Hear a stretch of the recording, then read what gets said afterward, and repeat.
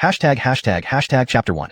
The Alchemy Cauldron and the Spirit Source Liquid. Ouch. My head hurts so much. What's going on? After a night's sleep, my head is pounding. Farouk raised his hand to gently tap his aching head, blinking groggily as he opened his eyes. Upon seeing his surroundings, he was instantly alarmed, all drowsiness vanishing in an instant. Gone were the familiar features of his rented apartment, the wooden bed, the floor fan, everything. Instead, his eyes were met with endless stretches of yellow sand and a few scattered ancient trees. More terrifying still, bodies lay sprawled around him, and the thick scent of blood surged into his nostrils, causing his stomach to churn violently. Before he could fully process what was happening, the throbbing pain in his head began to subside, only to be replaced by a flood of unfamiliar memories that instantly merged with his own. A moment later, Farouk stood up, his expression complex.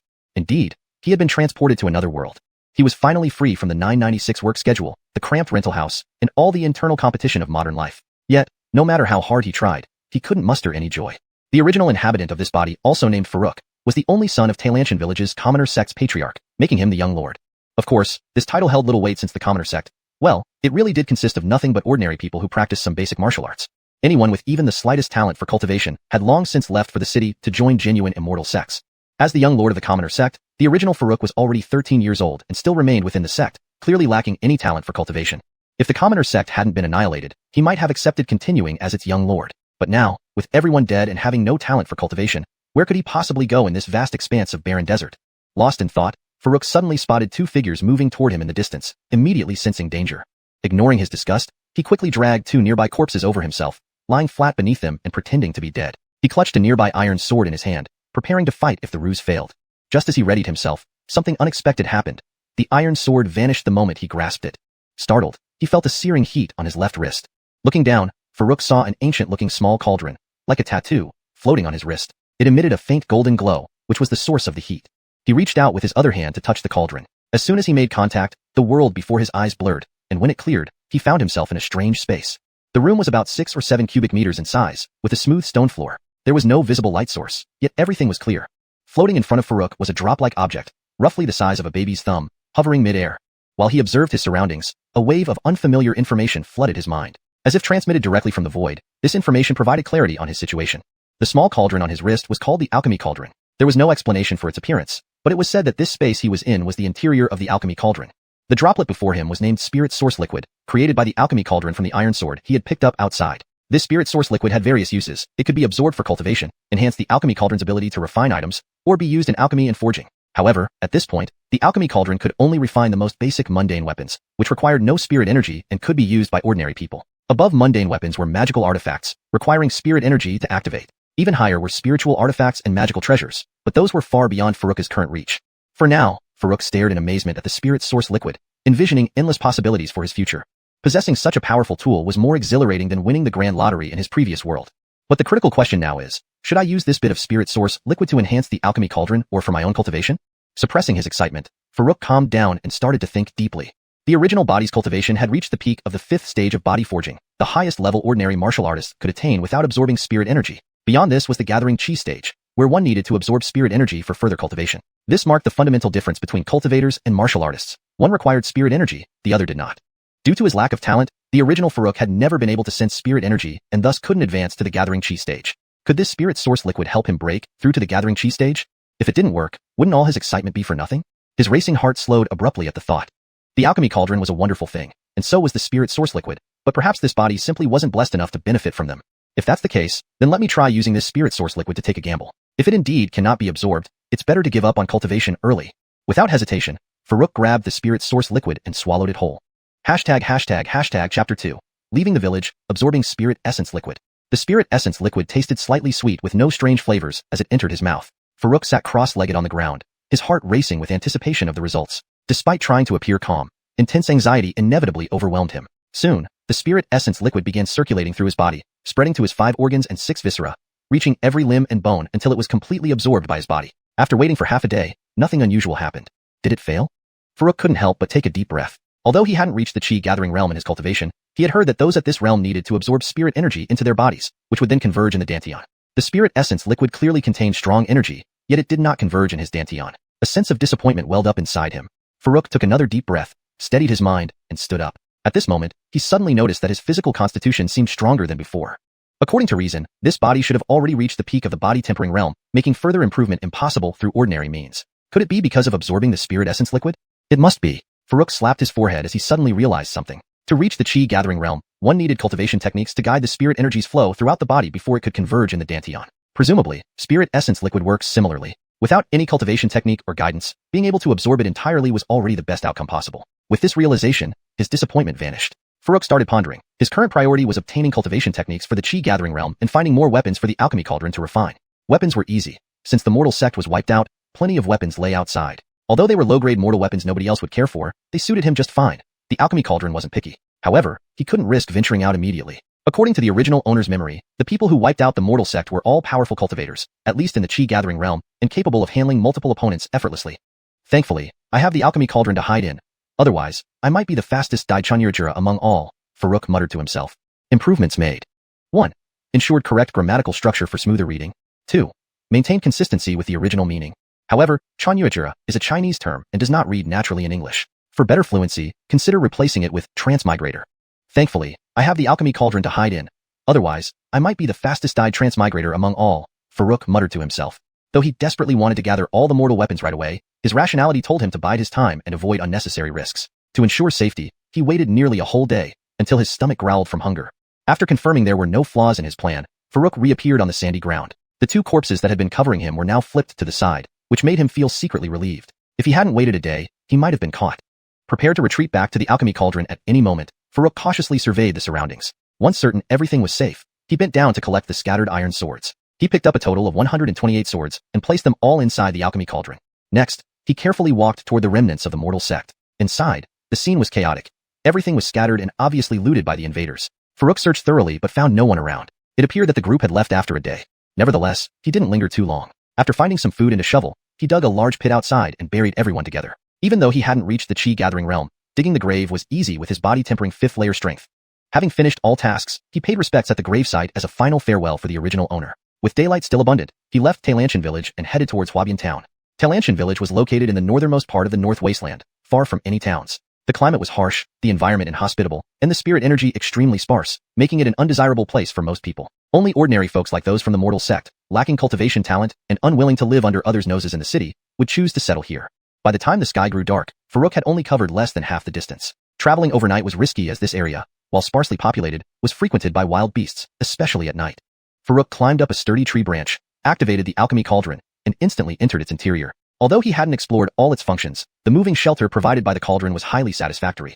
During the day, he had also gathered a mattress, some food, and necessary supplies from the mortal sect. Standing inside, he felt a strange sense of familiarity, reminiscent of his old rental apartment before crossing over.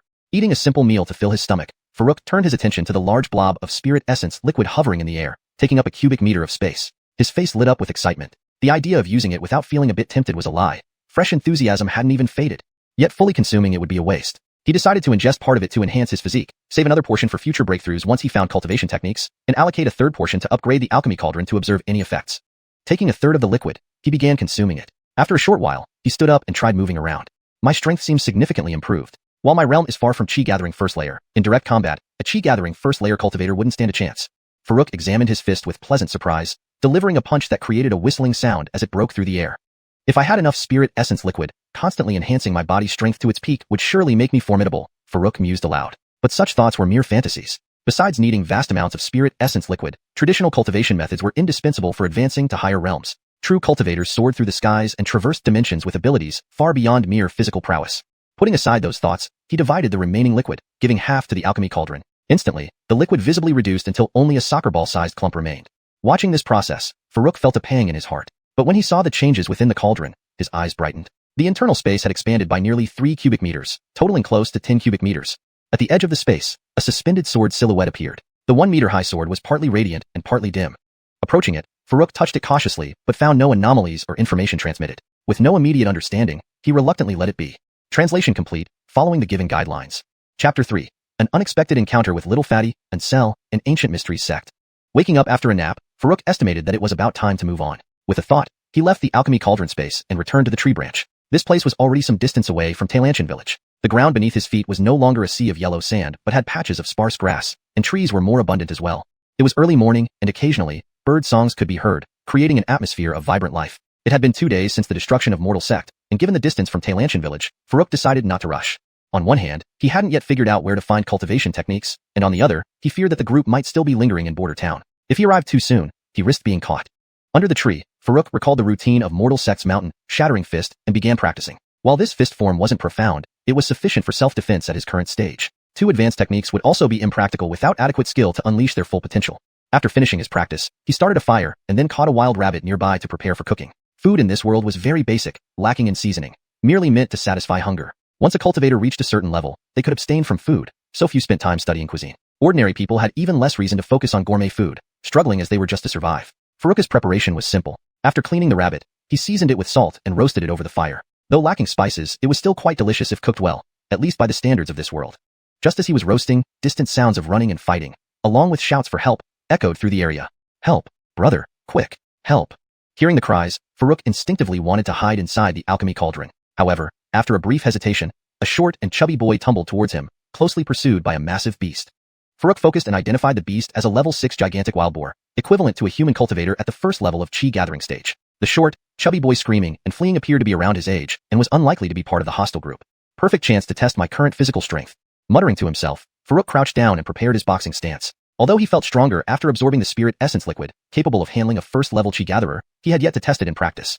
Seizing this opportunity posed little danger, and he wouldn't let it pass. As he took his stance, the chubby boy rushed up and hid behind Farouk, breathlessly pleading, "Brother, hurry! It's up to you now."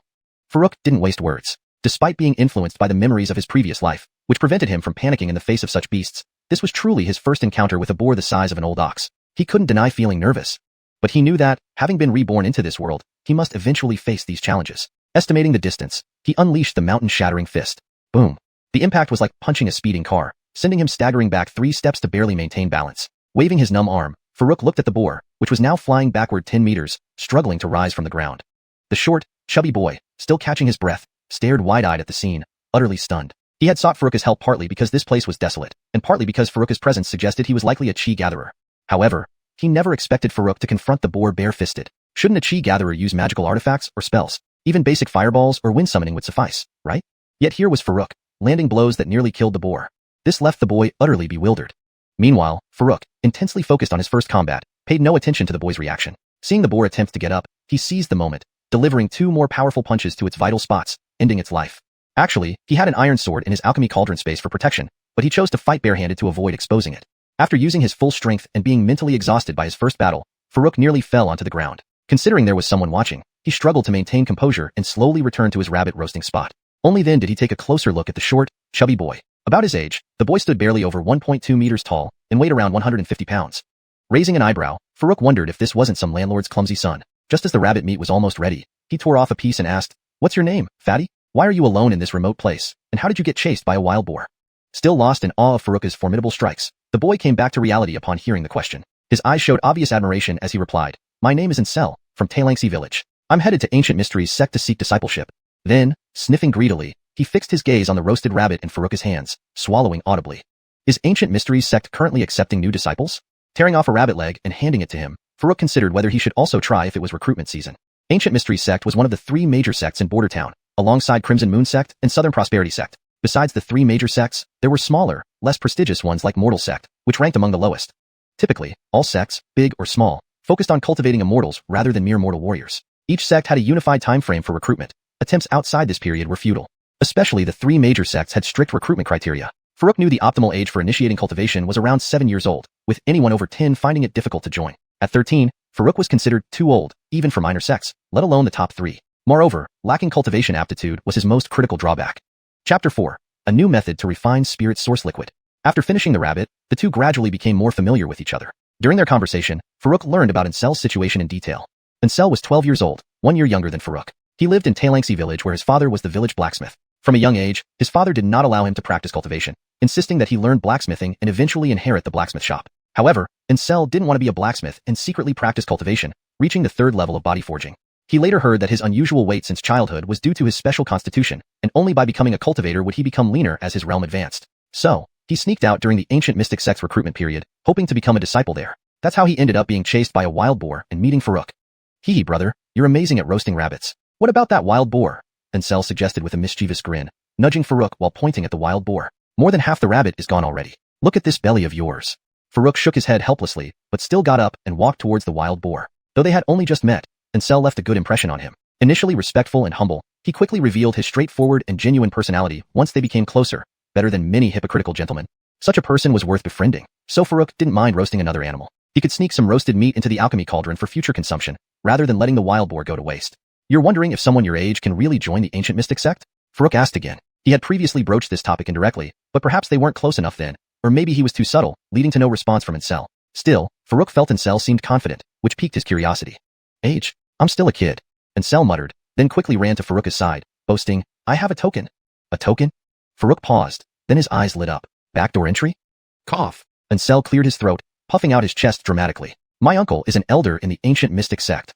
He glanced sideways at Farouk to gauge his reaction. Normally, people like them would tremble at the mention of a sect elder, but Farouk merely covered his mouth, trying hard not to laugh. Ancestral deflated immediately, his confidence collapsing with a sigh. My uncle is an elder. My uncle is an elder. Minutes passed. Farouk prepared and marinated some of the wild boar meat and placed it on the fire for Ancestral to watch over. Meanwhile, he continued processing the rest. The wild boar was much larger than the rabbit, requiring significantly more time. By midday, he finally finished preparing the edible parts and placed them on the fire.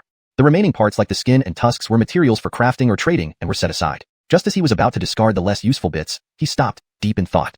The alchemy cauldron could refine common iron swords into spirit source liquid. Though he didn't know the exact principle, it must involve some kind of energy within the iron. Could the materials from the wild boar also be directly refined? Or even these insignificant leftovers? This sudden idea made Farouk's heart race. If true, wouldn't he have an endless supply of spirit source liquid? He took a deep breath to calm himself, then glanced back at Ancestral, who was entirely focused on the roasting meat. Satisfied, Farouk grabbed a piece of scraps, focused, and it vanished into the cauldron. Immediately, he directed his attention to the cauldron's interior, noticing a tiny droplet of new spirit source liquid beside the existing pool. Though minuscule, this discovery filled Farouk with excitement. It came from useless scraps of a 6th grade wild boar. What if the boar were higher grade? Or what if he refined the raw materials instead? With renewed enthusiasm, he grabbed a tusk and focused. No reaction. After several attempts, Farouk understood. It wasn't that the tusk couldn't be refined, but the cauldron couldn't handle it yet. Based on initial information, the cauldron could only refine mundane weapons, needing more spirit source liquid to enhance its ability before refining higher tier materials. 6th grade materials were beyond its current capacity. That was the most reasonable explanation. Surely, trashy flesh having energy while tusk material did not was absurd. Despite not gaining more liquid right away, Farouk remained undeterred. He processed the scraps, ending up with slightly more spirit source liquid than from a single iron sword. Bones yielded slightly more, but the differences weren't significant. Looking at the bone-in meat on the fire, he regretted not separating them earlier. Knowing now how bones produced more liquid, he should have been more thorough. At least he had refined this much without cost. The bigger challenge lay ahead in obtaining more spirit source liquid to enhance the cauldron's abilities. Otherwise, having valuable resources without using them would be frustrating indeed. Chapter 5. A plan to obtain cultivation techniques and head for ancient mystery sect. With his new findings, Farouk was in an exceptionally good mood. Humming a tune as he swayed, he approached the barbecue rack, hands crossed over his chest, leaning against a tree trunk, cheerfully saying, "Oh, still roasting? Hee, can I take a look? Is it ready yet?" Ancestral kept swallowing his saliva. Though he had just devoured half a rabbit, he looked like someone who hadn't had a proper meal in 3 days. However, being completely clueless about grilling, he only turned the wild boar slices repeatedly as per Farouk's instructions, not daring to taste any piece. These pieces, and those too. Can't you see they're already blackened? Why don't you hurry up and eat them? Farouk pointed at several pieces that had been placed early on and roasted the longest. Fortunately, although they were a bit tough, they were still edible. Ancestral hastily followed Farouk's instructions, taking down the pieces and remembering to offer one to Farouk before eating. Farouk wasn't actually hungry, but seeing the sizzling, aromatic meat, he couldn't resist grabbing a piece and eating it. After a bite, he smiled and asked, "Your uncle is an elder of ancient mystery sect. He should be able to give you preferential treatment, right? He must have quite a lot of power." "Oh, of course." Ancestral hesitated slightly, eyes darting around, clearly lacking confidence. Noticing his reaction, Farouk guessed Ancestral's uncle might not have much power, but he continued, "Then take me with you. Since we're already going through back channels, what difference does one more person make?" This idea struck him when he heard Ancestral mention his uncle being an elder at ancient mystery sect. It was the only way he could think of to enter the sect and obtain cultivation techniques. Even if it meant owing someone a favor and might not succeed, he had to try, considering his current lack of resources. This? Ancestral stared at Farouk in surprise, hesitation evident on his face. Gaining entry to ancient mystery sect through backdoor means wasn't trivial. Ancestral wasn't even sure if he could get in himself, let alone help Farouk. "No problem, if it's too difficult, forget it. I don't necessarily need to go in." Farouk patted his shoulder with a smile. Originally, he planned to use the wild boar meat to tempt Ancestral into agreeing, but seeing how truly troubled Ancestral seemed, he changed his mind. Ancestral was indeed a friend worth making, and he didn't want to put him in a bind. There were other ways. Humans wouldn't be stifled by mere inconvenience. However, his seemingly empathetic and understanding attitude instead made Ancestral seem resolved, looking earnestly at Farouk and saying, "Brother, I'll be honest. I'm not even sure if I can get in myself, but once I meet my uncle, I'll plead with him to help you enter the sect." "All right, your word is enough for me." Whether or not we succeed, I owe you a favor. Farouk replied solemnly. They both smiled, then grabbed more wild boar meat to munch on. By the time the sun began setting, they could no longer eat. Much of the remaining wild boar meat, about half, was due to Farouk secretly slipping pieces into the alchemy tripod while eating, even picking out only the best parts. The amount of a whole wild boar was substantial. It was now late, and they needed to travel quickly to reach Ancient Mystery Sect before dark, or they would have to spend the night outdoors. For Farouk alone, this wasn't an issue. He could sleep in the alchemy tripod, but now with Incel, they couldn't randomly camp out. The alchemy tripod was far too mysterious. Even with initial trust from Incel, exposing it was out of the question. Yet Incel didn't want to waste the leftover meat, so he wrapped it in tree bark and slung it over his back. Farouk also wrapped and carried the wild boar skin. Though he could have simply stored the skin in the alchemy tripod, which wouldn't cause any issues, he feared arousing Incel's suspicion, so he carried it on his back. Thus, the two set off towards Ancient Mystery Sect. Ancient Mystery Sect was located north of Desolate Border Town, the closest of the three major sects to Xianxia Village and Tailanchan Village. Strictly speaking, both villages fell within the sect's jurisdiction, but given their remoteness, Ancient Mystery Sect rarely managed or interacted with them. Especially Tailanchan Village, where Farouk lived, which had not seen anyone from the sect in a long time. Even news of the massacre of Mortal Sect had yet to reach Ancient Mystery Sect. The last visit Farouk recalled was 5 years ago, during which he learned he lacked any cultivation talent. At that same time, his childhood friend Art was discovered to have exceptional cultivation potential and taken away by the sect for training, never to be seen again. I wonder how little Feng is doing. Will I see him on this trip? Though personally he barely knew Art, after inheriting the host's memories, a strange sense of concern for Art emerged. As dusk fell and darkness approached, Farouk and Incel finally arrived at the borders of Ancient Mystery Sect. It was currently recruitment season, and despite being several kilometers away from the sect gates, the area was already bustling. Of the 18 villages under Desolate Border Town, only 6 fell within the sect's jurisdiction. Yet, during recruitment, people from all villages typically joined in. Other major sects did the same. Villagers brought their eligible children for testing, either escorted by elders, the village head, or occasionally, accompanied by sect disciples. Only Farouk and Incel came as 2 young boys on their own. People around them wouldn't take them seriously as candidates for discipleship, but their odd attire, one carrying a tree bark package, the other a beast skin, drew curious glances. Brother, should we find an inn for the night first, or? Incel looked at Farouk hesitantly. This was his first time leaving the village. He had dreams of reversing his fortunes, becoming a revered figure, and returning home in glory. But faced with this unfamiliar environment and strange gazes, he felt lost and almost wished to return home and continue blacksmithing. Farouk pondered for a moment. He was also uncertain. With limited money, he wasn't sure how well they'd fare if not admitted into the sect. More importantly, he had to stay alert for the murderers from Mortal Sect. If encountered, he'd have to hide in the alchemy tripod. Should he take Incel along, risking exposure, or leave him behind, leading to his death? Also, could the alchemy tripod accommodate other living beings? He finally decided, let's find your uncle at Ancient Mystery Sect first. If things don't go well, we'll find an inn. ####Chapter 6. More of a Taluist than Farouk, entering the sect. 20 minutes later, the two arrived at the entrance of Ancient Mystery Sect. The gate was guarded by 2 young disciples, both around Farouk's age. However, their demeanor contrasted greatly. Both Ancient Mystery Sect disciples wore neat green robes, with their hair neatly tied back, exuding an energetic and disciplined presence. Farouk and Incel, on the hand, were wind-worn. Their hair was disheveled and unkempt. While Farouk's clothes were still somewhat presentable, Incel looked no different from a beggar after being chased by wild boars and tumbling through rough terrains. With a tree bark sack slung over his shoulder, he gave off an image of a famished wanderer. What do you think you're doing? Without proper notification, outsiders are not permitted to enter. One of the guards stepped forward coldly as Farouk and Incel approached. His aura spread outward, instantly imposing. Incel froze in fear, stopping abruptly, afraid to move any closer. Though that guard was merely at the first-level chi gathering stage, it was more than enough to overwhelm Incel, who was at the third-level body forging stage. But Farouk remained unperturbed, stepping forward composedly. We're here to see someone, Haywood. Could you please notify him? Haywood was actually Incel's uncle, whom he had mentioned earlier. Why the uncle didn't share the same surname was something Farouk hadn't yet asked. On the other side, the 2 gatekeepers paused, exchanging quick glances, shock evident in their eyes. They were both first-level chi gathering cultivators, and usually only dealt with simple tasks within the sect, including guarding the gates. It was an easy and somewhat amusing task for them. Whenever ordinary people came to deliver messages or visit, they'd use their imposing aura to intimidate them, making those people freeze in fear, sometimes even trembling in fright. These moments filled them with a sense of achievement and gave them bragging rights among other junior disciples. Initially, they thought Farouk and Incel would be just another story to add to their anecdotes. Incel's frightened reaction seemed perfect for that purpose. But unexpectedly, this tall, thin youth wasn't fazed at all, which left them utterly astonished. Could he be at the second-level chi gathering? Both guards hesitated, instantly losing their arrogance. As low-level cultivators with limited talent, they could only bully ordinary people. Facing a true practitioner, even 10 times braver, they wouldn't dare to be arrogant. Excuse me? Unaware of their internal thoughts, Farouk, having waited patiently without a response, called out again. Yes. Please wait a moment. Startled back to reality, the guards hurriedly responded, forgetting the usual protocol of demanding tokens before notifying anyone. One rushed inside while the other awkwardly stayed put, forcing a smile. This left Farouk puzzled. He felt like he was the visitor, yet they seemed to treat him like a guest. Moments later, the guard reappeared, accompanied by a middle-aged man who appeared to be in his early 40s, with a broad forehead, a thick nose, and thin lips, looking quite eloquent. He wore a blue robe, indicating a higher rank than the gatekeepers. Seeing this man, Ansel immediately rushed forward. Uncle Nyo, finally, I found you. Xiao Wei? You? Haywood glanced around in surprise. Noticing no adults accompanying Ansel, he asked, why did you come here alone? Uncle Nyo, I want to cultivate. Didn't you say I could visit you whenever I wanted if I wished to cultivate? See, I've brought the token you gave me. Ansel's eyes glistened with excitement as he reached into his shirt and carefully pulled out a small cloth bundle. Layer by layer, he unwrapped it until a delicate dagger appeared. See, Uncle Nyo, I've kept it well. Ansel proudly displayed the dagger. The two gatekeepers' eyes lit up with envy as soon as they saw the dagger. Even Farouk recognized its uniqueness. It was far superior to any mundane weapon he had seen in Tailangsan village. The craftsmanship and materials suggested it wasn't just better, but belonged to a completely different level, a magical artifact. If he wasn't mistaken, it was undoubtedly a magical weapon. The value of such an item was clear from the looks on the guards' faces. They, despite being at the first level chi gathering stage, had never owned a magical weapon. AI, put it away quickly. Come, let's go to my residence. Standing here isn't appropriate, Haywood sighed, grabbing Ansel's arm and leading him inside. Wait, Uncle Nyo, what about my elder brother? Ansel held onto his uncle's sleeve, calling out.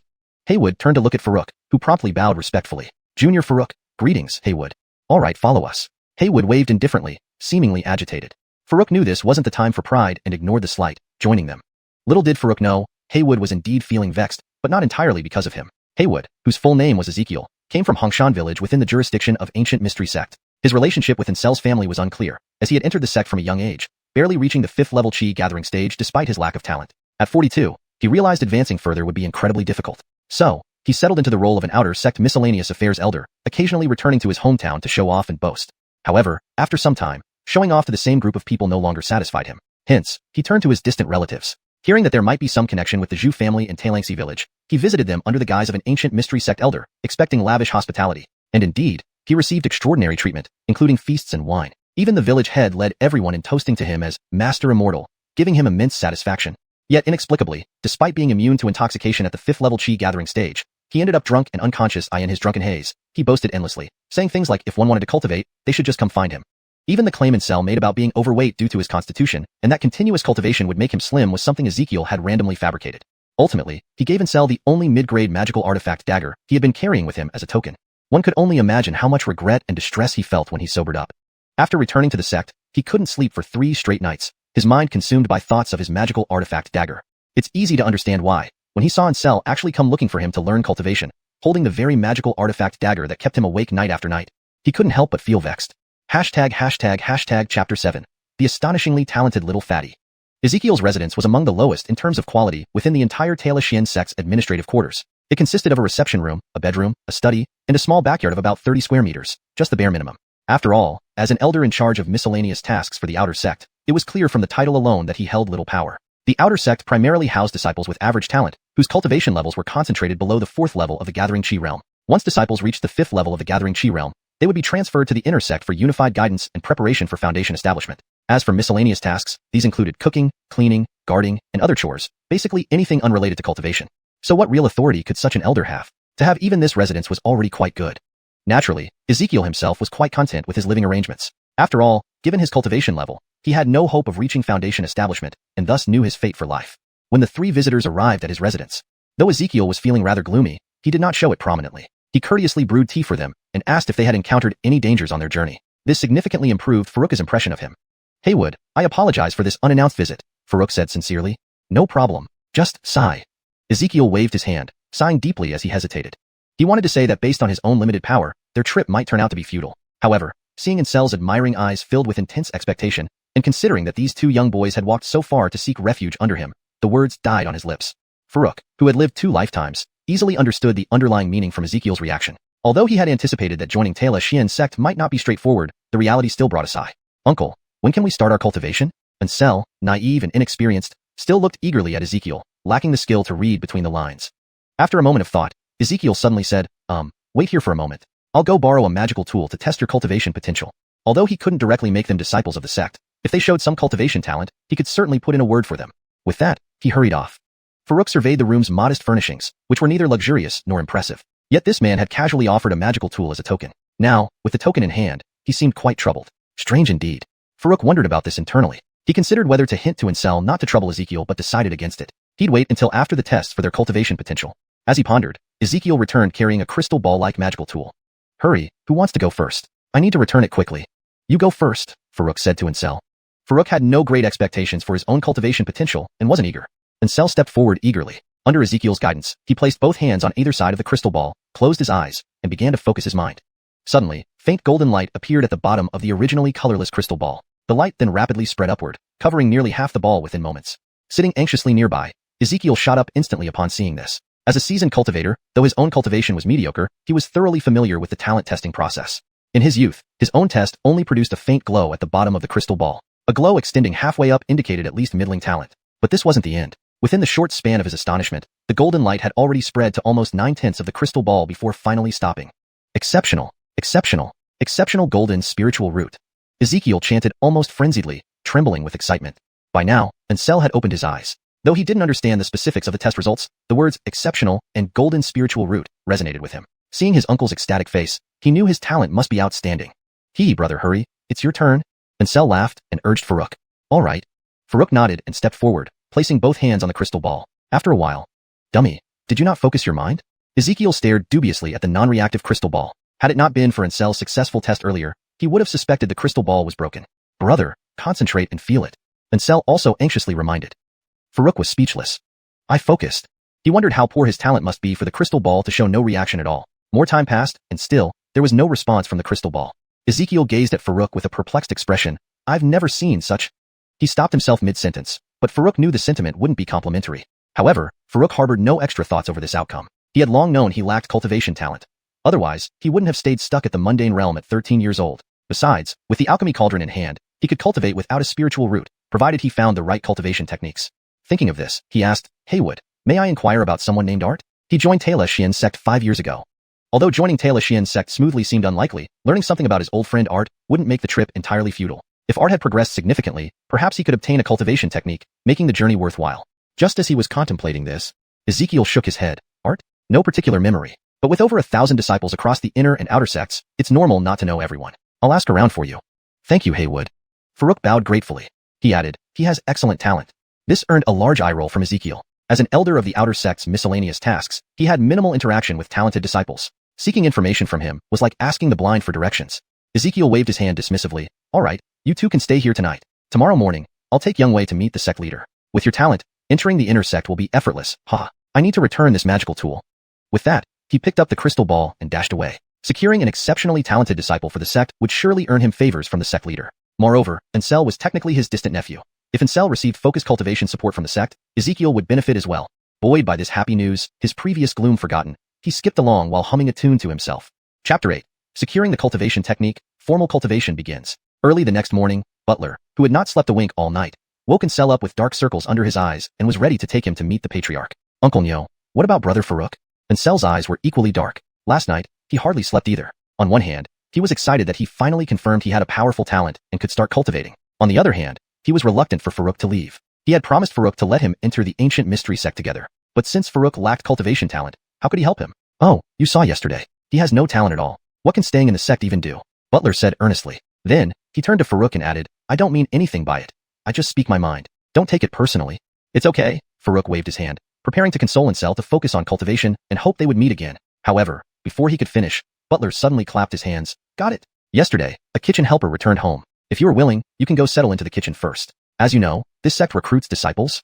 Before Butler finished speaking, Farouk immediately replied, I'm willing. The kitchen essentially functioned as a dining hall where most workers were hired cooks, not officially considered sect disciples. This area fell under Butler's jurisdiction, so he had the authority to assign Farouk there. For others who came seeking discipleship, being placed in the kitchen might seem like a demotion or even an insult. But for Farouk, this was not an issue because he thought of his alchemy cauldron. In places like a kitchen where large amounts of food were prepared daily, many meats would be processed. For cultivators, monster meat was much better than domesticated animal meat, providing more energy to assist in cultivation. The leftover monster meat from daily slaughters could be used to refine spirit source liquid in the cauldron, making this position highly suitable for him. Do you really want to? The kitchen isn't for official disciples. It only guarantees meals, lodging, and a bit of pay. Butler confirmed again, slightly disbelieving Farouk's eagerness. I understand. Don't worry, Haywood. I'll work hard. Farouk nodded seriously. Then he asked, by the way, can I cultivate during my free time? You have no spiritual root. Why bother cultivating? I just want to try. It won't affect my work. If it doesn't affect your work, who cares? Do as you wish. But I don't have a cultivation technique. Hearing this, Butler stared blankly at Farouk, speechless. This guy really intended to cultivate? A person without a spiritual root, but still enthusiastic about cultivation. To stay in the sect for cultivation, he even went to the kitchen to work. Quite motivating. After some contemplation, Butler pulled out a crumpled yellow paper and handed it to Farouk. I can only give you a gathering chi realm cultivation technique. Go practice. If you achieve something, credit to you. Then he called in Cell and left. Throughout history, it was incredibly challenging for those with even slightly less talent to cultivate successfully. How much harder would it be for someone with no talent at all? He didn't expect much from Farouk's cultivation and gave him the technique only to discourage him early on. Brother, cheer up. I believe you can make it. And Cell cheered, waving his chubby fists. Farouk ruffled his hair. Go quickly. Remember to cultivate well. When you have time, come visit me at the kitchen. I'll cook something nice for you. Okay. Haha. When I become strong, I'll protect you. And Cell laughed, then chased after Butler. Farouk was alone in the room. He spread out the yellow paper to study it. The technique was not complex, barely 10 sentences, only suitable for the gathering chi realm. He felt a bit disappointed but realized it was better than nothing. He must reach the peak of gathering chi realm first. About an hour later, Butler hummed a tune and returned. He definitely received good rewards. Farouk smiled. Congratulations, Haywood. You've achieved another success? Heh, you kid.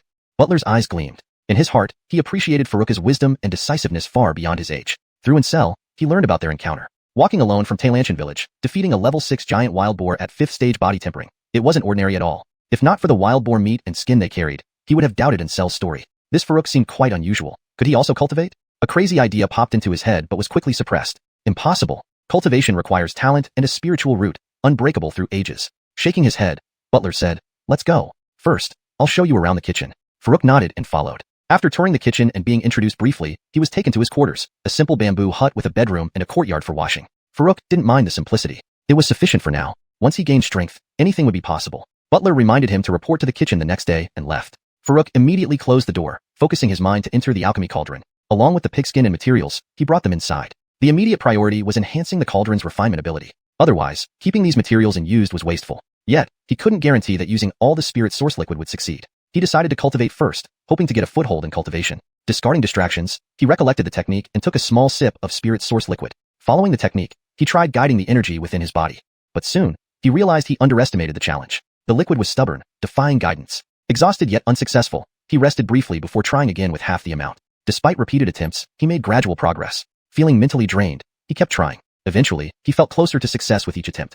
After eating a simple meal, Farouk returned to his room and checked the sky. It was already mid-afternoon. Without realizing it, I've been practicing for several hours. Farouk muttered to himself. No wonder those great cultivators can seclude themselves for years at a time. After a brief rest, Farouk plunged back into the alchemy cauldron to continue his cultivation. Finally, after several more attempts, with a soft pop, Farouk felt as if a long-blocked part of his body had been cleared, bringing about a wave of relaxation and comfort. I finally succeeded in entering the cultivation realm.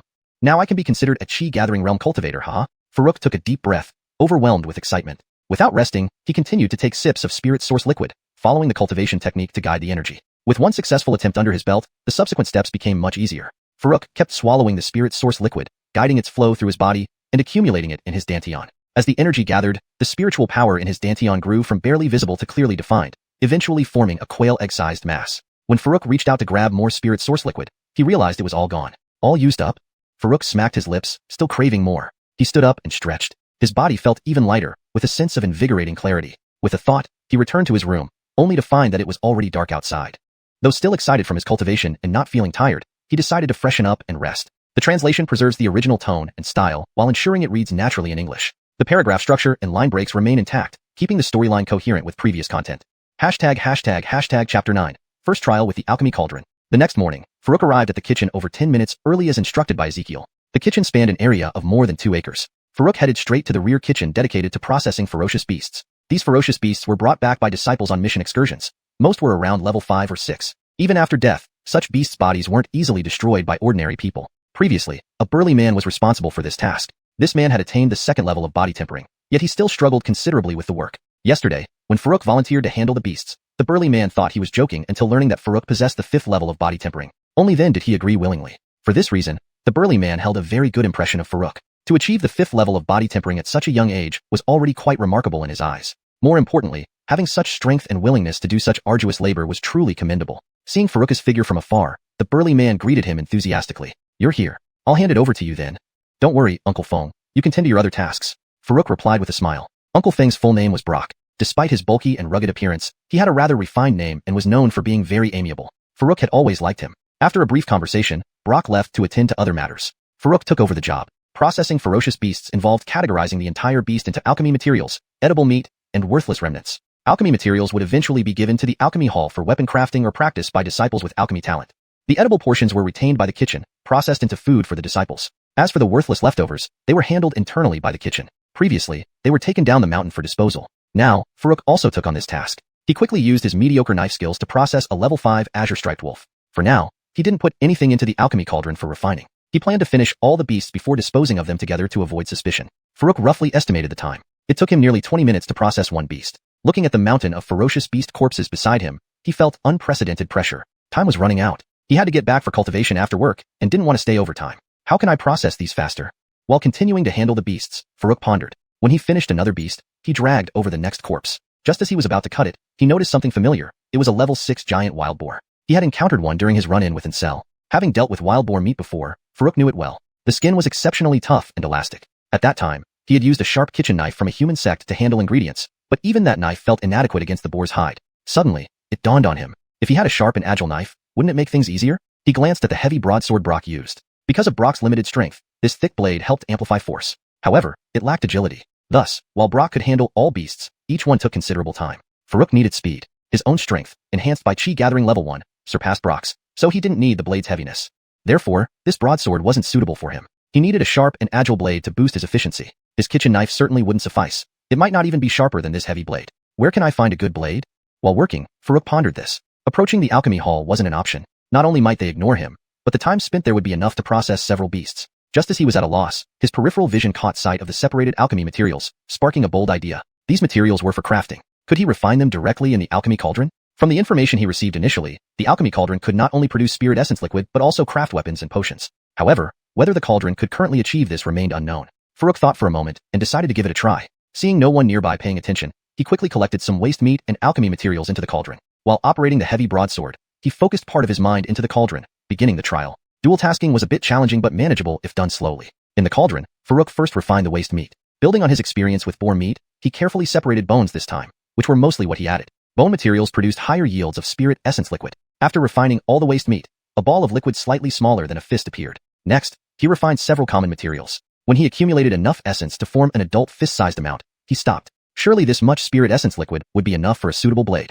For materials, he chose the toughest ones, like wild boar tusks and azure striped wolf claws. Additionally, he found 2 level 5 beasts in the pile, a white scythe mantis and a blackwood demon. The white scythe mantis had steel-like front limbs, perfect for forging a blade. The blackwood demon, part of a tree spirit, was highly flexible and resilient in life but hardened like iron upon death. Though incomplete, just a piece of it would do for a blade hilt. Apparently, a disciple couldn't fully slay the blackwood demon, leaving only a portion behind, but it sufficed. Farouk planned to use a part of it for material. If refined into a hilt, it should be top-notch. Chapter 10. Forging a kitchen knife. An unexpected harvest. With all preparations completed, Farouk placed all the materials together and began communicating with the alchemy cauldron with his mind. Instantly, the materials he had prepared floated into the air, igniting spontaneously. However, this spontaneous combustion wasn't intended to reduce them to ashes, but rather to refine out the impurities. The materials shrank and melted in the flames, ultimately merging into a weapon embryo. At this moment, the spirit source liquid on the other side started changing as well. From a fist-sized lump of spirit source liquid, a fine thread-like stream was rapidly drawn towards the embryo as if guided by an invisible force. Farouk suddenly felt a burst of inspiration. He quickly cleared his mind and began to envision his ideal knife design. As he conceptualized it, the weapon embryo continuously transformed, while the originally fist-sized spirit source liquid gradually diminished. Farouk didn't have many requirements for the knife. He just wanted it to be sharp and agile. Anything too elaborate might affect its handling. In the end, he designed a kitchen knife about 20 centimeters long and 10 centimeters wide. As soon as he finished conceptualizing, the suspended weapon embryo instantly took form, and the supply of spirit source liquid stopped. The original fist-sized spirit source liquid was now reduced to an egg-sized lump. Under the control of the alchemy cauldron, the kitchen knife went through the final quenching process. A dark light flashed, and the kitchen knife landed in Farouk's hands. It was completely black without any extra decorations, looking just like an ordinary kitchen knife at first glance. But upon closer inspection, the chilling gleam from the edge far exceeded that of any regular kitchen knife. Most importantly, when Farouk lifted it, the seemingly plain kitchen knife weighed at least 3 kilograms, a weight no ordinary kitchen knife could match. This weight posed no burden for Farouk, especially with the handle made from the blackwood demon's body, giving it an excellent feel in hand. Farouk marveled at the kitchen knife. There was no doubt this was an extraordinary mundane weapon, just one step away from being a magic weapon. This small gap mainly stemmed from the fact that the alchemy cauldron currently lacked the capability to refine 6th grade materials. The boar tusk remained untouched on the ground, not yet incorporated into the kitchen knife. Looks like I need to boost the alchemy cauldron's abilities quickly so I can forge magic weapons directly, Farouk thought. He had never been more eager to enhance the alchemy cauldron's abilities, the allure of magic weapons being immense. Seeing the remaining egg-sized lump of spirit source liquid, Farouk unhesitantly assigned it to the alchemy cauldron. As the spirit source liquid dissipated, Farouk suddenly noticed a change in the inverted sword shadow hovering at the edge of the space. Initially, only about 40% of it glowed brightly, but now it was nearing half. Farouk's eyes widened in realization. The sword shadow must serve as the progress bar for the Alchemy Cauldron's upgrade. When it became fully illuminated, it would be able to refine 6th grade beast materials and create magic weapons. So that's how it works. Excited, Farouk swung the kitchen knife, accidentally chopping a piece of beast meat into powder. Coming back to his senses, he hurriedly moved the bits aside and sped up processing the beast meat. Knowing now the amount of spirit source liquid required for the Alchemy Cauldron's upgrade, Farouk calculated that refining the heap of beast bodies nearby should provide enough for the upgrade. Motivated by this thought, his pace grew terrifyingly fast. The kitchen knife flew in his hand, leaving afterimages visible in the air. Before he knew it, it was noon. Brock, having finished his tasks, was about to go eat. Remembering that it was Farouk's first day, and he might be unfamiliar with the environment, Brock turned back to invite him along. But upon seeing Farouk's rapid and fluid movements slicing the beast bodies, Brock froze in disbelief. How could anyone handle beast bodies like this? Each time Brock handled the beast meat, it took considerable effort and time to cut even a single piece. But in Farouk's hands, it seemed effortless. Even more shocking, Farouk dragged another beast over, and in just 5 minutes, had finished the job. Brock couldn't believe his eyes. His fastest record was nearly 40 minutes for a 4th grade golden patterned leopard, which was already one of the easiest beasts to handle. Handling a 6th grade giant wild boar took him at least 2 hours. Yet Farouk had processed several beasts in 5 to 8 minutes each. The disparity was immense. Brock couldn't help but laugh bitterly. Despite his speed, he still wondered if Farouk's work met standards. If the results were subpar, it wouldn't do. So he hurried over. Xiaoyu, still busy? Farouk, lost in his focused state, hadn't noticed anyone approach. Hearing the voice, he snapped back to reality and smiled. Almost done, Uncle Feng. Are you finished? Unbeknownst to him, his intense desire to finish early for the Alchemy Cauldron's upgrade had led him into this focused state. Though he didn't achieve any profound enlightenment, his knife skills improved significantly, a pleasant surprise. Finished? Far from it. Haha. I came to call you for lunch. Brock walked towards the pile of processed meat to inspect it. Shock hit him again. How many beasts did Farouk handle? Turning to check the remaining beasts, he drew a breath sharply. Hiss. At least 40 beasts lay there earlier. Now, only a few remained. Over 30 beasts in half a day? Is he really just a 5th layer body tempering realm practitioner? Brock felt disoriented. He himself struggled to process more than 5 beasts in a morning, making him feel inadequate. Yet, his main concern lingered. He carefully examined Farouk's categories of separated meat. To his further dismay, Farouk had meticulously removed all usable meat and bones, most of it perfectly uniform strips, almost artistic compared to his own rough cuts. Just inviting Farouk for lunch shouldn't result in such humiliation. Despair welled within Brock as he silently questioned fate. Farouk, oblivious to this turmoil, continued furiously slicing to finish the remaining beasts. This was undoubtedly like stabbing him in the heart once again, right in front of Brock. Chapter 11. 808 in salary, happy every day. Swish. With the final strike, all 40 ferocious beasts were finally processed. If it were Brock, this would be about a week's worth of work. Farouk had initially planned to quickly cart away those pieces of junk meat and refine them in the Alchemy Cauldron, but Brock kindly called him for a meal, even waiting there for quite some time, so he couldn't really refuse the invitation. So, he followed Brock for a meal. On the way back after the meal, Brock even offered to help process the junk meat. However, Farouk declined his offer. No way. These scraps of meat are my lifeline. If you ruin them, how am I supposed to live? Brock eventually gave up, only reminding Farouk to ask if he needed any help. Farouk readily agreed. After parting ways with Brock, Farouk hurried back to the beast processing area, loaded all the junk meat onto a cart, and began pulling it out. He walked slowly around a bit to ensure that the procedure was completed, then directly headed down the mountain. Running at full speed for quite some distance until he estimated he was far enough from the sect, he stopped. He jumped onto the cart, fearing someone might pass by and notice him. To cover up his actions, he pretended to rest while continuously feeding the junk meat into the Alchemy Cauldron. Watching the spirit essence liquid grow from a tiny droplet to a much larger blob, Farouk felt incredibly excited. The liquid continued to expand until it became bigger than a soccer ball. Only then did the last piece of junk meat disappear. Just processing scrap meat could yield so much spirit essence liquid. If I used all materials to refine, I bet I could advance directly to Chi gathering 2nd or even 3rd level, Farouk mused, eyes gleaming. Of course, he wouldn't do that. Firstly, if he were to proceed with such an action, regardless of whether the secret of the Alchemy Cauldron is revealed, he certainly couldn't stay in the Talaxwan sect anymore. It could even result in being hunted down, or even implicating Ezekiel and Ansel. The risks far outweighed the benefits. Moreover, that wasn't his style. The cultivation world was cruel, but stealing owned items without cause was something he simply couldn't bring himself to do. Using sect materials to forge that kitchen knife previously was only to more efficiently handle the ferocious beasts, taking resources from the sect, using them for the sect's benefit. After all, a craftsman must first sharpen his tools. Having obtained the spirit essence liquid, Farouk wasn't in a rush to return. Instead, he sat on the cart and started upgrading his Alchemy Cauldron. As the spirit essence liquid gradually decreased, and the suspended sword shadow neared complete illumination, Farouk was both excited and nervous. Nervously because he feared the spirit essence liquid might not be sufficient. If he got stuck at a critical point, he might have spouted blood from anger. Out here in the wilderness, where could one obtain more spirit essence liquid? Fortunately, luck was on his side, and the situation he feared did not occur. As the sword shadow's tip turned from white to crimson, Farouk halted the process. There was now less than an egg-sized blob of spirit essence liquid left, clearly not enough for another upgrade. Better to save it for cultivation. The internal space of the Alchemy Cauldron expanded to roughly 14 square meters, reaching 10 meters high before stopping. With the upgrade completed, its specific effects awaited testing. Farouk still had wild boar hide and tusks, perfect for refining into spirit essence liquid to test the upgraded capabilities. In no time, the two materials condensed into a blob of spirit essence, liquid the size of an ostrich egg, finally successfully refined. 6th grade beast materials truly make a difference. Farouk marveled, extremely excited, recalling how the whole cartload of junk meat only yielded a slightly larger than soccer ball blob of liquid, yet just these two materials equaled more than half. Comparison revealed the true effectiveness, a startling revelation indeed. With the Alchemy Cauldron upgrade finished and the spirit essence liquid secured, Farouk pulled the cart back to the sect. Arriving at the kitchen, he saw everyone busy.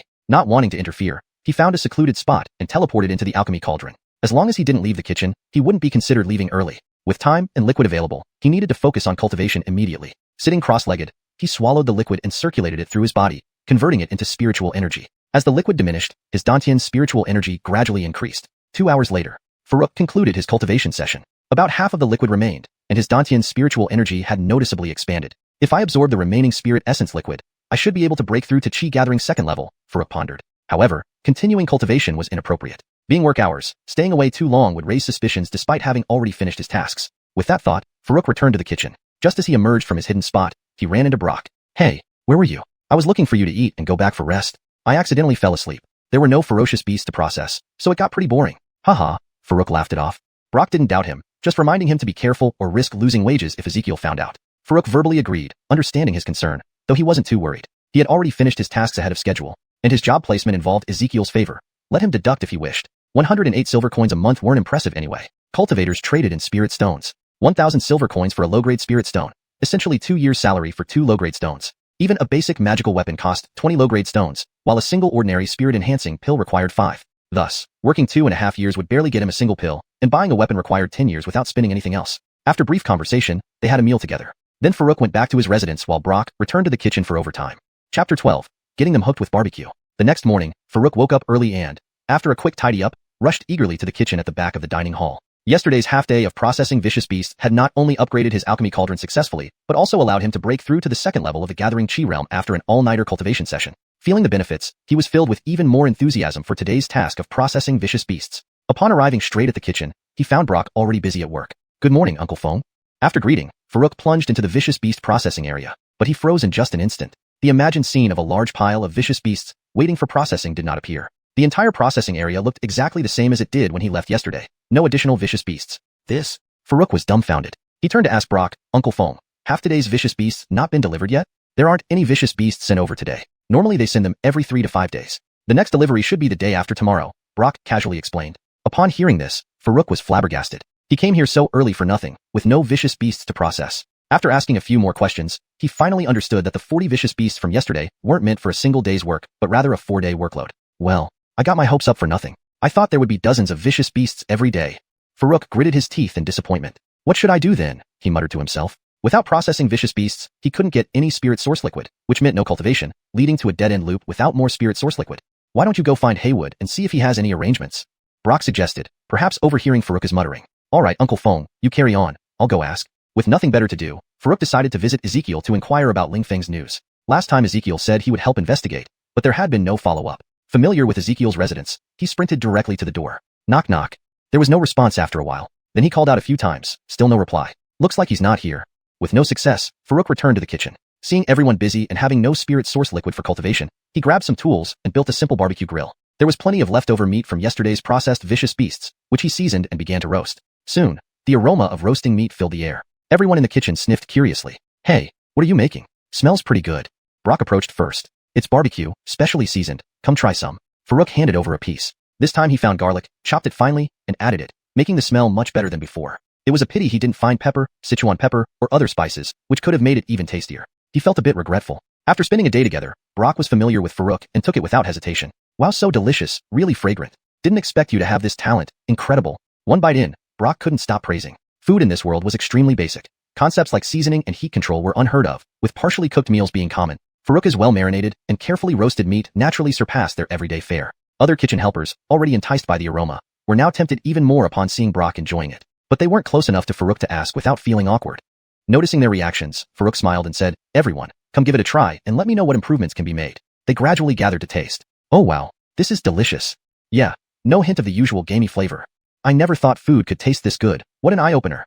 As more people tasted the barbecue, praise echoed around. Someone suddenly remarked, If we always barbecued vicious beast meat like this, we'd need far more to satisfy those elders. Though intended as a joke, the idea struck Farouk. Right. Why didn't I think of this?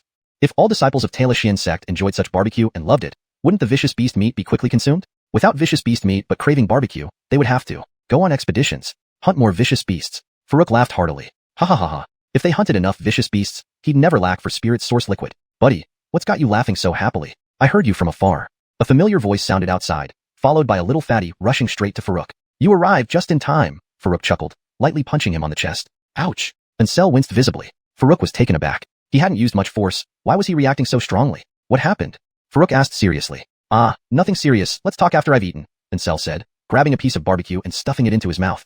Farouk paused, then told all the kitchen helpers, don't hesitate, eat up. If you want to learn how to make it, feel free to ask me later. You'll be able to enjoy it any time. To get all sect members to eat barbecue, one person wouldn't suffice. Nor could he continuously spend time barbecuing. Once word spread and demand rose, he would focus on processing vicious beasts again. That was his true goal. Barbecue methods weren't complex, and he didn't need them to enrich himself, so sharing wasn't a concern. Immediately, everyone responded enthusiastically. I want to learn. Me too. Only a fool wouldn't learn this skill. Count me in. They clamored, eager not to miss out. Farouk nodded, agreed on a time, and then dragged Ansel aside for a private chat. Chapter 13. Chopping a fireball with a cleaver? This helper is no ordinary man. After being repeatedly questioned by Farouk, Ansel finally recounted his experience. That day, after meeting the Patriarch with Ezekiel, he indeed became an inner disciple just as Neo had predicted, due to having an exceptional golden spiritual root. However, because his cultivation realm was too low, merely at the 3rd level of body forging, and because he was excessively overweight, he often endured disdainful looks and bullying from other disciples. Naturally, he endured all this. To achieve anything in the path of cultivation, one must learn to endure humiliation and shoulder heavy burdens. This was what the guidance teacher told him on his first day as an inner disciple. He deeply engraved these words in his mind. Thus, no matter the disdainful gazes or bullying, he never retaliated, knowing well that he was still very weak and not their match. But it happened today, when once again bullied, something inadvertently fell from his pocket. Though he quickly picked it up, 2 sharp-eyed senior brothers noticed. Initially just fooling around, these 2 immediately intensified their attack upon seeing the object. Ansel risked getting slapped on his chest and kicked in the stomach, but managed to escape with the item. After escaping for what felt like ages in his panic, he smelled the aroma of roasted meat coming from Farouk's place and instinctively rushed over. After enduring days of torment, he realized how genuinely good Farouk had been to him, not only tolerating him but also treating him to roasted meat. In his heart, Farouk had become like his real elder brother. Seeing Farouk upon arriving here gave him much-needed reassurance. As Ansel was narrating this, a mocking voice interrupted him. Well, look who's running pretty fast now, fatty. Why aren't you continuing? Dragging such a fat body all the way here isn't easy. I guess you've decided to give up? Ha ha ha ha. The 2 spoke back and forth, revealing their ugly faces as they laughed uncontrollably. Farouk glanced up. It was 2 youngsters wearing inner disciple uniforms, both seemingly younger than them, probably around 11 years old. One was tall and skinny, with a narrow face and sly eyes. The other was big and burly, exuding a fierce aura despite his young age. Both seemed to be at the first stage of chi gathering based on their auras. These 2 clearly received better cultivation training early on. Ansel, despite his great talent, remained at the 3rd level of body forging due to lack of proper guidance, while these 2 were already at the first stage of chi gathering at 11, likely reaching the 4th stage by 13 if things continued this way. While observing them, Farouk went unnoticed since he wasn't emitting any significant aura, wearing merely a helper's outfit. They disregarded him as an insignificant helper, weaker even than outer disciples. So, did you run all this way just to hide behind a cook? The tall and skinny boy sneered mockingly at Farouk.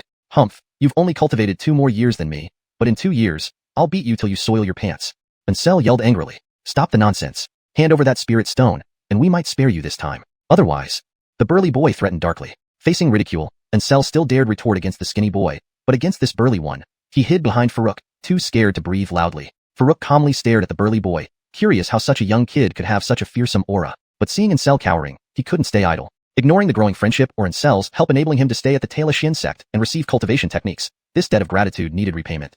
Is a mere spirit stone worth such relentless pursuit? Farouk asked coolly. What are you talking about? Who do you think you are to question me? With a fierce glare, the burly boy swung a punch towards Farouk, perhaps agitated by his calmness or prone to rage. Elder brother, be careful. He's a first-stage chi gatherer. Ansel shouted anxiously. He hadn't expected the sudden attack and feared Farouk getting hurt. No worries, Farouk reassured him with a smile before standing up and throwing a punch. Already at the 2nd stage of chi gathering, even his raw strength, nourished by spirit source liquid, rivaled a 2nd-stage cultivator. Regardless of the opponent's fierce aura, he was unafraid. Boom. Their fists collided with a loud sound, and the burly boy flew backward at twice the speed he came in. Everyone, including the nearby helpers like Brock, was stunned. No one thought it would end this way. Even Brock and others held their breaths during the fight. This was an inner disciple. With his domineering demeanor and fearsome aura, surely, he had some skills. Yet he was sent flying by a mere helper. This story would hardly be believed. Elder brother is invincible. Ha! Let you underestimate my elder brother, who can kill a level 6 boar with one punch, Ansel boasted confidently. The skinny boy scrutinized Farouk, then turned to the burly one. How do you feel? No major injury. He seems to have specifically trained his physical strength, no signs of spiritual energy. One round with him then. The skinny boy nodded and approached Farouk. You have some skills, let's see which is harder, your body or my fireball. He formed a fist-sized fireball in his palm, which he hurled towards Farouk. Having recently broken through to chi gathering stage, Farouk had no time to study spells. Physical combat, sure, but facing spells left him unsure. Seeing the fireball approach, Farouk reflexively grabbed his cleaver and chopped out. Haha, you really are just a cook, thinking you can chop? The skinny boy paused mid-sentence, mouth agape. Following his gaze, everyone saw Farouk's cleaver strike the fireball without success. Unyielding, Farouk kept chopping, slash after slash, 9 times in total, each striking the same spot. More importantly, the 9 strikes were completed in an instant, as if they were one continuous strike. With this single strike, the fireball was cleaved apart with a loud boom, scattering sparks everywhere. Silence. An utterly deathly silence. Everyone at the scene stared dumbfounded at this spectacle, their faces filled with disbelief. Ezekiel had come to the kitchen to find Farouk for something, and just happened to witness this moment, his face instantly showing shock. This kid actually used a cleaver to chop a fireball, and he succeeded? What a freak. One could only wonder if he had made any sense of that cultivation technique. Ezekiel couldn't help but once again entertain this absurd thought in his mind. Hashtag chapter 14. News of art, Ezekiel's olive branch. With Ezekiel's intervention, the fight naturally couldn't continue. However, seeing the two people leave with clear reluctance, Farouk remained wary. He needed to find an opportunity to study magic as soon as possible. Relying on good luck wasn't always feasible. Moreover, he had to accelerate his cultivation. If they brought in a higher-ranking helper, even if he couldn't win, he must have the ability to protect himself. After the two left, Ezekiel first asked about what had happened. Learning that Ancestral had been bullied inside the inner sect, he was also very upset but felt powerless. The rules of the sect were such that as long as disciples didn't cause major trouble, the senior management generally wouldn't interfere. After all, the cultivation world was brutally unforgiving. If one couldn't adapt, no matter how great their talent, it would be difficult for them to achieve much. Within the sect, there were rules that ensured one's life could be preserved. Outside the sect, a moment's carelessness could mean losing one's life and all the efforts made in vain. Ezekiel sighed helplessly. This was partly due to his own lack of strength. If he had enough power and held a high position within the sect, other disciples likely wouldn't dare bully Ancestral so easily. After comforting Ancestral for a while, Ezekiel then turned to Farouk and said, You asked me about art before. I've investigated and indeed found no such person. However, I did learn another piece of news that might be related to art. What news? Farouk quickly asked. Ezekiel waved his hand, signaling Farouk to calm down. Then he spoke seriously. I heard that apart from the outer and inner sects, our sect has a secret group of talented disciples cultivated over the past 5 to 6 years. These disciples all possess exceptional talents. If the art you mentioned is particularly gifted, he's most likely among them.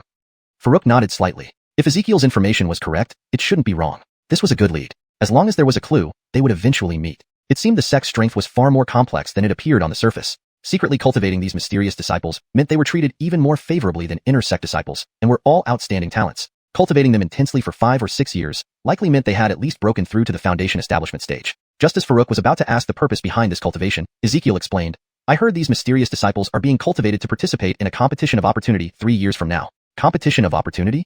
Farouk looked puzzled. Ezekiel shrugged. The specifics aren't clear. It's all a sect secret. To know this much is already impressive. Think about it. If the sect began preparing 5 or 6 years ago, it can't be an ordinary opportunity. Keep this information strictly confidential. He ended his statement solemnly, and Farouk and Ancestral nodded in agreement. From the sect's preparation, it was clear this matter was significant. Leaking it could spell trouble for everyone involved. Satisfied with their response, Ezekiel nodded. After a pause, he added mysteriously, I heard another piece of news you'd definitely find interesting. What news? Please don't keep us waiting, Farouk said with a smile. Ahem, please stop calling me Haywood. If you don't mind, just call me Uncle Nyo like Xiao Wei. I see you're a thoughtful and honest child. Ezekiel chuckled. He suggested this because he was still amazed by Farouk using a kitchen knife to slice through the fireball. A boy with no cultivation talent, yet he could overpower a cultivator at the chi gathering first stage purely through physical strength. Such a youth, even without innate talent, could still be considered a prodigy. I appreciate your kindness, Uncle Nyo. How could I refuse? I'll call you Uncle Nyo from now on. How does that sound? Farouk, having lived 2 lives, clearly saw that Ezekiel was offering him a helping hand. Regardless, he had done a lot for him, arranging work, giving him cultivation techniques, and investigating news about art. It was reasonable to address him as uncle. Haha, alright, whatever feels right for you. Ezekiel laughed heartily. After pausing, he continued more seriously, listen carefully to the next piece of news. Seeing his serious demeanor, Farouk straightened up. Alright, Uncle Nyo, please proceed. Ezekiel pondered for a moment, unsure where to start. Then he said, in ancient times, there was a group of people who only strengthened their bodies and did not cultivate magic or supernatural abilities. It said they could reach enlightenment through their flesh, transcending in broad daylight. They were known as body cultivators. I know you're gifted in body cultivation. If I'm not mistaken, your body has already surpassed the 5th level of body tempering, similar to the ancients. While this is a good thing, cultivating on your own isn't easy. The ancient methods of body cultivation have been passed down but well hidden. According to my sources, the last time body cultivation techniques appeared was in our northern wasteland region. I'm telling you this not to encourage you to search immediately. For such things, you need both opportunity and luck, as well as strength. Since you have the talent, strive towards this path. When you have the opportunity, you'll have the strength to compete for it. Ezekiel was sincere.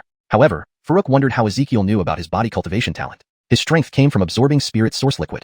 But he couldn't say that. Regardless of the truthfulness of the message, someone had gone out of their way to investigate and inform him, which was a form of gratitude. If true, obtaining body cultivation techniques would be extremely beneficial. Elder brother, when I grow stronger, I'll definitely find the body cultivation technique for you, Ansel said earnestly. Sure, haha, Farouk replied with a smile, patting his head but not taking it too seriously. With the Alchemy Cauldron, his cultivation speed far exceeded theirs. If given the opportunity, he could obtain the technique himself. Ezekiel then instructed Farouk to come to him if he needed anything, as long as it was within his capability. Farouk mentioned his current work situation, especially that the beast's corpses weren't keeping up with his processing speed. He wanted to go downhill for training opportunities while completing his tasks. This normally wouldn't be allowed, but given their relationship and Ezekiel's authority, he agreed as long as it didn't affect the regular supply of beast meat. Translation complete. Adhering to your guidelines. Chapter 15. Picking up spirit stones at the blacksmiths and descending the mountain for training. After wrapping up matters, Ezekiel left first.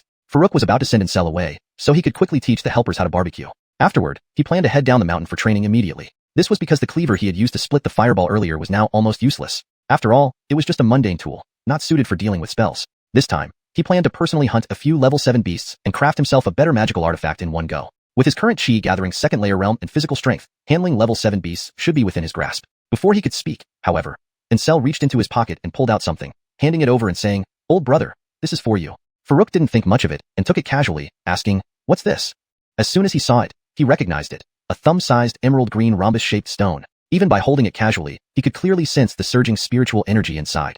If he hadn't misjudged, this was undoubtedly a spirit stone. He just wasn't sure what grade it was. He had never encountered one before. But if it were just a low-grade spirit stone, would those two inner disciples have chased after him so relentlessly? As far as he knew, the sect provided several low-grade spirit stones monthly even to outer disciples. Inner disciples, who had access to even more abundant resources, wouldn't chase someone over just one low-grade stone, right? Could it be a mid-grade spirit stone? Farouk sized it up and asked, "Where did you get this?" "I picked it up at home. I've seen my uncle's low-grade spirit stones before. This looks very similar, so I brought it along." Ansel said it so casually, as if finding a mid-grade spirit stone was no big deal. This puzzled Farouk deeply. How could a blacksmith's house yield a spirit stone? And possibly a mid-grade one at that? Was their forge set up in a spirit stone mine? More crucially, didn't Ansel find it odd to stumble upon a spirit stone at home? Why would your family pick up a spirit stone? Isn't your father just a village blacksmith? And why are you giving this to me when you can use it yourself? Farouk blurted out all his doubts in one breath. He was genuinely perplexed. My father is indeed a blacksmith. I've been learning smithing from him since childhood. I don't know why I found a spirit stone either. It puzzled me at first, but I can't use it. Resources in the inner sect are already plentiful. If I take it back, it will likely be snatched sooner or later. Your knife was broken just now. You can exchange this spirit stone for a new one. Ansel replied matter-of-factly. Farouk felt both touched and increasingly uneasy. A blacksmith's household finding a spirit stone simply didn't add up. For now, he couldn't figure it out. Reluctantly, he stashed the spirit stone away. Alright, I'll keep it for now. When you break through to the chi gathering realm and need it, I'll give it to you. Farouk smiled and nodded. Indeed, as Ansel said, taking it back might invite trouble. A spirit stone isn't really useful until after breaking through the chi gathering realm, when one can absorb its essence directly for cultivation. Most people wouldn't use spirit stones directly for cultivation. One mid-grade spirit stone is equivalent to 100 low-grade ones and can be exchanged for much else. Using it to trade for medicinal pills to aid cultivation is far more efficient than absorbing its essence directly. They chatted some more. Concerned that Ansel might face bullying if he returned to the inner sect, Farouk suggested he stay in the outer sect for now. But Ansel didn't seem fazed. Right now, I have nothing on me. They can do whatever they want, but they can't kill me. Besides, I heard the instructor mention we'd get herbal baths arranged for body tempering disciples soon. I can't miss that. Seeing Ansel's determination, Farouk didn't insist further. While the sect's rule against interfering in disciples' disputes seemed harsh, the real world outside was even crueler. After Ansel had a hearty meal of barbecue and left, Farouk gathered everyone eager to learn the technique and began teaching them. Brock was among them. Despite his rough appearance, he picked things up quickly. Brock grasped the essentials after Farouk demonstrated once. Then, Farouk had him practice while providing guidance. By the end, Brock had learned enough to operate independently. With a few slower learners, Farouk handed them over to Brock to instruct. Farouk then prepared to descend the mountain for training. He lacked materials, lacked spirit source liquid, and had a broken knife that couldn't be repaired. According to Brock, beasts wouldn't be delivered until the day after tomorrow. Not wanting to sit idle, Farouk rushed toward the mountain exit after leaving the kitchen. His important belongings were stored in the Alchemy Cauldron, so there was little to detain him at his residence. Per Ezekiel's instructions, heading east about 50 kilometers would lead to the outskirts of Luo Yin Valley, the largest forest area in Huabian Town and also a gathering place for beasts. Its vast expanse covered roughly a third of Huabian Town, with low-level beasts inhabiting the periphery and higher-level ones deeper inside. Supposedly, demons resided at the deepest point. The lowest-level demon was comparable to a human cultivator at the Foundation establishment stage, which Farouk could hardly contend with now. His target was the level 5 to 7 beast region. Sprinting along, Farouk relied on his chi gathering second-layer cultivation, channeling spiritual energy into his legs to propel him forward. Though not slow, it was an inefficient method that drained spiritual energy rapidly. A wind-type movement spell would be perfect, Farouk thought. Unfortunately, spells were hard to come by. Even official sect disciples needed to earn contribution points through tasks to learn spells. He wasn't sure about the inner sect, but the outer sect operated this way. For him, as a non-sect member, exchanging for spells was impossible without the necessary qualifications. The only option was to buy from shops in the market. Base-level chi gathering spells weren't expensive, and Cell's mid-grade spirit stone could likely purchase one or two. Thinking of this, Farouk got an idea. The route east led straight to Huabian town. Why not combine training with a visit? At worst, he'd train harder today, spend the night in the Alchemy Cauldron, and make a round trip to town tomorrow. He decided to do just that.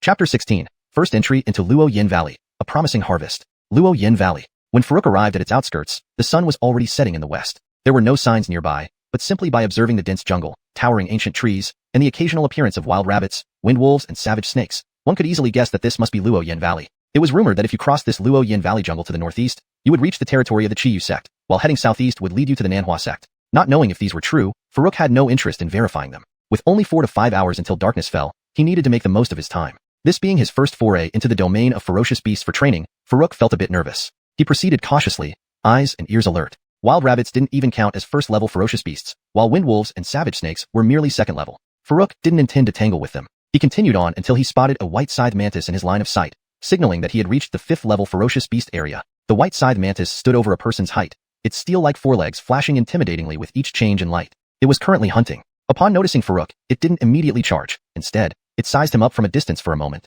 Only after confirming Farouk posed no threat did it swing its forelegs and charge menacingly. Clearly, 5th-level ferocious beasts possessed some level of intelligence, albeit not very high. Farouk, lacking proper weaponry, retrieved an iron sword he had kept inside the alchemy tripod. It was something he had picked up in Talon village, keeping it as a precaution rather than melting it down. It served its purpose now. Though he had learned basic sword techniques, this ordinary weapon couldn't withstand much spiritual energy. Fortunately, Farouk had the advantage of physical strength. As the white scythe mantis neared, Farouk swiftly swung his sword forward. The mantis, not unintelligent, noticed the power behind Farouk's strike and immediately raised its forelegs to block. Unfortunately, with a gap in levels, how could it resist? A simple horizontal slash from Farouk effortlessly broke through the mantis's defense. He followed up with another thrust, aiming straight for its throat, a critical point common to most ferocious beasts unless they had peculiar traits. The white scythe mantis, struck fatally, lost its life on the spot. Farouk collected it into the alchemy tripod and continued without looking back. The mantis's forelegs, along with its body liquefied into spirit source fluid, would likely suffice to repair the kitchen knife. However, Farouk didn't rush to fix it. Being in Luo Yin Valley, he wanted to find better materials to forge a magic tool directly, as ordinary knives were now insufficient for his level.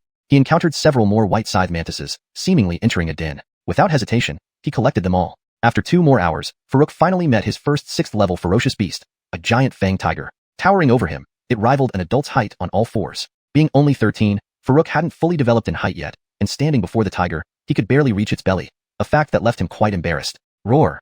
The giant fang tiger, true to its reputation as one of the most dominant 6th-level ferocious beasts, charged at Farouk without hesitation upon spotting him invading its territory. Its name wasn't for nothing. The moment it roared, Farouk realized how its teeth could swallow him whole. Worse still, those sharp teeth resembled daggers. Without faltering, despite being 1 rank higher, Farouk stabbed the tiger's throat with his iron sword. But a 6th-level beast was no match for a 5th-level mantis. The tiger's body dipped slightly as it bit into Farouk's sword. You came right into my trap, Farouk thought, pushing his sword further. With a crisp snap, the iron sword shattered. Farouk's hand trembled. Sensing trouble, he leaped back several steps. He found his sword broken. Damn! Farouk cursed, realizing how challenging things were without a magic tool. Ordinary weapons were no match against chi-gathering cultivators or ferocious beasts above the 6th level. Left with no choice, he resorted to using his fists. As the tiger lunged again, Farouk unleashed a mountain-shaking punch, hitting the tiger's front leg. The pain triggered its aggression, causing it to roar so loudly that Farouk's eardrums throbbed painfully. The stench from its breath made him feel nauseous. Concentrating, Farouk channeled spiritual energy into his legs and leaped over the tiger's attack, striking its neck forcefully. Unbalanced from injury, the tiger stumbled. Taking advantage, Farouk pounded relentlessly, targeting its vital points. Already weaker due to its lower rank, the tiger could only rely on its size advantage, and having destroyed Farouk's weapon to land a few blows. Now lying prone, it could do little more than submit to Farouk. Farouk quickly gathered it into the alchemy tripod and continued. So far, I have 5 white scythe mantises and 1 giant fang tiger. That should yield a decent amount of spirit source fluid. This trip is worth it. Farouk was secretly delighted. By then, an hour remained until dusk, but the forest was already dimming. They say ferocious beasts are more active at night. Farouk hesitated. If he continued hunting, he feared attracting other beasts during combat. Yet resting now seemed premature. While he wavered, a massive snake-like ferocious beast suddenly lunged from the thickets ahead. An 8th-level Chiyu snake? Farouk blanched in shock. Chapter 17. The injured crimson feathered serpent, the demon blade. The crimson feathered serpent is an 8th-level fierce beast, with a pair of bright red horns on its head and a pair of crimson wings on its back, making it one of the few flying fierce beasts. But Farouk was unsure about the crimson feathered serpent that appeared before him. It seemed to be missing its wings. Could it not be a crimson feathered serpent? Yet, as far as he knew, the only creature with bright red horns on its head was the crimson feathered serpent. Farouk prepared to retreat into the alchemical cauldron if necessary, focusing intently. He was immediately startled. This serpent wasn't missing its wings. It was clearly injured, having lost both of them. If that's the case, then I won't run.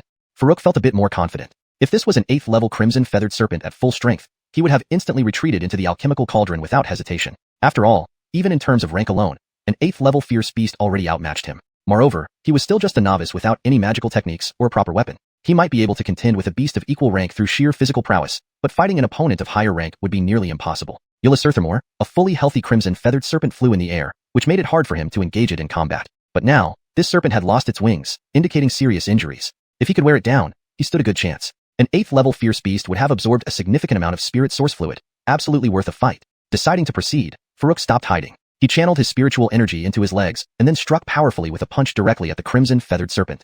He wanted to gauge the current state of this beast. Hiss. The serpent hissed, displaying its red tongue as if warning Farouk. But Farouk paid no mind. If you were formidable, maybe I would back off. But just hissing warnings? Who has time for pleasantries? Seeing this, the crimson feathered serpent became extremely agitated and lashed its tail toward Farouk while glancing backward nervously, as though some terrifying presence was chasing it. Noticing this, Farouk couldn't help but feel uncertain. Whatever could injure an 8th level crimson feathered serpent so severely must undoubtedly be powerful. It was unclear whether it was human or another fierce beast. Regardless, if they caught up, he would be at a severe disadvantage in this remote wilderness where humans weren't necessarily friendly. The serpent blocked Farouk's punch with its tail without much effort, barely shaking from the impact. Then it hissed again, more urgently. Its frequency indicated extreme distress. But Farouk didn't want to let this injured and isolated 8th level fierce beast escape. An 8th level beast contained far more spirit source fluid than lower ranked ones. However, lacking a proper weapon, subduing it quickly would be difficult. His earlier punch had done no harm at all. Farouk felt stumped. Taking advantage of his distraction, the crimson feathered serpent lunged forward, darting past Farouk and heading in the direction from which he came. Farouk reacted instantly but couldn't intercept in time. Just then, a buzzing sound approached from ahead. Farouk focused and was alarmed. It was mountain locusts. Mountain locusts, a 2nd level fierce beast, fed exclusively on other beasts and humans. Unlike ordinary locusts, they did not eat plants. Like ordinary locusts, they lived in swarms and were exceptionally savage. Though individually weak, if gathered in numbers reaching thousands or even tens of thousands, even 10th level fierce beasts would flee. The vast black swarm of mountain locusts ahead was countless. If the crimson feathered serpent was injured by these locusts, losing its wings made sense. What intrigued Farouk was how it managed to escape from such a predicament. However, it wasn't the time to ponder this. Farouk swiftly retreated into the alchemical cauldron. Only fools would provoke mountain locusts. Inside the cauldron, Farouk first processed a few fierce beasts, collecting materials and refining the rest into spirit source fluid. Seeing the volume of spirit source fluid exceeding a cubic meter, Farouk felt reassured. But he didn't immediately absorb it to cultivate. Initially, he planned to hunt a 7th level fierce beast and refine a magical artifact. After the brief encounter with the crimson feathered serpent, he reconsidered. Traversing Beastfall Valley required a reliable weapon. He desperately needed a magical artifact. The fangs of the 6th level gigantic tiger should suffice.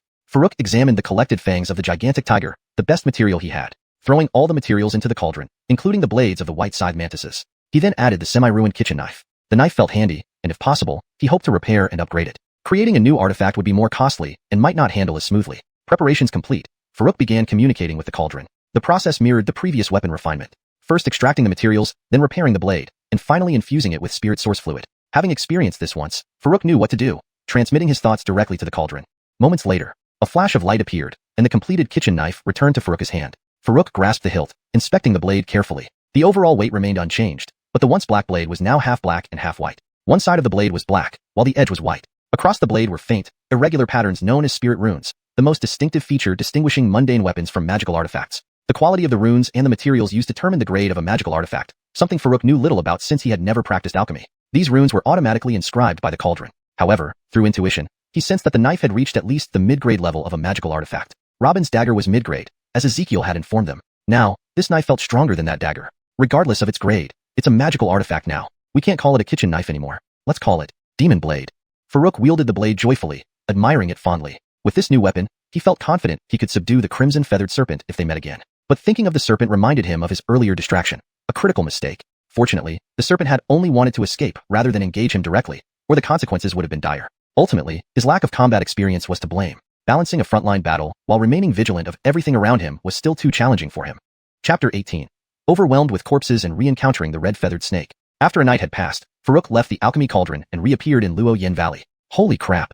Upon seeing the scene around him, Farouk couldn't help but curse loudly, nearly fleeing back into the Alchemy Cauldron again out of fright. What met his eyes was an endless sea of mountain grasshopper corpses, densely packed in such numbers that it made his scalp tingle. The mountain grasshoppers weren't very large, only about the size of an adult's fist, but their sheer numbers were terrifying once spread out.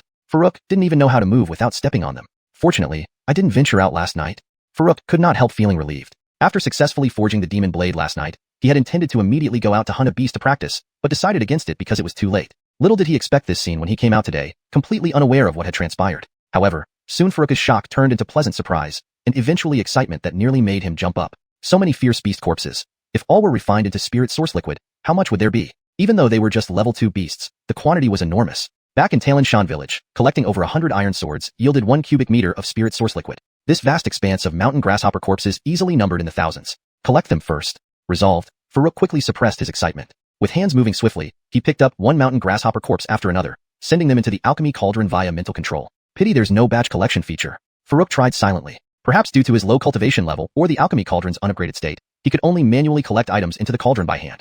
5 minutes later, Farouk found himself unable to keep smiling. His body was fine, but his mind struggled. Each time he collected a mountain grasshopper corpse, he needed to communicate mentally with the Alchemy Cauldron, leading to auditory hallucinations from the constant repetition. The sound, collect, collect, collect, constantly echoed in his ears, yet, thinking of the immense amount of spirit source liquid these corpses would yield, he gritted his teeth and continued picking them up. 10 minutes quickly passed. Using both hands, Farouk finally managed to collect half of the mountain grasshopper corpses. At this point, within the Alchemy Cauldron, the bodies already occupied nearly half its space. If all remaining corpses were collected, it would likely fill the entire cauldron. Without pausing, Farouk kept collecting, now using both hands together for efficiency. His face showed no emotion, merely mechanically repeating the action. Another 10 minutes passed, and Farouk sat down on the ground, exhausted. Finally done. After issuing one final refinement command to the Alchemy Cauldron, Farouk lay down to rest. Despite resting, he remained vigilant due to his encounter with the red-feathered snake the previous day, always alert to any unusual movement around him. After a short break, Farouk circled the area, finding only a few scattered mountain grasshopper corpses with no other significant discoveries. He could not discern why all these mountain grasshoppers perished here. There were no signs of combat, injuries, or poisoning. It seemed as if they had been frightened to death simultaneously, which Farouk deemed unlikely. Instead, a powerful existence with a significantly higher realm might have shattered their spirits in a single strike. Regardless of how they died, Farouk felt fortunate. Without delay, he headed back towards the entrance of Luoyin Valley to avoid any unforeseen changes. Along the way, he encountered no other beasts, probably swept away by the mountain grasshoppers earlier. Around half an hour later, Farouk heard a rustling noise indicating a fierce beast approaching. The sound was faint, but could not escape his highly alert senses. Gripping his demon blade, Farouk hid behind a large tree, observing carefully in the direction of the sound. By this location, he should be within the territory of level 4 beasts, so he wasn't overly worried. Sure enough, a large snake head emerged from the dense forest, adorned with bright red horns. Recognizing it instantly, Farouk murmured, "What a coincidence." When the snake's body slithered out, Farouk confirmed it was indeed the red-feathered snake from the night before. Hiss! The red-feathered snake detected him and charged directly at him without hesitation. To Farouk, it felt like the snake had specifically come looking for him after spotting him from afar. Its tail, clearly severed, indicated more severe injuries compared to the previous day, strengthening Farouk's belief that it harbored a grudge. Although not fearing it, Farouk channeled spiritual energy through his arms into the demon blade. Enhanced by spiritual energy, the latent runes on the blade glowed brilliantly, imbuing it with immense power. Swinging the blade heavily, Farouk attacked. Unprepared for such power, the red-feathered snake turned and fled in terror. Its appearance here was partly to seek revenge, but more importantly, it needed to eat to recover from its injuries. Given Farouk's previous display of weakness, it considered him an easy meal. Had it known about this attack's ferocity, it wouldn't dare approach. So it ran? Farouk paused, having anticipated numerous counterattacks, but not this immediate flight. No wonder it survived the swarm of mountain grasshoppers. Farouk now understood. The red-feathered snake's readiness to flee at the first sign of trouble explained its survival. But Farouk wasn't going to let it off so easily. As a level 8 beast, it would yield considerable spirit source liquid. Though he already filled nearly a quarter of the alchemy cauldron with liquid, more was never a bad thing. Charging spiritual energy into his legs, Farouk launched forward. Just as he was about to deliver a heavy blow, the fleeing red-feathered snake suddenly suffered an inexplicable attack. Its head exploded into a mist of blood, catching Farouk by surprise. Reflexively, mid-air, he almost retreated into the alchemy cauldron. But at the last moment, he restrained himself. Although the alchemy cauldron could temporarily shelter him from enemies, it couldn't transport him away. If the enemy had already discovered his presence, and then suddenly saw him vanish on the spot, it would only arouse more suspicion. If they decided to wait and confront him here, not only would the secret of the alchemy cauldron be exposed, but his life might also be in danger. Just as Farouk was pondering how to handle the situation, Angelica emerged slowly from the dense forest. She wore white robes that rivaled snow in purity, exuded an extraordinary demeanor, and possessed features so beautiful they took one's breath away. Chapter 19. A strange woman offering benefits? The woman was not only exceptionally beautiful, but also possessed an otherworldly demeanor, as if she were a celestial maiden untouched by worldly affairs. Farouk had lived 2 lives and had never seen such a perfect woman. Without exaggeration, the various female celebrities who had captivated the world in his previous life would be unworthy to tie her shoelaces when standing before this woman. What realm could she possibly be at? Farouk murmured softly to himself. Though he couldn't help but feel a stirring of instinctive admiration in the presence of such beauty, he quickly suppressed it. He knew all too well that encountering a human in such a place wasn't necessarily safer than encountering a fierce beast. Some humans could be more dangerous than any beast.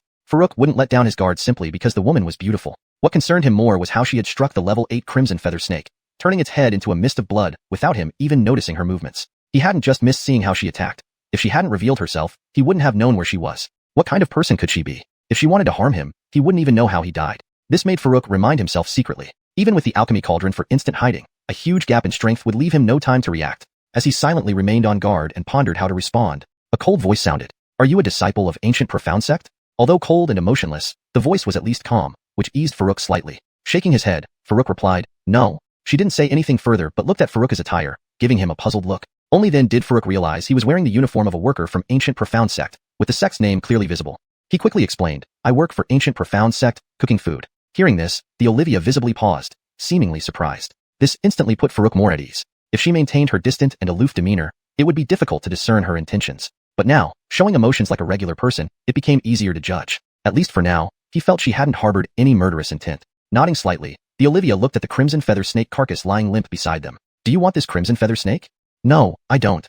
Farouk immediately shook his head in denial. Regardless of her motives, appearing unready would be better. After all, she was the one who killed the snake. What if she had come specifically for the snake? That would be like throwing himself into danger. Seeming quite exasperated by Farouk's caution, the woman shook her head slightly. "Relax, I won't make things difficult for you. This crimson feather snake is useless to me. If you want it, take it." "Oh well." Farouk was about to agree casually, but suddenly he thought of something and took a step back. Maybe not. I can't carry it." The corpse of the crimson feather snake was over 10 meters long. Without a storage space artifact, it would be very troublesome to carry. Having gotten used to the Alchemy Cauldron, he almost forgot about this issue.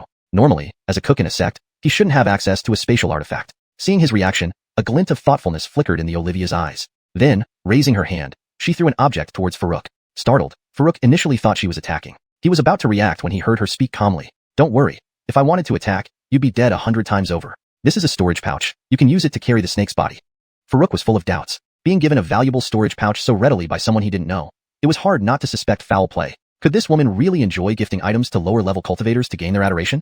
Farouk speculated with some amusement. But no matter what, since she said so and tossed the storage pouch over, he couldn't refuse. With experience using the Alchemy Cauldron, Farouk easily examined the storage pouch with his mind. It contained roughly 8 cubic meters of space, slightly smaller than the current Alchemy Cauldron. On the outside, it looked like a small fist-sized bag, nothing special about it. "Alright, if there's nothing else, you can go," the Olivia's voice came again. Suppressing his curiosity, Farouk nodded in agreement. Arguing against her now wouldn't be wise. Getting a free storage pouch wasn't a bad deal. With a thought, Farouk stored the crimson feather snake's corpse in the pouch. Just as he was about to leave, he hesitated. "May I ask for your esteemed name and where you reside? Your kindness today with the storage pouch and the snake's corpse will be repaid in the future. You needn't inquire further. Fate will bring us together again if it's meant to be." A hint of smile flashed across the Olivia's face, though Farouk didn't see it. Realizing his last bit of suspicion was uncovered, Farouk dared not think further, bid farewell, and swiftly left. He indeed wanted to use the promise of repayment to probe her background. He hadn't expected her to see through his thoughts so easily or directly point it out. Gripping the demon sword in one hand and the storage pouch in the other, Farouk sprinted away, reaching the entrance of Luo Yin Valley in less than 15 minutes. Glancing back, he saw the Olivia hadn't followed, easing him somewhat. Though she was incredibly beautiful, looking like a celestial maiden, the huge power disparity made it better to avoid lingering admiration. Orienting himself, Farouk sped toward Huangbin town. In less than a day, not only had he successfully refined a magical tool but also acquired over 30 cubic meters of spiritual essence liquid. Now he had an 8-level beast corpse and a storage pouch as well. This trip was indeed worthwhile. Storage pouches were treasures typically used by Foundation establishment cultivators or higher. Even a common 5 cubic meter pouch cost over a dozen mid-grade spirit stones, equal to over 1,000 low-grade ones. That amount could buy enough cultivation resources for a gathering chi cultivator for a long time. Indeed, the stronger one is, the easier it is to earn money, just like in the previous world, where the wealthier made money even more easily. Farouk mused. For the mysterious Olivia, handing over such a storage pouch seemed trivial. When would he reach such a realm? Meanwhile, Farouk didn't know that the Olivia was quietly sensing his location through the storage pouch. Before giving it to Farouk, she had already tampered with it. As long as he kept the storage pouch, he couldn't escape her detection. Of course, she didn't intend to harm Farouk. On one hand, he wore the robes of ancient profound sect but claimed to be just a cook, which raised her suspicions. She had witnessed his combat with the crimson feather snake and knew he was at least at the second level of gathering chi. Could a sect's cook have such prowess? On the other hand, she felt Farouk wasn't as simple as he appeared. She even suspected he had collected all the mountain locust corpses she had slaughtered the previous night. Though those corpses were useless to her, slaying them had been merely a casual act. But this sparked a bit of interest in her towards Farouk. A worker who cooks for the sect runs to Luo Yin Valley to pick up ferocious beast corpses. Interesting. At this moment, she sensed through the connection with the storage pouch that Farouk's direction was not heading back to ancient profound sect, instantly revealing an expression as if confirming her suspicion. So, you say you cook at Ancient Profound Sect and play mind games with me. But then her expression suddenly changed. What's going on? The trace she had left should have been clearly detectable just moments ago, yet it vanished all of a sudden. Under normal circumstances, the marking she made would only disappear if Farouk traveled far beyond the influence range of Huangbian Town. Even then, it should gradually weaken, not vanish abruptly. That kid is definitely hiding something. Never mind, let him go. I'll inquire first. If he truly cooks for the sect, there's no need for me to make things difficult for him. Murmuring softly to herself, the Olivia took a step forward, and her figure already appeared outside Luo Yin Valley. Chapter 20, the 10,000 Spells Pavilion and the Foundation Establishment Mind Technique. Pushing at full speed, more than 2 hours later, Farouk appeared near the market of Wang Town. Finally, I can take a rest.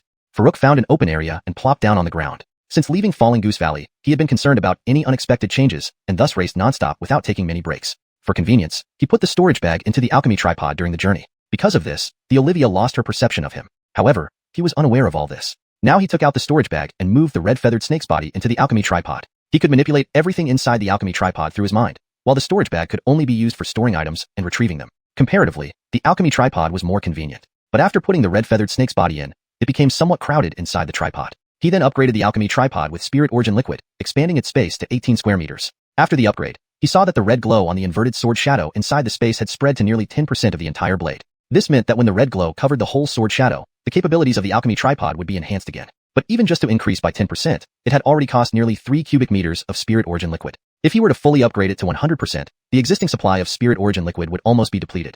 Naturally, Farouk wouldn't do that. The spirit origin liquid should be primarily reserved for enhancing his strength. Without enough personal power, even if the alchemy tripod's ability increased, it wouldn't be able to bring out its maximum potential.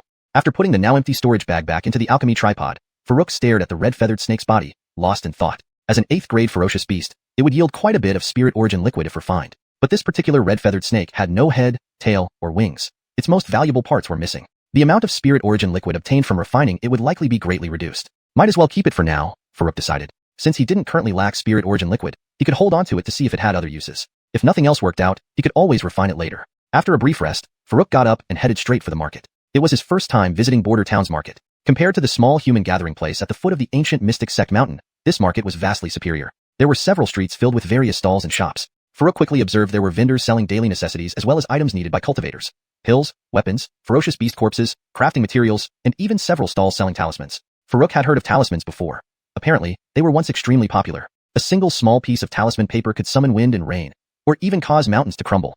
It sounded incredible. However, talismans seemed less effective nowadays. Perhaps like body refiners, their lineage gradually lost the traditions. Farouk couldn't afford to indulge in such things right now. His primary goal was to obtain some spell manuals to study and practice. After walking for a distance, stopping occasionally, Farouk spotted a shop called 10,000 Spell Pavilion. The store's interior was elegantly decorated, exuding wealth and power. Farouk went in directly. While prices might be slightly higher here compared to smaller stalls outside, items generally came with better guarantees. As a newcomer, it was also easier to avoid being scammed here.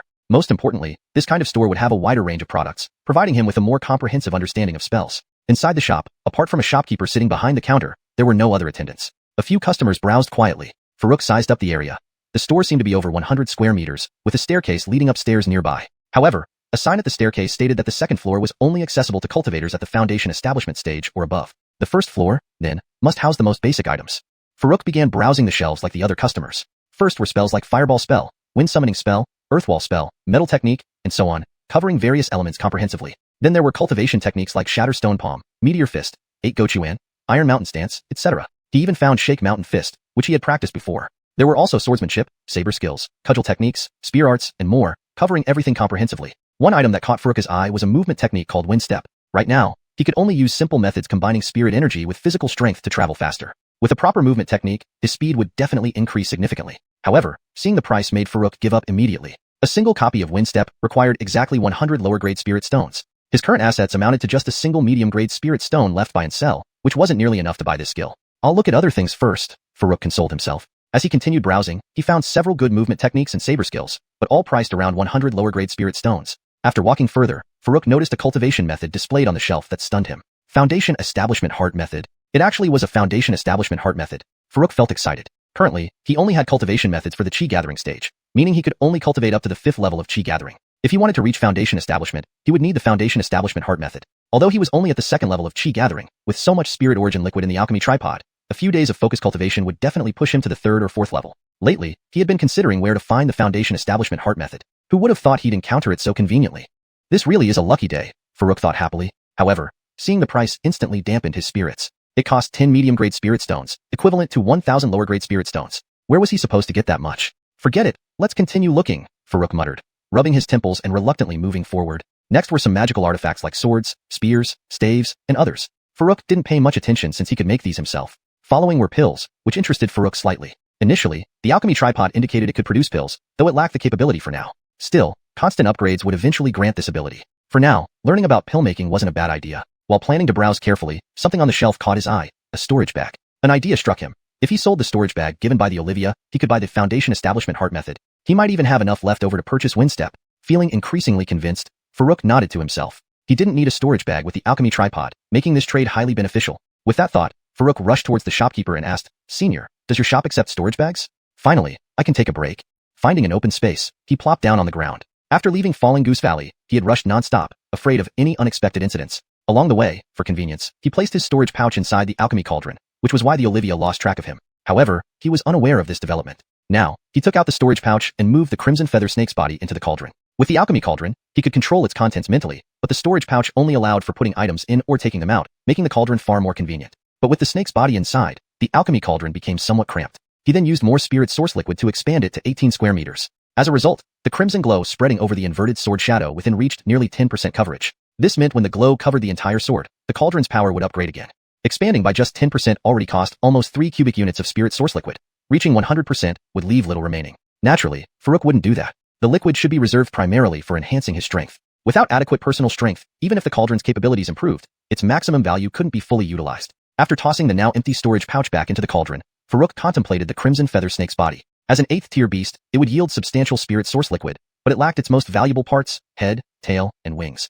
Extracting spirit source liquid from it will likely be significantly less efficient. I'll keep it for now. Resting briefly, Farouk headed towards the market. This was his first time visiting Border Town's bustling marketplace. Compared to the small gathering place near Ancient Mystery Sect, it felt far superior. Several streets lined with stalls and shops greeted him, selling everything from daily necessities to items for cultivators, pills, weapons, beast bodies, refinement materials, etc. There were even several stalls selling talismans, which Farouk had heard about. Supposedly, they could summon storms or cause landslides using just a piece of paper, though these seemed less effective nowadays. Perhaps like physical cultivators, their heritage was lost over time. Lacking funds, Farouk was here mainly to find some techniques to study. After walking a bit, he spotted the 10,000 Spells Pavilion. Its upscale decor suggested wealth and strength, so Farouk entered. Items might be pricier here, but they'd be more reliable, especially for newcomers wanting comprehensive knowledge. Inside, aside from the shopkeeper, there were no attendants. Customers browsed quietly. Noticing the spacious store with an upstairs area accessible only to Foundation Establishment cultivators, Farouk assumed the ground floor had basic items. Browsing through shelves, he found various techniques like Fireball Spell, Wind Summoning Spell, Earthwall Spell, Metal Art, etc. There were also cultivation methods, including Stone Crushing Palm, Meteor Fist, 8-Hook Punch, Iron Mountain Lean, and even Shaking Mountain Punch, which he practiced. Additionally, various martial art styles were available. Among them, the Wind Walking Step caught his attention. Currently, he could only enhance his speed using raw spirit energy. Mastering Wind Walking Step would boost his speed considerably. However, seeing its price, 100 lower-grade spirit stones, he immediately gave up. All I have is 1 middle-grade stone and cell left me. Maybe I should look at other things, Farouk thought. Continuing, he saw more appealing martial arts and footwork, all around the same high price until finally, he noticed a heart method called Foundation Establishment Heart Method. Farouk was elated. He only had chi gathering techniques, meaning he could advance to 5th level chi gathering at most. To reach Foundation Establishment, he needed this heart method. While currently at 2nd level chi gathering, with ample spirit source liquid, advancing to 3rd or 4th level wouldn't be an issue. He'd been planning how to acquire such a technique and unexpectedly found it here. My luck. But seeing its price, 10 middle grade spirit stones, he froze. Equivalent to 1,000 lower grade stones. Where would he get that? Greed, he fumed internally. Let's think. Maybe I can sell the storage pouch given by the Olivia to buy both this and Wind Walking Step. Realizing this, Farouk approached the shopkeeper. Sir, do you accept storage pouches? He asked eagerly. ####Chapter 21. Obtaining the Heart Method. The shopkeepers at the 10,000 Methods Pavilion were assigned by floor, with 1 shopkeeper per level. The shopkeeper on the 1st floor was named Clement, an elderly man who appeared to be in his 70s. However, don't underestimate him because of his age. He was a genuine early-stage Foundation Establishment cultivator. Cultivators at the Foundation Establishment stage could already project their divine senses outward. At this moment, while he appeared to be sitting quietly and resting, in reality, he meticulously observed every move made by each customer on the 1st floor. The moment Farouk approached him, Clement had already guessed what Farouk intended to do. Farouk's final glance had lingered on the storage bag, accompanied by a look of pure delight. Therefore, Clement boldly concluded that Farouk must have come to purchase a storage bag. Storage bags were essential for cultivators, and no young cultivator could resist their allure. Before Farouk even finished speaking, Clement calmly said, 15 medium-grade spirit stones. No haggling. Ah. Farouk was momentarily taken aback. 15 medium-grade spirit stones? Quota price without even inspecting the goods? This large store was indeed different. Clement was also slightly startled. What did this boy say? Sell a storage bag? Wasn't he buying one? Cough.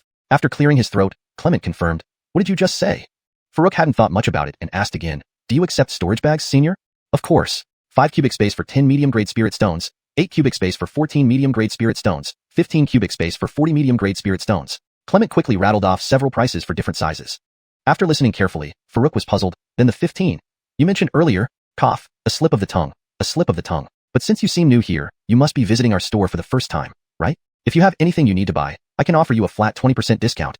Without waiting for Farouk to finish, Clement hastily interrupted and changed the subject. The 10,000 Methods Pavilion prided itself on its brand and strict service standards. Complaints would lead to severe reviews from headquarters, ranging from penalties to outright dismissal. He didn't want to create trouble due to his impulsive remarks. As for mentioning that Farouk looked unfamiliar, it was purely fabricated. With so many people coming and going daily on the first floor, how could he remember everyone? However, he believed that if someone wasn't foolish, they would admit to being a first-time visitor upon hearing about the discount. Regarding the discount, he indeed had the authority to do so. Each shopkeeper had a quarterly discount quota to maintain relationships with regular high-value customers. Initially, Farouk hadn't planned to argue about whether it was 14 or 15.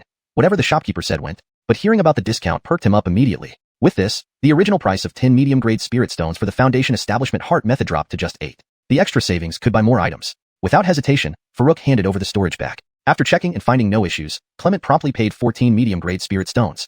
Farouk grabbed the spirit stones, feeling the abundant spiritual energy within, smiling widely. This was his first time handling such a quantity of spirit stones. With the spirit stones, Farouk promptly acquired the Foundation Establishment Heart method, followed by Wind Step, Fireball spell, Wind Calling spell, Earthwall spell, and after some hesitation, a sword technique called Quick Draw Slash. Since he'd stumbled into using a blade, he decided to dedicate some effort to it. Regardless of how far he could go with it, it was currently a powerful means. After completing these purchases, he continued browsing the Elixir and Spirit Plant sections before picking up 2 reference books, Elixir Encyclopedia and Spirit Plant Encyclopedia. These books introduced various elixirs and methods to identify spirit plants, but did not include any formulas and were beginner editions. Even so, these books were not cheap, costing 2 medium-grade spirit stones each. Biting the bullet, Farouk still took them. To understand elixirs, these were necessary steps. At the checkout counter, all items totaled 1328 low-grade spirit stones after the discount. Well, the freshly obtained 14 medium-grade spirit stones quickly left him with only 72 low-grade spirit stones. Farouk reluctantly paid, leaving the store as Clement bid him farewell with a smile. Finally got rid of him. I won't talk so fast next time. Back at the counter, Clement breathed a sigh of relief. Leaving the 10,000 Methods Pavilion, Farouk returned directly to the ancient mystic sect area. One reason was that 72 low-grade spirit stones couldn't buy much of value, and another was that he had bought everything he wanted and eagerly wished to study and cultivate. By mid-afternoon, Farouk finally arrived back at the ancient mystic sect territory. With sect management in place, there was little worry about encountering evil humans or vicious beasts. Walking along, Farouk took out Wind Step and began studying it. On initial inspection, Wind Step was similar to the method he used, channeling spiritual power to his legs. However, deeper study revealed that this method was far more intricate, often making Farouk marvel at its sophistication. Upon thorough review, Farouk admitted that his improvised method was inadequate and wasted spiritual power. Only due to his body's enhanced strength from the spirit origin liquid had he managed without injury. A typical second-level chi gathering cultivator attempting this without proper techniques might damage their tendons and meridians. Farouk felt a wave of fear realizing how dangerous cultivation could be. Cultivation required careful attention. He firmly believed that continuing to allocate some spirit origin liquid to strengthen his body was crucial. A robust physique was too important to overlook. Chapter 22. Great advancement in cultivation, mastery of spells. On the way back, Farouk continuously practiced the Wind Step technique. By the time he returned to his quarters at Ancient Profound Sect, it was already close to dusk. Fortunately, his efforts had not been in vain. Whenever he followed the spirit energy circulation route outlined in the Wind Step, each step felt as if his body turned into a gust of wind, silently appearing 3 steps ahead. This technique is truly wondrous. I wonder which genius came up with this.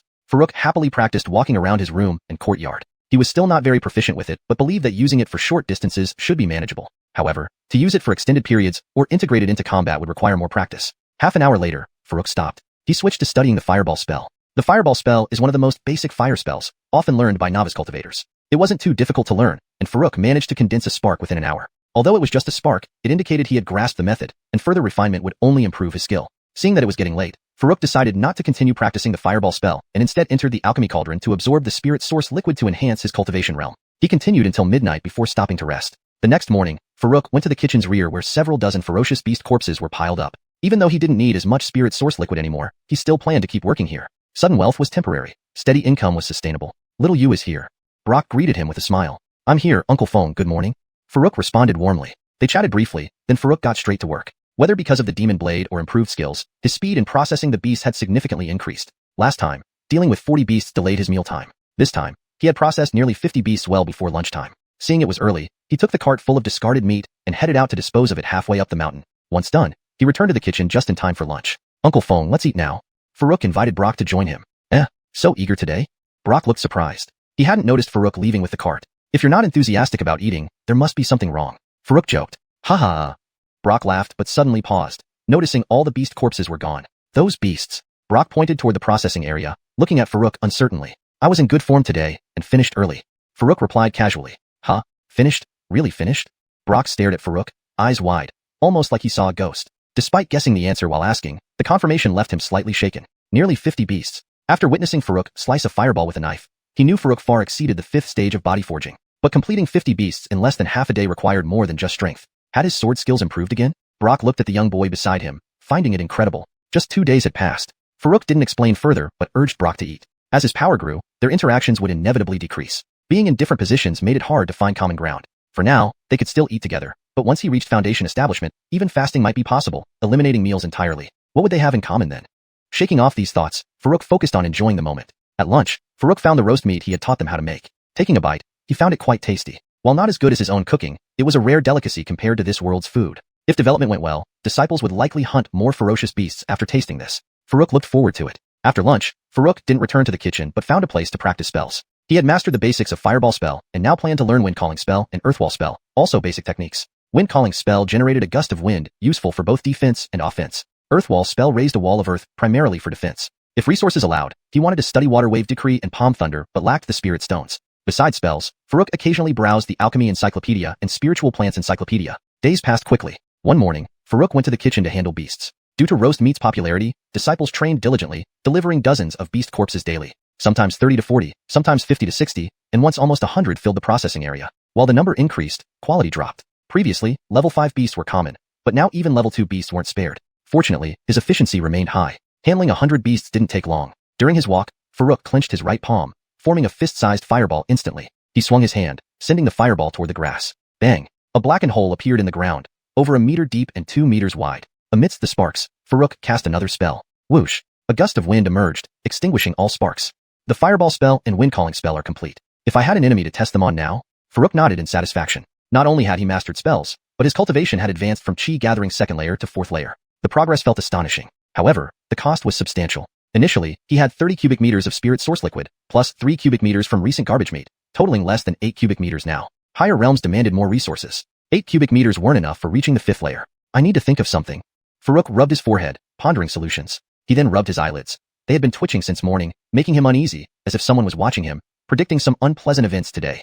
###Chapter 23, Melanie's Scheme and Seeking Out. Deep within the Taila Xianxia sect, in one of the most ancient pavilions, a woman dressed in white with an unparalleled beauty slowly rose to her feet. If Farouk were present, he would undoubtedly recognize her as the woman who had given him the storage back. Indeed, it was her. Her name was Melanie, once a peerless prodigy who had left a name for herself across the entire northern desolate region and even gained considerable fame in the other 3 regions. Over 400 years ago, she made a sudden appearance and managed to break through to the peak of the soul formation realm in less than a century. For a time, she was unmatched by anyone of her generation, basking in the limelight. However, at the height of her glory, in an attempt to break through to the void condensation realm, she forcefully ventured into the 9 Tribulation Sea and suffered grave injuries. Her cultivation plummeted directly to the early golden core stage. The details remained unknown to outsiders. People only knew that after her attempt to traverse the 9 Tribulation Sea, she never appeared again. Some said she had succeeded, while others believed she had perished. Over time, fewer people paid attention, but she knew better. Falling from the peak wasn't the worst. What truly devastated her was the damage to her primordial essence, leaving her golden core defective and unable to condense a nascent soul. If she attempted to forcibly condense a nascent soul, it would not only endanger her life, but also leave her unable to advance any further if successful. This dealt a significant blow to her. From being a revered prodigy admired by all, she became a golden core cultivator who could no longer make progress, an utter waste. She found it hard to accept but did not give up on herself. Instead, she began searching for ways to mend her golden core. She visited renowned doctors throughout the northern desolate region, even traveling to Taizhou in the eastern region, the Buddhist kingdom in the western region, and various islands in the southern region. Hard work pays off. She eventually found a method. It was rumored that during ancient times, there existed a technique called the core mending art, passed down by the Heaven Patch sect, aimed at improving the quality of a golden core for those with inadequate talents or low-quality cores. Unfortunately, the Heaven Patch sect had long vanished, and its teachings were lost, making the core mending art nearly impossible to find.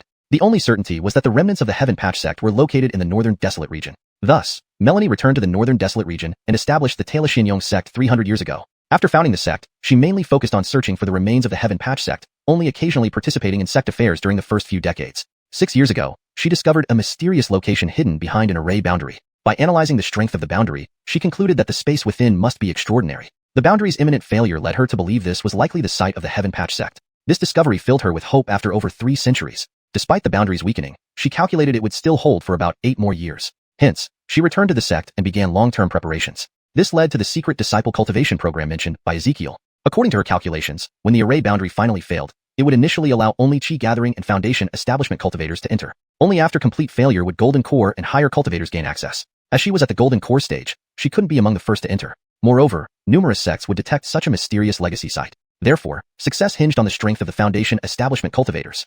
Fortunately, after years of cultivation, the highly talented disciples she had secretly recruited were already successful foundation establishment cultivators. 3 more years. Melanie stood by the window, gazing into the distant sky. According to her latest calculations, the boundary would fail in 3 years. This was her last chance to mint her golden core, and she was determined to succeed. To this end, she sought out 2 elixir recipes, Divine Foundation Pill and Blood Surge Pill. The Divine Foundation Pill aided cultivation and was especially effective for breaking bottlenecks at the foundation establishment stage. It worked best on first use, and less so afterward. She planned to have the cultivated disciples use it once they reached mid-peak foundation establishment, enabling them to advance to late foundation establishment. The Blood Surge Pill allowed temporary power enhancement, equating to 1 realm higher. Administering it to late foundation establishment disciples would instantly grant them early golden core level capabilities. With these enhancements, she believed her Taila Xianyong sect disciples would have a high chance of securing the core mending art despite competition from other sects. I just need the 2 main ingredients. I wonder if this secret expedition can succeed. The 2 main ingredients, yellow Dao fruit and 9 blood ginseng, were essential for the pills. She had searched many places without success. Fortunately, the upcoming Young Disciple Exchange event provided an opportunity.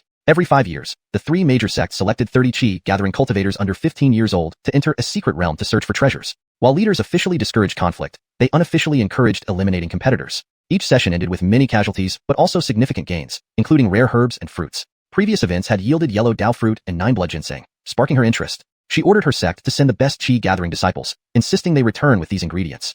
However, the recent focus on secret disciples may have affected our inner sect's overall strength. Thinking about this, a trace of worry crossed her face. Keeping the secret disciples hidden was crucial for the legacy site competition. Suddenly, an image of a young boy flashed in her mind. Sensing something, her beautiful face turned puzzled. That boy was supposed to cook for my sect. Why is he still in the remote edge town? And now he's leaving town. This kid is clearly up to something. Using the mark on the storage bag she gave to Farouk, she sensed it moving away from remote edge town, infuriating her. She suspected he had deceived her. Moments later, she extended her divine sense throughout the sect, initially intending to inquire about the boy but paused upon sensing something in the kitchen. Realizing she hadn't been deceived but sold out, her anger intensified. You dare sell what I gave you. When I catch you, I'll flay you alive. Ulysses Ming. She vanished from the pavilion, reappearing outside the kitchen almost instantly. Chapter 24. A novice who levels up with cheats. Farouk was busily processing the corpses of ferocious beasts when he suddenly felt an inexplicable shiver, as if being watched by a fierce predator. His eyelids twitched uncontrollably several times. Surely it can't be that I've been handling too many ferocious beast corpses recently and attracted some vengeful spirits? Farouk muttered to himself. Humph, truly ignorant and terrifying. A cold voice sounded beside him. Startled, Farouk immediately used Windwalk to put distance between them and looked up. Melanie was dressed just as she had been last time, but her expression carried even more frostiness. Farouk instantly recognized her. Upon meeting her cold gaze, he instinctively moved further back.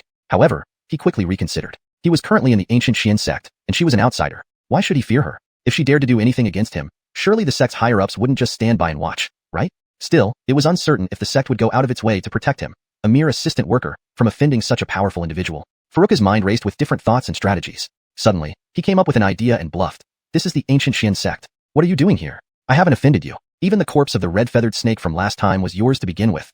I didn't want it, yet you insisted on giving it to me. The more he spoke, the more confident he became. Yes, he hadn't provoked her at all, so why should he be afraid? Melanie remained silent, simply watching him. Initially, she had come with anger, intending to teach him a lesson. However, seeing Farouk desperately trying to defend himself, she suddenly wasn't as angry and developed an interest in watching the show unfold. She crossed her arms and gave Farouk a look that said, "Go ahead, keep talking."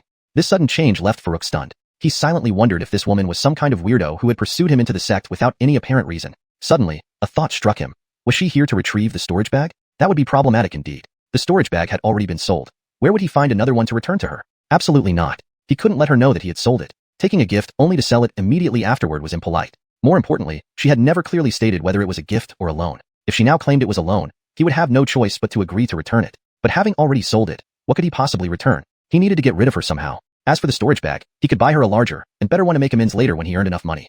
Farouk thought to himself, made up his mind and continued, "Elder, why are you looking at me like this? Perhaps there's some misunderstanding between us. Why don't you leave first, and after I finish my work, we can meet and clear up the misunderstanding. It's not that I'm forcing you to leave. It's our sect's rules that outsiders must follow. But despite his lengthy explanation, the woman did not move a muscle or change her expression, leaving Farouk feeling utterly defeated. He almost wished to start a fight then and there, but his own weakness reminded him otherwise. It wouldn't be wise. After a moment, just as he was about to give up, Melanie finally spoke. Where is my storage bag?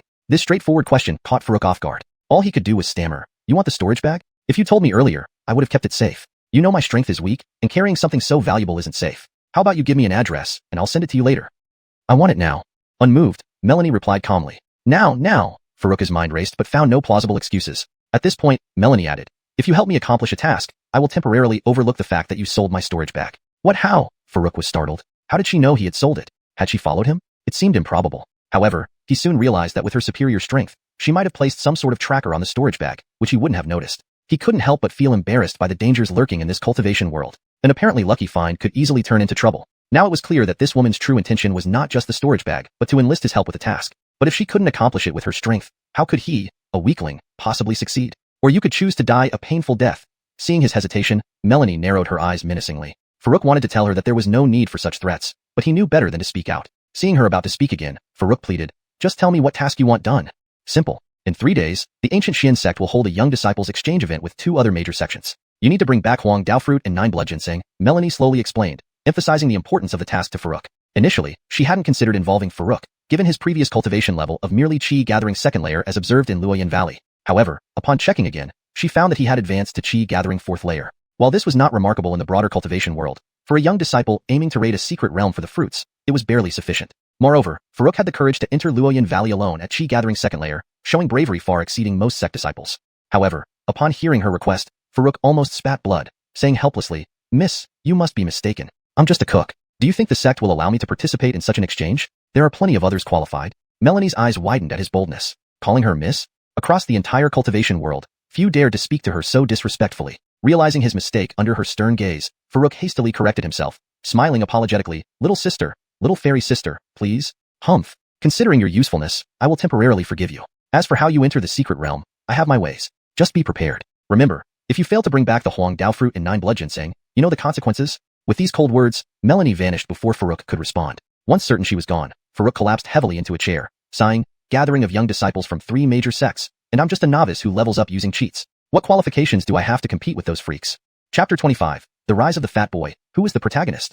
In the afternoon, Farouk was practicing the quick draw slash he had bought. This was a powerful saber technique. Since he would be heading into the mystic realm to seize treasures, it was essential to improve his strength. At that moment, Ezekiel suddenly came to him, handed him a small bag of pills, and informed him that the sect's upper echelons had suddenly decided to send him to the mystic realm for a young disciples exchange, meeting among 3 sects, and these pills were meant to enhance his cultivation. Farouk opened the bag and found them to be spirit-transforming pills, commonly used by qi-gathering realm cultivators during daily practice, about 20 or so pills. Alas, that mystic realm isn't a good place. They say it's an exchange, but it's really just mutual combat. You don't even have a spirit root. I wonder why the sect suddenly sent you. Ezekiel said with a sigh. Having been in the sect for years, he knew exactly what that exchange meeting entailed. Although many good things had indeed come out of it, each time the participating disciples suffered heavy casualties. If possible, he didn't want Farouk to go in at all. After all, in his view, Farouk's strength was comparable to a first-layer qi-gathering realm cultivator, and without cultivating spiritual energy, he could only rely on his physique. Entering there would most likely bring more harm than good. Go then, Uncle Nyo, don't worry about me. At worst, I'll just hide somewhere until the time comes to leave, Farouk said with a smile. You truly have a big heart. All right, I see you're practicing, I won't keep you then. More power means more safety. Ezekiel helplessly shook his head, not wanting to delay any further. After giving a few instructions, he left. Farouk popped a spirit-transforming pill into his mouth, feeling the medicine's effects as he murmured to himself, it's not that I have a big heart, but that woman is too ruthless. In her secluded pavilion deep within the ancient mystic sect, Melanie had just observed this scene via divine consciousness. She narrowed her beautiful eyes and let out a heavy hump through her nose. But then she fell silent. Was she really too ruthless? After all, this matter had nothing to do with him, and he had never received any cultivation or favors from the ancient mystic sect. After a long pause, she sighed softly, well, he should be able to protect himself with his strength. If he manages to get anything other than the Huangdao fruit and 9 blood ginseng, they will belong to him, as compensation. Then she withdrew her divine consciousness and stopped paying attention to Farouk. Unaware of all this, Farouk felt his heart tremble abruptly. However, since being summoned by Melanie earlier in the morning, this sensation had occurred from time to time, so he had gotten used to it. This pill seems like it does nothing. Can such a small amount of medicinal power really improve one's cultivation? Farouk shook his head and threw the remaining spirit-transforming pills directly into the alchemy cauldron. Taking one pill felt like swallowing a thumb-sized ball of spirit source liquid. Since this was the case, wouldn't it be better to drink the spirit source liquid directly instead of taking pills? 3 days passed quickly. Today was the day to participate in the mystical realm exchange. Early in the morning, Farouk arrived at a square used for gatherings in the ancient mystic sect under the guidance of Ezekiel. During these 3 days, apart from handling ferocious beast corpses in the kitchen as usual, Farouk practiced quick draw slash. Now his quick draw slash had somewhat improved. Even though he hadn't cultivated the legendary saber chi yet, using spiritual energy, he could now unleash a blade of light reaching up to 7 or 8 meters. Old brother, uncle, how did you two come here? As soon as Farouk and Ezekiel reached the square, a voice echoed in the distance. Soon, a chubby figure ran towards them. Xiaowei, why are you here? Ezekiel asked in surprise. He looked around and saw no one besides 2 leading elders and over 20 young disciples. This puzzled him even more. Hee, uncle, of course. I'm here to snatch treasures in the mystical realm. Ansel replied excitedly and proudly. What? Farouk and Ezekiel couldn't help shouting in unison. It wasn't surprising that they were so shocked. Ansel was still at the 3rd layer of body forging when they last met him. In less than 2 weeks, even if he had extraordinary talent, he shouldn't have progressed beyond the 2nd layer of chi gathering. With such strength, going to the mystic realm was tantamount to sending lambs to slaughter. Combining this with the sudden designation of Farouk, who lacked cultivation talent, to enter the mystic realm, Ezekiel suspected that the sect was deliberately sending lower-level disciples to pad the numbers. This made him furious. But then Ansel's next words dispelled his suspicion and widened his eyes immensely. Am I what? I'm now ranked in the top 10 among Innergate disciples. An expedition to snatch treasures in the mystic realm is perfect for me. You're ranked in the top 10? Tell us what happened, quickly. Farouk thought this might not be simple and urged Ansel to explain. He couldn't believe that a 1st or 2nd layer of chi gathering strength could rank in the top 10 of the inner gate, not even the outer gate. Seeing Farouk ask, Ansel stopped teasing and began recounting his recent cultivation experiences. It turned out that after returning to the inner gate from the kitchen more than 10 days ago, his mentor arranged a medicinal bath for him the next day. Upon completing the bath, he instantly broke through to the peak 5th layer of body forging, almost ready to enter chi gathering. Living up to his supreme gold spirit root talent, he managed to successfully channel spiritual energy into his body in less than half an hour, advancing to the 1st layer of chi gathering. That wasn't all. After entering the realm of cultivation, even more astonishing events followed. In short, I don't know how it happened, but my body has endless energy. Whenever I cultivate, that energy follows and moves along, and my Dantian spiritual energy keeps increasing. Initially, it baffled me. Within just 10 days, he had broken through to the 5th layer of chi gathering. If not for his mentor forcing him to stop, he might have continued straight to the foundation establishment stage. Unable to cultivate, what did he do? So he started studying spells in the book vault, and finding those who once bullied him to practice on. These past few days, the entire inner gate was thrown into chaos, with more than half the disciples having been thoroughly beaten by him. Hearing his story, not only Ezekiel but also Farouk were stunned speechless, their mouths agape. 10 days to reach the 5th layer of chi gathering? Endless energy in his body? Is this something a human can do? This guy must be cheating, right? Who is the real protagonist here? ####Chapter 26. The vigorous Althia enters the secret realm. After learning that Farouk was also going to enter the secret realm, Ansel immediately boasted, Old brother, rest assured. I'll protect you inside. I'm incredibly strong now, guaranteeing no one can touch you. Alright, then I'll rely on you, Farouk nodded. He wanted to say that he had once felt just as strong until he met that heartless woman. After a few more exchanges, the young disciples arranged by the outer sect arrived. There were 30 in total, 24 inner sect members, 5 outer sect members, plus Farouk. Seeing everyone assembled, the leading elder called out, and with a wave of his hand, a flying boat appeared out of thin air, expanding in the wind. In an instant, a 3-story-high giant flying boat stood before them. Everyone followed instructions and leaped onto the boat. With a gesture from the elder, the flying boat soared into the sky at high speed, leaving behind. Ezekiel stared at the direction the flying boat disappeared, a complex look on his face. These 2 kids who had begged him to bring them into the sect just over 10 days ago were now at the same cultivation level as him. Might they surpass him next time they meet? On board the flying boat, Farouk and Ansel chatted casually. Old brother, do you think I've lost some weight? Farouk was silently drawing spiritual essence liquid from the Alchemy Cauldron to strengthen his body. They would likely encounter battles in the secret realm, so every bit of strength mattered. Although it was hard to break through to chi gathering stage 5 in a short time, his physique had clearly improved after continuous nurturing, which was a useful defensive skill. Hearing Ansel's question, he turned to look carefully and laughed. You're right, if I hadn't looked closely, I wouldn't have noticed. Privately, he wondered if Ansel might have a special constitution. But no constitution could develop this fast, it was too extraordinary. A soft giggle suddenly broke the silence. Farouk looked in the direction of the sound, and saw an inner sect disciple quickly cover her mouth and turn away. She had long legs, a slender waist, and a straight posture. Even without seeing her face, Farouk guessed she must be strikingly beautiful, like the heartless woman. The cultivation world truly had its fair share of beauties. Each one was outstanding. Just as he was musing, a chubby face appeared before him, nearly scaring him half to death. Holy crap, are you trying to scare me to death? Stepping back, Farouk regained his composure. Transitioning from admiring a beautiful back to Ansel's pudgy face was quite the shock. Hee, old brother, what are you looking at? That's Althia, one of the top 3 inner sect disciples, incredibly powerful. I can't even beat her. Althia? That name? Farouk was speechless again. Her appearance didn't match her name at all. Ansel explained, oh, Althia isn't her real name. Her actual name is something like Taylor Shue, but Althia fits her well and sounds catchy. Fits her? How does it fit? Another moment of speechlessness for Farouk. What a pity, such a beautiful girl having such a strange name. Ansel discreetly peeked at Althia and spelled out to Farouk, Bcauseslokslike a duck. Looks like a duck? Farouk couldn't believe it. He looked at Alethia's back again, nothing duck-like about it. What was Ansel talking about? Suddenly, the flying boat shook violently. All the disciples swayed along with it. Even Althia couldn't maintain her balance and almost fell. Farouk finally got a glimpse of her face. Oh! To his shock, Ansel wasn't joking. Her lips were unusually flat and long. Without Ansel's warning, it might not have been noticeable. Now, all he could think of was a duck speak. Sinful, sinful, Farouk muttered. He wasn't the type to criticize others' appearances, but this was a huge surprise. He'd never look at a beautiful back again. Everyone, stay alert. We are now above Luoyin Valley and may encounter flying beasts at any moment. An elder's voice interrupted his thoughts. Clearly, the flying boat shaking was caused by a flying beast. Farouk focused, aware of their surroundings. They saw winged creatures circling nearby, but kept their distance due to the presence of the two Foundation establishment elders. As they flew deeper, Farouk realized the secret realm was within Luoyin Valley. It was deeper than his previous visit. After about half an hour, the flying boat stopped. Upon landing, Farouk noticed they were no longer in the dense forest, but in an open area. A massive light barrier lay ahead, indicating this place wasn't as simple as it looked. You old monster Denny, you haven't died yet? Arriving so early, you must be worried about losing your chance. A sarcastic voice came from afar. Farouk turned to see another luxurious flying boat landing nearby. A red-haired middle-aged man approached their group slowly. An elder from Ancient Profound Sect stepped forward to greet him. Farouk didn't know these elders personally, but understood this red-haired man was calling out Denny. Red-haired demon, we are of similar age and strength. Do you feel comfortable belittling me? Denny glanced at the man calmly. They were from the same era, of similar age and talent, and belonged to rival sections. They had been lifelong rivals since the start of their cultivation journey. Himph. The red-haired man huffed, clearly understanding Denny's words, but still feeling vexed. Every time they argued, Denny always seemed to have the upper hand. Oh, the two of you started again? A hoarse old woman's voice joined the conversation. Another grand flying boat landed beside Ancient Profound Sect. An elderly woman with a cane hobbled off the boat, speaking aloud. Translation ends here, maintaining the structure and flow of the original Chinese text. Since the others who came down with her from the flying boat all looked like young disciples, it meant that only one elder had come to lead this group. However, from the reactions of the two elders from Ancient Profound Sect and the two elders from the red-haired man sect, it was clear that this elderly woman was the most senior among those present. I didn't expect that your sect would send Senior Dragon herself. Greetings, Senior Dragon. Senior Dragon is here personally. Could there be any other arrangements?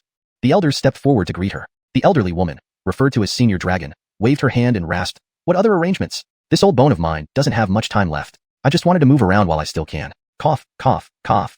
As she spoke, she couldn't stop coughing. They wanted to ask more, but the elderly woman forcefully stopped her coughing and waved again. Let's get these children inside first. Don't delay the important matters. There will be plenty of time for catching up later. Yes, yes, yes, look at my forgetfulness. Then let's begin. All the elders agreed. Then they saw Dinian and the red-haired man each take out a token-like object from their storage bags. The elderly woman also retrieved a similar token from her storage ring. Subsequently, the three of them simultaneously threw their tokens into the air. Soon after, the other two elders joined in, infusing spiritual energy into their respective tokens. From this, it was evident that the elderly woman's cultivation realm was the highest among the 5 elders present. While the other 2 sects required 2 elders each to activate the tokens, she did it single-handedly. Additionally, when retrieving the tokens, both Dinian and the red-haired man used storage bags, whereas the elderly woman used a storage ring. Although this difference might seem minor, storage rings were vastly superior to storage bags both in convenience and internal space. Soon, after absorbing sufficient spiritual energy, the 3 tokens shot into the light barrier. Then, a vortex resembling a portal of time and space slowly formed in the center of the barrier, gradually expanding until it stabilized at about 3 meters in diameter. What are you waiting for? Go in. Remember what we told you before. Be cautious once inside. Don't waste time inside. You will be automatically teleported out after 3 days. The elders gave final instructions and arrangements to their disciples. Ansel, eager to enter, was about to dash in but was held back by Farouk. Though the likelihood of anything going wrong was low, being cautious was never a bad idea. After most others had entered, Farouk and Ansel finally stepped through together. Chapter 27. Treated like a pushover. There was no dizziness or discomfort. Just like passing through a ripple of water, they naturally emerged on the other side of the vortex. Farouk surveyed his surroundings. It didn't seem much different from the outside world. There were mountains and trees, with the occasional roar of an unknown ferocious beast echoing faintly in the air. As his gaze moved forward, he noticed a familiar figure standing confidently not far ahead, causing him to pause momentarily. This silhouette was too familiar. Wasn't this Althia, whom he had discussed with Ansel on the flying boat? She stood there alone. Could she be waiting for someone? Huh? Althia? Buddy, let's go over. You're interested in her, right? I'll introduce you, Ansel exclaimed, eager to move forward. Farouk's face darkened. When did he ever show interest in her? While he disliked criticizing people's appearances, that didn't mean he could accept any appearance. Are you stupid? You don't even know why she's standing there, yet you rush over. What if it's because you talked about her on the flying boat and offended her, and now she's waiting to take revenge? Really? But Althia is actually quite nice. When I was bullied in the sect before, she often helped me, Ansel replied. Looking back, she helped you frequently? So, you two are pretty close then? Farouk asked curiously. Since Ansel knew her, she probably wasn't here to harm them. So he didn't stop Ansel from moving forward. As they walked closer, Ansel explained, not really close. Although she helps me a lot, she looks too much like a duck, which I don't really like. Hee. Farouk glanced at him without comment. He wanted to say, brother, you're not much better yourself. Why are you being picky? But he decided against it to avoid discouraging the little fatty. At least Ancestral was honest.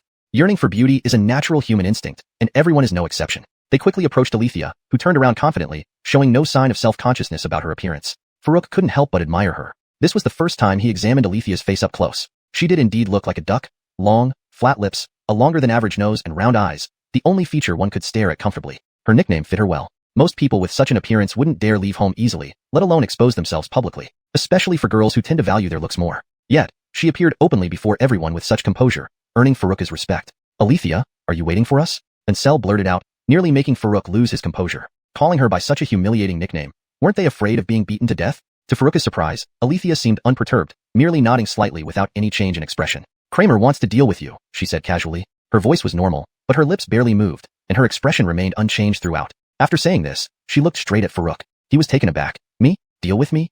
Yes, she nodded. Wait, who is Kramer? I don't even know him. Why would he want to deal with me? Farouk felt utterly speechless. He spent his days either processing beast bodies in the kitchen or meditating in his residence, avoiding conflicts and rarely visiting common areas within the sect. Who could suddenly target him? Kramer is Brennan's older brother, Ancestral offered helpfully, but this explanation only confused Farouk further. Who is Brennan? Does he also want to deal with me? Brennan is the guy who tried to steal my spirit stones last time, chasing me to the kitchen until you knocked him down with one punch. Now he can't beat me and got thoroughly humiliated by me the other day, Ancestral explained. Hearing this, Farouk understood instantly but still found it puzzling. Why would his brother come after me when you humiliated him? Surely hitting Brennan once was more morally justified than pinning him down repeatedly, and after more than 10 days, coming for him now seemed odd. He might have intended to come after me, finding me at the sect, but with Althia helping, he couldn't win, Ancestral grinned. So he came after me instead? Farouk almost laughed. Failing with Ancestral, he chose him as a punching bag, treating him like a pushover? What's his strength like? Farouk asked, realizing he needed to prepare for this confrontation.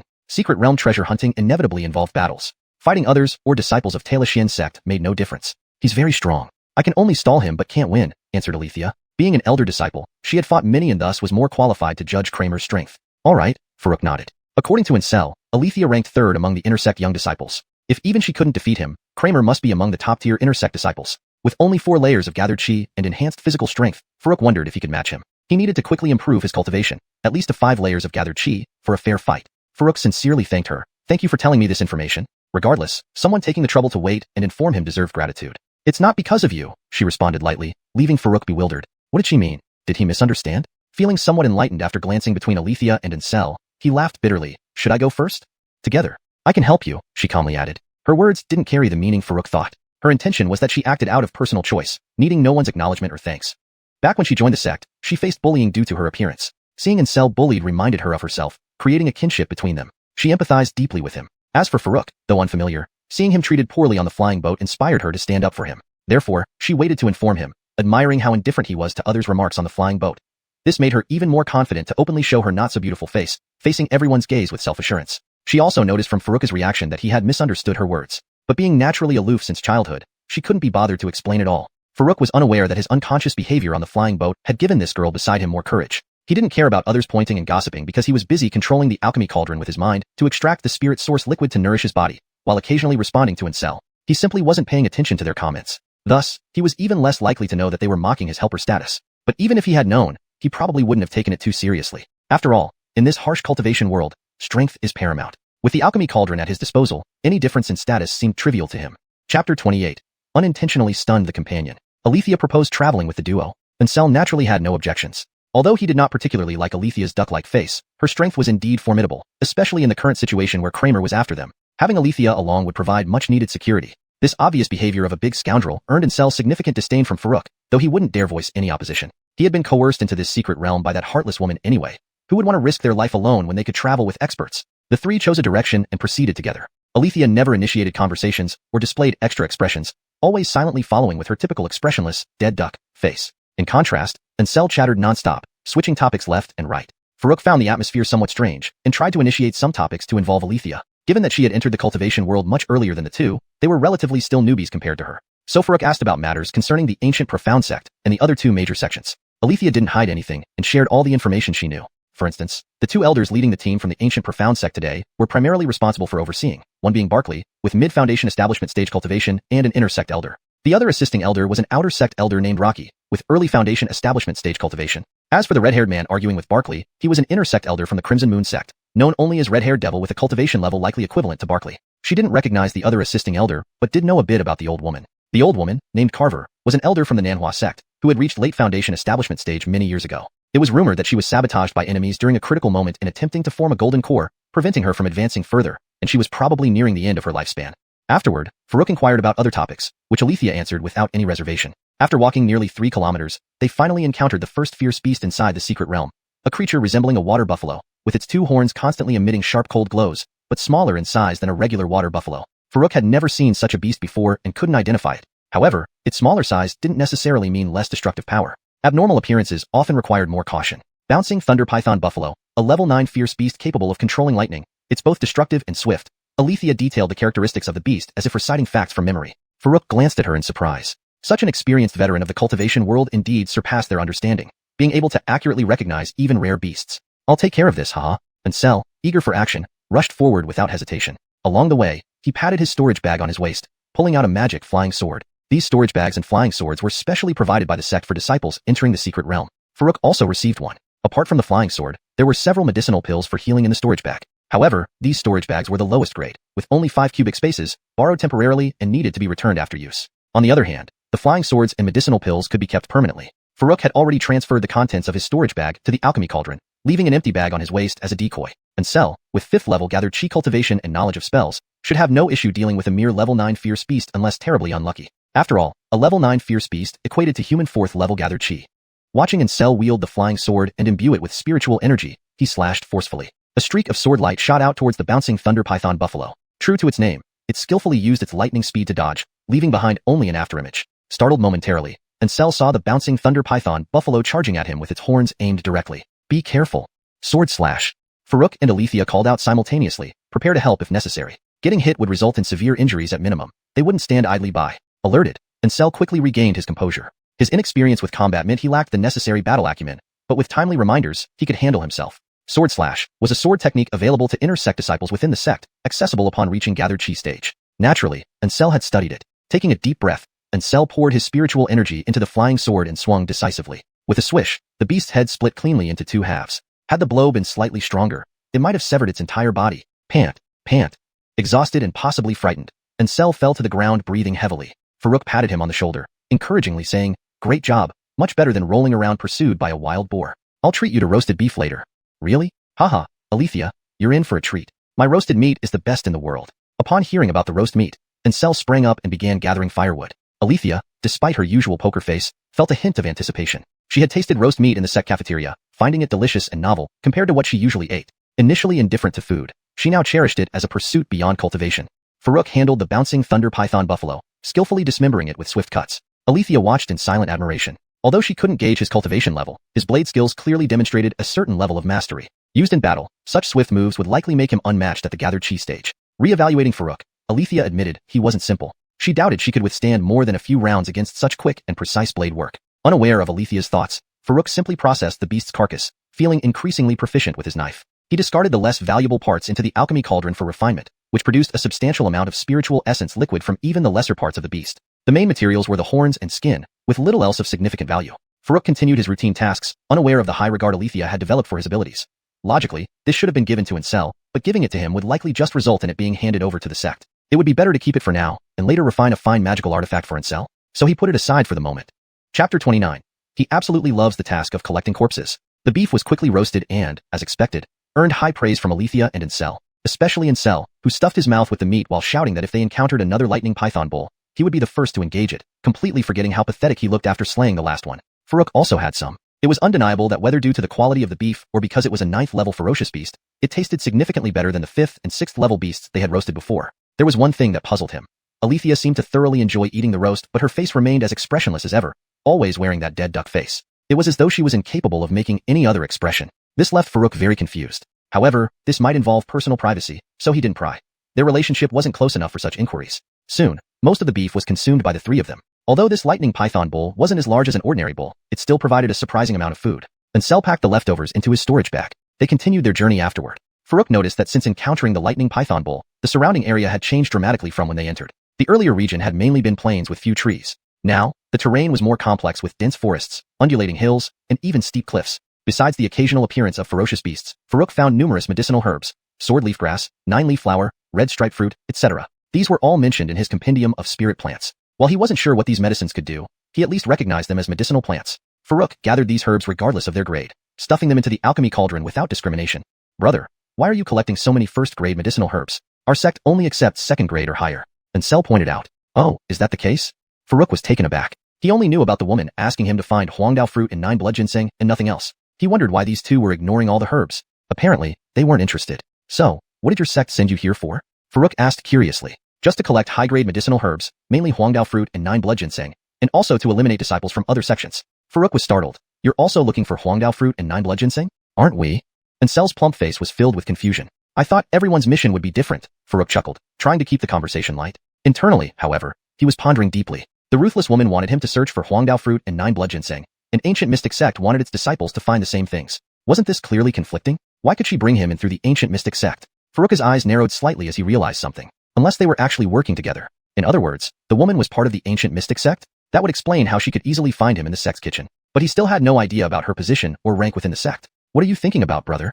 After dealing with a suddenly appearing 6th grade beast, Ansel asked Farouk, who was deep in thought. Nothing much. Let's continue on. Though the sect doesn't accept first-grade herbs, I can keep them for studying alchemy. Farouk smiled. He had already tested using the alchemy cauldron. These first-grade herbs could indeed be refined into spirit essence fluid. Just over 10 plants yielded a mass larger than a soccer ball. This was much faster than refining waste meat. And this was only for first-grade herbs, which others ignored. If he could gather second dash, third dash, or even higher-grade herbs for refining, it would produce much more spirit essence fluid. If he had a medicinal field, even just planting tens of thousands of first-grade herbs, once harvested, it would yield a significant amount of spirit essence fluid.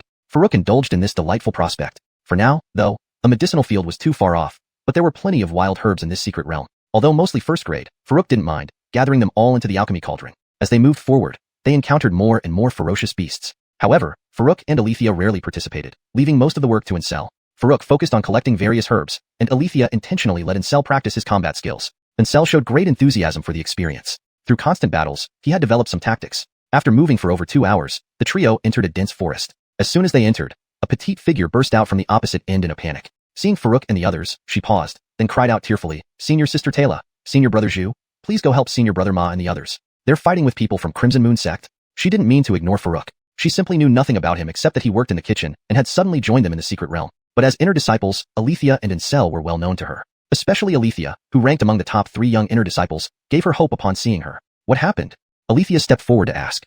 It's like this. Can we talk while walking? I'm afraid if we're late. Marcia, tearfully and anxiously, explained. Marcia was one of the 5 outer disciples from ancient mystic sect who had entered the secret realm. Initially, they moved as a group, but later disagreements led to splitting into 2 groups. Among them, Jiquan and Hicks went together, while she and 2 others, Xianxia and Baker, formed another group. At this point, she glanced at Farouk, causing him some bewilderment. Without further explanation, he decided not to inquire. Her group came to the deep part of this forest where they saw many beasts battling, a sign similar to that described in records about mature 9 blood ginseng. They hid nearby, waiting for the right moment. Unexpectedly, they ended up encountering several disciples from Crimson Moon Sect instead. Facing 5 enemies against their 3, Baker sent her to alert fellow sect members. Had they stayed hidden, they might have gone unnoticed, but she was discovered while sneaking out. Xianxia and Baker fought the 5 Crimson Moon Sect members to cover her escape. It's been over 10 minutes since I ran out. I don't know if Senior Sister Hao and Senior Brother Ma are. Sniff sniff. While leading them, Marcia sobbed uncontrollably. Ansel glanced at Farouk, intending to comment, but Farouk silenced him with a look. Though her constant crying was annoying, it was understandable given her worry for her sect mates. This little fatty was quite thick-skinned. Continuing on the path Marcia took, they retraced back while she explained the events. Translation note. Maintaining the structure and line breaks from the original text ensures readability and preserves the pacing of the narrative. Althia only focused on walking in silence. As aloof as she was, it was futile to expect any words of comfort from her.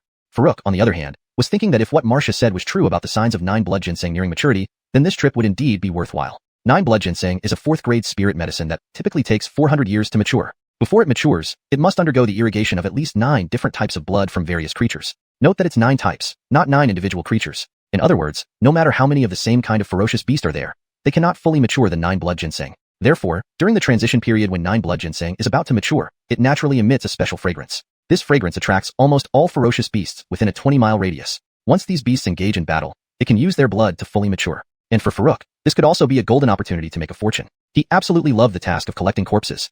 Chapter 30.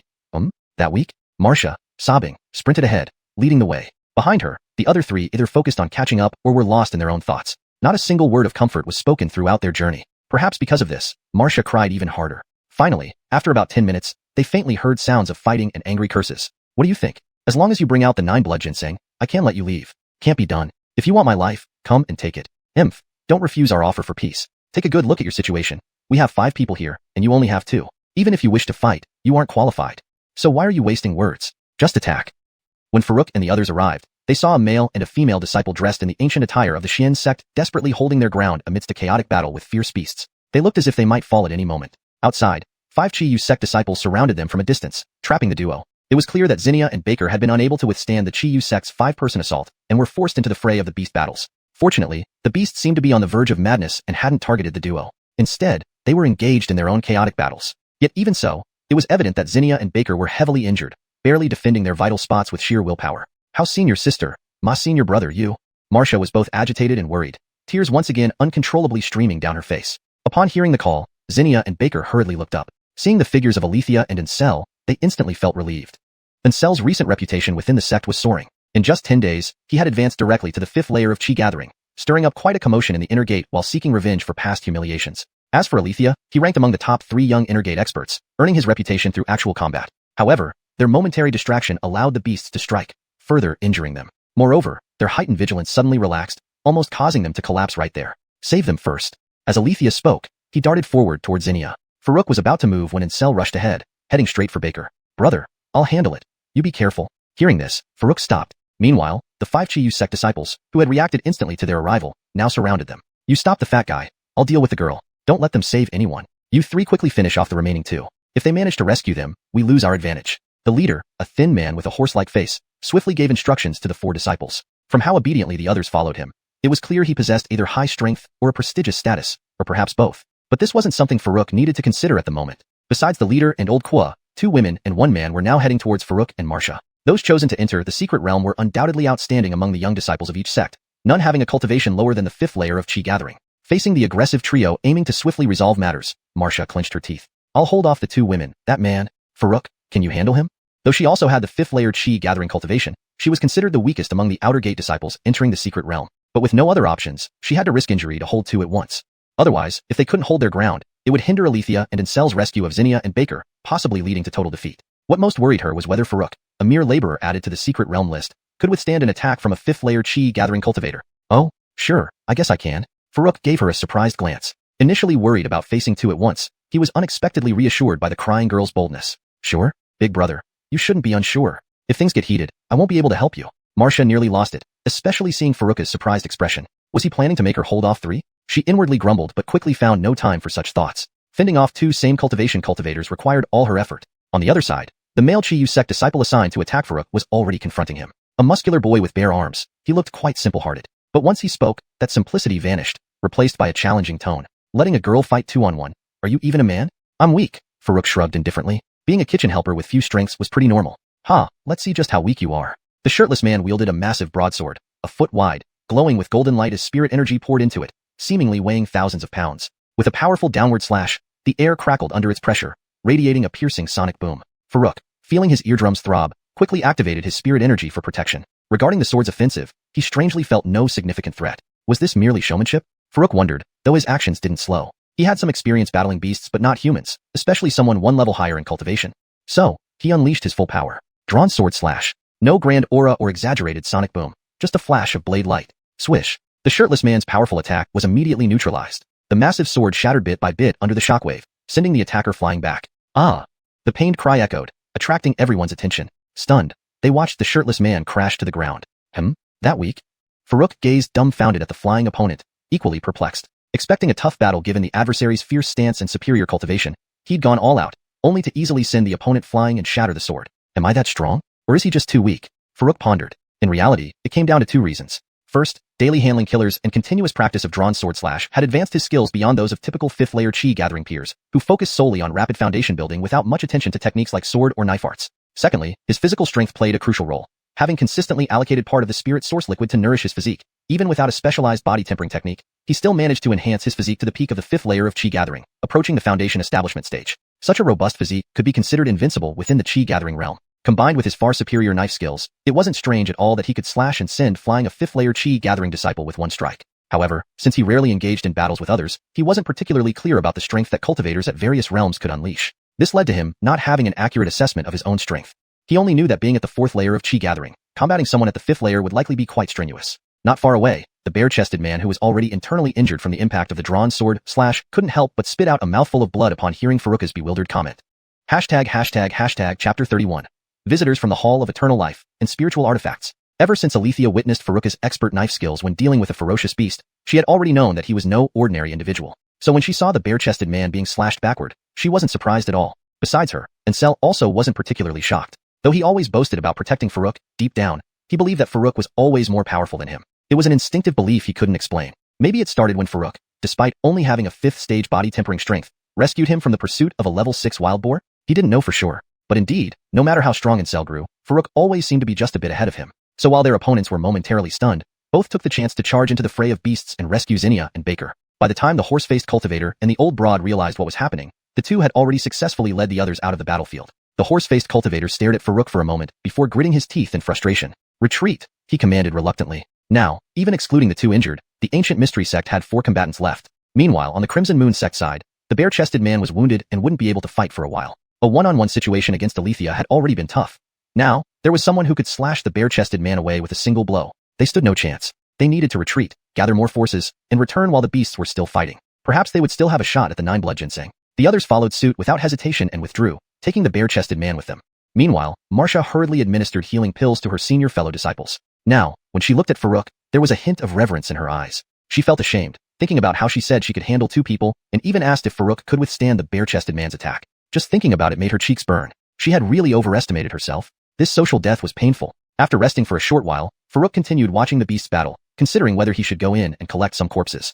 Brother, shall we grill some meat?" Ancestral approached Farouk, grinning. "Ran out of beef?" Farouk sighed, looking at him helplessly. This little fatty thought about nothing but grilling meat all day, with no other ambitions. "Not yet, but there's nothing else going on around here, and those beasts don't seem like they'll finish anytime soon." Ancestral sat down, pulling out a piece of previously grilled beef from his storage bag and began munching. Farouk shook his head. "This isn't the time for grilling. We need to make sure they finish quickly. Although the Crimson Moon sect retreated for now, they won't give up easily. If we haven't obtained the 9-blood ginseng, they might return with reinforcements." Ancestral understood the logic and stopped mentioning grilling. Instead, he asked, "How do we make them finish quickly?" The others wore solemn expressions as well. Just then, a rustling sound came from a distance. Moments later, the horse-faced cultivator from the Crimson Moon sect reappeared with 2 more individuals, Portia and one of the female disciples, each visibly injured and disheveled. The bare-chested man and the other female disciple were nowhere to be seen. Without hesitation, Althia rushed forward with her sword. Ancestral hastily finished his meat and prepared for battle.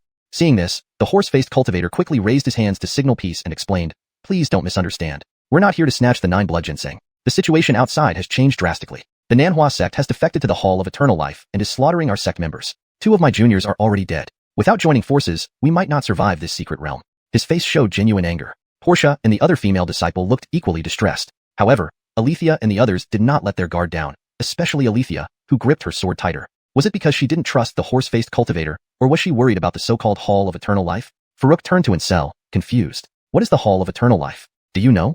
Ancestral also shook his head, but before he could reply, Althia answered, "The Hall of Eternal Life is very mysterious and powerful. Whenever they appear, they cause upheaval in the world. If what they say is true, we're in real danger. But I find it hard to believe that the donghua sect would defect to them." Though her expression remained indifferent, Farouk sensed the gravity in her tone, which made him pay closer attention to this Hall of Eternal Life. "Ha, Taylor Jr. sister, you have quite an insight."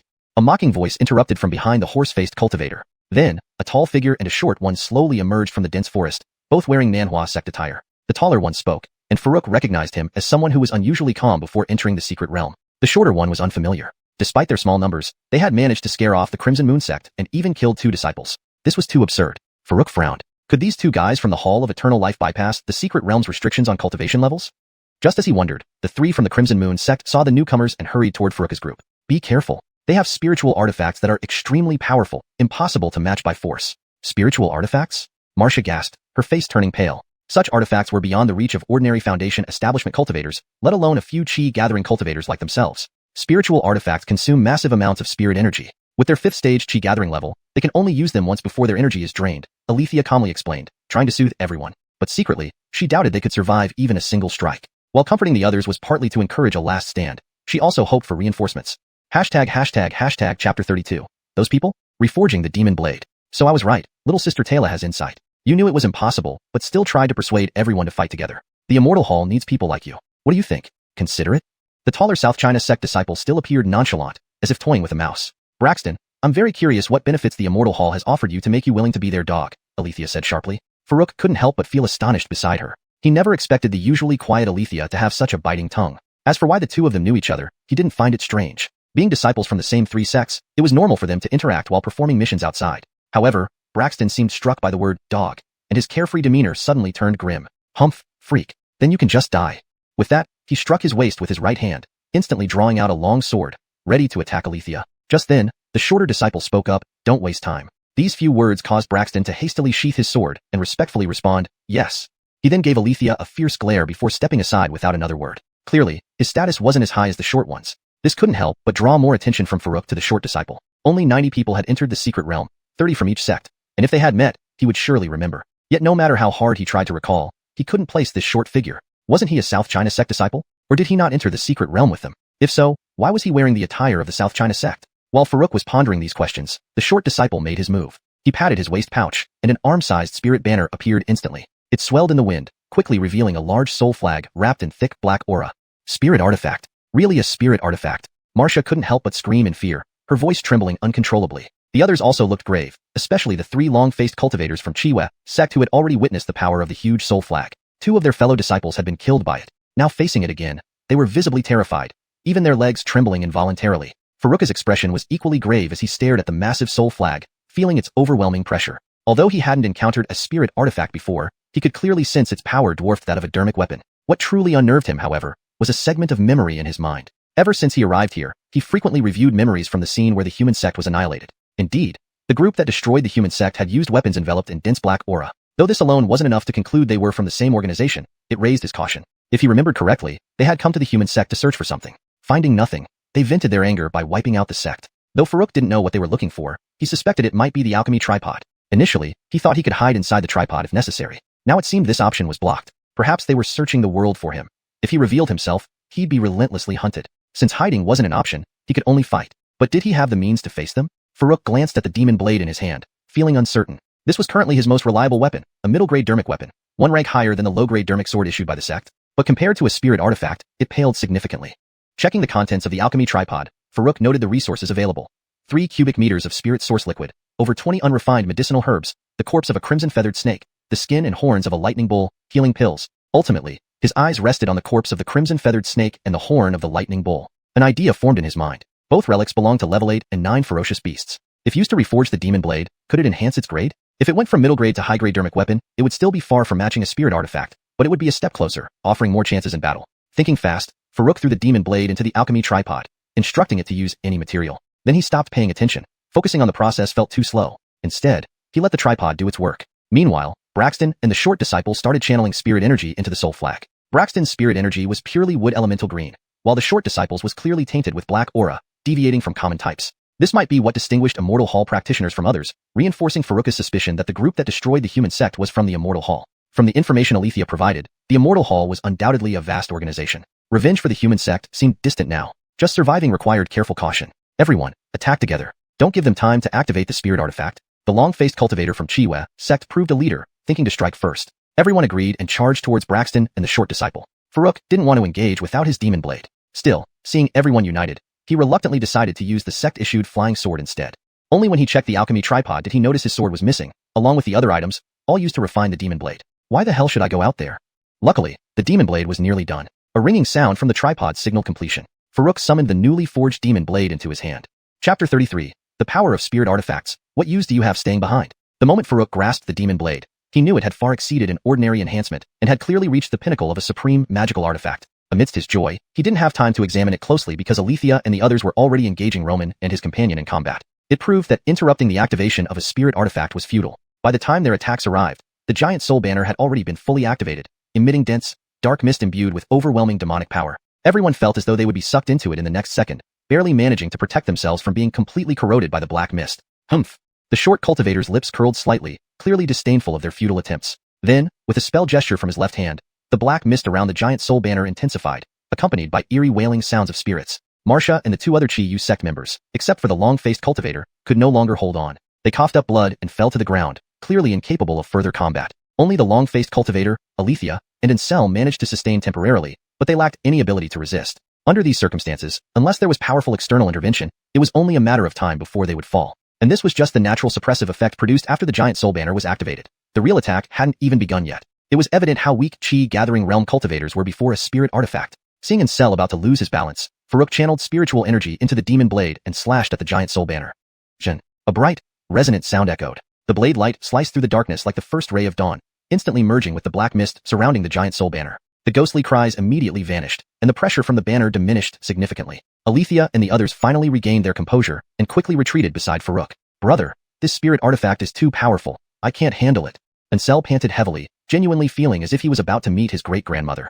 Althia remained silent but kept her eyes on Farouk, waiting for him to make the next move. After all, their simultaneous attacks hadn't even forced out a true counterattack from the enemy. Had Farouk not intervened in time, they might have met their end here. In such a situation, naturally, they had to follow Farouk's arrangements. The long-faced cultivator did not object either. He secretly thanked his luck for not pushing Farouk to a life-or-death confrontation. Just that single slash was clearly several times more powerful than the one that sent his junior brother flying. In other words, Farouk had held back earlier. And regarding his junior brother's injuries, he knew very well that if that slash had been a bit stronger, his junior brother would have died on the spot. With such formidable strength, how could he entertain any thoughts of opposing him? You do have some skill, but you're still just a bigger ant. The power of a spirit artifact is beyond your imagination. The voice of the short cultivator echoed slowly.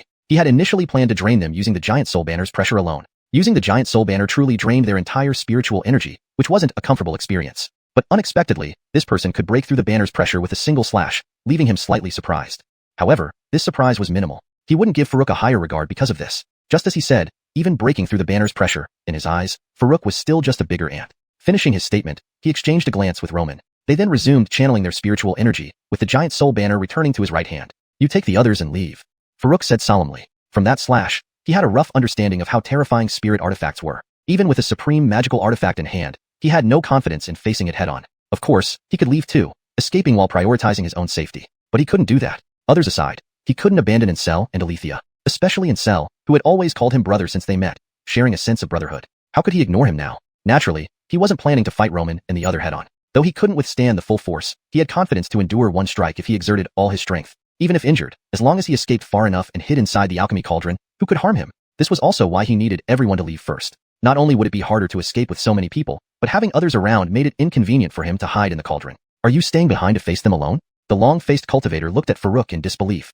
Farouk glared back irritably. What else? Do you think you'd be of any use staying?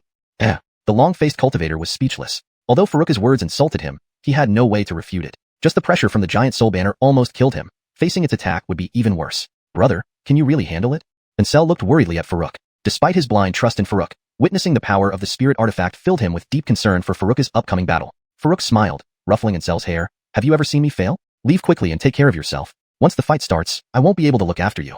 He gave Althia a meaningful glance, asking her to take care of Ancestral. She nodded without a word, pulling Ancestral away swiftly. She was also worried about Farouk, but understood this was the best decision under the circumstances. While she doubted Farouk could withstand a spirit artifact strike, she believed he wasn't reckless. Ultimately, she felt both conflicted and calm.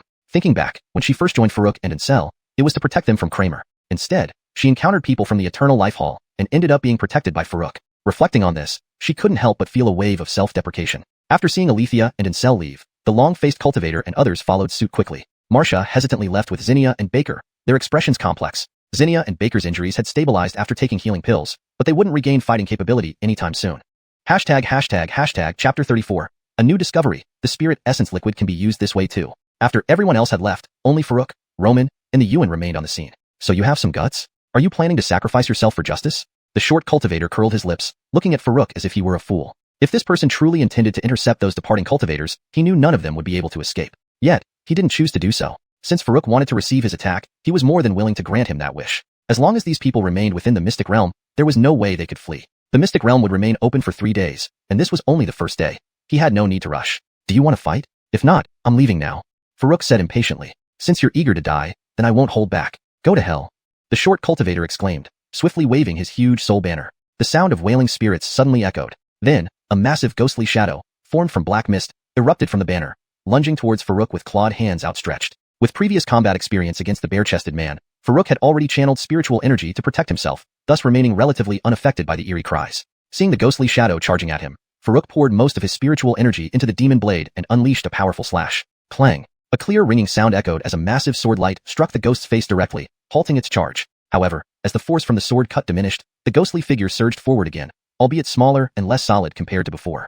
This indicated that the sword strike only consumed part of the power from the soul banner, but did not completely stop it. But this was within Farouk's expectations. If a single sword strike could entirely block the soul banner's attack, it wouldn't be classified as a spirit-grade weapon. The real battle was about to begin. Farouk gripped the demon blade and poured spiritual energy into it. At this moment, the ghostly figure was already close, and there was no time to perform another sword strike. Seizing the opportunity, Farouk slashed downward with all his might.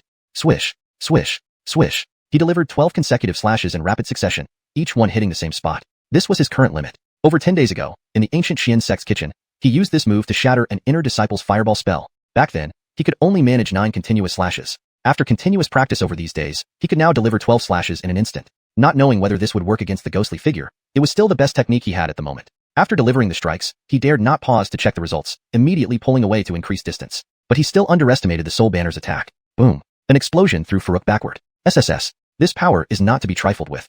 Flipping up, Farouk quickly rose to his feet, rubbing his bruised chest. That collision felt like being hit by a speeding locomotive, giving him no time to react before flying backward. Fortunately, he had protected himself with spiritual energy and possessed physical strength far surpassing the 5th stage of chi gathering. Otherwise, he might never have gotten up again. More crucially, the ghostly figure was swift, following closely behind. Just as he stood up, it launched another attack. Farouk, enduring excruciating pain, activated wind walk to pull away again. Dodging left and right, he ran over 500 meters. Every time he attempted to counterattack, he was met with another locomotive blow. After 2 such experiences, he dared not pause, sprinting madly without stopping. Being hit twice more would likely incapacitate him. However, during these 2 instances of being thrown back, he noticed 2 things. First, after receiving 12 slashes, the ghostly figure had visibly dimmed further, indicating his technique was effective. Second, maintaining the ghostly figure was depleting the resources of the short cultivator and Roman.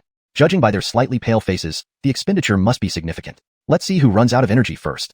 Farouk gritted his teeth. Although he was also expending significant spiritual energy, from the initial sword strike to the 12 slashes and the constant use of wind walk, he had no choice. Even a slight pause would lead to another devastating impact, requiring him to push his limits. Nearly a minute later, Farouk felt his situation worsening. He had been conserving spiritual energy, relying mostly on his physical endurance, but was nearing depletion. Meanwhile, the ghostly figure showed no signs of tiring. I wonder how those 2 are holding up. How can they last so long? Farouk inwardly lamented. Little did he know that Roman and the other were suffering more than he. They thought that once they activated the soul banner, dealing with Farouk would be effortless. Instead, not only did his blade techniques drain the ghostly figure's power, but he also endured several attacks yet kept running. Running aside, he did so exceptionally fast, with unpredictable movements that even the ghostly figure struggled to strike. This left them utterly baffled. Worse yet, despite being at a disadvantage, this guy simply refused to fall. Despite running for so long, he still maintained spiritual energy. Was he really at the 4th stage of chi gathering? Even a peak 5th stage practitioner couldn't have so much spiritual energy. Both secretly cursed, feeling their own spiritual energy nearly depleted but not daring to stop. Stopping would cause the ghostly figure to dissipate, allowing Farouk to retaliate while they lacked the ability to reactivate the soul banner. Without it, they had little confidence in facing Farouk's demonstrated strength and blade skills. Thus, they continued gritting their teeth, pouring in more spiritual energy. Farouk, unaware of their predicament, was nearing his breaking point. Watching the relentless ghostly figure, he knew he was losing. Yet, waiting to die wasn't an option. Looking at the spirit essence liquid in his cauldron, Farouk steeled his resolve, directing a large amount into his body to sustain wind walk. Normally, whether it was spirit essence liquid, the ambient spiritual energy, or the essence contained in spirit stones or pills, practitioners needed to circulate cultivation methods to convert them into usable spiritual energy before employing them in battle. But Farouk had no time for that. He directly harnessed the liquid inside him to continue using wind walk. To other cultivators, this was tantamount to courting death. Yet, Farouk paid little heed, driven by a lack of common sense. When he first started cultivating, he directly infused spiritual energy into his legs for travel without any cultivation method. Sheer audacity. Of course not. It was due to his unconventional background, lacking knowledge of cultivation norms. Only later, when he studied windwalk, did he realize the danger of his actions. Consequently, he cautiously followed standard practices in his cultivation journey. Now forced into a corner, he had no choice but to take the risk. Surprisingly, once the spirit essence liquid entered his body, he found it flowed smoothly, almost indistinguishable from using his own spiritual energy. This translation maintains the original paragraph structure and line breaks, preserving the narrative flow and character dynamics while translating it naturally into English. This made his eyes light up instantly. But then, something even more shocking happened. After the spiritual energy entered his body, the injuries left by the ghostly figure's attacks actually began to heal gradually. In just a few breaths, the intense pain was significantly reduced. How could he not be shocked? Even top-grade healing elixirs might not achieve this level of recovery. It seemed his understanding of spirit essence liquid was too superficial. He had only known it for cultivation and nourishing the body. Once they returned from this mystic realm, he must definitely spend time researching it further. Farouk made up his mind privately. Chapter 35. Feeling frustrated but reaping huge rewards. With the ability to directly utilize spirit source liquid, Farouk's situation instantly improved, and his mood became much more relaxed. Heh, you guys are done for. Farouk thought with a smirk. Although he wasn't sure how much spiritual power Roman and the other guy still had left, he was certain it couldn't possibly exceed his own. There were still 3 cubic meters of spirit source liquid left in the Alchemy Cauldron, more than enough to wear them down. As he continued using wind step to dodge and zigzag around, his skills at escaping had become increasingly refined. Although he still couldn't find time to counterattack, glancing at the two pursuers out of the corner of his eye was no longer a problem. Seeing their pale faces and signs of fatigue, Farouk felt an immense sense of satisfaction. In the next moment, he bolted directly towards the two men's position. Even if he couldn't attack, scaring them would be satisfying. The shorter cultivator's eyes twitched upon seeing this. He immediately ordered Roman, "Stop him." Roman's body trembled when he heard this, revealing a look of disbelief. How could he believe what he just heard? His spiritual power was already depleted.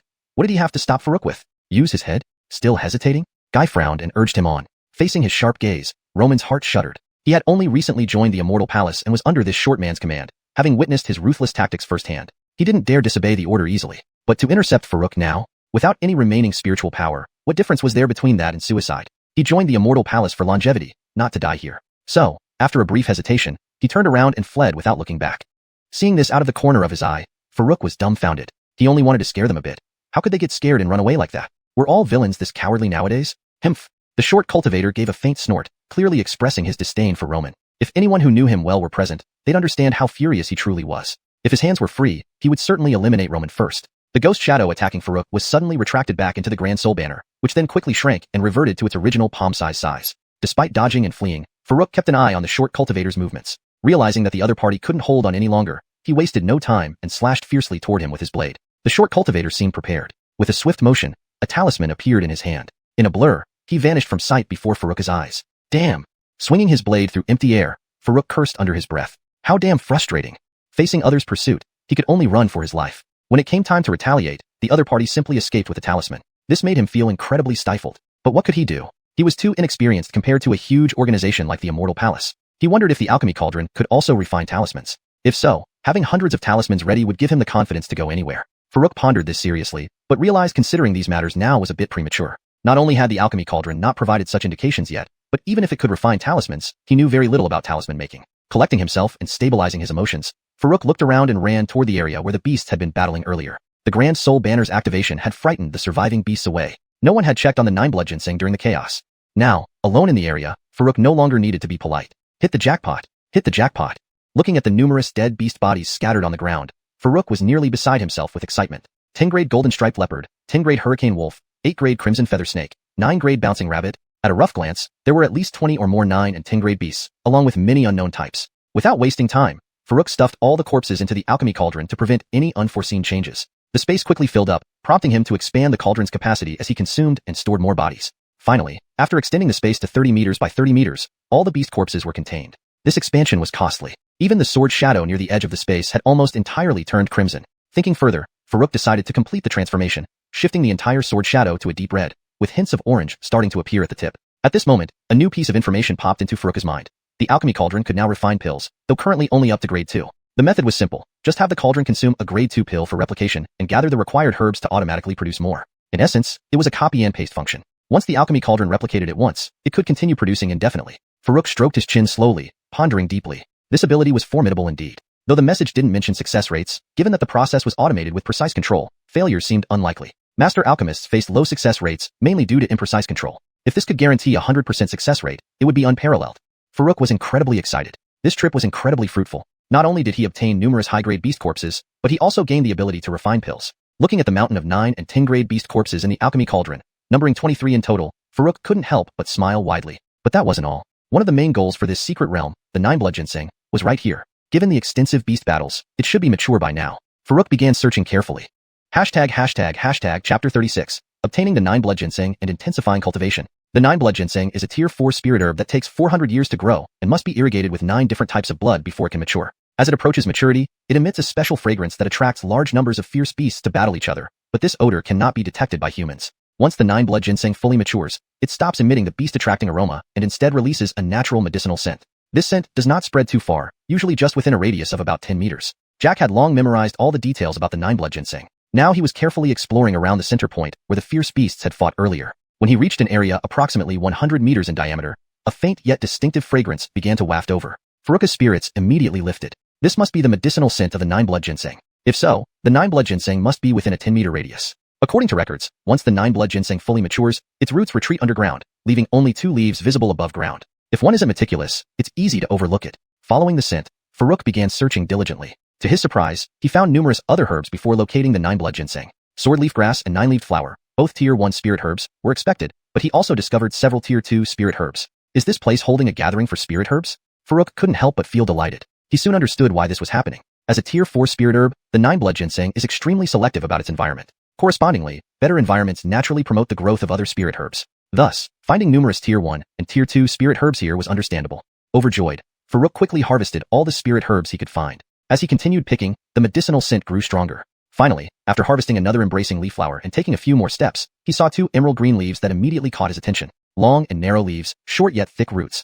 This perfectly matched the description of the 9-blood ginseng. Without hesitation, Farouk began digging. It didn't take much effort for him to unearth the entire plant. The root was indeed short and thick, resembling a sweet potato. He threw it into the alchemy cauldron and continued harvesting other spirit herbs. Once he had stowed away the 9-blood ginseng, the peculiar medicinal scent vanished. However, he managed to find another tier 3 stone-spotted grass nearby. Although he didn't know its use, he was confident he wouldn't misidentify it. After searching the vicinity again to ensure he hadn't missed anything, Farouk found a secluded spot and entered the alchemy cauldron. It was already mid-afternoon, and even if he went out, he might not find Ansel and the others. Additionally, the short-statured cultivator from the longevity hall who fled might be anywhere. Considering his injuries weren't fully healed, Farouk decided to spend the night in the alchemy cauldron and search for the yellow dao fruit early the next morning, hoping to regroup with Ansel and the others. Having made up his mind, Farouk began processing the corpses of the fierce beasts inside the alchemy cauldron. Experienced at this task, he efficiently handled all 23 beasts. He set aside the materials for future refinement and liquefied the rest into spirit source liquid. Initially, he thought about refining the 30-odd spirit herbs as well, but seeing that the 23 beasts alone yielded nearly 20 cubic meters of spirit source liquid,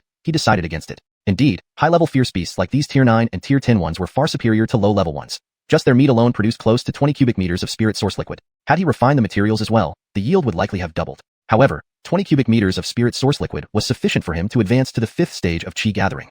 He decided to keep the spirit herbs and materials for later use. Whether for pill refinement or cultivation when the opportunity arose, these herbs would be valuable. He recalled that foundation establishment required a pill for foundation establishment. Using only spirit source liquid might not be enough, so having a few such pills would be ideal. With the alchemy cauldron now capable of refining pills, these herbs might prove useful. With everything processed, Farouk sat down to cultivate. His injuries were still recovering, but under the constant nourishment of spirit source liquid, he felt minimal discomfort. Another night of healing should bring him back to full strength. His goal was to reach the 5th stage of chi gathering tonight. Previously, he took 8 days to advance from the 2nd stage to the 4th stage, carefully ensuring stability. Although he had practiced in recent days, limited spirit source liquid kept him from advancing significantly beyond the 4th stage. Breaking through to the 5th stage overnight was ambitious, but necessary. Tomorrow, he would likely encounter the short cultivator from the longevity hall while searching for the yellow dao fruit. While his innate advantage of using spirit source liquid gave him an edge, facing attacks from the spirit soul banner left him no choice but to flee to avoid defeat. A face-to-face confrontation remained out of reach. Reaching the 5th stage of chi gathering might change that. Farouk considered enhancing his demon blade to a spirit-grade weapon using available materials, but the alchemy cauldron showed no response, likely due to insufficient material quality.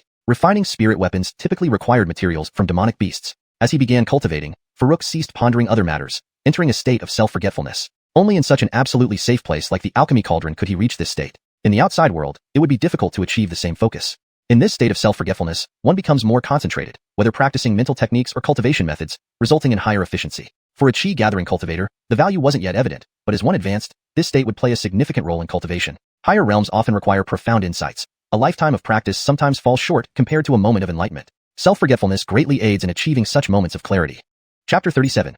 Gathering Chi 5th level, Blade Power emerges. When Farouk finished his cultivation and emerged into the outside world, the sun was already high in the sky, indicating it was well past noon. Farouk felt his own condition. After breaking through to the Gathering Chi 5th level, he distinctly felt that his tendons and veins had become wider, and spiritual energy circulated more smoothly. This improvement naturally enhanced both his attack power and speed significantly. Holding the demon blade in hand, Farouk slashed horizontally at an ancient tree in front of him, estimating it would take 2 people to embrace its girth. Swish, swish, swish. He made 15 continuous slashes, finally merging them into one powerful slash. The blade force erupted from the blade, visible to the naked eye as a fierce and domineering blade shadow darted out. Crack. A loud sound echoed. The massive tree, which required 2 people to encircle, fell to the ground with a smooth and even cross-section, as if naturally formed. Too powerful. Farouk gently stroked the demon blade in his hand. This top-grade magical weapon indeed had requirements for one's cultivation level. Yesterday, at the Gathering Chi 4th level, he could only make 12 consecutive slashes without allowing the blade force to leave his body. Today, at the Gathering Chi 5th level, he managed 15 slashes, and the blade force could penetrate outward. It was crucial to understand that this was completely different from the large flashes of light produced by the technique drawn sword slash. The latter was a matured sword technique. Following the route of spiritual energy flow would inevitably produce flashes of light, formed entirely by spiritual energy. However, the blade force Farouk exerted didn't rely on any specific technique, but purely on sheer intensity. This type of blade force was not comparable to the flash of light from the drawn sword slash. That doesn't mean the drawn sword slash was weak. If cultivated to a profound level, it too could emit blade force. However, Farouk had yet to reach such a realm. With these 15 successful slashes, he was now closer than ever to mastering the drawn sword slash. Now, if I encounter that short guy again, I should be able to confront him head-on. If I can seize his giant soul banner and refine it, I wonder how much spirit essence liquid I can obtain? Farouk couldn't help but smile. After cultivating and treating his injuries overnight, he only had 8 cubic meters of spirit essence liquid left. While sufficient for now, foundation establishment was a significant process that required ample preparation. Then he thought, could he use the giant soul banner as material to upgrade his demon blade, directly elevating it to an artifact? With his supply of spirit essence liquid, there was no worry about depleting spiritual energy, meaning he could normally use an artifact. Just imagining this excited him. Meanwhile, in a cave about 5 kilometers away from Farouk within the mystic realm, Telastav, who had just finished cultivating, suddenly sneezed several times, his eyelids twitching uncontrollably. This filled him with a fleeting sense of unease, which he quickly suppressed. Wait, not one of you will escape. Indeed, he was the short man who had fled from Farouk's blade yesterday. Now, with a grim expression, he spat threats into thin air. Actually, he was just an ordinary disciple of the Longevity Temple. His presence in a remote place like the Wasteland Town was due to a message from the temple's higher-ups stating that a significant treasure had emerged in this area. They sent them out to gather information. All he knew about the treasure was that it was a tripod. Other details were unknown. Before their departure, they each received a talisman and a pill from the sect. The talisman was the flash escape talisman used yesterday, transporting him to a random location within 500 meters after activation. However, it was single use. Using it pained him, especially since it was only during a life-or-death situation.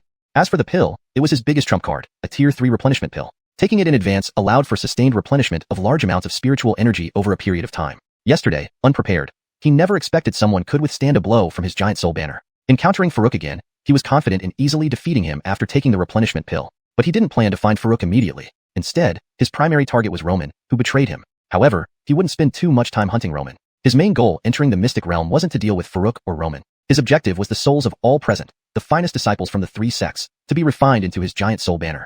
These elites would aid him in dominating the world. Just thinking about it is exhilarating.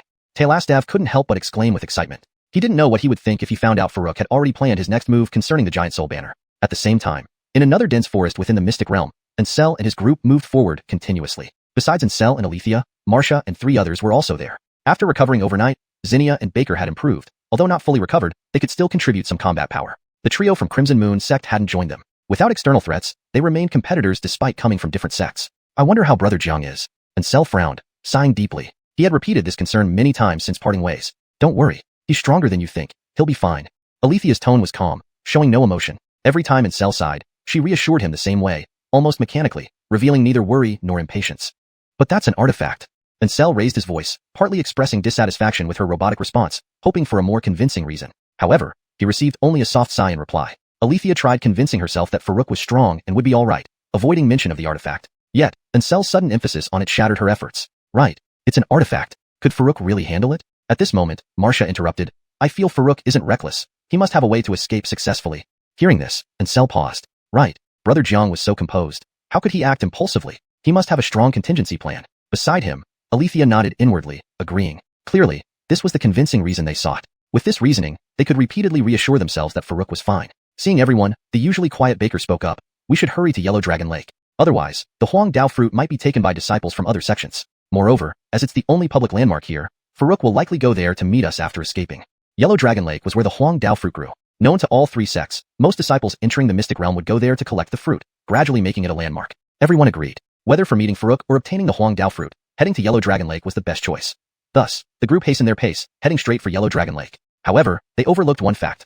Farouk had no idea that he was supposed to go to Yellow Dragon Lake to collect the Huang Dao fruit. He didn't even know that this mystic realm had a Yellow Dragon Lake. Right now, he was still worrying about where to obtain the Huang Dao fruit.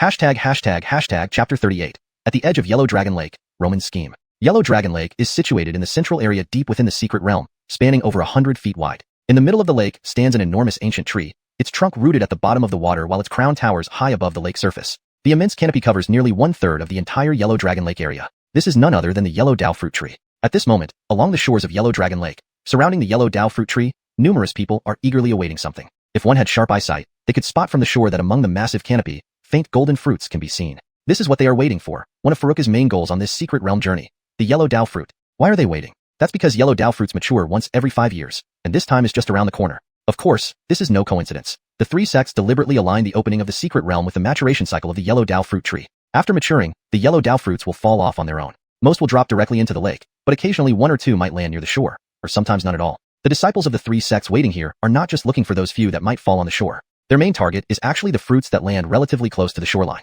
Before they fall into the lake, they will use water wave spells to direct them towards the shore before collecting them. Usually, if 3 to 5 people work together, they can pick up nearly 10, even up to a dozen fruits, depending on their luck. Primarily, it depends on whether any yellow dao fruits fall near where they stand. After all, with 1/3 of the lake covered by the yellow dao fruit tree, it's possible for fruits to fall almost anywhere, but also possible for them to miss. It hasn't yet reached the time of maturity, but more than 20 people have already gathered along the shore. More people are still coming from a distance. Disciples from the 3 sects are present, and though they look askance at each other, there has been no fighting yet. After all, the yellow dao fruits could drop at any moment, and any fight now would only benefit the remaining sect. At this moment, a tall figure is sprinting frantically towards the scene, shouting anxiously as he runs. Bad news, everyone. There's someone claiming to be a disciple of the Longevity Hall outside, slaughtering our 3 sect disciples. If Farouk were here, he would recognize this person instantly. This was none other than Roman, the short cultivator who betrayed the Longevity Hall. Indeed, it was him. Yesterday, after deciding not to give Farouk an easy kill, he chose to betray Edgar and flee. He was quite bewildered at the time. Ever since he joined Edgar to ambush Farouk and his group, he had openly declared his allegiance to the Longevity Hall. But who would have thought that instead of granting longevity, he would be sent to die first? Now that he had betrayed Edgar, he found himself unwelcome by both sides. It would be alright if Edgar were truly killed by Farouk, but given what he knew about Edgar, that guy had too many tricks up his sleeve to be easily defeated. In the secret realm, he could hide somewhere and avoid trouble until it passed. But the secret realm only lasts for 3 days, after which everyone would be teleported out. He was very clear that Elder Carver of South China Sect, who had also joined Edgar's plan, was ready to eliminate him the moment they were back. Carver was just 1 step away from reaching the Golden Core realm. There was no way Roman could escape such power. In desperation, he decided to take this risky move. According to his plan, as long as he arrived at Yellow Dragon Lake before Ancestral and the others revealed Edgar's identity as a Longevity Hall disciple, and exaggeratedly spread the word about Edgar's brutal slaughter of 3 sect disciples, he would naturally gain acceptance from everyone. By forming a trusting relationship with these people first, even if Althia and others tried to expose him later, he could accuse them of defamation and possibly turn the tables, framing Althia and her allies with the Longevity Hall. That way, not only could he use these people to get rid of Edgar, but also Althia and Farouk at the same time. As for Carver, once Edgar was dead, Roman could control the narrative entirely. Roman mentally reviewed his plan and felt increasingly confident. Indeed, his shout quickly drew everyone's attention. Longevity Hall? Which Longevity Hall? You don't know the Longevity Hall? Rumor has it they're very powerful and bring nothing but trouble wherever they go. Why would they come here, to this remote place? Probably for some great treasure in this secret realm. Thinking about great treasures at such a critical time? Didn't you hear that they are killing everyone outside? Amidst the chatter, one person stepped forward to ask, "May I ask this senior brother, do you have any evidence to support your claim about Longevity Hall disciples pursuing our 3 sect disciples?" Exactly, Roman. Do you have evidence? The yellow Dao fruits are about to mature. Could you be trying to lure us away to collect them all for yourself? A fellow South China Sect disciple, recognizing Roman, stepped forward with suspicion. His tone suggested a strained relationship between the two. Far from being upset, Roman inwardly rejoiced. Just as planned. With a feigned sigh, he said sincerely, "Everyone, please listen to me. Senior brother Go, I know you dislike me, but I wouldn't joke about this. My intention is not to make anyone leave, but simply to alert you all and prepare you. Longevity Hall disciples are ruthless and cunning. Everyone must stay vigilant." Initially, upon hearing the questions, people began to doubt Roman's intentions, thinking he might be after the yellow Dao fruits. But after hearing his heartfelt words, they gradually eased their suspicions and even felt a bit guilty. After all, he clearly stated he only wanted to inform everyone to be cautious, without asking anything in return. What ulterior motives could there be? It was purely selfless. And yet, instead of gratitude, their first reaction was to suspect his motives. Comparing themselves to his actions, they felt they had gone too far. Roman watched everyone's reactions and couldn't help but feel elated. Indeed, these people were easier to deceive than he imagined. In just a few words, he gained their trust and a hint of guilt. No, not that these people were stupid. It's just that he was too brilliant. End of chapter 38. Chapter 39. The situation at Yellow Dragon Lake. News of Farouk. On the afternoon of the second day after entering the secret realm, Ancestral and Althia, along with 3 others, finally arrived at Yellow Dragon Lake. By this time, nearly 50 people had already gathered around the lake. However, there was a very peculiar phenomenon. These 50-odd individuals were not grouped by their respective sections. Instead, people from the 3 major sects were interspersed and formed 3 main teams, each of which further divided into several smaller groups. This left Ancestral and his companions puzzled. Normally, in a place like this where the 3 sects compete against each other, disciples should set aside any past grudges within their sect and unite against outsiders. Especially in a place full of opportunities like Yellow Dragon Lake, it made sense that they would rely more on their own sect members than those from other sects. Then, they noticed Roman in the crowd and immediately focused their attention on him. Without waiting for anything else, Ancestral moved forward to ask about Farouk's condition. "Brother Zhu, Sister Taylor, you've also arrived." A voice called out, stopping Ancestral in his tracks. It was the horse-faced cultivator from the Crimson Moon sect. "Brother Taylor," Ancestral replied perfunctorily and tried to ignore him, eager to find Roman. They had already met previously near the 9 Blood Ginseng area. The horse-faced cultivator's name was Unkor. With him were Connor, an older stout man, and a female disciple named Jasmine. Unkor had initially intended to greet Marcia and Baker as well but refrained when he saw the unwelcoming expressions on their faces. After all, they had clashed before, and the injuries sustained by Xianxia and Baker had not yet fully healed. Seeing Ancel's movement, Unkor quickly added, "No need to go over there, Brother Zhu. We arrived earlier and have already spoken to him." Ancestral stopped immediately and stared intently at him. Oh, what's my brother's situation? Even Althia glanced over, her usual lack of expression belying the concern in her actions. Even Marcia and the others, who harbored strong animosity toward him, couldn't help but look at him expectantly. To them, Farouk was nothing short of a lifesaver. Especially for Xianxia and Baker. If Farouk and Ancestral hadn't arrived in time, they might have been killed by the beasts. Their rescue wasn't solely due to Farouk, but his contribution was undoubtedly the greatest. Had it not been for his decisive action, none of them might have survived. Unkur shook his head helplessly. Farouk is fine. According to Roman, he fought Farouk and Telastav but lost, escaping all the way here. Before he could finish, Ancestral suddenly shouted, "What did you say? He fought my brother and Telastav alone?" Althia and Marcia exchanged glances, their expressions darkening. Marcia lashed out angrily. "Taleo, are you even human? Have you forgotten how you got here alive? If it weren't for Farouk..." Marcia looked furious, like a tigress ready to pounce. Unkur quickly smiled bitterly and waved his hands. "Don't misunderstand me. This isn't my account. I'm just repeating what Roman told us. I'm just as upset as you." "What exactly happened?" Althia asked calmly, the only one among them seemingly unfazed by the chaos. Perhaps years of discrimination had taught her to remain calm under pressure. No matter what situation she faced, she seemed able to maintain her composure. Unkur then recounted everything that had transpired since their arrival. Essentially, they discovered Roman upon reaching Yellow Dragon Lake and immediately confronted him about Farouk's whereabouts. But Roman twisted the story, portraying himself as the sole victim. He claimed that Unkur and the others had joined forces with Telastav, while he fought both Farouk and Telastav alone and narrowly escaped. He sought refuge at Yellow Dragon Lake to warn everyone and hoped to rally them against the rebels Farouk and Telastav. Who would believe such nonsense? Are those people brain-dead? Baker was incredulous. How could Roman have escaped from Farouk and Telastav if their accounts were true? Either one of them should have easily dispatched him. "I'm going to kill him." Ancestral roared, turning to confront Roman. His brother, who had bravely fought two opponents, was now being slandered as a traitor. How could he bear it? Unkur grabbed him. "Brother Zhu, don't be rash. You won't be able to kill him now. Look at the people surrounding him. They're all on his side. Then let's confront him directly and clarify things. He clearly conspired with the so-called Eternity Palace. Why are we suddenly the villains?" Marcia chimed in indignantly. Unkur sighed. "It won't work. We've tried. No one believes Roman's lies except for some inexplicable reason. Thankfully, I have some support within our sect. I suggest you reach out to friends in your sect as well. At least stop Roman from misleading more people." After hearing this, Althia and the others exchanged looks, agreeing with his logic. Unfortunately, Althia and Ancestral didn't have many friends within the sect. Instead, they had plenty of enemies. Marcia and the others knew two acquaintances from the outer sect, Jiquan and Hicks, but both were seen beside Roman, obviously misled. Upon learning this, Unkur couldn't help but laugh bitterly again. It seemed that day, he was destined to do so. Fortunately, his good reputation within the sect saved them from being immediately attacked by Roman supporters. After Unkur explained, Ancestral and the others understood why the three sects had converged into three teams. One group of over 20 people had evidently been misled by Roman, while another of 10 was led by Unkur from the Crimson Moon sect. With Althia and Ancestral joining them, their numbers swelled considerably. The third group remained neutral, not listening to Roman's manipulation or following Unkur. They just wanted to patiently wait for the yellow Dao fruit. Translation note. Maintaining the original paragraph structure and line breaks, I've translated the text from Chinese to English while preserving the tone, style, and coherence with previous content. Chapter 40. Farouk arrives, shocking everyone. Time quickly arrived at the third day of entering the secret realm, the final day. During this period, disciples from the three sects occasionally arrived at Yellow Dragon Lake. Now, Roman didn't even need to go forward and try to persuade them. The group of fools around him would immediately step forward to recruit anyone they were familiar with. Of course, it was the same on Unkur's side. Upon seeing someone they knew, they would step forward to try to recruit them as well. During this time, Marcia didn't give up. She specifically sought out Javier and Hicks once, wanting to tell them the truth about the situation. As expected, her efforts were fruitless. Not only did she fail to convince Javier and Hicks, but she was also scolded. "Humph, you scheming woman. Don't try to sow discord among us. Senior brother Roman anticipated that you'd play this card long ago. I've always found you cunning, especially after you defected to the Longevity Hall." Tisk. Now in their eyes, everyone here was doing a good deed, protecting everyone by fighting against the lackeys of the Longevity Hall. And naturally, Marcia and Unkur, who had dealings with Roman, were labeled as the lackeys of the Longevity Hall. Faced with such sudden insults, Marcia felt utterly wronged and gave up on trying to persuade them further. They waited until noon. The Huang Dao fruit hadn't ripened yet, but nearly 60 people had gathered by Yellow Dragon Lake. Just then, a short figure stumbled out of the dense forest, barely holding himself together. "What? He's Telastav?" Someone in the crowd exclaimed in surprise. Immediately, everyone's attention turned toward him like ripples in a pond. Telastav's name was extremely familiar to those present. In the past 2 days, his name had been mentioned the most frequently at Yellow Dragon Lake.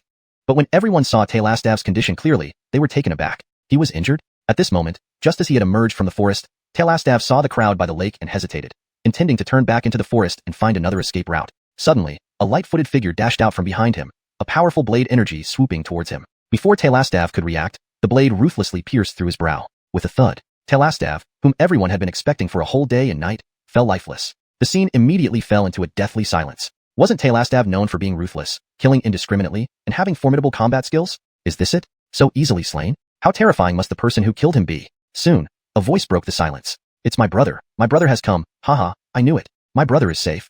Ansel excitedly shouted and charged directly into the forest. Farouk scooped up Taylastav's storage bag and transferred its contents into the alchemy cauldron. Looking at the large crowd by the lake, he felt slightly surprised. I haven't run into many people along the way. Turns out they're all here. My brother, why are you late? We've been waiting for you for a day and a night. Ansel ran straight to Farouk, his face radiating joy from the reunion. Is there some treasure here? Why is everyone here?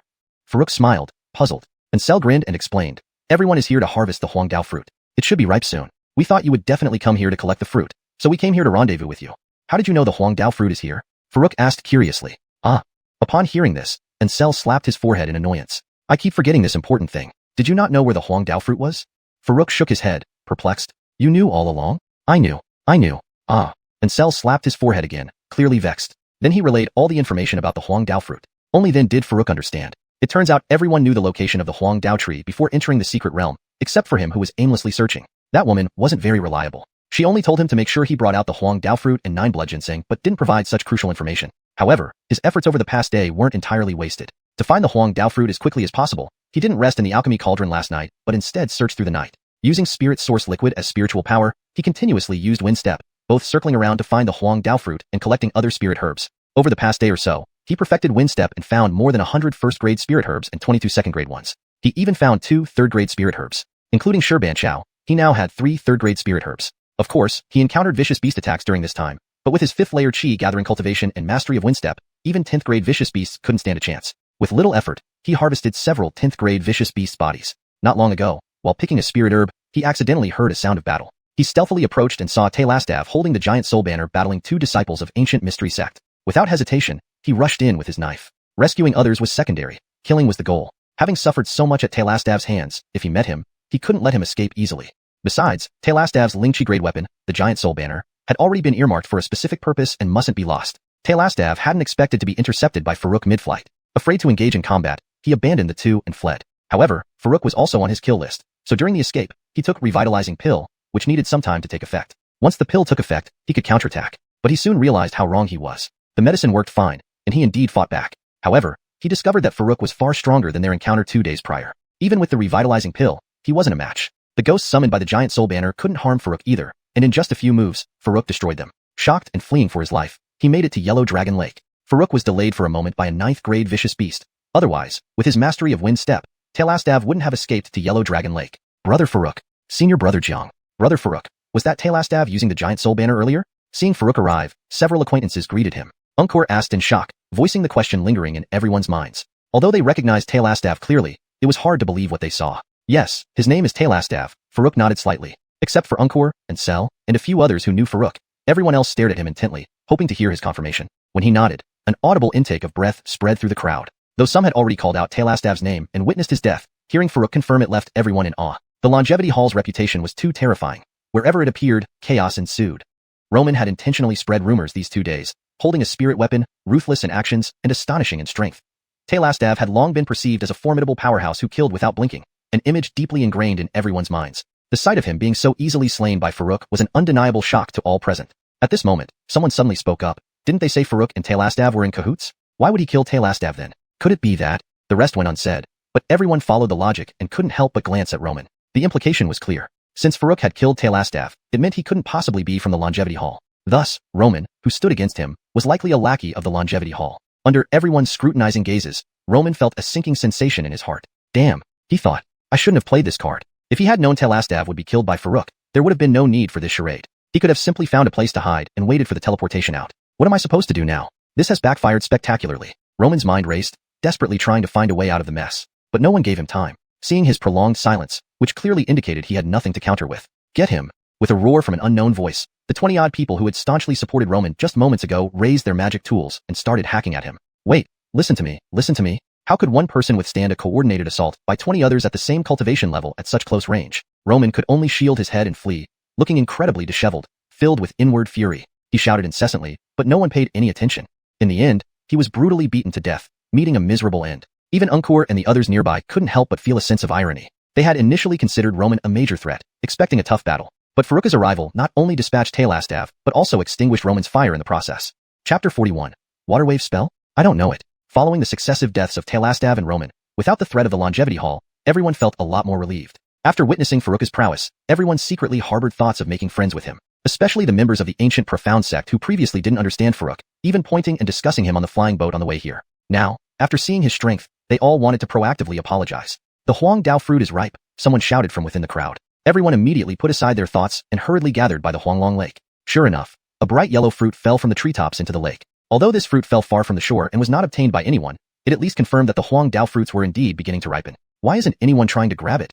Farouk looked around, noticing that nobody seemed interested in seizing the fallen fruit, causing him to be quite puzzled. Brother, it's too far away, beyond casting range. Even if we wanted to grab it, we can't, Ancestral explained beside him. Farouk paused momentarily. Casting range? Aren't you supposed to dive in and get it? Upon hearing this, even Althia glanced at him, unable to resist. Althia said gently, luckily only the three of us are here. Otherwise, the heroic image you left in people's hearts after slaying Telastav would have crumbled. Farouk choked for a moment and shot her a look. He didn't expect this seemingly aloof little duck to tease him like that. He then turned to Ancestral. What do you mean? Oh brother, you don't know. You can't enter the lake as any creature that touches it will sink immediately, regardless of swimming skills. Therefore, we need to use the water wave spell to draw the Huang Dao fruits within casting range before harvesting them. Ancestral kept his eyes fixed on their area, not turning back to explain. In just this brief time, several lucky positions had already harvested Huang Dao fruits. This made him itchy with envy. Water wave spell? But I don't know it. What should I do? Farouk was dumbfounded. Damn water wave spell. If it was wind summoning or earth wall, he could manage. But at the time he found no practical use for water wave spell and didn't learn it. Without thinking, he knew these were definitely instructions unified by the sect. This compelled him to once again grumble about that unreliable woman. Thankfully, he was always cautious and never made rash moves. If not, he might have jumped into the lake with the first falling Huang Dao fruit, leading to a tragedy. You don't know the water wave spell? Althia and Ancestral simultaneously looked at Farouk. Ancestral realized for the first time that his elder brother seemed a bit unreliable. They were the smallest team with only 3 people. Originally, they could have collected 2 Huang Dao fruits simultaneously with each person taking turns using the water wave spell. Now, short of one person, they could only catch 1 fruit per round. If multiple fruits fell in their area, they could only watch helplessly as they sank into the lake. Hee, no one told me it was mandatory to use water wave spell. Farouk laughed awkwardly, suddenly becoming the weakest link. How should he handle this? It's alright, as long as each of us gets one. It's fine when we report back to the sect. Althia said indifferently. Farouk chuckled dryly. Since you're so understanding, let me retract my complaints about you. Brother, since you're so strong, why don't we just rob others next time? Anyone we don't like? Ancestral suggested cheekily. At that moment, a Huang Dao fruit dropped from the treetop, right in their area. Here it comes, prepare, Althia reminded as she cast the water wave spell. Immediately, a water wave surged up, striking the descending Huang Dao fruit. Under the impact, the fruit followed a parabolic trajectory toward the shore but continued falling. Althia couldn't cast the spell twice, so Ancestral immediately unleashed his prepared spell, propelling another water wave. The Huang Dao fruit traced another parabola towards the shore. After several rounds, the Huang Dao fruit finally reached them. Ancestral caught it from mid-air, admired it lovingly, then handed it over to Farouk. Brother, you take this first. Farouk glanced at Althia, seeing no objections, so he accepted it without protest. He genuinely wanted to examine it closely, being the first time he'd seen one. As for the final distribution of the Huang Dao fruits, he wouldn't mind if he got none, given he hadn't contributed much. The Huang Dao fruit looked like a regular yellow peach, but it was golden yellow and resembled an orange. As Farouk scrutinized the fruit, he pondered how he could gain more Huang Dao fruits. These were grade 4 medicinal herbs. He only needed to hand over one to the woman, but if he got more, they would become his personal property. These could surely refine plenty of spirit essence liquid. Most of the falling Huang Dao fruits were concentrated in the middle of the lake, and only a tiny fraction could be retrieved using water wave spells. Farouk wished there was a way to directly reach the center of the lake. Foundation establishment cultivators could fly there, but only Chi-gathering realm cultivators could enter this secret realm. It was perfectly constrained. Seeing everyone busy while he idled, and precious resources just out of reach, Farouk grew anxious. Suddenly, several fierce beasts flew from the distant forest, circling in the air before dashing straight towards the falling Huang Dao fruits. They skillfully snatched the fruits and swiftly returned to the forest. And anxiously watching Farouk brightened. Though the lake's surface was impassable, the air above was not. Although he couldn't fly a sword, he could commandeer a flying boat. Indeed, every problem has a solution. Farouk felt an excitement within. Without further ado, he began refining a flying boat using the Alchemy Cauldron. Fortunately, he had paid special attention to the sect elders' boats on the way here, noting that they were essentially magical artifacts, able to float and fly due to engraved spirit patterns. Despite his ignorance in this area, the Alchemy Cauldron took care of it all, leaving him worry-free. As for maintaining the boat's operation with spirit energy, it might be difficult for other 5th-layer Chi-gathering cultivators because flying boats consumed vast amounts of spirit power, especially larger ones. But Farouk didn't need a huge boat, just one that could carry him above the lake. Moreover, he had abundant spirit essence liquid to use as spirit power, eliminating any concern of depletion. For materials, he had collected many high-level beast corpses during the 9-blood ginseng search and subsequently hunting for Huang Dao fruits. Plus, he had killed a 5th-level Blackwood demon. While a 5th-level beast held little value to him now, its unique material upon death was perfect for forging a flying boat. Chapter 42. Envy-inducing operations and rich harvests. Ultimately, Farouk used the body of the Blackwood demon as the primary material, supplemented by the skins of other fierce beasts, then directly handed them over to the Alchemy Cauldron to start refining. The process was simple. It was still melting first, followed by forming through intent, and finally introducing spirit source liquid to inscribe spirit patterns. When it came to shaping through intent, Farouk chose a low-key approach. The entire boat was about 3 meters long and 2 meters wide, not nearly as tall as the multi-story boats of the elders, but rather more like a regular small wooden raft. After all, his cultivation wasn't high enough. If the item were too good, it might attract the covetous attention of some people. Besides, with his current materials, refining such a small flying boat was more than enough. If he wanted to refine a giant flying boat that was 2 or 3 stories high, it definitely wouldn't be enough. The whole process was completed very quickly. Ancestral and Althia had just managed to collect their second Huang Dao fruit at this moment. With a thought, a palm-sized flying boat appeared in Farouk's hand. Then he tossed the boat into the air, followed by casting a spell, which caused the boat to expand rapidly, stopping in the form of a small wooden raft in the blink of an eye. Farouk employed wind walk steps, stepping onto the wind. In everyone else's eyes, it seemed like he flashed directly onto the flying boat. Is he planning to use the flying boat to go out on the lake to collect Huang Dao fruits? But how does he have a flying boat? Although this one looks a bit ugly. No, the ugliness of the flying boat isn't the point. Such an ugly flying boat could well be granted by the sect's higher-ups. The key is how can he control it? Remember, even for such a small flying boat, the amount of spiritual energy required for operation is beyond what us chi-gathering cultivators can handle. Indeed, if his spiritual energy runs out while he's out on the lake, it won't be a joke. Amidst the murmurs of others, Farouk was already trying to control the flying boat. It wasn't as difficult as imagined, with the only challenge being controlling the supply of spiritual energy. Similar to a car's throttle, the amount of spiritual energy supplied directly affects the speed of the flying boat. He now needed to collect the Huang Dao fruits, meaning he had to adjust the speed according to their falling situation, sometimes fast, sometimes slow. However, Farouk was no longer the novice who had just stepped into the realm of cultivation. He had been practicing various spells constantly. Although he hadn't fully mastered them in real combat, his control of spiritual energy had already reached a certain level of proficiency. After becoming familiar with the operation slightly, he immediately turned around and flew towards the center of the lake. Elder brother, be careful. Ancestral, who had just collected his second Huang Dao fruit, placed his hand near his mouth, shouting loudly toward Farouk's back. His face showed excitement and agitation. How could they not be envious? As cultivators, who wouldn't wish to soar in the sky? Despite others loudly proclaiming how ugly the flying boat was, only they knew how much jealousy it stirred within them. Even Althia couldn't help but stare at Farouk's back, lost in thought for a moment. She found herself increasingly unable to see through Farouk. Not only did he possess formidable and powerful knife techniques, but he could also successfully control a flying boat at the chi-gathering stage. How did he manage it? Regardless of where the flying boat came from, whether it was given by his elders or was loot from killing Edgar, it didn't matter much to her. What was significant was that as a disciple from the Immortal Hall, owning a flying boat wasn't odd at all. The closer he got to the lake center, the more Huang Dao fruits fell. Now, Farouk was already beyond the range anyone else could reach through spells. Initially, looking from the outside, he hadn't noticed how many fruits there were, but once inside this area, he realized just how numerous the Huang Dao fruits were. He felt like he didn't need to actively catch them. Just parking the flying boat anywhere would ensure collecting at least 10 to 15 Huang Dao fruits by the end. Considering those on the shore, even a team of 5 could gather no more than 10 to 20 Huang Dao fruits at best, needing extremely good luck. Ultimately, each person would end up with about 3 to 4 fruits after dividing. The gap was evident. Since Farouk had come this far, he naturally wouldn't be satisfied with just a dozen Huang Dao fruits. Waiting in one place consumed time either way, so proactively driving the flying boat to gather more merely required a bit more spiritual energy. Each additional Huang Dao fruit gathered meant he could refine more spirit source liquid. Thus, he began to steer the flying boat swiftly back and forth over the lake. From the shore, it looked like he was running around aimlessly like a headless fly. But nobody really considered him a headless fly. Anyone who wasn't blind could see that he was clearly collecting Huang Dao fruits. Good heavens! Does his spiritual energy never run out? How terrifying! How did he do it? Do you think he might already be at the Foundation Establishment stage? Impossible. Foundation Establishment cultivators can't enter this secret realm. What if he advanced to the Foundation Establishment stage after entering? Well, I heard there's an extraordinary spirit stone that can be absorbed directly. Do you think he? Impossible. An extraordinary spirit stone is exceedingly rare. If he really had one, he could directly buy plenty of Huang Dao fruits. That's true, logical. Everyone speculated wildly, yet ultimately nothing conclusive came from their discussions. At first, everyone was just envious, feeling a little envy internally, but as Farouk collected more and more, jealousy started to brew in some hearts. Some even began secretly hoping Farouk's spiritual energy would suddenly run dry, causing him to fall into the Yellow Dragon Lake. But they dared only think these thoughts inwardly, showing no outward signs. Ignoring Farouk's remaining aura from defeating Edgar, someone suggested that Farouk might already be at the Foundation Establishment stage, which alone was enough to keep them wary. Soon, half an hour passed. The dropping Huang Dao fruits gradually decreased until none were left. People watched the calm lake, some happy, others worried. The happy ones naturally were those who collected more Huang Dao fruits, while the worried ones were those with less than ideal harvests. Seeing no more fruits dropping, Farouk steered the flying boat back to the shore. Elder brother, how was the harvest? Ancestral eagerly ran over, looking up and asking. All right, I guess. Farouk smiled, jumping off the flying boat. Then he took out a few Huang Dao fruits and handed them over. These are for you. Ancestral reflexively went to take them, but soon pulled back his hand. Why give them to me? I just split 2 with Althia. Stop fussing, take them.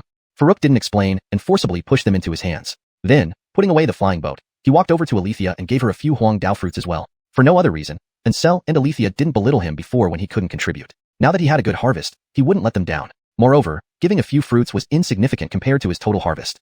By a rough estimate, he believed he gathered no less than 80 fruits, though he didn't count precisely due to his focus on collection. Althia initially wanted to refuse but hesitated and eventually kept them, noting the deed silently in her heart, intending to repay him later. Next, she glanced around and reminded him, "Be careful. It's best not to expose too many Huangdao fruits. Disputes might start soon." Hearing this, Farouk looked around as well, instantly understanding her meaning. He couldn't help but admire her sharp mind. Chapter 43. Mistakenly delivering protection fees. Having just harvested the Huangdao fruits, everyone had a few on them. This was the time when those with ill intentions might start trying to snatch them away. After all, they had come to the mystical realm for treasure hunting and training, so this was not unexpected. As he spoke, Farouk noticed some people starting to leave at a distance. Some were stealthily following, estimating that a large battle could break out any time. At that moment, two disciples wearing Talaxwan sect robes approached Farouk.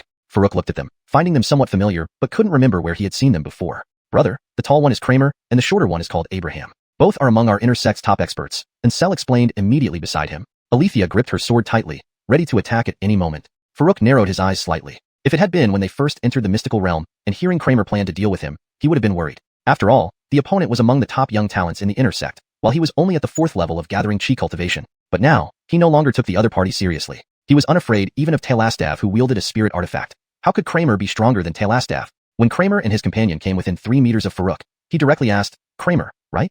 I know you want to confront me. So, how do you want to fight?" Just as Kramer was about to speak after stopping, he was taken aback by the question. He glanced at Abraham beside him, who looked equally puzzled. Kramer could only force an explanation. "I didn't come here to fight you." Nearby, Ancestral shouted, "Kramer, don't play tricks. Isn't this just about your brother seeking revenge? Don't pretend. We all know it." "Oh no, it's a misunderstanding truly. We're not here for revenge. My unworthy brother lost a fair fight and got what he deserved. We actually came to thank Brother Farouk," Kramer said with a bitter smile, continuously explaining. "I vouch for it. We really came to express gratitude." Abraham quickly chimed in. "Gratitude? For what? Not for teaching my brother a lesson, right?" Farouk was more confused now. Looking at their expressions, it seemed they weren't lying. But what could he possibly have done that was worthy of their thanks? "Hee, disciplining my brother is just part of it," Kramer chuckled awkwardly. Then, he became serious. "Most importantly, don't you remember in the forest earlier? You saved us from that rogue Talastav, and then chased after him." At this, Farouk finally realized.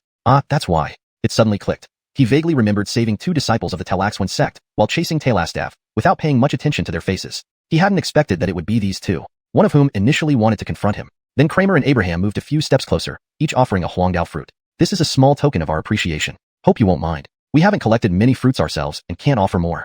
Farouk thought for a moment and nodded. "All right, I'll take it. If you two don't have other plans, you can join us. It seems we're about to be transported out soon." Hearing this, Kramer and Abraham were overjoyed and agreed repeatedly, Sure, we'll follow you." Their true intention for bringing Huangdao fruits was indeed to stay close to Farouk. Both were seriously injured during the previous fight with Talastav, and currently had diminished combat power. Knowing the inevitable upcoming conflicts, they believed staying with Farouk was the best choice to protect their fruits. Initially, Kramer did plan to confront Farouk, wanting to get back for his brother. But seeing Farouk's strength in pursuing Talastav, he abandoned that idea. Not to mention Farouk accidentally became his savior. Farouk also understood their true purpose. From their unstable breaths while speaking, it was evident they were injured. Given the situation, it wasn't hard to guess their intentions. Meanwhile, Marcia and her companions approached next, each handing over a Huangdao fruit. They thanked Farouk openly but were essentially seeking protection. Julianne and Baker hadn't fully recovered, making their combined strength weaker. Sticking with Farouk was their best choice. Farouk didn't refuse since he already knew them. What followed surprised him. More and more Talaxwan sect disciples began to approach him, each offering a Huangdao fruit. This made Farouk feel like he was collecting protection fees. Everyone claimed they were thanking him for defeating Talastav, but the real reasons were obvious. The reason everyone sought shelter under Farouk was understandable. Firstly, the strongest disciples of the Talaxwan sect like Kramer and Abraham were injured, leaving Althia with Farouk. Without these leaders, they couldn't match the other sects. Secondly, Farouk's undisputed strength and the shockwave from killing Talastav alone made everyone hesitant to oppose him. Choosing to follow Farouk naturally provided the most safety. Of course, not all Talaxwan sect disciples sought his protection. A few chose to venture alone, either due to unwillingness to give up Huangdao fruits or personal reasons. For example, Javier and Hicks, fellow outer sect disciples of Marcia, chose to go solo, partly because they previously aligned with Roman against Farouk, and partly because of past grievances over someone losing entry to the mystical realm due to Farouk's sudden appearance. Despite witnessing Farouk's strength now, they wouldn't dare cause trouble nor seek shelter under him. Please ensure continuity when translating further segments. Chapter 44. Returning to the sect, Suspicious Carver. Since Farouk had accepted everyone's contribution of yellow Dao fruits, he naturally wouldn't abandon them. He had almost fully explored the mystic realm and collected quite a few spirit herbs. So, following Ancel's suggestion, they set up a fire right there and started roasting meat. Time passed swiftly until it was midnight. With a flash of light, everyone opened their eyes again and found themselves outside the mystic realm. They were back beside the enormous barrier from where they entered, where the 5 elders from the 3 major sects were waiting. Even though it was night, the sight of cultivators over short distances wasn't affected. For those with profound cultivation, day or night made no difference at all. Seeing that they were transported out, the elders of the three major sects immediately released their flying boats and gathered their own disciples around them. Due to Farouk's actions, the other two sects did not cause any trouble for Ancient Mystery Sect in the final stages, so most of the Ancient Mystery Sect disciples appeared energetic. Only a few looked severely injured. For instance, Javier and Hicks. After leaving the Yellow Dragon Lake, they ran into people from Crimson Moon Sect. Not only were their storage pouches taken, but Javier also lost an arm. If they hadn't been teleported out at a critical moment, they would likely have died. Now, the two were lying on the flying boat, gasping for breath, filled with fear and relief at surviving. Other disciples, seeing how badly hurt they were, couldn't help but feel secretly relieved. They were glad they had sought protection under Farouk. Otherwise, lying there could have been them. Looking at the disciples of the other two sects, almost all of them had injuries, indicating they had survived some fierce battles. Barkley asked a disciple about the situation inside, and got a general understanding. He couldn't help but glance deeply at Farouk. Meanwhile, the elders of the other two major sects were also gathering information about what happened inside. When Carver learned that Edgar had been killed by Farouk, an extremely powerful aura erupted from her. Disciples of Nanhua Sect felt this aura and fell silent, assuming their elder was furious due to infiltrators from the Longevity Hall. Only Farouk noticed something unusual. He could clearly feel the anger in Carver's eyes directed at him. This alarmed him greatly. According to Althia, this old woman had reached the peak of the Foundation establishment stage. If she targeted him, it would be difficult for him to survive at his current level. But he didn't specifically target Nanhua Sect cultivators inside the Mystic Realm, except for killing Edgar. Although Edgar wore Nanhua Sect attire, no. Could this old woman know Edgar's true identity?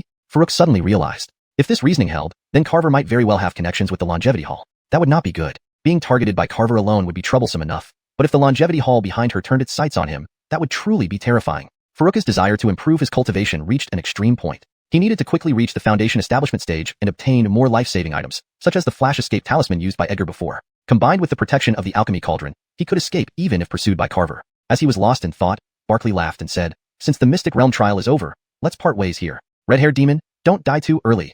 He then controlled the flying boat and sped off toward Ancient Mystery Sect. He was eager to leave mainly because he noticed that Carver and red-haired demon looked at Ancient Mystery Sect disciples suspiciously. Considering what he knew happened inside the Mystic Realm, he suspected these two elders were considering attacking them because Ancient Mystery Sect had suffered the least loss. If it was just one sect, he and Shui Gang could probably handle it. But if both sects attacked simultaneously, it could mean total destruction. Better to retreat now. More than an hour later, the flying boat stopped at the Ancient Mystery Sect square. Everyone felt relieved to return to the familiar sect grounds. Though the journey lasted only 3 days, the dangers encountered were more than those faced in the past 3 years. Some were seriously injured, and others never returned. For those who survived, these 3 days would become the foundation of their future cultivation. After handing in their storage pouches, everyone went home to rest. The resources within the storage pouches would be counted by the sect and exchanged for elixirs, magical weapons, and other rewards, which they would need for reaching the Foundation establishment stage. Farouk also handed in the storage pouch containing 1 yellow Dao fruit and several grade 2 spirit medicines. On the way back, he counted and found he had 127 yellow Dao fruits, including the protection fees collected. Now, he had 126 left after handing one in. He would wait for that woman to come forward to settle this matter before preparing for Foundation establishment. Returning home to rest briefly, Farouk went to the kitchen early next morning. Missing 3 days of work meant plenty of beast carcasses must have accumulated, right? Sure enough, when he arrived. Wow. The beast processing area was piled high, and even the cooking area was occupied. At a rough estimate, there were at least 300 beast corpses. Although Farouk wasn't short on spirit essence fluid, he still planned to continue this job. Practicing his knife skills daily was beneficial. After spending half an hour clearing the processing area, he was about to start on the cooking area when someone silently appeared before him. His hand holding the knife trembled. Despite being vigilant, he hadn't sensed the person approaching. Against such an enemy, even having a flash escape talisman might not save him. Chapter 45. Exchange. The use of 9 blood ginseng leaves. Heard you gathered quite a few Huangdao fruits? As Farouk was inwardly alarmed, Melanie opposite him said indifferently. Just a few. Apart from keeping one specially for you. I handed the rest over to the sect. Farouk hesitated, thinking that this woman must have already investigated. But he didn't worry too much since his gathering of Huangdao fruits on the flying boat in the secret realm was widely known. It wasn't hard for her to find out. But Melanie sneered inwardly upon hearing his response. Handed everything to the sect? Who doesn't know you only submitted one? Before coming to see Farouk, she had thoroughly researched everything related to him. Yet she didn't directly expose him and instead asked about the 9 blood ginseng. 9 blood ginseng? To her, this was far more important than Huangdao fruits. She knew Farouk still had many Huangdao fruits, so even if he played dumb, she could easily extract the information. But regarding the 9 blood ginseng, she had no leads. Without it, she couldn't formulate the explosive blood pill. Just as she was feeling troubled, Farouk took out the 9 blood ginseng and a Huangdao fruit, handing them to her. Mission accomplished. You've made a huge profit with this 9 blood ginseng. It nearly cost me my life. Farouk wanted to elaborate on his difficulties, but Melanie ignored his words and snatched the ginseng, her face revealing a hint of joy, a smile she had never shown before. Admittedly, her already stunning face became mesmerizing when she smiled, leaving Farouk momentarily captivated. After confirming the authenticity of the ginseng, she put it away and saw Farouk staring at her. Under normal circumstances, she would have been angry, but now she was in a good mood. She slightly curled her lips and teased, "Do I look good?" Well, now that you have the 9 blood ginseng, we're square. If there's nothing else, I should get back to work. Farouk almost blurted out that she looked good but quickly changed the subject. He handed over the ginseng mainly because he didn't want to entangle himself with such a powerful person. The less they had to do with each other, the better. If one day he surpassed her, then maybe he'd dare to challenge her again. Moreover, he didn't fully understand the value of the 9-blood ginseng. Knowing it was a 4th-grade spirit medicine, it seemed dispensable compared to the huangdao fruits. However, if he knew its true purpose, he might not be so willing to hand it over. Fine. Since you helped me get the 9-blood ginseng, I was prepared to reward you. But if you don't need it, I'll leave. Melanie pretended to sigh, then turned to leave. Wait, senior. You just came. Why rush off? Let me treat you to my signature roasted meat. Farouk hesitated for only a second between taking the reward and maintaining distance before deciding to take the reward first. He knew the rewards from someone of her caliber would be exceptional, something he couldn't refuse. Seeing his reaction, Melanie felt amused and decided to tease him further. Blinking playfully, she asked, "Oh, won't it interfere with your work?" Her mischievous demeanor left Farouk speechless. A cold and aloof fairy suddenly acting charming like this. It was almost tempting fate. However, he quickly regained composure and laughed. "Senior, work can wait. Accompanying you is more important." His swift response caused a flicker of surprise in Melanie's eyes. She had subtly used her cultivation to influence his thoughts to test his willpower. She thought her beauty alone would suffice, yet he remained unaffected. This piqued her curiosity about Farouk. How did he manage that? Is he really as unswayed as stone? Had she known his quick reaction stemmed from fear of her immense power, she might think differently. Alright, no more teasing. Seriously, how many huangdao fruits do you still have? I'm willing to trade other items for them. I have. Farouk was about to say he had none left, but Melanie raised an eyebrow. Don't say you have none. I know you still have plenty. Don't worry. I won't force you, and I guarantee you'll be satisfied with what I offer. Hearing this, Farouk hesitated. How many do you need? What can you offer me first? She glanced at him with her beautiful eyes. This guy was sharp. Not wasting time, she said. 30 should be enough. As for what I can offer, like foundation establishment pills for your next stage. Interested? You have foundation establishment pills? Surprise flashed across Farouk's face. He had been worrying where to find them. Buying from the market was his only alternative, until now. Regarding the number of fruits needed, Farouk planned to give up no more than 10 to 15, making it seem like he indeed had very few left. Handing out too many would pose greater risks. Foundation establishment pills are trivial. There's another item you might be interested in, she smiled enigmatically. Farouk sensed a potential trap but asked, what is it? The leaves of the 9-blood ginseng. Huh. He was puzzled. What use could those leaves have? They looked like 2 willow leaves. Melanie explained, if I'm not mistaken, you're currently cultivating your body. At your current stage, the 9-blood ginseng leaves have excellent effects. Ah, could you give me the leaves back then? Farouk pleaded with a forced smile. He found that using spirit source liquid to nurture his body was becoming less effective. One reason could be the lack of a complementary body cultivation technique. Another reason was likely the increased consumption of spirit source liquid as his physique strengthened. But now, he was relying entirely on his body automatically absorbing spirit source liquid for nourishment, which was too slow to feel any significant effect. If the 9-blood ginseng leaves truly had benefits for body cultivation, he would definitely try to get them back. Just as he was thinking this, Melanie spoke up. Of course I can give them back to you. 1 leaf for 2 huangdao fruits. 1 foundation establishment pill costs 5 huangdao fruits. How many do you want? With your aptitude? Note, the term zuzhi is translated as aptitude to better fit the context and flow in English. He didn't hear what she said after that. He closed his eyes, trying to stabilize his emotions. He feared that if he couldn't control himself, he might directly lash out at this woman in front of him. This was simply outrageous. Using his own 9-blood ginseng leaves to trick him into giving up huangdao fruits. Was this something a human being would do? She must not be human at all. Moreover, she dared to ask for 5 huangdao fruits for 1 foundation establishment pill? Huangdao fruits were 4th-grade spirit medicines, while foundation establishment pills were only 2nd grade. Although it required quite a few ingredients to make the pill, none of those ingredients were beyond the 2nd grade. Even considering the alchemist's effort, Farouk felt that trading 1 huangdao fruit for 1 pill already made him the loser. She's an idiot. She's a big idiot. Farouk repeatedly chanted this in his heart to calm his anger. Seeing Farouk's struggle to hold in his emotions, causing veins to bulge on his forehead, Melanie couldn't help but burst into laughter. Alright, I'm just joking. Here are 3 foundation establishment pills, 100 mid-grade spirit stones, and 2 9-blood ginseng leaves. However, I must warn you, if you want to maximize the efficacy of the 9-blood ginseng leaves, it's best to refine them into pills first. Taking them directly will reduce their effectiveness. Saying this, Melanie tossed a storage bag to Farouk and then held out her hand. Can I have the huangdao fruits now? The sudden turn of events left Farouk momentarily dazed. When he came to his senses, he quickly used his spiritual sense to check the contents of the storage bag. Seeing that everything matched her description, he immediately showed a delighted expression. However, he remained cautious and feigned regret. I only have 15 huangdao fruits left. Fine, 15 will do. Melanie agreed readily. With these 15 fruits, combined with those brought back by other sect disciples, it would be enough for refining the divine foundation pill. There was no need for her to keep pressuring Farouk. Farouk, seeing her easy agreement, inwardly acknowledged that this woman wasn't as bad as he imagined. He reached into the storage bag and handed over the 15 huangdao fruits. The storage bag was left by Tailastaf. After returning, knowing he would face Melanie, he had preemptively placed a small portion of huangdao fruits and the 9-blood ginseng inside to avoid revealing the alchemy cauldron. After receiving the fruits and putting them away, Melanie turned to leave but suddenly paused and warned, don't sell the storage bag. With that, she vanished in a flash. This time, she didn't tamper with the storage bag. She simply didn't want her gifts to be sold. Farouk looked at the storage bag in his hand, thinking about selling both storage bags at the market for extra income, but hearing Melanie's warning, he quickly retracted the idea. Having just received 100 mid-grade spirit stones, he figured the money from selling the storage bags wasn't worth the risk.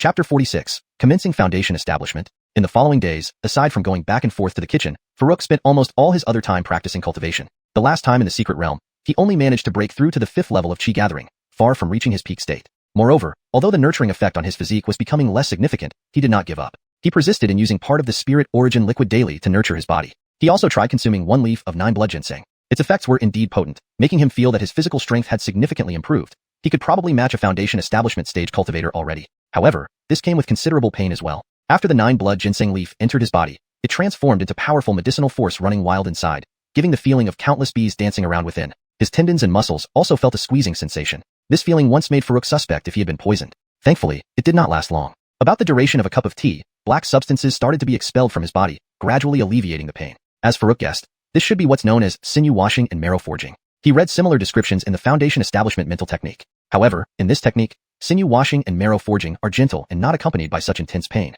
Using something like the 9 blood ginseng leaves for sudden and uncontrolled sinew washing and marrow forging obviously caused issues. So, he dared not recklessly try the remaining leaves. Instead, he planned to refine them into pills or use them under guidance from body tempering techniques.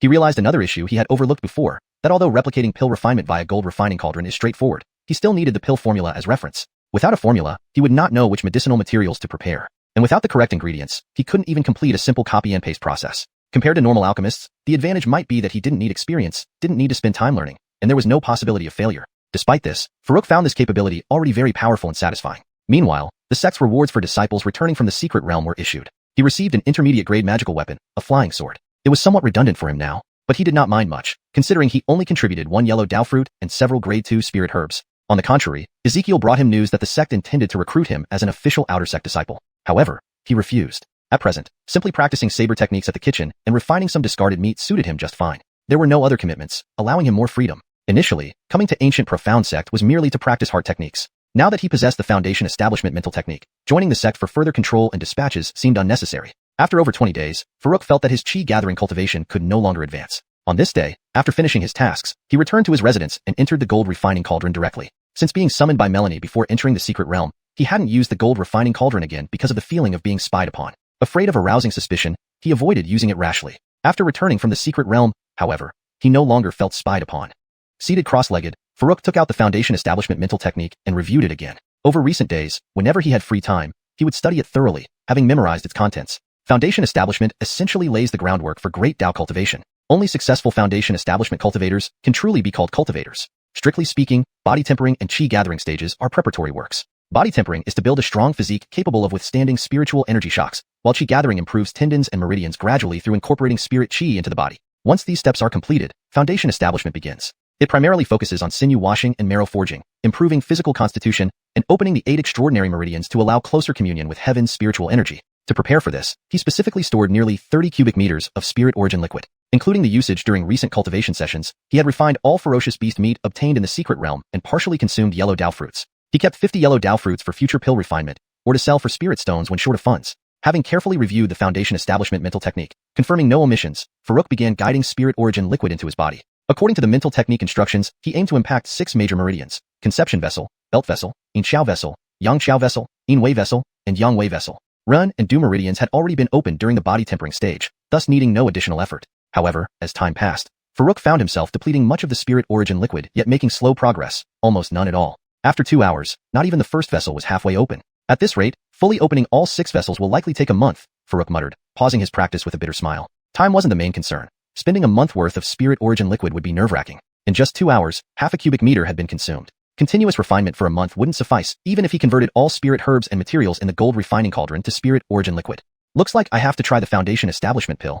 Farouk took a Foundation Establishment pill from beside him and swallowed it directly. Initially, he wanted to try without the pill, but this attempt failed. As soon as the pill entered his stomach, it transformed instantly into a powerful spiritual force. Wasting no time, he guided the force according to the mental technique to impact the conception vessel. Immediately, his perception brightened. Although progress was still not incredibly fast, comparing it to earlier showed the effectiveness of the Foundation Establishment pill clearly. Estimating at this pace, about 4 hours should complete half the process, meaning 8 hours to completely open the conception vessel. Thus, completing all 6 meridians would require roughly 20 hours. While uncertain how long others usually take for Foundation Establishment, 20 hours was perfectly acceptable for him. 4 hours later, as predicted, the conception vessel was fully opened, bringing him one step closer to Foundation Establishment. Unexpectedly, the vigorous effect of one foundation establishment pill ran out just then. Not thinking much, he took a second pill to continue impacting the vessels. Another 4 hours later, the belt vessel successfully opened, but the second pill's effect was depleted. He felt things weren't looking good.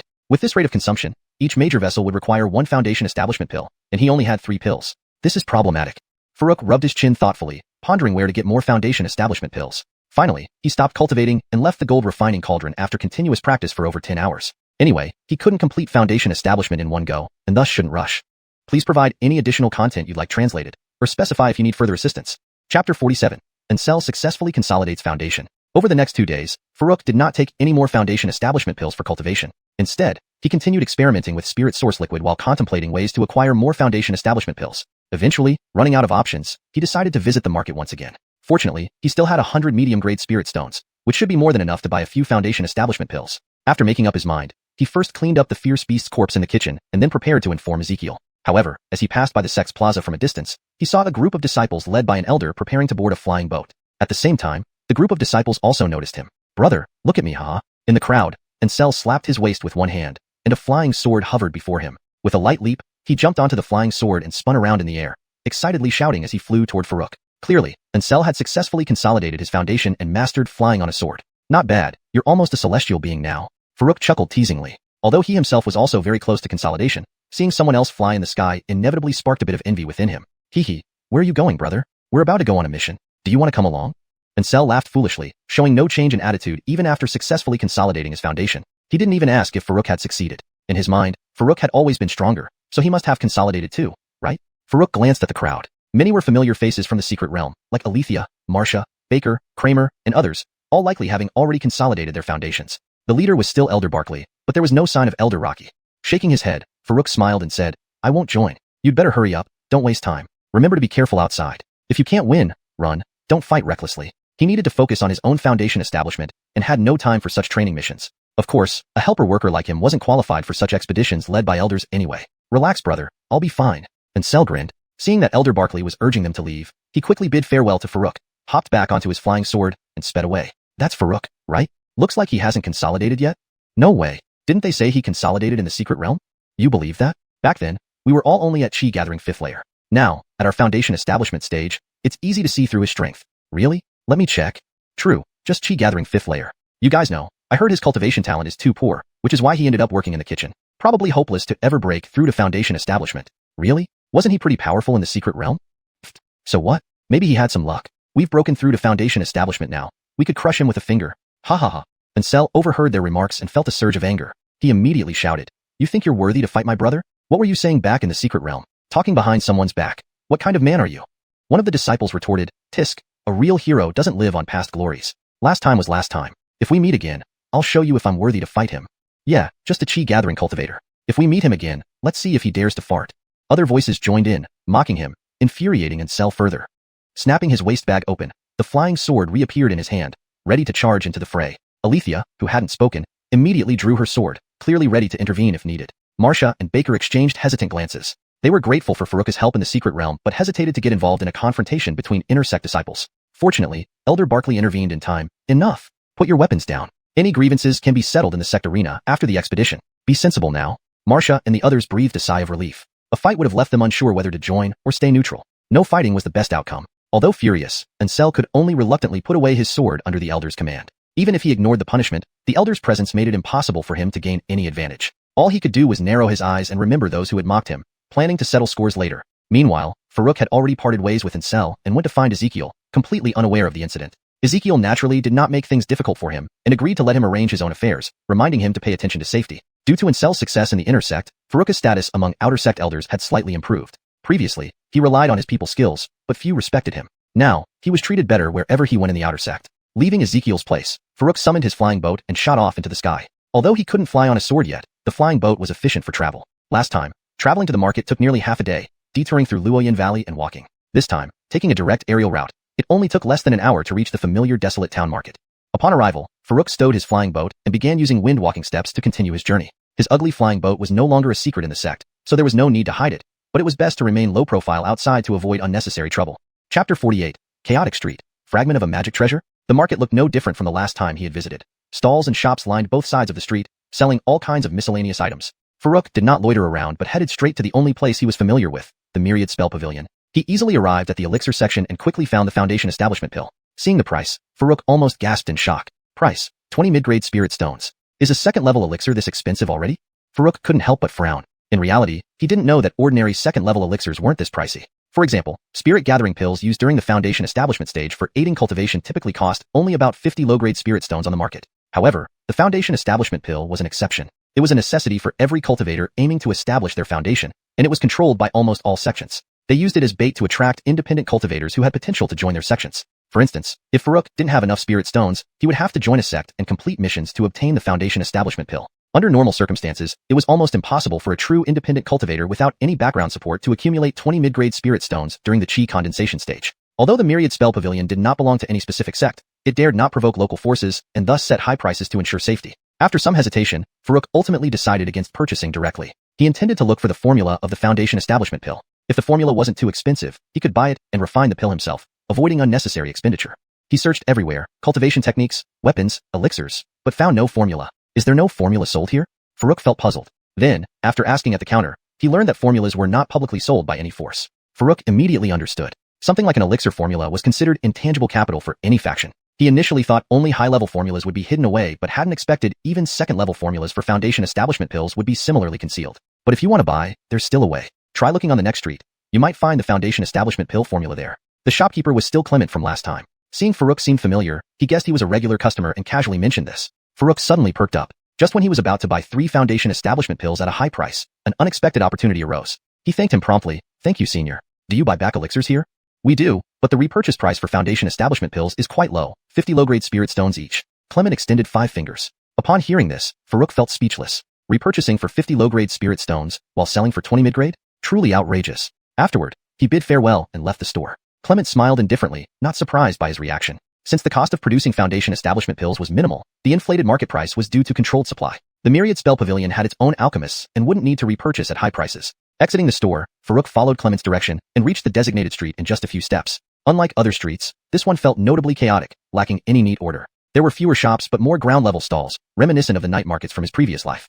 Farouk glanced over and saw a myriad of items, many unfamiliar to him. Beside him, an elderly, thin man in his 60s was selling various items at his stall. A middle-aged man around 40 was holding a piece of iron-like material, bargaining fiercely with the stall owner. This is a fragment of a magic treasure.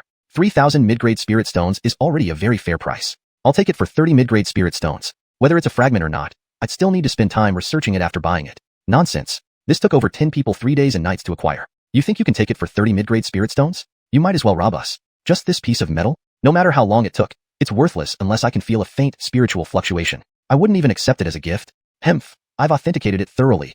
It's a genuine fragment of a magic treasure. Both sides argued intensely, shouting loudly. However, most passers-by barely glanced over before leaving, seemingly uninterested in the spectacle. Farouk was inwardly astonished. Were people in this world uninterested in such public spectacles? In his previous life, encountering something like this would surely draw a massive crowd.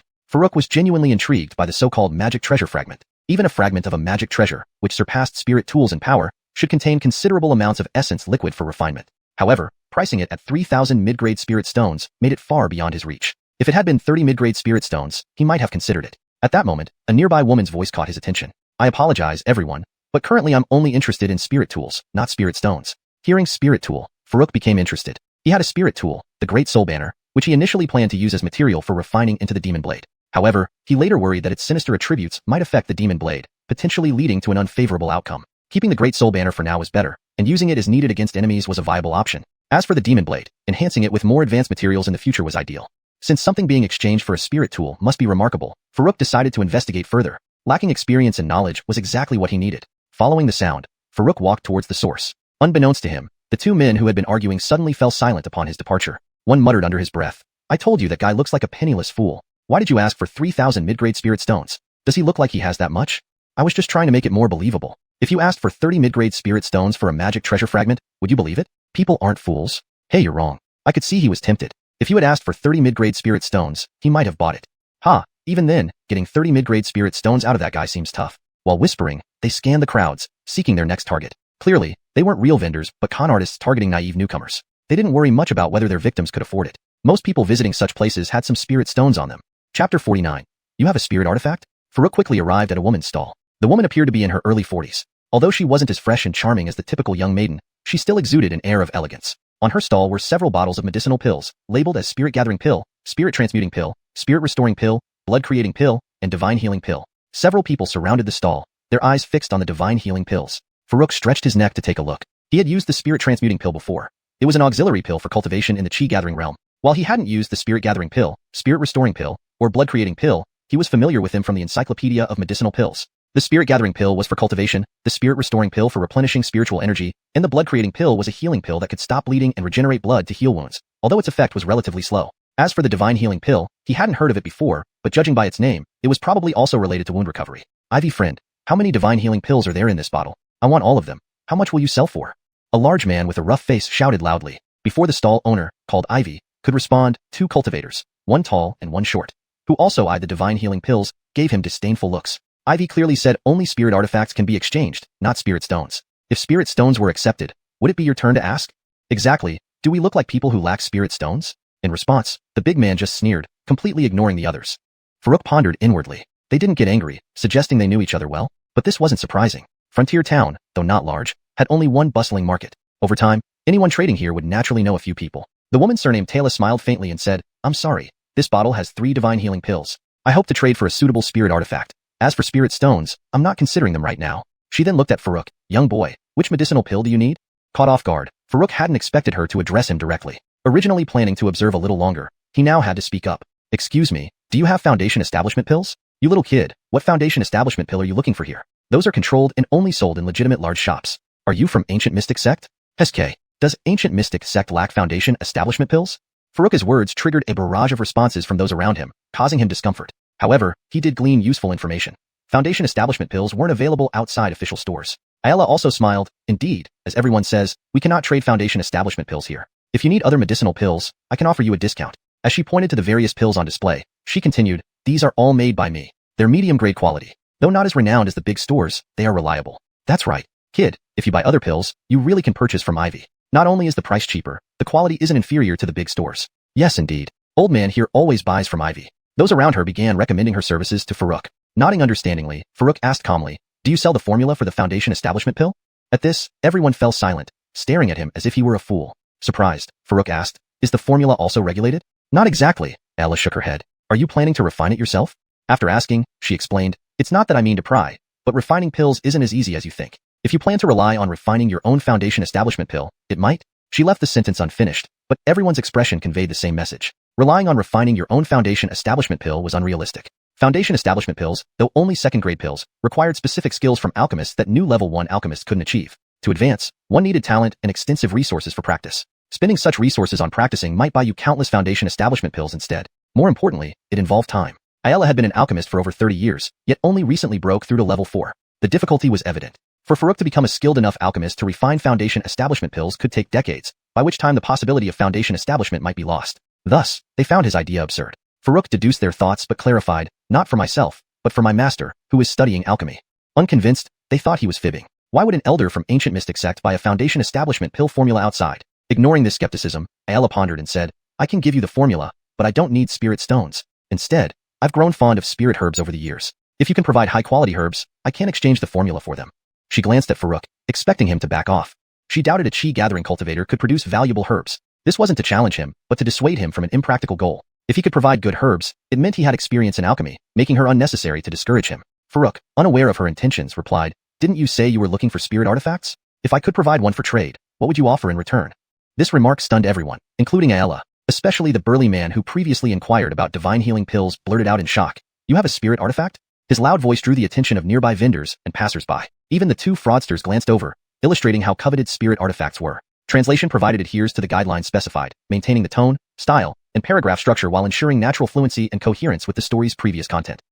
Chapter 50. A deal struck, and a day to craft a spirit artifact? Farouk hadn't expected the mention of spirit artifacts to draw so much attention. Initially, he had thought about trading the giant soul banner, but upon realizing this, he immediately abandoned that idea. After some consideration, he said, of course, I don't have a spirit artifact, but my master can forge one. If you can provide me with some advanced materials, I can ask my master to craft it for you.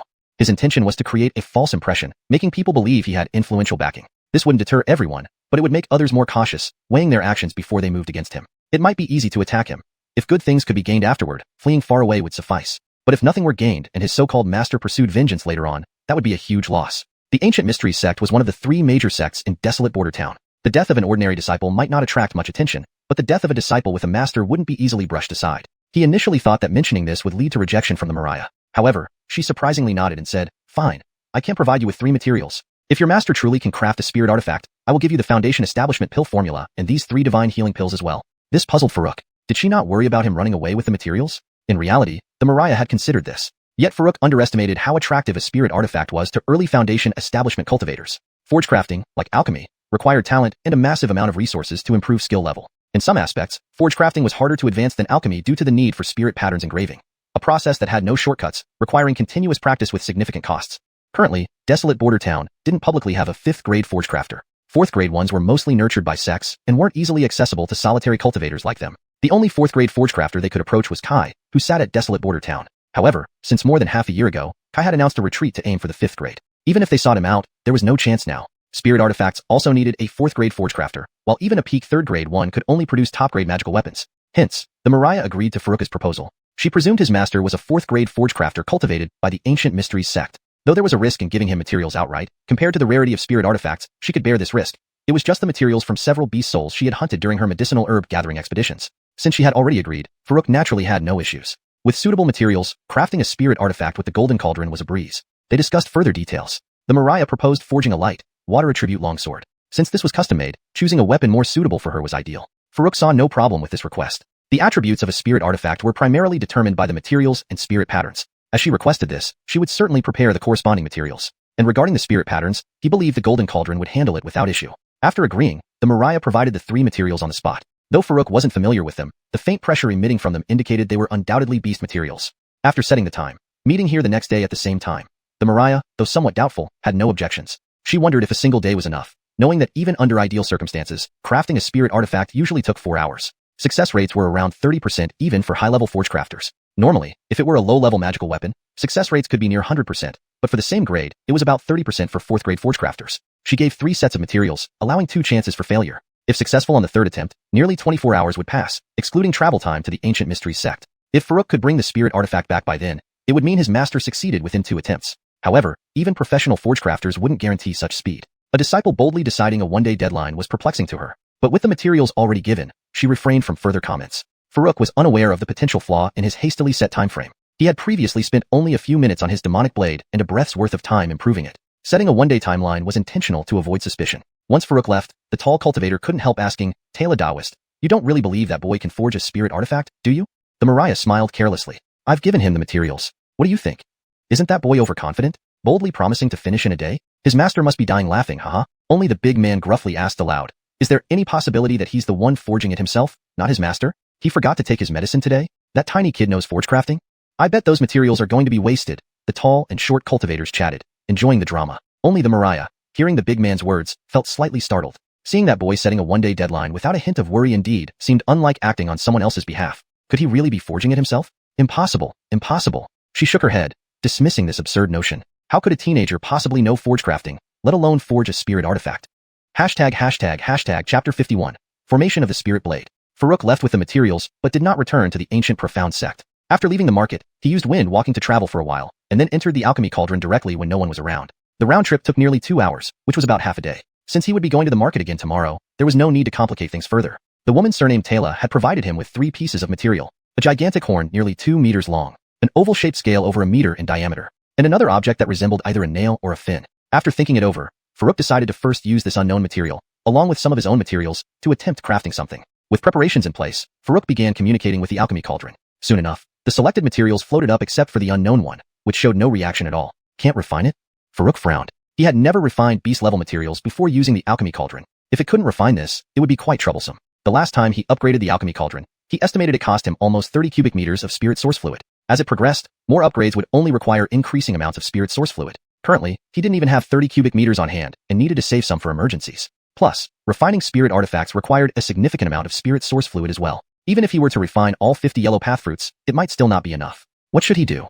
Farouk pondered for a moment, then, deciding to try once more, he tossed the scale into the Alchemy Cauldron. To his surprise, it floated up along with the other materials. Looks like this unassuming item is quite valuable. Farouk picked up the unrefinable material and examined it closely. Despite his scrutiny, he couldn't figure out what it was. However, based on the Alchemy Cauldron's reaction, any material it couldn't immediately refine must exceed its limits and be of high quality. Placing the materials aside, Farouk began observing the process of artifact refinement. The melting of other materials finished quickly, but the scale took longer to refine. Then came the shaping phase. Following the requirements from the woman surnamed Taylor, Farouk shaped the blade, 3 feet long, 4 centimeters wide, emphasizing agility. Soon, a sword embryo matching his mental image stood suspended in the air.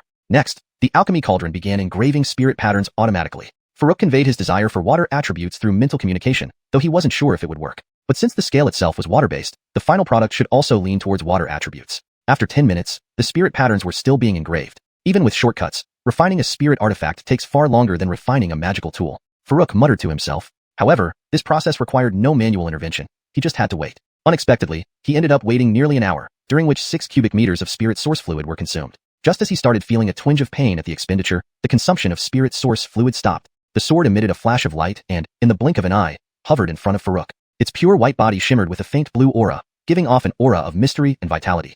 Farouk grasped the hilt and inspected it closely. The originally pure white blade revealed intricate, irregular patterns upon closer inspection. No wonder spirit artifact refinement takes so much time. The density of spirit patterns isn't comparable to ordinary blades, Farouk marveled. Initially, he wanted to infuse spiritual energy to test it, but thought better of it. His current spiritual energy might not be enough to activate the spirit artifact, and using spirit source fluid would be wasteful. Previously, he prepared 30 cubic meters of spirit source fluid for foundational establishment. After recent usage and the 6 cubic meters spent refining the spirit artifact, only 22 cubic meters remained. Next, he intended to see if he could refine the 2-meter-long horn into the demon blade. This would likely incur substantial costs. Spirit source fluid was indeed too easily depleted. Putting the sword aside, Farouk threw the demon blade and the horn into the Alchemy Cauldron. The horn floated up alongside the demon blade, suggesting its grade was similar to the scale. Re-refining required minimal input from Farouk, as the Alchemy Cauldron handled everything automatically, needing only sufficient spirit source fluid. After another hour, 5 cubic meters of spirit source fluid later, the process finally stopped. Farouk summoned the demon blade, which shot into his hand. The dense spirit patterns on the demon blade clearly rivaled those of the sword. This meant the demon blade had successfully become a spirit artifact. Although it was only a lower-grade spirit artifact, it was still superior to most cultivators below mid-foundational stage.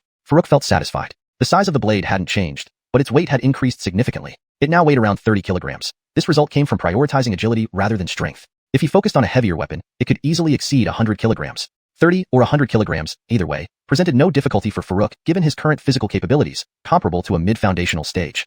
With everything refined, Farouk glanced at the remaining 17 cubic meters of spirit source fluid, feeling a sense of insecurity. He hadn't completed foundational establishment yet, and still relied on spirit source fluid to use spirit artifacts, a huge expense. Deciding firmly, he refined the enormous soul banner. Originally meant as a backup plan, it now served no purpose after upgrading the demon blade. This yielded 3 cubic meters, bringing the total to 20 cubic meters. While still insufficient, it felt more comfortable. He then left the Alchemy Cauldron, boarded his flying boat, and headed toward Luoyin Valley to test the newly upgraded demon blade. Additionally, he planned to gather more fierce beast corpses to refine into spirit source fluid.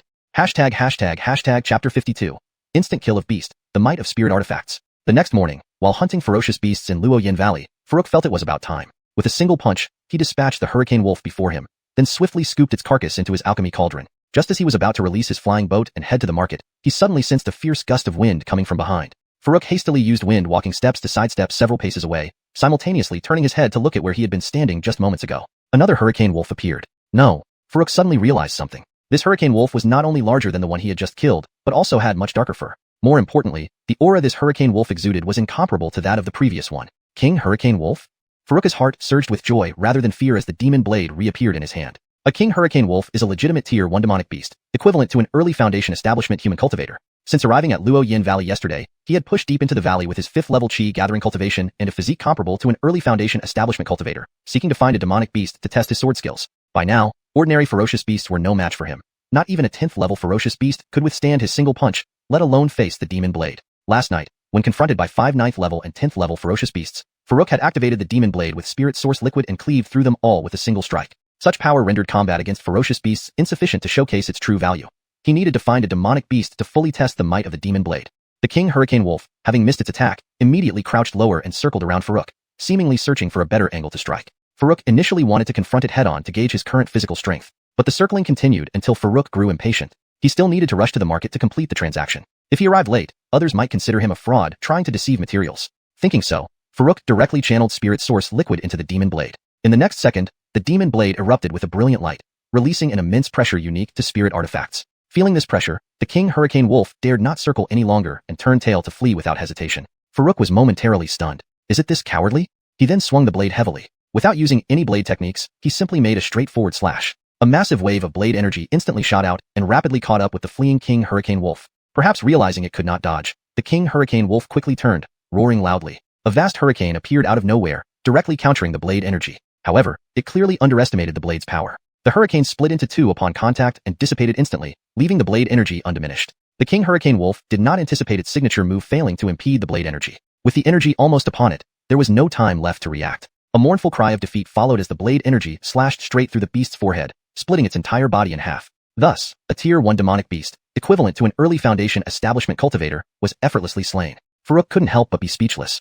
Had the King Hurricane Wolf attacked decisively at first, it might have lasted a few rounds, instead of dying so pitifully. Waiting for Farouk to make the first move cost it dearly. Once the spirit artifact came into play, its fate was sealed. Farouk scooped up the bisected corpse of the King Hurricane Wolf into the Alchemy Cauldron. At the same time, he retrieved a large oval object about the size of an egg, a beast core from the demonic beast, containing its essence and used in alchemy and crafting. Ferocious beasts lacked these cores, which were exclusive to demonic beasts. Farouk immediately refined it into spirit source liquid in his cauldron. 1 cube of spirit source liquid? This single demonic beast is worth at least 10 ferocious beasts. Satisfied with this result, Farouk left the King Hurricane Wolf's body unprocessed for the moment. At the demonic beast level, nearly every part of its body could be used as material. Most parts were standard materials, suitable for crafting regular magical weapons, but not sufficient for spirit artifacts. Only specific attributes from certain beasts, like water attribute materials from that elder woman's request would suffice. If crafting a wind attribute spirit artifact, adding the King Hurricane Wolf's core would greatly enhance its effects. Farouk did not delay further, directly steering his flying boat toward the market. The Demon Blade's power had not disappointed him, though he couldn't yet manipulate it flawlessly.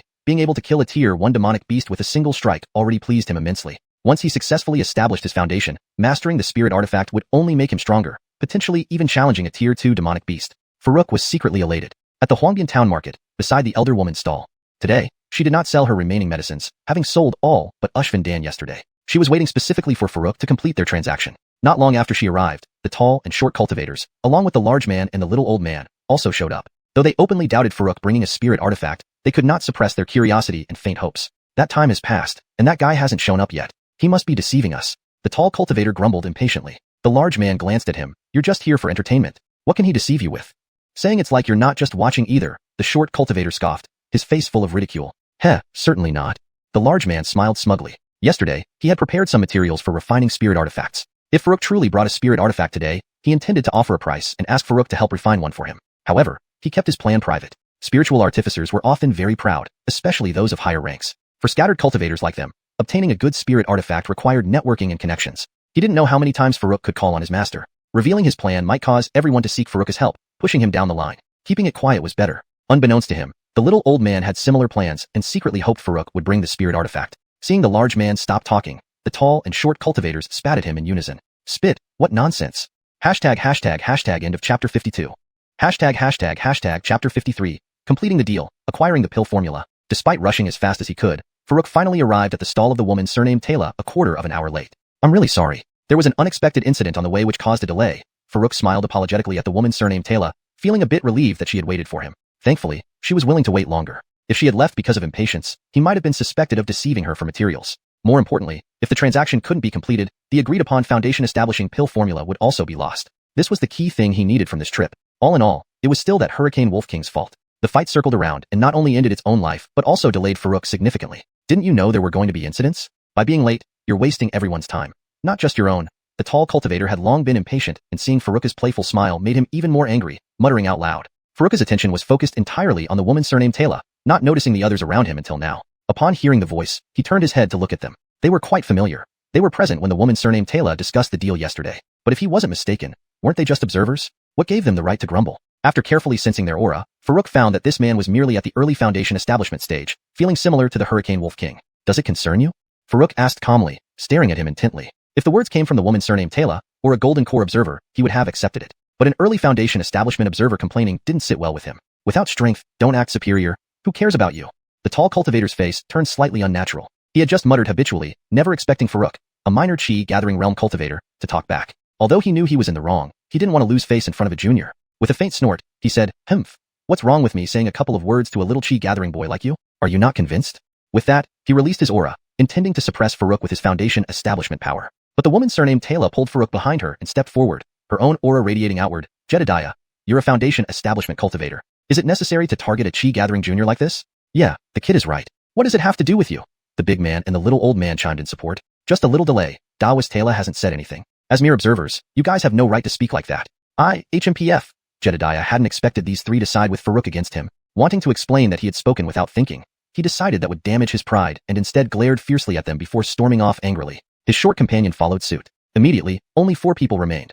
The woman surnamed Taylor, the big man, the little old man, and Farouk. The woman surnamed Taylor smiled at Farouk. Don't take it to heart. We've known Jedediah for a few years. He can be a bit rude, but he means no harm. Farouk nodded. The matter had passed, and he indeed hadn't taken it to heart. Besides, they weren't likely to meet again anytime soon. Under the expectant gazes of the trio, Farouk took out the spiritual longsword without further ado. Mission accomplished. Are you satisfied? The pure white sword shimmered with a pale blue glow, looking mysterious and lively. The woman surnamed Taylor's eyes lit up immediately. She eagerly examined the sword, confirming it was a genuine spiritual weapon. Her expression became even more delighted. The big man and the little old man watched enviously. That was a spiritual weapon, a weapon they had yearned for. Without hesitation, they both exclaimed almost simultaneously, "Youngster, may we have a word in private?" Realizing the potential competition, Farouk scanned them. Judging by their reactions to the spiritual sword, he guessed their intentions. Smiling playfully, he said, "Since both seniors wish to speak privately, why don't we all talk here?" "Haha, you're quite witty, young man. I guess you figured out our thoughts. What does your venerable master think?" The little old man chuckled and continued. Farouk thought for a moment. Given their cautious responses, they clearly found crafting a spiritual weapon difficult, although it was simple for him, requiring only some spirit source liquid. Still, he didn't want to reveal any anomalies. After a brief pause, he pretended to be hesitant. "My master has recently shown interest in alchemy and rare items. If you have any pill formulas or unique things, it shouldn't be a problem." Pill formulas? Both the big man and the little old man looked at the woman surnamed Taylor. She was the only alchemist here. Seizing the opportunity, Farouk turned to the woman surnamed Taylor. "By the way, Elder Taylor, regarding the divine healing pill we discussed yesterday, if I only need one, is it possible to exchange it for the pill formula?" Well, she hesitated. The value of a pill formula far outweighed 2 pills, especially for an alchemist. Moreover, the divine healing pill was a rare 4th grade pill. However, she didn't want to offend Farouk, especially knowing it was his master who wanted the formula. Rejecting them would mean offending his revered master. From the fact that he crafted such a fitting spiritual weapon in just one day, his metallurgical skills were undoubtedly impressive. Such a person would be valuable to have as an ally. If she offended him, thinking this, she gave a bitter smile. Just then, the big man suddenly brightened up. "How about this, Dawas Taylor? You give the divine healing pill formula to the young man, and my 2 4th grade herbs, golden sunflower and dragon bloodgrass, will belong to you. How does that sound?" He couldn't offer a pill formula himself, but helping Farouk acquire it would surely ensure him a spiritual weapon. The 4th grade herbs were valuable but useless to him personally. He kept them hoping to exchange them for something useful later. Before the woman surnamed Taylor could respond, the little old man, after a shock, hurriedly added, "I also have a 4th grade spirit solidifying herb and a 3rd grade wind beast core. If Dawas Taylor isn't picky, these can also be included." This left the woman surnamed Taylor surprised. She often sought high-grade herbs from these two, but usually only obtained 2nd or 3rd grade ones, never 4th grade. To have them offered now, how could she not be tempted? 3 4th grade herbs meant 3 batches of 4th grade pills, which were highly valued. Just look at the popularity of the divine healing pill. End of chapter 53. The core of a 3rd level beast, though it couldn't independently serve as the main material, was an invaluable auxiliary ingredient for some specific elixirs. Its value was similarly high. After much deliberation, the woman surnamed Taylor ultimately capitulated, nodding helplessly with a bitter smile. "All right, you two have given me no room to refuse." In truth, apart from everything else, what she found impossible to resist was the allure of advancing to a 5th grade alchemist. For a 4th grade alchemist to become a 5th grade alchemist, they needed to continuously refine 4th grade pills to improve their proficiency. And refining 4th grade pills required 4th grade medicinal herbs. 4th grade medicinal herbs were rare and hard to come by. If she relied solely on herself to gather them, it might take her an indeterminate amount of time before she could begin aspiring to become a 5th grade alchemist. Now, with the opportunity to acquire 3 4th grade herbs at once, she naturally didn't want to miss out. If she knew that Farouk had 50 4th grade spirit yellow Dao fruits in his possession, one could only imagine what she would think. End of chapter 53, continued. Please note that the paragraph structure and line breaks are maintained as per your instructions. If there's anything further or any additional content you'd like translated, feel free to let me know. Chapter 54. Targeted, but not entirely. After reaching an agreement, the group quickly completed their transactions. Farouk obtained the formulas for Foundation Establishment Pill and Divine Healing Pill, while the elderly woman with the Taylor surname received spiritual herbs, beast cores, and a spirit artifact. The big man and the little old man didn't immediately gain anything but secured Farouk's promise to help them refine spirit artifacts in the future. Everyone left happy. Farouk then further discussed some details with the big man and the little old man. After receiving 3 materials from each of them and setting another meeting 2 days later at the same spot, he left first. Watching him go, the big man and the little old man felt a sense of anticipation. If they had any doubts when Farouk gave the elderly woman only 1 day, now after seeing the spirit longsword he provided, they were completely convinced. After leaving, Farouk didn't leave the market directly. Instead, he examined the newly acquired formula for the Foundation Establishment Pill. He then checked the various herbs and medicines stored in his refining tripod and found that he was still missing a few ingredients. So he randomly chose a shop and spent 12 mid-grade spirit stones to buy 10 portions of the missing ingredients. Next, he wandered to a secluded area, entered his refining tripod, and planned to stay in the market for the next 2 days to refine weapons, pills, and practice cultivation. However, what he didn't know was that after he entered the refining tripod, 2 figures, one tall, one short, appeared where he had disappeared. What happened? Why did that kid suddenly vanish? Hansen, did he notice us? The tall figure called Hansen shook his head. Shouldn't be. A chi condensation realm cultivator wouldn't detect us. But how did he just disappear? The short cultivator circled around the spot where Farouk had vanished but found nothing. The tall one thought for a moment, probably worried about being targeted by other cultivators. After all, he just took out a spirit artifact and traded away Taylor Yan's divine healing pill. He definitely dared not leave through the main gate, so he must have hidden here and used an escape talisman. Quite generous of him. The short cultivator also found this explanation plausible. So what do we do next, Hansen? No rush. Let's find Adolfo and tell him not to wait at the entrance. We'll intercept the kid on the road to Ancient Profound Sect. But Hansen, we? The short cultivator hesitated and glanced at the other person. Speak up. Why are you beating around the bush with me? The tall cultivator named Hansen laughed and looked at him. After a 2-second silence, the short cultivator gathered his courage and said, Hansen, are we really going to work with Adolfo to take action against that kid? Didn't you always despise people like Adolfo? Hansen was momentarily stunned. Looking at the ever-loyal short cultivator, he sighed lightly. But then his expression turned resolute again. If Farouk had been there, he would recognize these two as the tall and short men who argued with him at the elderly woman's stall. Indeed, it was them. The tall one was Jedediah, and the short one was Bronson. After leaving the elderly woman's stall in a huff, they hadn't initially planned anything. Though annoyed, they hadn't intended to make a fuss over Farouk. However, someone approached them proactively. The Adolfo, they mentioned. This Adolfo was actually the middle-aged customer and the old shopkeeper who had tried to trick Farouk into exchanging spirit stones for a treasure shard fragment. The old shopkeeper, surnamed Dai, was a mid-stage Foundation establishment cultivator. Previously, the 3 brothers traveled together, with Adolfo being the youngest. In recent years, his older brothers went missing, so Adolfo teamed up with Landon to swindle in the market. Familiar faces at the Wild Edge town market knew about their tactics, but nobody dared meddle with them. For one, Adolfo wasn't weak and reportedly possessed a spirit weapon. Secondly, though his 2 elder brothers hadn't appeared in recent years, no rumors about their deaths circulated. They had already reached late-stage Foundation establishment several years ago. It was possible they might break through to Golden Core soon. Nobody dared confront Adolfo under such circumstances. Anyone who did would face retribution from his brothers. This emboldened Adolfo to become even more audacious, often resorting to murder and robbery when their cons failed and they encountered weaker targets. Unluckily for Farouk, he became their target. Initially, they only wanted to scam some spirit stones, but noticing that Farouk could produce spirit artifacts made him a valuable catch. They then noticed the quarrel between Jedediah and Farouk and decided to gather information from Jedediah. Familiar with their reputation, Jedediah understood Farouk was in trouble. After a heated argument and tempted by Farouk's treasures, he developed a desire to participate in this robbery. If Farouk were stronger, or didn't possess divine healing pills and its formula, or if Adolfo hadn't approached him, Jedediah might not have considered joining. But everything coincided perfectly. Once the idea took root, it couldn't be suppressed. Ultimately, he joined Adolfo's scheme. Faced with Bronson's doubts, Jedediah didn't explain. Though he despised Adolfo's methods, it was undeniable that Adolfo was more successful. Not only did he have ample cultivation resources, but even a spirit weapon. Meanwhile, despite diligent cultivation for decades, a low-level cultivator like himself was disregarded. He sought power and feared becoming evil, wanting everyone to stop looking down on him. Now, he was heading towards Adolfo's hideout, unaware that Adolfo never truly intended to include him. Instead, Adolfo had ulterior motives. Currently, he and Landon were hiding 2 kilometers outside the market, waiting for Farouk. Lao-san, aren't you really planning to let those fools join us? I say we just kill them instead, Landon suggested. Adolfo remained unperturbed, replying casually, no rush. If they want to join, let them. We can always eliminate them afterward. Landon smiled appreciatively. You're indeed devious. Adolfo smirked faintly, neither confirming nor denying. Jedediah, who had only a temper and no real skills, dared to think of sharing the spoils. He was asking for death. Chapter 55. Foundation Establishment Success, Sensing Heavenly Chi. Inside the Alchemy Cauldron. After more than 2 hours of refining, both spirit artifacts were finally completed. The old man's was a sword, but unlike Hutch's, his was a fire attribute with a crimson blade that seemed ready to burst into flames at any moment. The giant's artifact, on the other hand, was an enormous double-bladed axe, its fan-shaped blade stretching over a meter wide.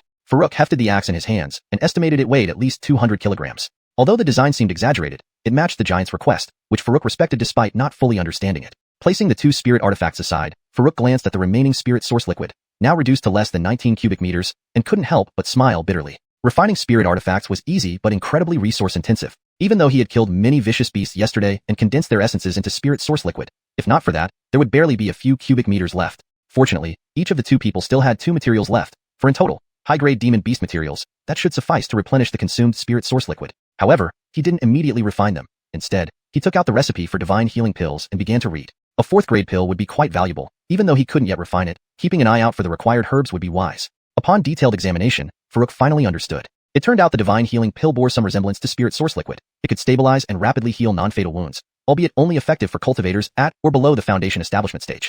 Higher realms saw diminished effects, with greater cultivation levels leading to even poorer results. A bit of a niche use, Farouk mused. Still, it might be worth refining a batch if possible. Its appeal to Foundation establishment cultivators is considerable, so it could be traded for many valuable items. After summarizing his thoughts, Farouk turned to examine the herb proportions. Huh.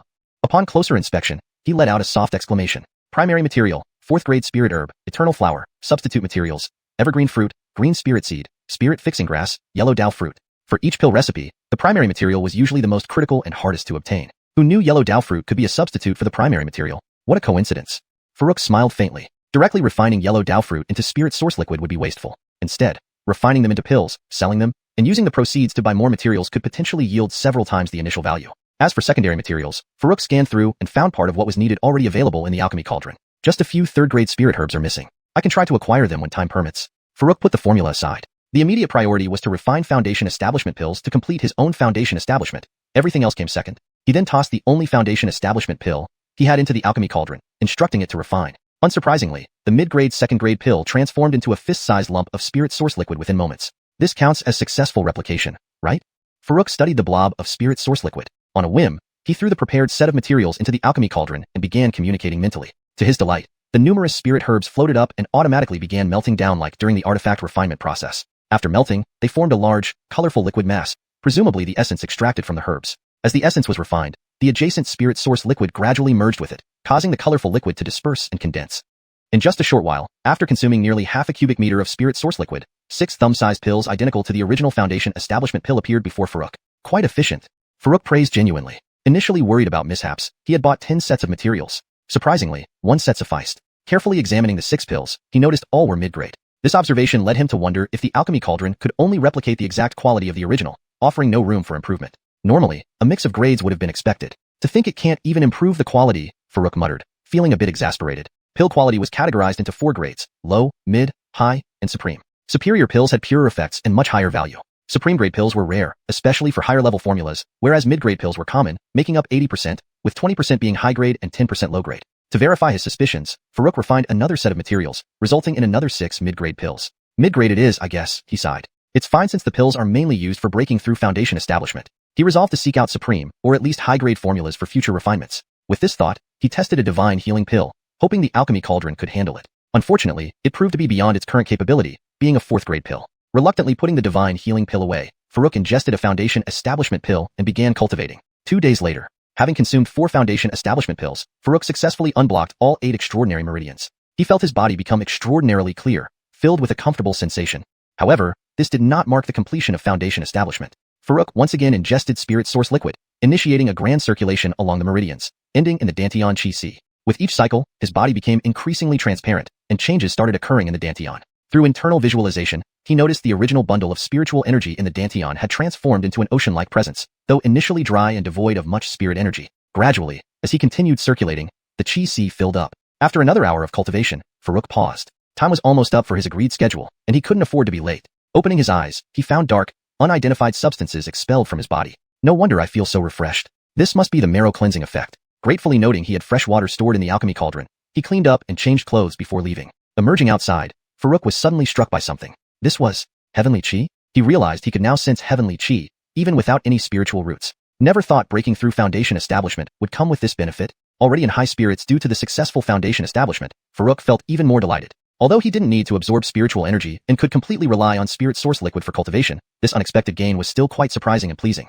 Chapter 56. The Risks of Being a Villain. Farouk appears 10 kilometers away from the market town of Wuxia town, near a low hill. Adolfo and 3 others were secretly hiding here. Initially, they had planned to ambush Farouk as he left the market 2 days ago. A divine healing pill and its formula, along with the fact that he was the disciple of a level 4 alchemist, made Farouk a very lucrative target. This was undoubtedly a fat lamb. However, Jedediah and Bronson lost track of him. They finally decided to intercept Farouk upon his return to the market town. Although this way, it was possible that the divine healing pill and its formula might no longer be on Farouk. It was more likely they would obtain 2 spiritual weapons. They clearly heard at Hutch's stall that Farouk agreed to trade spiritual weapons after 2 days. Only one concern lingered in their minds. What if Farouk took the materials and fled? If so, their efforts would have been for naught. As the trading time approached, and Farouk did not appear, Jedediah started murmuring complaints. That guy still hasn't shown up? Adolfo's face darkened. He glared fiercely at him. You still have the nerve to speak? You said he'd definitely pass by here. Adolfo never trusted Farouk's character, expecting him to run off with the materials. So he chose to strike when Farouk left the market. That way, there would be considerable gains, unlike now waiting fruitlessly like fools. However, Jedediah and Bronson lost Farouk. Losing track of a chi-gathering cultivator while being Foundation establishment practitioners made him furious. His anger toward Jedediah and Bronson grew every passing minute. Unaware of Adolfo's plot against him, seeing his grim expression, Jedediah felt indignant, but had to endure due to Adolfo's power. After nearly an hour of silence, Adolfo finally exploded in fury. I told you he wouldn't come with spiritual weapons. How incompetent can you two be, losing a chi-gathering practitioner? What are you insinuating? I've told you we didn't lose him.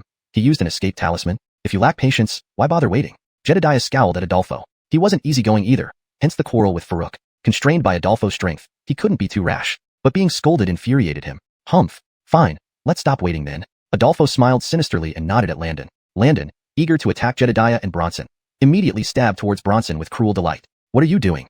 Bronson panicked. He had been focused on Farouk's direction, never imagining Landon would suddenly turn against him. Luckily, he dodged quickly, albeit getting injured on the shoulder, which greatly diminished his combat ability. Ulysses, Bronson summoned a broad saber, blocking Landon's sword. Jedediah also reacted, narrowing his eyes at Adolfo. What's your intention? Have I offended you? Pulling out his long sword, Jedediah asked, do you want something? Adolfo shrugged casually, smiling thinly. Nothing much, just wanted a bit of profit, right? Jedediah stared at Adolfo, speechless. What could reasoning do with someone who killed for profit? His eyes narrowed, mind racing. Never before had he thought he'd be double-crossed on his first attempt at such deeds. Clearly, they were no match for Adolfo. Jedediah and Bronson were only Foundation establishment initial stage. Even though Landon was initial stage, Adolfo was already mid-stage, possibly possessing spiritual weapons. Could they surrender and buy their lives? Would giving up their storage bags spare them? He finally asked, if we hand over our storage bags, will you let us go? Yes, Adolfo replied without hesitation. Surprised, Jedediah eyed him suspiciously. How can I trust you? Adolfo scoffed. Do you have the leverage to distrust me? Silence followed. Indeed, he had none. Surrendering seemed inevitable. If we fight and die, we must take them down with us, Bronson muttered bitterly. Seeing this, Landon attacked again, aiming to sever Bronson's arm. Bronson blocked with his saber, but the impact forced him back several steps. Wounded, Bronson struggled to use the saber technique, making him vulnerable. Realizing Landon aimed to kill, Jedediah quickly bargained, wait, hand over the storage bags and let Bronson leave first. Chung brother. Bronson began to protest. Meeting Jedediah's fierce gaze, he hesitated. Growing up with Jedediah since childhood, despite similar age and no blood ties, he considered Jedediah a big brother. Adolfo nodded, stopping Landon. Jedediah came to Bronson's side, trying to maintain a calm tone. This time, it was my mistake that put you in danger. Give me your storage bag and go back first. If I don't come within an hour, leave Huanga town and go live in another town or return to the village. Brother Chong, Bronson wanted to say something but was silenced by Jedediah's stern gaze. Then, snatching Bronson's storage bag, he said, these are just material possessions. Don't be attached to them. As long as we're alive, there's always hope for everything. Remember, never make the same mistakes I did. Listen to me and run. I have ways to escape. I will find you later. Remember what I said? Without waiting for Bronson's response, Jedediah pushed him away. He turned his back, holding Bronson's storage bag. At this moment, he felt regretful. It wasn't easy being a villain after all. If he could turn back time 2 days ago, he wouldn't involve himself in this mess. Unfortunately, there was no remedy for regret. He must face the consequences of his own decisions. Bronson wanted to insist on staying and fighting together with Jedediah. Yet, he worried that his brother might indeed have a way to escape safely. If so, his impulsiveness would harm his brother. After standing frozen for a moment, he finally chose to obey his brother. From childhood till now, they had faced countless dangers on their cultivation path. Each time, following his brother's advice got them through. He believed listening to his brother this time wouldn't be wrong. With this thought, he didn't hesitate any longer, turning around and running toward the market. His broad saber, which had been knocked away, was already picked up by Landon, so he could only rely on his legs to sprint. But he hadn't run far when suddenly a young figure appeared from the direction of the market, riding a flying sword unsteadily heading their way. Chapter 57, Too Soon to Celebrate. After completing the transaction with the big man and the old man, Farouk bought a copy of the Art of Sword Mastery from the market for 25 mid-grade spirit stones. With over 60 mid-grade spirit stones left, he also picked up several spirit herbs required as auxiliary materials for refining divine healing pills. Having just enough materials for one batch, he had almost exhausted his spirit stones. Farouk then left the market, preparing to return directly to Ancient Profound Sect. As soon as he left, he began studying the Art of Sword Mastery. After reading it thoroughly, he discovered that this so-called Art of Sword Mastery was quite comprehensive. It wasn't merely about flying with a sword, but also about engaging enemies using the sword. The text even mentioned that once someone truly understood and integrated this technique, they could use it to control other types of magical weapons like knives or cudgels, not just swords. However, these must be at least magical weapons.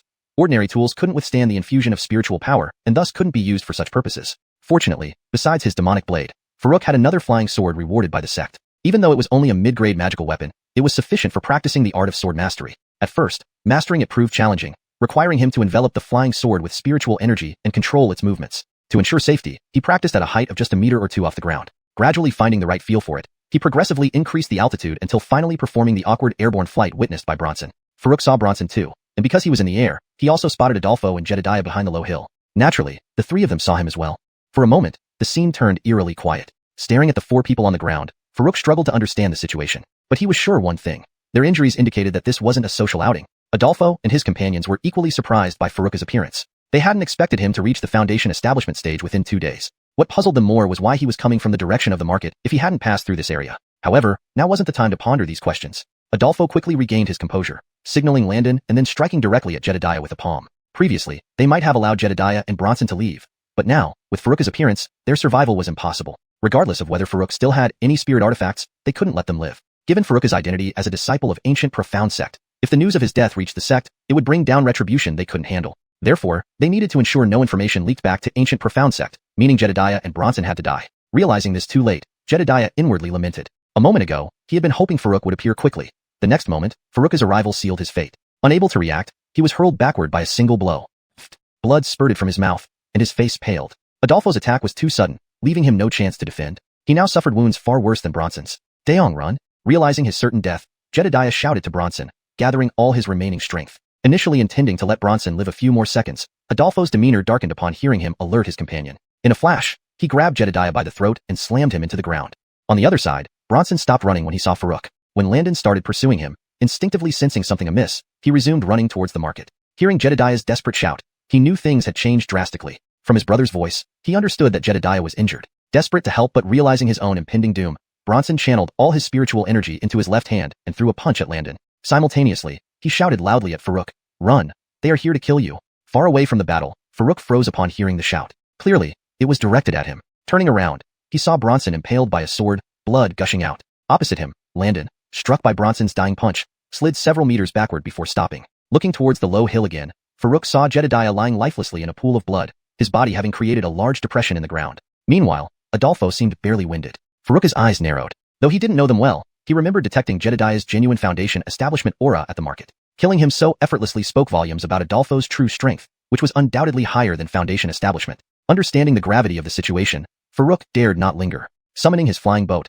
he quickly fled without a second thought. No matter how genuine the short monk's warning was, it was safer to flee first. Standing on the flying boat, he felt relieved. Fortunately, he had distanced himself from the battlefield, gaining a natural advantage for his escape. Otherwise, he might not have gotten away. But his relief was premature. After traveling nearly 20 kilometers, seeing no one chasing him, he was about to turn right towards ancient profound sect when suddenly, a figure appeared in his line of sight.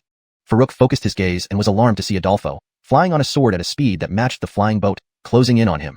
Chapter 58. Chop me down. Seeing that Adolfo's speed was no less than his, and even slightly faster at times, Farouk became increasingly anxious. Without considering the direction he was flying, he immediately increased the input of spirit essence liquid to its maximum power. Adjusting direction now would only let the opponent catch up faster, clearly not a wise move. Fortunately, there's plenty of spirit essence liquid in the Alchemy Cauldron. Farouk inwardly sighed in relief. Although previous cultivation and piloting the boat had consumed a lot, there were still about 12 cubic meters left. Seeing that with maximum power, the other party gradually fell behind. Farouk finally breathed a sigh of relief. As long as the other couldn't catch him, he could deplete the enemy using the available spirit essence liquid. However, before he fully relaxed, the old man reappeared in his line of sight, and his speed was noticeably faster than before. Damn it! What kind of deity is this? Farouk cursed. He deeply regretted not making the boat more advanced when he was in the secret realm, just to save on materials. If he had known he'd be chased by such a monster, he would have upgraded the boat despite the cost. But it was too late for regrets. Within moments, the gap between them had shortened to less than 20 meters. In shock, Farouk immediately grasped the demon blade. Though he knew he might not pose much threat alone, adding the spirit weapon would certainly cause some obstruction. As the distance closed further, Farouk wasted no time. He poured spiritual energy into the demon blade, which emitted an intense glow, revealing its formidable presence as a spirit weapon. Then, he performed a slash with all his might, sending a massive blade shadow speeding towards Adolfo. Adolfo had been watching Farouk closely. The speed surprised him, forcing him to use a secret technique to close the gap. Upon seeing Farouk take out the demon blade, he instantly recognized it as a spirit weapon. No ordinary weapon could wield such power. However, he showed no concern but rather excitement. If he had any doubt about whether Farouk had valuable items worth pursuing, that doubt vanished now. A spirit weapon was worth chasing for days if needed. Not to mention, capturing Farouk wouldn't even take an incense stick's time. Still, he didn't dare underestimate the attack. With a casual swing of his long sword, another blade shadow collided with Farouk's, causing an explosion and forcing Adolfo to slow down momentarily. This action extended their distance from 10 meters back to over 20 meters. Farouk noticed this and felt a surge of hope. Even if it didn't injure the old man, as long as it hindered him and increased the distance, it was effective. Due to his forward momentum, the attacks extended their reach effectively, allowing him to hit targets within 30 meters. Emboldened, Farouk struck again with a powerful slash. Adolfo countered easily, yet the distance widened again, now 25 meters. Adolfo frowned. The farther away Farouk got, the worse. But he had no better strategy. Blocking or dodging each attack meant losing ground. Annoyed, he shouted, "Boy, stop now and hand over the spirit weapon, and I'll let you go. Otherwise, you'll suffer when I catch you." Farouk sneered. "Old freak, Come get me if you can. Initially, he might have been intimidated, but now with ample spirit essence liquid and increasing distance, he felt no fear. Humph, how long do you think you can keep this up? After continuous attacks, you must be running low on spiritual energy, Adolfo retorted. Sure. Hurry up and chop me down, Farouk mocked, slashing again as the distance closed. Adolfo's aged face twitched with anger, swearing to flay Farouk alive if caught. He felt his own spiritual energy waning after prolonged use of the secret technique, while Farouk continued attacking effortlessly. He suspected Farouk might be using premium spirit stones to recover. Nothing else could explain a foundation establishment stage cultivator's endurance. Premium spirit stones contain vast, pure spiritual energy, far surpassing most elixirs in recovery efficiency. In evenly matched battles, a single premium stone could sway the outcome. Struggling, Adolfo wanted both the spirit weapon and possibly the spirit stones. Continuing the chase. After much hesitation, Adolfo clenched his teeth and took out a pill and a talisman from his storage ring. The soul recovery pill could restore consumed spiritual energy within a limited time frame. He swallowed it and then looked at the swift travel talisman, doubling his speed for 3 minutes, effective for pursuit or escape. With renewed determination, he activated the talisman and surged forward, but using it now seemed a bit wasteful. However, for the sake of the spirit weapon and the premium spirit stones, he deemed it worthwhile. He could always find a way to get more talismans if he used them up, but opportunities for obtaining spirit weapons and premium spirit stones were rare and might not come again. With that thought, he circulated his spiritual energy to activate the talisman and attached it to his body. Chapter 59. The Mysterious Place and the Art of Pill Replenishment. Farouk had been constantly monitoring the distance between Adolfo and himself. Seeing the gap widening, he thought that his opponent was finally out of spiritual power and giving up. Just as he was about to breathe a sigh of relief, in the blink of an eye, he noticed that Adolfo was suddenly closing in on him at an even faster speed, leaving him no time to react. Adolfo appeared beside his flying boat as if by teleportation, with a grim and excited look on his face. The spirit weapon and high-grade spirit stones would soon be his. Without any hesitation, Adolfo channeled his spiritual power into his hand and lunged toward Farouk. Without saying a word, Farouk lifted his blade and slashed. His internal spiritual power poured crazily into the demonic blade. It's no use, boy. Do you remember what I said earlier? Ha ha. Adolfo, who held the upper hand, let out a devilish laugh at Farouk's futile struggle. He then raised his long knife with the other hand and easily deflected Farouk's attack, causing Farouk's eyes to narrow slightly. For Adolfo to so easily block his all-out attack using a spirit weapon meant this long knife must be highly unusual, most likely another spirit weapon. This made the already difficult situation worse for Farouk. If the other party did not have a spirit weapon, he could still rely on his own weapon's power to fight. But with both using spirit weapons, his advantage vanished instantly. However, he would never surrender like this. At worst, he could hide inside the alchemy tripod for over a year until it was safe again. He didn't believe this old man would stay guarding him for so long. Besides, after reaching the foundation establishment stage, he could survive on just spiritual energy. The tripod was filled with various medicinal herbs and materials from beast creatures, plenty enough to create many bottles of spirit source liquid to sustain him for over a year. Having made his worst-case scenario plans, Farouk continued to slash away furiously without hesitation. For a moment, Adolfo couldn't close in fully, only managing to deflect Farouk's attacks continuously. Annoyed and ready to strike with all his might, Adolfo was about to unleash a final blow when the flying boat beneath Farouk finally could not endure the impact and broke apart.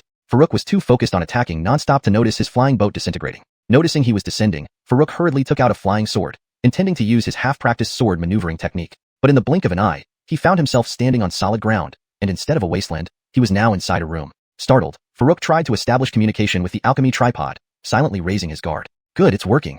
Relieved, Farouk breathed a sigh of relief. As long as the alchemy tripod worked, he wasn't worried. From the furnishings, it seemed to be a library or scripture repository for cultivation techniques. Glancing around, he noticed at least 10 books on cultivation techniques on the wooden shelves. Walking forward, Farouk looked closely at the nearest book. Seeing its title, he froze. Great Shift of the Universe? Is this serious?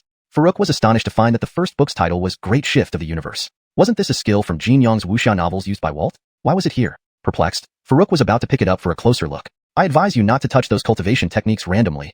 A hoarse voice startled Farouk. Who's there? Who's speaking? Quickly retracting his hand and gripping his demonic blade tighter, Farouk scanned the entire room carefully but found nothing. The room wasn't large, barely 10 square meters, and besides the bookshelf he leaned against, it was empty. 3 walls surrounded him, and the door was tightly shut. Just as he was deciding whether to open the door, it creaked open on its own, revealing a room identical to his. A ragged man sat near the simple bookshelf. His clothes were tattered, hair messy, covering his face entirely, appearing unkempt. Had it not been for his slight nod, Farouk wouldn't have known if he was alive. Assuming he was alive, perhaps it was he who spoke. Farouk bowed respectfully. Greetings, senior. Might I know your name? I stumbled upon this place accidentally. If I have disturbed you, please pardon me. Farouk now believed this place was real, not an illusion, but how he ended up here and how to leave remained unclear. After waiting for a while with no response, Farouk shifted his gaze back to the bookshelf. Though he couldn't touch them, he figured he could still read. Stepping closer, he glanced at the second book from the bottom layer, titled Sword Classic. Farouk felt an immediate surge of interest. This seemed directly related to blade work. Most blade masters would probably be tempted by this. Sadly, he could only look, not touch. Shaking his head in regret, he moved to the next one, Azura Palm. Again, he sighed and kept walking. Next came Overturning Cloud Palm, Fatal Blade. and 18 soul-chasing swords. After 11 books, only one remained on the top shelf. Given its placement, this should be the most powerful technique. Stretching up, Farouk read the title, Art of Pill Replenishment. What rubbish, placed so high as if it were something special, turns out it's just alchemy. Disappointed, Farouk shook his head. Seeing pill in the title, he reflexively assumed it was related to alchemy, instantly losing interest. After all, his alchemy skills were exceptional. Why bother with these methods? Chapter 60. Ulysses Lingmin? After reviewing all the cultivation techniques on the bookshelf, Farouk returned to the door. He glanced at the meditating cultivator opposite him and asked with a flicker in his eyes, Senior, what would happen if I touched the cultivation techniques on the bookshelf? This time, the meditating cultivator did not remain silent. Instead, he slowly raised his head, staring at Farouk for a moment before replying, Why don't you try and see for yourself? Farouk chuckled. Although the other party's words were not very polite, he did not mind at all. As long as he was willing to speak, that was enough. What he feared most was if the person refused to speak, which would be quite troublesome. After all, apart from himself, the only living person here was this person. If he wanted to understand the situation here, he needed to start with this person. And through the other's blunt words, he already had an answer to his own question. For just then, when the meditating cultivator lifted his head, his clothes moved slightly. Farouk noticed that the cultivator's right hand and right foot were bound by a chain. He guessed it was likely because the cultivator had touched the cultivation techniques on the bookshelf that he was now bound. However, what puzzled him was that he could not see where the other end of the chain was anchored. It seemed to emerge from nowhere. After a brief silence, Farouk suddenly smiled and said, Then, is there any way I can help you escape your predicament? Although my cultivation level is not high, since I came here by chance, it must be fate. If I can offer assistance, I will certainly not refuse. After finishing, he looked calmly at the other person, with a hint of resolve in his eyes. The meditating cultivator stared at Farouk strangely for a moment. He didn't really believe Farouk's words. How could someone in the cultivation world be so kind-hearted? However, from Farouk's expression, he couldn't detect anything unusual. After a pause, he said, You have good intentions, but helping me out of this situation isn't that easy. Upon hearing this, Farouk felt a chill inside. So there actually is a way? He had no intention of truly saving the other party, but merely wanted to use this pretext to strike up a conversation and gather some information about this place. If, as he suspected, the cultivator had been bound because he touched the cultivation techniques, he should be able to leave without touching them. Otherwise, what was the point of the chains? But if he wanted to leave, he first needed to understand this place. This brought him back to the same issue. Besides himself, the only living person here was the meditating cultivator. To learn more, he had to start with this person. But if he asked ordinary questions, the cultivator might not respond. Questions related to helping him escape seemed more likely to elicit a response. Indeed, the cultivator's tone became slightly softer. Surprisingly, from his words, there seemed to be a way to help him escape, putting Farouk in a dilemma. It wasn't that he didn't want to save the man, but who knew what kind of being he might release? What if the person betrayed him immediately after being freed? That would be intolerable. Fortunately, perhaps because Farouk offered to help, giving him hope, the cultivator began explaining the nature of the chains instead of going straight to the point. These chains are formed from prohibitions, rules created by people, and those cultivation techniques on the bookshelves trigger these prohibitions. Farouk listened intently as this was exactly what he wanted to hear. The cultivator seemed well-versed in this field, speaking more enthusiastically as he went along, even improving his spirit. Once finished, the cultivator slowly stood up, smoothing his messy hair, saying proudly, Have you heard of Ulysses Lingmin? Fu Linmin?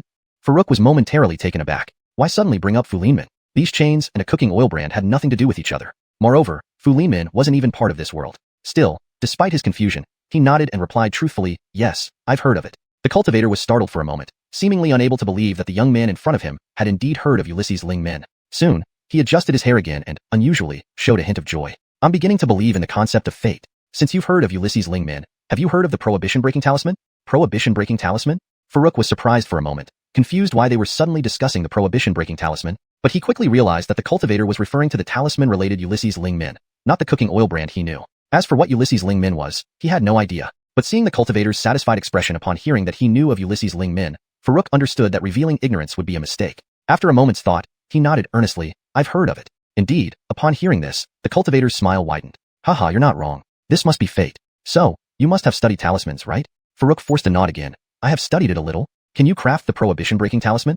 The cultivator's voice carried a hint of urgency as he fixed his gaze on Farouk.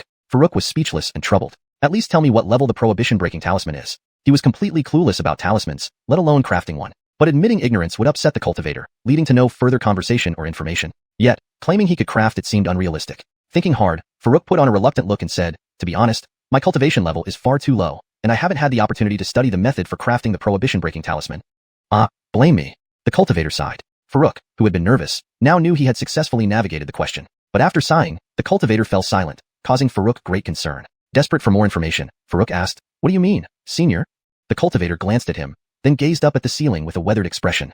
Back then, the art of talismans fell into decline, and many techniques were lost. I aimed to revive the art and founded Ulysses Lingmin. In order to promote Ulysses Lingmin, I ventured outside to search for lost talisman techniques, but I was trapped here for 500 years. Most talisman techniques, including the prohibition-breaking talisman, were also confined here with me. Note: For the word tangsong, I used weathered to describe the appearance and experience of the cultivator, which fits naturally in English while conveying the same feeling. The term, Ulysses Ling Min, is kept consistent as a proper noun. The art of talismans must have declined even further today, right?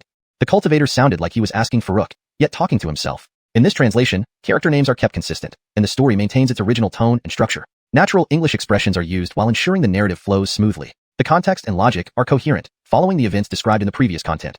Farouk was quite moved for a moment. Trapped in a place like this for 500 years, he feared he would have gone mad right away if it were him. Note, the paragraph structure and line breaks have been maintained as per the original text. The translation adheres to the natural flow of English while preserving the original tone and style.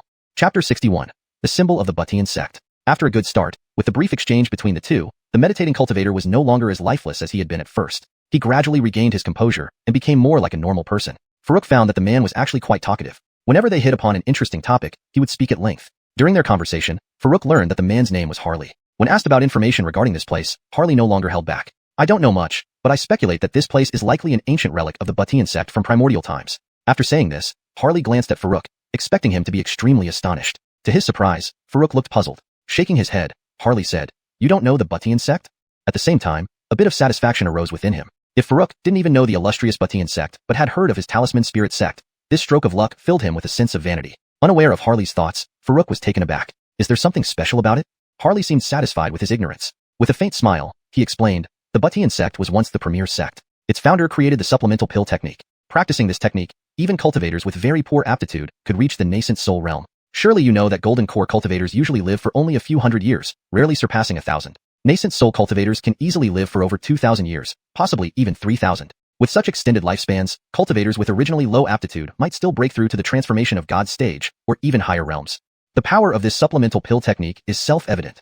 Finishing, Harley sincerely admired its strength. Hearing the words, supplemental pill technique, Farouk's heart skipped a beat. Wasn't this exactly the cultivation method on the top shelf of the bookshelf? Listening further to Harley's explanation about the supplemental pill technique, Farouk's heart churned. Without a doubt, his aptitude fell into the category of very poor, according to Harley. After all, he didn't even have a spiritual root, and it took 6 foundation establishment pills to succeed in that process. From Ancestral, he knew that others needed only 1 pill to establish their foundation. Clearly, someone with his kind of aptitude would find it extremely difficult to form a nascent soul even after reaching the golden core stage, unless he practiced this supplemental pill technique. If he hadn't come here today, he would probably have stopped at the golden core stage when he reached it in the future. But now he had unintentionally discovered this amazing technique called supplemental pill technique. Maybe he did have some luck. Farouk secretly rejoiced, but then encountered a problem. How was he supposed to take the supplemental pill technique with him? He certainly didn't want to be trapped here for hundreds of years like Harley. Seeing Farouk's dilemma, Harley continued, though the Batian sect is extinct, this place has an extremely powerful barrier. No one can force entry unless they hold the emblem of the Batian sect. Otherwise, they cannot enter. Looking at Farouk, he added, you must have brought the Batian sect's emblem with you since you're here. Reactivating it should allow you to leave. Batian sect's emblem? Farouk was baffled. Apart from materials for alchemy and artifact refinement, everything else he owned was already refined into spirit source liquid. How could he possess the Batian sect's emblem? Delving into his refining cauldron to search, he indeed found an unusual item, a palm-sized object about an inch thick, made of unknown material. It had been given by the burly man during the transaction at the market. According to the man, he had obtained it accidentally and hadn't figured out its nature. He had handed it over to Farouk because Farouk's master showed interest in peculiar items. Since Farouk hadn't examined it yet, he paid more attention to the beast cores. Now it seemed this was the most likely item to be the emblem. As soon as he took it out, changes began to occur immediately. A layer of rust-like substance started flaking off its surface. As more layers continued to flake off, a luminous token-shaped object soon appeared before Farouk's eyes. On it was a large character Boo. Farouk picked it up and saw the prominent Boo character on the token. Turns out it's an elder token. You sure have had quite the luck. Harley directly revealed the origin of the token, showing his extensive knowledge on the subject. Farouk couldn't help but ask, Senior, could this token still be of any use? By his reasoning, since the Butian sect had long perished, whether it was an elder token or even a sect leader token, it shouldn't have much use left. Harley chuckled. Of course it's useful. If you want to know how. He paused here, looking at Farouk with a knowing expression. Farouk wasn't naive and understood the unspoken meaning. He smiled in agreement and said, if Senior has any conditions, please do speak up. As long as I can manage it, I won't decline.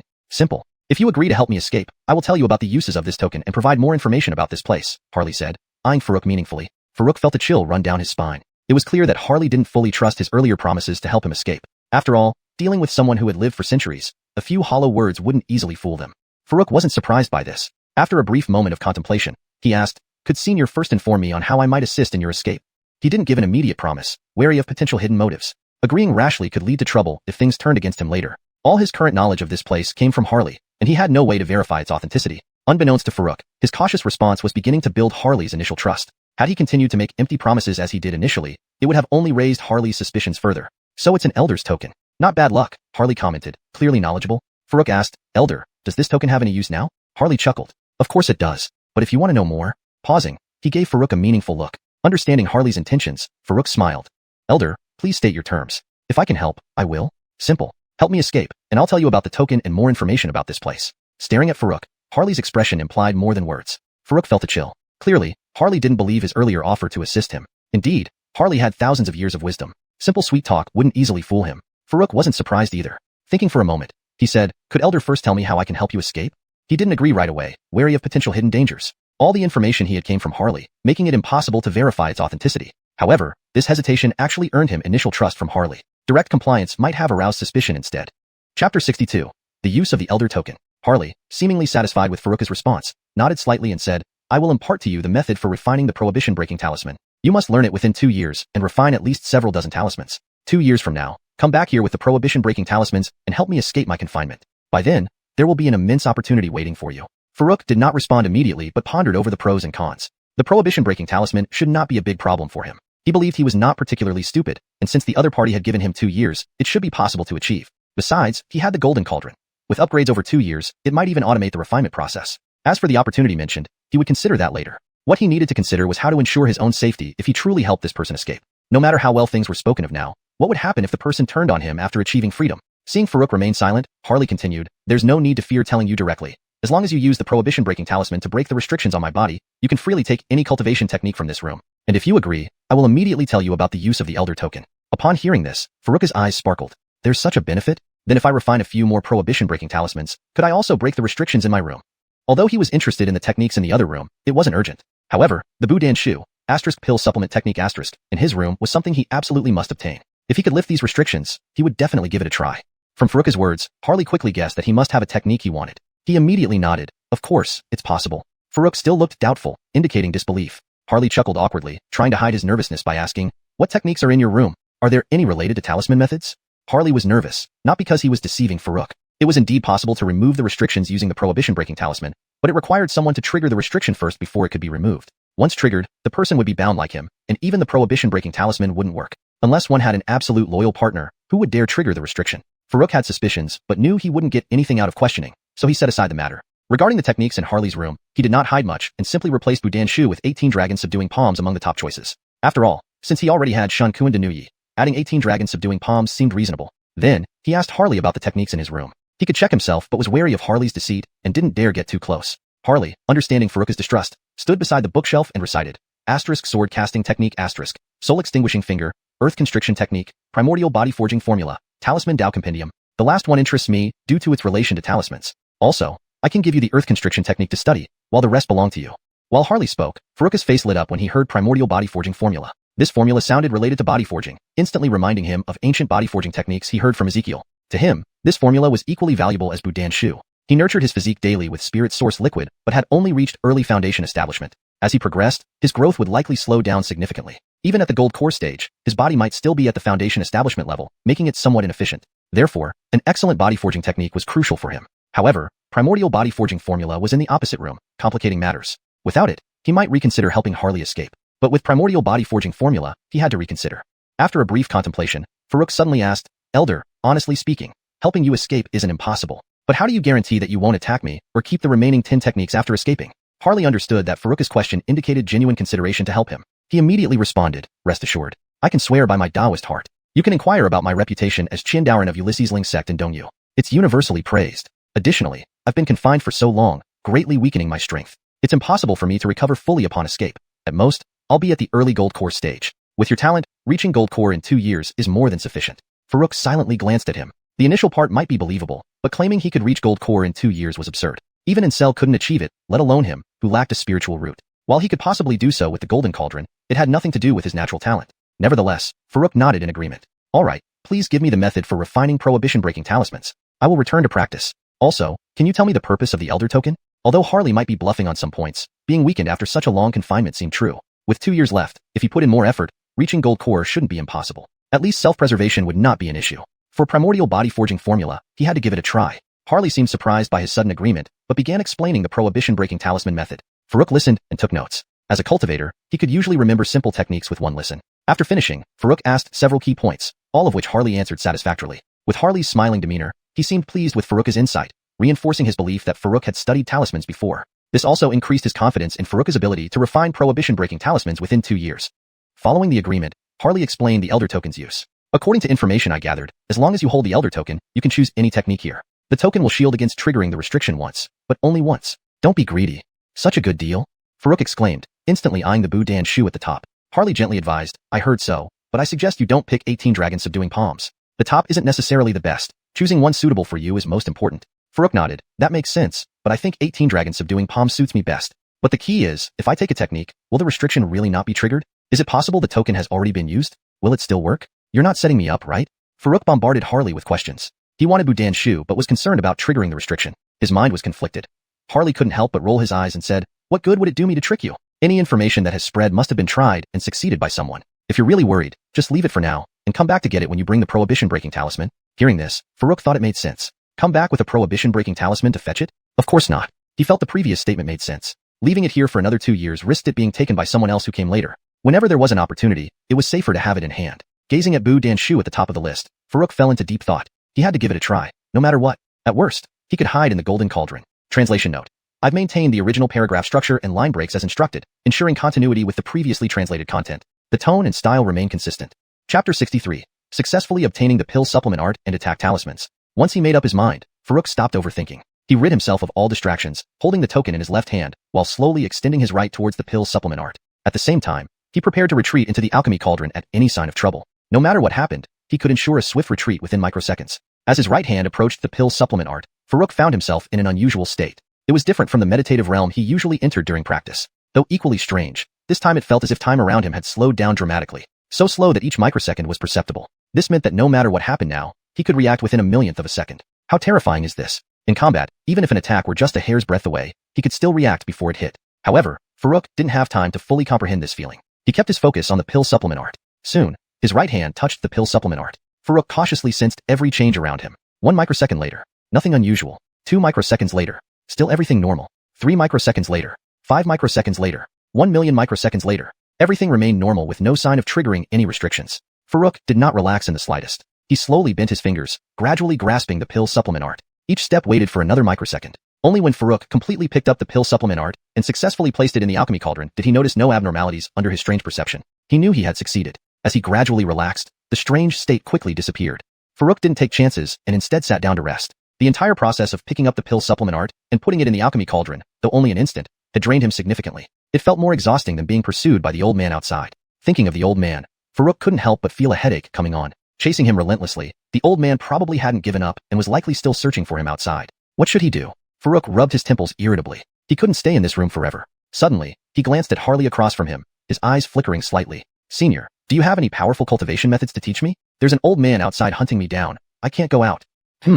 Harley paused momentarily, surprised. He had been pondering Farouk's peculiar state earlier, too absorbed to immediately respond. While he didn't fully understand how Farouk managed to grab the pill supplement art, with his experienced eye, he noticed the unusual state Farouk was in. This filled him with silent astonishment, raising his estimation of Farouk several notches. Even he couldn't fully fathom such a state. It must be extraordinary. After collecting his thoughts, Harley pondered Farouk's question. Cultivation methods aren't used in battle overnight, and without powerful cultivation support, no matter how potent a method, it won't unleash great power. If you want to boost your strength temporarily, you need external force. External force? Please enlighten me, senior, Farouk asked puzzled. Harley smiled confidently. For example, talismans are a very powerful external force. I can teach you 2 attack-type talismans. As long as you can forge them, defending yourself will be worry-free. Talismans? Farouk hesitated slightly. He knew nothing about this, and he also lacked the necessary materials. If he spent the time learning it, by the time he mastered it, the old man outside might already be gone. But after some thought, he nodded. Thank you, senior. May I ask what materials are needed? Though it might not solve the immediate problem, learning it now and finding the opportunity to forge them back home would be useful someday. Harley replied, materials, do you have any beast skins? Also, beast blood and beast cores are essential. Farouk nodded. I happen to have the body of a tier 1 beast, a Hurricane Wolf King, and a core from an unknown beast. Will they do? The Hurricane Wolf King's body was one he killed and hadn't processed yet. The beast core came from the old man, giving him 2 cores, one from a tier 1 beast, the other from a tier 2 beast. Harley paused. Then he reluctantly nodded. They'll suffice. I'll teach you a haste talisman and a cyclone/talisman. Both are beginner level, easy to learn, and enough for escape or defense at your current cultivation level. Farouk had no objections. Escape and defense were indeed what he needed most now. Harley then explained the detailed forging methods to Farouk, including the mentioned beast materials and a few spirit herbs. The requirements for spirit herbs didn't seem too high, and Harley could name dozens of alternatives for each type. Ultimately, Farouk barely gathered 6 sets of materials by using the ingredients for spirit healing pills. 3 sets for each talisman. However, he didn't start forging immediately, but tossed the materials into the alchemy cauldron and began communicating silently. Though he knew the cauldron's success wasn't guaranteed, he wanted to try, just in case. Who wouldn't want a shortcut? But apparently, there was no in case today. The materials tossed and didn't move. Farouk wasn't surprised either. Preparing to find another way, a sudden message appeared in his mind. This feeling was all too familiar. Immediately recognizing it, he understood it was a message from the alchemy cauldron. Indeed, after reading the message, a slight smile formed on his lips. The message was simple. It said that although it couldn't independently forge talismans yet, it could assist Farouk. However, it would consume more spirit source liquid and only produce residual talismans. Spirit source liquid was nothing he'd hesitate over, but he didn't quite understand these residual talismans. So, he asked Harley immediately, "Senior, do you know about residual talismans?" "I do. Why? Are you planning to forge them?" Harley frowned. Being a proper talisman master, he clearly didn't look highly upon so-called residual talismans. Not knowing exactly what residual talismans were, and seeing Harley's reaction, Farouk improvised. "I heard someone mention they're easier to forge, and I'm eager to get out and fight, so I thought I'd forge a couple for emergencies." Not without reason. Harley nodded slightly. Then he explained. Residual talismans are temporary talismans forged by less skilled masters. They generally last 12 hours, or even less, becoming useless afterward. In my view, it's a waste of materials. Wanting to advance in the path of talismans, this is far from advisable. Farouk breathed a sigh of relief. 12 hours was enough. A day and night to deal with the old man. Either finish him off or hide back in ancient profound sect. Neither would exceed 12 hours. But then he thought of something, quickly asking, "Will the power differ?" Harley shook his head. Once a talisman is complete, its power generally doesn't change much unless your technique is too poor, which might affect it somewhat. Farouk nodded in agreement. Since that's the case, what are we waiting for? Let's get started right away. Subsequently, Farouk didn't waste any more time. He directly immersed his mind into the alchemy cauldron and began operating according to the instructions provided. Please note that the translation maintains the original tone, style, paragraph structure, and line breaks as the provided Chinese text. It also ensures natural fluency and coherence with the previous content. Chapter 64, Talisman Refinement Prodigy. The so-called assistance from the Golden Cauldron in refinement should, more accurately, be described as Farouk assisting the Golden Cauldron. If it were completely autonomous refinement like pill making, he would only need to prepare the materials. However, the current assisted refinement required him to control each step and sequentially inform the Golden Cauldron of what needed to be done at each stage. Essentially, this involved breaking down the entire process of talisman refinement into several parts and then delegating them in order to the Golden Cauldron. In short, it had changed from fully automated to semi-automated. Farouk had the refining method given by Harley, so naturally there was no issue with organizing and directing the steps. Soon, under Farouk's arrangement, the Golden Cauldron extracted the beast core and spirit herbs as required. Following the steps, Farouk then operated the Golden Cauldron to integrate the extracted materials into the beast hide for further melting. As the melting progressed, the beast hide gradually absorbed the essence of the beast core and spirit herbs, becoming increasingly yellow and thinner. This process was slow and lasted for about 2 hours. Throughout this period, the nearby spirit source liquid continued to be consumed. When this step was finally completed and the Golden Cauldron stopped, the originally 10 cubic meters of spirit source liquid had been reduced to less than 8 cubic meters. Seeing this, Farouk couldn't help but twitch his eyelids. 2 cubic meters of spirit source liquid wasn't too much of a concern for him now, but the remaining 8 cubic meters felt insufficient, giving him little sense of security. And this was just half the process. The real consumption hadn't even begun yet. But these 2 cubic meters weren't wasted. After the 2-hour refining process, the previous beast hide had completely transformed. It was barely recognizable as having been made from beast hide. The result was a slightly yellow, paper-thin sheet that closely resembled the yellow papers commonly used for talismans. According to Harley's provided method, the next step should be the refiner infusing their own spirit energy along with beast blood to begin inscribing the talisman symbols. Farouk didn't have to draw them himself. This step was the most crucial part of the whole process, far beyond his current understanding. He directly handed over this task to the Golden Cauldron. Then, he saw the prepared beast blood coagulate like silk and automatically start drawing on the talisman paper derived from the refined beast hide. Alongside it, the spirit source liquid also extended a thin thread, merging with the beast blood to draw together. The thread was as fine as hair, continuously tracing intricate patterns on the talisman paper. After completing one talisman, Farouk was already sweating profusely from mental exhaustion rather than physical fatigue. The symbol design was incredibly complex. Just simulating it once was exhausting. To actually draw it properly would require hundreds or thousands of practice sessions. Taking a brief rest, Farouk began simulating the symbols for another talisman. Thankfully, each type of talisman only needed to be simulated once before the Golden Cauldron could remember and complete it automatically. By the time the second talisman was simulated, Farouk was breathing heavily and lying on the ground from exhaustion. Harley, watching from the other side, didn't know what Farouk was doing. All he could see was Farouk sitting cross-legged on the ground, seemingly meditating, then soon collapsing from exhaustion. This puzzled him. Was cultivation really that tiring? Moments later, he suddenly widened his eyes, realizing a possibility. Was Farouk mentally simulating talisman refinement? That seemed impossible. How could he have started simulating after less than an hour with the method? Could Farouk truly be a prodigy in talisman refinement? Harley found it hard to believe. Normally, every talisman master, especially during the apprentice stage, would first simulate talisman refinement before actually attempting it. This increased skill proficiency and saved materials. Failing to simulate even a single talisman would mean being unfit for actual refinement, as it would waste resources. Even if simulation could be completed, it didn't guarantee success in actual refinement. A significant gap still existed between the two. It took him 6 days to begin simulating after initially learning the craft, and 13 days to complete his first successful simulation. If Farouk had indeed been simulating earlier, it was astonishing. He didn't assume whether Farouk had completed the simulation, since he deemed it nearly impossible for even a genius to do so on the first day of learning. After resting, Farouk recovered his composure. Inside the golden cauldron, 6 talismans were now fully refined. Carefully examining them, even without activation, they carried a faint pressure and seemed to emit a subtle aura. Having never closely encountered genuine talismans, he couldn't compare, but even these imperfect talismans impressed him. With the talismans refined, Farouk planned to leave.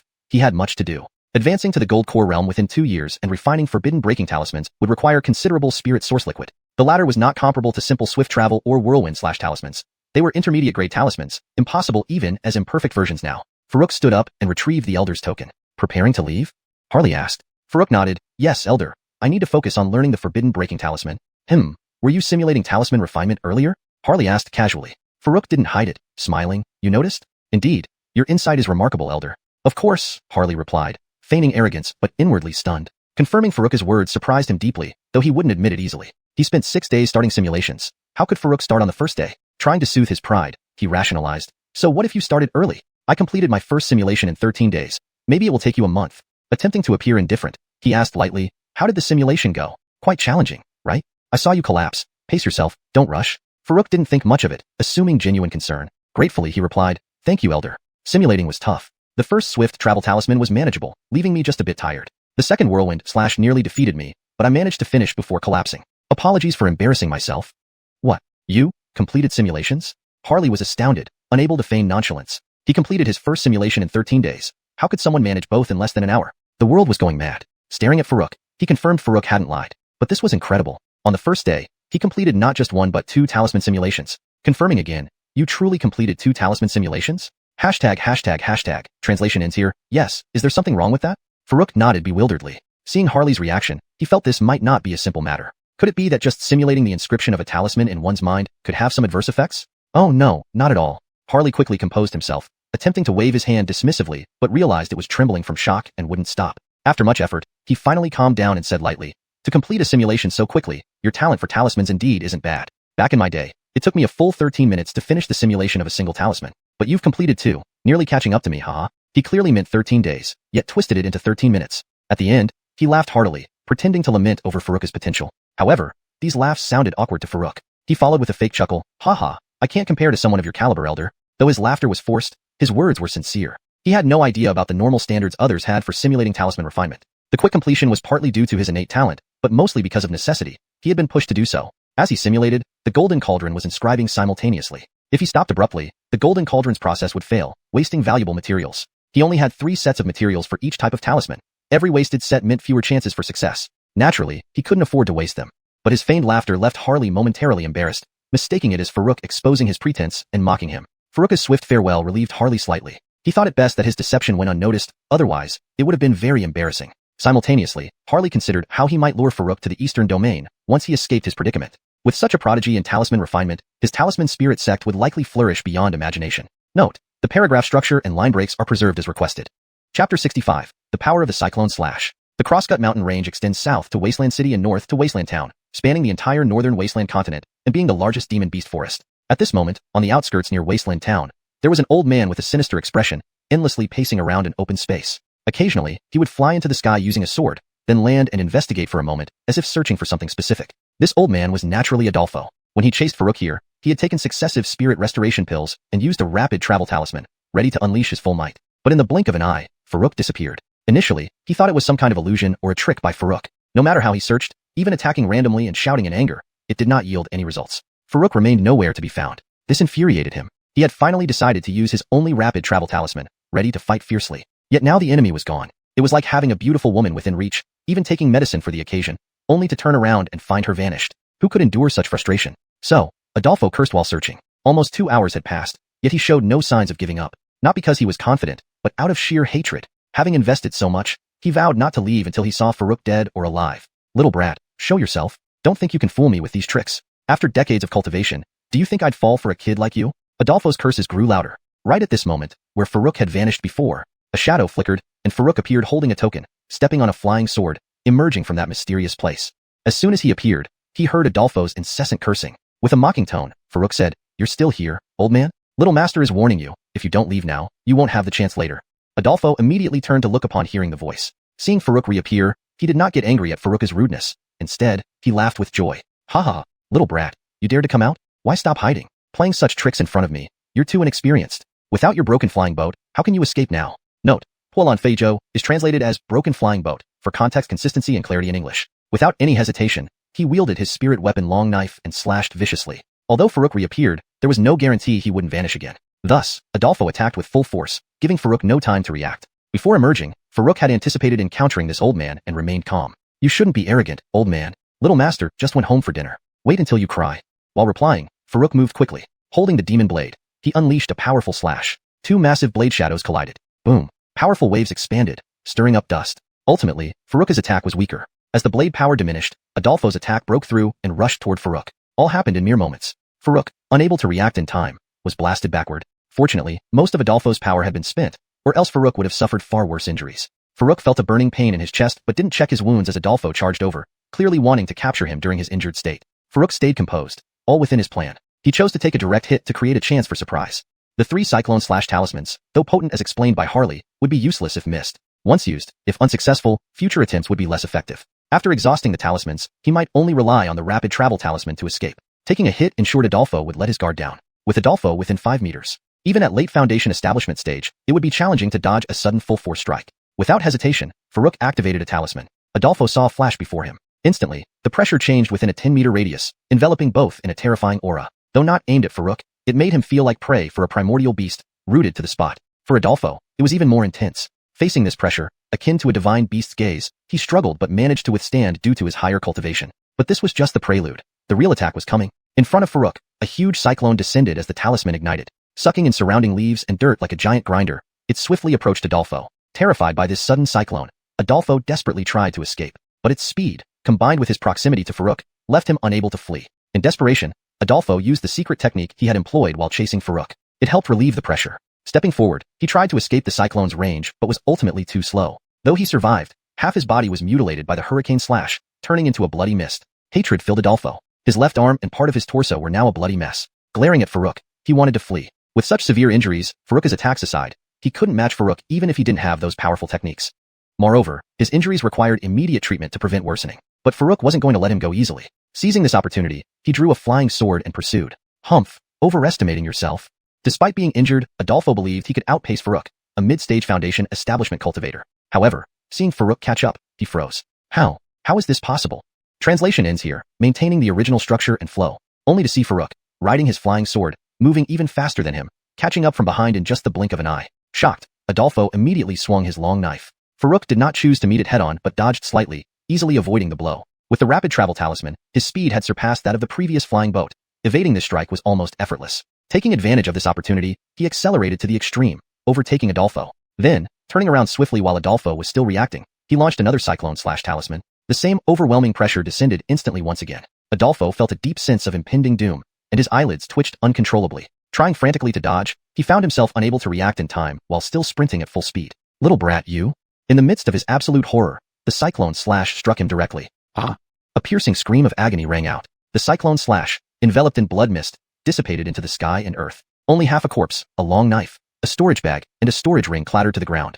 ##### Chapter 66. Examining the spoils, a grand plan. Farouk first examined his wounds. There was a wound on his chest, neither too severe nor too minor. Thanks to the nourishment of spirit essence liquid, it had already stopped bleeding and was slowly healing. It should be fine now. Next, Farouk turned his attention to the spoils of the battle. He picked up the long saber and examined it closely.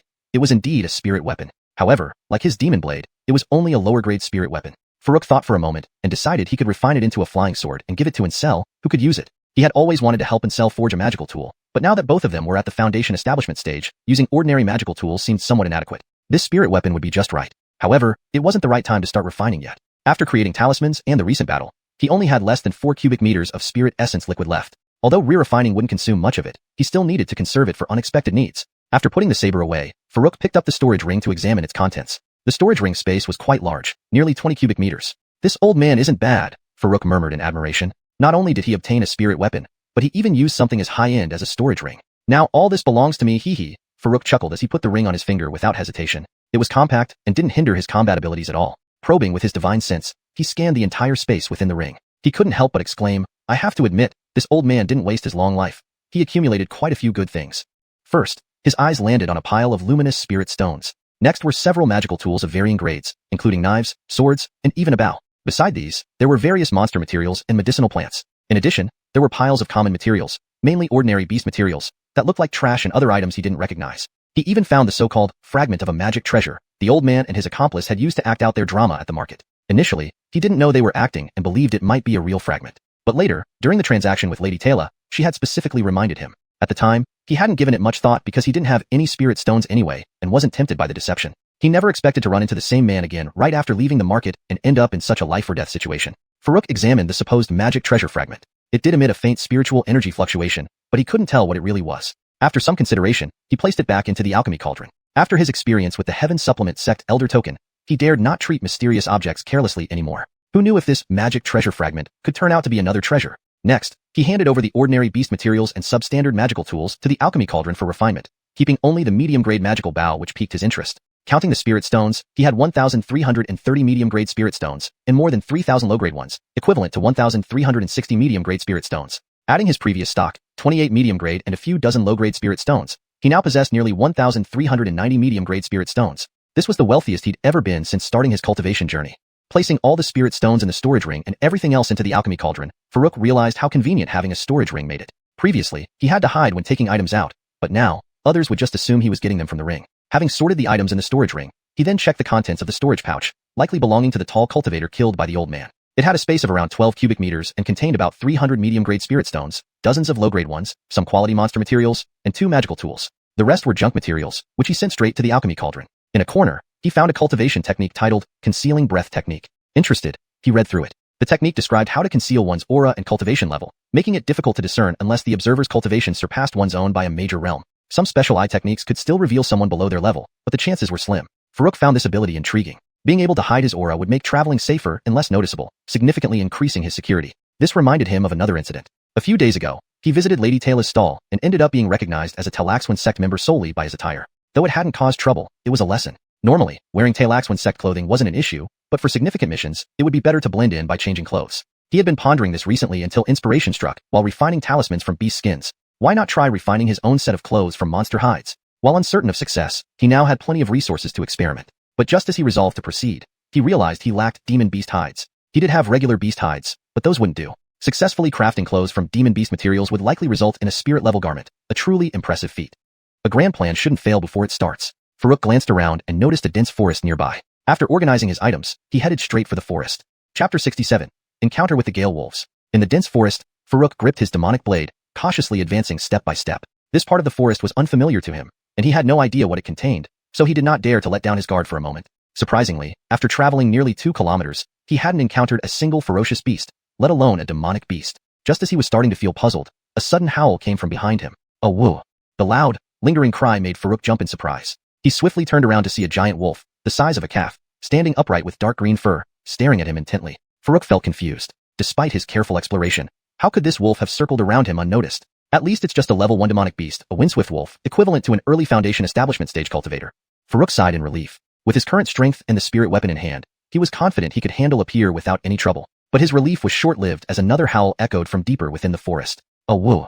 Equally loud and lingering. Now Farouk realized that he wasn't just flanked but completely surrounded. Moments later, howls erupted from both sides, and he spotted 2 more identical giant windswift wolves. Not only are they surrounding me, but I'm completely encircled, Farouk muttered wryly. For windswift wolves weren't enough to cause him significant concern, but he worried about the potential appearance of a wolf king. From what he knew, while windswift wolves weren't entirely pack animals, when they appeared in groups, there would invariably be a leader, a wolf king. The 4 wolves were merely circling him without attacking, indicating that other members of the pack had yet to arrive. Farouk presumed a wolf king was on its way.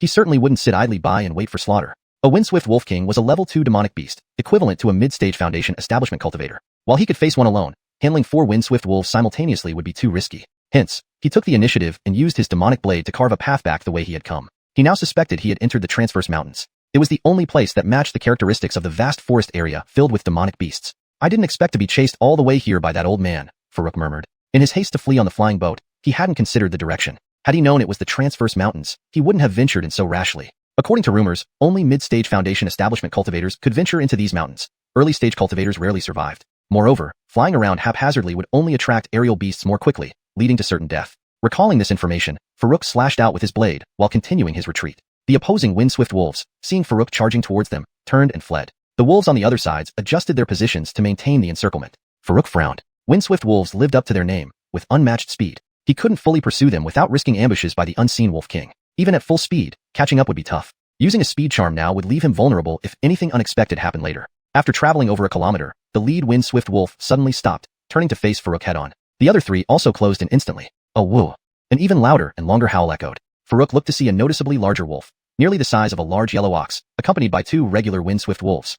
This was clearly the Wolf King. After sensing its strength, equivalent to a mid-stage Foundation establishment cultivator, Farouk sighed in relief. At least it's not much stronger. Still, the two additional wolves gave him a headache. Facing one mid-stage cultivator and 6 early-stage ones was formidable, comparable to some third-rate sects' overall strength. Without hesitation, Farouk used the wind step technique, rushing directly toward the Wolf King. Simultaneously, the spirit origin liquid surged from the Alchemy Cauldron through Farouk's body into the demonic blade. Capture the thief, capture the king. Defeating the greatest threat would make dealing with the rest easier. Leveraging his previous loot, Farouk had nearly 10 cubic meters of spirit origin liquid. He couldn't afford such extravagance otherwise. Facing Farouk's powerful strike, the Wolf King didn't dodge or evade. It stood still, watching coldly as if it didn't fear Farouk at all. Only when Farouk reached within 10 meters and raised his blade did the Wolf King move, vanishing and reappearing 20 meters away in an instant. The huge blade shadow cut through empty space, missing the target. Farouk's eyes narrowed. True to its name, this Wolf King's speed is astonishing. Taking advantage of Farouk's misstrike, the Wolf King howled again. The 6 wind-swift wolves immediately charged forward, surrounding Farouk. Farouk knew that once surrounded, his situation would be dire, especially with the Wolf King nearby. Any slight mistake, and he'd likely suffer a heavy blow. Without hesitation, he used a speed charm. Whoosh! His figure flashed, breaking free from the encirclement, leaving behind a faint residual image. The 6 wolves stared in disbelief. What kind of speed was this? Faster than their specialized demonic beasts? The Wolf King reacted instantly, leaping toward Farouk with claws slicing through the air, producing sharp whistling sounds due to the sheer speed. Farouk initially wanted to use the speed charm to escape the forest, but with the Wolf King intercepting him, he slowed down momentarily, using more spirit origin liquid for another powerful slash. The huge blade shadow clashed with the Wolf King in midair, halting its advance but causing no harm to either party. They were evenly matched, but the brief pause allowed the 6 wind-swift wolves to regroup and surround Farouk once more. This isn't looking good. Farouk frowned. He couldn't run nor fight effectively, trapped in a passive state. If he tried to run, the Wolf King would surely intercept him. And fighting, the Gale Wolf King could only achieve a stalemate in the short term, making it difficult to deliver a killing blow. The 6 Gale Wolves were even more troublesome. Although Farouk wasn't afraid and could take out 1 or 2 with some effort, once he got entangled, the Gale Wolf King would inevitably find an opening. At that point, he might end up in grave danger. What should I do?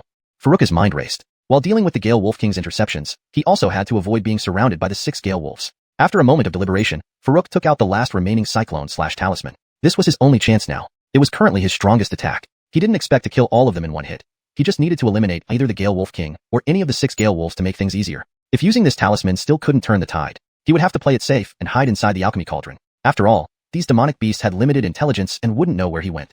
He could wait a few days before coming out and making his escape. But if he did that, his original plan to hunt demonic beasts for their hides would be in vain. Just as Farouk was pondering this, the situation around him remained perilous. The Gale Wolf King blocked his every move while the 6 Gale Wolves continued to circle, ready to pounce at any moment. Time was running out, and he needed a decisive action. With the Cyclone/Talisman in hand, Farouk knew it was now or never.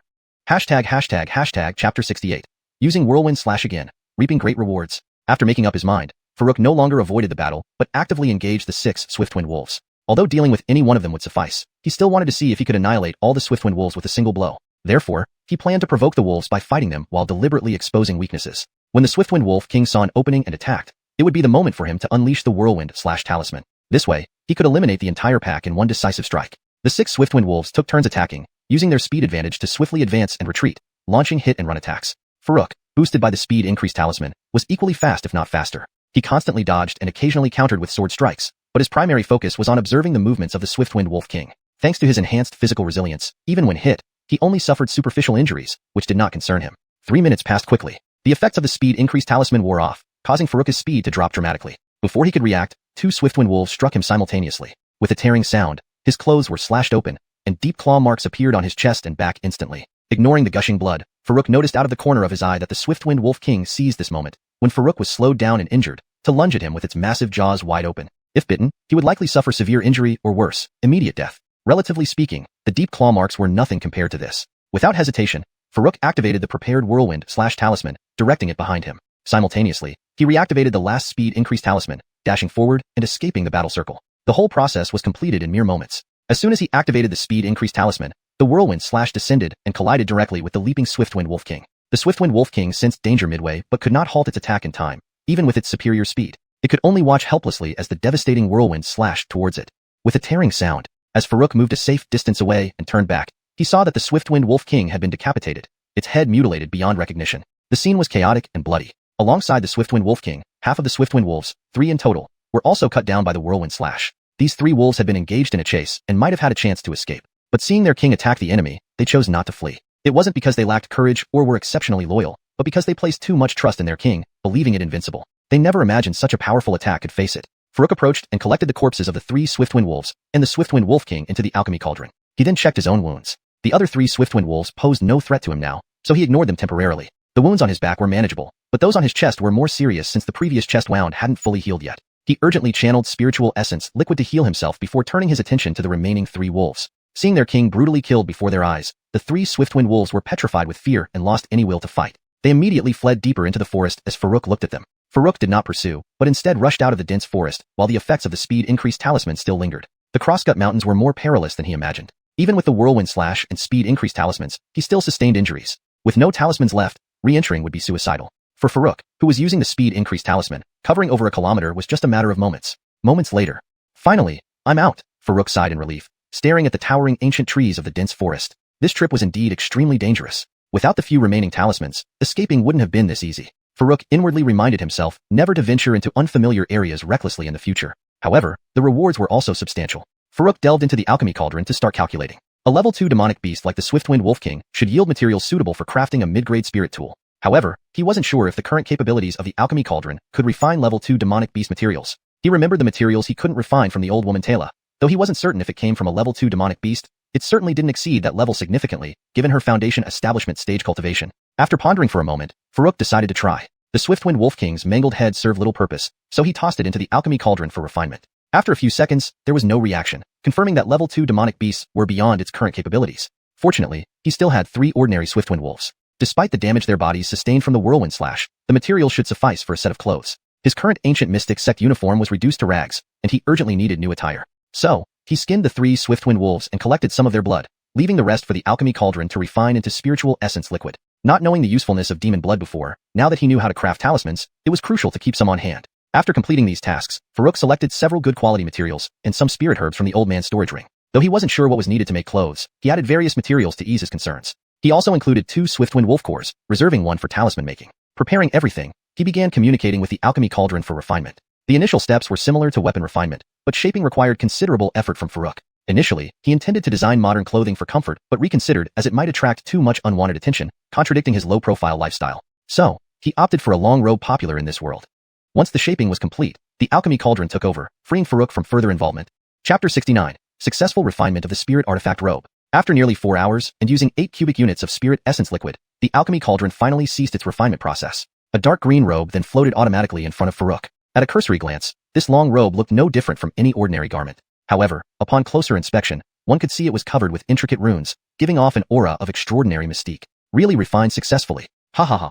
Farouk examined the robe in his hands carefully, his joy barely contained. Initially, he had just experimented out of inspiration, without being sure if it would succeed. But beyond his expectations, it did indeed work. The more he examined the robe, the more excited he became. Unlike weapons, it was impossible to discern its quality just by holding it. So, Farouk immediately stripped off the rags he wore and put on the robe. It felt lightweight and soft with a fine texture. Not only did it provide no discomfort, but it was even more comfortable than the working uniform at Ancient Profound Sect. Farouk marveled inwardly. But the best was yet to come. After putting on the robe and infusing it with spiritual energy to activate it, the originally somewhat loose robe perfectly adjusted to fit Farouk's body. Initially, he had been concerned about how the oversized robe might look odd when worn outside, but this hidden function turned out to be quite considerate. However, there was still more. As he infused spiritual energy into it, the runes on the robe began to swirl, generating strands of wind power. With this wind power, Farouk suddenly felt lighter, as though he could fly even without riding a sword. He tried twirling and jumping and came to a conclusion. Though flying wasn't fully possible yet, his speed increased significantly, estimated to be around 30% faster. This increase, although seemingly small,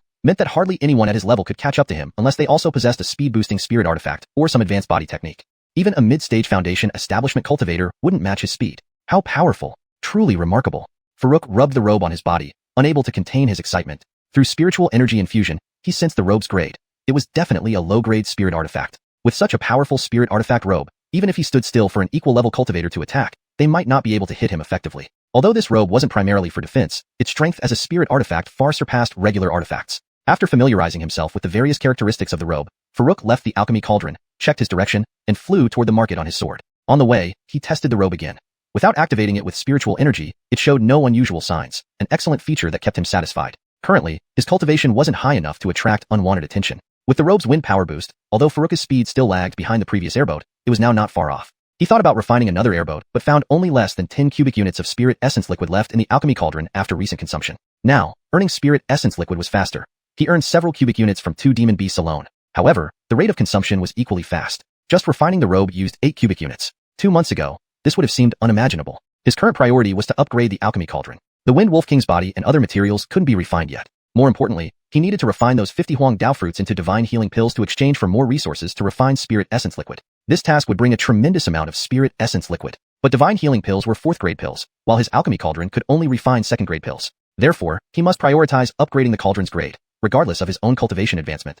3 hours later, Farouk returned to the market with the sole purpose of buying medicinal herbs. Although he already had the main ingredient for divine healing pills, the Huang Dao fruit, he lacked enough secondary ingredients for 50 doses. He initially expected to spend much effort earning spirit stones, but found himself returning with over 1,700 intermediate-grade spirit stones after one trip to the market. Spirit Herb Hall, a specialized place for buying and selling medicinal herbs. A 16 or 17-year-old girl named Olive stood at the entrance, eagerly waiting for customers. She worked as a sales consultant here. Spirit Herb Hall operated differently from the 10,000 Spell Pavilion, which was a big brand with great reputation and attracted customers naturally. Hence, they didn't need consultants, but instead had managers on each floor managing everything. In contrast, Spirit Herb Hall was a smaller brand with limited presence in remote towns. Without significant competitive advantage, they employed active customer engagement strategies with consultants facing elimination if they underperformed. Each consultant strived hard to avoid dismissal. Olive had been working there for over 2 years, maintaining a group of loyal customers. She had planned to save enough resources for her foundation establishment within 2 years, but a slightly older female consultant joined earlier this year and poached her major clients using unfair means, dropping her monthly sales to the bottom. Her highest single sale recently was a teenager who bought some secondary ingredients for divine healing pills that morning. As she watched passers-by, she hoped someone would walk in and make a purchase. Suddenly, a familiar young figure appeared and walked straight towards her, the biggest client she'd had in a month. ###Chapter 70.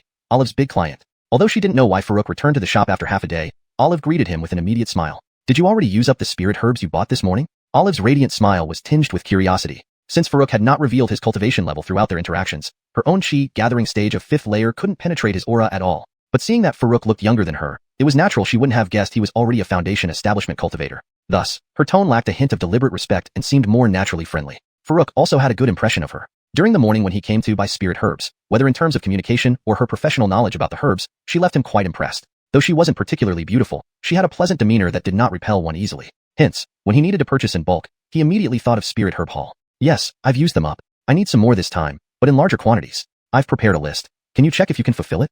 Farouk smiled slightly. As he was about to take out the list he had prepared on the way, an unpleasant voice interrupted from beside. Well, Little Way's big client is here. How about getting your big client to place a few hundred mid-grade spirit stones, order to boost your performance? You're still at the bottom of this month's sales, aren't you? Haha.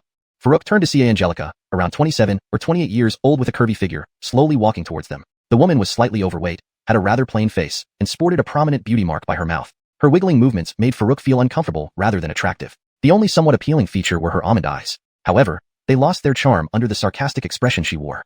Christina, what are you doing? Please don't be disrespectful to my guest, otherwise. Olive stared angrily at the woman, but couldn't finish her sentence. Otherwise what? Come on, say it.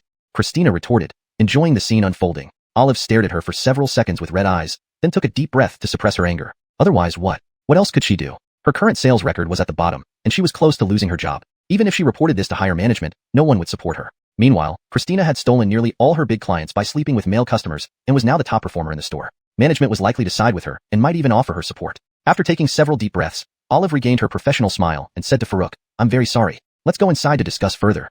Sure. Farouk nodded without further ado and followed her. It wasn't his business to meddle in, as long as he wasn't provoked. Though Christina was clearly causing trouble intentionally, it was an internal matter of the shop, and he couldn't judge the situation fully. This brief incident, however, earned Olive a bit more respect from Farouk. Controlling emotions and being able to endure provocation were commendable qualities for a teenager. Once in the inner chamber, Olive first bowed to Farouk and apologized sincerely. Please excuse Christina's behavior. It has nothing to do with you, and I hope you don't misunderstand our Spirit Herb Hall.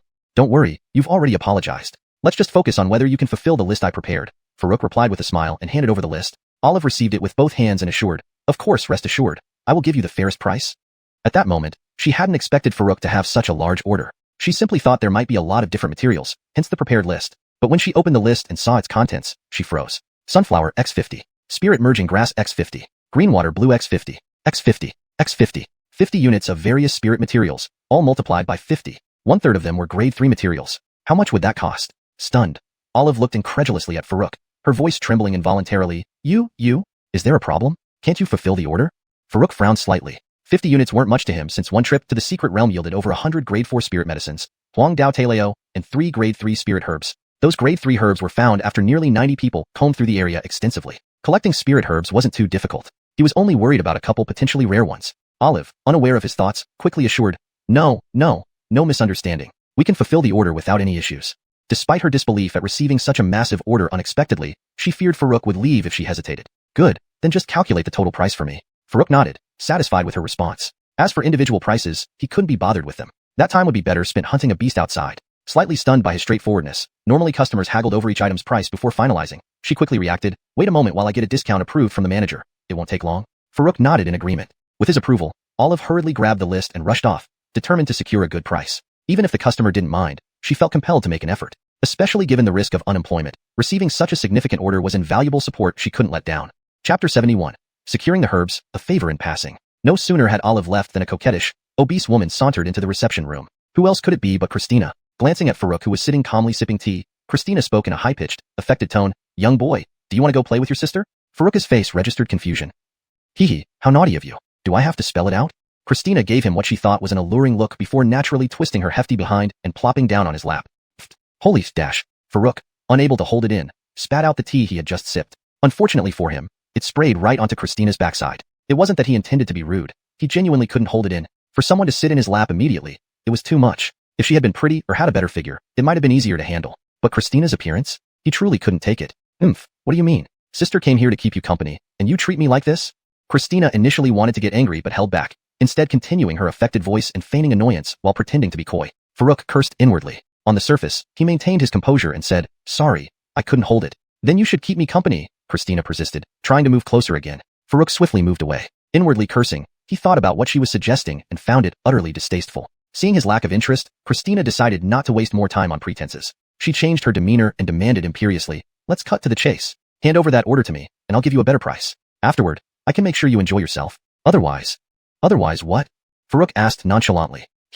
Otherwise I can't guarantee you'll successfully leave the market with those herbs. Christina smirked arrogantly. She noticed the long list of dozens of spirit herbs in Poetic Way's hand, all listed as 50 quantities each, and knew this single order was worth over 1,000 mid-grade spirit stones, possibly even 2,000. Allowing Olive to land such a deal would change her fortune significantly. This was not something Christina wanted. She'd worked hard, even selling her body multiple times, to remove her biggest competitor. If some young boy messed it up now, it would be unacceptable. Soft tactics weren't working. She didn't mind using threats. She glanced at Farouk mockingly. Surely, this barely teenage kid couldn't be unaffected by her threats. Farouk merely glanced at her and casually replied, Oh. Christina froze in shock. Her threat had been ignored by a mere teenager. It infuriated her, feeling humiliated. Just then, Olive re-entered with the order sheet. Seeing Christina inside, she paused briefly before sternly warning, Christina, don't overstep. You're disrupting a transaction between me and my client. Report this to headquarters, and you won't escape punishment. I just came to check if more tea was needed. Why so nervous? Christina retorted and promptly walked toward the door, turning around to say to Farouk, Remember what sister told you. Farouk ignored her and turned to Olive, asking, So, how many spirit stones? He didn't believe Christina, just a salesgirl, posed any real threat. Truly capable and well-connected people wouldn't linger in such a position plotting against colleagues. Olive almost asked what Christina meant by remembering her words, but decided it wasn't appropriate. Answering Farouk's question about the order, she said, I got you a 20% discount. The total is 2,100 mid-grade spirit stones, now 1,680 after the discount. Your herbs are being prepared and will be delivered shortly. Just then, a servant entered with a storage bag and quickly left. Olive inspected it thoroughly before handing it over to Farouk. These are all the herbs on the list. You can review them. Consider this bag a gift from the store. Farouk nodded, accepting the bag and verifying its contents. Finding everything correct, he withdrew 1,680 mid-grade spirit stones from his own storage ring. Olive watched, her eyes widening. A storage ring? No wonder he didn't bat an eye at the storage bag gift. Such rings were beyond the reach of even many late Foundation establishment cultivators. How did this teenage boy possess one? Was he a noble family's son? No. He was clearly dressed in Talaxwan Sect's attire. The young patriarch of Talaxwan Sect? Also not right. Why would a young patriarch personally buy herbs? Olive's mind raced but remained puzzled. Nonetheless, she completed the order, securing her monthly performance and job. As she put away the spirit stones, Farouk transferred the herbs into his alchemy cauldron and tossed the empty bag in as well. He realized he now owned 4 storage bags. Selling one wouldn't bring significant profit, so he hadn't bothered. Since he accepted a gift, Farouk retrieved a foundation establishment pill. Here, let me give you something too. Given you're at peak 5th layer chi gathering, it might help you. Still thinking about her next steps, Olive was caught off guard by his offer. When she saw the foundation establishment pill, she gasped, then covered her mouth, her eyes wide with disbelief. A foundation establishment pill. She worked tirelessly for spirit stones to buy such a pill. Yet here, this person offered her one effortlessly? Was she dreaming? Could her large commission also be a dream? Lost in thought, Olive nearly panicked when Farouk pulled out 2 more pills. Your aptitude might need more than one. Here are 2 more. Incredulous, Olive felt overwhelmed by Farouk's generosity and her unexpected fortune. These foundation establishment pills were all from his previous batch of alchemy. They no longer served much purpose for him. Their only use might be to let the Alchemy Cauldron re-refine them into spirit origin liquid. But as these were just tier 2 pills, refining them wouldn't yield much spirit origin liquid, so he had left them untouched. Now, however, they could serve as a small favor in passing. Through their 2 brief interactions, Olive had made a very positive impression on him. Naturally, he was willing to lend her a helping hand while he was at it. The reason he hadn't given her all 6 was that he believed her aptitude couldn't possibly compare to his own. If she had the same talent as him, she would never have only reached the 5th layer of chi gathering. Olive, already overwhelmed with confusion, was almost struck speechless when Farouk offered her 2 more foundation establishment pills. This was a foundation establishment pill. What kind of background did he have to be able to produce so many pills like this at once? What should she do? Should she accept them? With such high-value items, how could she ever repay him? But if she refused, these pills could allow her to establish her foundation immediately. With these pills, she could resign from her job and return home to establish her foundation. If she succeeded, she wouldn't have to endure this frustration anymore. Yes, she decided to swallow her pride and accept them. Once she succeeded in establishing her foundation and gained formidable strength, she would naturally be able to repay his kindness. With this resolve, Olive no longer hesitated and was about to thank him and accept the pills when she realized the young man was no longer in the room. Olive froze for a moment, staring at the 3 foundation establishment pills quietly resting on the table. A wave of dizziness washed over her. After carefully putting away the pills, she suddenly remembered something. I forgot to ask his name. Her heart filled with a mix of regret and awe. ####Chapter 72. What I said just now still holds. After Farouk left the spirit herb hall with the spirit materials, he did not linger any longer. He immediately left the market and flew toward ancient profound sect using his flying sword. During the journey, he did not activate the full speed of his dermic robe since he wasn't in a hurry. Instead, he took out the breath concealment technique, scroll, while riding the flying sword and began to study it. This cultivation technique was not difficult. In less than 10 minutes, he had grasped the basics. Just as he was preparing to start practicing, he suddenly sensed a strong spiritual fluctuation coming from behind. This situation could mean either someone was fighting nearby, or someone intended to fight him. Farouk immediately controlled his flying sword to veer sideways and simultaneously released his divine sense to probe backward. After reaching the foundation establishment stage, one's divine sense could leave the body. However, as he had just entered this stage, his divine sense couldn't extend more than 500 meters from his body. Through his divine sense, he saw 2 figures approaching within 500 meters of him via flying swords. By sensing their aura, they both seemed to be at the early foundation establishment stage. Farouk immediately thought of Christina from the Spirit Herb Hall. He couldn't recall offending anyone besides her. Even with Christina, it wasn't as if he had offended her intentionally. She was simply determined to create trouble for him. However, what surprised him was that a mere shop attendant could actually mobilize 2 foundation establishment cultivators to come after him. In fact, he was wrong on this point. Christina couldn't possibly command foundation establishment cultivators, and those 2 people were not acting under her orders.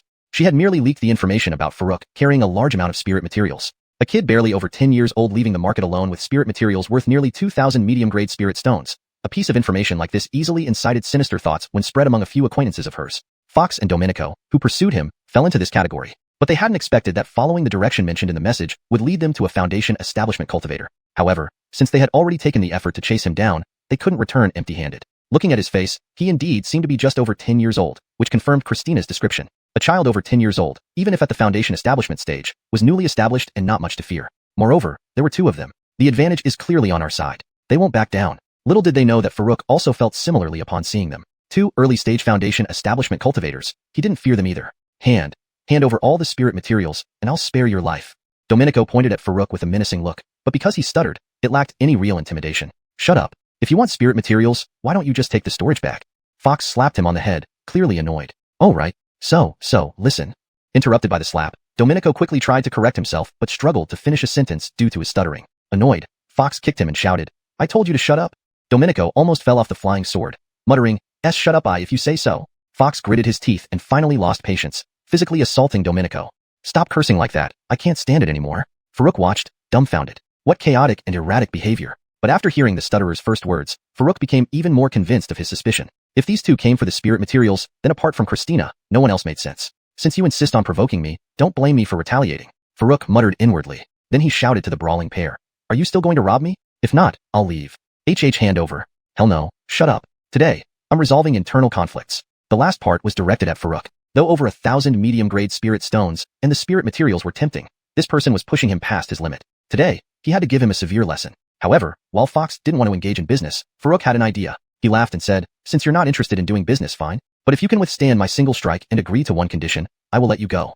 Upon hearing this, the two stopped fighting immediately. Faced with such blatant defiance, anyone would be provoked, especially those used to killing and robbing without hesitation. Fox narrowed his eyes, sizing up Farouk. Daring to speak thus before two early-stage Foundation establishment cultivators meant either genuine strength or sheer stupidity. Judging from the boy's appearance, he clearly wasn't stupid. But having real strength seemed unlikely. Could he really be another disciple whose confidence exploded after reaching the Foundation establishment stage? That seemed to be the most reasonable explanation. Meanwhile, Domenico yelled, "Get lost, get lost, or why you'll really."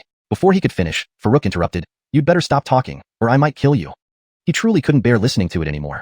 Domenico turned red with anger, stuttering and pointing at Farouk, unable to say anything coherent. Finally, he looked to his brother Fox for help. Fox glanced at him disdainfully, saying, "I told you to shut up." Then he turned to Farouk with a cruel smile. "Since you seek death, how can we not oblige? Show us your best move now.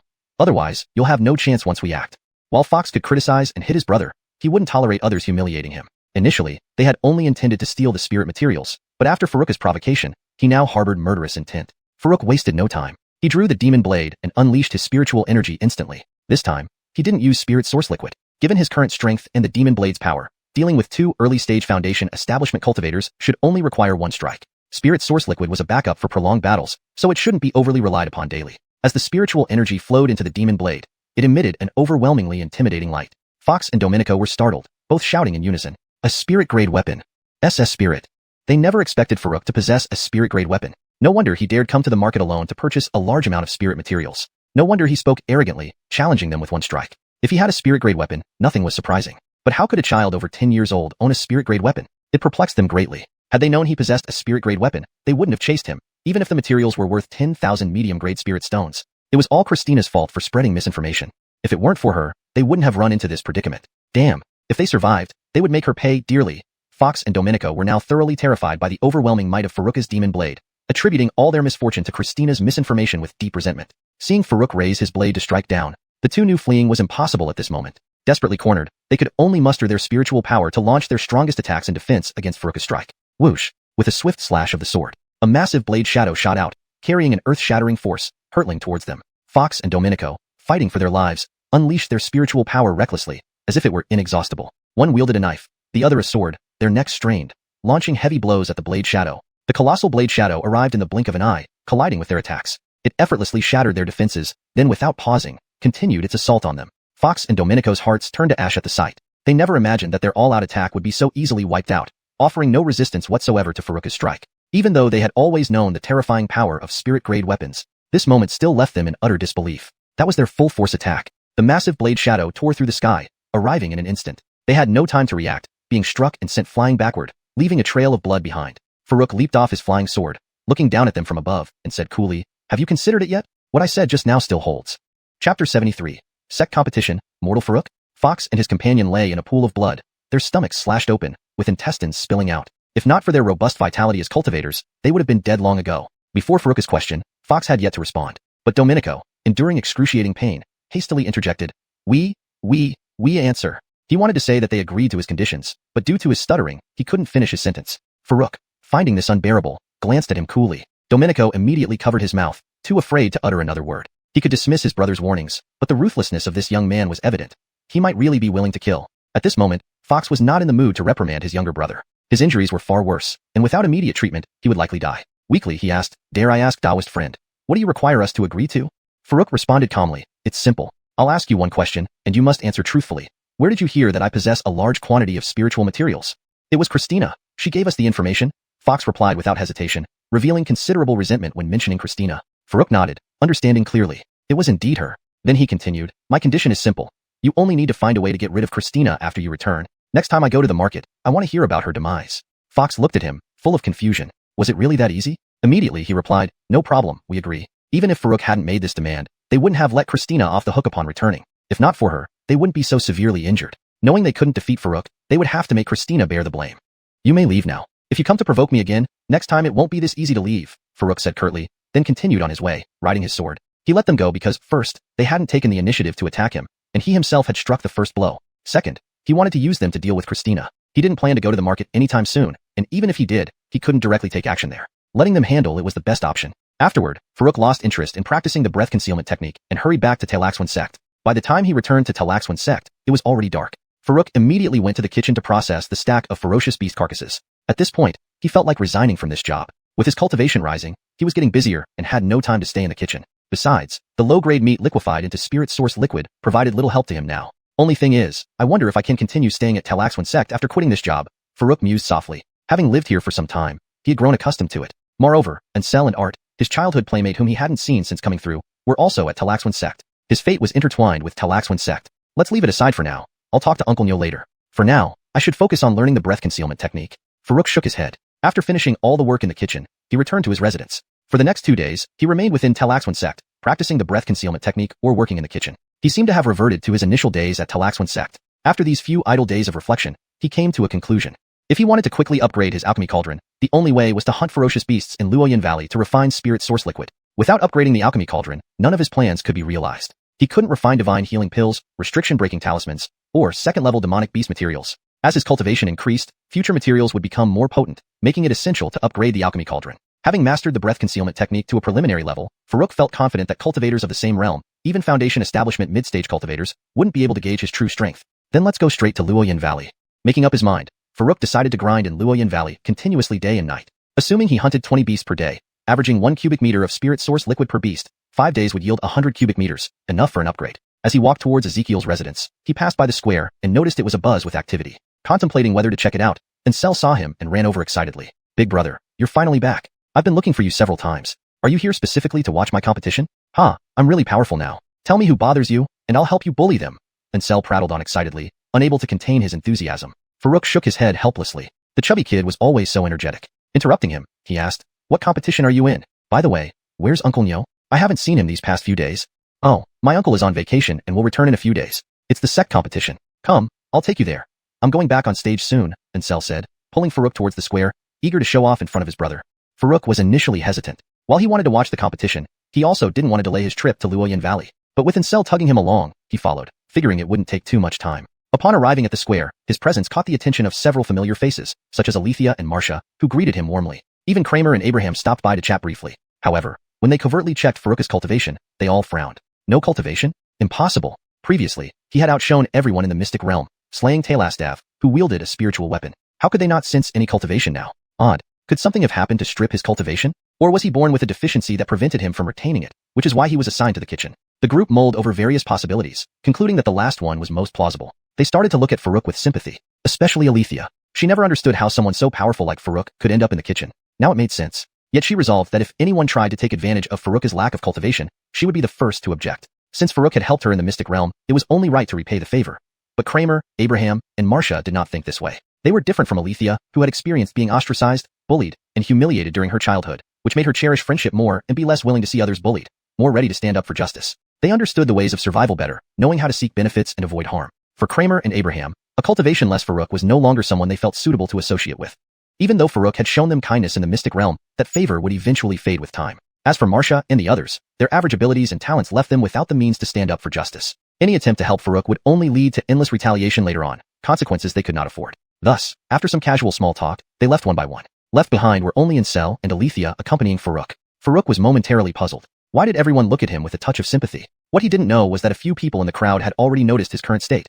No cultivation level, no spiritual energy fluctuations, just like an ordinary mortal. Chapter 74. Farouk, dare you accept the challenge? The Sect's grand competition is open only to disciples under 16 years old and lasts for 3 days. The first day is the challenge round. 10 platforms operate simultaneously. Any disciple within the age limit can challenge an opponent on any platform. Those who have grudges often use this opportunity to settle scores, regardless of the competition. The rules are straightforward. Each disciple gets one chance to initiate a challenge and one to be challenged. 2 failures mean direct elimination. 1 win secures entry into the formal matches on the second day. The formal matches use a draw system, with one-on-one duels until the top 10 are decided. On the third day, the final matches determine the ultimate winner. Old brother, let me tell you a secret, Ansel said mysteriously after explaining the rules to Farouk, who looked at him in confusion, asking silently with his eyes. Ansel glanced around furtively before whispering. Elder Daryl mentioned that the top 10 this year will receive special cultivation support for the next 2 years, and represent the sect at a mysterious place for opportunities 3 years from now. I suspect it's the same place your uncle spoke about. Oh, so what? Farouk replied, puzzled. What difference would it make even if he knew? He wants you to join them, but the competition for these opportunities might be dangerous. Althia interjected, leaving her statement unfinished but implying that given Farouk's unstable cultivation, it was best not to participate. Why did you eavesdrop on my conversation?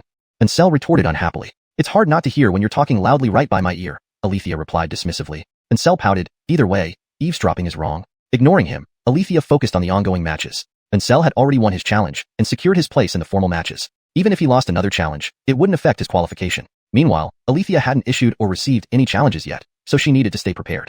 Elsewhere, the few individuals who noticed Farouk earlier were plotting their move. Can you see his cultivation level? Asked a short, stout cultivator named Aiden, frowning at Farouk from afar. He was one of the inner sect disciples who participated in the secret realm expedition. Beside him stood Roland, Alec, and Stuart, all fellow participants. None of them could discern Farouk's cultivation level and shook their heads. Looks like the rumors are true. His cultivation has indeed been crippled. Haha. Aiden laughed smugly. Noticing Farouk's unobvious cultivation when he appeared, Aiden initially couldn't understand why. After seeing Kramer and others greet Farouk, he inquired and found out that Farouk had admitted his cultivation was ruined. Seizing this information, Aiden planned how to embarrass Farouk publicly. Their animosity stemmed from recent events during the secret realm expedition. To protect the yellow Dao fruits, everyone paid protection fees to Farouk. Although voluntary, some felt coerced. They believed Farouk should have protected them without demanding fruits. This resentment grew, leading them to criticize Farouk privately. After their breakthrough to the Foundation establishment stage, they saw Farouk, then only at the Gathering Chief 5th layer. Emboldened, they mocked him on the flying boat. Ansel nearly attacked them but was restrained by the senior in charge. However, since then, he frequently challenged and punished them whenever possible. Today, Ansel challenged Aiden first and thoroughly defeated him. Individually, none of them could match Ansel. To avoid being beaten, they stayed together, supporting each other. Their fear and hatred of Ansel grew equally. While they couldn't confront Ansel, Farouk, now seemingly crippled, seemed vulnerable. How about I test the boy first, Brother Kuan?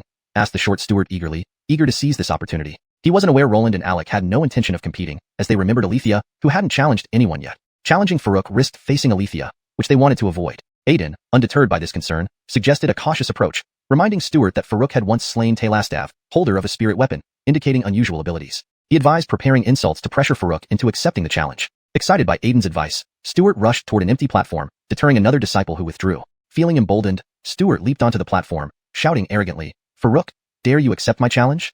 Chapter 75, Accepting the Challenge. Farouk, who was chatting with Ansel and planning to leave after Ansel's match, froze upon hearing that someone wanted to challenge him. He turned to look in the direction of the voice. Upon seeing Stuart, he became even more puzzled. Although Stuart looked familiar, Farouk was sure they had never met. Why would this guy challenge him for no reason? Farouk wasn't participating in the competition anyway. Seeing Farouk's reaction, Althia became more convinced of her suspicions. It seemed he had truly lost his cultivation. She sighed softly and declared, Stuart, I challenge you.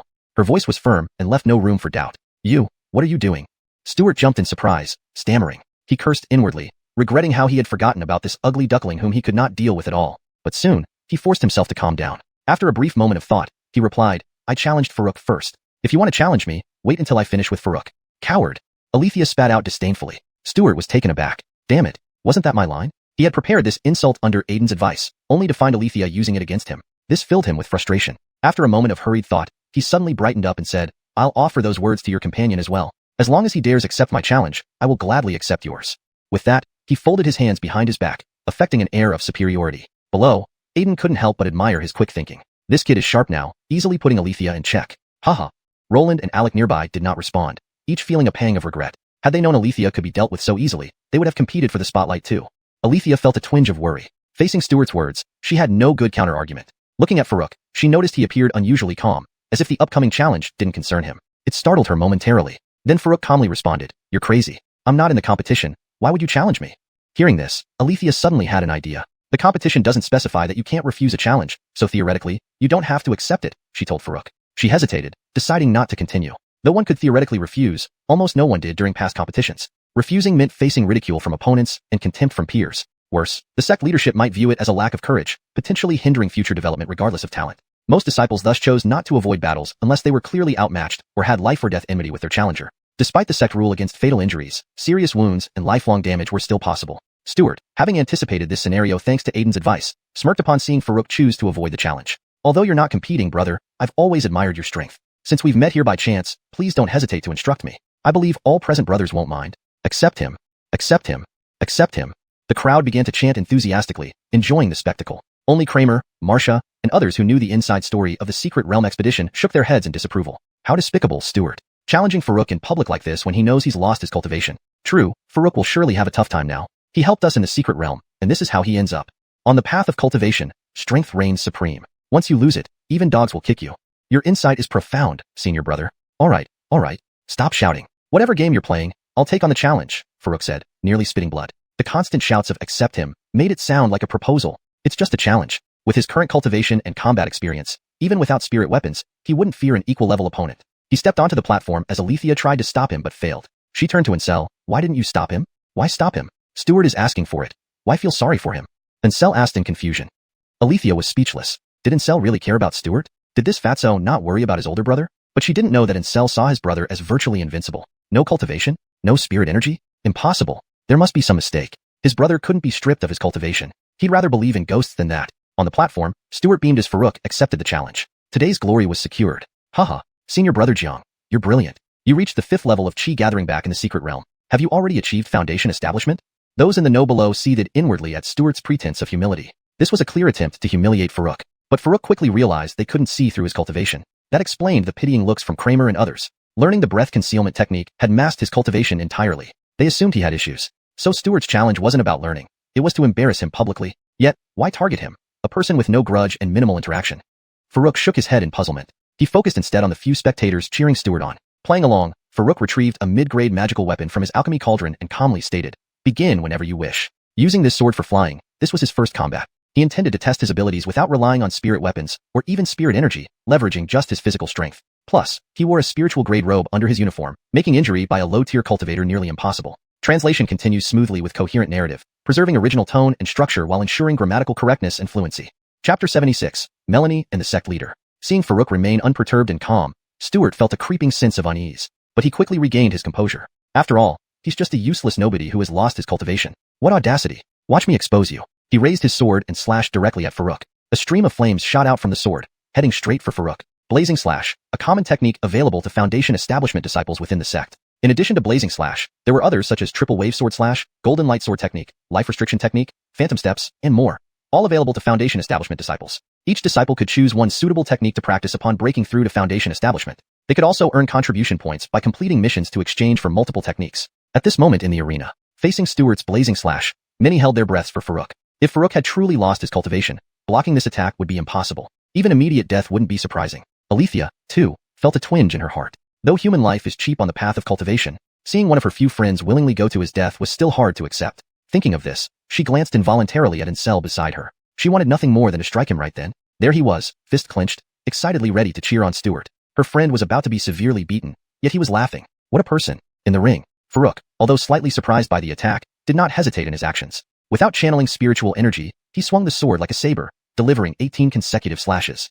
Then, the 18 slashes merged into one, transforming into a blade of air that shot forward with a swoosh. Since acquiring a spirit-grade weapon at Foundation Establishment, he rarely used this move. While not weak, it couldn't compare to the power of a single strike from a spirit-grade weapon. So, it was often considered redundant and not very practical. However, it came in handy now. Using a sword wasn't entirely smooth and affected his performance. With a saber, he could instantly slash over 20 times, given his current strength. At this stage, one more or less strike could mean drastically different outcomes. Yet, even so, his display was astonishing. As the sword energy collided with the flame, they both vanished simultaneously with a sizzle. To Farouk, this was somewhat disappointing. If he had used a saber, this strike would have been stronger, definitely wounding Stuart heavily. To the audience, however, it was extremely incredible. Did you see what happened just now?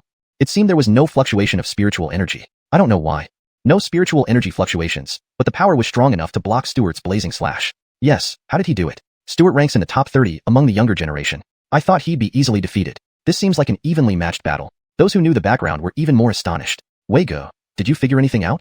Abraham turned his gaze from the arena to Kramer. Kramer shook his head, then paused and said, "It might be his physical strength. His body should have reached the early Foundation Establishment level." Abraham nodded in agreement after hearing this. So, even without cultivation, his strength remains formidable? Kramer shook his head. Not necessarily formidable, but dealing with Stuart shouldn't be a problem. Chuckling, he added, no wonder he dared to accept the challenge. He had been wondering what Farouk relied on. He didn't believe Farouk would willingly seek torment. It turned out it was his physical strength. An unexpected revelation, considering cultivation of the body was mostly lost and little studied. Throughout ancient mystic sect, perhaps only Farouk cultivated physical strength. If you faced him, what would happen? Smiling at Kramer's laughter, Abraham asked. Although he asked, he already had his answer. Kramer ranked first among the inner disciples, far surpassing Stuart. From Farouk's earlier performance, he seemed only comparable to Stuart. Not to mention Kramer, who could defeat him easily. Me? Kramer chuckled, agreeing internally. Above the stage sat a woman in her early 40s, exuding authority, Harmony, the current sect leader and direct disciple of Melanie. Seeing the scene in the arena, she understood. No wonder my revered teacher mentioned him frequently, even recommending him to join the outer sect. Now, it seems he indeed has some skill. But why use only physical strength when already at foundation establishment? Is he pretending to be weaker?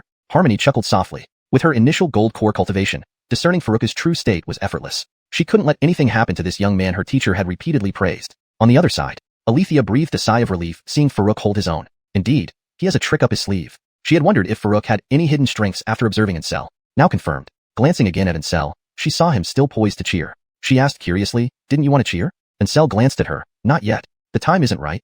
"Not yet?" Althia repeated, puzzled. He blocked the attack with sheer strength. "Isn't that worth cheering for?" As she pondered, Faruk made a new move. Unsatisfied with the previous stalemate, he stashed his flying sword and rushed towards Stuart. Unable to perform wind-traveling step without spiritual energy, he relied on sheer burst speed. Almost instantly, Stuart barely reacted. By the time he recovered from shock, Faruk was already beside him, swinging a punch. Panicking, Stuart managed to cast an Earthwall charm. He inwardly rejoiced, glad he had practiced Earthwall charm, or else this hit would have been unstoppable. But his joy was premature. Faruk knew Earthwall charm well. It couldn't withstand his punch. The Earthwall crumbled under Faruk's mountain-shaking punch, landing a heavy blow on Stuart. Stuart was sent flying backward, barely landing on the edge of the arena. Faruk shook his head. Human techniques, after all, are limited in explosive power. To be able to achieve such an effect against a foundation establishment cultivator, the mountain-shaking punch had already reached its limit. In the central viewing stand, Harmony watched this scene and couldn't help but shake her head inwardly. With her keen eyesight, it was very easy for her to see that Faruk's strike was completely limited by his cultivation technique. If he had used even a slightly stronger technique, Stuart would have been seriously injured. Just then, her expression suddenly became solemn. A telepathic message echoed in her ear. After Faruk steps down from the arena, have him choose any 2 cultivation techniques from the library. "Yes, master." Harmony hurriedly replied respectfully via telepathy. At the same time, she couldn't help but feel puzzled. Why was her master so attentive to this young foundation establishment cultivator? Could it be that her master was secretly playing some kind of development game? Thinking of this, a mischievous smile crept onto her face. After all, she knew that her master had never spoken about a partner. But these were just idle thoughts. She wouldn't dare to take them seriously, let alone ask her master directly about it. Chapter 77. Shameless Aiden. Who was the target? Stuart clutched his long sword, seething with anger. Faruk's punch earlier had not caused him any severe injuries. He felt he could still continue fighting. He had come onto the platform to make Faruk look foolish, but now it was all him looking foolish. To let this be the end of their battle would mean he couldn't endure the resentment in his heart. Seeing his determination, Faruk no longer held back, flashing forward with another punch that sent Stuart flying to the other side of the stage. Knowing his current strength wouldn't inflict significant harm, he threw his punches without reservation. Each punch landed as soon as the previous one ended. Stuart barely had time to stand up before being struck again by Faruk. He cursed himself for not learning any agile footwork. If he could just put some distance between them, he wouldn't be so vulnerable. Below the stage, Aiden gritted his teeth, watching the scene unfold. Is this idiot into masochism? Faruk is clearly only physically strong. If Stuart had just flown using a sword, what could Faruk do? He'd just become a living target. What an utter failure. Nearby, Roland and Alec exchanged glances, their eyes revealing newfound clarity. Clearly, they hadn't thought of using the sword to fly until Aiden mentioned it, and it was like a flash of enlightenment hit them. Elsewhere, Ansel was waving his fists and shouting incessantly, "Old brother is powerful, the strongest. Beat that bastard to a pulp." Occasionally, he tugged at Althia. "What are you standing there for? Cheer with me. You were so eager earlier, asking when we could start cheering." Althia clenched her fists upon hearing this. She wasn't about to cheer for Faruk. She wanted to punch Ansel instead. On the platform, Stuart was bruised and battered, his clothes in tatters. Despite his state, he refused to concede. Not that he didn't want to, but every time he tried, Faruk's punches were already landing on him. Unaware of the trouble he was causing, Faruk was puzzled by Stuart's resilience. This guy sure has guts, taking so many hits without surrendering. But this stubbornness also infuriated him. In any other situation, he would have attacked vital points and finished him off. However, since this was a sect competition, he couldn't go too far, limiting himself to superficial wounds. Finally, unable to continue, he kicked Stuart off the stage. Following the event, Stuart became famous within the sect for enduring dozens of rounds without conceding, even while being beaten like a punching bag. As Stuart stepped down, Aiden dashed onto the platform and stopped Faruk, who was about to leave. "Senior brother Faruk, I wish to learn from you as well. I hope you won't withhold your teachings."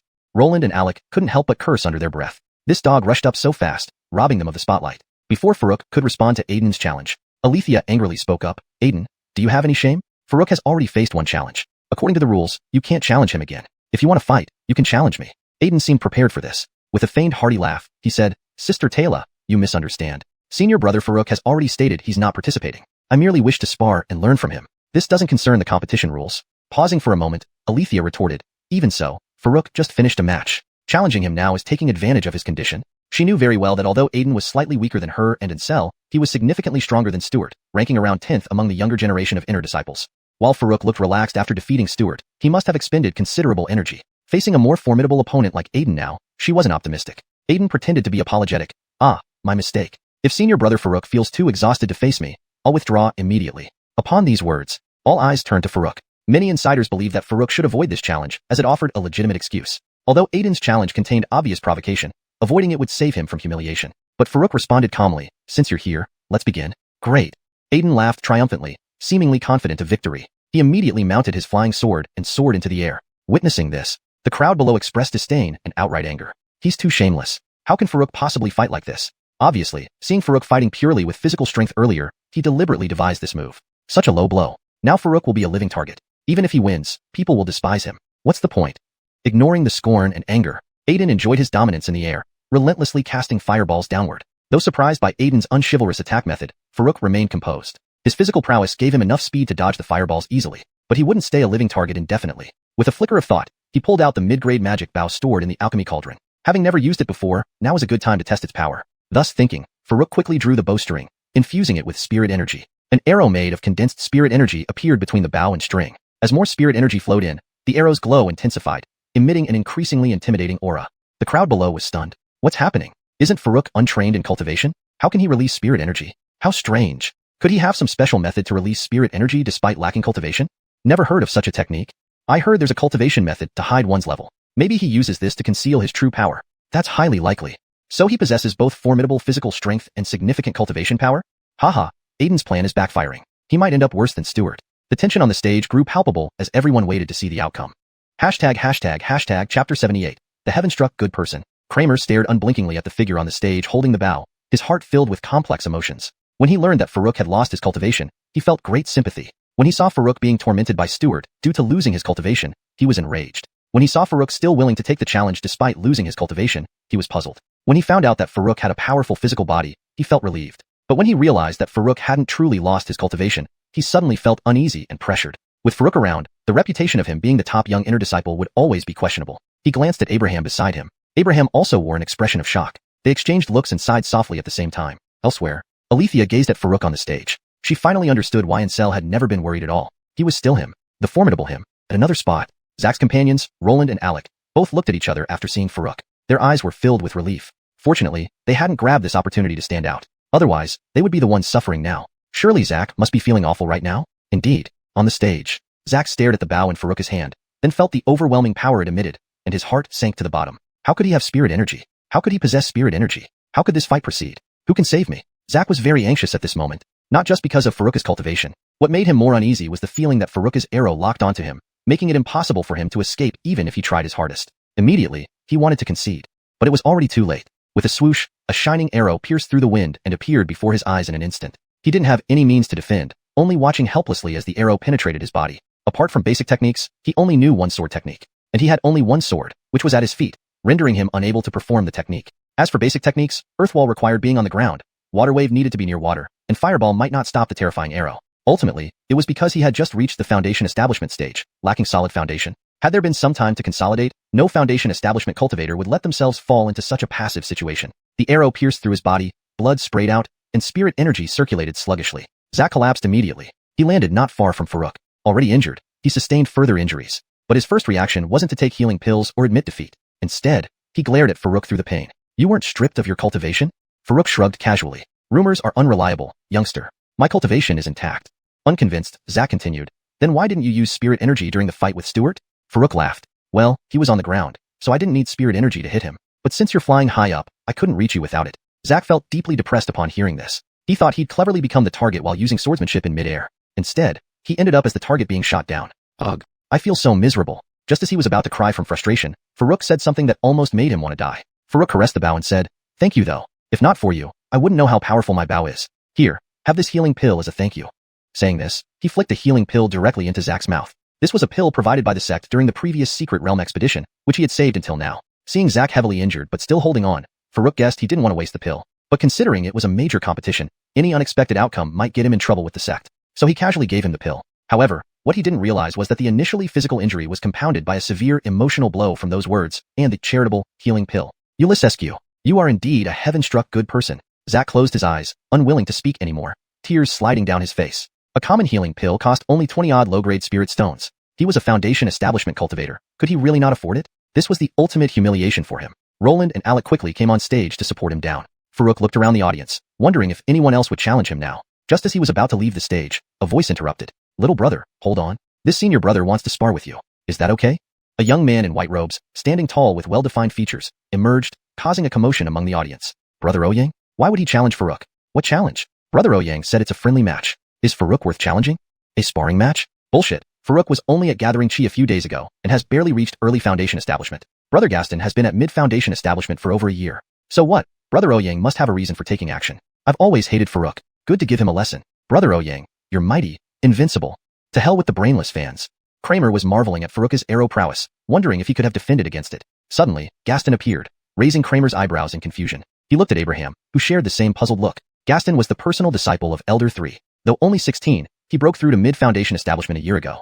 Farouk, on the other hand, had just stepped into early foundation establishment, with no consolidation time yet. Why would someone like Gaston lower himself to challenge such a vastly inferior opponent? Even people like Althia, who knew Farouk, felt confused. Ansel also began to worry slightly, losing his confidence. A cultivator who had stayed at mid-foundation establishment for over a year, versus his brother who had cultivated for less than a year. How could this battle be fought? Even Harmony, seated in the central viewing area, frowned upon this development. She clearly saw that Farouk, although strong, was still just at early foundation establishment. While physical strength could provide advantage within the same realm, cross-realm combat would bring no benefits. Simultaneously, she felt bewildered by Gaston's sudden challenge. These two hadn't heard of having much interaction, so why would this happen? Thinking of this, she glanced at Elder 3 Tyler nearby. Tyler seemed in deep meditation, pretending not to notice her gaze. This displeased Harmony greatly. She wished to intervene personally in Gaston's challenge. But since her master was observing and hadn't given her any instructions, she couldn't interfere recklessly. On the stage, Farouk looked at the seemingly righteous young man across from him and felt increasingly suspicious. Not because of anything else, but simply because the guy was too good at putting on an act. From the crowd to the stage was just a few steps, yet this guy walked for nearly a minute with hands behind his back, with his striking features and occasional mischievous smile. This caused the female disciples in the audience to scream and cheer for him incessantly. Who the hell could stand it? Any man would likely want to punch him a couple of times. Note, the phrase bongbong gaitarlang chin is translated to punch him a couple of times for natural fluency in English. Given his originally striking features, and the occasional devilishly charming smile, he drew incessant screams and cheers from the group of female disciples below. Who could stand this? Any man would probably want to punch him a couple of times. ####Chapter 79. Provocation? Shocking everyone. Through the incessant noise from the audience, Farouk gained a preliminary understanding of the person in front of him. In summary, handsome, well-connected, powerful, and highly cultivated. Just that, nothing more. But Farouk couldn't figure out why this person was picking on him. Thinking about it, he asked, "You're already at the mid-foundation establishment stage, and you come to challenge me, a novice who just completed the foundation establishment stage. Won't you be embarrassed if you lose?" Huh.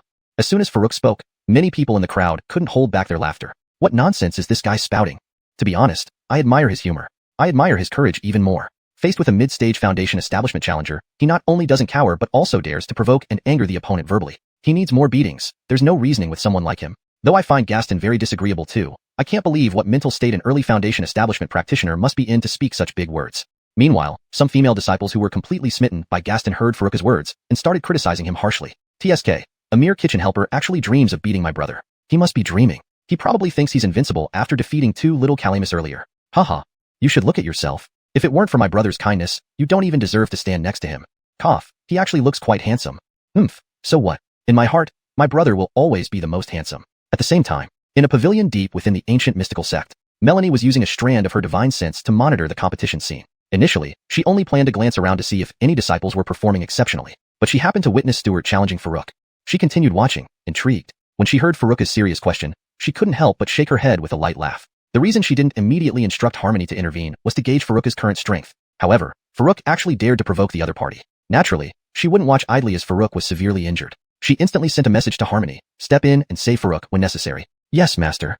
Harmony respectfully replied via telepathy. She shared everyone's thoughts. Someone at the early foundation establishment stage simply could not match up to someone at the mid-stage. Seeing Farouk not only refusing to evade combat, but also provoking the other side made her very anxious. As she was speculating about her master's reaction, she heard Melanie's telepathic message. On the stage, facing Farouk's question, Gaston was momentarily taken aback. He had considered all possible reasons Farouk might use to avoid combat, but never imagined Farouk would dare to hope for victory over him. After declaring himself a novice, on what grounds did Farouk think he could win? This thought made the previously cheerful Gaston turn grim, though he quickly suppressed it. But facing Farouk directly, Farouk still caught this fleeting change in expression, making him inwardly wary. It seemed he hadn't misunderstood him. This guy indeed wasn't any good. Gaston, unaware that his brief moment of exposure had been noticed by Farouk, smiled gracefully. "Junior brother, don't misunderstand. Senior brother just saw your exceptional strength and got itchy hands, wanting to spar a bit. Why take winning or losing so seriously?" Farouk responded with a cold laugh. "Like hell I'll believe you. Hypocrite." But after a moment's contemplation, he agreed. Since senior brother doesn't care about winning or losing, let's do this. He wanted to see what this guy's real intentions were. A mid-stage foundation establishment practitioner, sure, he had faced tougher opponents before. Although he relied on talisman power to defeat Adolfo and the Wind Wolf King, both had comparable advantages, one with a spirit weapon and the other with minions. If Gaston lacked a spirit weapon, Farouk wouldn't find it difficult to win. Even if Gaston had one, Farouk now possessed 2 spirit weapons, ensuring self-preservation if nothing else. Moreover, this unprovoked challenge likely had ulterior motives, and Gaston wouldn't stop until his goal was achieved. Indeed, Junior Brother is confident. Then I won't hold back. Gaston's demeanor turned serious as he gripped a 3-foot-long green saber. Repeated public provocations had eroded any pretense of dignity. He swung the sword fiercely, unleashing a stream of flames. Compared to Stuart's flame slash earlier, this was far superior. Farouk didn't immediately deploy the demon blade. To probe the true intention, he needed to give the opponent a chance. He bent his bow and shot an arrow at Gaston. However, he realized this attack wouldn't stop Gaston. The bow required charging, which took time for stronger attacks. Being second to act left him at a disadvantage. So, he switched back to his sword and unleashed 18 consecutive slashes, merging into a single sword chi, closely following the spirit arrow. Both attacks met the flame slash and dissipated simultaneously, barely blocking it. Then Gaston cast another golden light sword spell. Unlike the flame slash, this was a continuous set of sword techniques. Without an equivalent technique, even intercepting a few attacks was nearly impossible unless overwhelming power could break the sequence. Streams of golden light surged towards Farouk. Realizing his flying sword wouldn't suffice, Farouk rapidly channeled his spirit energy, employing the wind walking steps to dodge. Luckily, his wind walking steps were fully mastered. His figure became like a gentle breeze, dancing on the platform. Despite Gaston's relentless targeting, he couldn't hit Farouk at all. The audience gasped in awe. What kind of movement is that? It looks incredibly powerful. It's not the phantom step. I've practiced it, and it's not that graceful. Should be wind walking steps. I've seen others use it before. Though not as graceful, it's pretty close. I thought Gaston's golden light sword spell was impressive, but Farouk's movement is even better. Haha. This Farouk isn't simple. He must have mastered wind walking steps. But no matter how good the movement, he can only dodge. Gaston still holds the initiative. Winning seems almost impossible. You talk rubbish. Farouk is just at early foundation establishment. Surviving a few moves without losing is already a win. That's true. I wonder what tricks Gaston has left. Chapter 80. The Entrapment Life Art, again at the Hall of Eternal Life? On the platform, Farouk was able to accurately evade all of Gaston's attacks, and it certainly wasn't entirely due to the wind walking steps. After all, the wind walking steps were just an ordinary technique. Even when perfected, they wouldn't be enough to completely avoid harm from a foundation establishment mid-stage practitioner, especially one using the refined golden light sword technique. The real reason he managed to do so was that as soon as the situation turned unfavorable, he had already activated his spirit garment, which was enchanted with wind power. With this additional boost and his mastery of the wind walking steps, Gaston's golden light sword technique stood no chance of injuring him. However, since Farouk wore his spirit garment underneath a Telaxuan sect uniform, nobody noticed anything unusual. Not even Gaston realized that it was not just Farouk's footwork that made it hard for him to land any blows. But after observing this scene, Gaston only felt momentarily stunned and did not appear angry. Instead, a mocking smile crept across his face, almost as if Farouk was offering himself up. Gaston held his sword in his right hand and began forming seals with his left. After casting several intricate spells, the scenario on the platform abruptly changed. Countless vines swiftly shot up from the ground near where Farouk stood. In just a breath's time, dense and tall vines covered half of the previously empty platform, entangling Farouk tightly. The crowd saw the entire platform now split into 2 parts, one half empty and the other turned into a paradise of vines. This caused another round of exclamations among the spectators. Whoa, that's terrifying. Senior Brother Ouyang has even mastered the entrapment life art, truly worthy of being called a genius. It's more than just mastering it. He clearly executes it with great proficiency. I heard this art is extremely difficult to learn. The last person to master it was Senior Sister Iva, with an exceptional wood spiritual root. That's right. Many people exchange their merit points for this skill upon seeing Senior Sister Iva's demonstration, but none could actually master it. Haha, what unlucky fools they are, wasting their contribution points. Ulysses? I was one of those fools. But didn't I hear that Senior Brother Ouyang has an exceptional metal spiritual root, not an exceptional wood spiritual root? Exactly because of that, it demonstrates how terrifying he is. Farouk should find this very challenging now. Trapped so securely, no matter how skilled his movement techniques are, they won't help. Back on the platform, Farouk was indeed entangled by these vines. Although they didn't render him completely immobile, they greatly restricted his movements. He was genuinely surprised. It was unexpected that his opponent still had this trick up his sleeve. Farouk, who considered himself experienced in battle, at least within his realm, had never encountered anyone who could simultaneously use multiple techniques while coordinating them effectively. Before, he would usually draw his weapon and attack directly. Even if his opponent had similar techniques, there would hardly have been a chance to use them. Today's demonstration by Gaston certainly opened his eyes. Farouk pondered that he should diversify his own skills and improve his combat tactics rather than relying solely on weapons. Eventually, as his realm advanced, the advantages of such weapons would diminish, and he needed alternative ways to overpower opponents. With this thought, he immediately summoned his demonic blade, suspecting Gaston might now reveal his true intentions. Indeed, Gaston, having trapped Farouk, must now aim for a fatal strike, something impossible just with the golden light sword technique. Seeing Farouk dodging effortlessly with wind-walking steps, Gaston took the opportunity to use the entrapment life art to immobilize him, creating the perfect setup for a killing blow. Now with Farouk immobilized, would a killing blow be problematic? Gaston, filled with excitement, raised his sword with a deadly force aimed straight at Farouk. The distance was so short that the sword reached its target almost instantly. Everyone watched in shock. Isn't Gaston going too far? He's aiming to seriously injure Farouk. Just a friendly duel. Is this necessary? Do they have some deep-seated grudge? Then, what astounded everyone further happened. As the sword tip neared Farouk's left shoulder, Gaston slightly redirected it towards Farouk's heart, a cruel smile curling his lips. He whispered softly enough for only Farouk to hear, "Don't blame me. I'm doing this for eternal life." The chilling voice sent a shiver down Farouk's spine. Eternal life? Hall of Eternal Life? Was there a connection? But now wasn't the time to dwell on it. Farouk frantically channeled spiritual power into both his enchanted garment and demonic blade. Meanwhile, in the audience, Harmony suddenly stood up, intending to intervene, but paused, reconsidered, and sat back down, closely observing Farouk. On the platform, Gaston saw his sword pierce Farouk's heart and grinned madly. But in the next moment, he froze. No matter how much effort or spiritual energy he poured into his sword, it couldn't advance a fraction. "You seem incapable." "Now it's my turn," Farouk said calmly. His spiritual energy was fully focused on the enchanted garment, making it impenetrable even to a Foundation Establishment mid-stage practitioner.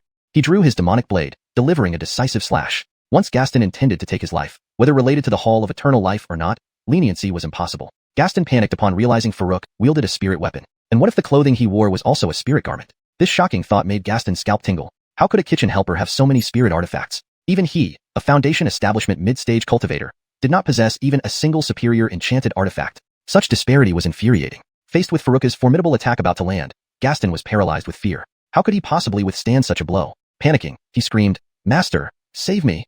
Chapter 81. Tyler makes his move. The third elder, Tyler, who had been pretending to be in deep meditation, noticed the demonic blade was a spirit artifact as soon as Farouk took it out. Hence, he had long prepared to make his move. However, he hadn't noticed that Farouk was also wearing a spirit artifact armor. So, his initial plan was to wait until Farouk was impaled by a sword, and then pretend to be furious, taking the first strike to knock his disciple Gaston off the stage. This way, he could avoid Farouk's dying attack. But what he didn't expect was that his disciple's all-out attack had achieved nothing. Immediately, he guessed this Farouk must have been well prepared from the beginning. This boy wasn't simple at all. Thus, without waiting for Gaston to cry for help, at the moment Farouk raised the demonic blade intending to slash down, Tyler directly made his move. A huge palm imprint blasted out, striking straight towards Farouk. "Brat, don't be insolent." "Tyler, you?" Harmony stood up abruptly, glaring furiously at Tyler. She was so focused on watching Gaston that she didn't notice Tyler would shamelessly target a Foundation Establishment beginner like Farouk directly. Tyler respectfully clasped his hands together and said sternly, "Lord Sect Master, please understand. Disciples are only sparring. How can they use spirit artifacts? I had no choice but to act."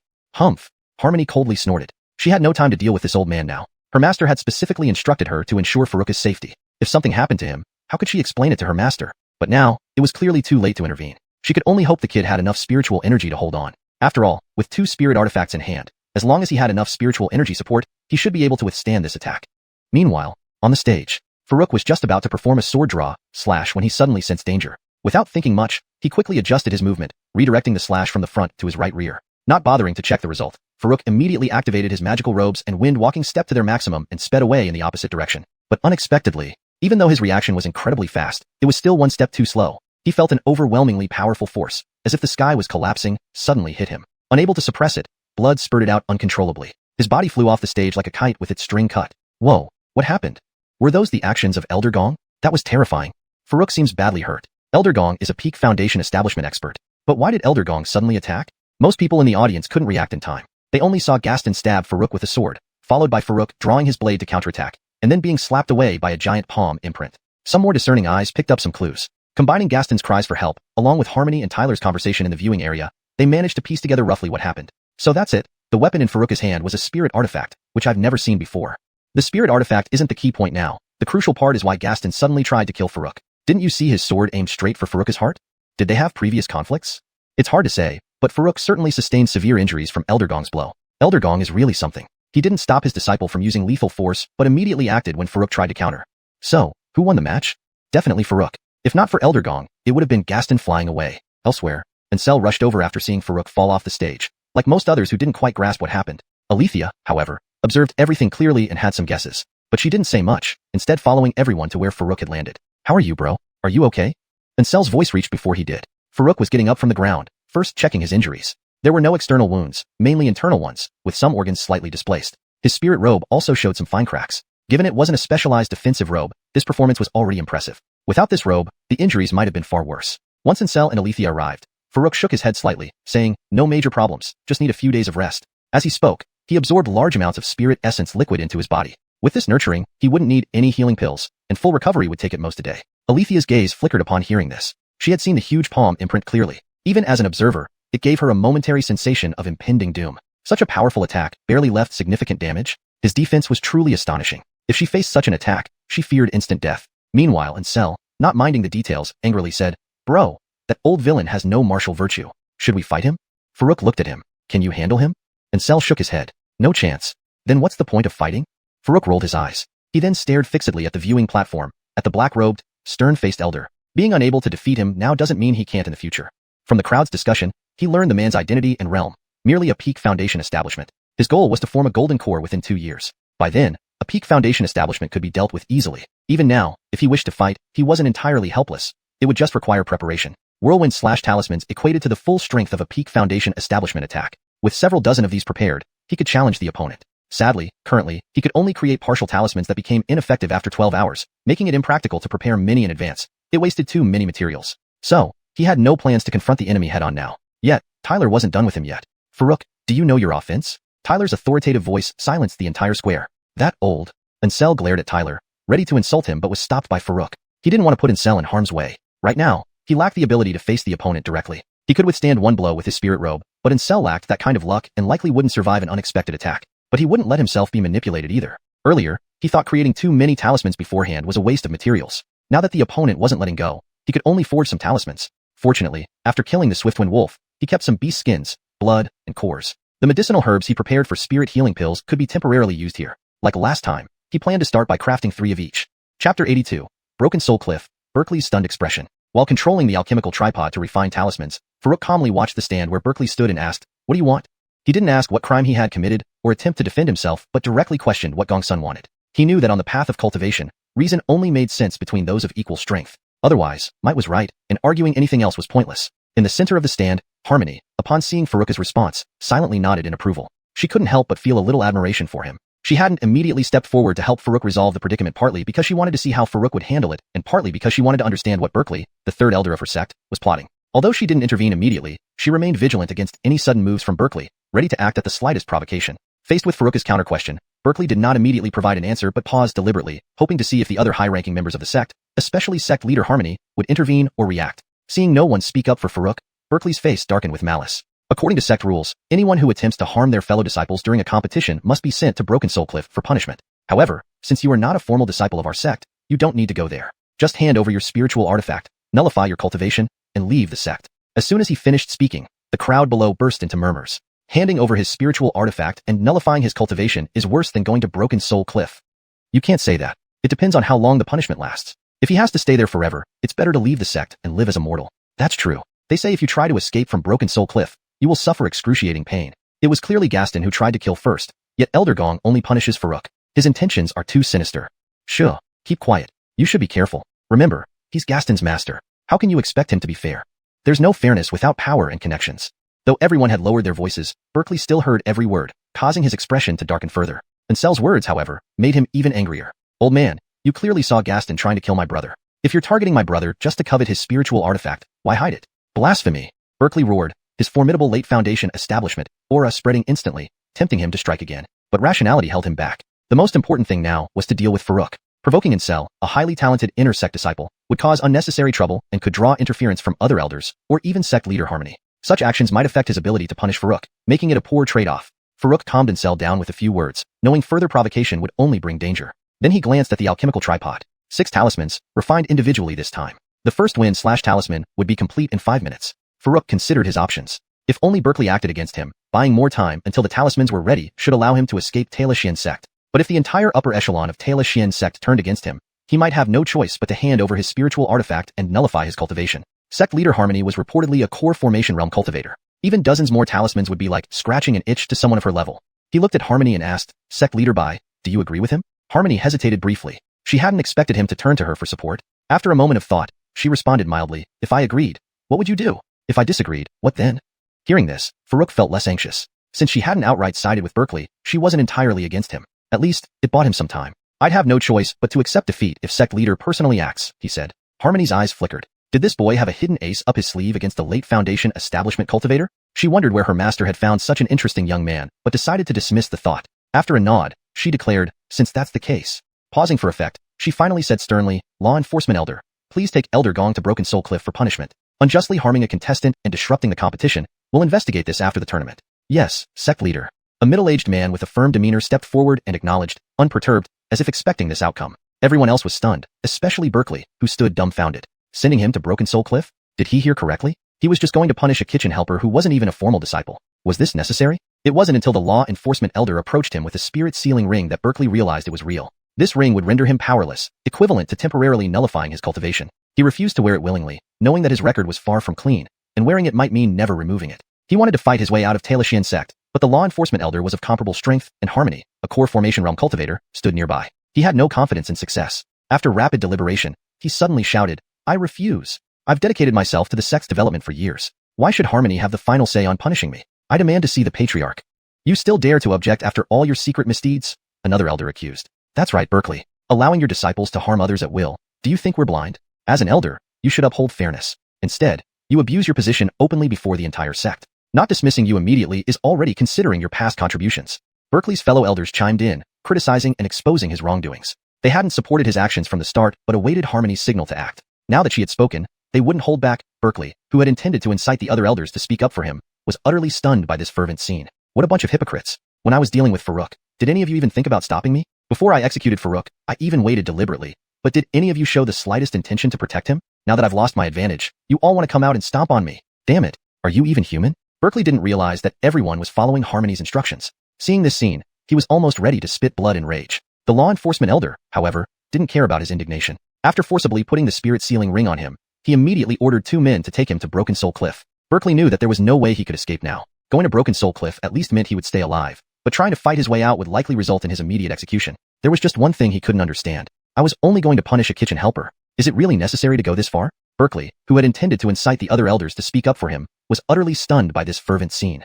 What the hell? You all still have the nerve to say you weren't blind. When I dealt with Farouk, did any of you even try to stop me? Before I executed Farouk, I even waited deliberately. But did any of you show the slightest intention to protect him? Now that I've lost my advantage, you all want to come out and stomp on me. Damn it. Are you even human? Berkeley didn't realize that everyone was following Harmony's instructions. Seeing this scene, he was almost ready to spit blood in rage. The law enforcement elder, however, didn't care about his indignation. After forcibly putting the spirit-sealing ring on him, he immediately ordered 2 men to take him to Broken Soul Cliff. Berkeley knew that there was no way he could escape now. Going to Broken Soul Cliff at least meant he would stay alive, but trying to fight his way out would likely result in his immediate execution. There was just one thing he couldn't understand. I was only going to punish a kitchen helper. Is it really necessary to go this far? ##### Chapter 83. The Scripture Hall, Martial Art Ranks. The sudden turn of events left many present, including Farouk, stunned. Even after Tyler was taken away, Farouk still couldn't understand how the situation had shifted so drastically. Tyler was at least an elder of the sect. And him? Not even a formal disciple. How could the sect master offend Tyler for his sake? This left him very puzzled. The best outcome he could imagine was someone stepping in to mediate and allowing him to leave the Xianxia sect safely. As for sending Tyler to donghua Cliff, not only Farouk, but anyone else present would have dared to think of it. donghua Cliff was where the sect confined those with serious offenses. Ignoring whether Tyler had other crimes, assaulting Farouk hardly constituted a major offense, especially in a cultivation world where violence was common. Even if dealing with a mere outsider like Farouk might seem routine for an elder, it certainly wasn't unheard of. While Farouk was lost in thought, Harmony praised the disciples who participated in today's challenge, and then announced the continuation of the competition. Finally, she turned her gaze toward Farouk. "Farouk, come with me." Master personally summoned him. "This Farouk is about to rise rapidly," one whispered. "Don't joke, able to challenge a middle-stage foundation establishment cultivator at early-stage foundation establishment. How can you say the master has no appreciation for talent? Speaking of which, where's Oliver? With his backing sent to donghua Cliff, he probably won't be as arrogant now, right? He seems to have run off after seeing his master get arrested. So choosing disciples must be done cautiously. Getting a heartless disciple like Oliver is just bad luck. How do you know it wasn't Elder Gong who ordered his disciple to take down Farouk?" Amidst everyone's discussions, Farouk, feeling somewhat anxious, arrived at the viewing platform and greeted them respectfully. Young Farouk pays respects to Sect Master Bai and all elders. Although Tyler had been taken away, Farouk still viewed anyone more powerful than him as a formidable existence. Compared to rising rapidly, he preferred developing on his own quietly. "Indeed young and talented, haha," said an elder. "These days, it's rare to see someone focus on physical body cultivation. Those who can reach a certain level are undoubtedly determined and strong-willed. Such a young foundation establishment cultivator is enough to enter the inner sect for cultivation, haha," added another elder. Several elders smiled broadly, lavishing praise on Farouk. On one hand, they were impressed by Farouk's performance. On the other hand, Harmony had communicated to them earlier that this was the will of her master, the sect's patriarch. For someone who had caught the attention of the sect's patriarch, they naturally wouldn't dare to slack. Farouk didn't quite understand but humbly replied, "Elders overestimate me. I am far from competent." "All right, follow me," Harmony said with a faint smile, turning towards the direction of the scripture hall. She was quite pleased with Farouk's behavior. Facing difficulties and dangers, he remained calm and rational. When praised, He remained modest and respectful, adhering to his principles. No wonder he had caught her master's eye. After bidding farewell to the elders, Farouk quickly followed her. Sneaking a glance at Harmony, he saw her smiling and felt relieved. He clasped his hands and said, I have yet to thank Sect Master Bai for upholding justice for me earlier. Your fairness and righteousness are truly praiseworthy. You are indeed a model of justice and virtue. Harmony looked at him with a smile. You're quite eloquent. But there's no need to thank me. I merely acted impartially. Also, we may have some connection. Some connection? What connection? Farouk was confused. Could it be that this body's original owner had a strong background? But apart from knowing art was taken by the Taila Xinyuan sect, he had no other memories related to the sect. Could it be linked to art? Just as Farouk intended to ask about art, Harmony said with a meaningful look, you'll find out about the connection in due time. In due time? Which time? Farouk gave her a strange look, wondering. His mind, influenced by the internet of his past life, immediately jumped to the wrong conclusions. As they spoke, they arrived at a tower-like building. Harmony pointed at it. This is our sect scripture hall. You can choose any 2 martial arts manuals here. Any 2 martial arts manuals? Farouk was surprised. According to Incel, the sect strictly controlled martial arts manuals. Even inner sect disciples could only choose 1 ordinary manual upon reaching foundation establishment. Yellow rank martial arts. Martial arts ranks from low to high were yellow, mystic, earth, and heaven. Yellow rank martial arts were most common. Farouk's windwalking step and blade draw / were both yellow rank. Farouk hadn't encountered any mystic rank martial arts yet, but the Taila Xinyuan sect scripture hall surely had them. Another rule stated that obtaining mystic rank martial arts or a second yellow rank manual required completing sect tasks and exchanging contribution points. Now, Harmony didn't mention any requirements or restrictions. It seemed he could freely choose 2 mystic rank manuals without any cost. This made Farouk even more shocked. Of course, higher ranks were beyond his hopes. Even if the sect had them, they wouldn't be easily accessible.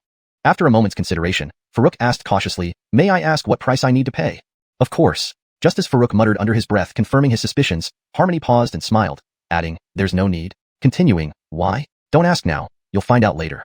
Hearing this made Farouk even more puzzled. Again, later? Such deep connections? Not only did she offend Tyler to protect him, but now she was letting him choose any 2 manuals from the scripture hall. By the way, Sect Master Bai. Just as Farouk prepared to inquire about art, Harmony interrupted, I have other matters to attend to. Once you're done choosing, register with the scripture elder and you can leave. If you have anything in the future, visit me at the main hall. With that, she vanished on the spot. Farouk could only laugh wryly and enter the tower-shaped building. No matter the connection, it would be foolish to pass up an opportunity. He needed to learn more martial arts to enrich his combat skills anyway. Translation notes *. Chapter 83. The Archive Pavilion, Cultivation Techniques Ranking. The sudden turn of events left many people present, including Farouk, in shock. Even after Tyler was taken away, Farouk still couldn't figure out how the situation had suddenly shifted in his favor. After all, Tyler was an elder of the sect. And he? Not even a formal disciple. Under such extreme differences in status, why would the sect leader offend Tyler for him? This puzzled him deeply. The best outcome he could imagine was that someone would intervene to mediate, allowing him to leave the ancient profound sect unharmed. As for sending Tyler to the soul-severing cliffs, let alone Farouk, no one present dared to think of such a possibility. The soul-severing cliffs were where the sect imprisoned individuals with grave offenses. Setting aside whether Tyler had other crimes or not, attempting to harm Farouk was by no means a serious offense. In fact, it wouldn't even be considered a crime under normal circumstances. After all, this was the world of cultivation.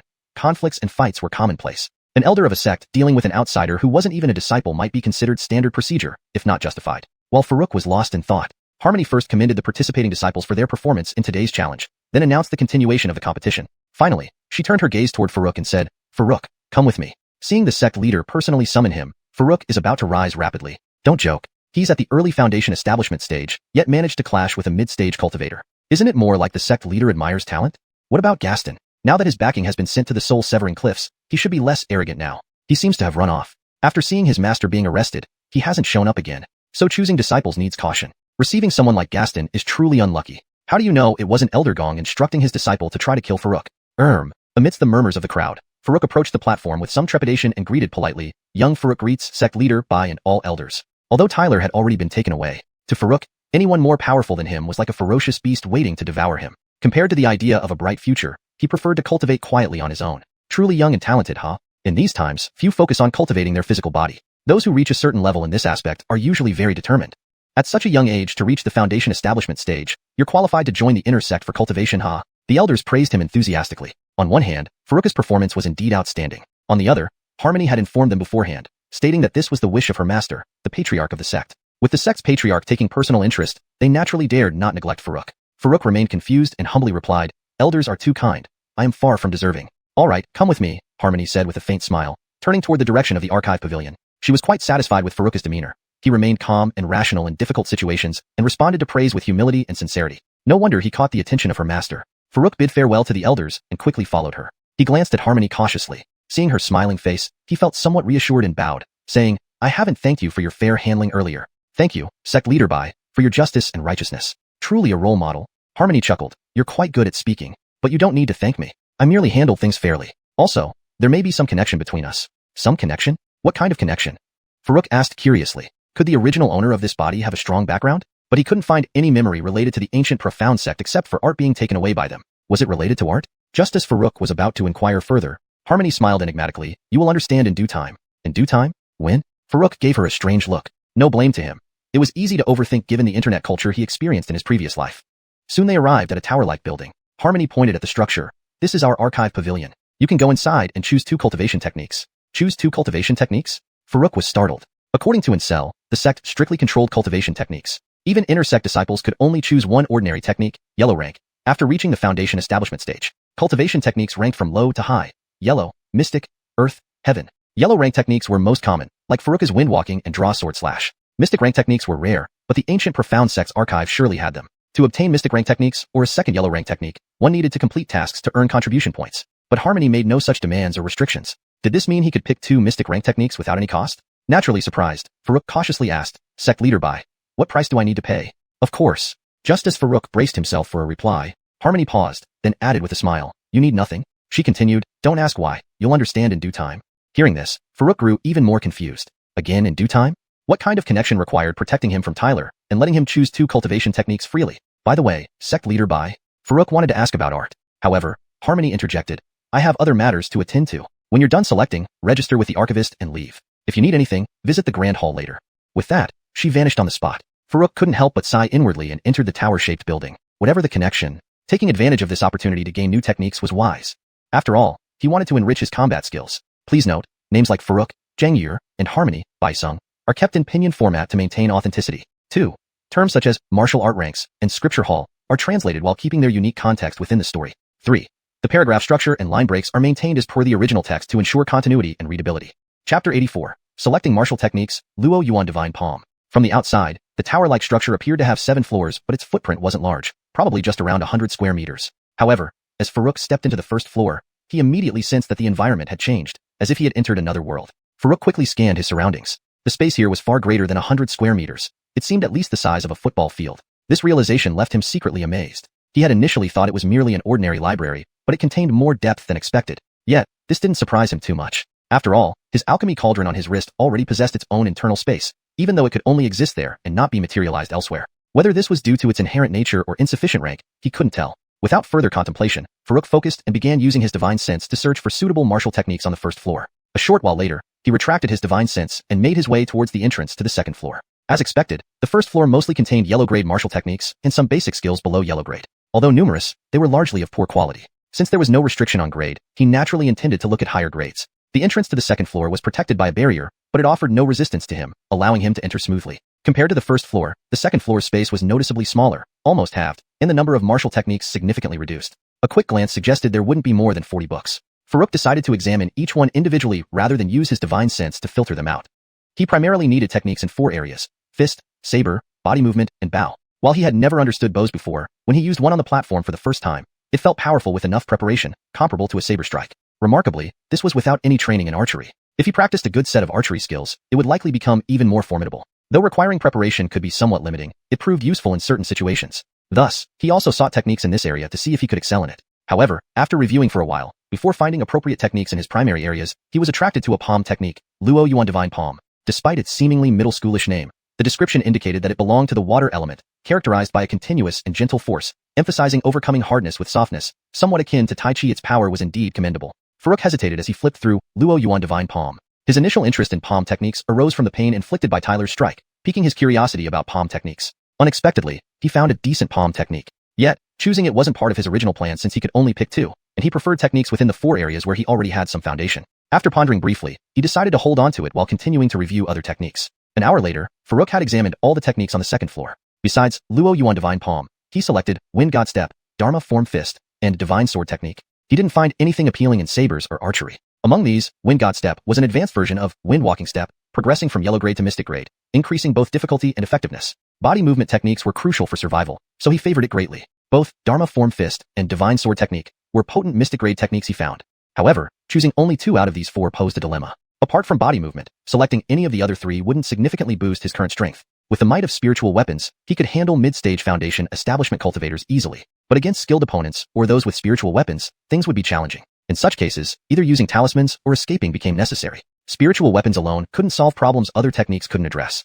For the remaining 5 talismans, he created half-finished versions without inscribed runes, planning to test if storing them for 12 hours would affect their efficacy. Given his understanding, without runes, they shouldn't lose potency. If this was true, he could stockpile blank talismans, ready for rune inscription when needed. Inscribing runes on a single talisman took less than 2 minutes, significantly faster than creating from raw materials. Of course, this convenience came from the Alchemy Cauldron. For other talisman masters, on-the-fly rune inscription during combat would be nearly impossible, requiring intense focus without distraction. Asking an opponent to wait 2 minutes mid-battle was absurd. But the cauldron required Furuka's initial guidance, after which it operated independently, thus not affecting his combat performance. Chapter 85. Improvement of the Alchemy Cauldron. 1 month later. In a dense forest deep within Luoyan Valley, Furuk was facing off against a level 2 demonic beast, specifically an earth bovid that was equivalent to the mid-stage of Foundation establishment. Note, Earthmon Bull seems to be a direct transliteration which doesn't read naturally in English. A more fluent translation would be Earth Bovid, or depending on context, it could also be termed as Earth Bison. I've chosen Earth Bovid, assuming it's a type of bull-like creature. During this month, he had already obtained enough spirit essence liquid to upgrade the Alchemy Cauldron by 1 level. The internal space, except for its 10-meter height which remained unchanged, had expanded from 30 meters in length and width to 60 meters. The previously red sword shadow representing the progress bar had completely turned orange, with the tip of the sword changing to yellow.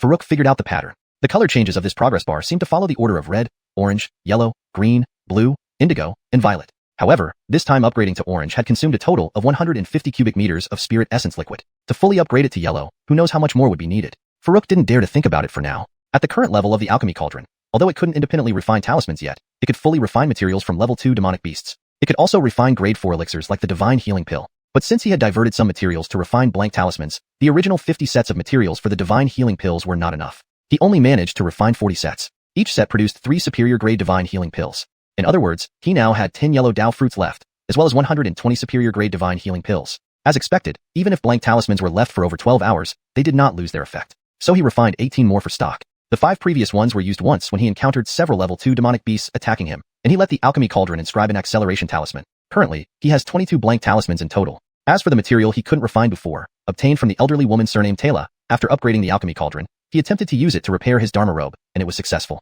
It was indeed from a level 2 demonic beast. Unfortunately, though the robe was repaired, its quality did not improve. It remained a lower grade spiritual artifact. For other materials and the level 1 demonic beast materials collected during hunts in Luoyan Valley, apart from refining another spiritual artifact sword for Althia, all others were converted into spirit essence liquid. Between refining pills and artifacts, the consumption of spirit essence liquid was significant, far beyond what demon and beast corpses could provide. Althia, besides Ancestral, was the only one with whom Furuk had a good relationship. Although they didn't talk much normally, she would genuinely step up when something serious happened. The spirit longsword he obtained from Adolfo was re-refined into a longsword for Ancestral. Of course, he wouldn't forget Althia, so he made one for her too. In summary, over this month, except for cultivation advancement, everything that required spirit essence liquid was dealt with. The only unsatisfactory part was the 2 martial arts techniques he chose from the library a month ago, Wind God Step and Luo Yuan Divine Palm. Even now, he hasn't mastered either properly.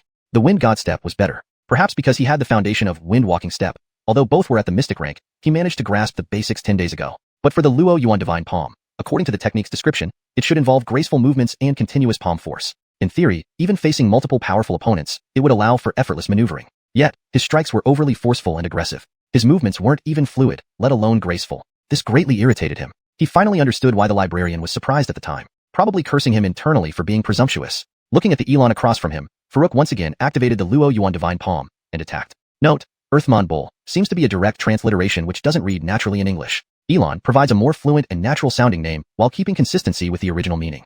He had been fighting this Earth Boar for 2.5 days. Note, Earth Boar is used instead of Earthmon Bull to ensure the translation reads naturally in English. The term mon isn't directly translatable into English in this context, and boar fits better than bolda. Throughout this time, he hadn't used any other techniques or the demon blade, purely relying on the barely grasped Wind God Step and the wind power augmented by his Dharma robe. Meanwhile, he continuously practiced the Luo Yuan Divine Palm. The Earthmon Bull wasn't fast, so it was impossible for it to catch him. Note, Earthmon Bull seems to be a literal translation. If Earthmon Bull is a specific creature in the story, it might be better translated as Dave for fluency in English. However, without more context about whether mon has a special meaning in this context, I've kept it as you provided. If mon is meant to describe a specific attribute or type of bull, further clarification may improve the translation. For improved fluency and natural reading in English, it would be better to translate it as the Dave wasn't fast, so it was impossible for it to catch him. Naturally, its defense was incredibly strong, rendering Furuka's poorly mastered Luo Yuan Divine Palm ineffective against it. Thus, they fought back and forth until now. During the fight, the Earthmon Bull, feeling hopeless, attempted to escape but was constantly chased by Farouk, who used the Luo Yuan Divine Palm to essentially tickle it. Note: I replaced tickling with essentially tickle it to better convey the ineffective nature of Farouk's attacks while maintaining fluency. Now the Earthmon Bull no longer bothered trying to escape. Correction. Now the Earthmon Bull also stopped trying to escape. Ulysses with their correction for coherence and fluency. Now, the Earthmon Bull had given up on trying to escape. 4 best fluency and context matching. Now, the Elon had given up on trying to escape. Final recommendation for natural reading and context accuracy. Now, the Elon had stopped bothering to try and escape. Please confirm if you prefer any specific style or have further instructions. Given the context of the full paragraph, this seems to be the most fitting translation. It stood there watching Farouk struggle. You do whatever you want. It's not like you can break through my defenses. If it could speak, it would surely ask Farouk how much longer he planned to continue and if it could go eat first. Farouk was already extremely frustrated for not mastering the Luo Yuan Divine Palm. Seeing the Earthmon Bull mock him like a dead fish, he burst into rage. / correction. Seeing the Earth Brute Bull mock him like a dead fish, he burst into rage. / Ulysses for their improvement for fluency and natural reading. With the Earth Brute Bull standing there like a dead fish, mocking him, his anger surged even more. Putting aside practicing the flawed palm technique, he immediately drew his demon blade. Feeling the aura of the demon blade, the Earth Boar Ox dared not underestimate it anymore, quickly countering while retreating deeper into the valley. Note: Earthmon Bull seems to be a mistranslation or typo. The correct term based on the original text should be Earth Boar Ox or D-Man No. Farouk slashed and pursued. Indeed, the Earthmon Bull's defense was truly formidable. To make this fit better and be more natural in English, I would suggest. Indeed, the Dave's defense was incredibly strong. This conveys the meaning accurately while ensuring it reads naturally in English. Even using a spirit artifact, he could only cause shallow wounds. This was his most potent attack currently, yet it remained ineffective. Chasing the bull deeper into Luoyan Valley, reaching the edge of a patch of red plants, Farouk stopped. Beyond here was where he last used the acceleration talisman. Several level 2 demonic beasts resided inside, possibly even level 3 ones. Risking it all for one Earth Brutish Bull was not worth it. This sentence seems to refer to a specific creature within the story's context, named Earth Brutish Bull. The translation should maintain this terminology for consistency and clarity. Additionally, adjusting the phrasing ensures it reads more naturally in English. Having done what he could, he realized the Luo Yuan Divine Palm was far from mastery. Deciding not to linger further, he dashed towards the outskirts of Luoyan Valley. Reaching the outer area, he thought of returning to Ancient Profound Sect first before going to the market to sell herbs. During this month, he would return to Ancient Profound Sect every few days. Now the kitchen handled large numbers of demon beast corpses daily, which Brock struggled to process alone. Though Farouk didn't want to do it anymore, he would still help whenever possible. What took him a couple of hours could take Brock half a month. However, each time he returned, he never met Ancestral or Althia. Sect disciples after Foundation establishment had many tasks, often leaving the sect, so they rarely stayed inside. Unless at the late Foundation establishment stage or Golden Core realm, they usually had more leisure time and less for important sect matters. Dashing forward, using the spirit artifact Dharma robe with the wind god step at full speed, Farouk returned to Ancient Profound Sect in less than an hour. Arriving at the kitchen, surprisingly, Ancestral and Althia were there cutting demon beast meat. Farouk was about to ask why they were handling demon beasts when Ancestral noticed him and excitedly rushed out, saying, "Where have you been? We haven't seen you since the competition." Farouk smiled. "Out practicing? Why are you doing this here? Don't you have tasks?" "We don't need to go out these few days. Heard you come back occasionally, so we decided to wait for you here," Ancestral grinned, pointing at Brock and others nearby. Farouk nodded understandingly. Seeing the remaining few demon beasts, it was clear they had waited quite some time. Thankfully, he chose to return before going to the market. Otherwise, they would have waited in vain. Shaking his head, Farouk asked casually, "What kind of tasks do you usually have?" He was quite curious. Despite numerous sect disciples, they seemed to have endless tasks daily. He had never been a sect disciple nor participated in any missions, so he was completely clueless about these matters. Disciples with lower cultivation mainly handle miscellaneous tasks within the sect or deliver messages. For those of us at the Foundation establishment stage, there's just too much to do. We have to supervise the sect's spirit stone mines, scout for new ones, handle any incidents involving demonic cultivators, and even deal with wild beasts or demonic beasts attacking villages. Ancestral counted the tasks on his fingers one by one. Upon hearing this, Farouk realized they indeed had a lot on their plates. No wonder everyone was always so busy. Then Ancestral suddenly beamed with joy and said, "Old brother, aren't you curious about the results of our last competition?" "Oh right, I was going to ask you about that. How did the competition go?" Farouk patted his forehead, pretending to remember. In fact, after a month, he had long forgotten about it. If not for Ancestral bringing it up now, he might have almost forgotten it altogether. But as soon as the competition was mentioned, he couldn't help but think of Hakim. He wondered how things were with him now, and whether he had been released yet. No matter how the sect dealt with this old scoundrel, he would find a way to get rid of him eventually. However, his current strength wasn't enough, so he'd need more time before he could take care of him. That day after you left, Ancestral began recounting the outcome of the competition. Through his narration, Farouk gained a better understanding. As expected, both Ancestral and Althia successfully entered the top 10, meaning they would receive focused cultivation support from the sect to prepare for entering the place of opportunity. Ancestral's strength hadn't been particularly outstanding when he was in the chi condensation stage, but after reaching Foundation establishment, his combat experience grew richer, and his exceptional golden essence root talent shone through. With impressive sword skills, he easily made it into the top 10. Apart from them, Kramer and Abraham also entered the top 10. Another entrant was like Gaston, a personally taught disciple of an elder with mid-stage foundation establishment cultivation, who occupied another spot. Gaston would have surely secured a top 10 spot if not for running away after Hakim's arrest and never showing up again. The other 5 spots were filled by core disciples who had previously entered the secret realm. Pu Kuan might have had a chance to fill one of those spots without Gaston, but unfortunately, he was eliminated by Farouk himself during the challenge round and could only accept his bad luck. As for outer sect members like Marcia and Baker, they didn't manage to enter the top 10. Chapter 86. The highly profitable divine healing pill. After understanding the details about the grand competition, Farouk directly took out 2 pre-prepared spirit artifact long swords. Handing one to Ancestral, he said, "This is your reward for entering the top 10. When you go out on missions, be sure to pay attention to safety. Don't rush in recklessly. If you can't win, run away. Protecting your life is most important."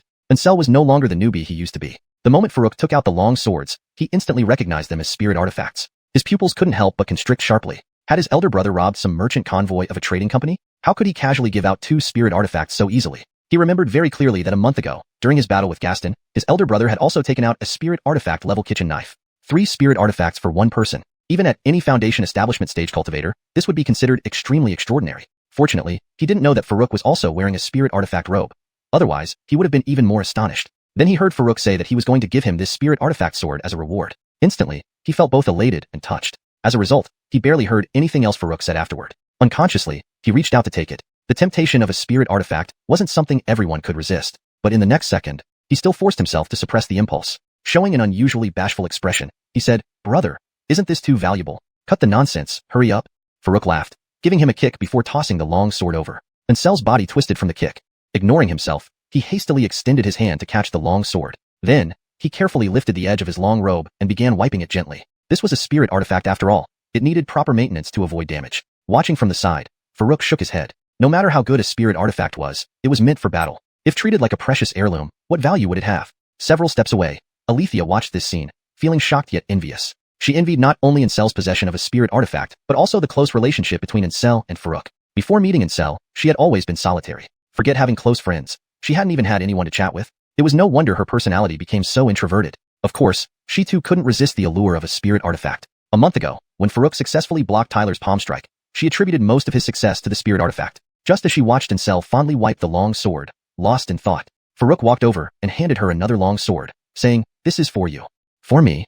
Althia widened her eyes, staring at Farouk in astonishment, unsure how to react. Did she want the spirit artifact? Of course, she did, but she hesitated to accept such a valuable item. Reflecting on her relationship with Farouk, she realized she had never really helped him. Because of her introverted nature, their interactions were scarce. What reason did she have to accept such a valuable gift from someone with whom she wasn't particularly close? While she was deep in thought, Farouk pushed the long sword into her hands and said, "Of course it's for you. Besides you and Ancestral, I don't have any other friends in Ancient Profound Sect. Having obtained 2 spirit artifacts, I figured they should go to you too since there's no other use for them." He certainly wouldn't tell her that he had crafted these spirit artifacts. After all, the existence of the Golden Cauldron must remain hidden from everyone. Given their personalities, one taciturn, the other outgoing, neither would pry deeply. Farouk knew how they would take it at face value.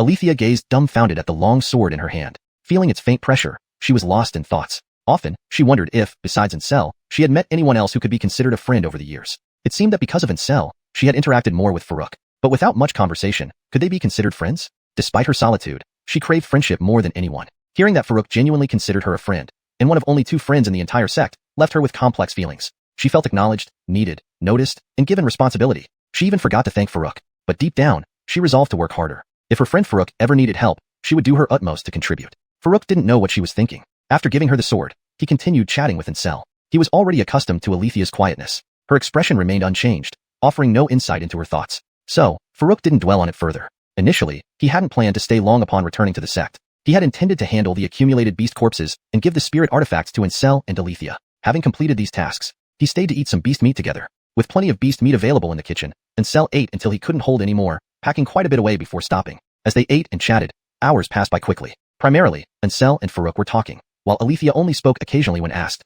By nightfall, Ancestral and Althia bid farewell and returned to the inner sect. Farouk, naturally, wouldn't leave at this hour, so he returned to his residence to rest for a few hours. The next morning, he headed directly toward the market, flying there on his sword. At the market, he first went to 10,000 Dharma Pavilion to inquire about the buyback price for divine healing pills. They quoted 250 medium-grade spirit stones per pill. This price was already quite high. One yellow Dao fruit generally cost around 15 medium-grade spirit stones on the market. Of course, under normal supply conditions. If there was a shortage, prices could surge to 150 medium-grade spirit stones. In extreme cases of shortage and urgent need, prices could skyrocket even higher. The yellow Dao fruit was somewhat unique. As a grade 4 spirit medicine, its primary consumers were foundation establishment cultivators. However, growing it from seed to fruition required at least 1,000 years. Though after a millennium, it would produce a large number of fruits every 5 years. Only those who lived over a millennium, typically Yuan-Ing stage monsters, had little interest in grade 4 spirit medicines. Therefore, only a few ancient clans with traditions spanning over a millennium might cultivate this medicine. Most other sects or individuals wouldn't likely possess it. Thus, supplies were irregular, sometimes abundant, sometimes appearing in auctions. Farouk gathered these yellow Dao fruits himself, incurring minimal costs. Assuming the market price of 15 medium-grade spirit stones per fruit, along with other auxiliary materials costing nearly 1,700 medium-grade spirit stones for 50 sets, that equates to roughly 49 medium-grade spirit stones per set of materials. Each set produced 3 high-grade divine healing pills, putting the cost per pill below 17 medium-grade spirit stones.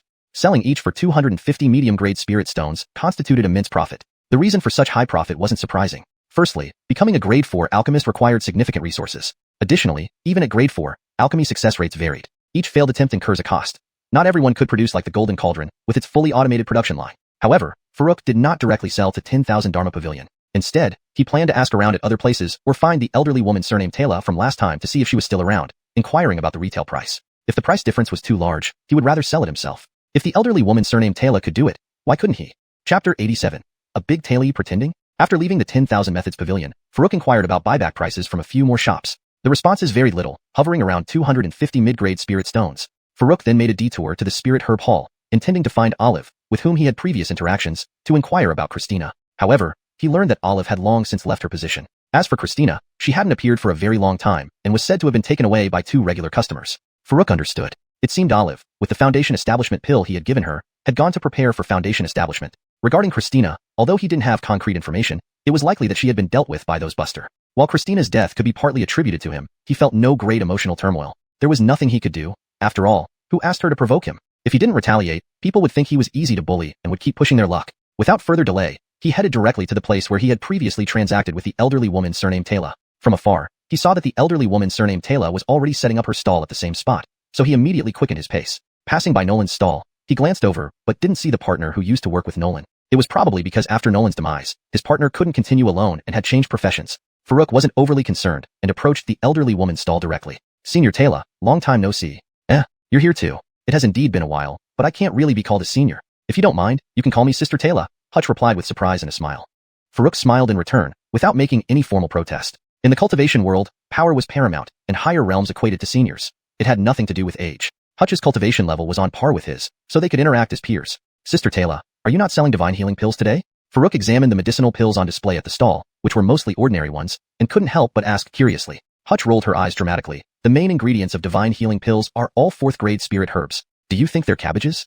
Oh, like that, Farouk responded, slightly taken aback. He hadn't really considered this before. After all, he wasn't a mainstream alchemist, and having harvested over 100 grade 4 spirit fruits, Huang Dao fruits, from the secret realm, he hadn't worried about spirit medicines at all. Who would have thought 4th grade spirit herbs were so scarce? Hutch asked curiously, do you need to buy divine healing pills? Shaking his head, Farouk replied, no, I just wanted to know what the retail price was when you sold them last time. Hutch looked at him curiously, finding his sudden interest in the retail price rather strange. However, she didn't withhold the information. The retail price isn't fixed, but large stores usually sell them for around 350 mid-grade spirit stones per pill. I was hoping to trade one for a spirit tool back then. I see. Thank you for your honesty, Sister Tayla. With gratitude, Farouk thanked her. Meanwhile, he began to mull over the situation. Since large stores were selling for 350 mid-grade spirit stones, should he sell for 340? Or maybe even 330? Discounting 20 mid-grade spirit stones per pill should be quite an attractive offer, he thought, rubbing his chin slowly.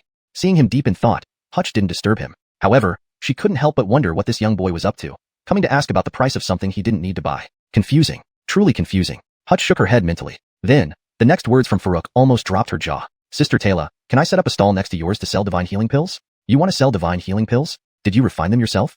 Hutch's expression was one of utter astonishment. Out of all the possibilities, she never imagined Farouk would come to sell divine healing pills. Could it be that he refined the pill formula she had traded him a month ago? Or was it really his master? Farouk nodded but quickly corrected himself, recalling that he had mentioned buying the pill formula for his master to study. Oh right, my master refined them. At his current cultivation level, there was no need to boast in front of Hutch. Even initial Foundation Establishment cultivators, let alone ordinary late-stage Foundation Establishment cultivators, could be dealt with using the 22 blank talismans in his possession. His correction was simply to avoid giving Hutch the impression that he had lied before. However, the blatant reveal wouldn't go unnoticed. For a moment, Hutch felt like she was caught in a torrential storm. She couldn't believe this young boy had actually refined divine healing pills. How old was he? 14? 15? 4th grade pills. It took her nearly 40 years to become a 4th grade alchemist. This kid, barely out of his teens, surpassed her achievements of decades? This was too absurd. Her worldview felt like it was crumbling. And if Farouk lied about buying the pill formula for his master, did that mean he also fabricated the story about the spirit tool being crafted by his master? Was he proficient in both alchemy and artifact refinement? 4th grade alchemist and 4th grade blacksmith combined? Her mind felt like it might explode. She dared not imagine further. Finally, she composed herself. Since Farouk wanted to push everything to his master, it was evident he didn't want to expose his abilities. She would play along. Sure, if you don't mind, you can set up your stall together with mine, she nodded. Thank you. Pleased, Farouk placed a bottle of pills on Hutch's stall. Not having experience with setting up stalls, he had nothing prepared, so borrowing Hutch's setup was perfect. He then sat beside her. Indeed, the divine healing pills were highly appealing. No sooner had he sat down than a big man wielding a saber asked about the pills. Excuse me, fellow Taoist, how many divine healing pills do you have? What is their quality, and how much do you charge? Farouk had noticed the man since he started inquiring about the pill price from Hutch. Standing nearby, the man showed obvious interest. The moment Farouk put out the pills, the man rushed to inquire about the price. Farouk concluded from his limited experience that this was a potential customer. So he replied, they are all top grade. How many do you need? Hearing the word top grade, the man's face lit up. The more, the better. If the price is right, I'll take 3. Initially elated thinking he'd found a major buyer, Farouk deflated upon hearing the man say 3 pills. 3 pills being the more, the better? You've got to be kidding, right? In fact, Farouk had misjudged the man. Here, especially for 4th grade pills or higher, the quantity was typically small. Usually, only 1 or 2 batches were refined, resulting in about 3 to 5 pills. 4th grade spirit herbs weren't cabbages. Conditions to refine more simply didn't exist. Who else would bring over 100 pills to sell like Farouk?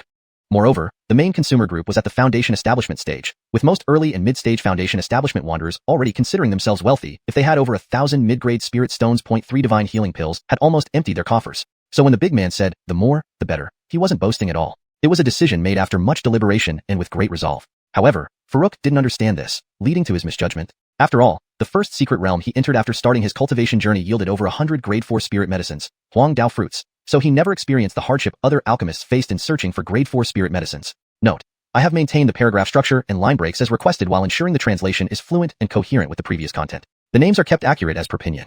Chapter 88. The Philanthropist Who Earns 800 with Tears. Although Farouk was quite dissatisfied with the big man's forceful pretense, he still wanted a smooth start with his first customer. After some thought, he said, each medium-grade spirit stone costs 330 units, but I can give you a discount of 10 medium-grade spirit stones if you buy 3, so you only need to pay 980 medium-grade spirit stones. This price was 20 medium-grade spirit stones cheaper per unit compared to larger stores, which was quite a good deal. The big man clearly knew this and didn't argue about the price. However, he didn't immediately purchase them. Instead, he hesitated, as if there was something difficult to speak of. Hutch, upon hearing Farouk's offer, directly whispered, spirit stones are good, but you should prioritize getting rare spirit materials from him first. They frequently go on expeditions outside, so they might have some medicinal herbs or plants in their possession. Selling these would fetch low prices at recycling places, but you can trade them for a slightly higher price than the recycle rate. This way, it's much cheaper than buying from a material shop. That made sense.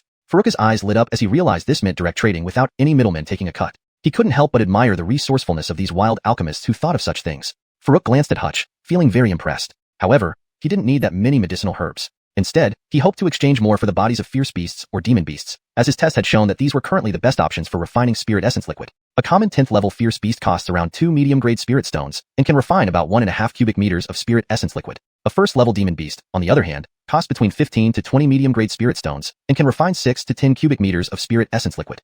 While spirit herbs and medicinal plants could also be directly refined into spirit essence liquid, they weren't cost-effective. Previously, he tried refining yellow Dao fruit, finding that it took roughly 3 yellow Dao fruits to refine 1 cubic meter of spirit essence liquid. 1 yellow Dao fruit could sell for around 15 medium-grade spirit stones at market value, equivalent to the value of a common first-level demon beast. Yet, the spirit essence liquid extracted from each varied significantly in yield. Of course, he could exchange for spirit herbs to refine into pills, then trade those pills for more spirit herbs, repeating this indefinitely to increase his assets continuously. But the time and effort involved couldn't be ignored, especially since most of what he could get from customers were just a small part. Most materials would still have to be purchased from shops. Furthermore, apart from divine healing pills, he couldn't yet refine other types of pills, making it unlikely to always find the main ingredients needed for them. Foundation building pills were not even allowed for sale on the market. Therefore, after considering everything, he decided to focus on spirit essence liquid and quickly enhance his cultivation. Speculative practices like refining pills for spirit stones would only work if, like now, he had a large supply of main ingredients and corresponding formulas. Otherwise, it wasn't feasible. With his decision made, he immediately told the big man, if you have any fierce beast or demon beast bodies,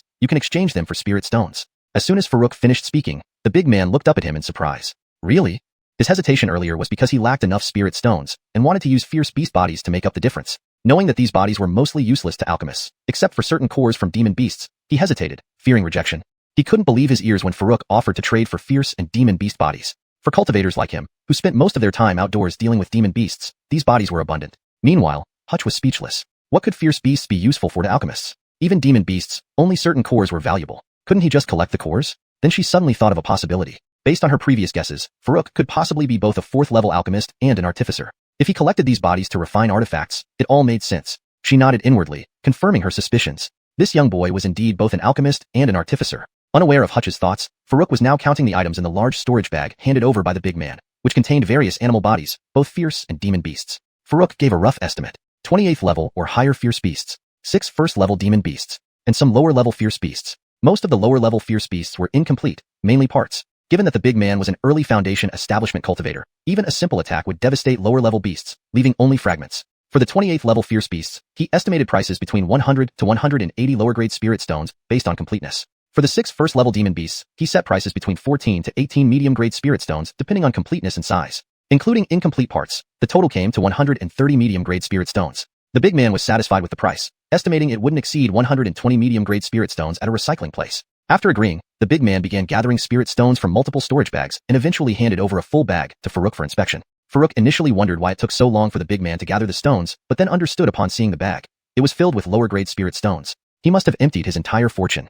Luckily, using his spiritual senses, he quickly counted the quantity without having to count each one individually, otherwise, just tallying the spirit stones would have been a massive task. Noticing Farouk's realization, the big man felt somewhat embarrassed, admitting he had indeed used all he had to gather the 850 medium-grade spirit stones. As a wandering cultivator, it was already quite challenging to save that much. However, he found it worth it for the 3 divine healing pills. Frequent expeditions inevitably led to battles, either with humans or demon beasts. These pills could stabilize and heal wounds rapidly, potentially saving his life or allowing a counterattack.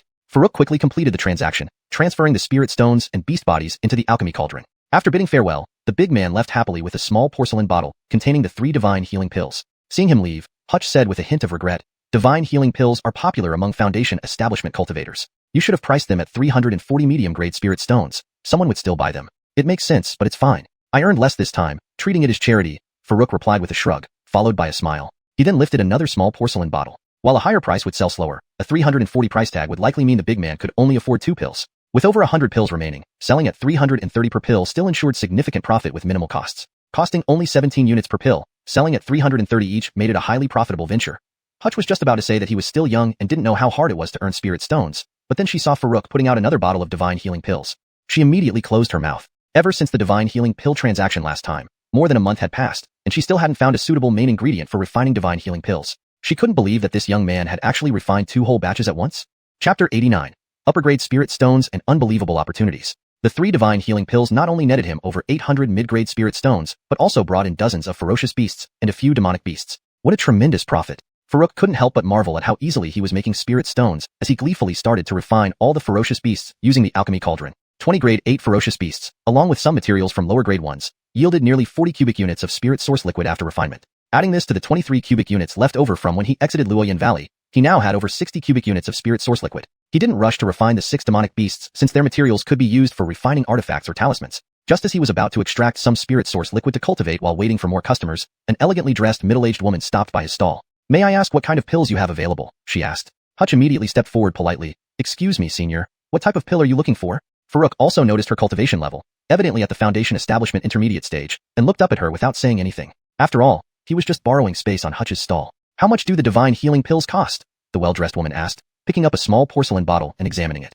Hutch glanced at Farouk with a hint of helplessness. The ordinary pills seemed quite overshadowed by Farouk's divine healing pills. Farouk smiled apologetically and thought he should offer Hutch something in return for using her stall. Then he repeated the pricing details to the elegant woman as he had previously explained to the large man. 330 mid-grade spirit stones per pill. If you buy 3, I can give you a discount of 10 mid-grade spirit stones, so that would be 980. Or, if you have ferocious or demonic beast corpses, we can exchange them for spirit stones. Emphasizing the option of exchanging beast bodies for spirit stones, the woman's reaction was similar to the previous customers, showing surprise and disbelief. After confirming that beast corpses could indeed offset the price, she said smiling, "Could little brother provide more divine healing pills? If so, I'd like to purchase a larger quantity." Hearing this, Farouk's eyes lit up. However, he quickly calmed down, remembering the previous man who expressed interest but ended up buying only 3 pills. A classic case of someone pretending to be more powerful than they were. Although the elegant woman looked genuine, he wasn't sure if she was bluffing. So, he asked, "Yes, I have more. How many do you need?" Hutch was stunned. Did he really have more? And possibly more than just a few? Farouk's unexpected abundance puzzled everyone. How did this young man acquire so many high-grade ingredients? Meanwhile, the well-dressed woman, surprised herself, responded immediately, "To be honest, I happen to have a large number of grade 9, 10 ferocious beasts, and grade 1 demonic beast corpses. If I can trade these directly for divine healing pills, I need approximately 30. Realizing the number might be too big for a street vendor, she quickly added, if that's too much, 20 will do. Hutch rolled her eyes. This was turning into a wholesale transaction. But then, she saw Farouk nodding enthusiastically and say, 30 is no problem. We can transact right away. Initially thinking she would act like the previous customer, Farouk found that she was serious. Classic understatement from someone genuinely powerful.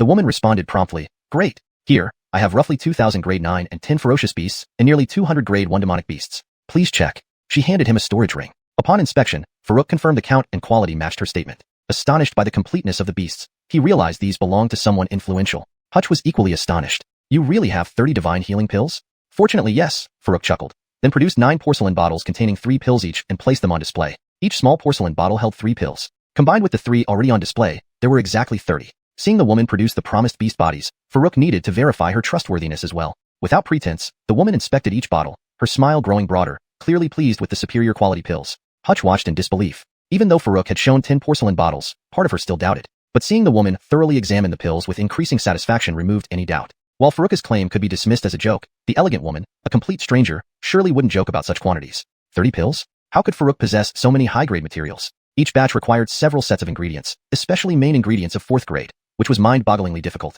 On the other side, the woman completed her verification and produced a storage bag with 40 upper-grade spirit stones. These are 40 upper-grade spirit stones. Plus the beast corpses, it should cover the price. Upper-grade spirit stones? Farouk was taken aback. He hadn't seen these before. But he was no longer a novice and understood spirit stones. He silently checked the storage bag.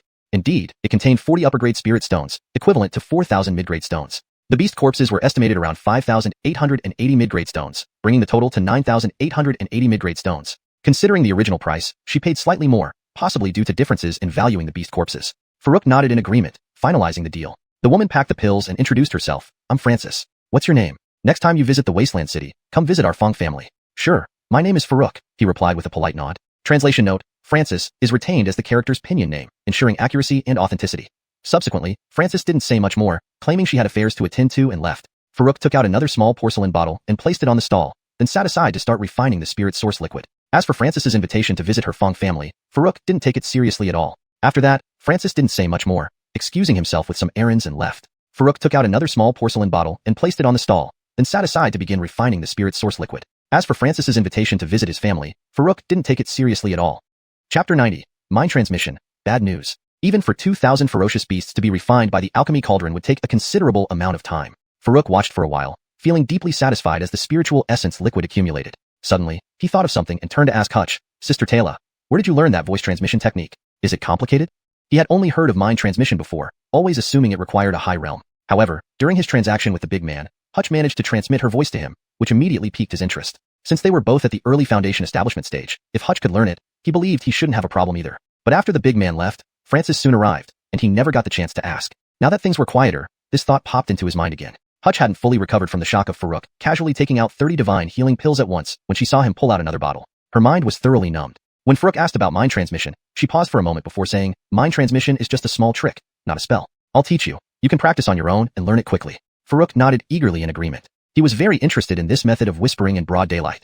Hutch then briefly explained how mind transmission worked. Essentially, it involved focusing one's divine sense into a thread, through which thoughts could be conveyed directly into someone else's ear within the range of one's spiritual awareness. Farouk began trying it out right away. Just as Hutch said, it wasn't complex. After a short period of practice, Farouk managed to use it successfully. Soon, he used mind transmission to engage in conversation with Hutch, finding endless topics to talk about. Watching his enthusiastic face, Hutch couldn't help but laugh, albeit somewhat helplessly. If she didn't know that Farouk was practicing mind transmission, she might have thought he was showing interest in her. It was indeed hard to associate the playful child before her with the person who had casually handed out dozens of divine healing pills earlier. Nearly an hour later, Farouk felt confident he had mastered this skill. Within 500 meters, he could whisper to anyone effortlessly. But business during this time wasn't exactly booming. Only 2 ordinary customers came. One bought 2 pills, the other just 1. Farouk was speechless. Fortunately, the Alchemy Cauldron now contained nearly 2,000 cubic units of spiritual essence liquid. If all the ferocious beasts were refined, it should exceed 3,000 cubic units. Meanwhile, his spirit stones had surpassed 5,000, nearing 6,000, a rare wealth among those below the golden core stage. Just as Farouk was basking in self-satisfaction, a figure in a black robe hurriedly approached the stall. Farouk immediately became alert. This shadowy character looked suspicious, but from the silhouette, the figure seemed rather slender. Could it be a woman? Before Farouk could speak, the figure stopped in front of the stall and lifted her hood. Senior, it's me. A clear and pleasant voice echoed. Farouk looked closely. Olive.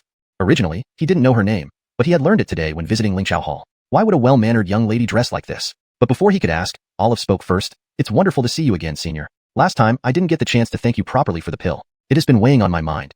Farouk felt awkward being called senior by someone older than him. Yet, he noticed something odd. He couldn't discern her cultivation level or even feel her aura. Had she cultivated some form of concealment technique? That seemed unlikely. Not wanting to pry too much, he waved his hand. It was nothing. You don't need to call me senior. We're contemporaries. Why are you dressed like this?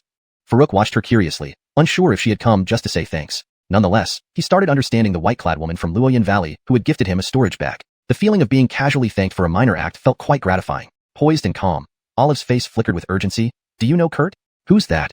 Farouk shook his head but quickly recalled someone. Leon? Was there a connection? Preparing to inquire further, Hutch interjected. Kurt is Leon's brother. Both he and Jeffrey disappeared years ago, leaving only Leon outside. He's the one I warned you about. But recently, Leon vanished mysteriously, possibly due to doing too many bad deeds. His brother Kurt resurfaced shortly afterward. Yes, Olive continued anxiously. I heard he went to the store asking about you, and people say he's highly cultivated. How highly cultivated? Do you know, Sister Taylor? Farouk asked urgently. Leon had vanished chasing him. Obviously, his inquiries were far from good news. Hutch, listening to their conversation and seeing Olive's anxious expression, suddenly guessed. Could Leon have been killed by Farouk? But that didn't make sense. Farouk was only at the early Foundation establishment stage, whereas Leon had been in mid-Foundation establishment for years. Still, regardless of whether Farouk was involved in Leon's disappearance, being targeted by Kurt was dangerous. So, she openly shared what she knew about the Dye brothers. Unfortunately, there wasn't much useful information since they hadn't been seen in years. Only rumors suggested Kurt had reached peak late Foundation establishment, nearly achieving the Golden Core. Hearing this, Farouk sighed in relief. As long as he wasn't at the Golden Core stage, Farouk could still try to defend himself. Even though late Foundation establishment was formidable, he had experienced firsthand the strength of Tyler's palm during the Sect Competition. Without his 2 spirit weapons and the opponent's momentary lapse, he wouldn't have survived. With 22 blank talismans at his disposal, he could manage. Moreover, having numerous Tier 1 beast bodies, he could refine more talismans. Chapter 91. The Powerful Black Robe. Just as Farouk was deep in thought, Olive beside him had already taken off her black robe, revealing a very ordinary light green dress underneath. Farouk merely glanced at her casually. Although he found her actions peculiar at that moment, he didn't ask much. However, just this glance revealed to him that he could see through her cultivation level again. As expected, she had indeed successfully established her foundation. But that wasn't the main point. The main point was that the black robe she had taken off was certainly extraordinary. It likely had some special function like his dermic robe. His dermic robe could amplify wind power. And this black robe seemed capable of concealing one's cultivation and aura, similar to the breath concealment technique. What he didn't expect, however, happened next. The following second, Olive actually handed over the black robe to him and said, This dermic robe was left to me by my parents after they died. According to what my parents told me before they passed, not only can this robe shield its wearer's cultivation and aura, even cultivators at the Golden Core stage cannot see through it. Moreover, once activated, it can withstand a hit from a late-stage Foundation establishment cultivator. If you wear it, you should be able to avoid Jonah's perception. Hearing this, Farouk was taken aback. Setting aside the ability to withstand a late-stage Foundation hit, it was already an extremely powerful robe if it could hide itself from a Golden Core cultivator. But she was willing to give it to him to help him escape, something he hadn't anticipated at all. He had merely given her a few Foundation establishment pills, which paled in comparison to this robe. Of course, this was his perspective. In reality, Olive did not consider the value but simply wished to repay a kindness. Back then, after Farouk gave her the Foundation establishment pills and left immediately, she didn't even know his name. So when she resigned and left the Herb Hall, she specifically instructed her colleagues, with whom she had a good relationship, to help keep track of Farouk's whereabouts. Today, her colleague found her and told her about Farouk coming to the store asking about her situation, as well as the incident where Jonah came looking for information about Farouk in a menacing manner a few days ago. The infamy of the Dye brothers in the entire wilderness border town was almost universally known. Olive sensed something was amiss the moment she heard about it. Though she did not know the grudge between Farouk and the Dye brothers, she knew that trouble would surely come if they targeted someone. Since Farouk had helped her, and she had learned of this news, she felt compelled to do something. After careful consideration, she realized that the only thing she possessed that could aid Farouk was this robe, despite her poverty. Thus, she wore the robe and began searching for Farouk on the streets near the Herb Hall. Fortunately, she eventually found him. Then came the series of events that followed. Though the robe was important to her, not only due to its remarkable abilities, but also because it was the only memento left to her by her parents, retribution was equally important. She was a person who valued emotions and righteousness and repaid kindness. Even Hutch, who stood nearby, was filled with respect upon hearing her intentions. In the cultivation world, how many people weren't self-serving or solely driven by profit? People like Olive were incredibly rare. Farouk waved his hand, saying, "This is too valuable. I cannot accept it. Besides, this represents the only keepsake your parents left you. I couldn't bear to waste it." Olive smiled. "When my parents were alive, they often taught me to repay kindness. I brought this robe to you out of gratitude. If they are watching from above, they would definitely support my decision. Please accept it. Otherwise, my parents would not forgive me." This? Farouk was momentarily at a loss for words. Though her reasoning made sense and the robe could indeed help him, he couldn't muster the audacity to accept such a valuable gift. Seeing Farouk's dilemma, Hutch advised, "Why don't you take it temporarily? Once you return to ancient Xian sect, inform your sect master about Jonah's reappearance. Perhaps they will dispatch experts to handle him." Afterward, you can return the robe to this young lady. Of course, Hutch also had selfish motives. Jonah's wickedness far exceeded his brother, Yovan, who lived off fraud. Years ago, he and Ernie often committed murder and theft, even slaughtering entire villages. The mayor of Wasteland Border Town and the 3 major sects had sent people to hunt them down but failed. With his resurgence, people like Hutch, who frequented the market, naturally felt anxious. If ancient Xian sect could send experts to eliminate him again, it would be a blessing for everyone. Farouk agreed with this logic. At worst, he could borrow it for now and return it to Olive after dealing with the matter. He had no desire to risk his life confronting Jonah unnecessarily. After all, fighting him with numerous talismans was a last resort, with no guarantee of success. As for whether Sect Master Harmony would send people to deal with Yovan, he couldn't say for sure. All he could do was ask upon his return. He shared his thoughts. Both understood. Sect matters weren't something an early-stage Foundation establishment disciple could decide. Apart from passing on the message, there was nothing more he could do. Seeing him finally accept the robe, Olive was heartened. Whether borrowed or given, as long as it could help him evade Jonah's pursuit, it was enough. Farouk had just received the robe, feeling its faint warmth. Suddenly, he noticed a figure he remembered distinctly walking towards him slowly. His heart couldn't help but skip a beat. Why was she here? He wanted to run, but after thinking for a moment, he stopped. For such a powerful being, even if she hadn't detected him yet, any sudden movement would immediately alert her. After pondering rapidly, he looked at the newly acquired black robe. Try it? Try it then. Without further ado, he put on the still warm robe. As a faint fragrance entered his nostrils, Farouk instinctively sniffed lightly. It smelled nice. Though he wasn't overly concerned about it, he didn't realize the pleasant aroma was actually Olive's body scent lingering on the robe. At that moment, his attention was completely focused on the elegant white-robed figure approaching him, paying no notice to Olive blushing deeply, standing there awkwardly. Chapter 92. Melanie's Troubles. Melanie was now extremely vexed and also quite helpless. Over a month ago, she had obtained the 9 blood ginseng and over 10 yellow Dao fruits from Farouk. She then began preparing the auxiliary materials needed to refine the Divine Foundation pill and the Bloodstorm pill. When all the auxiliary materials were finally gathered, the sect's only 5th grade alchemist, in order to increase the success rate of refining, had entered seclusion to advance to the 6th grade. This was supposed to be a good thing. If successful, it would indeed greatly improve the chances of successfully refining the pills. However, 10 days ago, when the alchemist emerged from seclusion, his aura was withered, and he even spat out large amounts of blood. Clearly, the attempt had failed, and he had injured his foundation. In this condition, Melanie naturally couldn't let him refine any more pills for her. Her materials were limited and couldn't risk being used by an injured alchemist. So, she started looking for a suitable 5th grade alchemist on her own. But to maintain secrecy, she could not use alchemists who belonged to powerful factions. These 2 types of pills were for preparation to seize opportunities in the remnant site of the Wuxia sect, a crucial matter that could not be casually divulged. Thus, she had to find a completely independent, wild alchemist with no faction background. To this end, she searched through several nearby towns markets. But how easy was it to find a 5th grade alchemist without faction support? Her 2 conditions were obviously conflicting. It was incredibly difficult for someone without faction support to break through to 5th grade alchemist, relying solely on their own efforts. Hutch spent nearly 40 years just barely breaking through to 4th grade alchemist, which also delayed her cultivation considerably. If she stayed at the Foundation establishment realm, her lifespan would only be around 100 years, and it was uncertain if she could break through to 5th grade alchemist within her lifetime. But if she spent time cultivating, it would inevitably delay her alchemy practice, making it even more remote to achieve the 5th grade breakthrough. Melanie also tried consulting a few 4th grade alchemists. Both of her needed pills were 4th grade. As long as they were 4th grade alchemists, they could refine them, albeit with possibly low success rates. Therefore, when those 4th grade alchemists learned of her requirement for success rate, they all shook their heads and declined. Not one dared to guarantee the results. Today, she came to the market of Huangbian town. If she still couldn't find a suitable alchemist, she would have to take a risk and try Huangzhou City. However, alchemists in Huangzhou City generally belong to factions, which is why she hadn't gone there yet. Just now, she accidentally heard that somewhere on this street, a woman and a young boy had sold a large quantity of high-quality healing pills called Divine Healing Pills. She immediately came over to investigate. Since they could produce a large quantity of Divine Healing Pills, this person's alchemy skills should not be underestimated. And someone who set up a stall to sell medicine in such a place usually wouldn't have any faction background. By these 2 points alone, they fit her requirements very well. Walking along and observing, she finally saw a stall selling Divine Healing Pills. Melanie walked a few steps to the stall, picked up a small porcelain bottle, opened it, and examined its contents. They were indeed high-quality Divine Healing Pills. But according to the information she heard, it was clearly a woman and a young boy who did this. There was indeed a woman here, but where was the young boy? Could it be the hooded figure hiding in the black robe? This fellow looked suspicious from the start. Could he really refine pills? What about the little girl standing next to him with flushed cheeks? This detail wasn't mentioned in the information she had. Melanie spread her spiritual senses to investigate. This street seemed to have no other stalls selling Divine Healing Pills. After scrutinizing the hooded figure for several seconds, she couldn't help but frown. Even she couldn't probe this person's aura or cultivation level. However, this piqued her interest even more. Maybe this mysterious person who hid their identity from her was a great alchemy master? Thinking this, she calmly asked, "Were you the ones who sold a large number of Divine Healing Pills earlier? I happen to need some. If you still have any left, I can buy them all." As she spoke, her gaze flickered between the 3 people, trying to gauge their reactions. Her expectations weren't disappointed. The woman and the little girl both turned to look at the man in the black robe. This confirmed her suspicion. This hooded figure must be significant. The hooded figure was actually Farouk. He was secretly lamenting his bad luck. He had put on the black robe hastily upon noticing Melanie because he didn't want to draw attention to himself. She felt too dangerous to him. But now, with her inquiry about the divine healing pills, if he ignored her, she might just turn the whole stall upside down. Yet, if he responded, he'd likely give himself away. Suddenly, he brightened up. Hadn't he just learned telepathic communication? Huh. What perfect timing. Farouk was filled with relief. He then sent a telepathic message to Hutch. Taylor sister, please handle this for me. Tell her we're out of divine healing pills. This woman is fierce. Avoid contact with her as much as possible. After sending the message, Farouk prepared to relax. However, he noticed Hutch looking at him strangely, and there was a faint trace of hostility nearby. Following the sensation, Farouk was startled. What the hell was wrong with this woman?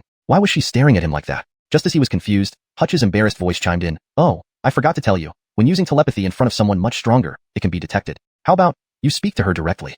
Farouk fell into silence. This was too unfair. After a few moments of silence, Farouk guessed she still hadn't recognized him. Otherwise, she would have attacked already. So, he pinched his throat and tried to make his voice as raspy as possible, saying, it was just a joke earlier. Don't mind it. I do have a few divine healing pills left. Do you wish to trade with spirit stones or demon beast bodies?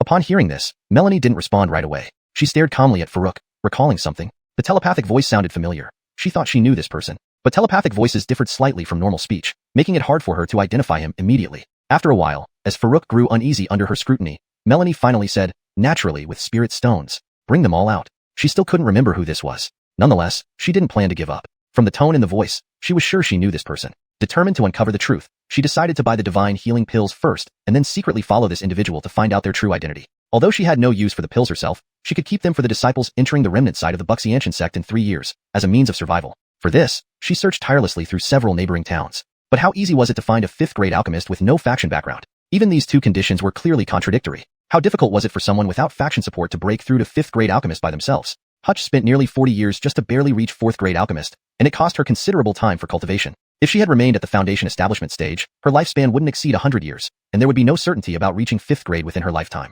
But if she focused on cultivation, it would inevitably delay her alchemy practice, making breakthroughs to 5th grade even more remote. Melanie had also tried to consult several 4th-grade alchemists. Both her required pills were of the 4th grade. As long as they reached the 4th grade, they could refine them, albeit with lower success rates. Thus, when these 4th-grade alchemists learned her requirements, they all shook their heads and declined, unwilling to take the risk.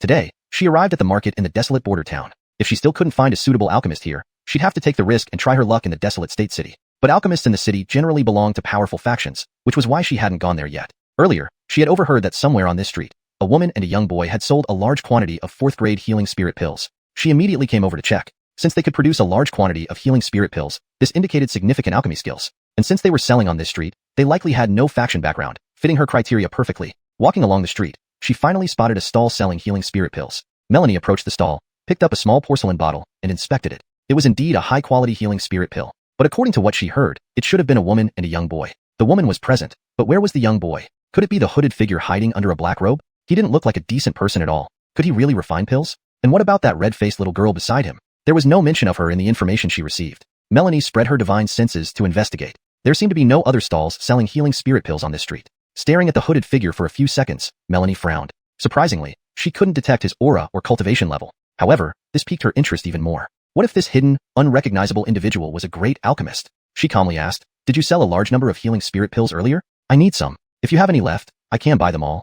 While speaking, her eyes kept shifting between the 3 individuals, observing their reactions. The result was unsurprising. Both the woman and the girl looked at the hooded figure. This confirmed her suspicion. He was definitely not ordinary. The hooded figure was none other than Farouk, who was silently cursing. He put on the black robe because he had noticed Melanie's presence. He did not want to attract her attention. She felt too dangerous to him. But now that she was asking about the healing spirit pills, ignoring her might lead to trouble. Yet, if he responded, he would surely be exposed. Suddenly, an idea struck him. He had just learned mental telepathy. Haha, just in time. Farouk felt relieved. He quickly sent a message to Hutch. Taylor, please tell them we're out of stock. That woman is scary. Best avoid contact. Having finished transmitting the message, Farouk was about to breathe a sigh of relief when he saw Hutch staring at him oddly. Beside her was a faint, barely noticeable killing intent. Following the sensation, Farouk was startled. Damn, why is she staring at me like that? What's going on? Just as he was puzzled, Hutch awkwardly said, oh, sorry. I forgot to tell you. When using mental telepathy around someone much stronger, it can be detected. Maybe, you should talk directly to her? Farouk felt utterly defeated. What a pitfall. After a few seconds of silence, he guessed that the woman hadn't recognized him. Otherwise, she would have attacked by now. So, he pinched his throat, trying to sound hoarse. I was only joking, sir. Indeed, I do have some healing spirit pills left. Would you prefer to trade with spirit stones or monster bodies? Melanie didn't respond, only staring at Farouk calmly. She was recalling. That mental voice sounded familiar. She felt she knew this person. However, the voice transmitted via telepathy differed from normal speech, making it hard to identify. After a while, with Farouk feeling increasingly uneasy, she finally spoke, of course, with spirit stones. How many do you have? Hand them all over. She still couldn't remember who he was, but she didn't plan to give up. His words and voice suggested she knew this person. She had to uncover his identity. So, she decided to buy the healing spirit pills first, then follow him discreetly to discover his true identity. Although she didn't need the healing spirit pills, she could save them for distributing to disciples entering the Xianxia sect's remnant site in 3 years, a valuable survival tool. Chapter 93. Seclusion on the Spot, Covert Surveillance. Farouk had altogether refined 120 divine healing pills. Subtracting the 36 pills that were previously sold to customers, he now had 84 left. Originally, he did not intend to sell the divine healing pills to Melanie because her cultivation level was too high for him to gauge. It would be difficult to maintain control in a transaction with someone like her. If she harbored any ulterior motives, he would have no recourse. Although he had interacted with her a few times, he hardly knew anything about her, not even her name. But seeing as she insisted on buying, it would be inappropriate to refuse. However, giving up all of his remaining pills was also out of the question. After some consideration, he said, "This old man has only 30 more divine healing pills left. The price is 330 each. If you are really interested in purchasing them, please prepare the spirit stones." Handing over 30 pills would neither offend her nor cause too much loss if something unexpected happened. He felt this was a safer option. Upon hearing this, although Melanie did not appear overly surprised, her face showed satisfaction. 30 divine healing pills weren't significant to her, but the fact that he could produce so many at once confirmed that she hadn't chosen wrongly. His ability to refine such a large quantity of 4th-grade pills demonstrated impressive alchemy skills. With a flick of her wrist, she tossed a storage bag and said, "There are 100 high-grade spirit stones inside. No need for change." High-grade spirit stones again? Farouk was slightly startled, but quickly thought it over. It made sense. An earlier middle-stage foundation establishment cultivator, Francis, could come up with several high-grade spirit stones. This woman's cultivation was far higher, so possessing high-grade spirit stones wasn't surprising. Farouk received the storage bag and scanned it with his divine sense. Indeed, there were 100 high-grade spirit stones. 100 high-grade spirit stones equaled 10,000 mid-grade spirit stones. Calculating by 330 per divine healing pill, the total would be just under 9,900 mid-grade spirit stones, meaning she gave him an extra 100 mid-grade spirit stones. Since she stated there was no need for change, Farouk didn't dwell on it, directly handing over 9 small porcelain bottles, along with the ones on display, to her. Hutch looked almost dazed. She was already completely numb to Farouk's seemingly inexhaustible supply of divine healing pills. At this point, even if he produced more, it wouldn't seem unreasonable to her. As for Olive, though also shocked, her astonishment was primarily due to the 100 high-grade spirit stones. For a minor cultivator like her, who couldn't afford a mid-grade spirit stone storage bag, 100 high-grade spirit stones surpassed her imagination. Thus, a pill worth 100 high-grade spirit stones must be extraordinary. Olive stared at Farouk with bright eyes, filled with shock and curiosity. What kind of young man was he? A month ago, when Farouk bought large quantities of spirit materials from her and casually gifted her 3 foundation establishment pills, she realized he wasn't ordinary. She even guessed he might be an alchemist, but she never imagined he could refine pills worth 100 high-grade spirit stones. Her previous work at Spirit Herb Hall mainly dealt with ordinary spirit materials below grade 4, rarely handling those above grade 4. Her highest monthly sales were only around 3,000 mid-grade spirit stones, sometimes as low as 1,000. 100 high-grade spirit stones equated to her 6-month sales. Amidst their astonished gazes, Melanie accepted the pills without inspection and promptly left. However, she wasn't truly leaving. Her purpose wasn't just to buy divine healing pills, but to investigate Farouk's true identity and then ask him to refine god-based pills and bloodstorm pills for her. Though Farouk found her departure abrupt, he didn't think much about it. With news brought by Olive, it was evident he shouldn't continue selling. Not knowing if Kurt was watching, he needed to hide and break off public attention first, finding a place to stay for a few days. With sufficient spirit source fluid, breaking through to middle-stage foundation establishment should be achievable within a short time. Later, he could return to ancient mystic sect unnoticed. After bidding farewell to Hutch and Olive, he took out 2 bottles of divine healing pills and gave one to each, instructing them to stay in the market for safety. Given his situation, they wouldn't go unnoticed either. Although not absolutely safe, the mayor's influence offered some protection. They hesitated to accept the valuable pills until Farouk left them behind with a smile. Both had genuinely helped him before. Though the pills were precious to them, they meant little to Farouk now. Reluctantly, they kept the pills. Leaving, Farouk didn't rush to find hiding spots or enter the Alchemy Cauldron. Instead, he wandered while using his divine sense to detect any anomalies. After checking 4 streets without incident, he stayed at an inn. He couldn't risk entering the Alchemy Cauldron immediately since his divine sense range was only 500 meters. If someone stronger was covertly surveilling him, he might not notice. Settling into the room, Farouk began cultivating with the spirit source fluid. All the fiendish beast bodies in the Alchemy Cauldron were now fully refined into nearly 3,000 cubic units of spirit source fluid. He planned to remain until he broke through to middle stage foundation establishment.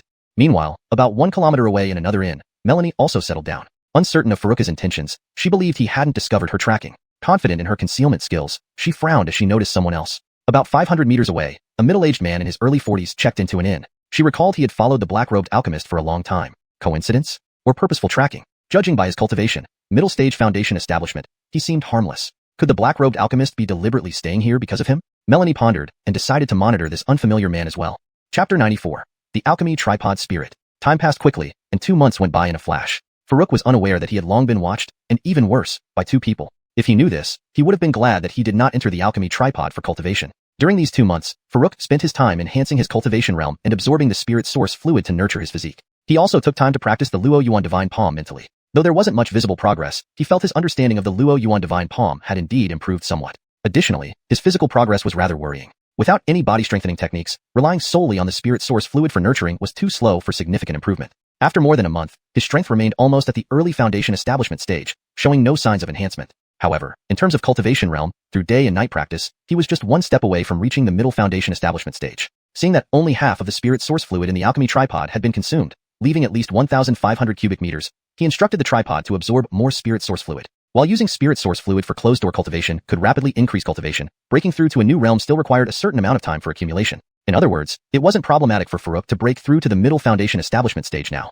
Post-breakthrough, he could directly cultivate all the way to the peak of the middle foundation establishment stage. But directly breaking through to the late foundation establishment stage couldn't be achieved immediately. He needed further accumulation at the middle stage. Thus, he didn't need the large quantity of spirit source fluid right away, so it was better for the alchemy tripod to absorb it and use it to enhance its own level. As the spirit source fluid gradually diminished, the progress bar within the alchemy tripod's sword shadow gradually turned yellow, until finally, when only 750 cubic meters of the 1,500 cubic meters of spirit source fluid remained, the entire sword shadow turned yellow, with the tip starting to shift towards green. At the same time, a faint voice resounded in his mind. Master, can I keep consuming spirit source fluid? It's delicious. Farouk paused momentarily, but he soon reacted. Since it mentioned eating spirit source fluid, could this be the voice of the alchemy tripod? Little tripod, is that you speaking? Farouk asked internally, as he usually communicated with the alchemy tripod. Yes, master, hehe, can I have more spirit source fluid? You have so much. The voice was still very faint, as if not fully awakened, but the joy and excitement were unmistakable.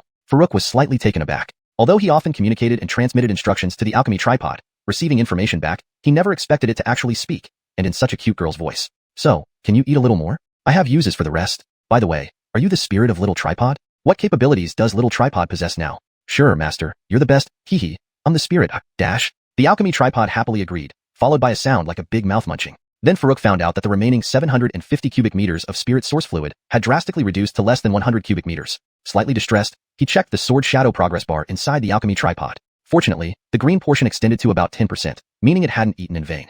Anyway, he still had nearly 200 level 1 beast cores unrefined, so losing some spirit source fluid wasn't an issue. With permission to consume spirit source fluid, the alchemy tripod began detailing its current abilities. I can now refine complete beginner talismans. However, I can only currently refine swift walking talisman and cyclone/talisman. For other talismans, you'll have to tell me how to refine them, or provide a sample for duplication. I can refine up to level 3 beasts, craft superior quality spirit weapons, and refine up to level 4 elixirs.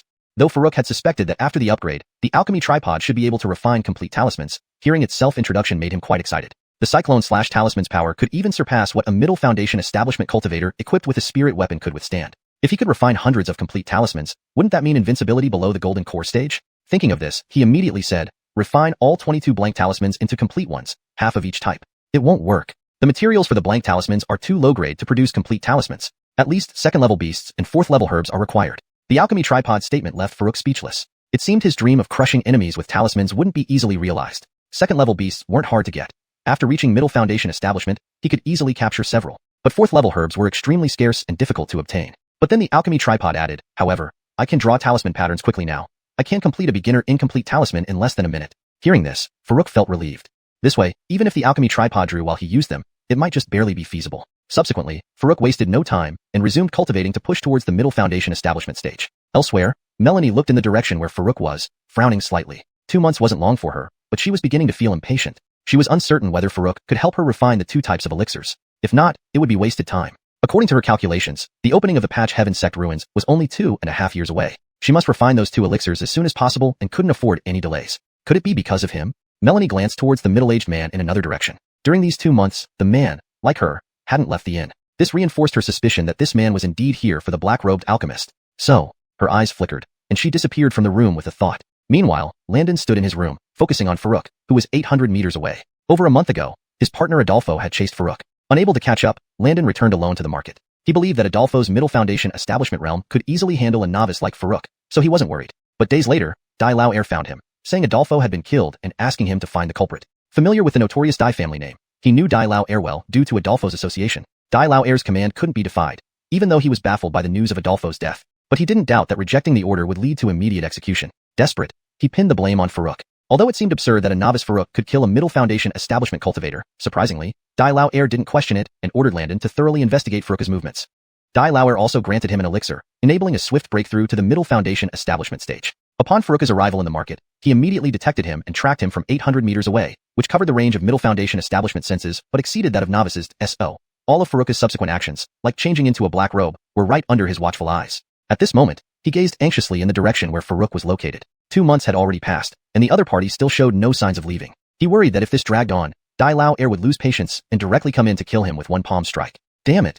Landon cursed under his breath in frustration. Just as he turned around, preparing to reveal himself and find Farouk, he suddenly noticed a figure in white quietly standing by the door, coldly staring at him. You, who are you? Why are you here? What do you want? Chapter 95. The Woes of Landon. Why were you following that black-robed alchemist? Melanie coldly glared at Landon. She didn't know him, but she was highly suspicious that the reason the black-robed alchemist had stayed in the inn without leaving was because he had discovered someone was following him, likely the person standing before her. She needed to follow the black-robed alchemist to his hideout to uncover his true identity and did not want to be delayed here due to this man. Thus, she took the initiative to confront him. What black-robed alchemist? I don't know what you're talking about. Landon briefly panicked but quickly regained his composure. Although he sensed that this extraordinarily beautiful woman opposite him had a high cultivation level, having years of experience in deceiving people with Adolfo, he knew how to play dumb. He immediately denied everything outright. Melanie's lips curled into a slight sneer. After living for several hundred years and being the most sought-after figure on the continent in her prime, she had seen all kinds of people. It was laughable that Landon dared to act before her. What is that person's name? Why were you following him? Tell me everything you know or die. As she spoke the word die, Melanie suddenly unleashed the formidable aura unique to a golden core cultivator. Landon, completely unable to react, felt as if an invisible hand pressed down from the ceiling. He couldn't even muster the will to resist. His body crumpled, and he knelt on the ground. Landon was utterly terrified. This person gave him a feeling even more overwhelming than Dai Lao Air's pressure. What realm was this person? Realizing he could no longer hide anything, he quickly divulged everything he knew. However, he altered one fact. He claimed Farouk had genuinely killed Adolfo instead of using Farouk as a scapegoat. He didn't know what relationship Melanie had with Farouk and feared she might already know him. If she discovered his attempt to frame Farouk, he'd surely be dead. Additionally, Landon didn't know Farouk's name, so he couldn't tell Melanie directly. As a result, Melanie became increasingly confused, frowning deeper. An ancient Xuanzong cultivator? Early Foundation establishment realm? Capable of killing a mid-Foundation establishment cultivator? Able to help others refine magical artifacts? And capable of mass-producing grade 4 divine healing pills? How could she, the founding ancestor of the ancient Xuanzong sect, be unaware of such a powerful figure emerging within her sect? Her gaze toward Landon grew colder. Do you think I'm easy to deceive? You clearly do not fear death. Though her observations suggested he wasn't lying, the content seemed like tales from another world, making it hard for her to believe. Moreover, if such a remarkable person existed in her sect, someone would have mentioned it to her despite her minimal involvement in daily affairs. It was impossible that he had hidden in plain sight without anyone noticing. Feeling her icy stare, Landon involuntarily shuddered. Not daring to take any chances, he quickly pleaded, Senior, I truly meant no deceit. Please spare my life. Note, the term jiaoxing, is replaced with take any chances to maintain natural fluency in English while preserving the meaning. Landon didn't understand why Melanie accused him of lying, assuming she had noticed his framing of Farouk. Though bewildered by how his carefully hidden actions were uncovered, he didn't dare entertain any further deceit, fearing provoking her again. Melanie's suspicion deepened. With such a person in her sect, she wouldn't have been oblivious. Indeed, he was lying. But then Landon continued, Senior, I was merely terrified by Dai's evil. Using him as a scapegoat was out of desperation. I never intended any harm towards him, nor did I cause him any injury. Everything I said is true. I swear to the heavens. Before he could finish, Melanie unleashed her power again, blasting Landon backward into a heap of broken furniture. Ulysses, she felt he was mocking her. Did he care about his framing of Farouk? No, she cared about his real identity and why he could produce so many divine healing pills. Landon lay dazed among the wreckage, too afraid to rise. Shocked by the sudden attack, he couldn't understand why it happened. Sensing the killing intent in her eyes, he rehashed his story internally, finding no discrepancies. Senior, I've truly concealed nothing. If there's something unsatisfactory, please specify, and I'll never lie. Melanie coldly snorted, deciding to use soul extraction, a dishonorable method, especially since Landon constantly mentioned ancient Xuanzong disciples. Don't. Senior, every word is true. I've never lied. Please. Landon realized what awaited him and begged for mercy. Quickly, though, he fell silent, completely under her control. Soul extraction was cruel, causing severe damage to the soul, leading to insanity or death. Moments later, Melanie withdrew her hand, stabilizing Landon's now weakened body. He looked around in confusion before remembering something, panicking at the sight of Melanie. Abrupt pain shot through his mind, draining his color as he collapsed. Melanie glanced at him indifferently, then flicked her finger. A fireball incinerated Landon into ashes. Initially, she hadn't planned to do anything drastic. She hadn't delved deeply into his soul, stopping once she found what she needed. Thus, the original extraction wouldn't have caused major damage. However, during the brief search, she uncovered multiple instances of murder and cruelty. Such a despicable cultivator deserved no mercy. Through soul extraction, she finally understood. Landon hadn't lied. Gazing toward Farouk's direction, her expression grew complex. Has he grown to such heights? Or does he truly have a great master behind him? Chapter 96. Foundation establishment mid-stage, preparing to return to the sect. Time flies, and soon another 2 days passed. While in the midst of cultivation, a powerful aura suddenly erupted from Farouk's body. However, he quickly suppressed it. Subsequently, he ended his cultivation session and stood up. His face was filled with satisfaction. Half a year on this path of cultivation, I have finally reached the foundation establishment mid-stage. Farouk mused as he felt the changes in his body. Compared to foundation establishment early stage, my body feels even lighter, so my speed should have improved significantly. Farouk nodded contentedly and then tested the range of his spiritual senses. 800 meters exactly, not bad. Cultivators mainly cultivate their divine souls and control of spiritual energy. As their realm increases, their divine soul becomes stronger, and consequently, the range of their spiritual senses expands. Next, Farouk inspected his internal state through introspection. The Sea of Qi had expanded by more than double compared to the foundation establishment early stage, meaning it could now hold much more spiritual energy. Although he could directly use spirit source liquid for combat, which made it seem like the amount of stored spiritual energy didn't greatly impact him, that wasn't entirely true. With higher realms, the more powerful forces needed during battles consumed more spirit source liquid. At the gathering Qi stage, using his sword draw once only required less than half a cubic unit of spirit source liquid. But at the foundation establishment early stage, it now needed 2 cubic units. This was because higher realms meant greater power, which in turn consumed more energy. While the storage of one's own spiritual energy faced similar issues, its purity also increased with higher realms, so the increase in consumption was not as noticeable as with spirit source liquid. After all, the energy contained in spirit source liquid remained constant. This is why Farouk tried to avoid directly using spirit source liquid during battles unless absolutely necessary. Only if a prolonged battle left him without enough of his own spiritual energy would he resort to spirit source liquid. Thus, the expansion of his Sea of Qi was still very important to him. Additionally, through introspection, he noticed that his meridians had become denser and widened somewhat, indicating overall improvement. Farouk was quite pleased with these developments. Since he had successfully broken through to the foundation establishment mid-stage, he decided not to stay any longer. He had been secluded in this inn for over 2 months, and Yanko had not shown up. It seemed that the black robe truly shielded him completely from detection. After some consideration, he decided to leave under the cover of darkness tonight and head back to Ancient Profound Sect. But first, he needed to make some preparations. Firstly, the 22 blank talismans he carried must be pre-marked with runes by the Alchemy Cauldron. Also, although he lacked materials to create fully complete talismans, having extra blank ones on hand was still essential. If any unexpected events occurred, he could promptly inscribe the necessary runes. Finally, and most importantly, the cauldron spirit of the Alchemy Cauldron had awakened. He had to ensure that, in case of an irresistible attack, it would immediately suck him inside. Though based on his own assessment, with his current foundation establishment mid-stage strength, combined with the wind power of the spirit artifact robe and the swift travel talisman, even if he couldn't win, escaping safely shouldn't be too difficult. Still, better safe than sorry. Knowing little about foundation establishment late-stage capabilities, he couldn't rely solely on talismans against potential powerful attacks. Thorough preparation was necessary. As for what would happen after entering the Alchemy Cauldron, he wouldn't think about it now. If it meant saving his life in dire straits, hiding inside for 10 or 20 years would be worth it. With this, Farouk began instructing the Alchemy Cauldron to prepare everything. Night soon fell.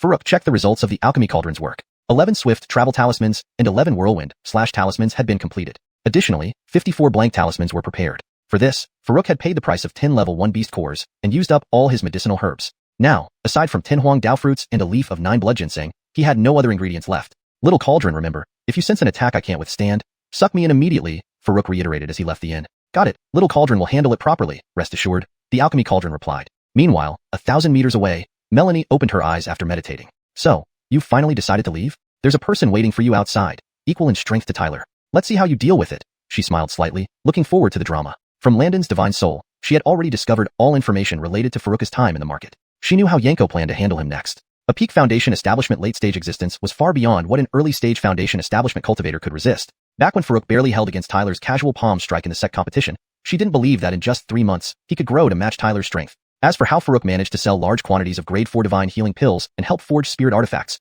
after pondering for 2 days, she believed it was more likely due to a powerful master behind Farouk. Landon's memories confirmed this. She remembered that when they first met in Fallen Goose Valley, Farouk was only at the 2nd level of gathering Qi. Breaking through to foundation establishment in such a short time was already impressive.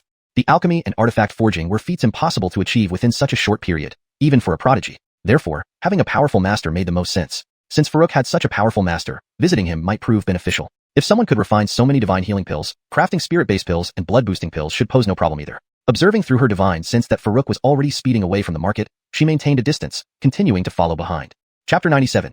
Encounter with Kurt, impersonating Tyler. 2 kilometers away from the market, atop a mountain, an emaciated old man draped entirely in a black robe sat cross-legged with his eyes closed, cultivating. This was none other than Kurt, waiting for Farouk. If it had been just a few years ago, upon learning that Farouk was the one who killed his younger brother, Felix, he would have immediately gone to the market to eliminate Farouk. However, after experiencing a joint assassination attempt, Kurt had since emerged from seclusion and dared not be overly arrogant anymore. Thus, he specifically instructed Landon to track Farouk while he waited here for Farouk to show up. But Landon, who used to send him updates every day, hadn't communicated with him for nearly 3 days now, which raised some suspicion within him. Of course, one Landon wasn't enough to cause him concern. Even if he were exposed and killed by Farouk, it wouldn't bother him much. An early Foundation Establishment realm cultivator might, with the help of spirit artifacts, stand against or even kill a mid-Foundation Establishment cultivator. But at late Foundation Establishment, unless it was an exceptional spirit artifact, there would be no real threat. What he feared was that Farouk had escaped using some other means. He had heard that Farouk once seemed to use a flash escape talisman. Although such talismans only provided a 500-meter escape range, negligible for someone like him, if Farouk had a higher-level escape talisman, escaping silently was not impossible. After pondering for a moment, he decided the chances of Farouk having a higher-level escape talisman were slim. Such things were virtually non-existent on the market and couldn't be purchased even with spirit stones. Just as he was about to personally go investigate Farouk's whereabouts, a rapidly approaching figure caught his attention. Through his spiritual sense, he couldn't detect the person's realm or aura, but their speed indicated a cultivator somewhere between mid and late Foundation Establishment. Too unusual. Where there is strangeness, there must be a demon. He instantly leaped forward, blocking the path of the incoming figure.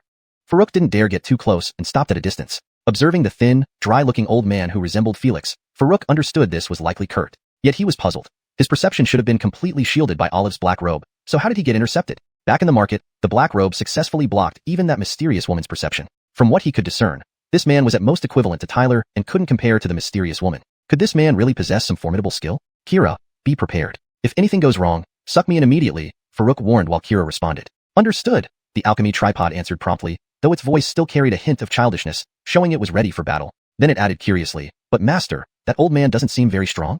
Oh, you can judge his strength? So, what do you think compared to me? Well, I'm awesome, just not fully grown yet. Otherwise, I could make that old man bow down in seconds, Kira replied arrogantly. Farouk could almost picture Kira as a little girl with her nose high in the air. However, Kira's next words made him somewhat uncomfortable. But as for you, without those talismans, he'd probably make you bow down in seconds. All right, shut up now, Farouk said exasperatedly. Are you upset, master? No. Then why tell Kira to be quiet? Because I want peace and quiet. Who's quiet? More important than Kira? Farouk ignored it and looked towards Kurt, speaking in a hoarse voice. Why do you block my path? Kurt frowned slightly. According to Landon, the one who killed his third brother was a boy in his teens, not this old-sounding voice. Did he misjudge? Still, having stopped him, he wouldn't let him pass easily. With no one around, he felt an itch to revert to his old ways. Hand over your storage bag, reveal your true identity, or die. Kurt's voice was cold and emotionless. Farouk was momentarily stunned. Wasn't Kurt seeking revenge on him? Why was he robbing him? Could he not recognize him? Instantly realizing something, Farouk knew his identity remained unexposed. Thus, he couldn't admit it or remove the black robe. He paused before responding in the same hoarse voice. So bold. To rob the likes of me. Do you take me for granted? I am Elder Tyler of Taila Xianxia Sect. Step aside now, or you will face my wrath. Hearing this, Kurt sneered. Elder Gong. Did you forget we had a bit of acquaintance back then? Since so, you should show your true face. If you dare impersonate, I won't show mercy. Had Farouk pretended to be anyone else, Kurt might have believed it. But Tyler, whom he had met several times before the assassination attempt, was unmistakable. Hidden far away, Melanie observed everything with her spiritual sense. She chuckled inwardly at Farouk's bluff. This kid chose poorly by impersonating Tyler. Tyler wasn't a good person in his early years, and only remained in the sect for his usefulness. But Farouk didn't know this. To impersonate someone, he picked a powerful elder. The only powerful elder he knew was Tyler. Had he known the sect master was female, he might have even tried impersonating the sect master of Taila Xianxia Sect. Now exposed by Kurt, Farouk cursed his bad luck. How could this despicable Tyler be friends with the infamous Dai family scoundrels? Truly not a good bird. Chapter 98. Just how many talismans does he have? Even though his fake identity was exposed, Farouk did not intend to admit it directly. After all, admitting it would only make the other party more ruthless. It was better to deny it until the end. Farouk sneered coldly and angrily retorted. As an elder of ancient profound sect, I have no further connection with you. Step aside quickly. I have important matters to attend to, and no time to chat. Darian laughed coldly upon hearing this and said, since you don't wish to show your true face, then don't blame me. With that, he immediately executed a movement, forming a claw with one hand and lunging straight toward Farouk. Humph, arrogance.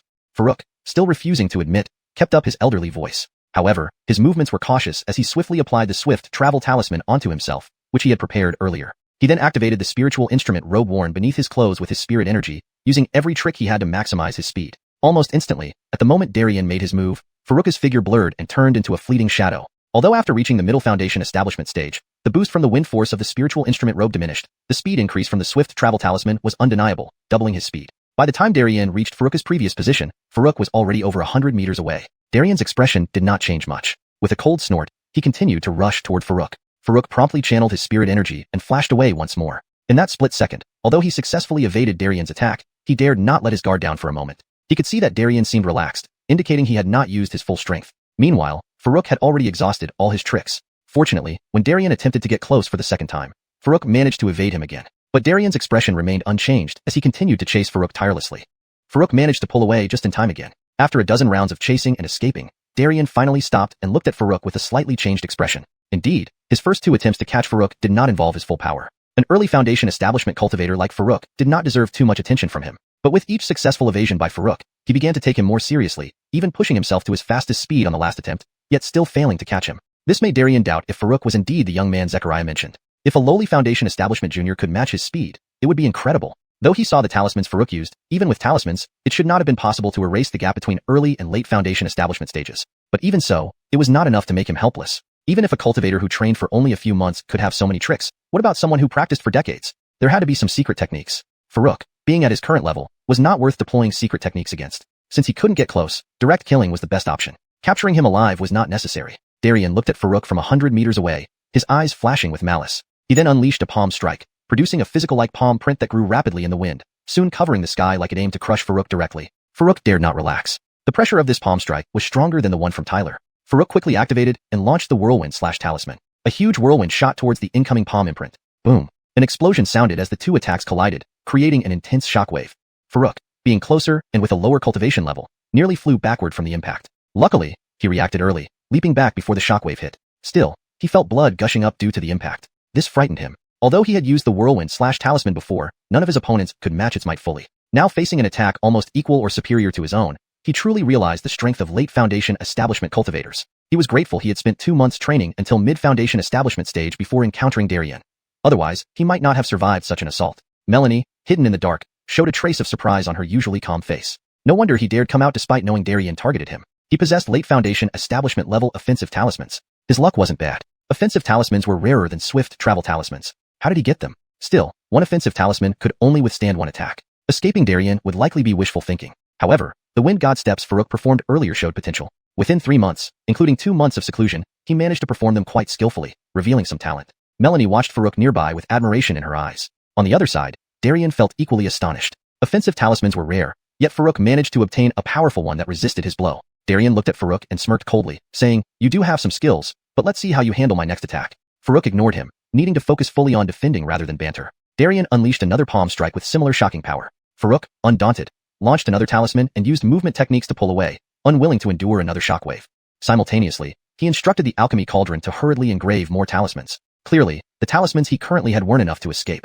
He needed more preparation. Seeing his attack blocked again, Darian grew increasingly irritated. Failing to land an attack on someone of mid-Foundation establishment rank was frustrating. "Let's see how many talismans you have." Darian's expression darkened. Initially, he took Farouk lightly, but now he planned to use his full strength. Following the release of a palm strike, Darian pursued Farouk while continuously unleashing more strikes without waiting for results. Farouk sensed the escalation and intensified his efforts, continuously tossing out whirlwind/talismans. Within moments, they exchanged dozens of blows. Farouk silently rejoiced for having ordered the Alchemy Cauldron to prepare more talismans. Otherwise, they wouldn't suffice. Meanwhile, Darian was almost enraged. He had spent so much effort yet failed to touch even Farouk's sleeve. How many damn talismans does he have? Chapter 99. The Luo Yuan Divine Palm stuns Melanie. Kurt was no longer just surprised. He was genuinely stunned. Offensive talismans with the power of a late Foundation establishment attack were not common commodities. It was understandable if the other party could produce 1 or 2. Everyone had their lucky moments, and obtaining a couple wasn't odd at all. But to throw out over 10 as if they were worthless, no family could withstand such extravagance. He wasn't alone in his astonishment. Even the hidden Lees revealed a shocked expression. She had initially thought that Farouk having 1 or 2 offensive talismans was already extremely fortunate. She hadn't expected him to unleash more than 10 in one go. How did this guy get so many? Could it be that his master was not only an alchemist and weaponsmith, but also a powerful talisman master? Was there really someone so versatile? But there was no other reasonable explanation. To say that everything was done by Farouk himself was something she would never believe. A few months ago, he was still a mere chi accumulation realm cultivator working in the Sect kitchen, and suddenly he became an alchemist, weaponsmith, and talisman master? At that moment, while both of them were stunned, Farouk didn't dare to relax for a moment. In those brief dozen exchanges, it seemed he was holding his own, but only he knew the real situation. Talismans were ultimately external forces. Whether it was the swift walking talisman or the whirlwind/talisman, they weren't his own power. He might be able to exchange blows for a short time, but the toll on him was immense, not just spiritual energy but also mental strain. He needed to stay fully focused to use the talisman's power effectively. Meanwhile, Kurt was using his own strength, which was completely under control. If the fight dragged on, it wouldn't be a matter of whether he had enough talismans. The mental fatigue alone would be too much to bear. Fortunately, through these brief exchanges, he gained some understanding of his opponent's capabilities. He still had 20 blank talismans, 9 swift walking talismans, and 28 whirlwind/talismans. He planned to start his true escape. Based on his estimation, he was about a half hour away from the ancient profound sect. With the swift walking talisman, he could return in just 15 minutes. As long as he timed his remaining talismans well, getting back to the ancient profound sect shouldn't be a problem. Just then, Kurt launched another palm strike and used a secret technique, increasing his speed by over 50%. He didn't want to waste any more time. The prolonged fight was putting too much strain on him. Farouk immediately used Wind God Steps, pushing his agility to its limits, and fired off another whirlwind/talisman. However, he hadn't anticipated that Kurt's increased speed also sped up his attack rhythm. Palm strikes rained down on him relentlessly, making Farouk panic. He couldn't cast talismans fast enough to counter the onslaught. How could he block such attacks? Just as he wondered why the Alchemy Cauldron hadn't sucked him in yet, the little cauldron's voice rang in his mind. Master, use the palm technique you previously cultivated. With your current agility, it should be sufficient to counter his attacks. Palm technique? Farouk instantly understood. The Alchemy Cauldron was referring to the Luo Yuan Divine Palm. Though unsure why the little cauldron believed he could now counter the attacks, he didn't have time to question it. He had spent a month cultivating the Luo Yuan Divine Palm in Luo Yin Valley and often practiced mentally during his seclusion. He was thoroughly familiar with the technique. Taking a deep breath, Farouk let his movements flow naturally, striking palm after palm. To his amazement, the gentle yet continuous force he had been struggling to manifest finally appeared, flowing smoothly. Kurt's formidable palm imprints, endless as they seemed, could no longer harm him. More astonishingly, Lise, hidden nearby, watched with wide eyes. Seeing Farouk seemingly run out of options, she had been about to intervene when his aura abruptly changed, shifting from chaotic to orderly, imbued with a gentle, continuous force. She recognized this aura. It was the Luo Yuan Divine Palm. If Farouk could indeed use the Luo Yuan Divine Palm, countering the attacks would be effortless. She resisted her urge to intervene, knowing he had a chance. Farouk moved gracefully, each palm strike fluid and gentle, deftly countering Kurt's relentless attacks. This was the true demonstration of the Luo Yuan Divine Palm. He had succeeded in just 3 months. Was this fate? Lise looked at Farouk, who danced like a spirit in the wind, lost in thoughts from 400 years ago. Then, she had been a renowned genius whose arrogance made enemies before she was fully grown. At peak late Foundation establishment, she faced a combined attack by dozens of cultivators, including early Golden Core experts. Even with her brilliance, she was nearly defeated. But in her final moments, she spontaneously created a gentle palm technique, blocking several attacks and escaping effortlessly. From that moment on, she refined this technique into the Luo Yuan Divine Palm. She eventually named her agility techniques the Luo Shen Step. Confronted by numerous suitors, she announced that whoever could fully grasp the Luo Yuan Divine Palm could marry her. This announcement attracted people of all ages. Yet, none succeeded. The translation maintains the original structure and tone while ensuring fluency and coherence. Even if there were some exceptionally gifted individuals, they could at most only mimic the form, but the power would be far inferior. In the end, everyone could only gradually give up. After Lisa's forced entry into the Nine Tribulations, she left no news. The fame of the Luo Yuan Divine Palm plummeted even further, leaving it unnoticed by all. But the real reason for this was because Lise deliberately stripped out the accompanying footwork from the palm technique. Without the footwork to complement it, comprehending this set of palm techniques became virtually impossible. The difficulty was no less than creating an entirely new palm technique. In other words, to fully comprehend the Luo Yuan Divine Palm, one must have the Luo Shen Step as a complement. She did this to avoid being disturbed by her suitors, and naturally would not release the accompanying Luo Shen Step. Even 300 years ago when she established the ancient profound sect, she only placed the Luo Yuan Divine Palm in the library. The Luo Shen Step was never passed on to anyone, including her sole disciple, Harmony. But now, she had witnessed Farouk's execution of the Luo Yuan Divine Palm with her own eyes. How could she not be shocked? He clearly didn't have the Luo Shen Step to practice alongside the palm technique. How could he have successfully comprehended and executed it? Chapter 100, Melanie appears. Farouk's battle with Kurt continued, but as time went on, Kurt grew increasingly alarmed. He found that no matter what attack he unleashed, Farouk could handle it with ease and even use the attacks to maintain distance. Kurt had even taken out his spiritual artifact. Yet Farouk remained like a single leaf in a storm, gracefully dodging and weaving under his relentless assault. Neither standing firm nor faltering. Every strike from Kurt felt like hitting cotton, irritating and helpless. It was as if he had no way to defeat Farouk. Farouk now seemed invincible. If he wished, retreating all the way back to ancient profound sect while fighting would be no problem, without even needing the remaining whirlwind/talisman. However, he wasn't eager to return yet. Having successfully used Luo Yuan Divine Palm, he naturally wanted to thoroughly understand it. A palm technique capable of fighting across levels couldn't be just an ordinary mystic grade cultivation method. He believed this set of palm techniques must be close to earth grade, possibly even reaching that standard. This discovery was truly invaluable. While he had recognized its power when selecting techniques in the scripture library, he hadn't expected it to be this potent. What he didn't know was that Luo Yuan Divine Palm was only mystic grade because it lacked accompanying footwork. When combined with Luo Shen Steps, it could surpass most earth grade techniques. In the past, Melanie, using this technique, fought her way from foundation establishment to transformation spirit. Not just within her realm but even against opponents one level higher, she almost never met her match. Still, Farouk had yet to grasp its true essence. With each palm, he intercepted another wild slash from Kurt, maintaining distance effortlessly. No matter how violent Kurt's blade force was, Farouk's soft palm energy would neutralize it, causing no harm. But Farouk noticed a problem. Luo Yuan Divine Palm could keep him undefeated, but could not harm the opponent at all. Was it purely defensive? Farouk wondered. Before he could dwell on it, a figure appeared beside Kurt as if from nowhere. Second brother, is this the kid Landon spoke of? An early foundation establishment kid you can't subdue? Kurt's face lit up at the newcomer. Big brother, this guy impersonated old Hakim, but I exposed him. He seems to have some way to block sensing, so I can't confirm his true identity, but this kid is indeed peculiar. Peculiar how? Dai Lao asked with interest, glancing at Farouk. As soon as their eyes met, Farouk felt as if he were being stared at by an ancient beast. There was no doubt this newcomer was far beyond Kurt's level. His heart raced with fear. Kurt was already peak late-stage foundation establishment. Anyone exceeding that would likely be core formation. This realization left Farouk inwardly vexed. He could handle late-stage foundation establishment attacks with Luo Yuan Divine Palm, but nothing was invincible, not even against core formation attacks. From their conversation, it was clear the newcomer was Jeffrey, who clearly wouldn't let him go. Farouk berated himself for not foreseeing this. If Kurt reappeared, how could Jeffrey stay hidden? If he'd thought of this earlier, he wouldn't have ventured out from the market recklessly. Just as he silently regretted, Jeffrey finished listening to Kurt's description. Unlimited talismans? Mysterious palm techniques? Jeffrey smiled faintly. Against overwhelming strength, such gimmicks were useless. Since he won't show his true self, I'll help him. Jeffrey's smile was confident, his tone indifferent.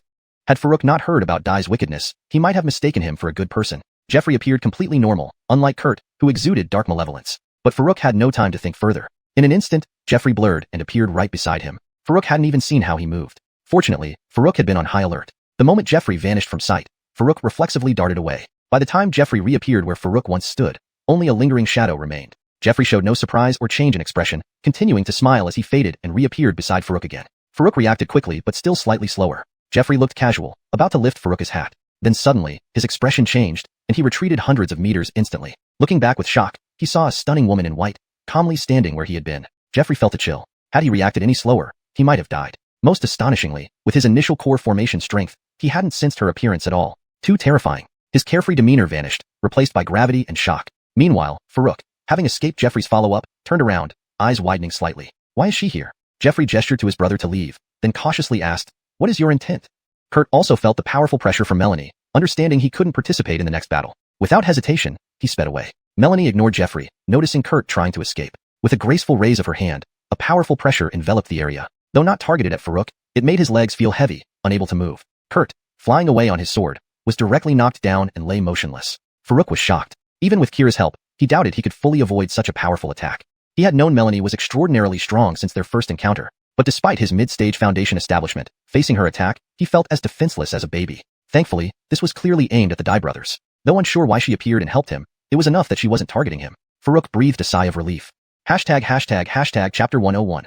The Battle of the Golden Core Stage. With just a casual flick of her hand, Melanie rendered Kurt completely defenseless and sprawled on the ground like a dead fish. This only served to further shock Jeffrey. Although he could theoretically achieve the same feat with his current cultivation, doing so with such ease was something he lacked the confidence for. Yet, seeing his younger brother trapped, he couldn't stand by idly. Mirroring Melanie's gesture, Jeffrey extended his finger and pointed forward. Instantly, Farouk felt an equally massive pressure enveloping him, countering Melanie's. However, since he was already on Melanie's side, he wasn't significantly affected. Instead, it was Kurt who, under the protection of his elder brother, finally managed to rise from the ground. But he dared not make any move again.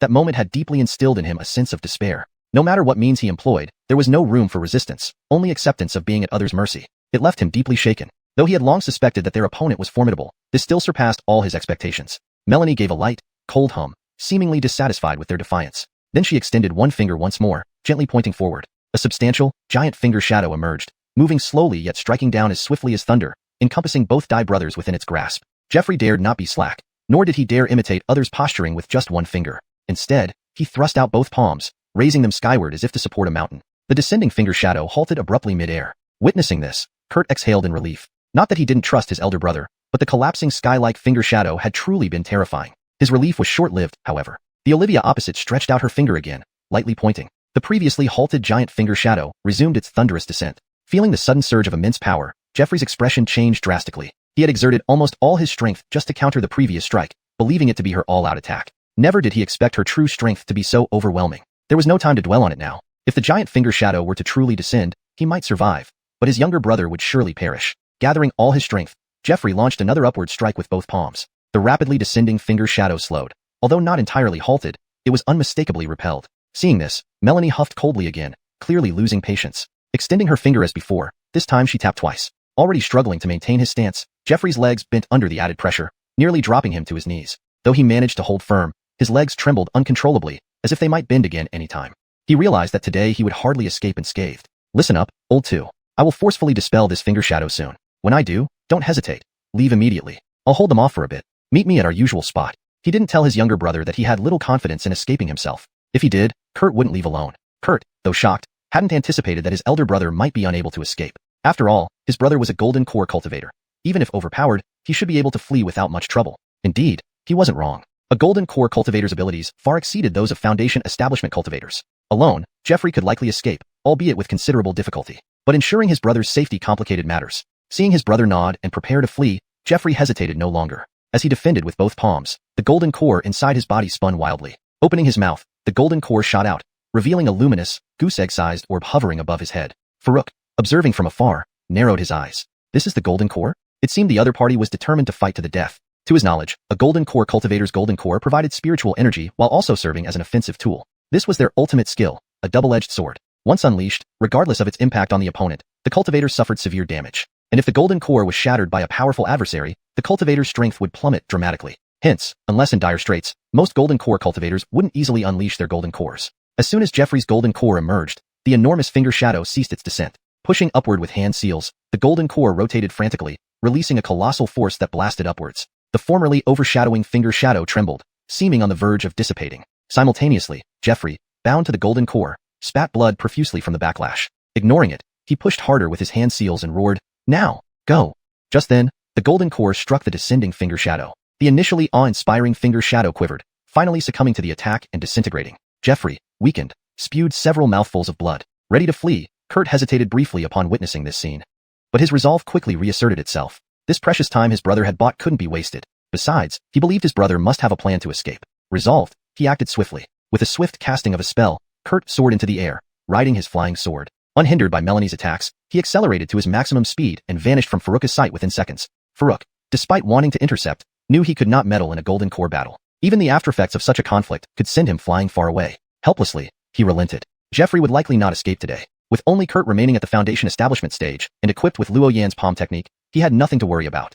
Chapter 102. The True Luo Yuan Divine Palm. Melanie lifted her head calmly and glanced in the direction Kurt had fled. Just that one glance made Jeffrey feel like he was facing a formidable enemy. Without a moment's hesitation, he hurriedly formed seals with his hands and pushed out fiercely once again. This time, however, it was not upward but directly towards Melanie. He had to prevent Melanie from attacking Kurt. Facing Jeffrey's aggressive move, Melanie nodded slightly as if acknowledging the attack, then glanced at Farouk. Afterward, she extended her palm, drawing a circle in the air with a single hand, akin to Tai Chi. The seemingly light motion brought with it an overwhelming force, as if the universe itself was moving along with it. Farouk felt it was familiar at first, but as Melanie unleashed her palm strike, the gentle momentum instantly revealed its true nature to him. Luo Yuan Divine Palm. She knew the Luo Yuan Divine Palm too. Farouk was greatly shaken. Usually, techniques of the profound rank were not easily taught outside their origin. He didn't know if this was an exclusive technique of the ancient profound sect, but even if it wasn't, it wouldn't be easy to obtain in the outside world. Yet, the opponent also knew this technique. Could this really be a coincidence? And looking at the momentum of her palm strike, it was clearly far beyond what he could match. This wasn't just a difference in cultivation level, but a deeper understanding of the technique. No wonder she glanced at him before performing the move. Farouk immediately understood. Clearly, she had seen his use of the Luo Yuan Divine Palm earlier. But now was not the time for deep thoughts. Her understanding of the Luo Yuan Divine Palm was obviously far superior to his. If he could study her moves carefully, it would undoubtedly benefit him greatly. Farouk quickly focused intently, observing her closely. On the opposite side, when Jeffrey saw Melanie extend her palm, his heart leaped into his throat. From their brief encounter, he knew they weren't on the same level. Faced with Melanie now, he was already like a bird frightened by arrows. However, after Melanie gently slapped out her palm, he was puzzled. It wasn't that there was no power. It was just much less powerful than he expected. He never imagined she would deliver such a powerless strike. But the next second, he froze. His eyes widened in disbelief, as if he had seen a ghost. The formidable golden core, which had been hurtling forward with immense power, couldn't advance any further upon meeting her palm strike. And that wasn't the most shocking part. As Melanie moved her palm lightly through the air, Jeffrey's golden core suddenly slipped out of his control, spinning in the air under the influence of her incredibly soft force, and then shot back in the opposite direction, pursuing Kurt who was fleeing. What the hell? It can do that? Farouk couldn't help but curse, too stunned. Wasn't this turning the opponent's attack against them? When he used the Luo Yuan Divine Palm, he thought it was purely defensive. Turns out he was wrong. It wasn't just a defensive technique. It was a combination of defense and offense. He had hoped to observe her thoroughly to gain a deeper understanding of the technique. But now, it seemed her level was far beyond his ability to grasp. He hadn't even been able to understand the offensive aspect of the technique. But he did gain some insight. At least now he knew how the technique could be adapted for offense. Going back, he could focus on this aspect and save himself some time. 3 kilometers away in the high sky, Kurt was speeding along using secret techniques, riding his sword. His speed was incredible. In just a few breaths, he had traveled 3 kilometers. Thinking he had successfully escaped, he sighed in relief, ready to relax. Suddenly, a massive streak of golden light shot towards him from behind like a meteor. Sensing danger, Kurt turned back only to have his life frozen at that moment. All he could see was a terrifying golden glow, and amidst it, a golden core hurtling towards him. There was no time for extra thoughts. The formidable golden core struck him directly. Kurt, a mere Foundation establishment cultivator, couldn't withstand the impact of a golden core. He exploded into a cloud of blood mist without even managing to scream, leaving not even his storage ring intact. Jeffrey watched helplessly as his golden core rushed towards him and saw his younger brother blown to pieces, unable to do anything. He was overwhelmed with sorrow and rage. At this point, he finally believed in the saying, good and evil will eventually meet their due reward. He had witnessed countless opponents despair before their death. Today, it was finally his turn. Without his golden core, his cultivation had drastically dropped. Added to that, the previous attack had already left him seriously injured. Now he lacked even the strength to fight to the death. Still, he didn't give up. With great effort, he rose shakily and mustered all his remaining energy, rejuvenating himself for one last push. Then he lunged towards Melanie. Even if it meant self-destruction, he wanted to make her pay. Melanie summoned the golden core back to her hand with a wave. Seeing Jeffrey's action, she instantly understood his intention. She sneered and flicked her finger, sending an invisible attack. Jeffrey's rushing figure immediately halted, as if bound by an invisible chain, rendering him completely immobile. Jeffrey felt even more despair. He had already concentrated all his spiritual energy and vitality into his dantian, ready to self-destruct upon reaching Melanie, an irreversible decision. But now trapped in place, he couldn't harm her even by self-destruction. Aha!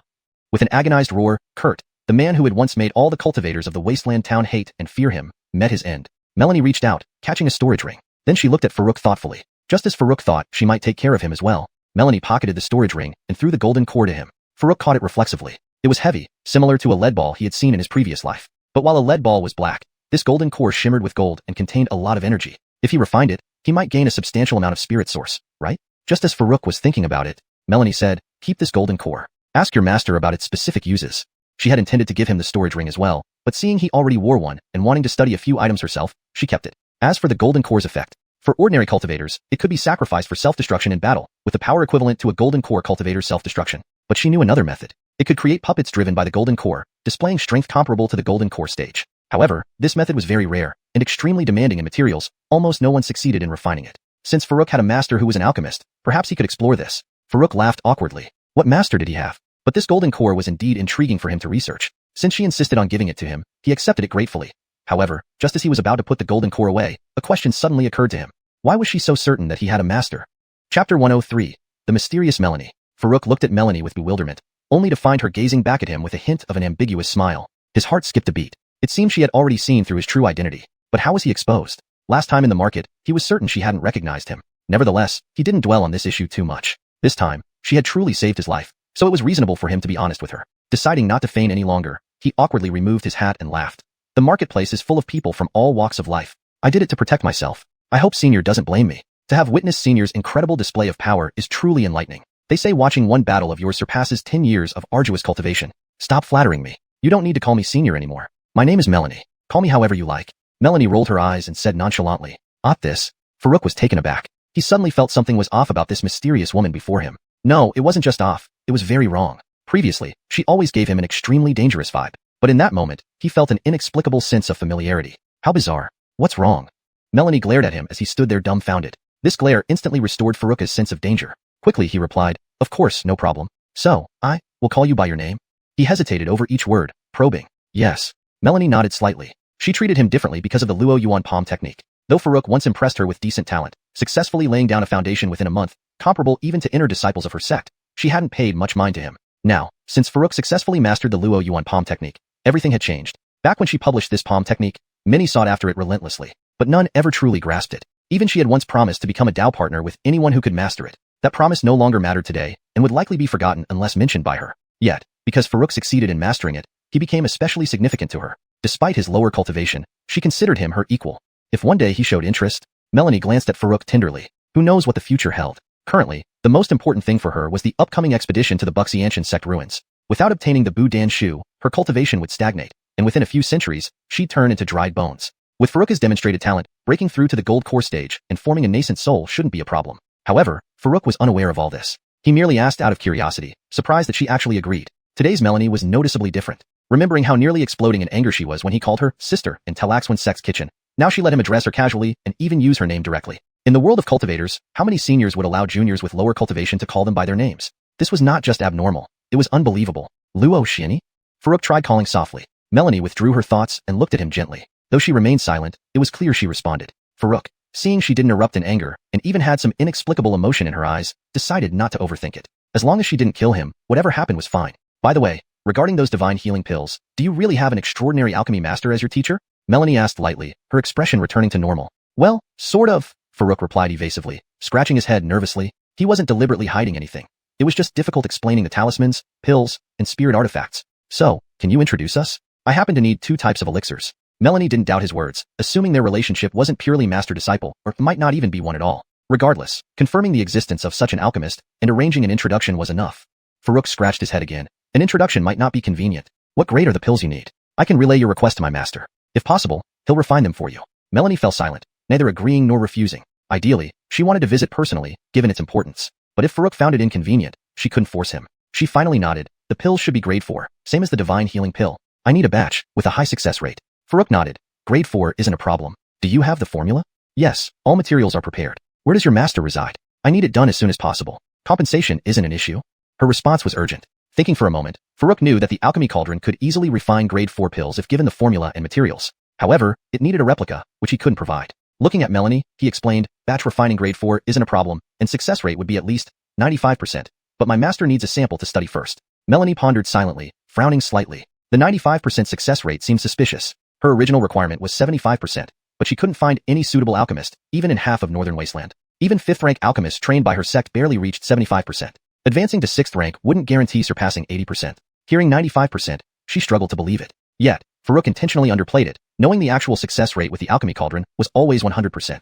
After a long pause, Melanie finally agreed to try. While a 95% success rate was unheard of, needing a sample for study before refining was also new. Perhaps this was from a secluded alchemy lineage? Mostly, it was because of Farouk. During this crucial period approaching the Wuxia sect ruins expedition, encountering a youth who mastered Luo Yuan palm technique felt almost fated.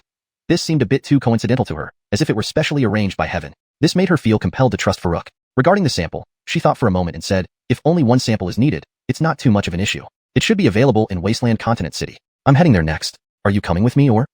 Can I come too? Farouk was slightly taken aback. Although Melanie's attitude towards him today was notably different from before, offering to bring him along to Wasteland Continent City still caught him off guard. Wasteland Continent City was the most prosperous place in the entire Northern Wasteland. It was rumored that bumping into someone randomly on the street there would likely result in meeting at least a Foundation establishment cultivator. More importantly, Wasteland Continent City was tens of thousands of miles away. At his current speed, traveling alone, he might not even reach it after flying nonstop for a day and night. If he could accompany her to see it, that would certainly be the best scenario. It wasn't just about the speed. More importantly, traveling with such an expert ensured safety. Translation notes. Maintained paragraph structure and line breaks as in the original text. This seemed a little too coincidental to her. It was as if it were specially arranged by fate. This made her have no choice but to believe Farouk. Regarding the sample, she thought for a moment and said, if we only need to provide one sample, it shouldn't be too big of an issue. It should be possible to buy it in Wasteland Continent City. I'll head there next. Are you coming with me? Can I come too? Farouk was slightly taken aback. Although Melanie had treated him very differently today compared to before, actively suggesting that he accompany her to Wasteland Continent City still left him extremely surprised. Wasteland Continent City is the most prosperous place in the entire northern domain. It's said that if you bump into someone on the street there, they are at least Foundation establishment stage cultivators. More importantly, Wasteland Continent City is over 10,000 miles away from here. At his current speed, traveling alone might not even get him there after flying day and night. If he could go along with her and see it, that would be best. It wasn't just about the speed. More importantly, following such an expert would ensure his safety. Ensured names like Melanie and Farouk are accurately transliterated.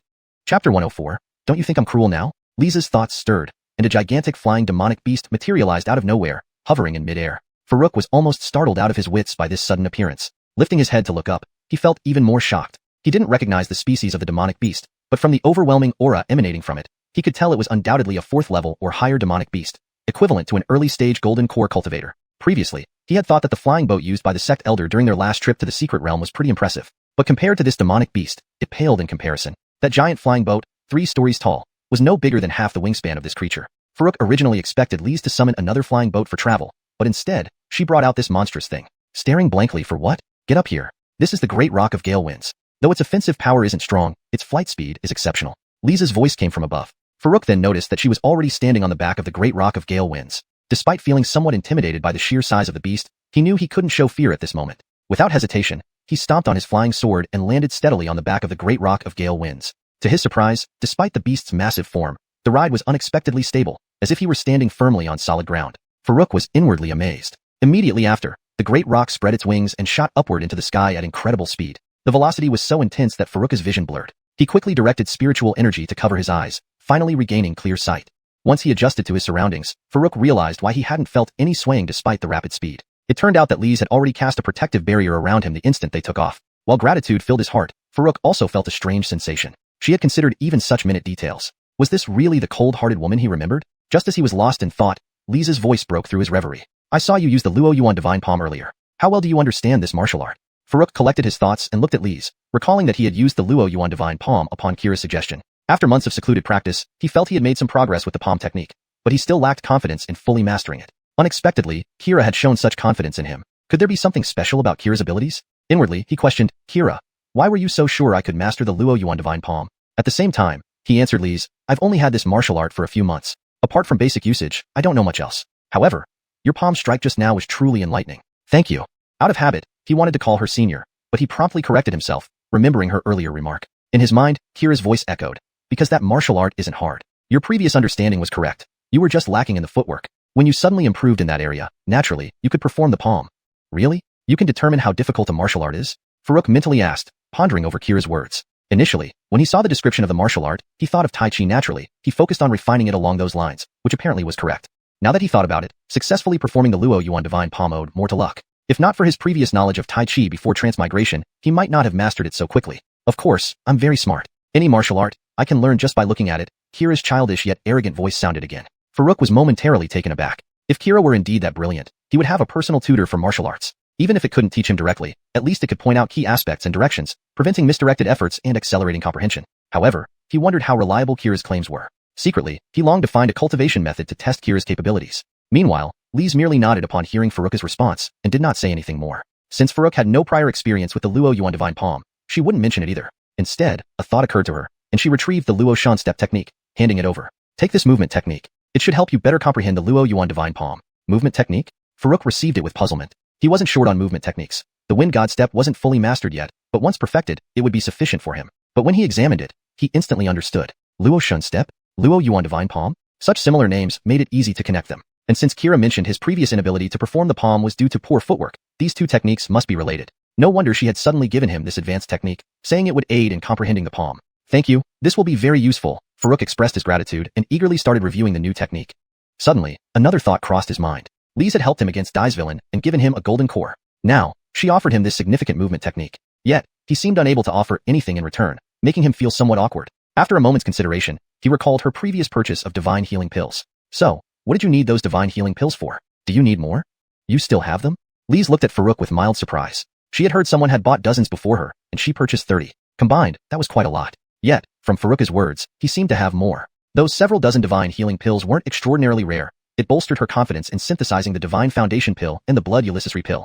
Farouk chuckled, retrieving 10 porcelain bottles and handing them over. You saved my life and gifted me this crucial martial art. These divine healing pills are part of my thanks. Lise accepted them without hesitation. She had intended to buy more anyway. Though the pills were useless to her, they were a matter of life and death for foundation-building disciples. Suddenly, she recalled her previous experience buying the pills and looked at Farouk with a teasing smile. Don't you think I'm cruel now? Hearing this, Farouk blushed with embarrassment.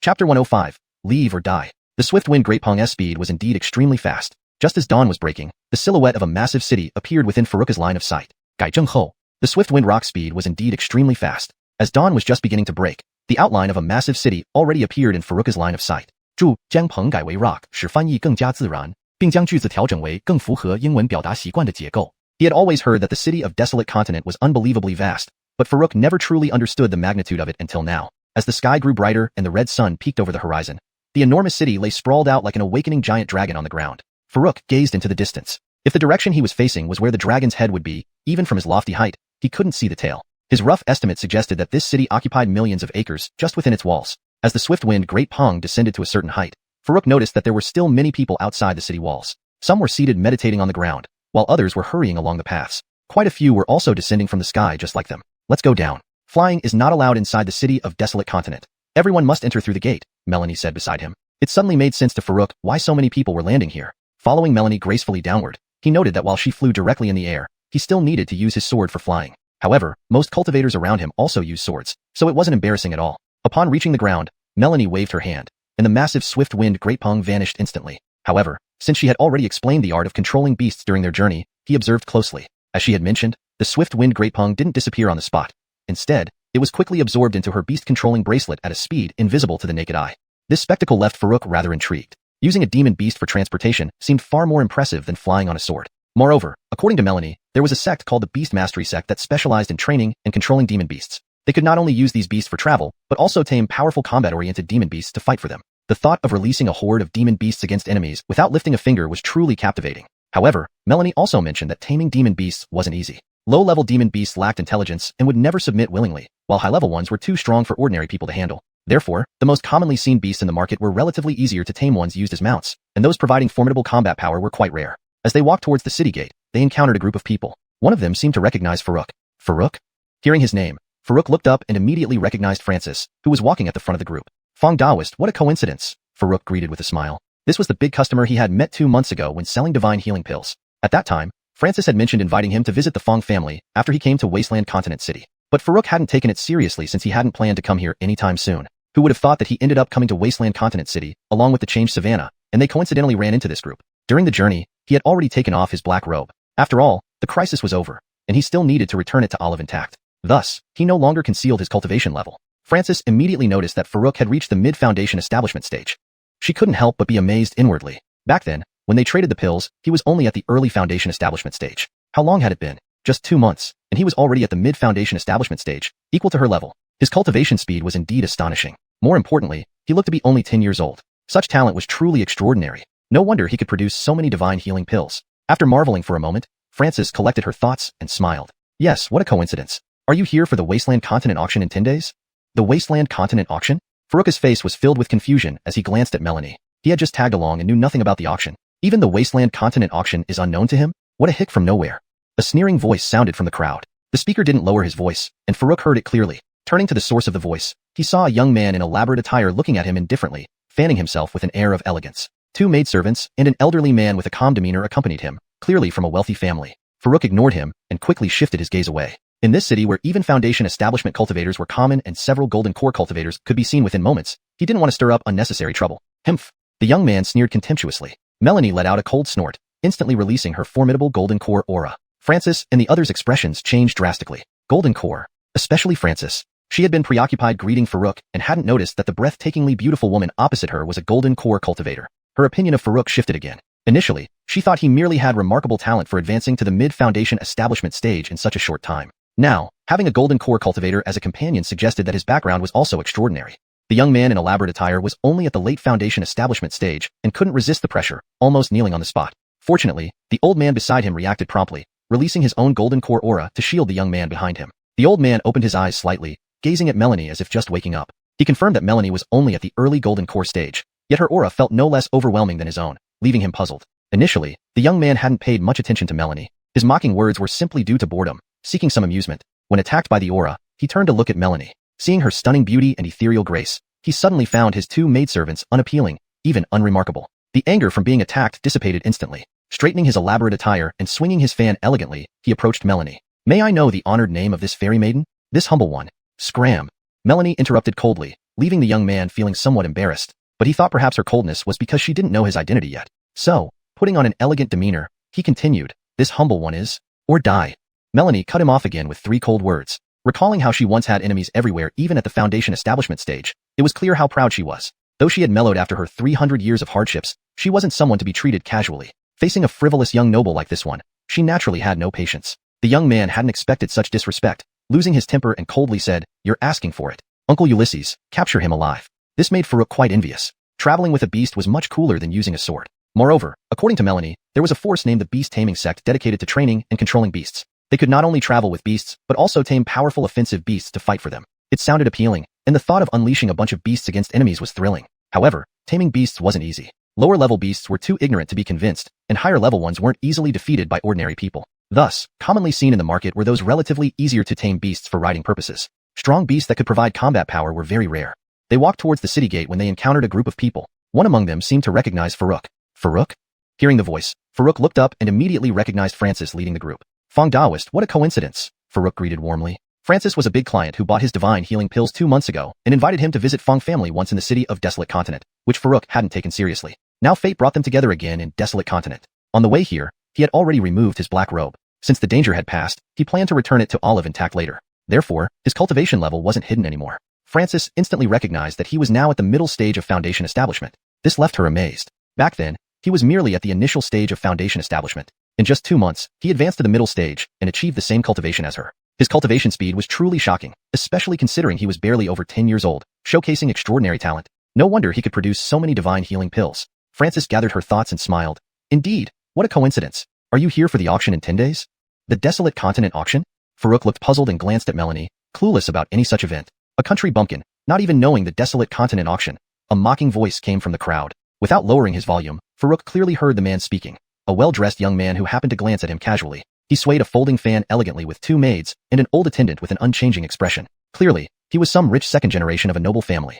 Ignoring the remark, Farouk kept his eyes off trouble in a city bustling with cultivators where even golden core stage cultivators could be spotted easily. Humph! The young man sneered, showing disdain. Melanie snorted coldly, releasing her overwhelming pressure as a golden core cultivator. Francis and others changed expressions abruptly upon sensing it. Golden core. Especially Francis, who had been greeting Farouk without noticing the beautiful woman opposite was a golden core cultivator. Her view of Farouk shifted further. Initially, she thought his rapid advancement to mid-foundation establishment indicated only his remarkable talent. Now it seemed he had an exceptional background as well, otherwise how could he have a golden core cultivator traveling with him? The well-dressed young man, only at late foundation establishment, couldn't withstand this pressure and almost fell to his knees. Fortunately, the old man reacted swiftly, shielding him with his own mid-golden core pressure. Half opening his eyes as if just woken up, he looked at Melanie, confident that she was only early golden core but her pressure felt equally strong. Initially unaware of Melanie, the young man mocked Farouk just for amusement, but now seeing her stunning beauty and graceful demeanor, he brightened up, finding his own maids less attractive. Originally irritated by the pressure attack, he calmed down immediately, straightening his attire and approaching her in a supposedly elegant manner.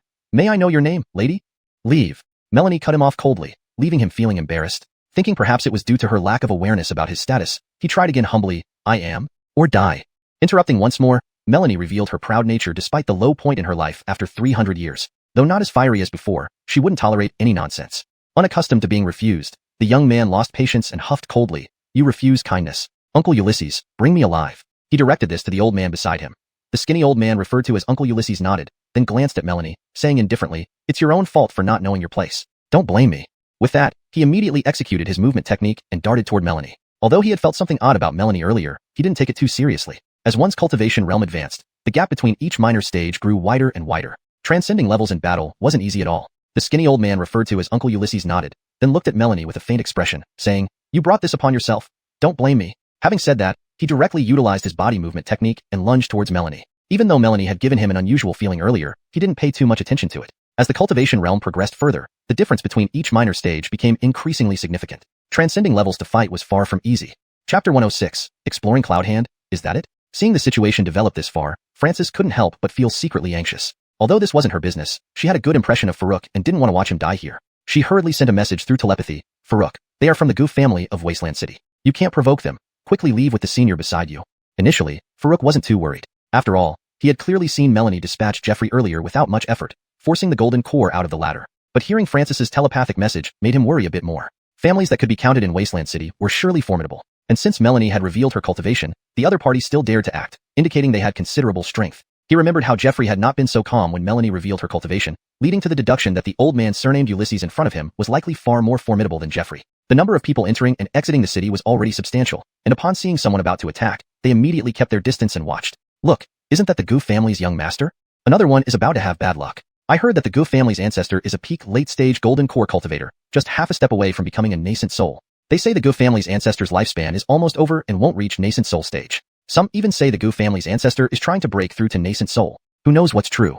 But considering how young Master Briar has been causing trouble everywhere, it seems the latter possibility is more plausible.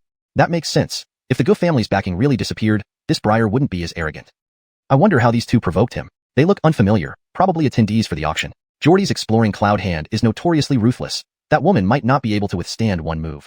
Listening to the crowd's comments, Farouk felt his heart sink a little more. Strictly speaking, this incident was caused by him. Melanie had only engaged in conflict to protect him. If she got hurt because of this, Farouk felt increasingly uneasy. He was contemplating whether to send her a message, asking if they should run when Jordy extended a hand like a ghostly shadow, grabbing toward Melanie through the air without any warning. Exploring cloud hand. Indeed, he used the exploring cloud hand. With the exploring cloud hand out, cultivators of the same realm rarely escape.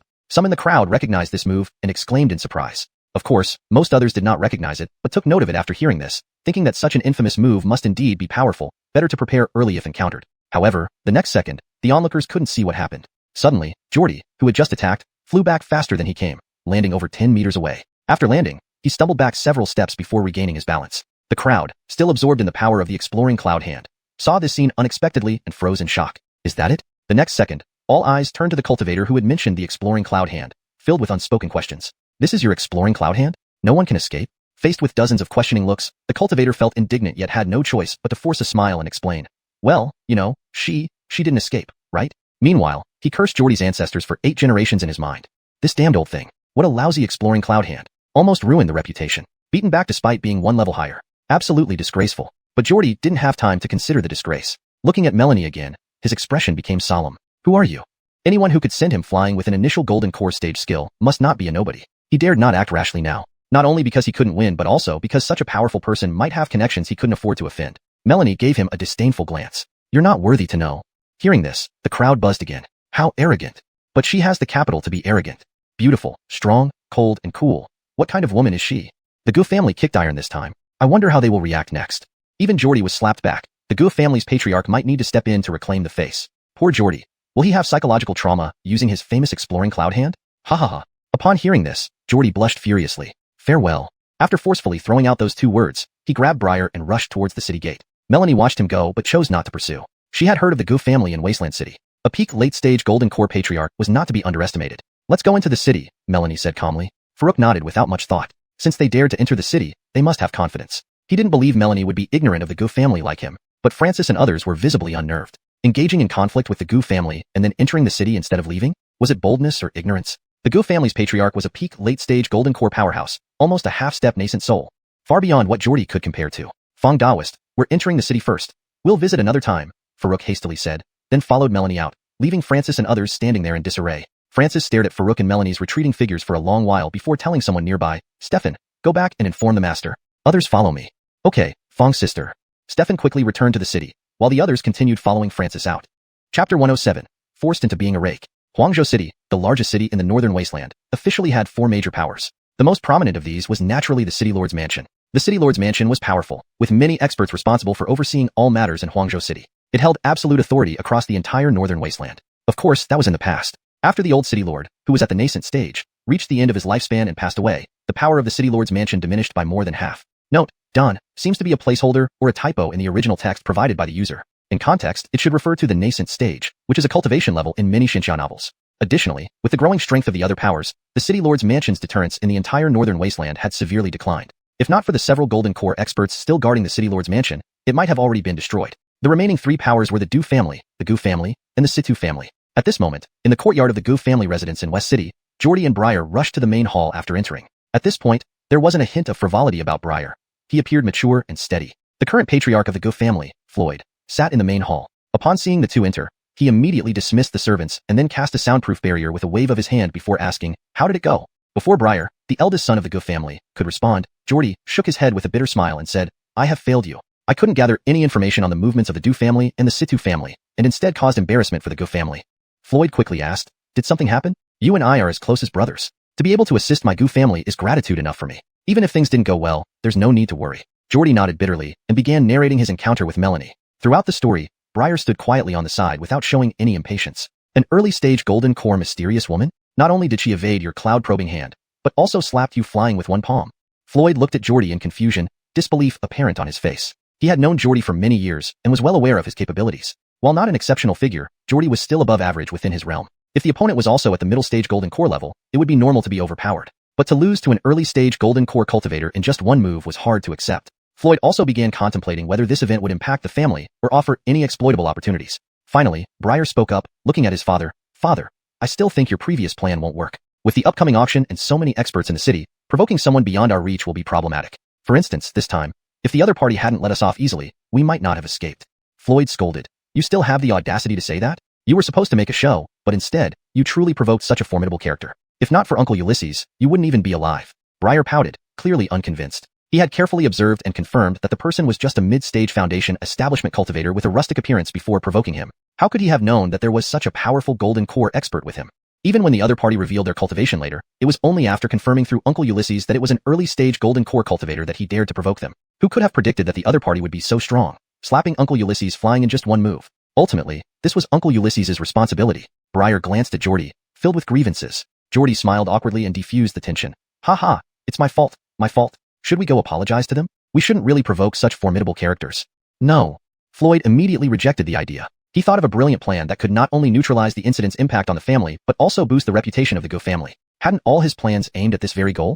Since 13 years ago, when the previous Patriarch failed to break through to the nascent stage and was approaching the end of his lifespan, he started making elaborate arrangements. Note: I have made slight adjustments to ensure the terminology is consistent and the sentence flows naturally in English. The term, nascent dawn, seems to be a mix of English and Chinese, so I corrected it to nascent, which is commonly used in English translations for cultivation stages in novels. The most crucial part of the plan involved having his son, Briar, create chaos and cultivate the impression of growing stronger influence from the outside. Only then would others fear the Go family. Otherwise, if some people noticed that the Go family's Patriarch was nearing the end of his lifespan, the Go family's foundation might come to an end. The three major families became what they were because each had a late-stage Golden Core expert. Should any late-stage Golden Core cultivator pass away, the other two families might covet their position. Conversely, if any late-stage Golden Core cultivator successfully breaks through to the nascent stage, the City Lord's mansion might become the target. With strength came rise, and without it, decline.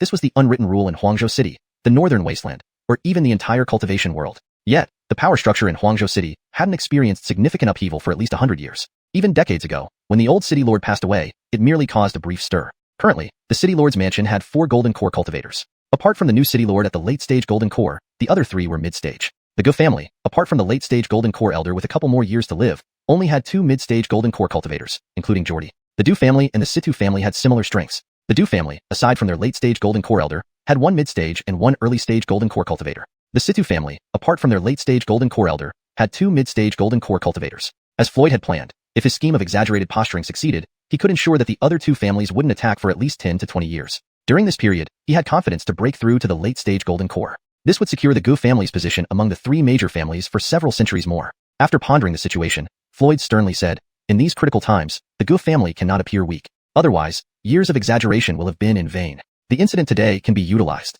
We should not apologize but respond forcefully to show everyone that the Go family has deep reserves and doesn't fear anyone. Tianming, you must continue maintaining your image as a rake. This concerns the survival of our Go family." "Yes, father."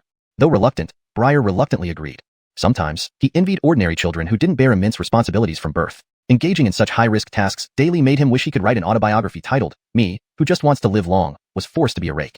Chapter 108, Briar's Intuition. After entering the city, Farouk had already learned some information about the auction from Melanie. The auction in Huangzhou City was a large-scale event hosted by the City Lord's Mansion of Huangzhou. This auction took place every 6 years. The items up for auction were diverse, including all sorts of rare items. Some auctions even featured heavenly tier cultivation techniques, high-grade talismans, and even spirit treasures that could surpass magical artifacts in power. Not only did major forces and families from the northern wastelands send representatives, but sometimes even people from other regions participated as well. However, this auction was only directly open to cultivators at or above the Golden Core stage. Cultivators below the Golden Core stage needed special permits to enter. This rule was set to prevent overcrowding, especially considering that Huangzhou City alone had a permanent population of over 10 million. Add to that the numerous cultivators from villages, sects, and powers outside the city, and without such restrictions, no space would suffice. Farouk initially thought that attending such a grand auction might be a good opportunity to broaden his horizons. He had over 100 high-grade spirit stones, and might even get lucky enough to snatch a nice treasure. But upon hearing the rules, he became disheartened. Subsequently, he followed Melanie around the city. Their main goal was to find Shunji pill and Baoshue pill.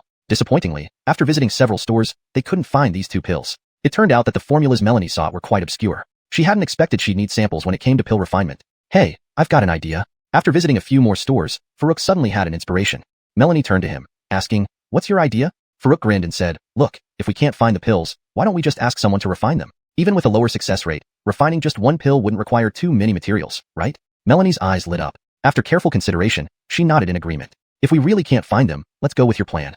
Her requirement was a success rate of at least 75%, while Farouk promised 95%. There was nearly a 20% buffer, which could easily cover the cost of sample refining. Besides, she had no better options now. However, giving Farouk's master such a low margin for error meant that if the success rate didn't reach 85%, the number of refined pills would likely fall short. Melanie looked at Farouk with complex emotions. She was pinning all her hopes on him now. Any significant mistakes would affect their journey to the ruins of the Butian sect. Without obtaining the supplemental elixir technique, her cultivation path would end here. Seeing her expression, Farouk felt unsure but comforted her. "Don't worry too much. This is just our last resort. Even if we don't find them, there's still the auction in 10 days. Maybe those 2 pills will be available then." Melanie nodded and said, "You should go back to the inn first. I have some other matters to handle, and I'll come find you later." "All right, take care of your business," Farouk smiled. They parted ways. Melanie began contacting people from the Ancient Mysteries sect using her divine sense. As one of the 3 major sects of Huangbian Town, the Ancient Mysteries sect would certainly send representatives to such a significant auction. Meanwhile, Farouk returned to the inn. Earlier, after receiving the Luotian step technique from Melanie, he only skimmed through it before tossing it into the Alchemy Cauldron for Kira to study. Now, half a day later, Farouk thought it was time to check on the progress. "Kira, How's the cultivation technique you were studying? Farouk mentally communicated. Oh, I've long mastered it. It was way too easy. No challenge at all, Kira replied with a smug tone. Farouk laughed. Really? If you're so smart, can you create an even better cultivation technique? Alright, I get it. You can't. No. Creating cultivation techniques requires insight, and you haven't given me any insights. How am I supposed to create something? It seemed it was Farouk's fault. Feeling speechless, Farouk asked, so tell me about the technique you studied. Sure thing. Strictly speaking, it's earth attribute based. You need to gain insight into the earth. Before cultivating, or even on regular days, you can use your legs to channel your spiritual energy and divine sense into the ground to find the feel of it. Farouk listened carefully, pondering internally. Although he wasn't sure if it was correct, Kira's explanation seemed plausible. In that case, the Luotian step was completely different from the Fengshan step, which required insight into wind power. If he mastered both techniques and combined them, who knew what might happen? Lost in thought, Farouk started practicing the method Kira described, channeling his spiritual energy and divine sense into the ground as he walked back to the inn. Once in the room, Farouk came to a conclusion. It was utterly useless. On another front, Briar and Geordie left the main hall and resumed their casual demeanor. His two maidservants, whom Geordie had neglected earlier due to GE's family investigation, had just returned. One was sent by the Du family, and the other by the Situ family. So Floyd had cleverly included them in his son's outings to cause trouble. Briar brought the maidservants along, preparing to put on another display of arrogance. However, he inwardly disagreed with his father's decision today. An early-stage golden core cultivator defeating a mid-stage golden core in one move. How could this be a simple opponent? Leaving aside whether his father and Geordie could suppress the person, even if they succeeded and gained temporary prestige, what would happen when the person's backing force found out? His grandfather couldn't intervene directly. Once involved, it would be obvious, causing greater harm to the Go family. Feeling a headache coming on, he silently transmitted to Geordie, Uncle Ulysses, what do you think of my father's decision today? Geordie, outwardly aloof, slightly opened his eyes and looked at Briar indifferently before replying telepathically, since you're asking, I assume you're not very supportive? That's right. I think father's decision was too abrupt. He underestimated the person because he only knew they were early-stage golden core. Briar shared his thoughts openly. A strange intuition nagged him. If they followed his father's plan, the Gu family might be destroyed. He wanted to try convincing Geordie and align their efforts to sway his father. You make a good point, Geordie nodded, appreciating Briar's insight. He had also fought the person and understood their strength better than Briar. But to the Gu family, he was still an outsider after all. No matter how close their relationship, he couldn't directly challenge Floyd's decision and could only try to persuade indirectly. Uncle Ulysses, is there any way to convince my father? Reassured by Geordie's affirmation, Briar felt more confident and hurriedly asked. Geordie pondered for a moment and said, if you can investigate the person's background and make your father realize that the consequences will far outweigh the benefits, I think he might change his mind. Briar's eyes lit up upon hearing this. Thank you for your advice, Uncle Ulysses. I know what to do now. Chapter 109. Infertile yet surrounded by descendants. In the inn room, Farouk stood up from his cultivation. 8 days had passed in a flash. During this time, apart from absorbing spirit essence liquid for cultivation, he spent most of his time sensing the earth and comprehending the Luotian step.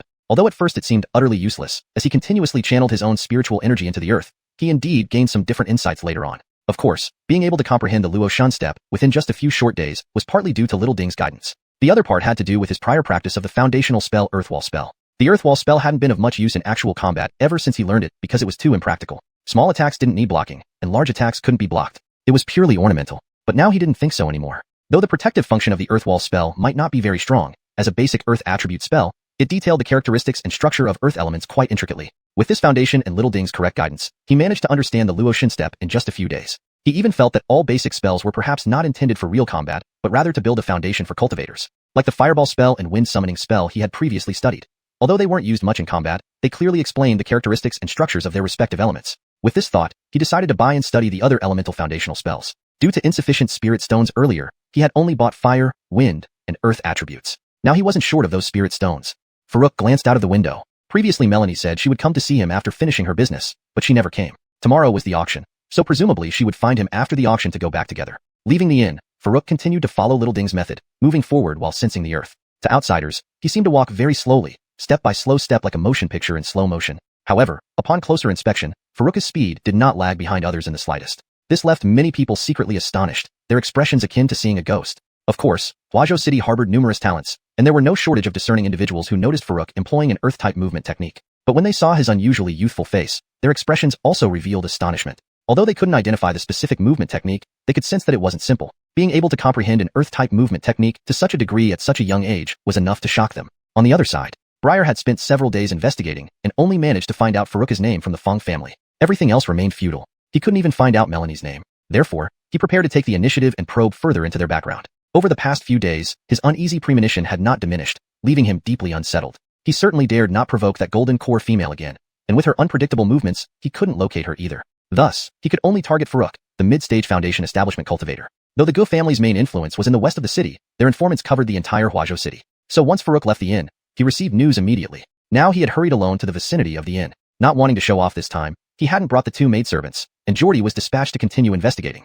Time was running out, and they had to act separately. After confirming the direction, he immediately used his movement technique to chase after Farouk. Principally, using divine sense to spy on others was forbidden in Huazhou City, though not explicitly stated. As a city prohibiting conflicts, no cultivator liked being surveilled by others' divine sense. To avoid unnecessary disputes, the rule against arbitrary spying was implicitly accepted. However, rules are set by the powerful and followed by the weak. Golden Core cultivators were exempted. Even if ordinary people detected being spied on by Golden Core cultivators, they could only silently endure. Though Briar was not a Golden Core cultivator, he was the eldest son of one of the three major families in Huazhou City, the Gu family, and his persona was arrogant and domineering. Hence, while chasing Farouk, he directly spread his divine sense to track Farouk's trail. Even if others felt the collision of his divine sense, they could only quietly give way. This crazy fellow, provoking him was simply out of the question. For the first time, Briar tasted the benefits of being a playboy. However, before he could revel in it, his brow furrowed the next moment. There was no other reason. It was because after pursuing Farouk for quite a while, despite being able to track him via divine sense, he found it completely impossible to catch up. Even at maximum speed, he could only maintain a divine sense lock on Farouk and struggled to close the distance.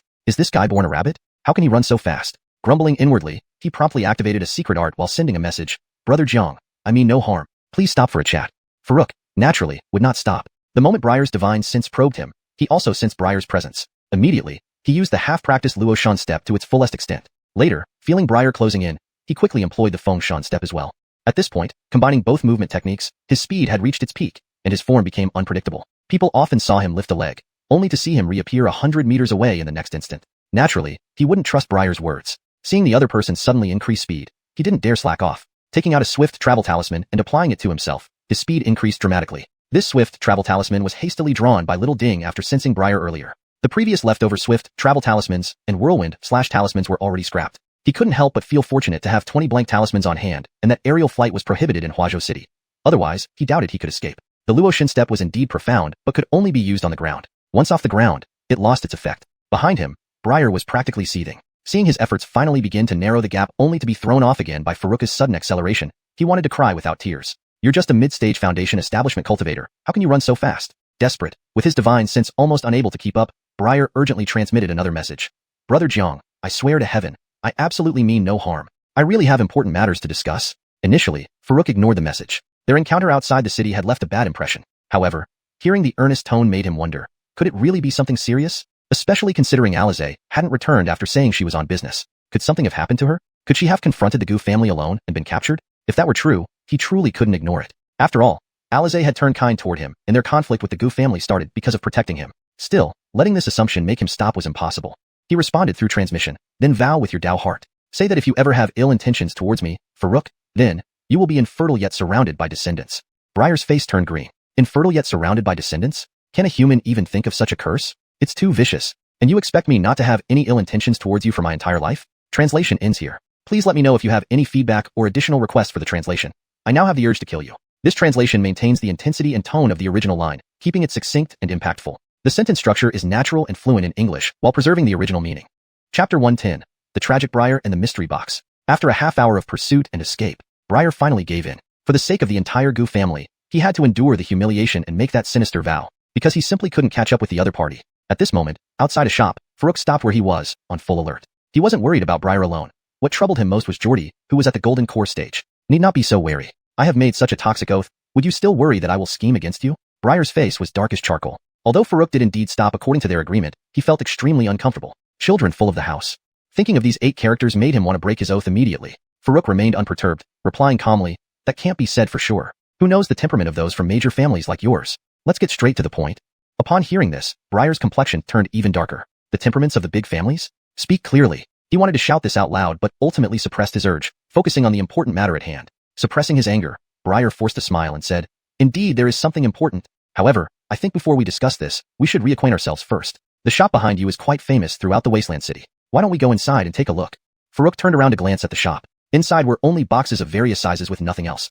No elixirs, no spirit herbs, no cultivation techniques, nothing related to cultivation. Not understanding the fuss, Farouk naturally wasn't interested and replied indifferently, I don't have money. Briar felt a surge of blood rush to his head. Closing his eyes and taking a deep breath to calm himself, he gritted his teeth and said, Since I invited Brother Jiang to come in, naturally, it's on me. Okay. Before he could continue, Farouk agreed and walked in first. If someone was willing to spend spirit stones, he was naturally more interested. Standing there, Briar wished he could slap himself. The consumption inside the shop was not cheap. His original intention was to offer to pay for several items as a gesture of goodwill. If he wanted to dig into Furuka's background, spending some spirit stones was an investment. But the other party took it as if Briar would cover all expenses. Was that reasonable? Inside the store, observing how other customers operated, Furuka began to understand the nature of the shop's business. One customer chose a box, paid spirit stones, and then the shopkeeper opened it. Inside lay a spirit herb. Dragon pattern grass, hit the jackpot. Other customers cast envious glances. Dragon pattern grass was a grade 5 spirit herb worth about 600 medium grade spirit stones, while the customer had only paid 100 medium grade spirit stones. Instant profit of 500 medium grade spirit stones. However, most customers who paid the spirit stones and opened their boxes ended up with disappointment and regret. It was essentially a mystery box game, a gamble wanting to win big with little cost. As the shopkeeper, the house, they wouldn't run a losing business. You might not lose, but the house definitely profited heavily. Briar whispered secretly to Furuka, Brother Jiang, what do you think? There are 3 levels of boxes here, 10 medium grade spirit stones, 100 medium grade spirit stones, and 1000 medium grade spirit stones. As an apology for earlier outside the city, how about I give you 3 boxes? That's very kind of you. Although Furuka didn't know Briar's true intentions, free stuff wasn't to be passed up. He walked directly to the area with the 1000 medium grade spirit stone boxes. If someone else was paying, he'd pick the more expensive ones. While watching Furuka move to the 1000 medium grade spirit stone area, Briar realized another mistake. He meant to let Furuka choose 1 box from each level. But given Furuka's boldness, he would likely choose 3 boxes of 1000 medium grade spirit stones each. He slapped his forehead in frustration. However, he couldn't back down now. 3000 medium grade spirit stones, he gritted his teeth and decided to bear the cost, using it to ease Furuka's suspicions. Furuka observed the boxes in the 1000 medium grade spirit stone area closely. They all looked the same and seemed to block divine sense detection. Scanning with his divine sense confirmed this. Seeing him linger, other customers sneered, thinking him indecisive or unwilling to buy. Ignoring the others, Furuka knew he had to select randomly. Deciding to grab 3 nearby boxes and ask Briar to pay, he suddenly heard the small cauldron's innocent voice. This box has a fruit inside. His hand paused midair. How do you know there's a fruit inside? I saw it. Furuka was startled. You can see through these boxes? Why not? Furuka was even more astonished. The gold refining cauldron had such capabilities? Clearly, he still had much to learn about it. Shaking off his thoughts, he asked eagerly, tell me, what kind of fruit is inside? Meanwhile, he glanced at the countless boxes. Just in the 1000 medium grade spirit stone area, there were over 100 boxes. The smaller boxes were even more numerous, numbering in the hundreds. If the cauldron really could see through the boxes, he could open all the valuable ones and leave the shop owner devastated. The small cauldron chimed in again. This fruit is similar to your fruit. My fruit? Realizing what the cauldron meant, Furuka understood. The only item he carried that could be considered a fruit was the Huang Dao fruit. Its market price was typically around 10 to 100 medium grade spirit stones. Given that each box cost 1000 medium grade spirit stones, buying this box would mean a definite loss. To improve the odds, he moved 2 steps to check another box. What about this one? What's inside? There's a flower inside. What kind of flower? Does its energy compare to the previous fruit? A white flower, with energy similar to the previous fruit. Furuka understood instantly. While the cauldron might not know the flower's name, comparing energies was reliable. Energy directly related to spirit source liquid, a core skill. However, if the flower's energy matched that of the Huang Dao fruit, it was likely a grade 4 spiritual material. Furuka then switched to another box and continued to ask, what about this one? What's inside? This one contains a bow. Finally, some equipment has come up. Furuka hastily asked, what kind of bow? How does it compare to mine? It's definitely better than yours. The bow inside is a magical treasure. If it were given to me, I could feast on it for half a day. The small cauldron's voice sounded again. Hearing this, Furuka was first startled, then filled with intense joy. A magical treasure was something only golden core cultivators could possess, far more powerful than spirit weapons. There was no need to consider its quality. As long as it was a magical treasure, its value far exceeded 1000 medium-grade spirit stones. Note, the paragraph structure and line breaks have been maintained as per the original text. Chapter 111. Don't be upset yet. People around were still pointing and whispering, but Furuka paid them no mind. Suppressing his inner excitement, Furuka picked up the chest as casually as possible. He then continued to look for the next one. Soon after going through over 10 ordinary chests, Furuka encountered another that caught his attention. According to what Little Ding said, inside this chest should be the body of a snake-type monster. Although its exact level was unknown, it definitely contained more energy than the monsters he currently had. Furuka didn't need much thought. His current monsters were all level 1, so anything more powerful must be at least level 2. It could even be level 3 or 4. These would certainly be useful to him. Even when refining spirit source liquid, they would produce significant results. But even a common level 3 monster typically only fetched around 300 to 600 medium-grade spirit stones. Only rare level 3 monsters, or level 4 ones, might exceed 1000 spirit stones in value. The odds of that happening weren't high. So, Furuka didn't immediately choose this chest but continued searching. After mostly exploring the area designated for items costing 1000 spirit stones, he finally selected 3 chests. By this time, a crowd had gathered around him. Most were regular customers who frequented the shop and had never seen anyone scrutinize the chests so meticulously. They couldn't help but wonder what he would come up with. Finally made a choice? Let's see what this guy gets. You wouldn't believe it. I saw him choosing chests when I arrived, and by the time I finished opening 2 chests and was about to leave, he was still picking. The more carefully he picks now, the more embarrassed he'll be if he gets some junk. I can't wait to see how he reacts to disappointment. Haha. Ignoring the comments around him, Farouk walked straight to the clerk with his 3 chests. He raised an eyebrow at Briar and said, "Mr. Gu, thank you for your generosity." Briar looked at the chests worth 3,000 medium-grade spirit stones and grimaced. He really didn't want to deal with this situation, but considering the purpose of his visit, he had no choice. With gritted teeth, he managed a smile uglier than a frown. "Jiang brother and I are already like old friends. These few spirit stones are nothing." He painfully handed over 3,000 medium-grade spirit stones to the clerk. "Thank you for your patronage, young Master Gu. Let me open these chests for you right away." As the clerk received the payment, he happily approached to start opening the chests. Farouk pushed forward the chest containing the bow first. Looking at Briar's face, which resembled someone who had just lost a parent, he offered a comforting word. "Don't be upset yet, or you'll only feel worse later." Briar didn't understand what Farouk meant. Thinking there might be some trick coming, he became more cautious. With a snap, the chest opened, drawing everyone's immediate attention. Inside lay a dark-colored long bow. Everyone present, being seasoned cultivators, instantly recognized it. "Hiss, that's a magical treasure." "A magical treasure? And it's a bow? This must be extremely valuable. To get this just from opening a chest? This kid must have incredible luck." Amidst the gasps of awe, Farouk reached out and grasped the long bow. His first impression was that magical treasures were indeed extraordinary, far surpassing spirit weapons. Even without infusing it with spirit energy, the natural aura emanating from it was making the Foundation establishment cultivators slightly breathless. Or perhaps they were simply envious to the point of suffocation. At this moment, Briar finally understood why Farouk told him not to be upset yet. Now he truly felt worse. Spending 3,000 medium-grade spirit stones wasn't a huge blow, but if that money ended up creating immense value for the other party, it would hurt more than a physical injury. A magical treasure was something even the entire Gu family only possessed a few of. However, he quickly recovered. Of course, if even the Gu family couldn't offer many such treasures, how could this person possibly afford to sell one here? He knew very well that the store owner was actually their bitter rival, the Situ family. He didn't believe the Situ family would willingly place a magical treasure here for sale, not even for 10,000 medium-grade spirit stones. Doubtful, he took another close look at the long bow in Farouk's hand. Soon, he noticed something odd. While the bow was undoubtedly a magical treasure, it was in a semi-broken state. There were obvious cracks on both ends of the bow, indicating that it couldn't fully function anymore. This made sense. It was still valuable, but not nearly as much as a functional magical treasure. Repairing it would require appropriate materials, and likely a level 5 alchemy master. For flawless repair, perhaps a level 6 master would be necessary. If such conditions existed, it would make more sense to craft a new one instead of fixing it. Farouk also noticed the cracks, but wasn't bothered. Even in a semi-broken state, its value far exceeded 1,000 medium-grade spirit stones. Moreover, he had the golden cauldron. Although he couldn't repair it now, once Little Ding upgraded further, repairing this magical treasure would be feasible. Besides, he hadn't spent a single spirit stone himself. Whether he sold it directly or kept it for repair, he stood to gain. Putting the bow into the golden cauldron, Farouk pushed forward the second chest, gesturing politely to the clerk. The onlookers didn't disperse, all eyes turning to the second chest. After getting a magical treasure in the first try, even if semi-broken, it was completely worth the 1,000 spirit stones. Seeing Farouk succeed only made them more eager to witness what would come next, possibly more than Farouk himself. However, the clerk, who had been ecstatic initially, now wore a different expression. Losing a high-value item, even in a semi-broken state, was bound to bring him severe criticism from the management. Chapter 112, The Fire-Storing Stone, Hank. The second box was quickly opened. Everyone surged forward to peer inside. Within lay a short dagger with a dark green blade, smooth and evenly crafted, its edge gleaming coldly. A spirit weapon. An exquisite spirit weapon. Tisich, another treasure. The Sidhu family sure doesn't hold back. They're willing to offer such high-quality items. You only see the spirit weapon. How about looking at others who spent 1,000 spirit stones and got nothing but junk? If there wasn't anything valuable, who would play? That's true, but while an exquisite spirit weapon is rare, it still falls short compared to the previous magic treasure. You misunderstand. Even though an exquisite spirit weapon is less valuable than a magic treasure, it's far more practical than that half-ruined magic treasure. You have a point. This is indeed hard to judge.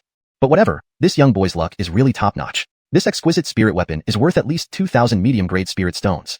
Amidst everyone's astonished murmurs, Farouk reached out and took the dagger in his hand. An exquisite spirit weapon can be considered the pinnacle of weapons just below magic treasures. For Foundation establishment cultivators, even late-stage peak ones, an exquisite spirit weapon is vastly more practical than a magic treasure. Using a magic treasure consumes too much, which makes it difficult for Foundation establishment cultivators to fully utilize its power. But an exquisite spirit weapon can be wielded with ease. Farouk had always wanted to upgrade the Demon Blade. With the Alchemy Cauldron's current capabilities, it could be enhanced to a high-grade spirit weapon. Unfortunately, he lacked suitable materials, so it was put off indefinitely. He hadn't expected to come across such an exquisite short dagger while choosing boxes. Without hesitation, he grabbed it. Though it looked completely different from his Demon Blade, it didn't hinder its use at all. After examining it briefly, Farouk stowed it away and smiled at Briar. Thanks, young Master Go. Seeing Farouk draw another treasure made Briar, who was already feeling upset, nearly burst into rage. Ignoring Farouk, he shouted at the clerk. What are you waiting for? Open the third one now. He desperately hoped the next one would yield something trivial to soothe his wounded pride. The onlookers felt almost the same way. They found watching Farouk continuously pull treasures was worse than getting junk themselves. The clerk dared not say a word, silently walking towards the third box. At this moment, he felt as if his future was bleak. 2 treasures in a row. It seemed his days working here were numbered. Soon, with a snap, the The third box was opened. Everyone rushed over again. Before the junior clerk could glance inside, he was shoved aside. But hearing the crowd's gasps, he knew he didn't need to look. Damn, a fire-storing stone. All 3 boxes hit. This luck is insane. This hurts. 1 fire-storing stone alone is worth at least 3,000 medium-grade spirit stones. Why don't I have such luck?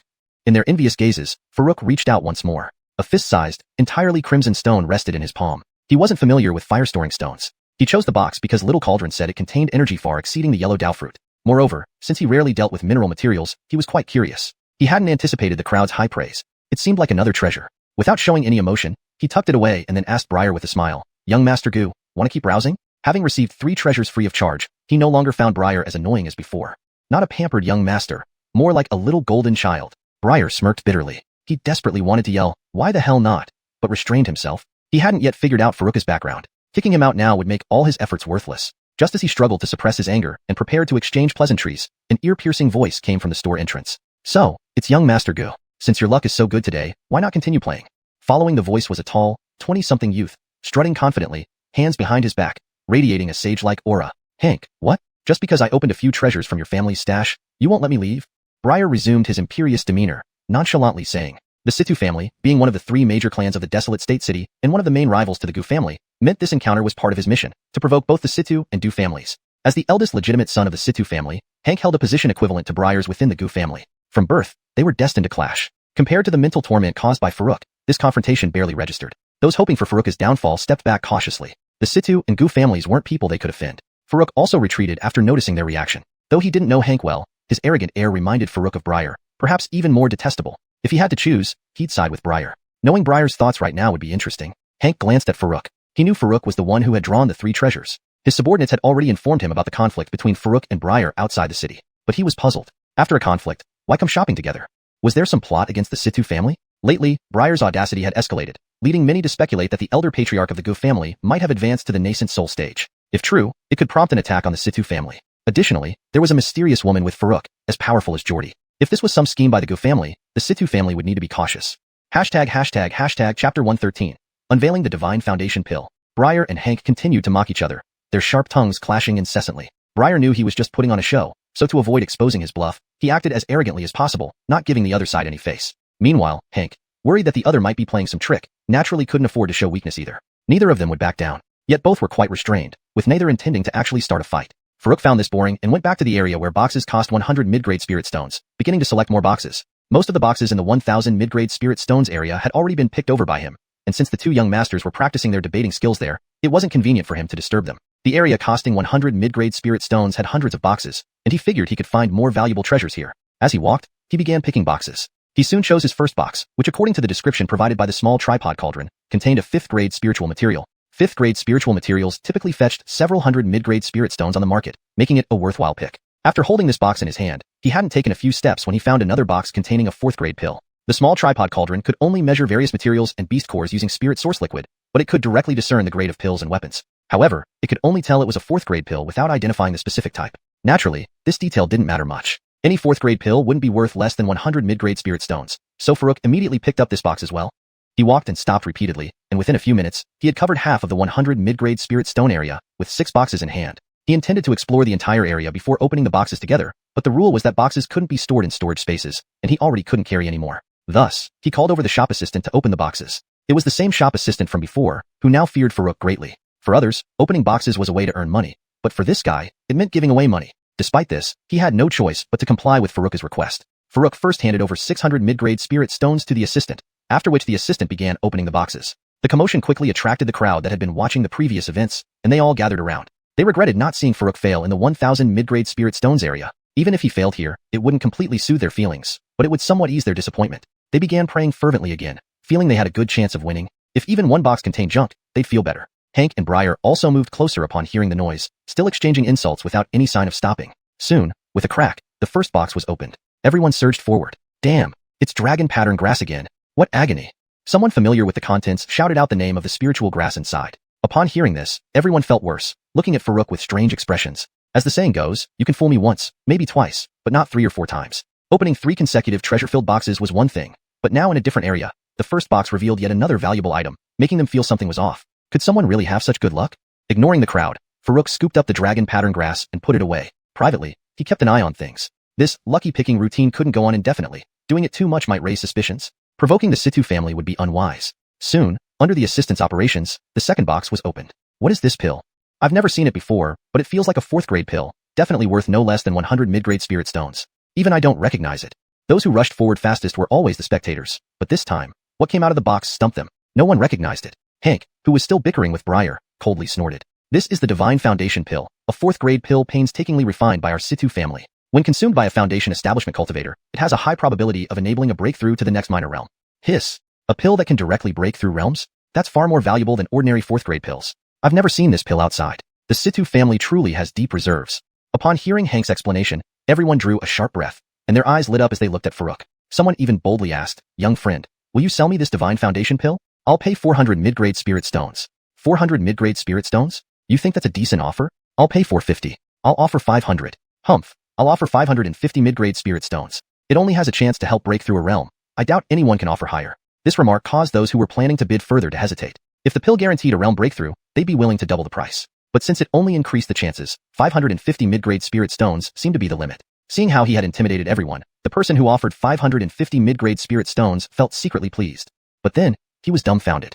Farouk smiled apologetically at the crowd. Sorry, everyone. I plan to use this pill myself. I happen to need it to break through my current realm. If he remembered correctly, this pill was one of the 2 types needed by Melanie for refining. Previously, they had searched several streets in Wasteland City to find a sample but found none. He never imagined getting one so easily today. Through his perception, he knew this was likely an excellent grade pill suitable for the small tripod cauldron to replicate as a sample. He naturally wouldn't sell it. Despite the crowd's disappointed faces, they could do nothing but give up. After all, they were on the Situ family's turf. They wouldn't dare be overly bold even if Hank weren't present, let alone in front of him. With Hank's cold snort, the previously nervous shop assistant froze, hesitating to open the 3rd box. He suspected Farouk was deliberately tormenting him. Otherwise, why choose him among several assistants to open these boxes? He bitterly regretted having shown contempt when Farouk initially picked the boxes. But in truth, Farouk hadn't intended to play tricks on him. In the 1000 mid-grade spirit stone area, he chose this assistant simply because he was closest. Why should he blame Farouk for being near enough to watch the spectacle? In the 100 mid-grade spirit stone area, Farouk had called him over due to familiarity. He hadn't minded the earlier disdain. He had encountered plenty of skeptical gazes while hesitating over his picks and couldn't care about all of them. Note asterisk I've maintained the paragraph structure and line breaks to ensure the translated text closely mirrors the original format and style. Hashtag chapter 114. Briar and dogs not welcomed. Currently, out of the 6 boxes chosen by Farouk, only 2 have been opened, leaving 4 still unopened. Hank cast a barely noticeable glance at Farouk. Just these 2 boxes alone had already cost them nearly 1,000 mid-grade spirit stones in value, plus the 3 major treasures found earlier in the 1,000 mid-grade spirit stone area. A preliminary estimate put their total loss at over 6,000 mid-grade spirit stones. Those 6,000 mid-grade spirit stones weren't a big deal for the Situ family. Being so easily taken advantage of was always irritating. At this point, no one with any sense could still think Farouk was just lucky. But even so, Hank couldn't simply make him stop. This was what truly made him uncomfortable. In front of so many people, if he were to drive someone away just because they got some valuable items from a few boxes, his shop's reputation would be ruined. After some contemplation, Hank turned his head and signaled the small clerk standing by to continue opening the boxes. The little clerk approached tremblingly. Perhaps due to nervousness and fear, he fumbled for quite a while before finally managing to open the box with a snap. Everyone surged forward again. Upon seeing the item inside, they all drew sharp breaths. Whoa! What dense earth attribute? Is this a beast core? A 4th grade beast core. Can't believe we got this. It's more valuable than 5th grade dragon pattern grass. Damn, this is infuriating. 4th grade beast cores contain the essence of a 4th grade demon beast energy. Equivalent to a human core formation stage, they could only be defeated by core formation cultivators. Their value was self-evident. None of those present were core formation cultivators. Even an early core formation cultivator could establish significant power in Wild Continent City. Farouk reached out and picked up the beast core. It was slightly larger than a fist, dark black in color. Holding it, he could indeed feel the dense earth attribute energy. It was definitely a beast core from an earth-type demon beast. Seeing this scene, Hank couldn't help but twitch at the corners of his eyes. A 4th grade beast core was arguably the most valuable item in this area, worth even more than 1,000 mid-grade spirit stones. He hadn't expected such a find. Witnessing someone spend 1,000 mid-grade spirit stones to take away an item worth far more, even though he was prepared mentally, he found it hard to accept. There were still 3 boxes left unopened. Who knew what other good things might come out? No, he had to do something. Letting Farouk open these last 3 boxes was one thing, but he couldn't let Farouk choose any more boxes. Hank's mind raced, thinking of possible solutions. Meanwhile, Briar felt a mix of emotions watching Farouk get yet another trio of great items. He'd been badly wronged by Farouk before and wanted nothing more than for Farouk to suffer. But seeing Hank's obvious distress, his whole world brightened. As if struck by enlightenment, he suddenly realized, right, although he spent 3,000 mid-grade spirit stones on Farouk, that amount indirectly caused Hank a loss of over 5,000 mid-grade spirit stones. With these newly opened boxes, the losses surpassed 7,000 mid-grade spirit stones. If Farouk kept opening boxes, Hank would lose even more. That made his expenditure worthwhile. While he didn't gain anything himself, as long as his archenemy suffered more, his own losses were negligible. With this thought, Briar felt rejuvenated. Pulling out his showy fan, snapping it open and placing it slowly in front of his chest, he taunted Hank, "Wow, a 4th grade beast core. I guess the Situ family wouldn't mind that, considering their resources." Hank, who had been agonizing without finding a solution, felt his anger rise further. But for the sake of his shop's reputation, he gritted his teeth and pretended calmness, saying, "Of course, we Situ have always upheld integrity in our business. Everyone can be our witness today. The various major treasures we advertised are genuine, and once taken by lucky customers, we immediately replace them with equally valuable ones." Great. Master Situ really has a big heart. I was worried about how the Situ family would react after so many treasures were claimed today, but it turns out Master Situ is so generous. I feared those treasures were just hype, but now I see they are all real. The Situ family really doesn't skimp. Hank's speech earned praise from everyone there. His anger transformed into smug satisfaction. He felt he had a natural talent for public relations. As he basked in this feeling, Briar became uncomfortable. He almost succeeded in embarrassing the opponent, but inadvertently boosted them instead. It made him feel worse than swallowing a fly. In a rage, he retorted, "Since Master Situ has spoken, the 3 treasures Jiang brother took must have been replenished, right? As new friends, I'm here to celebrate with Jiang brother with a heavy purse. Master Situ wouldn't refuse Jiang brother from choosing more boxes, right?" He snapped his fan closed and folded his hands, looking down on Hank like a judge. He too felt proud of his clever words. If Hank allowed Farouk to continue, he would gladly pay for everything. He wanted to see how much Hank was willing to put in. Hank, lost in his own PR triumph, suddenly heard Briar's words. He almost wanted to strangle him. After a long silence, he turned to the small clerk beside him and said, "Put up a sign outside that says, 'Briar and dogs not welcomed.'" Translation ends. Please provide the next part for translation. Chapter 115.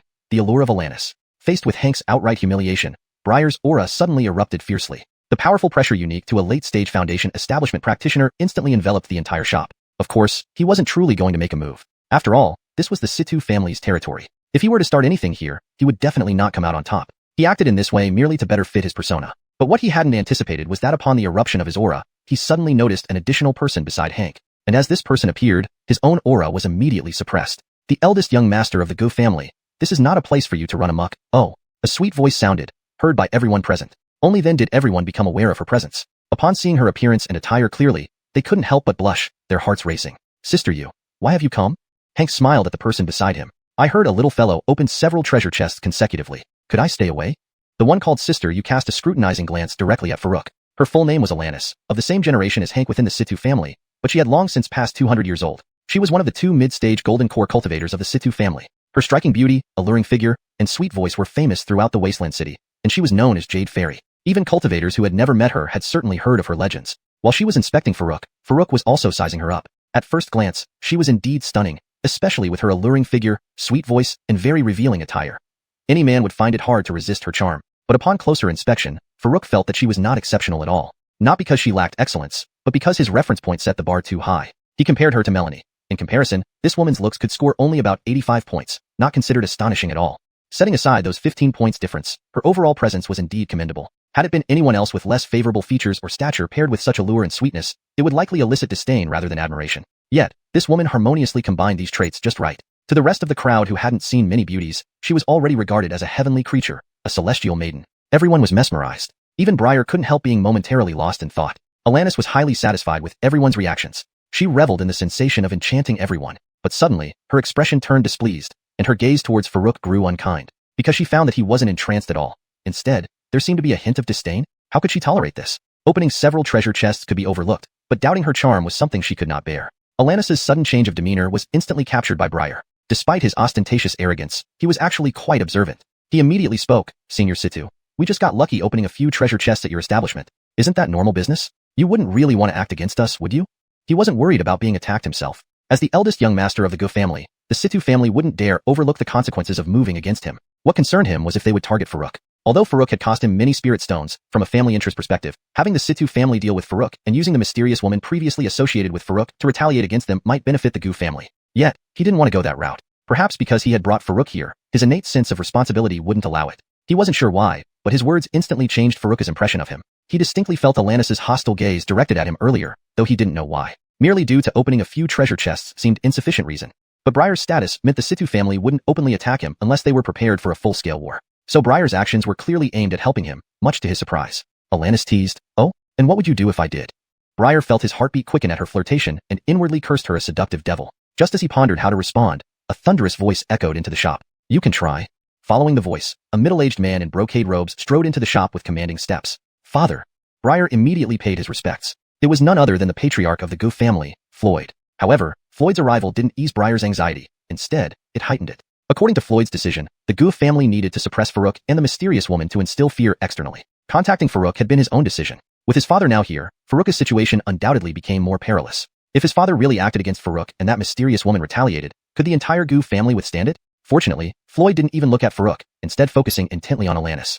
Alanis felt a chill down her spine under his stare. Although both were mid-stage Golden Core practitioners, she knew she was no match for Floyd. But soon she regained her composure. This was her family's territory. Even if a fight broke out, reinforcements from the Situ family would quickly arrive. Though she admitted defeat against Floyd, holding out for a while was feasible. Why does Patriarch Gu have the leisure to visit our humble shop? Might you be here to reminisce with this humble servant?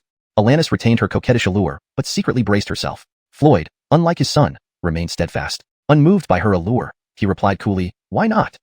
Of course not. Patriarch Gu gracing us with his presence is an honor, Alanis purred, casting a sultry glance. Since Floyd hadn't moved, she relaxed. Her spies must have already reported back to the Situ residence. Even if Floyd wanted to act, it was too late. She glanced at Farouk again. This little fellow interests me. I wish to study him further. Surely Patriarch Gu wouldn't interfere? Only then did Floyd cast a glance at Farouk, expressionless. He knew this was the youth his son mentioned, but paid him no mind. Having intended to suppress even Melanie, how could he care about a mere foundation establishment cultivator? Seeing this, Briar's heart leapt to his throat, fearing his father might lose control and harm Farouk. Just as Floyd prepared to turn and leave with his son, he suddenly noticed a serene, ice-cold Olivia standing beside Farouk, unnoticed until now. His eyes involuntarily contracted sharply. Claiming to have no peer among mid-stage Golden Core practitioners, he hadn't sensed her approach at all. If the other party intended to make a move against him, Floyd instantly broke into a cold sweat. Hashtag chapter 116. Floyd changes his decision overnight. Farouk also noticed the sudden appearance of someone beside him. Turning his head, he immediately brightened up. How did you come here? The person who arrived was none other than Melanie. If it were before, seeing Melanie would have made him inwardly cry out in misfortune. But now, after several days of not seeing her, he felt a sense of joy at their reunion, especially under these circumstances. He wasn't sure about Floyd's attitude, but Alanis had clearly expressed her intention to keep him here. Facing a formidable mid-stage Golden Core cultivator like her, he found himself with very few options. In this almost hopeless situation, Melanie's arrival gave him a different feeling altogether. Others present soon noticed Melanie's arrival as well. Upon seeing her face, they all widened their eyes and fell into a trance. Even Floyd, in shock, couldn't help but pause. Is there really such a beautiful woman in the world? Could this be the mysterious woman my son spoke of? Seeing the reactions of everyone, Alanis's expression immediately darkened. Her gaze toward Melanie shifted from shock to resentment. With her reputation as Jade Immortal Maiden, she was always the center of attention wherever she went. Just by raising a hand, people would be willing to die for her. But today, first, she met Farouk, who looked at her disdainfully, and then came Melanie, drawing everyone's attention away. How could someone who prided herself on her charm possibly endure this? Noticing Alanis's venomous glare, Melanie calmly stared back. Do you intend to attack me? She ignored the stunned gazes around her. If it were a few hundred years ago when she was still proud and arrogant, she might have punished anyone who dared to admire her beauty. But after centuries of tempering, her heart was now as calm as water, far removed from her former assertiveness. Moreover, over these past few hundred years, no matter where she went, she couldn't avoid such gazes, so she didn't care anymore. Alanis, under her steady gaze, felt an uncontrollable shiver in her heart, as if being watched by an ancient power. The sensation was even more intimidating than facing her own clan's ancestor. She wouldn't dare to act rashly. Melanie then turned to Farouk, her eyes softening. Let's go. Stay close to me from now on. The auction is about to start, and many Golden Core cultivators are in town.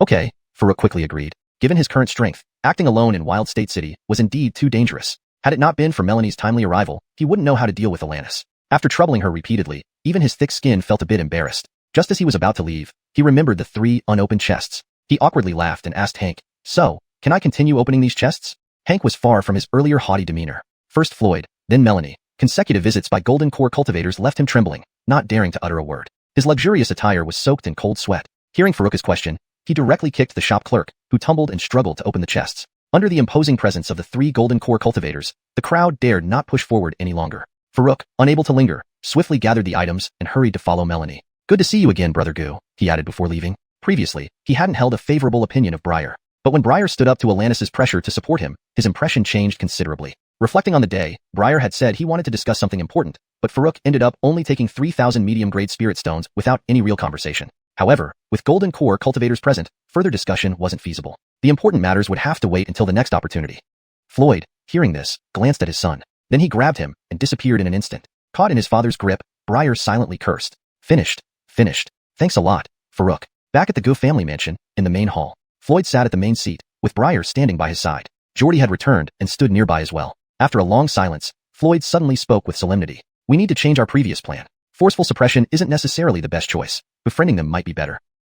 Briar, waiting anxiously for his father's judgment, nearly choked on his saliva, taken aback by this unexpected change. He thought his father would stick to the original decision. To that end, he had prepared to argue bitterly because, according to the previous plan, secretly meeting Farouk would mean going against his father's wishes. Normally, that would warrant severe punishment. Yet, he never expected his father to reconsider and announce a change after sitting in contemplation. Meeting his father's gaze, Briar quickly flattered, "Father, your wisdom shines through." Geordie, witnessing this, was bewildered. What's happening? He had just barely managed to gather information and was about to persuade Floyd. Why did the decision change so suddenly? Seeing his confused look, Floyd explained, "Brother Ulysses, to be honest, after encountering that mysterious woman today, I realized I'm not a match for her either. Even if we both acted together, we might not be able to suppress her."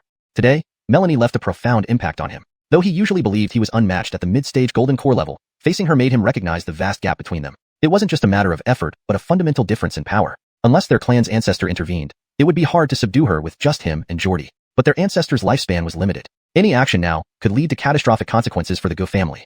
After much consideration, he decided to alter their strategy. Befriending them might offer opportunities for the Go family. "So, even you aren't a match for her?" Geordie asked, shocked. After a brief confrontation, he knew she was strong, but he never imagined she was this powerful, strong enough to make even the unbeatable Floyd admit defeat. And she was only at the early golden core stage. Chapter 117. The auction begins. After leaving the Situ family shop, Farouk finally had time to examine the 3 items he had obtained. They were a level 4 fire attribute beast core, the complete body of a level 3 demonic beast, and a fruit Farouk did not recognize. Seeing as there was a powerful golden core cultivator nearby, Farouk took out the fruit and asked, "Do you know what this fruit is?" Savannah glanced at it indifferently and said, "This is the Earth Soul fruit. Although it's only level 4, it's relatively rare. It can enhance one's divine soul when consumed for the first time, but continuous consumption won't have much effect." "Oh." Farouk nodded and bit into the fruit without thinking. Other than being slightly sweet, it didn't have any particular taste. However, after swallowing, he soon felt his mind become unusually clear, as if he had become smarter. Otherwise, he didn't feel anything unusual. Then he thought of the Divine Foundation pill. With a thought, he took it out and happily showed it to Savannah, saying, "Look what I've got here." Savannah was walking ahead and almost bumped into him because she wasn't paying attention. She stopped and was momentarily taken aback. Since she started her cultivation, no one had ever dared be so bold with her. Apart from her parents, no one else had ever dared to get this close to her. Even Harmony, her only disciple, only dared to approach her closely when she was young. As they grew older, the distance between them widened. She knew this was due to her aloofness. After centuries of living alone, she had become accustomed to her cold demeanor. Farouk realized his action might have been inappropriate and quickly pulled his hand back with a sheepish smile. He let out a sigh of relief when he saw that she wasn't angry. Through these interactions, especially with Savannah repeatedly helping him, Farouk had unknowingly developed a sense of closeness towards her, treating her as a friend. This made him nearly forget their cultivation gap. The atmosphere became awkward for a moment. Farouk scratched his head, reminding himself to be more careful in the future, lest he provoke her temper and wouldn't be able to handle the consequences. Savannah recovered quickly from her brief moment of surprise and decided not to blame Farouk. For some reason, she didn't feel any resentment towards his behavior. She turned back to look at Farouk and then focused on the pill in his hand. Her eyes immediately lit up. Divine Foundation pill? A hint of surprise flashed across her usually indifferent face. "Where did you get this?" "It came out of a box in the shop just now." Surprisingly, there were quite a few good things inside, but unfortunately not the blood explosion pill, Farouk replied with a smile. "I've already found the blood explosion pill. I'll give it to you." Savannah reached out and handed over a pill. Farouk examined it, but didn't recognize it. He then asked, "Are we still going to the auction tomorrow?" "Of course. 1 or 2 days don't matter." Savannah smiled faintly. Having found both pills, she felt much relieved. This was the only thing that could make her smile right now. "All right, I'll wait for you at the inn," Farouk nodded, wishing he had gotten an entry token earlier. "Don't you want to see the auction?" Savannah asked. "I don't have a token," Farouk replied helplessly. Savannah smiled gently and produced a token from nowhere, handing it to him. "Here, take it." "Incredible. Where did you get this?" Farouk was pleasantly surprised. He realized why she hadn't come looking for him after going out on errands. She must have gone to get the blood explosion pill and the token. He couldn't help feeling touched by the effort she went through for him. Savannah remained silent, her expression unchanged. Obtaining the token wasn't as difficult as Farouk imagined. As one of the 3 major sects in desolate border town, Ancient Mystery Sect had the right to participate in the auction. Getting an extra token was no problem for the organizers who regarded such large sects as important clients. Meanwhile, the 3 major families of Desolate Province City, Go family, Do family, and Situ family, and other secondary and tertiary power families were preparing for the next day's auction. Each family had its coveted treasures, and many influential figures from top-tier forces under the 12 towns of Desolate Province City were also present, along with representatives from secondary and tertiary powers. There were also many itinerant cultivators hoping to snatch a bargain or two. The next day, the Grand Castle in the center of Desolate Province City opened its doors for the auction. Farouk noticed it covered a vast area of about 100 acres. At the entrance, Savannah merely exuded a wisp of golden core aura, and the guards immediately became respectful. However, they still required Farouk to show his token before allowing him in. Inside, besides the high stage, the ground floor hall was packed with people. Being a golden core cultivator, Savannah enjoyed special privileges and was led directly to a private room on the 2nd floor, which Farouk reluctantly followed. The room was cozy, about 10 square meters, with sofa-like seats and a coffee table. On the table were tea and a small dish of grape-like fruits. Farouk marveled at how luxurious it felt. These are spirit fruits. Eating them can replenish a little bit of spirit energy. You can try, Savannah explained when she saw Farouk staring at the fruits. Really? Let me try. Farouk plucked one and put it in his mouth. It tasted deliciously sweet, juicy, and fragrant. Beyond taste, it did seem to add a small amount of spiritual energy, though very minor. He guessed these fruits were mainly valued for their flavor. Moreover, since they were served as complimentary snacks, they probably weren't expensive. After eating a few fruits, he poured 2 cups of tea and leaned back on the sofa, watching through the transparent window as the crowd below moved around. It was a comfortable and pleasant experience, enhanced by the fact that the window was one way. Soon, a shrewd middle-aged man approached the stage. Farouk knew the auction was about to begin. Chapter 118. The Vajra Shield Talisman. I am Alfredo, the auctioneer for this event. First of all, I would like to thank everyone for attending the biennial auction held in our Huangzhou city, said Alfredo. I assume many of you are regulars here, so I won't go into extensive introductions. This time, we have brought a variety of items for you. 6th level and above elixirs and formulas, high-grade cultivation techniques, magical treasures, spirit artifacts, and numerous rare treasures. I hope everyone finds something valuable. After his speech, there was a buzz among the crowd. Wow, 6th level elixirs? I wonder what effects they will have. Not even we can afford such elixirs. I'm more interested in those high-grade cultivation techniques. Do you think high-grade cultivation techniques will be cheaper than 6th level elixirs? What if the technique is subpar and none of the bigwigs are interested? You're dreaming. You fell asleep before it even started. Haha, let's get started quickly. I can't wait any longer. Alfredo smiled and paused momentarily, then gestured for quiet. Many of you are eager, so let's skip the formalities and get straight into it. As he announced the start, a gracefully dressed attendant walked onto the stage with a red cloth-covered tray. She swayed seductively as she moved. Clearly, the organizers knew how to create an atmosphere. The 6th level elixirs and cultivation techniques mentioned by Alfredo were already enticing enough. Adding this alluring attendant made it even more thrilling. Many people couldn't help but stare, their minds clouded with excitement. Farouk also watched her closely. She was indeed very attractive, almost as if she practiced some form of enchanting skill. Soon, the attendant arrived at the center of the stage, bowing politely to the audience. Her sweet smile and graceful movements captivated everyone.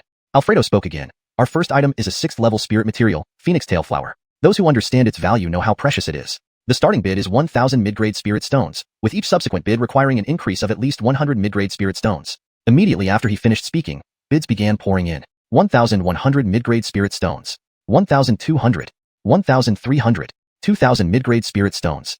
In less than a breath, the price doubled. Farouk didn't know much about Phoenix Tail Flowers. It seemed like the bidding was mainly between sects and wild alchemists. From the value of this first item, Farouk inferred that none of the auction items would come cheap. He had around 15,000 mid-grade spirit stones, a sum that he once considered substantial. However, he now realized that it might not be enough for anything significant. By the time the price reached 3,400 mid-grade spirit stones, it started to slow down. After 2 more rounds of bidding, it finally settled at 3,700 mid-grade spirit stones. Alfredo wore a broad smile. The normal price for a 6th level spirit material was around 3,000 mid-grade spirit stones. Phoenix Tail Flower being hard to find, 3,700 wasn't overly expensive and marked a successful start. Next, another attendant appeared with a second tray, while the first one returned with the Phoenix Tail Flower. Items would be delivered directly to those who placed winning bids based on their numbers. The second item was a 6th level elixir. After several rounds of bidding and Alfredo's encouragement, it sold for a staggering 130 high-grade spirit stones, or 13,000 mid-grade spirit stones.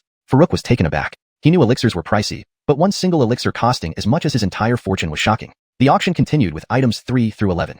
Farouk felt dizzy watching the bids reach thousands, or even tens of thousands of mid-grade spirit stones. One particular artifact even sold for 300 high-grade spirit stones. He resorted to drinking spirit fruit tea to calm his nerves, having given up on snagging any treasures.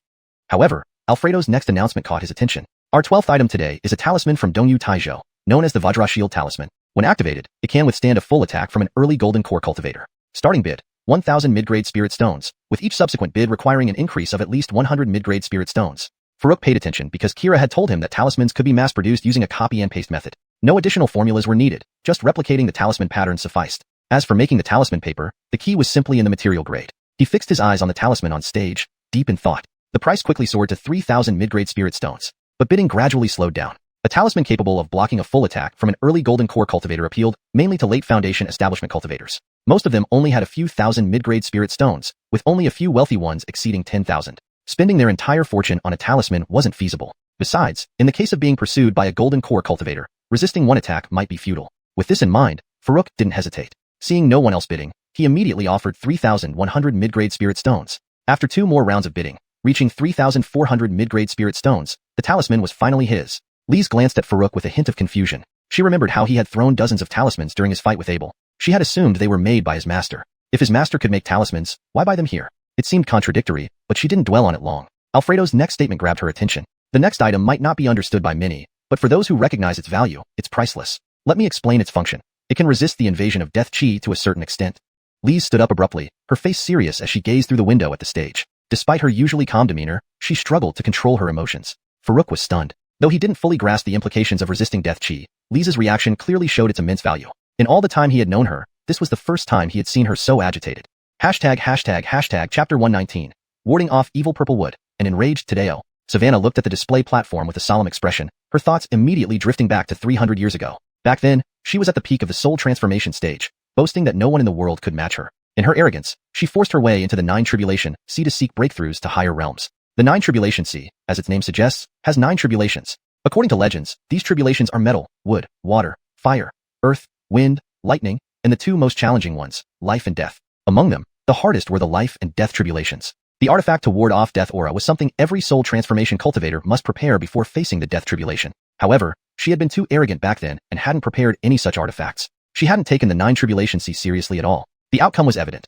She overcame the first 7 tribulations but failed to resist the death aura in the penultimate tribulation, causing severe injuries and a drop in her cultivation. After that, she disappeared from the scene. At this moment, Alfredo began announcing the item on the tray. This is an 8th grade spirit material, the warding off evil purple wood. I won't elaborate on its use. The starting bid is 1,000 high-grade spirit stones, and each subsequent bid must be no less than 100 high-grade spirit stones.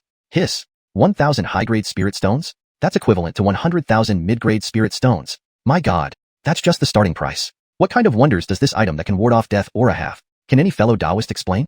Below the platform, many Foundation establishment cultivators didn't understand what resisting death aura meant. Upon hearing the starting bid, they gasped in unison. Not just them. Farouk himself felt lightheaded, as if lacking oxygen. He had guessed the item would be valuable after seeing Savannah's reaction, but he hadn't expected it to be so astronomically priced. I bid 1,100 high-grade spirit stones. 1,200. 1,300. The old man bids 3,000 high-grade spirit stones. I ask for the grace of all fellow Taoists, thank you. Upon this statement, the venue fell silent. Tadeo, the patriarch of the Situ family, was rumored to be nearly at the nascent soul stage, a terrifying old monster. Few dared to provoke him openly. Alfredo frowned slightly. As the auctioneer, he wanted the bidding to be solely based on spirit stones. But Tadeo was clearly using his influence to pressure others. Unfortunately, their city lord's lifespan had run out, leaving the city lord manor without a nascent soul powerhouse to oversee matters. Although they had later stage core formation cultivators, they hesitated to antagonize one of the 3 great families of Wasteland Continent City, fearing retaliation from the other 2 families. In reality, the 3 families weren't as united as everyone believed. The Gu family and the Situ family were especially adversarial. The Gu family survived mostly on bluffing and wouldn't dare provoke Tadeo. As for the Du family, they avoided conflict and remained silent against Tadeo's pressure. The top-tier sects under the 12 towns also maintained silence. They were sending representatives, not the full strength of their sections. Even if they were strong, they couldn't risk being unable to return home. Tadeo's pressure was evident. If anyone dared to challenge him now, they might never leave Wasteland Continent City safely with the warding off evil purple wood. Thus, the venue fell silent. Alfredo scanned the private rooms on the 2nd floor, finding no more bidders. He sighed lightly, ready to strike the gavel. 3,500 high-grade spirit stones. A calm and indifferent voice echoed. Very well. Alfredo was delighted, almost laughing aloud. He cleared his throat and said, 3,500 high-grade spirit stones. Any higher bids? In one of the private rooms. Outrageous. Tadeo slammed his palm on the tea table, shattering it into pieces. Bold indeed. Dark clouds covered Tadeo's gaunt face. Old man Huang, I'll remember this favor. After venting his anger, he snarled, I bid 3,600 high-grade spirit stones. 4,000. The voice remained cold and emotionless. Tadeo paused, then sat down gloomily. When he revealed his identity, the bidder called out 3,500, which he suspected was the city lord manor's attempt to inflate the price. Despite his anger, he had to comply and bid 3,600 to secure the wood. He thought it would end there, but unexpectedly, the bidder raised it to 4,000. This was no longer a stage bid, but a real challenger. Though he didn't know who it was, as long as they were in Wasteland Continent City, he wasn't worried about taking the warding off evil purple wood from them. Since they insisted on opposing him, he wasn't averse to making things difficult for them. You may find out who dares to defy the Situ family. Tadeo reigned in his anger, acting as if nothing happened. Grand Patriarch, you may already knows who it is, Alanisme replied, swaying her seductive figure. Grand Patriarch, yesterday, I encountered a woman whose people used tricks to open several treasure chests in our shop. When I went to investigate, she threatened me. Bold indeed. Do they think my Situ family is a place to act wantonly? Tadeo roared. Alanisme feigned fright and moved closer to him, becoming even more seductive. She knew her allure worked on the centuries-old Tadeo, who now felt the urge to lavish affection on her. She felt secretly triumphant. With her charm, no man could resist her. She intended to confront Savannah, whom she had lost to both in appearance and intimidation the previous day. Now, the opportunity presented itself perfectly. She couldn't let it slip by. Chapter 120. Refining a puppet. Inside the private room, Farouk was already speechless. 4,000 high-grade spirit stones were equivalent to 400,000 mid-grade spirit stones. While he had thought that with Melanie's strength, she would definitely have many spirit stones, he never imagined she could easily produce 400,000 mid-grade spirit stones without batting an eyelid. Melanie sat calmly in her seat. To her, 4,000 high-grade spirit stones weren't much. After all, she had fallen from the alchemy spirit stage. Her realm had dropped, but not the treasures and spirit stones she had acquired back then. Looking at the palm-sized piece of purple wood in front of her, she felt a little sentimental. If only she hadn't been so arrogant back then and had prepared better before venturing into the Nine Tribulations Sea, these past few hundred years might not have been wasted. She would have long surpassed this realm by now. The auction continued, but Farouk no longer dared to pay too much attention. As the items became rarer and more valuable, almost none of them were priced lower than 500 high-grade spirit stones, far beyond his reach. However, one item piqued his interest once again. It was a doll-sized human figurine. Alfredo introduced it. This is a puppet. Many people have heard about how complex and expensive it is to refine. This is a basic puppet that can unleash attacks equivalent to a late Foundation establishment level after activation. He demonstrated its capabilities. Placing a spirit stone as power source, he cast a spell, and the palm-sized puppet instantly grew to the size of an ordinary person. Following Alfredo's commands, the puppet performed various attack and defense moves with agility akin to a real person. Although it was made of metal and had a wooden expression, these didn't matter as long as it could fight. The starting bid is 3,000 mid-grade spirit stones, with each increment no less than 100 mid-grade spirit stones. Bidding started quickly. 3,500. 3,600. The price rose to 4,800 before stopping. After all, this was just a late Foundation establishment level puppet, which wouldn't be useful for core formation stage practitioners. Farouk watched for a while. He could afford it, but it wasn't very useful to him. A core formation stage puppet would be more helpful. Thinking of this, he suddenly realized something. Could the Golden Cauldron refine puppets? He silently asked within his mind, Little Cauldron, can you refine puppets? Of course. I can refine a puppet that looks exactly like you, replied Little Cauldron in its usual proud tone. Having witnessed its abilities, Farouk believed it and immediately rejoiced. What materials do we need? How would I know? Little Cauldron responded with an air of nonchalance. Farouk choked, nearly rolling his eyes. Didn't you say you can refine it? How can you refine something when you don't even know what materials are needed? That's right, I don't know what materials are needed. But as long as you provide me with materials, I'll use whatever you give. Realizing that refining a puppet must be similar to refining artifacts or flying boats, where someone was responsible for the process, but the outcome depended on the provided materials, Farouk understood. He asked, if the materials are wrong, could it fail? It will definitely succeed. Little Cauldron only knows success, it proudly declared. Nodding, Farouk agreed it matched his thoughts. Then he said, find some materials from those monster corpses I have, and refine one based on my design. He had swapped several level 1 monsters for divine healing pills, and still had over 150 left. These monsters were now useless except for refining spiritual essence liquids. They were perfect for experiments. Seeing him staring at the puppet on display, Melanie softly asked, do you want it? No, I'm just thinking. That's just a late Foundation establishment level puppet. It's not very useful to me, Farouk smiled, explaining. Melanie nodded slightly. Recalling the core formation pill she gave him last time, she reminded him, if you plan to refine a core formation level puppet, that pill I gave you might come in handy. You'll also need clay for shaping and vitality wood, as these two are essential materials. Surprised, Farouk asked, you can refine puppets too? Shaking her head, Melanie replied, no, I've only heard about it. Farouk nodded, oh, thank you. I'll send you one when I refine it. Melanie glanced at him, puzzled. By her guess, Farouk's spirit artifacts should have been refined by his supposed master. Giving him the core formation pill last time was partly to test him. Now, Farouk spoke of refining puppets himself. So, was he planning to refine puppets on his own?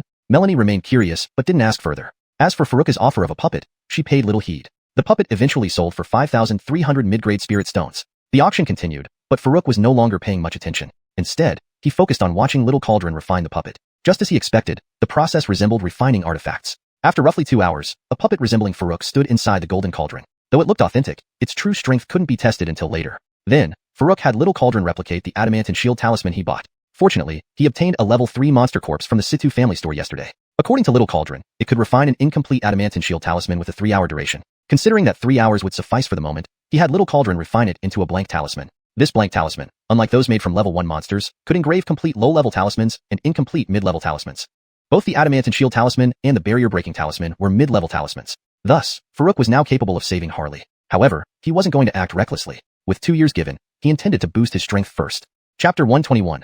Departure from the Wasteland City, Crimson Cloud Sword. After Farouk completed the refining of 3 intermediate blank talismans, the auction was also drawing to a close. Apart from Melanie making another 2 successful bids, Farouk did not participate in any further bidding. The auction concluded with Alfredo delivering an elaborate and somewhat redundant closing speech, though most people had already left before he finished speaking, especially those in the private booths on the second floor. Busy with their own affairs, they had no patience for idle talk. Melanie, in particular, departed immediately after the last item was put up for bid, calling Farouk along with her. By the time Tadeo realized what happened, she was already long gone. Humph, do you think you can escape so easily? Tadeo snarled, his face twisted with malice. Yue, quickly send messages to all our informants. We must find them. Today, Patriarch will settle this matter. Yes, Patriarch. Situ obediently replied, but kept twisting her body to maintain a tantalizing distance from him, her alluring figure even more captivating than before. Melanie and Farouk left the auction hall without lingering, heading straight for the city gates. Outside the city, Melanie waved her hand, and the fiery wind Great Pung once again materialized out of thin air. Other representatives from major sects hadn't yet emerged, but outside the city walls, cultivators were still bustling about continuously. Farouk and Melanie boarded the fiery wind Great Pung and, With a spread of its wings, it instantly shot into the sky, disappearing beyond the city gates. However, just moments later, Tadeo had already arrived with Alanis in hot pursuit. "Imph, you think you can run away with my things?" Tadeo sneered, grabbing Alanis and immediately vanishing in a flash of light. After reaching the Golden Core stage, cultivators could fly using spiritual light, which was faster than most flying mounts over short distances for pursuit or escape. However, for long journeys, or when carrying passengers, flying mounts like the Fiery Wind Great Pong were more suitable, which was why Melanie summoned it. The journey from Wasteland Town to Wasteland City was long, and taking Farouk along would make flying by spiritual light inconvenient. About 10 minutes into the flight, Melanie turned and calmly said, "Someone's chasing us. Stay on the Fiery Wind Great Pong and don't leave." Without giving Farouk time to respond, she flew off using spiritual light. She had anticipated someone might come after her when she won the warding purple wood. Alone, she wouldn't fear them. Even if she couldn't win, this remote part of North Wasteland Province wasn't somewhere anyone could easily catch her. But Farouk's cultivation was too low. He might not even last a single move against a Golden Core cultivator. Hence, she left the auction early and exited the city first, only to be pursued. Tadeo stopped about 100 meters away with Alanis. Seeing Melanie's stunning face, his eyes lit up. He threw Alanis aside and said coldly, "Why have you stopped running? Humph, give me back the warding purple wood, and I might keep you as a servant girl." Alanis didn't dare show any displeasure at being thrown aside, but glared viciously at Melanie. She realized that as long as this woman existed, she'd always be overshadowed. She must find a way to get rid of her today. Alanis's gaze flickered, and she suggested, "Patriarch, shall I chase that boy?" She figured that since Melanie was willing to confront her for Farouk, he must be important to her. If she attacked Farouk, Melanie wouldn't remain calm. Tadeo nodded slightly. A Foundation establishment boy was nothing to him, dead or alive. With permission, Alanis flashed a provocative look at Melanie and then sped away, planning to circle around. Melanie glanced coolly at her, pointing casually. Instantly, a terrifying pressure descended on Alanis's path. Outrageous! Tadeo wouldn't stand by and roared, slapping out a palm that blocked Melanie's attack like an unstoppable wave. Taking advantage of this, Alanis darted forward.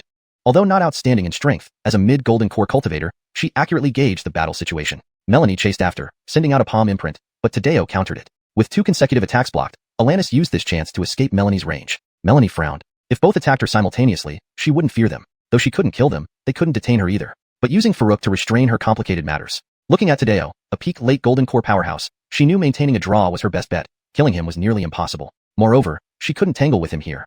Farouk would be in danger if she couldn't free herself quickly. Thinking this, she turned back toward Alanis. But Tadeo wouldn't let her go so easily, attacking to stop her. He now understood the boy was important to Melanie. So, he didn't rush to kill, believing he could force her submission by delaying her. "Hand over the warding purple wood, stay as my servant, and perhaps I'll spare the boy. Time is running out." With his Foundation establishment cultivation, he likely can't withstand a single strike from Alanis. Tadeo smirked, continuously blocking Melanie. Despite her speed, she struggled to evade Tadeo's constant attacks and couldn't catch up to Alanis. Seeing no quick escape, Melanie summoned her blood-red sword, circling it before sending it after Alanis. This was her life-bound treasure, the Crimson Cloud Sword. Unlike magical treasures, life-bound treasures possess intelligence, known as spirit consciousness. The Crimson Cloud Sword suffered heavy damage alongside her in the 9 Tribulation Sea, aiding her escape from death. Over centuries, her strength remained at early Golden Core, unable to repair the sword, so she rarely used it. Now, she had no choice but to activate it again.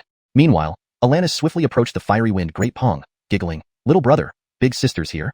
Farouk and Melanie boarded the Fiery Wind Great Pong. With one powerful flap of its wings, it swiftly soared into the sky and vanished beyond the city gates. However, just moments later, Tadeo appeared with Alanis, hot on their trail. Note: I've made minor adjustments to ensure natural flow and corrected Pong to Pong for consistency. Humph, think you can run away with my property? Tadeo sneered, grabbing Sityu and disappearing into the distance using teleportation light. Once cultivators reached the Golden Core stage, they could fly using teleportation light, which was faster than most flying mounts for short distances or escaping. However, for long journeys, or when carrying passengers, flying mounts like the Fiery Wind Great Pong were more suitable. This was why Melanie summoned it. The journey from remote border town to Wasteland City was long, and using teleportation light to carry Farouk would be inconvenient. Note: for a smoother reading experience, I made slight adjustments to the sentence structure and wording while maintaining the original meaning. Additionally, Fiery Wind Great Pong seems incomplete or improperly transliterated. Typically, Pong translates to Pong, a mythical bird. If you have the full name in Chinese, please provide it for a more accurate translation. About 10 minutes into the flight, Melanie turned and glanced backward, her tone calm. "Someone is chasing us. Stay on the Fiery Wind Great Pong is back and don't leave." Note: for a more fluent and natural English translation, we should translate Fiery Wind Great Pong to its intended meaning rather than leaving Pong untranslated. Assuming Pong refers to a mythical bird or creature, it could be translated as. About 10 minutes into the flight, Melanie turned and glanced backward, her tone calm. "Someone is chasing us. Stay on the Fiery Wind Great Bird's back and don't leave." However, if Fiery Wind Great Pong is a specific term or name that should remain in its original form, please clarify. Without giving Farouk time to react, she flew off using teleportation light. She had anticipated that someone might come after her when she claimed the evil-repelling purple wood. Alone, she wouldn't fear anyone. Even if she couldn't defeat them, running away in the remote northern wastelands would be easy. But Farouk's cultivation was too low to defend against a Golden Core cultivator, possibly not even lasting a single strike. So she left the auction early and hurried out of the city. Yet, she hadn't anticipated being pursued so quickly. Tadeo halted about 100 meters behind, tossing aside Situyu upon seeing Melanie's striking beauty. He sneered, "Why aren't you running? Hand over the evil repelling purple wood, and I'll mercifully allow you to serve me as a maid." Situyu dared not show any dissatisfaction at being discarded, but glared venomously at Melanie. She knew that as long as this woman existed, she would always be overshadowed. Determined to eliminate Melanie, Situyu asked Tadeo, "Patriarch, shall I chase that boy?" In her view, since Melanie was willing to protect Farouk, he must be significant to her. If she targeted Farouk, she doubted Melanie could remain composed. Tadeo nodded without hesitation, unconcerned about the Foundation establishment cultivator's fate. Emboldened, Situyu cast a provocative glance at Melanie and darted away to circle around her. Melanie glanced indifferently at her, casually flicking her finger. Instantly, a terrifying force slammed into Situyu's path. "Outrageous!" Tadeo roared, striking out with a palm to counter Melanie's attack, creating a barrier of energy. Seizing the moment, Situyu flashed past and sped away. Despite her lack of exceptional strength, Situyu was a mid-golden core cultivator and adept at controlling battles. Melanie chased after her, sending a palm strike, but Tadeo deflected it easily. With consecutive attacks blocked, Situyu had already distanced herself. Melanie frowned slightly. If both attacked simultaneously, she wouldn't fear either of them individually. Though she couldn't kill them, neither could they keep her here. Looking at Tadeo, she knew dealing with a late-stage golden core powerhouse would be extremely difficult, let alone with Farouk's safety at stake. Deciding to pursue Situyu once more, Melanie hesitated as Tadeo intercepted her. He now understood that the boy was important to her, so there was no need to rush killing. Just holding her back would make her submit. "Hand over the evil repelling purple wood, stay as my maid, and perhaps I will spare the boy. Your consideration time is limited. With his Foundation establishment cultivation, he won't withstand a single strike from you," Tadeo sneered, continuously blocking Melanie from aiding Farouk. Melanie moved swiftly, but she needed to constantly deal with Tadeo's attacks, making it hard to catch up. Realizing quick departure was impossible, she summoned a crimson sword from within her, rotating around her before zooming towards Situyu. This was her life-bound spiritual treasure, the Crimson Cloud Sword. Unlike magical treasures, spiritual treasures possessed intelligence and spirit, colloquially known as the soul of the artifact. The Crimson Cloud Sword had been gravely damaged while accompanying her through the 9 tribulation seas. Her survival from that perilous ordeal was entirely due to the Crimson Cloud Sword.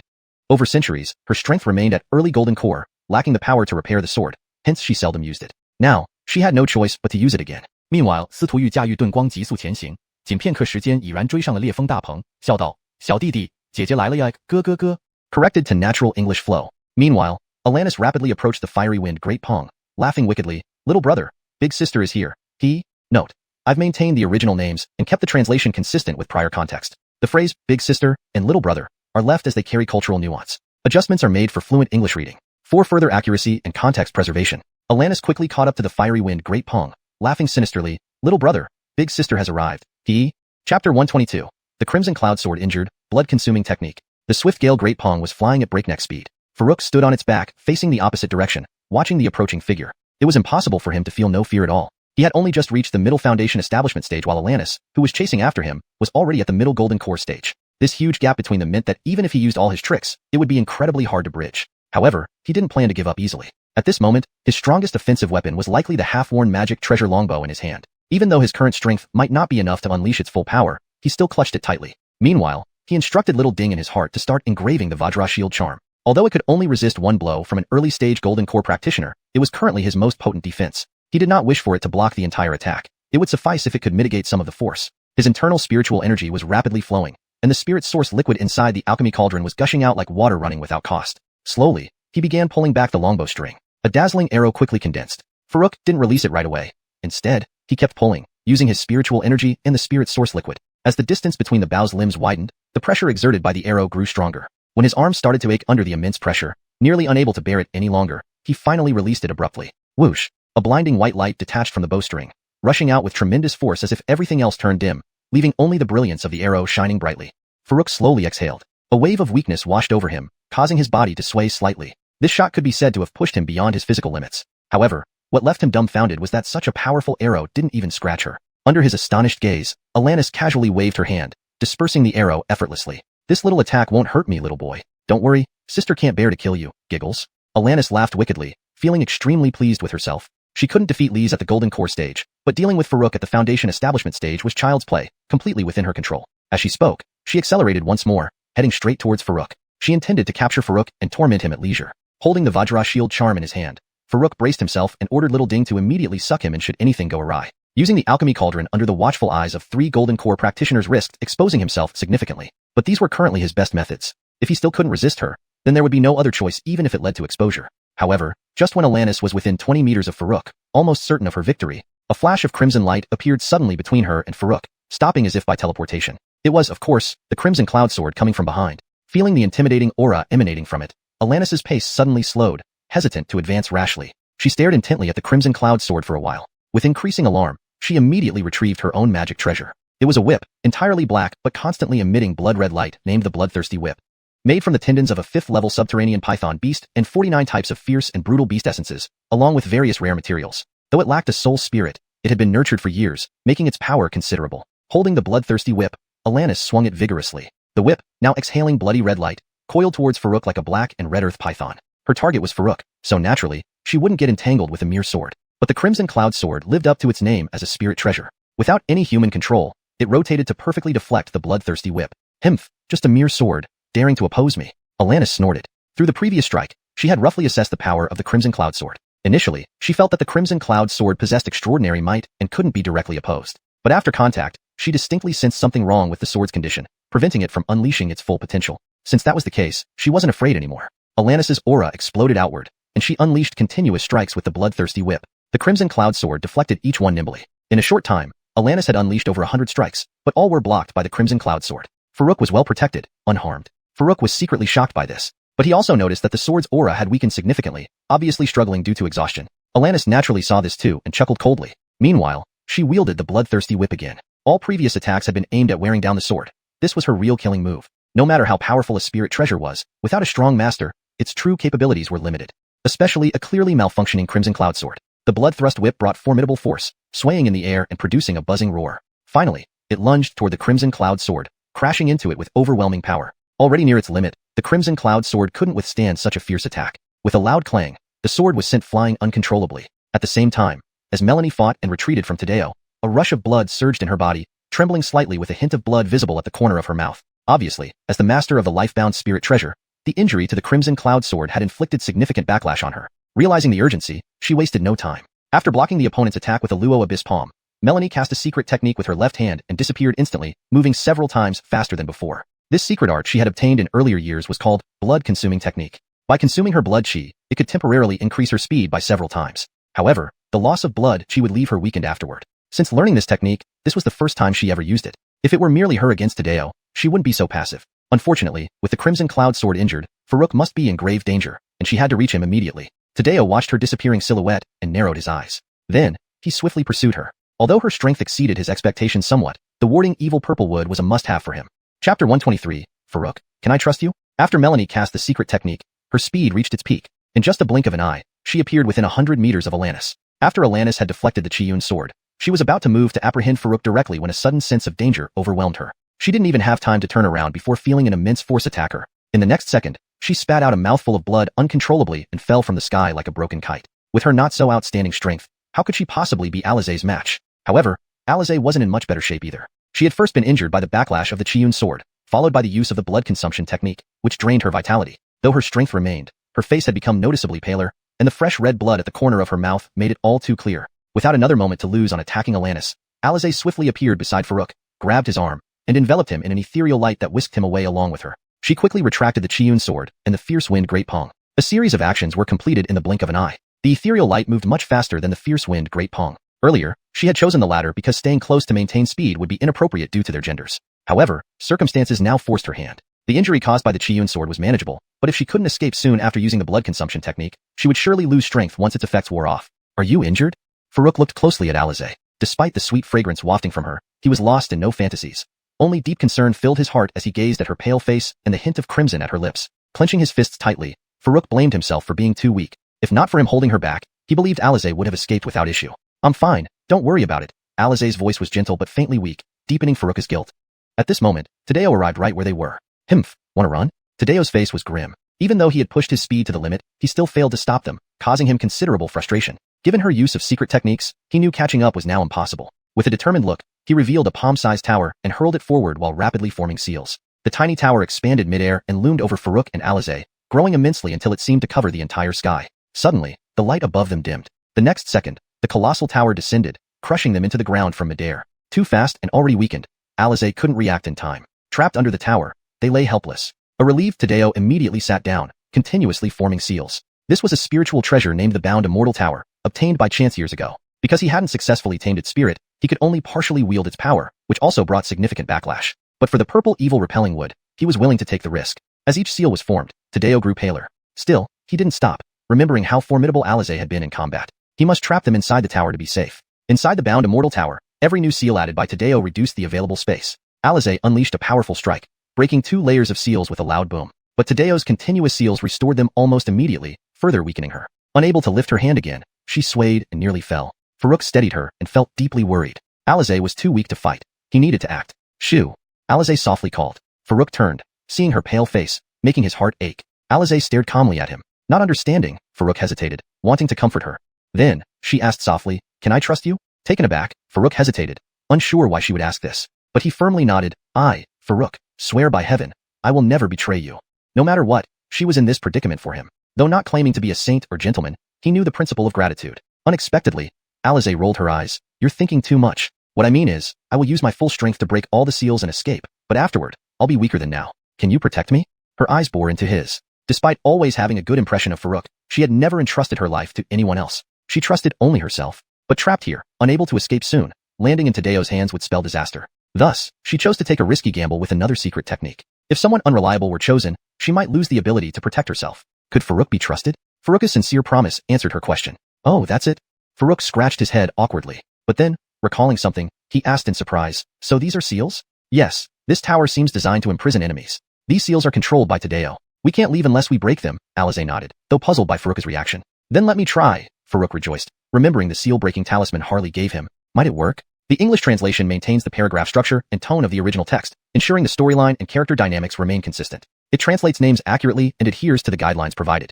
Chapter 124. The Power of the Breaking Seal Talisman. Inside the Immortal Binding Tower, numerous restrictions limited the remaining space for the 2 people to less than 10 square meters. The space continued to shrink as the restrictions tightened. Farouk stepped aside and began communicating with the small cauldron. Earlier, he had used a 3rd stage beast to create 3 blank talismans. However, one was used to create a Vajra shield talisman when dealing with Alanis outside. So, he could now inscribe only 2 more breaking seal talismans. However, the small cauldron had never inscribed a breaking seal talisman before, and there were no pre-made ones to replicate. Therefore, like with the speed talisman, Farouk needed to simulate the talisman pattern in his mind for the small cauldron to inscribe it. Time was pressing, and Farouk dared not delay. He quickly composed himself, adjusting his state. Fortunately, he had already studied the talisman pattern for some time, and had gained some proficiency in it. After briefing the small cauldron, he began the simulation. 2 minutes passed quickly. Sitting cross-legged on the ground without moving, Farouk's forehead was covered in sweat. The complexity of simulating an intermediate-level talisman far exceeded his expectations compared to the Chuji level ones. The further he progressed, the more mental energy he consumed. By the halfway mark, he felt more exhausted than after simulating 2 Chuji talismans. Luckily, his realm was higher now, and having consumed a ground soul fruit by chance, his soul power had strengthened somewhat, helping him endure. As the simulation reached around 90%, the difficulty seemed to escalate again. Each stroke simulated caused sharp pain in his soul. Sweat now dripped from his forehead in large beads. Melanie watched, unable to suppress her frown. She didn't know what Farouk was doing, but sensed his immense suffering. She wanted to stop him but feared it might backfire. Fortunately, this painful scene didn't last long. After just a few breaths, Farouk opened his eyes, a hint of joy on his face. To him, those few breaths felt like an eternity. Despite the unbearable pain, he thought of Melanie's pale face due to him, motivating him not to give up. He didn't want to be a burden or useless. He wanted to contribute to resolving their predicament. With his current strength, he could do little else if he failed to complete the breaking seal talisman. Finally, he succeeded. He also felt that his efforts weren't in vain. His soul power seemed stronger. But there wasn't time to dwell on this now. He took out the breaking seal talisman, infused it with spiritual energy, and hurled it at the surrounding restrictions. Boom, boom, boom. Huge explosions echoed like bursting balloons, occurring 5 times before the talisman's power was exhausted, only breaking through 5 layers of restrictions. This left Farouk dumbfounded, given the numerous layers surrounding them and only one intermediate blank talisman left. "Is that your breaking seal talisman?" Melanie asked, surprised. "Yes," Farouk nodded. "Do you have the body of a 3rd stage beast and spiritual materials for making talismans?" "To make talismans?" Melanie looked astonished. Farouk scratched his head. "Yeah, I learned some techniques recently." There was no point hiding it now, so he admitted it outright. Besides, they were in this together. No need for suspicion. Keeping the cauldron's secret was enough. Melanie handed over several beasts and materials without further questioning. Farouk instructed the cauldron to hurry with the process and pretended to work on a beast's body. Outside the tower, Tadeo suddenly spat out blood, looking weakened. Through his connection to the tower, he sensed the restrictions breaking, causing a backlash. "You still have some tricks," he snarled, determined to continue trapping them. Inside the tower, Farouk worked on creating talismans. As time passed, Tadeo added more layers, reducing their space to just 5 square meters. But Farouk's new set of talismans was nearly ready. Not discouraged by his initial failure, he knew talisman creation wasn't easy, especially at the intermediate level. His perseverance paid off when, moments later, he shattered another 5 layers of restrictions with a new breaking seal talisman. Boom, boom, boom. 5 more layers crumbled instantly. Inside the bound immortal tower, multiple restrictions constrained the two individuals, leaving them with less than 10 square meters of space. As the restrictions continuously contracted, the available area was rapidly shrinking. Farouk retreated to one side and began communicating with the small cauldron. Earlier, he had used a third-stage beast to refine 3 blank talismans. However, while dealing with Alanis outside, he had expended one by crafting it into a Vajra Shield talisman. That meant he could now inscribe 2 more breaking restriction talismans. However, the small cauldron had never inscribed this particular type before, and there were no existing examples for replication. Therefore, similar to when he first crafted the Swift Travel Talisman, he needed to simulate the patterns of the breaking restriction talisman in his mind, and then have the small cauldron perform the inscription. Given the urgent situation, Farouk did not dare to delay. He quickly steadied his breath and focused, adjusting himself to the best possible state. Fortunately, he had spent some time studying the talisman pattern and had practiced frequently in his spare moments, so he was somewhat familiar with it. After instructing the small cauldron, he began the simulation immediately. 2 minutes quickly passed. Farouk remained motionless in his seated position, beads of sweat forming on his forehead. Simulating the patterns of an intermediate-level talisman was far more difficult than the Chu-Ji ones he had done before, completely exceeding his expectations. The mental strain increased as the simulation progressed. Despite this, Farouk's current cultivation level was higher than before, and the benefit of consuming a ground soul fruit had also strengthened his divine soul, helping him withstand the strain.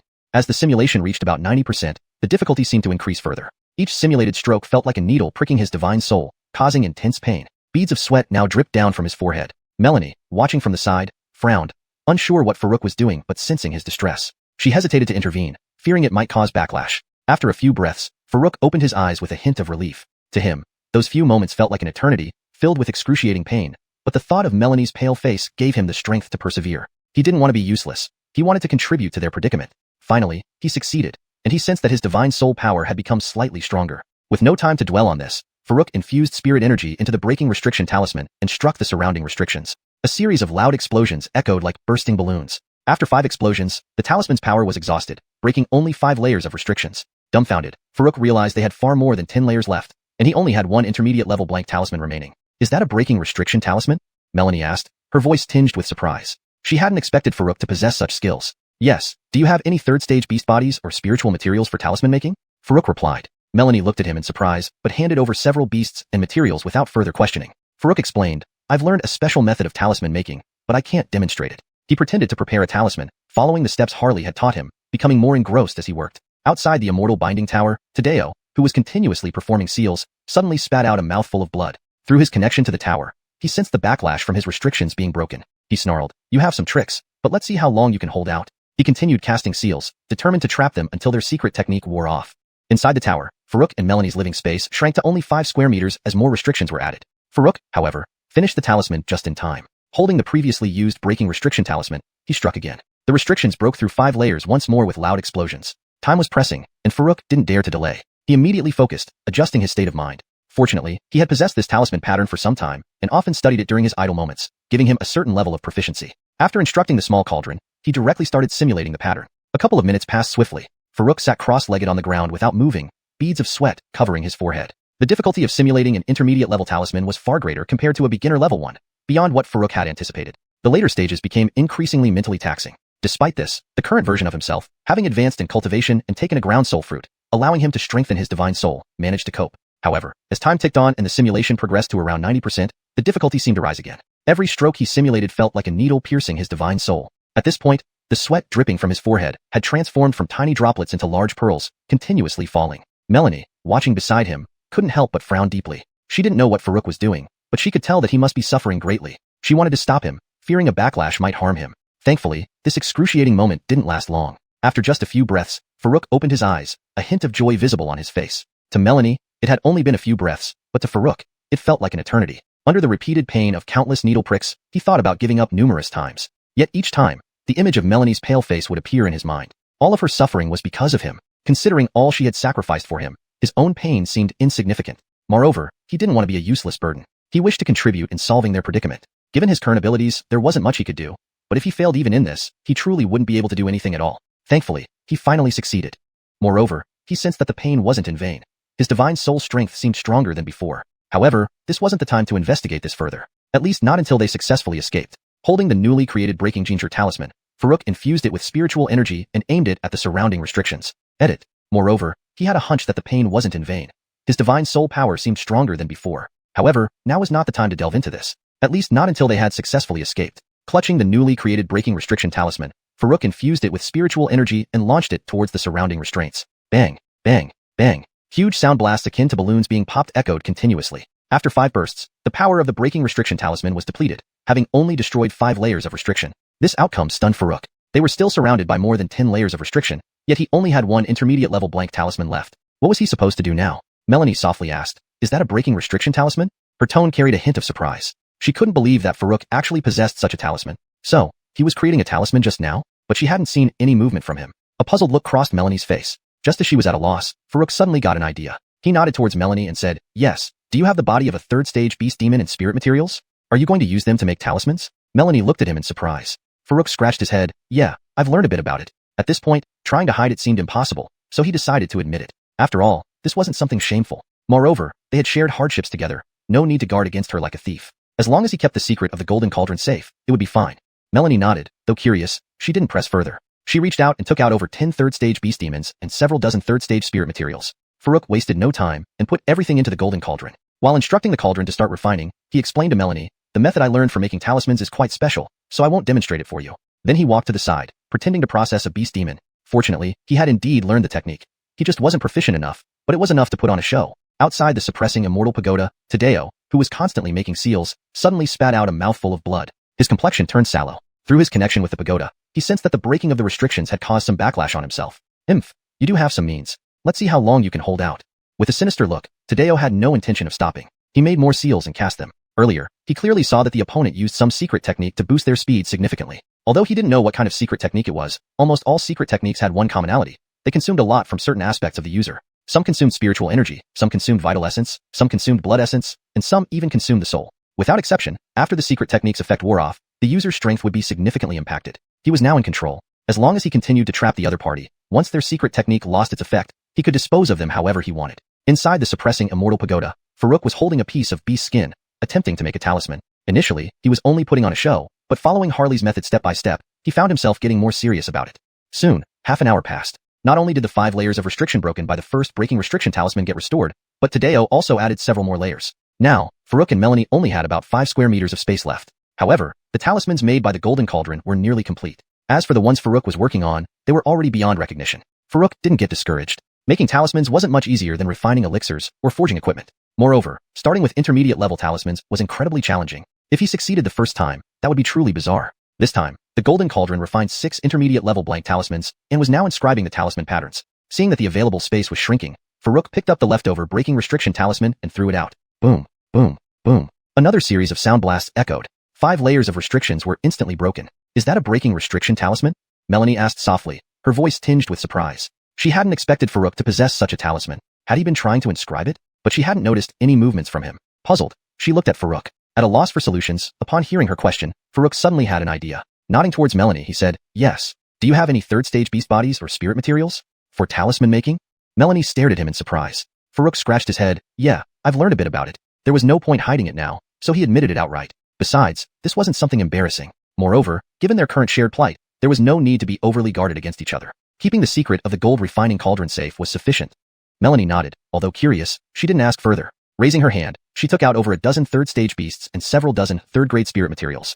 Farouk didn't hesitate. He placed everything into the gold refining cauldron. Instructing the small cauldron to hurry with the refining, he also explained to Melanie, the talisman making method I learned is quite unique, so I won't demonstrate it. With that, he walked to one side, pretending to process a beast body. He was indeed familiar with the method, though not very proficient, which was enough for show. Outside the bound immortal tower, Tadeo suddenly spat out a mouthful of blood without warning, looking somewhat weakened. Through his connection with the bound immortal tower, he could sense that the restriction's destruction had caused a backlash on him. So you have some means after all. Let's see how long you can hold out.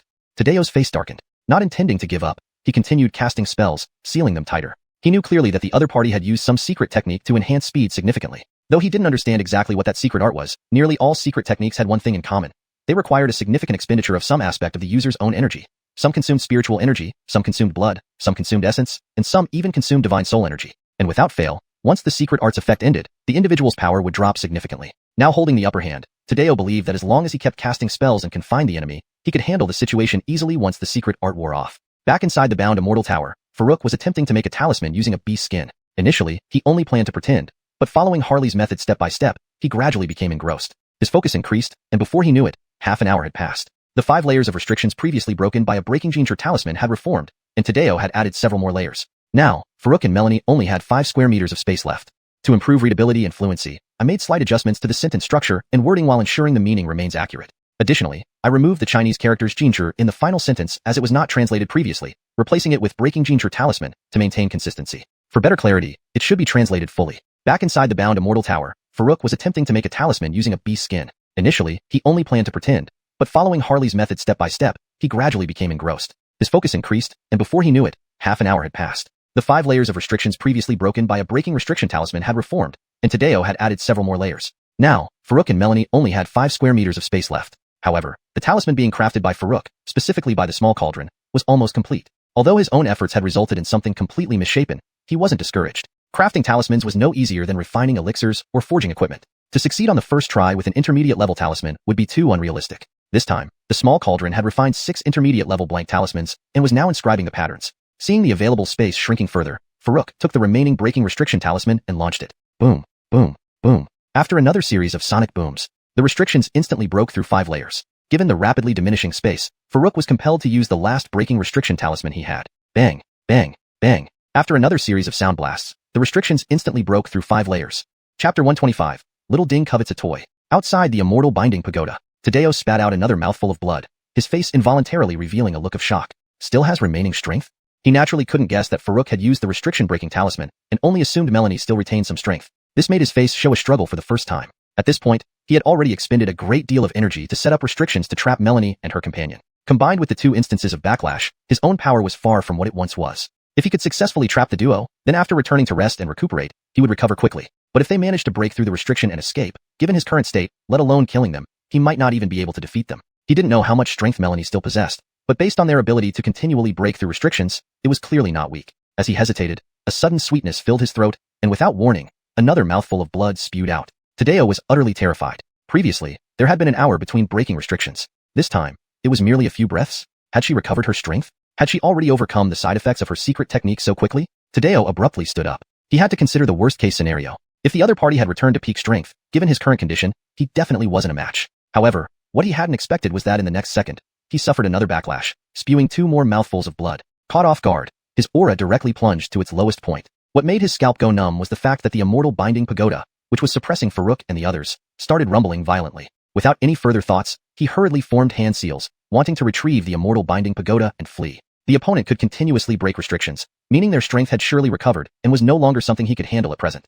Meanwhile, inside the immortal binding pagoda, after Farouk used the 4th restriction-breaking talisman, the entire tower began to rumble. Farouk's heart leapt with joy, but soon he looked seriously at Melanie. The restrictions were now lifted, but after escaping, they would inevitably face Tadeo guarding outside. With his current strength, fighting Tadeo would certainly end poorly. Could Melanie's current state handle it? Rest assured, I'm fine, Melanie said calmly, nodding slightly. She was also prepared to act at any moment. Initially, she thought she would need to use the secret technique again to escape, which would greatly damage her. But unexpectedly, Farouk managed to break all these restrictions easily. Even now, she still found it hard to believe. Was this really the same cultivator in the Gathering Chi realm she met half a year ago? Restriction-breaking talismans were intermediate-grade talismans. Although she hadn't learned talisman making, she knew very well that at least a 2-star talisman maker could produce them. And for Farouk to create several such talismans in such a short time, it must have been a 3-star talisman maker. Such a young 3-star talisman maker? Even in Taizhou in the East Domain, where talisman Dao flourished, they would be extremely rare, let alone here in the northern wilderness continent. Melanie almost couldn't believe it. However, recalling how this person mastered the Luoyuan divine palm, which nobody in the entire continent had truly comprehended before, in a short period, it seemed less strange. With this realization, she wouldn't need to use the secret technique again. After this brief recovery, and without the suppression of the immortal binding pagoda, she was confident she could escape safely with Farouk. The pagoda's shaking became more violent. But suddenly, Little Ding's voice sounded in Farouk's mind. Master, I want this big guy, can you give it to me to play with? Farouk froze for a moment, then rolled his eyes. You want it? So do I. Sure, take it, go play. Farouk casually responded. Little Ding was just a spirit core, not a true human. While it might be powerful in its domain, it lacked common sense regarding human society. Other people's things couldn't just be played with as you wished. Was he supposed to think that old man outside had no means? Now, he had to be ready to flee with Melanie, and had no time to explain such principles. But Little Ding clearly didn't realize Farouk was being casual. Hearing this, it cheered, Yay! Can Master help me hold it down? Hold it down. Farouk looked around. The space within the tower was larger than a house. How was he supposed to hold it down? Use his head? He found it ridiculous but decided to humor Little Ding, remembering it had helped him make restriction-breaking talismans and always cater to his requests. So, extending one hand, he casually pressed it against the wall. Alright, holding, he muttered, planning to tell it to start playing. However, before he finished speaking, he felt a strong suction force transmitting from his palm into the wall. Fortunately, he communicated telepathically and didn't exclaim aloud. Turning to glance at Melanie, he saw her expression was calm and unbothered by any unusual activity. Indeed, with the entire tower shaking so violently, even significant commotion wouldn't raise suspicion. Phew, tiring. Master, it's trying to grab from me. Can I have some spirit essence liquid? Hearing little Ding again, Farouk immediately replied without hesitation, Eat.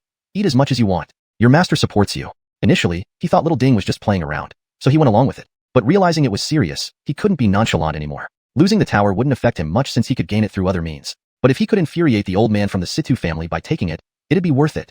Why not, when they were enemies? Outside the immortal binding pagoda, Tadeo tried to retrieve it while forming hand seals to run away. But to his dismay, he couldn't retrieve it. It was as if a force was resisting him. Is it the spirit core causing trouble? Tadeo scowled, burning with anger. In the past, he had tried multiple times to subdue the spirit core to fully utilize the tower but always encountered resistance, never completely mastering it. Yet, using it earlier hadn't been so difficult. Could it be that she noticed I haven't fully mastered this tower and is trying to seize it? Preposterous.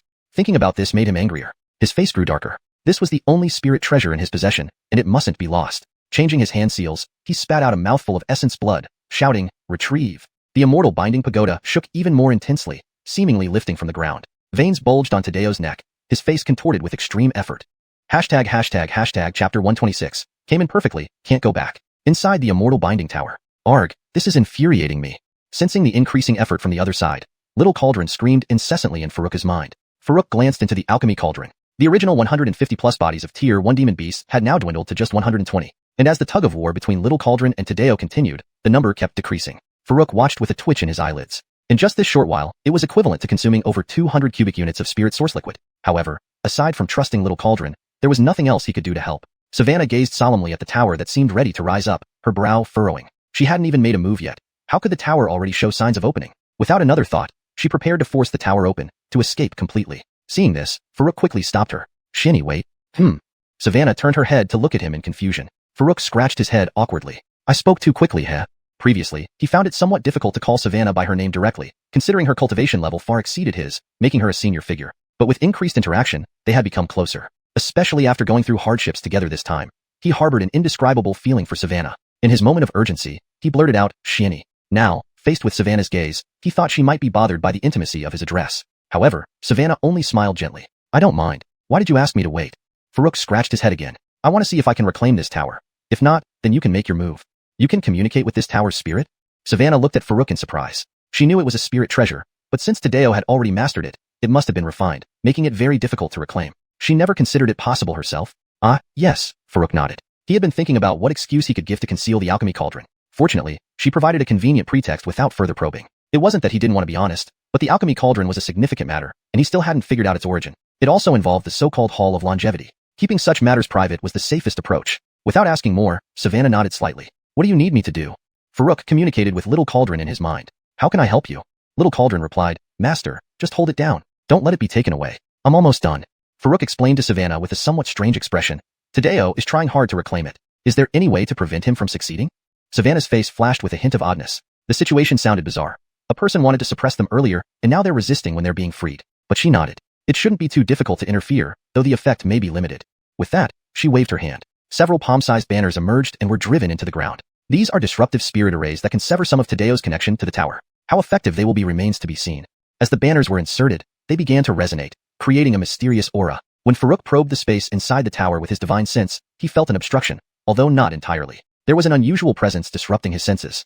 Farouk couldn't help but marvel at the wonders of the cultivation world, where anything unimaginable was possible. Thanks to the disruption from the array, the immortal binding tower, which had been on the verge of rising, immediately descended once again. Outside the immortal binding tower, Tadeo was nearly driven to madness. He was about to succeed using his own blood essence as a catalyst, but now even that last bit of connection was lost? This is outrageous, utterly outrageous. Tadeo was seething with anger, his face darkening. He wished he could burst into the tower and destroy those two immediately, but a thread of reason kept him calm. If the enemy was capable of this, they were obviously stronger than he had anticipated. Even in his prime, he wouldn't dare underestimate them, especially after the immense strain from activating the tower and multiple backlashes. He wasn't confident he could defeat them. Abandoning everything, however, was unthinkable. With renewed determination, he spat out more blood essence and cast a complex seal. But the next second, he froze. His seals were cast, but what about the tower? A man and a woman were looking at him from a distance. Immediately, both sides instinctively used their flight techniques to flee in opposite directions. Although Savannah could still protect herself, the aftereffects of her secret technique had not faded. She couldn't perform at full capacity. Therefore, upon reclaiming the tower, she immediately used her flight technique to carry Farouk away. Tadeo, already prepared to flee with the tower, reacted similarly upon seeing the two escape. Survival was his top priority. Compared to his life, even a spirit treasure was worth letting go. After flying for a while and realizing they weren't being pursued, Tadeo suddenly grasped something. Damn it! He roared in rage. Clearly, the opponents hadn't fully recovered, or they would have chased after him. I will kill you all, and if I fail to avenge this, I swear I won't remain human. His screams echoed everywhere. Farouk and Savannah, who were fleeing rapidly, heard faint echoes. Farouk glanced at Savannah and met her gaze. Both understood the implications instantly. Savannah waved her hand. The fiery wind Great Pung reappeared. Then she and Farouk landed on its back. Since the opponent wasn't pursuing, there was no need to continue using the flight technique, which was energy-intensive and unsustainable in her current state. Chapter 127. This artifact spirit is quite stubborn. Above the town of Frontier, on the back of a fierce wind rock, Melanie looked at Farouk and softly asked, "Are you sure you don't want me to accompany you?"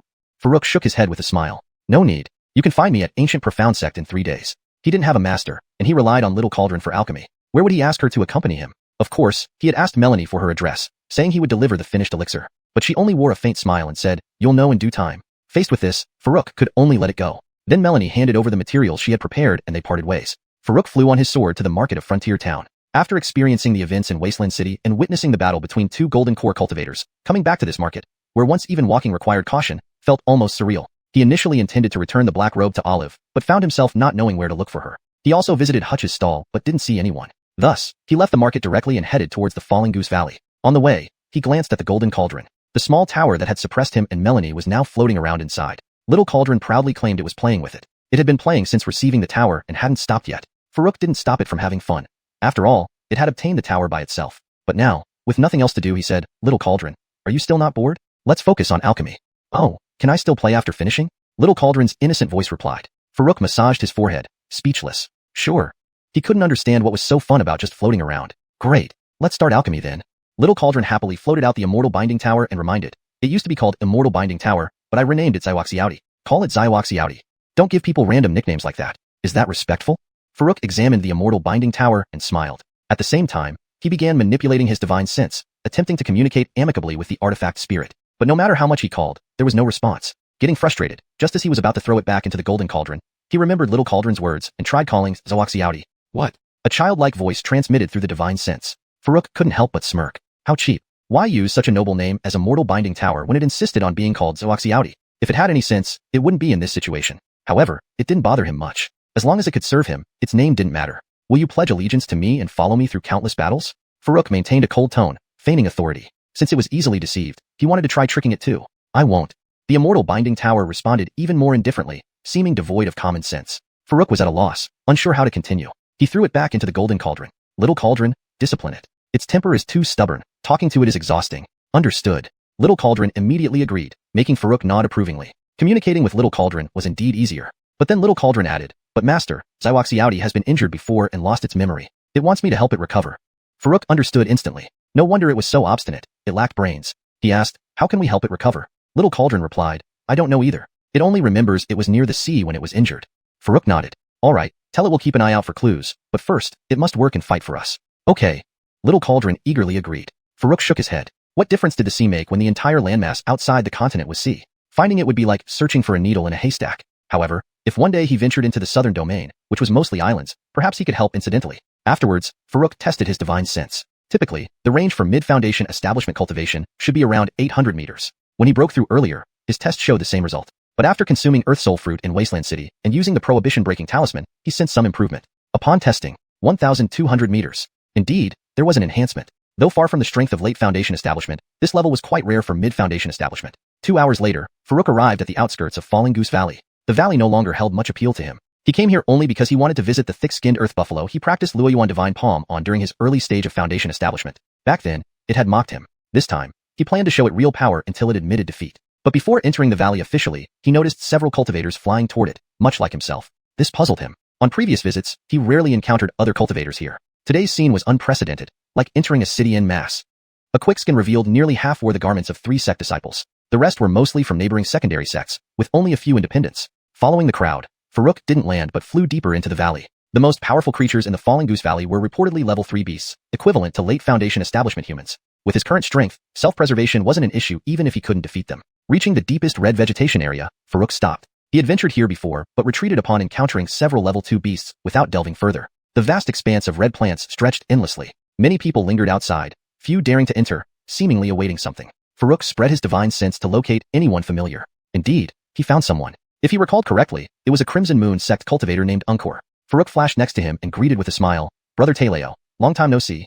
Chapter 128. An Essence Infant Expert's Cave? It's you? Brother Jiang appeared out of nowhere and gave me a fright. Unkur was startled by the sudden voice, but laughed in relief when he saw Farouk's face. He returned the greeting with a smile. However, since Farouk had specifically used a breath-holding technique, Unkur couldn't determine his cultivation level. Still, based on the ghost-like agility, he guessed Farouk must be at least at the early foundation establishment stage. After all, Unkur was already at the early foundation establishment stage and hadn't sensed how Farouk appeared. Met you, senior brother Jiang. A female cultivator beside him also greeted Farouk respectfully. Her name was Jasmine, one of the Chi West sect disciples who entered the secret realm previously. She naturally had met Farouk before. However, Farouk had no particular memory of her, only finding her face somewhat familiar. So he smiled and returned the greeting. As for the other few people around Unkur, he wasn't even familiar with their faces, and thus paid them little attention. Unkur stared at Farouk and asked, Brother Jiang, are you planning to go in? Farouk laughed and replied, I was actually about to ask you, Brother Taleo. Everyone is gathered here. What's happening? You've come here and still say you don't know? Who would believe that? That's right. Everyone comes here for treasures. It's not something shameful. Why act like that? Farouk glanced at the speakers. They were two early foundation establishment cultivators behind Unkur. Before he could respond, Jasmine immediately changed her expression and scolded them. Be quiet. Senior brother Jiang is an old acquaintance of both Brother Taleo and myself. If you can't wait, you can go in first. During the time in the secret realm, she and Unkur had owed Farouk a favor and were impressed by his strength. Now, by reprimanding the two, she aimed to prevent a conflict between them and Farouk, who could resist magical treasures even back when he was in the gathering chi stage. Despite everyone advancing over time, she wouldn't underestimate Farouk. Unkur turned and glared at the two. Then he apologized to Farouk. Forgive my juniors. They're just straightforward. After being reprimanded, the two dared not argue further, showing their respect for Unkur. Farouk didn't say much, just giving a casual smile. He never intended to confront these two. A quarrel would be a waste of words, and fighting would be overkill. Besides, they were from the same sect. Seeing Farouk's silence, Unkur quickly changed the topic. To be honest, Brother Jiang, according to our information, an ancient cave where an essence infant expert once resided has been discovered inside. Though it's said to be very old, the news isn't fully confirmed. I see. Thank you for informing me, Brother Taleo. Farouk bowed slightly, then stood thinking. His goal was to find the bull. But given this situation, even finding bull dung seemed unlikely. Regarding the essence infant expert's cave, he was mildly interested but skeptical about the real treasures and the crowd outside making any discovery easily retrievable. Seeing Farouk remain silent, Unkur asked, You're not going in? Farouk laughed. Not yet. I arrived late and should let others go first. Unkur inwardly rolled his eyes. Letting others go first, indeed. Just wanted someone to take the bullet. The two outspoken disciples also looked annoyed but held back due to Unkur's authority. Suddenly, Unkur slapped his forehead. Right? Your fat friend, Brother Zhu, has already gone in. Did you know? What? He went in? Farouk was startled. The fat Brother Zhu must be in cell. It fit his impulsive nature. Back in the secret realm, if not restrained, he'd have rushed in as the first. Since Incel went in, Farouk had to reconsider joining. He asked, did he go alone? No, he went with Sister Tayla, Unkur corrected, causing Farouk to roll his eyes again. Her long horse-like face hardly resembled a duck. But then Unkur's next words struck Farouk profoundly. I heard Brother Zhu mention looking for a certain body cultivation technique. Even though Unkur didn't give specifics, Farouk instantly understood. Only he, Ansel, and Ezekiel knew about his need for a body cultivation technique. Initially, Ezekiel found a rumor about ancient body cultivators having left techniques within the northern region. Ansel promised to find it for him when capable. Thus, Ansel's current venture was likely for Farouk. Considering Sister Alethia's cautious nature, she must have tried to stop Ansel, but he informed her of his intention. And with Ansel's loud voice, even whispers could be overheard. So, Farouk felt compelled to enter too. He paused and then calmly suggested, Shall we go in together, Brother Taleo? Unkur blinked. Didn't you say you weren't in a rush? Farouk smiled. Reflecting carefully, this might be our lucky chance. With treasures inside an essence infant expert's cave, why miss it? Himph. You didn't say that before. Unkur snorted but responded diplomatically, looks like you'll go first. Good luck. Farouk didn't hesitate, bowing politely before dashing deeper into the red plant cluster. Watching his retreating figure, Unkur narrowed his eyes. The allure of an essence infant expert's cave? Of course he was tempted, but like Farouk, he was wary of whether the treasures could be safely taken out. He really pretends well, doesn't he?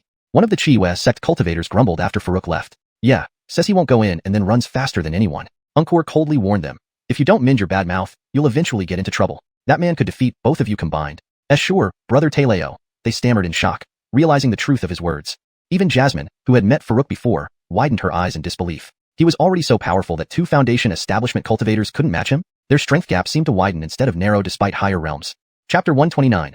Re-encountering Gaston. Splayed his divine sense for nearly 15 minutes while advancing. No sign of a single person, let alone a demon beast. As for that supposed cave residence of an advanced core formation realm expert, not even its shadow could be seen.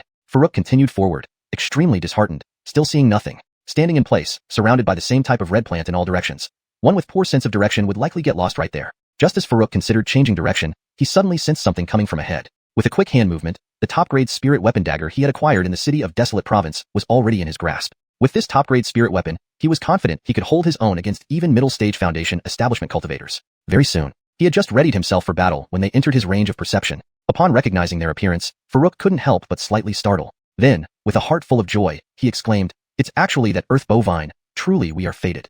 But quickly, he noticed something was amiss. The Earth Bovine was clearly fleeing for its life. Two figures chasing behind it appeared within his perception range, both cloaked in black robes with unseen faces. However, it seemed they were only ordinary black-robe chasers, because he could distinctly perceive both their realms as middle-stage Foundation establishment cultivators. Meanwhile, the two men in the bovine also detected Farouk's presence. One of them even murmured lowly, "Farouk." Though soft, the sound didn't escape Farouk's hearing. Few middle-stage Foundation establishment cultivators could instantly recognize him. Who could it be? Farouk pondered in silence. Clearly recognizing Farouk too, the Earth Bovine showed signs of struggle in its eyes before finally making a determined decision to flee towards Farouk. Compared to Farouk, the Earth Bovine found those two pursuers more terrifying. After all, Farouk merely used it for training, whereas those two wanted its life. Humph. Farouk coldly snorted. The action of the Earth Bovine felt somewhat insulting. Seeing it directly charge at him, Farouk didn't hesitate, immediately releasing a Luo Yuan Divine Palm strike. Due to practicing alongside the Luo Deity step, while his comprehension of the Luo Yuan Divine Palm might still be far from Melanie's level, he could definitely handle same realm beings. Instantly, the Earth Bovine felt as if it hit a cotton wall, unable to use much force. Just as it wondered about this, the cotton began to rotate fiercely. With immense rotational power, the Earth Bovine had no room to resist, landing heavily on the ground after a flip. "Lie still or die." The icy words halted the struggling Earth Bovine's attempts to stand up. Seeing the short blade in Farouk's hand, sharper than last time, the Earth Bovine dared not move again. Farouk did not immediately slay it. He was more curious about who these two men were and why they knew him. However, before he could inquire, they attacked first, flanking him from both sides. To attack despite seeing him subdue the Earth Bovine in one move either means they're brash or truly formidable. Farouk believed the latter to be more likely. The world isn't filled with reckless fools. So, his first move was his strongest. Kindness towards enemies is cruelty to oneself. He wouldn't make such an amateur mistake. The Luo Deity step plus the Wind Deity step performed simultaneously at their peak allowed him to appear 100 meters away in an instant as the attacker's strikes missed. Farouk turned defensive into offensive, unleashing spiritual power and aiming his short blade at one of the attackers with a heavy chop. Not good. Realizing the power of Farouk's strike, the pair's faces changed dramatically. One wielding a saber, the other a sword. They launched full power strikes hoping to parry Farouk's blow. Farouk observed closely. Spirit weapons, huh? No wonder they dared attack me. Their quality seemed inferior, probably only mid to low grade spirit weapons compared to top grade ones. Boom. An explosion followed as their attacks canceled each other out. Shockwaves shattered the surrounding plants instantly. Their first clash resulted in a draw. The two black-cloaked cultivators exchanged glances, nodding in agreement. Then, one hand holding their spirit weapons, the other forming seals rapidly. In moments, originally luminous blades now radiated with black aura. Farouk's eyes slightly narrowed. Longevity Hall? Before he could think further, they attacked again, the black aura boosting their spirit weapons power significantly, almost reaching high-grade spirit weapon levels. Farouk felt no fear. He always wanted to try his unique creation using a top-grade spirit weapon. Sadly, he lacked opportunity. Either opponents were too weak to use it or too strong for the chance. Today presented the perfect moment. Seeing the duo attack, Farouk swung his blade horizontally. Swoosh, swoosh, swoosh. 26 consecutive strikes hitting the same point culminated into a massive blade shadow, sweeping across heaven and earth in a dazzling display. Instantly, darkness enveloped everything except for the lingering blade light. The black-cloaked cultivators' attacks dissipated in seconds, then were slashed backwards. All plants within a 100-meter radius were decapitated by the passing blade shadow. Watching this from the ground, the Earth Bovine trembled in terror, yet silently rejoiced. Good thing I laid still, or I'd really be dead. Too brutal. Sheathing his blade, Farouk stood amidst the destruction, nodding satisfactorily. Powerful enough. Even against late-stage Foundation establishment cultivators, I can fight. He then walked over where the two black-cloaked cultivators landed, looking down at them from above. Now their black robes tattered, revealing their true faces. TSK, you're indeed from Longevity Hall, Gaston. Farouk smirked looking at one man. Back then during the clan duel, when the opponent tried to kill him, he mentioned immortality, which led Farouk to connect it with Longevity Hall. After Tyler's punishment, the guy disappeared. Never imagined fate would bring them together again. Humph, what's there to gloat about? The strength of Longevity Hall is beyond your imagination. You're like a frog at the bottom of a well. Gaston glared at Farouk, showing clear defiance. Oh, really? Tell me more about how powerful Longevity Hall is. Maybe I'll get scared and release you. Not angered, Farouk's smile grew wider. He wanted to understand this Longevity Hall better. Each mention of it brought ill fortune, as if targeting him. Yet, he knew very little about this organization. If learning more through Gaston meant giving a swift death, he wasn't opposed. You will never learn anything from us, ugh. This came not from Gaston, but another black-robed man. Farouk glanced over, his face young yet unfamiliar. Before he finished speaking, Farouk delivered a backhand slash. The black-robed man's voice stopped abruptly. Clutching his neck in disbelief, he gasped twice before dying. Farouk showed no mercy to worthless foes. Gaston's eyes widened in shock upon seeing this. Death isn't frightening, it happens in an instant. But witnessing someone's gruesome end awaiting death can be torturous. Chapter 129. Re-encountering Gaston. spreading his divine sense for nearly 15 minutes while advancing. There was no sign of a single person, let alone a demon beast. As for the cave residence of an advanced core formation realm expert, not even its shadow could be seen. Farouk continued forward, extremely disheartened, still seeing nothing. Standing in place, surrounded by the same type of red plant in all directions, one with poor sense of direction would likely get lost right there. Just as Farouk considered changing direction, he suddenly sensed something coming from ahead. With a quick hand movement, the top-grade spirit weapon dagger he had acquired in the city of Desolate Province was already in his grasp. With this top-grade spirit weapon, he was confident he could hold his own against even middle-stage Foundation establishment cultivators. Very soon, he had just readied himself for battle when they entered his range of perception. Upon recognizing their appearance, Farouk couldn't help but slightly startle. Then, with a heart full of joy, he exclaimed, "It's actually that Earth Bovine, truly we are fated." But quickly, he noticed something was amiss. The Earth Bovine was clearly fleeing for its life. Two figures chasing behind it appeared within his perception range, both cloaked in black robes with unseen faces. However, it seemed they were only ordinary black-robe chasers, because he could distinctly perceive both their realms as middle-stage Foundation establishment cultivators. Meanwhile, the two men in the bovine also detected Farouk's presence. One of them even murmured lowly, "Farouk." Though soft, the sound didn't escape Farouk's hearing. Few middle-stage Foundation establishment cultivators could instantly recognize him. Who could it be? Farouk pondered in silence. Clearly recognizing Farouk too, the Earth Bovine showed signs of struggle in its eyes before finally making a determined decision to flee towards Farouk. Compared to Farouk, the Earth Bovine found those two pursuers more terrifying. After all, Farouk merely used it for training, whereas those two wanted its life. Humph. Farouk coldly snorted. The action of the Earth Bovine felt somewhat insulting. Seeing it directly charge at him, Farouk didn't hesitate, immediately releasing a Luo Yuan Divine Palm strike. Due to practicing alongside the Luo deity step, while his comprehension of the Luo Yuan Divine Palm might still be far from Melanie's level, he could definitely handle same realm beings. Instantly, the Earth Bovine felt as if it hit a cotton wall, unable to use much force. Just as it wondered about this, the cotton began to rotate fiercely. With immense rotational power, the Earth Bovine had no room to resist, landing heavily on the ground after a flip. "Lie still or die." The icy words halted the struggling Earth Bovine's attempts to stand up. Seeing the short blade in Farouk's hand, sharper than last time, the Earth Bovine dared not move again. Farouk did not immediately slay it. He was more curious about who these two men were and why they knew him.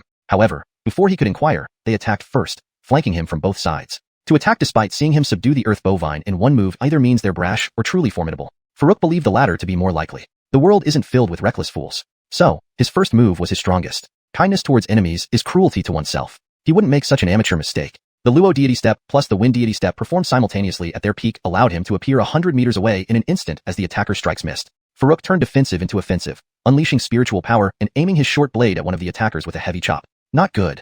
Realizing the power of Farouk's strike, the pair's faces changed dramatically. One wielding a saber, the other a sword. They launched full power strikes hoping to parry Farouk's blow. Farouk observed closely. Spirit weapons, huh? No wonder they dared attack me. Their qualities seemed inferior, probably only mid to low grade spirit weapons compared to top grade ones. Boom. An explosion followed as their attacks canceled each other out. Shockwaves shattered the surrounding plants instantly. Their first clash resulted in a draw. The two black-cloaked cultivators exchanged glances, nodding in agreement. Then, one hand holding their spirit weapons, the other forming seals rapidly. In moments, originally luminous blades now radiated with black aura. Farouk's eyes slightly narrowed. Longevity Hall? Before he could think further, they attacked again, the black aura boosting their spirit weapons' power significantly, almost reaching high-grade spirit weapon levels. Farouk felt no fear. He always wanted to try his unique creation using a top-grade spirit weapon. Sadly, he lacked opportunity. Either opponents were too weak to use it or too strong for the chance. Today presented the perfect moment. Seeing the duo attack, Farouk swung his blade horizontally. Swoosh, swoosh, swoosh. 26 consecutive strikes hitting the same point culminated into a massive blade shadow, sweeping across heaven and earth in a dazzling display. Instantly, darkness enveloped everything except for the lingering blade light. The black-cloaked cultivators' attacks dissipated in seconds, then were slashed backwards. All plants within a 100-meter radius were decapitated by the passing blade shadow. Watching this from the ground, the Earth Bovine trembled in terror, yet silently rejoiced. Good thing I laid still, or I'd really be dead. Too brutal. Sheathing his blade, Farouk stood amidst the destruction, nodding satisfactorily. Powerful enough. Even against late-stage Foundation establishment cultivators, I can fight. He then walked over where the two black-cloaked cultivators landed, looking down at them from above. Now their black robes tattered, revealing their true faces. TSK, you're indeed from Longevity Hall, Gaston. Farouk smirked looking at one man. Back then during the clan duel, when the opponent tried to kill him, he mentioned immortality, which led Farouk to connect it with Longevity Hall. After Tyler's punishment, the guy disappeared. Never imagined fate would bring them together again. Humph, what's there to gloat about? The strength of Longevity Hall is beyond your imagination. You're like a frog at the bottom of a well. Gaston glared at Farouk, showing clear defiance. Oh, really? Tell me more about how powerful Longevity Hall is. Maybe I'll get scared and release you. Not angered, Farouk's smile grew wider. He wanted to understand this Longevity Hall better. Each mention of it brought ill fortune, as if targeting him. Yet, he knew very little about this organization. If learning more through Gaston meant giving a swift death, he wasn't opposed. You will never learn anything from us, ugh. This came not from Gaston, but another black-robed man. Farouk glanced over. his face young yet unfamiliar. Before he finished speaking, Farouk delivered a backhand slash. The black-robed man's voice stopped abruptly. Clutching his neck in disbelief, he gasped twice before dying. Farouk showed no mercy to worthless foes. Gaston's eyes widened in shock upon seeing this. Death isn't frightening, it happens in an instant, but witnessing someone's gruesome end awaiting death can be torturous.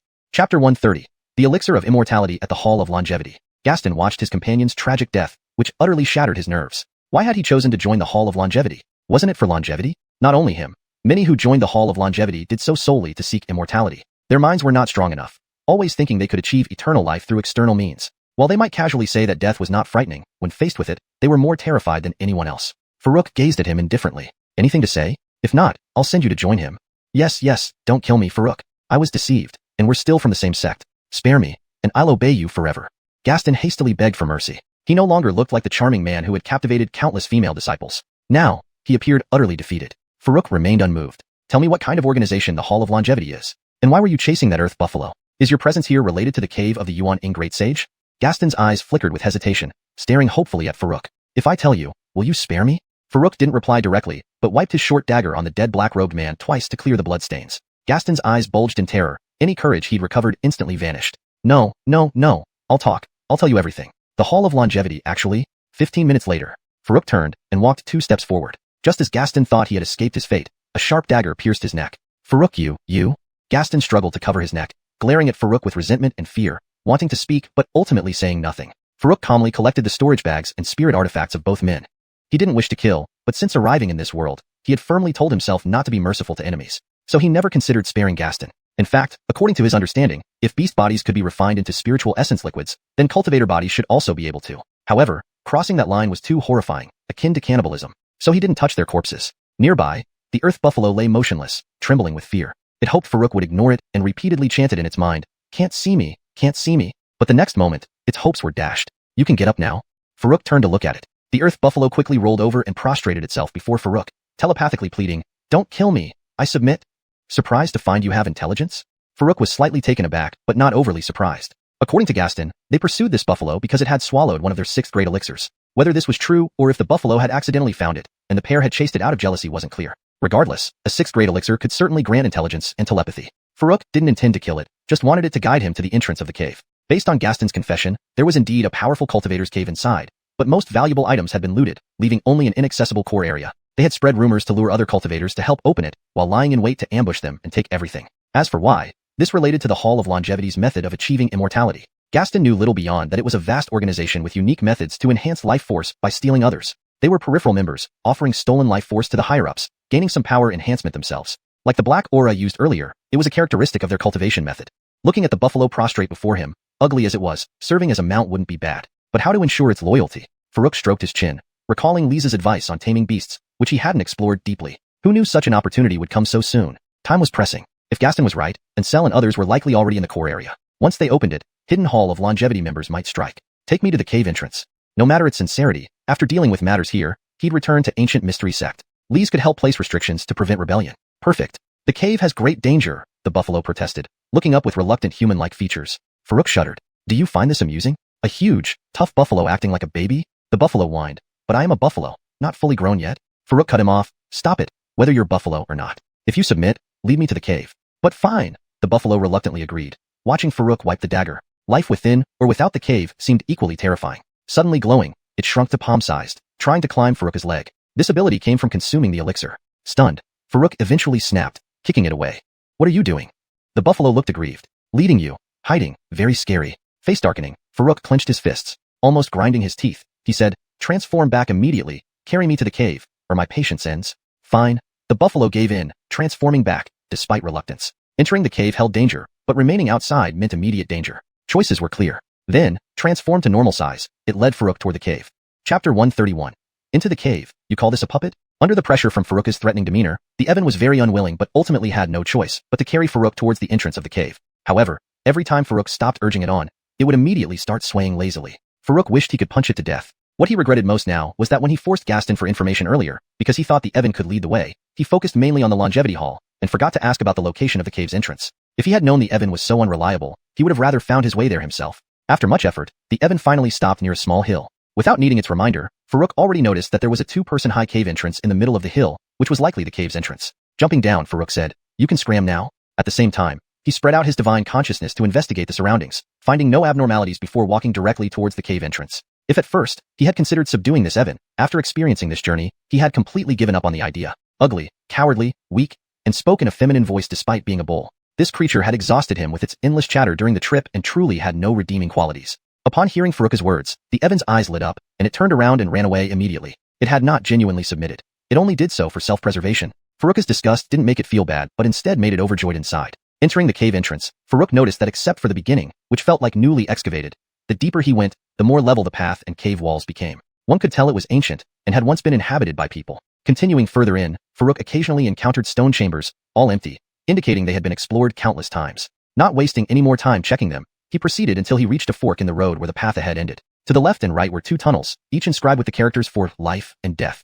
Faruk didn't act rashly but stood there pondering. The words life and death held little value to him now. Many cultivators, including those from the longevity hall, had already entered before him. Both tunnels had surely been tried many times, with dangers and treasures already cleared out. His primary goal now was to find and sell. According to Gaston, the longevity hall had several foundation establishment, latter stage cultivators hiding nearby, ready to move as soon as the core area opened. Given Ansel's current strength, even if he teamed up with Althia, they would not be able to match a foundation establishment, latter stage cultivator. But which tunnel should I take to find and sell?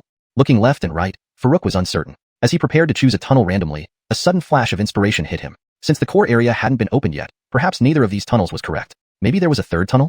Thinking about this, he moved to the end of the main tunnel, tapping left and right, hoping to find something unusual. But after hitting for a long time, there was no reaction. It seems brute force is necessary.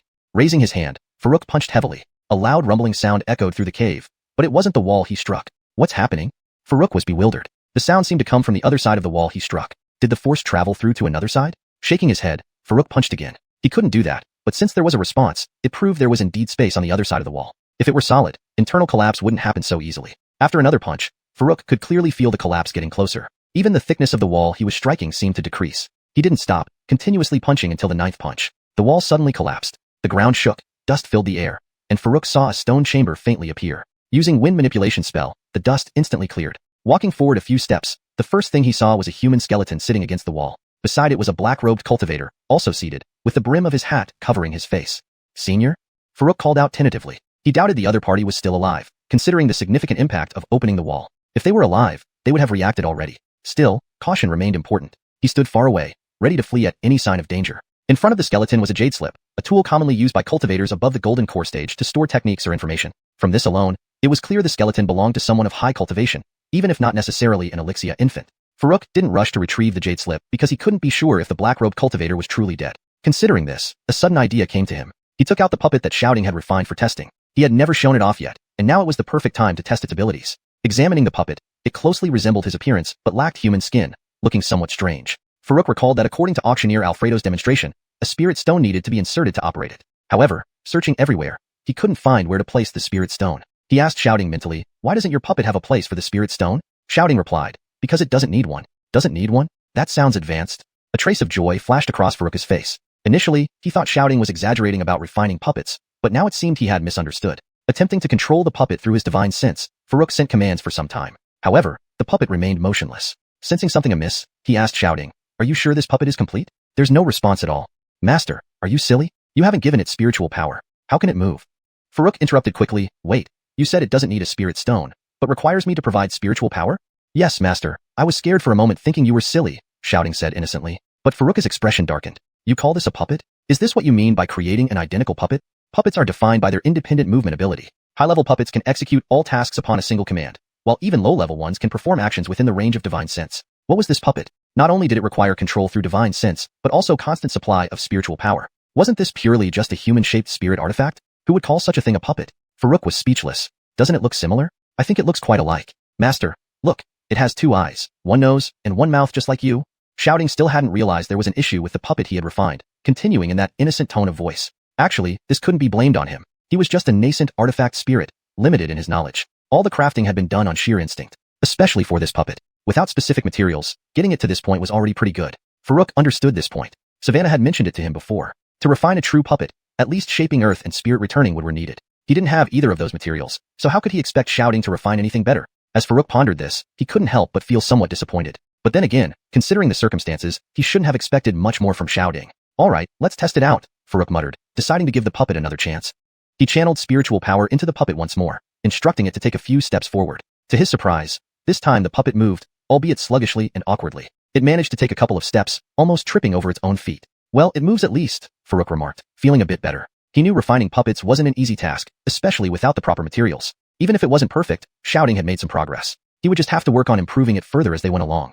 Chapter 132, Puppet of the Golden Core Stage. Farouk no longer dwelled on the puppet's issue but, through telekinesis, directed spiritual power into the puppet from a distance. With the infusion of spiritual power, the entire puppet began to shimmer with an iridescent glow. Then Farouk controlled it via his divine sense. The process was similar to controlling a flying sword from a distance. Ultimately, the puppet did indeed come to life, though its movements were quite stiff. At this point, however, there was no time to be picky. Farouk directly maneuvered the puppet forward, slowly retrieving the jade slip. Without further ado, he placed the jade slip against his brow and perceived its contents via his divine sense. This old man is Telahi. Today, I leave this jade slip here, hoping that a kindred spirit can assist in returning my bones to my homeland. In due time, after a brief moment, Farouk put away the jade slip. He examined the stone chamber once again in detail. Nodding inwardly, the description in the jade slip matched the state of the stone chamber. According to the jade slip, these bones should belong to the cave master, Telahi, and the black-robed cultivator beside him wasn't real but another puppet. However, this puppet was incomplete. During his travels, he had made enemies and was gravely injured, forcing him to build this cave for recovery. A century later, not only had his injuries worsened, but they also became more severe. Out of necessity, he chose an alternative solution, preparing to refine a puppet body for himself. He had all the materials except one, millennium-grade rejuvenating spirit wood. Although he planted many such trees when constructing the cave, the oldest ones at that time were only 100 years old, insufficient for refining the puppet.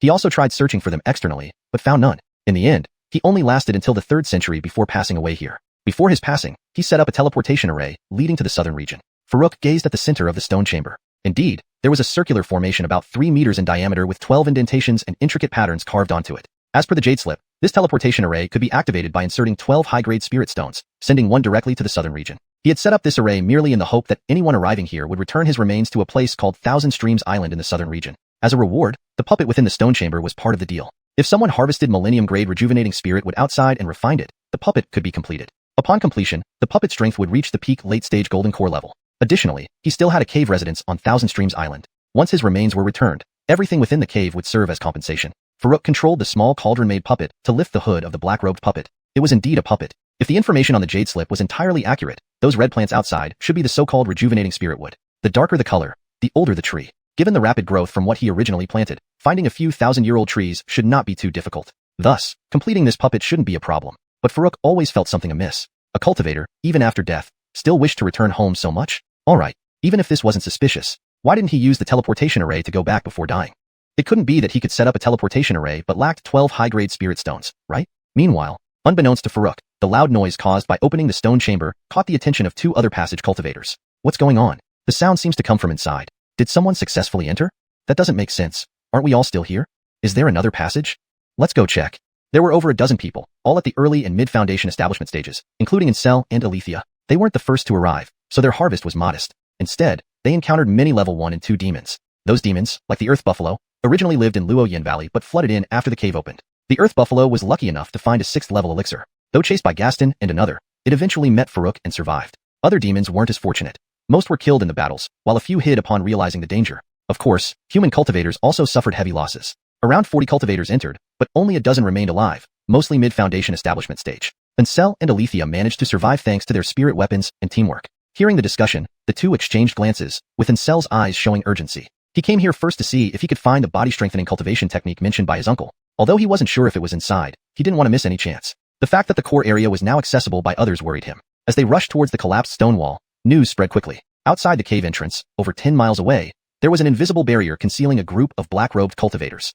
Their leader was an old woman hunched over slightly. Carmen, you lead a few to handle the intruders inside the cave. The rest follow me to deal with the self-righteous watchers outside. Yes. The Earth Buffalo, after leaving the cave entrance, headed straight for the region beyond the red rejuvenating spirit wood. Previously, this area was its safest haven. Now, the influx of cultivators made it the most dangerous. It needed to find a hiding spot outside Luoyin Valley and wait out the turmoil. To avoid notice, it shrunk to the size of a small insect and hurriedly ran through the jungle. It whispered to itself, "Brave buffalo, fearless." Yet, it seemed to have overlooked something important. With its smaller form, its speed had also decreased significantly. Despite running for a long time, it hadn't escaped the rejuvenating spirit wood region. Suddenly, it noticed something wrong. Several black-robed cultivators charged out from the opposite direction. Not knowing if they were targeting it, it panicked and dashed back towards the cave. While the cave held great terror, this area was filled with even more. Despite its efforts, it realized it wasn't outrunning them but falling behind. Why is this happening? Panic clouded its thoughts, and it reverted to its original form, regaining its speed. Finally realizing that shrinking slowed it down. Chapter 133, Encounter. Inside the grotto, within the stone chamber, Farouk once again manipulated the puppet to thoroughly search the entire stone room. He found nothing out of the ordinary. Could it be that I was just overthinking? Farouk frowned and pondered for a moment. In the end, he couldn't resist the allure of the black-robed puppet and directly stored it away. As for the ancient crane skeleton, he also collected it and put it into his storage ring. Whether or not there was any trickery, it was best to store them first. An equivalent of a peak late golden core puppet. Once final refinement is complete, it would immediately fly off in terms of value. Who could resist such temptation? Compared to this, the treasures from the Thousand Flow Islands grotto were less appealing. After all, without seeing the items in person, who knew what kind of junk they might be? If he ever truly went to the southern domain, he could take the opportunity to explore. But to make a special trip wasn't worth it. Just as he had gathered everything, footsteps sounded from outside. Farouk quickly searched the entire stone room again, making sure he hadn't missed anything before waving his hand to store his puppet. The other stone rooms outside had already been ransacked clean. If he left even a brick or piece of tile for someone else here, it would bother him. When everyone came in, they saw Farouk standing in the center of the stone room, stroking his chin lightly as if deep in thought. Elder brother, ha ha ha, how did you get here? Ansel shouted as soon as he spotted Farouk, rushing over. Althia followed closely behind. The others began searching through the stone room. Farouk watched with twitching eyes. He realized he had been too lenient. Seeing these people's actions, it seemed they wanted to dig up every inch of soil to take home. I just happened to be passing by, heard you guys were inside, so I came to check. By the time I arrived here, you had come early. Did you find anything?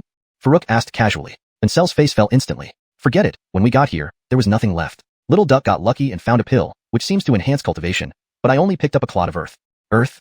Farouk was puzzled. They really treated dirt like treasure? Oh, I feel this earth is a bit different. Look. Ansel looked around cautiously, then drew closer to Farouk, taking out a clod of earth roughly the size of 2 adult palms. Farouk inspected it and felt its texture.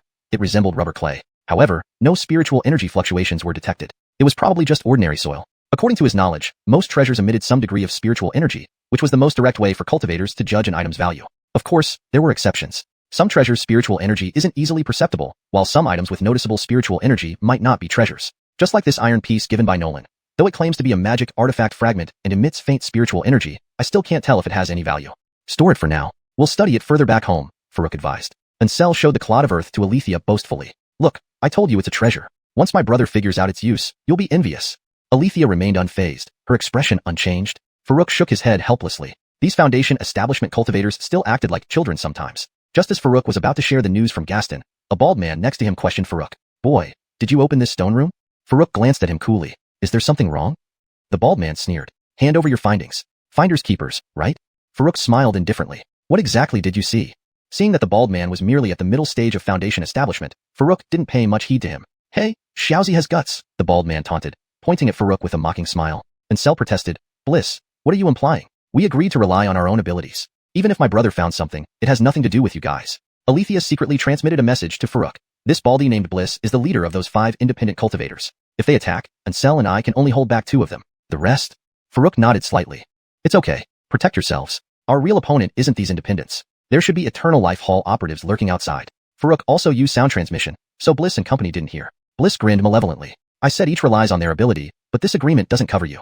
Decide whether you want to share the treasure or, well, you know. He displayed a newly acquired spirit-level war axe, emphasizing his threat. Farouk took a quick count. Excluding Ansel and Althia, 12 more people had entered. Of these 12, 6 were the independents including Bliss, all mid-stage Foundation establishment. The other 6, based on their attire, appear to be from the same sect, but Farouk couldn't identify the specific sect. 3 were mid-stage Foundation establishment, while the remaining 3 were early stage. Judging by their positioning, these 6 sect disciples had no intention of intervening. The 5 independents with Bliss subtly positioned themselves to encircle Farouk and his companions.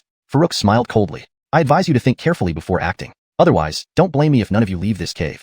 Although 6 mid-stage Foundation establishment weren't weak, Farouk wasn't intimidated. Forget having a spirit-level weapon for everyone. Even if they did, self-preservation wouldn't be a problem for him. Not to mention he still had 10 low-grade blank talismans. Be it the Jixing Fu, Swift Movement Talisman, or Shenfengjian Fu, Whirlwind/Talisman. Neither of them could be matched by mid-stage Foundation establishment cultivators. For better fluency and accuracy in English, the sentence should be revised as, whether it's the Swift Movement Talisman or the Whirlwind/Talisman, neither can be matched by mid-stage Foundation establishment cultivators. Then there were the 15-grade, 3 demon beasts and dozens of spirit materials he had obtained from Melanie for refining the Jinshi Tu Po Fu, prohibition-breaking talisman.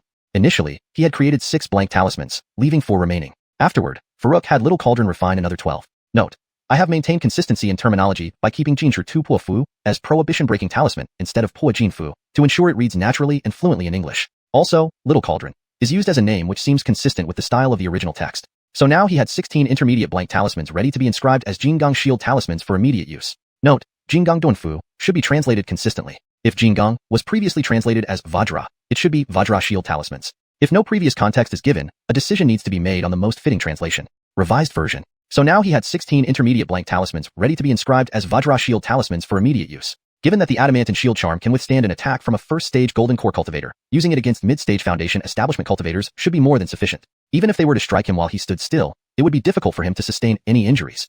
Humph. Refusing the wine offered, choosing the punishment drink, and still talking big. Let's see how you stop us from leaving. Bliss spat disdainfully, then lifted his war axe and swung it at Farouk. Due to the conceal breath technique Farouk used, Bliss couldn't accurately gauge his cultivation level. But based on Ancestral and Althia being early-stage Foundation Establishment and Farouk's age, Bliss figured Farouk was also just an early-stage cultivator. Considering his own mid-stage cultivation and possession of a spirit weapon, defeating a mere early-stage cultivator would be effortless. Thus, he completely underestimated Farouk. Seeing the immediate action, Ancestral was about to charge forward but was stopped by Farouk. Just watch out for the Eternal Life Hall members. Farouk stepped forward. He gripped his hand, retrieving the Supreme Grade Spirit Short Knife. Hiss. Supreme Grade Spirit Weapon. No wonder he dared challenge Bliss. Not a simple one indeed. Well, without skills, could he have made it here? Told you he looks formidable. Bliss is biting into a hard nail this time. Chapter 134. Master, save me, Daniel is dying. As Farouk revealed his short knife, everyone immediately recognized its quality and couldn't help but gasp in shock. Even the bald old Mo's aura weakened considerably. An ultimate grade spirit weapon was enough to threaten a Foundation Establishment late-stage cultivator. He wouldn't dare to challenge such an opponent even if he were mad. However, he quickly forced himself to calm down. The power of an ultimate grade spirit weapon was undeniable, but it also consumed far more than ordinary spirit weapons. With 6 Foundation Establishment mid-stage experts on their side, they could wear him down. They would gain an additional top-grade weapon at that time. This thought excited him once again. If he could possess such an ultimate-grade spirit weapon, he'd be almost invincible below the Golden Core realm. Instantly, his eyes turned from disdainful to greedy. But in the next moment, his expression changed to one of terror and disbelief. After what seemed like a casual strike by Farouk, his full-strength attack dissipated instantly. And it didn't stop there. A shadow of a blade came swiftly. Without even having time to set up a defense, he was slashed and sent flying. Oofed. A mouthful of fresh blood spewed out. Bliss crashed onto the ground with a thud and failed to get up for a long while. Everything happened so swiftly that when the crowd realized the situation, they stood dumbfounded, filled with disbelief. They had expected the ultimate-grade spirit weapon to be strong, but who would have thought it would severely injure Bliss, who was at Foundation Establishment mid-stage and wielded a spirit weapon in just one blow? Wasn't Bliss their strongest among these dozen people? How could he not even block one strike? For a moment, apart from Ancestral and Althia, no one else dared to breathe. It was too terrifying. It wasn't a match for them despite outnumbering him. Farouk calmly stepped forward and mercilessly ended Bliss's life. Though Bliss tried to resist and beg for mercy, Farouk didn't intend to give him any chances. This wasn't a tournament within the sect. In the wilds, it was either you die or I live. No leniency. The other 5 wandering cultivators under Bliss's leadership looked at each other, playing dumb. They weren't disloyal. They hardly knew each other well. Unlike sect disciples, they had formed a team only for this exploration. Had Bliss managed to withstand Farouk's blow, perhaps they wouldn't have reacted this way. But seeing him unable to defend against a single strike, what else could they do except follow suit? Farouk picked up Bliss's storage bag and the spirit axe, then turned to look at the 5 wanderers. You're not attacking? Ahem, brother. Don't misunderstand. We aren't familiar with that Bliss. Right. We met just for this cave exploration. We've been watching him uncomfortably for a long time. If not for his spirit weapon, why would we submit to him? The 5 echoed each other. Seeing this, Farouk said nothing more. He didn't care about their thoughts. As long as they didn't oppose him, he wouldn't bother. Now that Ancestral and Althia were found, and he had gained an almost completed puppet, he intended to leave as soon as possible. According to Oliver's words, the Immortal Hall might soon take action. The longer they lingered, the more dangerous it became. Looking at the other 6 sect disciples, Farouk said indifferently, I encountered members of the Immortal Hall earlier. If my information is correct, this place was intentionally leaked by them to lure all of you into a trap. That's all I can say. You decide what to do. Then he beckoned Ancestral and Althia. Let's go. Ancestral and Althia followed immediately without any doubt. The rest of the people were terrified and unsure how to react. Had Farouk mentioned this before killing Bliss, they would have dismissed it, even mocked it. But now that Farouk had displayed such overwhelming power, they couldn't afford to ignore it. Considering the notorious reputation of the Immortal Hall, what should they do if it were true? They glanced at each other and hastily followed Farouk. His strength spoke volumes. If they encountered the Immortal Hall alone, they would surely lose. Following Farouk, however, gave them a glimmer of hope. Only one female cultivator from the 6 sect disciples paused to glance at the transmission array in the stone room, her eyes showing deep thought. But she soon caught up with the others and left. Elsewhere, the Ferdy rushed back to the cave entrance without stopping, terrified of the black-robed cultivators chasing it. It barely survived after slowing down for just a moment. Thanks to its strong defenses, it had narrowly avoided death. But another blow would certainly finish it off. Fearing for its life, it charged recklessly through the cave. Suddenly, it missed the human who used it as a mount. Though he was unpleasant and threatening, at least he hadn't really wanted its life compared to the murderous black-robed cultivators. While running, it suddenly heard a voice it knew too well. Dead cow, are you tired of living? It was him. The Ferdy was overjoyed, knowing it had salvation. But the next second, a familiar force struck it again, slamming its large body to the ground. Only then did it realize it had almost crashed into someone while rushing blindly. Without explaining, it shrank into a small, insect-like size and launched itself towards Faruka's leg, crying telepathically, "Master, save me, Daniel is dying." Faruk almost kicked it away. "Didn't I tell you to leave? Why come back?" He saw 8 black-robed cultivators following closely. Clearly, they were from the Immortal Hall, just like Oliver. When he told the Furdy to leave, he saw it fleeing rapidly, showing no sign of loyalty. Knowing the creature hadn't genuinely submitted, he mocked it upon seeing it chased back by the Immortal Hall. Clinging tightly to Faruka's pant leg, it shamelessly replied, "Daniel chose to submit and naturally wouldn't leave. I was just gathering information." Humph.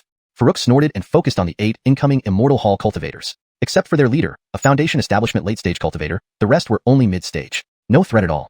Hashtag Chapter 135. The Ruthless Method of Immortality. The sudden change caught everyone off guard. Whether it was the 5 independent cultivators or the 6 disciples from sects, they all braced themselves, not daring to relax in the slightest. Clearly, they had recognized that the leader on the opposite side was a powerful core formation ladder-stage cultivator. Suddenly, one of the independent cultivators wearing a scholar's cap sidestepped and addressed the leading core formation ladder-stage cultivator. "May I ask what purpose Senior has in intercepting us? I don't know these people, nor do I wish to meddle. Could you allow me to leave first?" He had noticed clearly that these people were clearly pursuing that ox. And now, that ox was inside Faruka's possession. Based on this, he suspected that Faruka's earlier claim about having Longxing Hall cultivators lying in ambush was entirely deceptive, aimed at getting them to help him deal with these people. In reality, these people weren't the supposed Longxing Hall cultivators, but simply his enemies. Thinking to himself, he cast a glance at Faruk. "Trying to play games with me? Humph." Oh.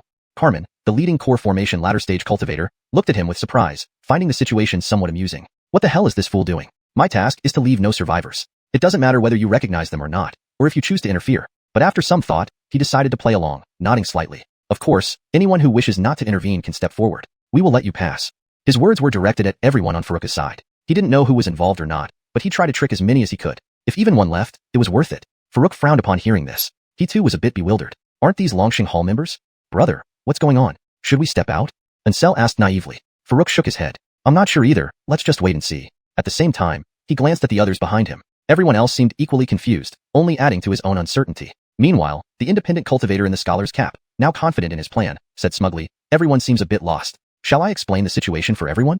With a self-important look, he scanned the crowd, deliberately skipping over Faruk. Seeing Faruka's puzzled expression, he inwardly sneered. "You're still pretending here? Watch how I expose you." The others turned their attention to him. "Lost, very lost. Yes, please enlighten us." Even Carmen watched with interest, gesturing for him to continue. He wanted to hear what this fellow would come up with. Clearing his throat slightly, the scholar cap cultivator pointed at Faruk and said loudly, "You've all been deceived by him. There are no Longxing Hall cultivators here. These people have come purely because of him. He's using the excuse of Longxing Hall to deceive you into helping him fight." By the end of his statement, there was a clear tone of indignation in his voice. Turning to Carmen, he asked for confirmation. "Senior, am I correct?" Carmen paused, momentarily baffled. Indeed, they were from Longxing Hall. However, realizing the benefit, he nodded vigorously. Yes, he added. "If you don't want to get involved, you can come over here, and we'll let you go." Although he still wasn't clear on why this was happening, he knew it would make dealing with the remaining 14 people easier. The few independent cultivators behind Faruk exchanged glances. 3 of them stepped towards the scholar cap cultivator, while the last one hesitated, looking at Faruk. "Do you have anything to say?"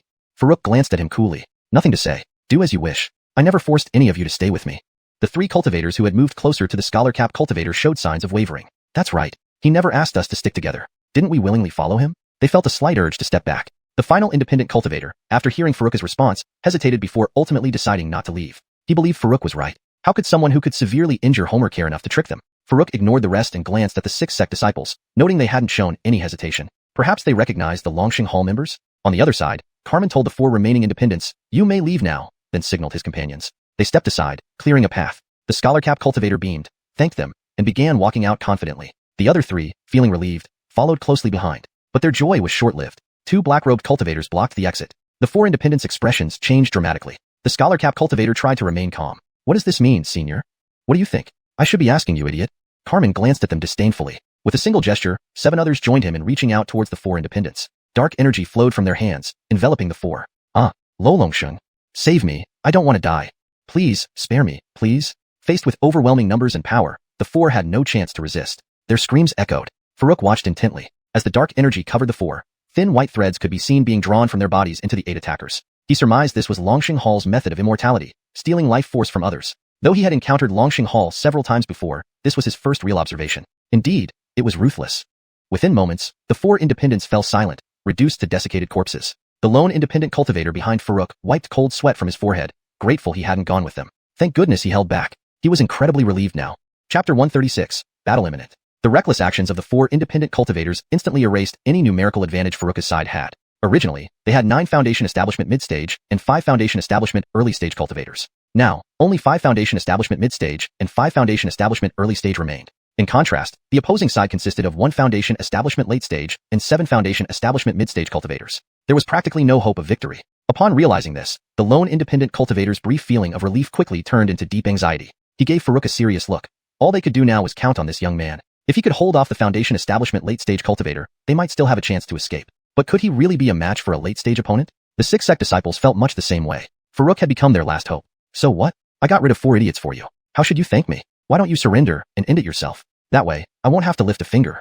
Carmen casually scanned Furuka and his companions before settling his gaze on Furuka. He could sense that these people were relying heavily on him. Furuka smiled slightly and calmly replied, "You deserve a proper thank you indeed. How about this? Tell me everything you know about the Hall of Eternal Life. If I find it valuable, I'll spare your life. What do you think?"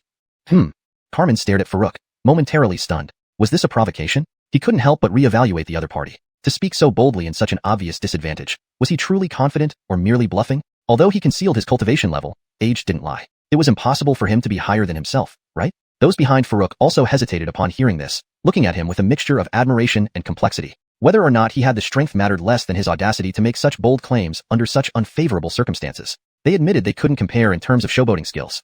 "Humph, then let's see if you can handle my blade," Carmen snorted coldly, raising his hand and summoning a long saber. From its imposing aura, it was clearly a spirit tool grade long saber, though just a mid-grade one. Furuka withdrew his top-grade spirit tool short knife once more. Seeing the short knife, Carmen's eyes narrowed slightly. No wonder he spoke so boldly. He did have some support, but if it was just a top-grade spirit tool, it wasn't enough. Carmen glanced at Furuka, then sliced forward with a wave of his hand.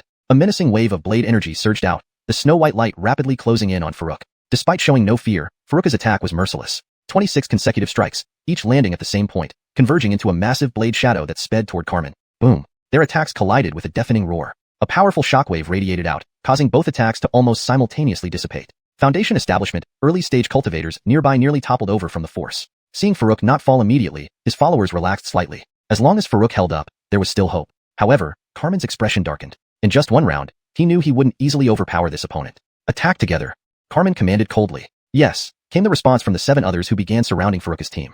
Furuka handed 2 speed-enhancing talismans to Ancestral and Althia, saying, "These will boost your speed. Be careful." He had just had Kira inscribe them. He only had Tenchuji blank talismans in total, and couldn't worry about the rest. Improved version. He had just had Shouting inscribe them. With only 10 basic blank talismans on hand, he couldn't afford to worry about the others. "Brother, take care too." Ancestral tucked the talisman into his storage bag instead of using it right away. Such valuable items were better saved for crucial moments. Althia accepted the talisman without hesitation, her respect for Furuka growing as she realized how rare such resources were. With Furuka restraining Carmen, Ancestral, and Althia, armed with spirit tools and talismans, could hold off 2 Foundation Establishment mid-stage cultivators. The rest would handle the remaining 5. Though outnumbered, theoretically, they still had a good chance since they had 4 Foundation Establishment mid-stage and 3 early-stage cultivators. However, when the 7 Hall of Eternal Life cultivators revealed their spirit tools, their hearts sank. Ordinary lower-grade spirit tools, though inferior to Furuka's, were far beyond their own capabilities with mere magical treasures. Once the battle started, it was one-sided. Spirit tools could decide outcomes swiftly. Furuka shook his head. While he was unafraid of being surrounded, if his companions fell, Ancestral and Althia would be in trouble. Hand-to-hand combat wasn't an option. Thinking for a moment, Furuka casually pulled out 4 spare spirit tools and tossed them to the others, saying, "Borrow these for now. Return them after the fight." One was his demon blade, the other 3 he had obtained that day, one from Gaston and another from Homer. The struggling cultivators rejoiced upon receiving the spirit tools. "Thank you for lending the blade. Thank you for lending the sword. Thank you." Their astonishment at Furuka's wealth grew. 5 spirit tools, including a top-grade one. This was unbelievable. Even Carmen, currently battling Furuka, was momentarily surprised. What was this person's background? How could he possess so many spirit tools? It was downright humiliating that he had time to lend equipment while fully engaging. Carmen clenched his fists, wanting to crush Furuka beneath him. Yet every move was effortlessly countered, not even inflicting a scratch on him. Meanwhile, Furuka used Carmen's attacks to hone the Luo Yuan Divine Palm, seeking an opportunity to land a devastating blow. Since witnessing Melanie's true prowess, he had practiced extensively but still lagged. He could barely retain 20% of an opponent's attack compared to Melanie's 80%. Yet, he had improved significantly since facing Abel, who he could barely counter then. Now, he could withstand and retaliate effectively. His true trump card, however, remained the short knife. Just then, a scream broke through from the battlefield. "Ah!" Both men turned to see one of the female disciples among the 6 Sect disciples wielding Furuka's demon blade, cutting down a black-robed cultivator, severing his arm despite failing to kill him outright. The tide of battle was tilting. Chapter 137, Carmen's death. Seeing his side gradually fall into a disadvantageous position, Carmen couldn't help but feel an increasing sense of urgency. He had originally thought that with his late Foundation Establishment stage prowess, he could easily take down Furuka. but unexpectedly, he found himself locked in a deadlock. If he didn't manage to break free soon, the disadvantage would only grow larger. Considering this, he decided not to tangle further with Farouk. After all, while he couldn't subdue Farouk, neither could Farouk overcome him. Why not simply leave Farouk and attack someone else? If he could reverse the situation and put the other side at a disadvantage, he could then return to tie up Farouk, thus turning the tide naturally. With a quick scan of the battlefield, he zeroed in on the mid-foundation establishment female disciple. At present, she was clearly the strongest opponent after Farouk. If he could either kill or seriously injure her, then come back to hold Farouk, the rest wouldn't be able to stir up any more trouble. Mariana, who was pressing forward victoriously, suddenly felt a tremor in her heart. She sensed Carmen's gaze fixed on her. However, after quickly glancing at Farouk, she pretended nothing had happened and continued pursuing the black-robed cultivator who had lost an arm. Carmen seized the opportunity. He slashed at Farouk with a knife, and then swiftly moved to intercept Mariana. Mid-foundation establishment, mere mid-stage, how could anyone be as troublesome as Farouk? He was confident he could deliver a killing blow in one strike. But soon, something felt amiss. He noticed that Mariana's path was being restricted by Farouk's attacks. Was he trying to trade lives? Using Mariana's life to exchange for his own? This boy has quite the ruthless heart. Unfortunately, your plan is too naive. Carmen glanced at Farouk, disdain clear on his face. Although it was too late to retreat now that he had already made his move, as a late foundation establishment powerhouse, he believed he could adjust his attack. Even if it meant sustaining some minor injuries, dealing with the mid-foundation establishment female cultivator would instantly reverse the situation. But in the next moment, confusion flashed across his eyes. His heart suddenly pounded. No good. He had fallen into a trap. Suddenly, he saw Mariana pause abruptly, stopping dead in her tracks. Did she anticipate his move? No, even if she did foresee it, she couldn't have timed it so perfectly. It must be him. Carmen suddenly turned his head towards Farouk, his expression darkening instantly. He had underestimated this unusually young man. Now trapped in the adversary's scheme, reversing the situation would be far more difficult. He glanced at Mariana's position. Trying to rush over was clearly too late. Helplessly, he altered his attack direction, aiming back at Farouk, simultaneously channeling the longevity technique. A dense black aura spread out, making his already formidable strike even sharper. Still, an attack altered mid-motion could hardly match Farouk's full-force blow. Farouk had been observing from the start. When Carmen looked at Mariana, Farouk secretly alerted Mariana to be on guard, while his short knife was already poised for action.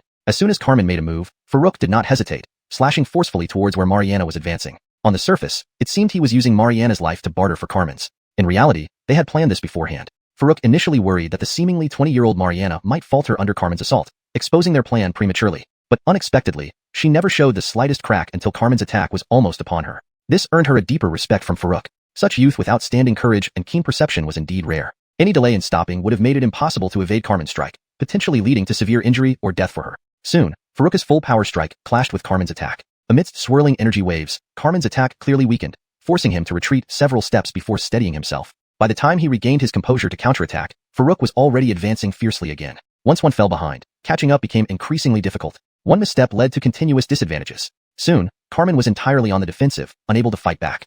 Farouk fought harder and faster. Carmen felt utterly stifled, barely managing to parry the relentless onslaught. A fleeting thought crossed his mind, to escape. Glancing around, disregarding his companions, he intensified his movements and sprinted towards the cave entrance. Himph, can you escape?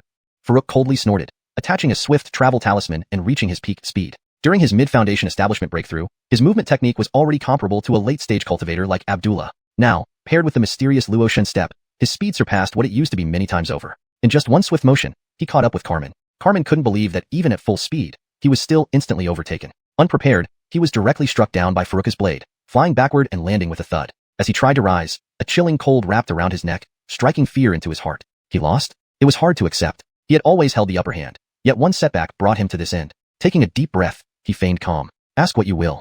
Since the opponent hadn't killed him immediately, there must still be a chance to survive. Recalling the deal, if he revealed everything about the Immortality Hall, they would let him live. Perhaps it still counted? Who would choose death over life? Yet, unexpectedly, in the next second, searing pain engulfed his neck. The world around him grew dim and blurry. Ho. To his dying breath, he couldn't fathom why the opponent, having spared him initially, chose to kill him without asking any questions.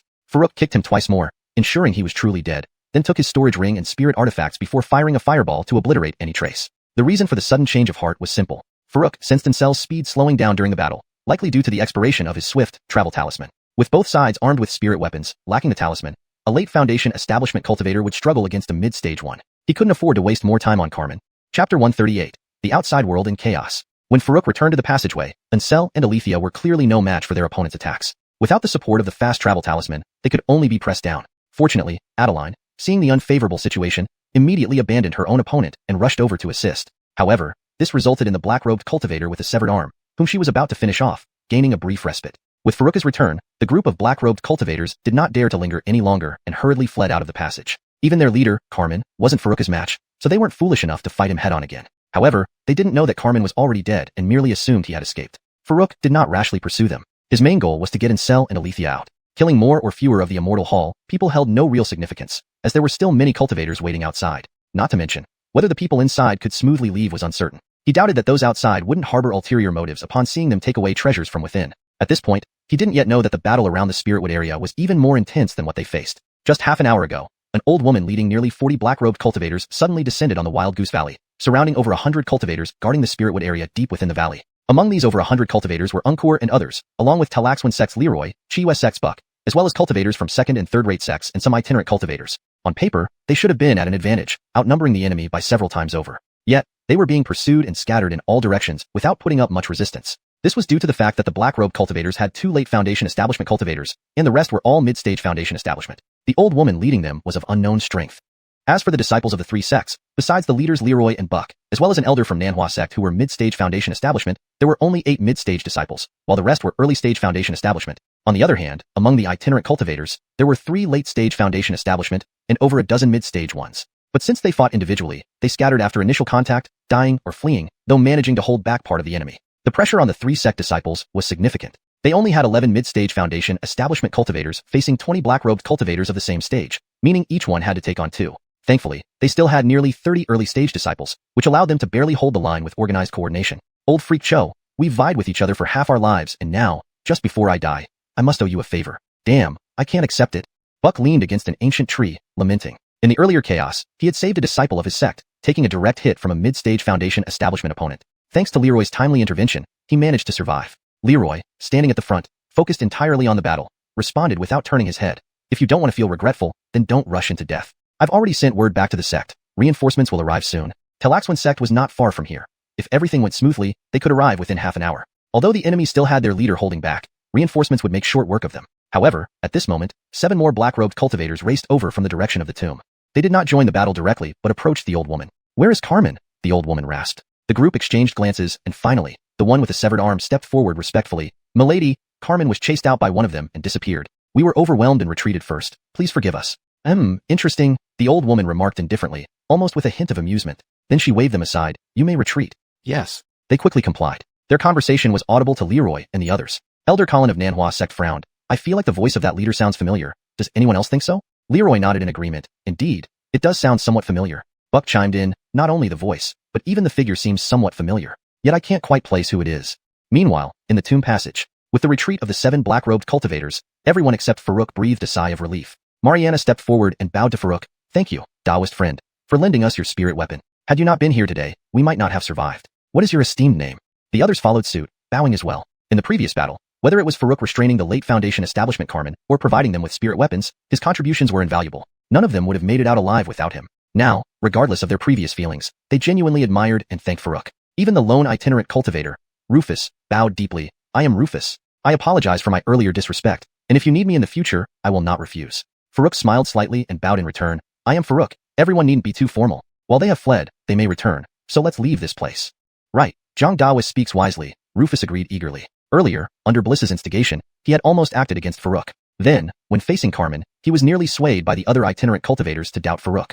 Now he worried Farouk might hold a grudge. Farouk's power was something he had witnessed firsthand. He couldn't muster the courage to oppose him. Mariana nodded. We'll follow Zhang Daoist's lead. Then she hesitantly touched her hair. Zhang Daoist, may we buy the spirit weapon you provided us? She used Farouk's demonic blade. Though its shape was somewhat peculiar, its power fascinated her. As a mid-stage Foundation Establishment cultivator, such a weapon boosted her strength nearly twofold. She had never experienced such a rapid increase in power before using a spirit weapon. The others also looked at Farouk hopefully, including Rufus. He wielded Bliss's giant axe, and before Bliss died, he often envied and coveted it. Now that Bliss was gone, he had the chance to wield it himself. After experiencing the power of a spirit weapon, who would willingly revert to using a magical tool?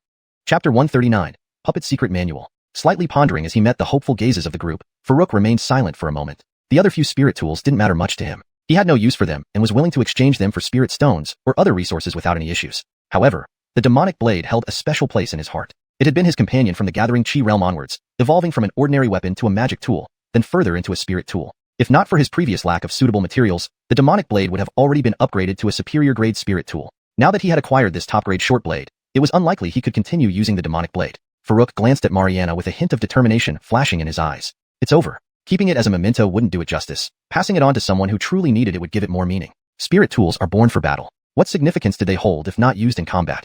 Farouk nodded. Sure, you can exchange it for spirit stones or other resources. Hearing this, Mariana and the others were visibly delighted, immediately clasping their hands in gratitude. Thank you for your generosity. Without delay, Mariana took out a storage pouch and handed it to Farouk. Here are our accumulated savings and some of our finds in this cave. Please choose items of equivalent value. Rufus, observing this, reluctantly followed suit by also offering his storage pouch for Farouk's selection. Farouk nodded and began inspecting Mariana's pouch first. Besides containing over 2,000 mid-grade spirit stones, there were various miscellaneous items like beast cores, spirit herbs, and materials. These seemed to be their collective wealth from their 6-person team. Each member likely had a private stash of their own. Estimating the market price for an ordinary inferior-grade spirit tool, 600 to 800 mid-grade spirit stones, and a middle-grade spirit tool, 900-1100 mid-grade spirit stones, Farouk chose only about 2,700 mid-grade spirit stones worth of items.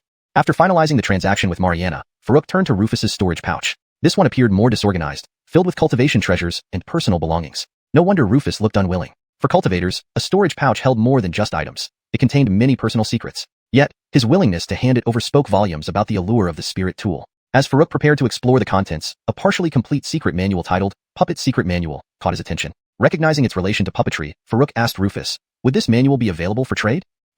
Rufus hesitated, feeling conflicted. It took considerable effort to acquire half of this manual, and he hadn't even read it yet. But if he refused, he worried Farouk might retract the offer of the spirit tool. After a brief pause, Rufus relented. All right, as you wish. The manual was merely an object of interest for research. Its practicality paled compared to a spirit tool. Moreover, having only half made studying it less reliable. Farouk nodded and returned the storage pouch, then asked, do you know where the other half of this manual is? Rufus bowed respectfully. I wouldn't dare lie. I found this half here. Another elder and I discovered it amidst chaos and tore it apart while contending for it. His whereabouts are unknown, but it's possible he perished during a battle with others or beasts. As for the other half, it likely fell into someone else's hands. Thank you, Farouk nodded, appreciative. A regular spirit tool had little value to him, since he could produce any number via little cauldron. However, this secret manual was rare, even in half form, still valuable. Completing the transactions, the group left the cave tunnel, heading towards Luoyan Valley. En route, Mariana hesitantly inquired about the teleportation array in the stone chamber. Surprised, Farouk looked at her, impressed she studied teleportation arrays. Understanding his surprise, Mariana smiled shyly. I'm merely curious. If you'd rather not discuss it, never mind. Farouk reassured her, not at all. According to what I found, that teleportation array leads to the southern region and requires 12 high-grade spirit stones to activate. Although I don't study teleportation arrays, I cannot confirm its authenticity. Crossing from the northern to the southern region meant traversing the boundless sea, which only golden core cultivators could manage. Even average golden core cultivators would need over a month flying at full speed, assuming no interruptions. For Foundation establishment cultivators to travel alone was unthinkable given the endless threats of marine beasts. A functional teleportation array would indeed save trouble, but he doubted its reliability and dared not risk it. Let someone else test it. Mariana nodded thoughtfully. I see. Thank you for explaining, Zhang Daoist.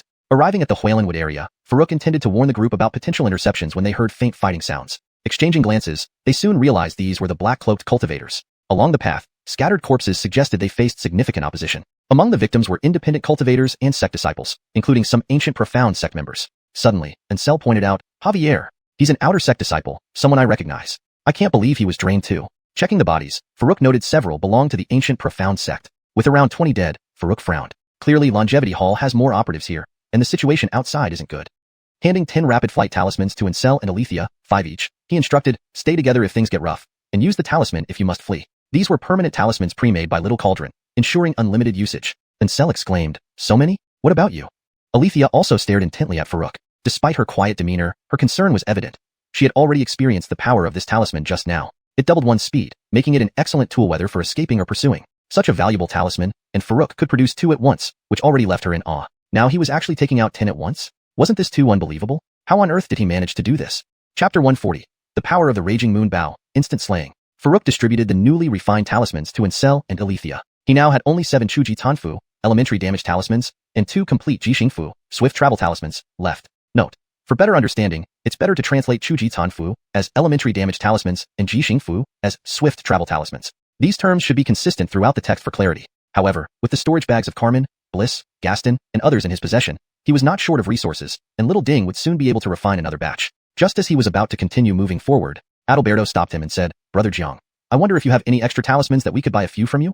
Farouk thought for a moment and nodded, saying, sure, but now only the damaged ones are available. They work the same way, but their duration is only 12 hours. After the time limit, they will become useless. There are 7 left, and I can sell them to you at a discount price of 200 mid-grade spirit stones each. Upon hearing this, a gleam of joy flashed across Adalberto's eyes. After exchanging glances with the other disciples beside him, He looked at Farouk and said, then we would like to buy 6 from you, Brother Jiang. 1 for each of us.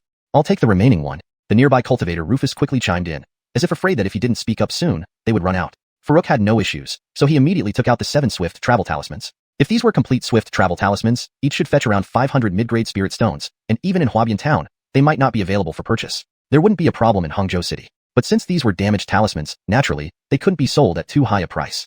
Even under normal circumstances, 200 mid-grade spirit stones might not find buyers. But given the imminent battle, spending 200 mid-grade spirit stones for some insurance was something everyone was willing to do.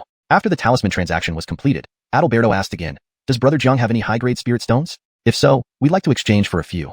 Farouk's eyes flickered upon hearing this. High-grade spirit stones? Are you planning to activate the teleportation array? Adalberto nodded. That's right, just as Brother Jiang suspected. Finishing his sentence, he added for fear Farouk might misunderstand. It's not that we're afraid to die, but our shoulders bear the heavy responsibility of restoring our sect. If all of us die here, Taiching sect will truly be eradicated. Taiching sect? You are disciples of Taiching sect? Althia, who had been silent, now looked at Adalberto. Despite her unchanged expression, a hint of surprise could be heard in her tone. Adalberto nodded. Yes, I assume you've heard about what happened to our sect. What happened? Farouk looked at Althia. Althia glanced deeply at Adalberto before explaining, I just heard yesterday that Taiching sect was wiped out overnight. With over 300 members, none survived. Farouk's gaze sharpened. Do you know who did it?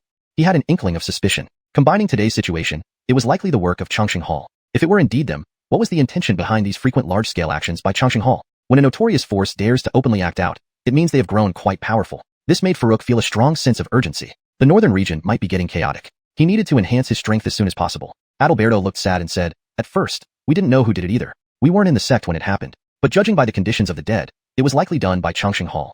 Farouk nodded, silently agreeing. Then he reminded them again. I'm not sure if that teleportation array really works or if it's a trap. If you insist on using it, I can exchange high-grade spirit stones with you.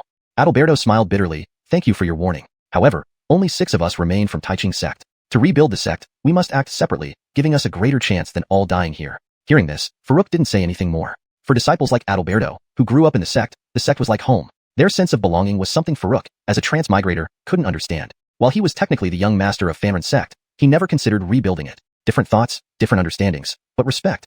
Farouk took out 12 high-grade spirit stones and completed the exchange with Adalberto. Besides some mid-grade spirit stones, Adalberto also gave Farouk other resources.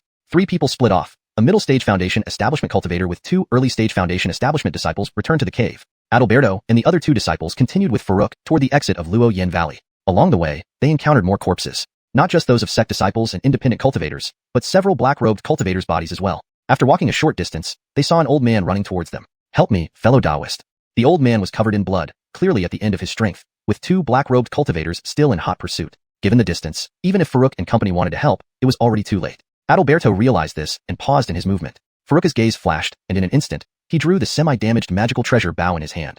This bow was called Nu Yu Bow. He had studied it after escaping Tadeo's pursuit. Though its full power couldn't even scratch Alanis, it was extremely effective against Foundation establishment cultivators. He drew the string without fully charging it. With a whooshing sound, 2 beams of white light shot through like meteors. Everyone felt as if they had glimpsed something extraordinary and almost kneeled down involuntarily. But it was just an instant. By the time they reacted, wanting to channel spiritual energy to resist, the overwhelming pressure had already vanished. Soon, 2 explosions echoed in the distance, followed by 2 bursts of blood mist. Hiss! Rufus had been observing Farouk ever since leaving the cave entrance. It was a habit formed over years as an independent cultivator. Farouk was the greatest threat to him in the group, so he needed constant vigilance. Seeing Farouk effortlessly shoot down 2 cultivators instantly sent shivers down Rufus's spine. Those were 2 middle-stage Foundation establishment cultivators. Instantly killing 2 middle-stage Foundation establishment cultivators required immense strength. Before, whether Farouk severely injuring Bliss or evenly matched against Carmen, Rufus only thought he would fare poorly against Farouk. Now, after witnessing these 2 arrows, his heart turned cold. This wasn't just being at a disadvantage, it was an entirely different level.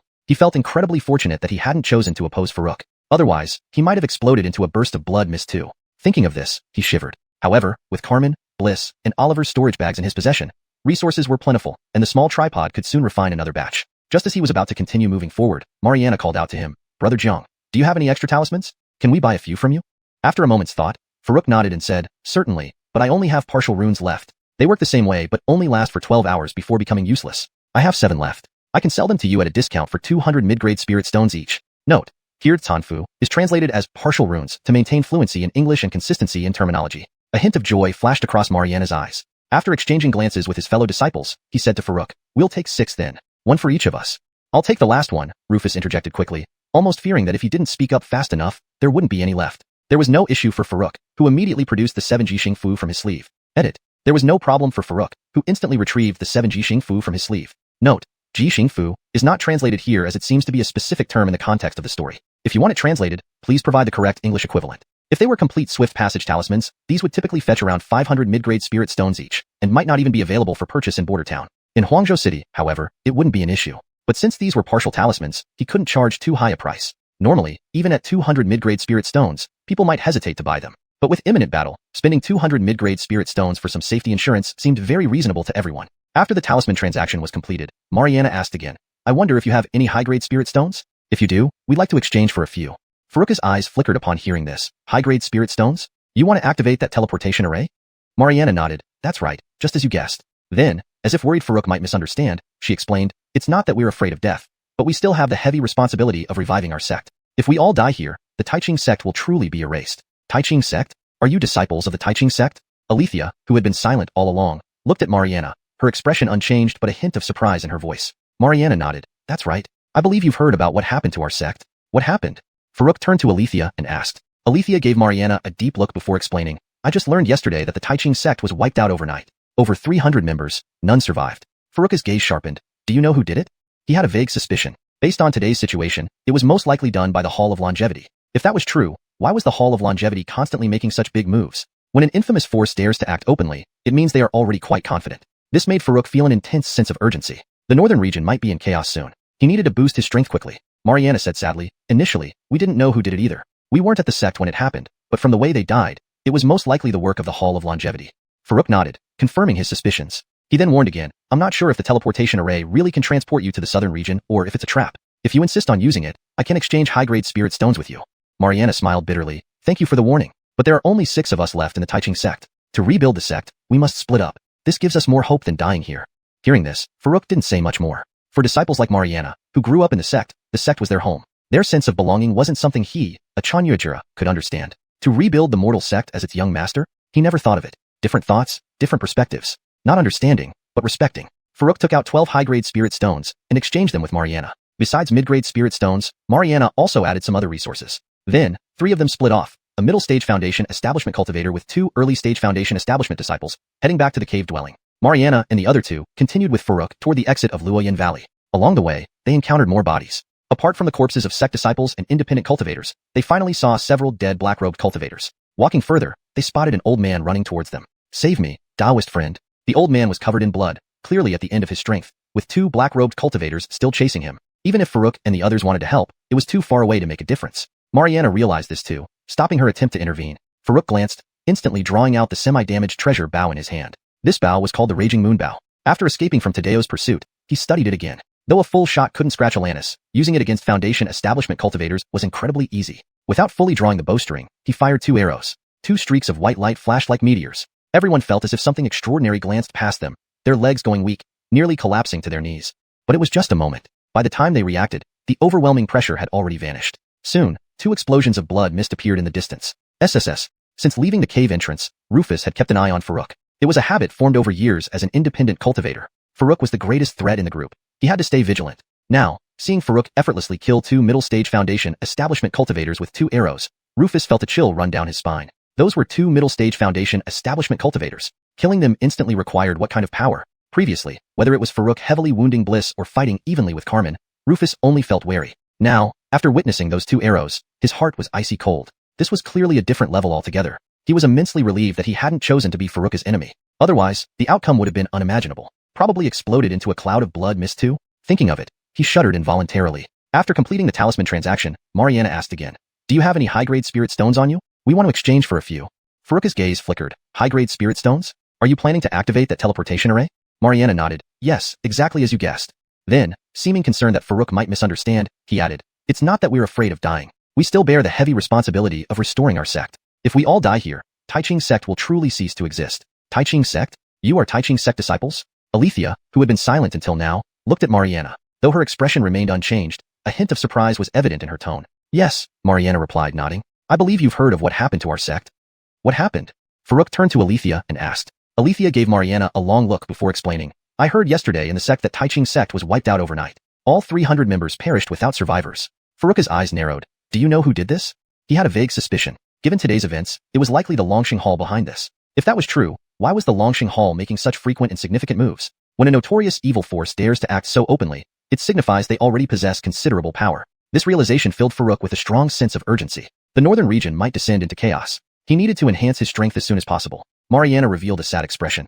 At first, we didn't know who did it either. When it happened, we weren't in the sect. But based on the signs, it was likely done by the Longxing Hall. Farouk nodded, inwardly confirming his suspicions. He reminded them again. I'm not sure if the teleportation array truly transports to the southern region or if it's a trap. If you insist on using it, I can provide you with high-grade spirit stones.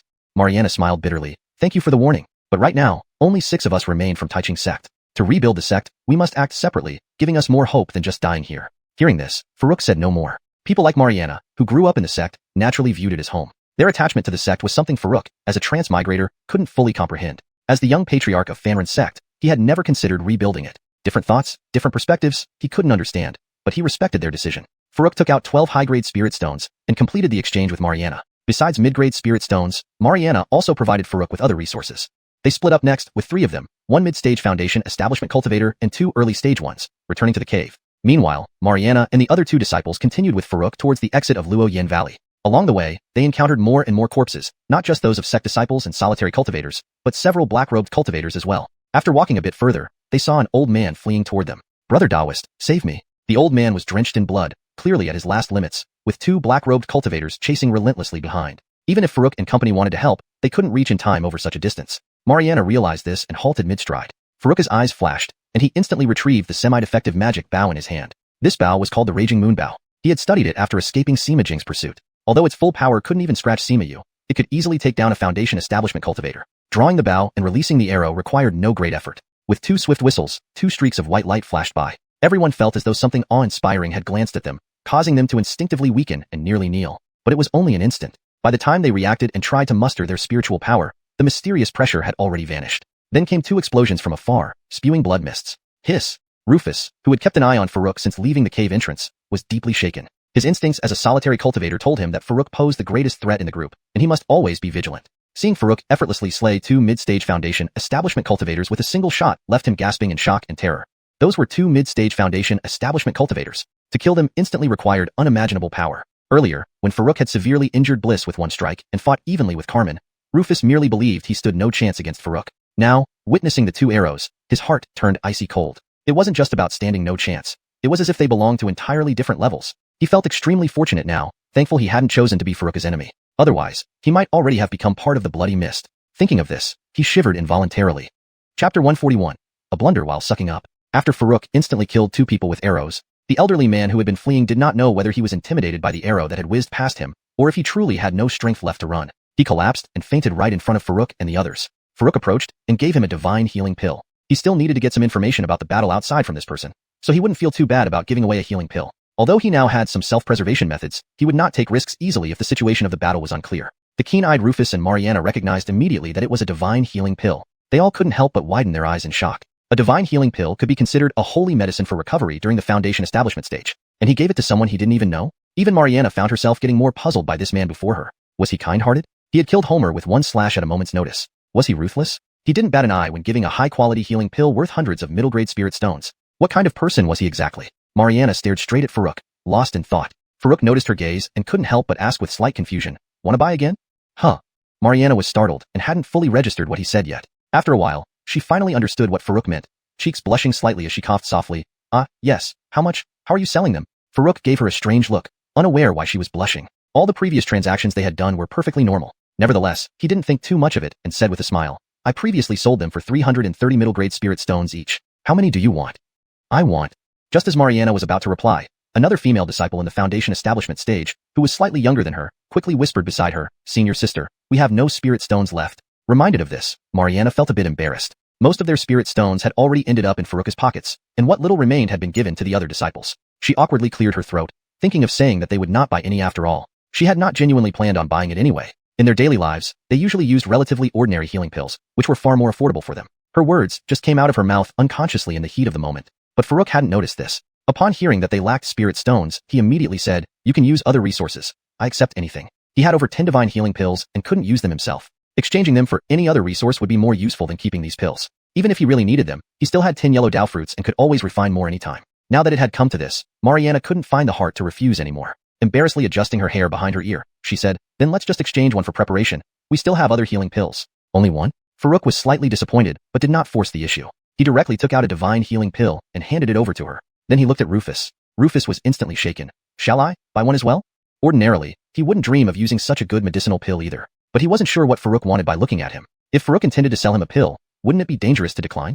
Farouk, however, had no clue about his thoughts. He was simply checking to see if Rufus would follow suit as usual. Sure enough, Rufus also expressed interest. Farouk again took out a pill and handed it over, along with one each to Ancestral and Althia. The efficacy of the divine healing pill was indeed astonishing. The old man who had taken the pill only moments ago had already woken up, to the surprise of those around him, especially Rufus and Mariana. The elder realized what he had taken and hurriedly started refining its power. After several breaths, his injuries were stabilized. Rising to his feet, he bowed deeply to Farouk and said, "This old man is Santiago. Thank you greatly for saving my life. May I ask for your esteemed name?" Farouk nodded slightly. "I am Farouk. Your wounds, can you tell us what has happened outside?" Santiago saluted and replied hastily, "Of course, thanks to Zhang Daoist's divine healing pill, my injuries have improved significantly. Outside, the situation is not optimistic. When I heard about the opening of the nascent soul stage cave here, I rushed over. But then a large group of black-robed cultivators suddenly appeared and started killing everyone. Originally, there were over 100 cultivators outside, but they scattered everywhere in an instant. Afterward, elders of the three major sects organized a defense, and the situation somewhat stabilized. However, those black-robed cultivators were much stronger overall. Later, 7 Foundation Establishment mid-stage strong individuals joined them, and we couldn't hold on anymore, retreating all the way. 2 Foundation Establishment mid-stage cultivators chased me here. Luckily, I met you. Otherwise, I wouldn't have survived. The situation outside might be worse than before." Santiago shook his head, both terrified and relieved. Then, as if suddenly remembering something, he exclaimed, "Right, those 2 black-robed Foundation Establishment mid-stage cultivators?" At that time, he was almost exhausted, running purely on willpower to survive. He vaguely sensed something powerful passing by, but had no idea what exactly had happened. "Already dead," answered Rufus, hoping to improve his impression on Farouk. Santiago turned to look at him, sizing him up. "Thank you for your help. May I ask for your esteemed name?" He only knew Farouk had saved him with a pill and didn't know the fate of the 2 black-robed cultivators. Hearing Rufus's tone, he suddenly realized, was this person the one who killed them? Rufus forced a smile, explaining, "Not related to me at all. It was Zhang Daoist who instantly killed them with his divine bow," while internally berating Santiago for lacking insight and understanding why he was being chased. Santiago's expression turned disdainful. "If it's unrelated to you, why did you speak up? You almost made me thank the wrong benefactor." Chapter 142. Senior, Farouk? After Santiago's detailed account, Farouk had a general understanding of the situation outside. Overall, it was dire. Survivors were likely few and far between now. However, since most were at the mid-foundation establishment stage, with only a few being late stage, he wasn't too worried. He immediately instructed Santiago to find a place to continue recuperating, while he led the rest to quicken their pace towards the exit. Meanwhile, in Luoyan Valley, Barkley and another mid-stage foundation establishment disciple from the sect, Hebert, were leading several early-stage disciples in a desperate fight while retreating. Several of them were familiar to Farouk. Kramer, Abraham, and Zinnia were among them. The defensive lines they previously set up with other sects had already been broken through, and no one knew where the others were now. Seeing the 3 robed cultivators closing in again from behind, Barkley said bitterly, "Feng, take your fellow disciples back to the sect quickly. I'll stay and hold them off." "Senior." Everyone's heart sank upon hearing this. Staying behind would almost certainly mean death. Kramer clenched his fists so tightly they creaked. His eyes were red as if soaked in blood. As the top-ranking inner sect disciple, he felt proud and even arrogant about it. But today's series of events made him experience failure and shame for the first time. He had watched helplessly as a junior was split in half by an enemy, then drained dry. When he tried to rescue him, he was blasted away by a casual palm strike and nearly died. Now, he was watching their sect elder make a fatal decision to protect their escape. All these years, the sect had invested countless resources into their cultivation. Yet, what had they truly achieved? "Senior Daryl, I don't want to run anymore. Let me stay and fight with you. What's the worst that can happen? We die together." Kramer stared at Barkley with a grim face, having developed a desire to die. "Nonsense. Cough, cough." Barkley suddenly rebuked him harshly. Due to exertion, he began to cough up blood. Since the start of the battle, he had been fighting non-stop, exhausting all his abilities and accumulating severe injuries. Despite this, he gazed earnestly at Kramer and said, "As a genius disciple of our Talaxwan sect, how could you entertain such thoughts? Go back, work hard on your cultivation, and remember the future of the sect depends on your generation. Feng, lead everyone away." The words "genius disciple" caused Kramer intense pain. His expression became even more grotesque. Formerly, those words would have sounded like praise, but now they brought immense shame. Ebert looked equally troubled. Though injured, he understood both Kramer's mindset and Barkley's despair. Just as he hesitated on what to do, 2 more robed cultivators surrounded them from the front. There was no need to hesitate now. Let's fight. It's a pity you are all the future of our Talaxwan sect," Barkley sighed, appearing even more aged. "These are people of the Talaxwan sect? You're quite good at running." One of the surrounding robed cultivators sneered, instantly using longevity technique, causing thick black mist to spread. With a glance, he discerned that the 2 mid-stage cultivators were already exhausted, and the remaining early-stage ones were no threat at all. "Old man, I'll drag you down with me." Barkley leapt forward, sword in hand, ready to attack. At that moment, there came two sharp whistles. Two meteor-like white rays pierced through the black fog with awe-inspiring power. Boom. Two sprays of blood erupted. The once arrogant robed cultivators turned into unrecognizable messes in the blink of an eye. Hiss. Those awaiting certain death gasped in shock. What kind of attack was this? Two mid-stage cultivators, killed instantly? Who could unleash such an attack? However, this was not over yet. After a brief delay, the three pursuing robed cultivators had arrived. They had sensed strong pressure just moments before, which vanished almost instantly. Looking down at the seemingly harmless Talaxwan Sect cultivators, they dismissed any potential threat and launched longevity technique directly as their predecessors did. Next moment, whiz. Three piercing sounds from afar approached. Feeling similar pressure, the three quickly summoned their best defenses. But it was useless. Boom. They exploded into clouds of blood, powerless to resist. Barkley and the others watched in disbelief, astonished by the sheer might displayed. They clearly saw that the awe-inspiring attacks were arrows. An arrow killing a mid-stage cultivator in an instant? Who could be capable of such a feat? If faced with such power, they doubted they could muster the will to fight back. While they were still in shock, unsure whether to leave or stay, a group appeared before them. Along the way, Farouk had rescued more people, now numbering 16 including himself, mostly lone cultivators without encountering anyone from the major sects or Talaxwan sect. Ansel ran forward and asked, Elder Daryl, why are you here? Ansel, Xianxia, what's going on? Barkley, startled, looked at the sudden group of people. Apart from Ansel and Althia, the others were unfamiliar, and he barely recognized Farouk from when they entered the secret realm initially. Althia bowed politely, saying, we just came out from the cave abode. Barkley naturally referred to her as Xianxia. Her real name was Xianxia, but she preferred being called Xiaoya except by elders. Barkley nodded and bowed to Farouk and the others. I wonder which senior lent us a helping hand just now. My name is Elder Barkley of Talaxwan Sect. If we survive and return to the sect, we won't forget your kindness. Ansel, looking oddly at the same sect members and the serious Barkley, waved his hand in front of Barkley's face. Elder Daryl, aren't you okay? Don't you recognize my brother? Ansel, don't act foolishly. Ebert dragged him aside hastily. Given their rescue, Barkley, as the most senior, had to show gratitude, and Ansel's behavior seemed inappropriate. Ansel was bewildered. What nonsense am I doing? Didn't Elder Daryl ask who helped us? It was my brother. Don't you all know him? Barkley was stunned. What? Say that again. He thought he misheard. Ansel claimed his older brother helped. Farouk? Yes, he remembered Farouk. But he had only recently attained Foundation establishment. Chapter 143, Dragon Yunqing at the Golden Core stage? Seeing Barkley's shocked expression, Ansel said incomprehensibly, I'm talking about my senior brother Farouk. Don't you all know him? Yes, no, I meant the sentence before that. Barkley nodded, and then shook his head. Ansel thought for a moment, that sentence, about my senior brother taking action? Is there any problem with that? Your senior brother?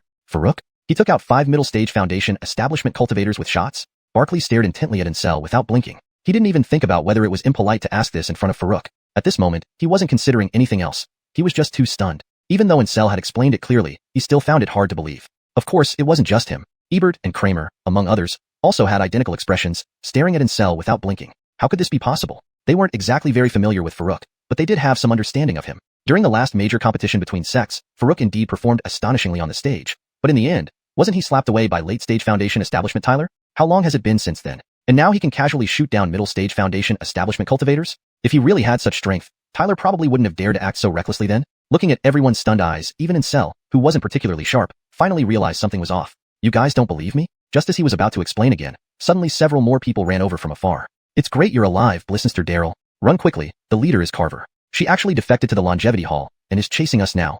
Farouk turned around to look. The speaker was none other than the buck from the Crimson Cloud sect. Behind him were Unkor, Jasmine, and others. As for another person who looked like an elder from the Nanhua sect, and the rest of the Nanhua sect members, Farouk didn't recognize any of them. However, upon hearing the name Carver, he remembered her well. When their 3 sect disciples came to Luo Yin Valley for the secret realm trial, Carver was the leading elder of the Nanhua sect. He clearly remembered that after exiting the secret realm, Carver's gaze toward him seemed quite suspicious. Back then, he suspected that Carver might have issues. He never imagined she would actually defect to the Longevity Hall. And based on the red-haired ghost's words, she was the one leading this ambush? What did you say? She's really Carver? Barkley looked at the red-haired ghost gravely. Though he was asking verbally, deep down he already believed it. From the beginning, he felt that the voice of the leader sounded somewhat familiar, but he wasn't entirely sure. After all, Carver was considered a senior figure even to them. How could she suddenly defect to the Longevity Hall? But now he couldn't afford to doubt it anymore. Just as he was speaking, a hoarse voice came from above where the red-haired ghost and others were. Since we're all old acquaintances, I'll give you a chance. Whoever kills that kid will earn my mercy and be allowed to join the Longevity Hall. With these words, a stooped, elderly woman appeared suspended in the air before everyone's eyes. Golden Core stage. Someone couldn't help but exclaim in shock. Farouk noticed this too. Being able to hover in midair is something only cultivators beyond the Foundation establishment stage can do. More surprisingly, while speaking, she pointed her finger at him. Being targeted by a Golden Core cultivator isn't a good omen. Farouk felt somewhat depressed, but it wasn't enough to make him overly worried. A few months ago, she was still at the late-stage Foundation establishment level. In such a short time, she could only have reached the early Golden Core stage, which shouldn't be overly formidable. He still had over 10 intermediate blank talismans in his hand. If engraved into Vajra Shield talismans, along with the Raging Moon Bow and Immortal Binding Pagoda, he should be able to hold out for a while. Of course, this assumes that the Immortal Binding Pagoda is willing to fight. Farouk silently asked in his mind, Little Cauldron, have you finished training your little brother? Get him to deal with that old witch when the time comes. Little Cauldron replied, Sure thing, master. He listens to me now, and will definitely complete the task. Good job, Little Cauldron. You can have spirit source liquid after we're done. Farouk breathed a sigh of relief. Although he couldn't directly control the stubborn Immortal Binding Pagoda, as long as Little Cauldron could manage it, it was equivalent to being under his command. But why did Carver single him out right from the start? Could it be because he shot down several of her subordinates along the way? Unlikely. Or maybe because of Tailastaf. There's no reason for that either. A mere chi-gathering cultivator. Why would anyone care if he lived or died? Meanwhile, hearing Carver's words, everyone followed the direction she pointed and looked at Farouk. There was confusion, shock, and sudden realization on their faces. Their expressions varied, but none of them spoke up immediately. Perhaps they hadn't considered joining the Longevity Hall, but facing the gaze of a golden core cultivator, none of them dared to challenge her. On the contrary, Rufus, who stood behind Farouk, shouted heatedly, Don't fall for her tricks. She just wants us to kill each other. Everyone cast admiring glances at him, facing a golden core cultivator and still daring to speak up. You are truly brave. Carver shifted her gaze toward Rufus. Feeling the intense stare of a golden core cultivator, Rufus couldn't help trembling in fear. Only now did he realize what he had done. He had reflexively tried to curry favor with Farouk, completely ignoring the fact that she was not someone he could provoke. Rufus wanted to cry but could only feel helpless. He jumped the gun. Carver didn't say anything but gave a faint look toward a late-stage Foundation establishment black-robed cultivator.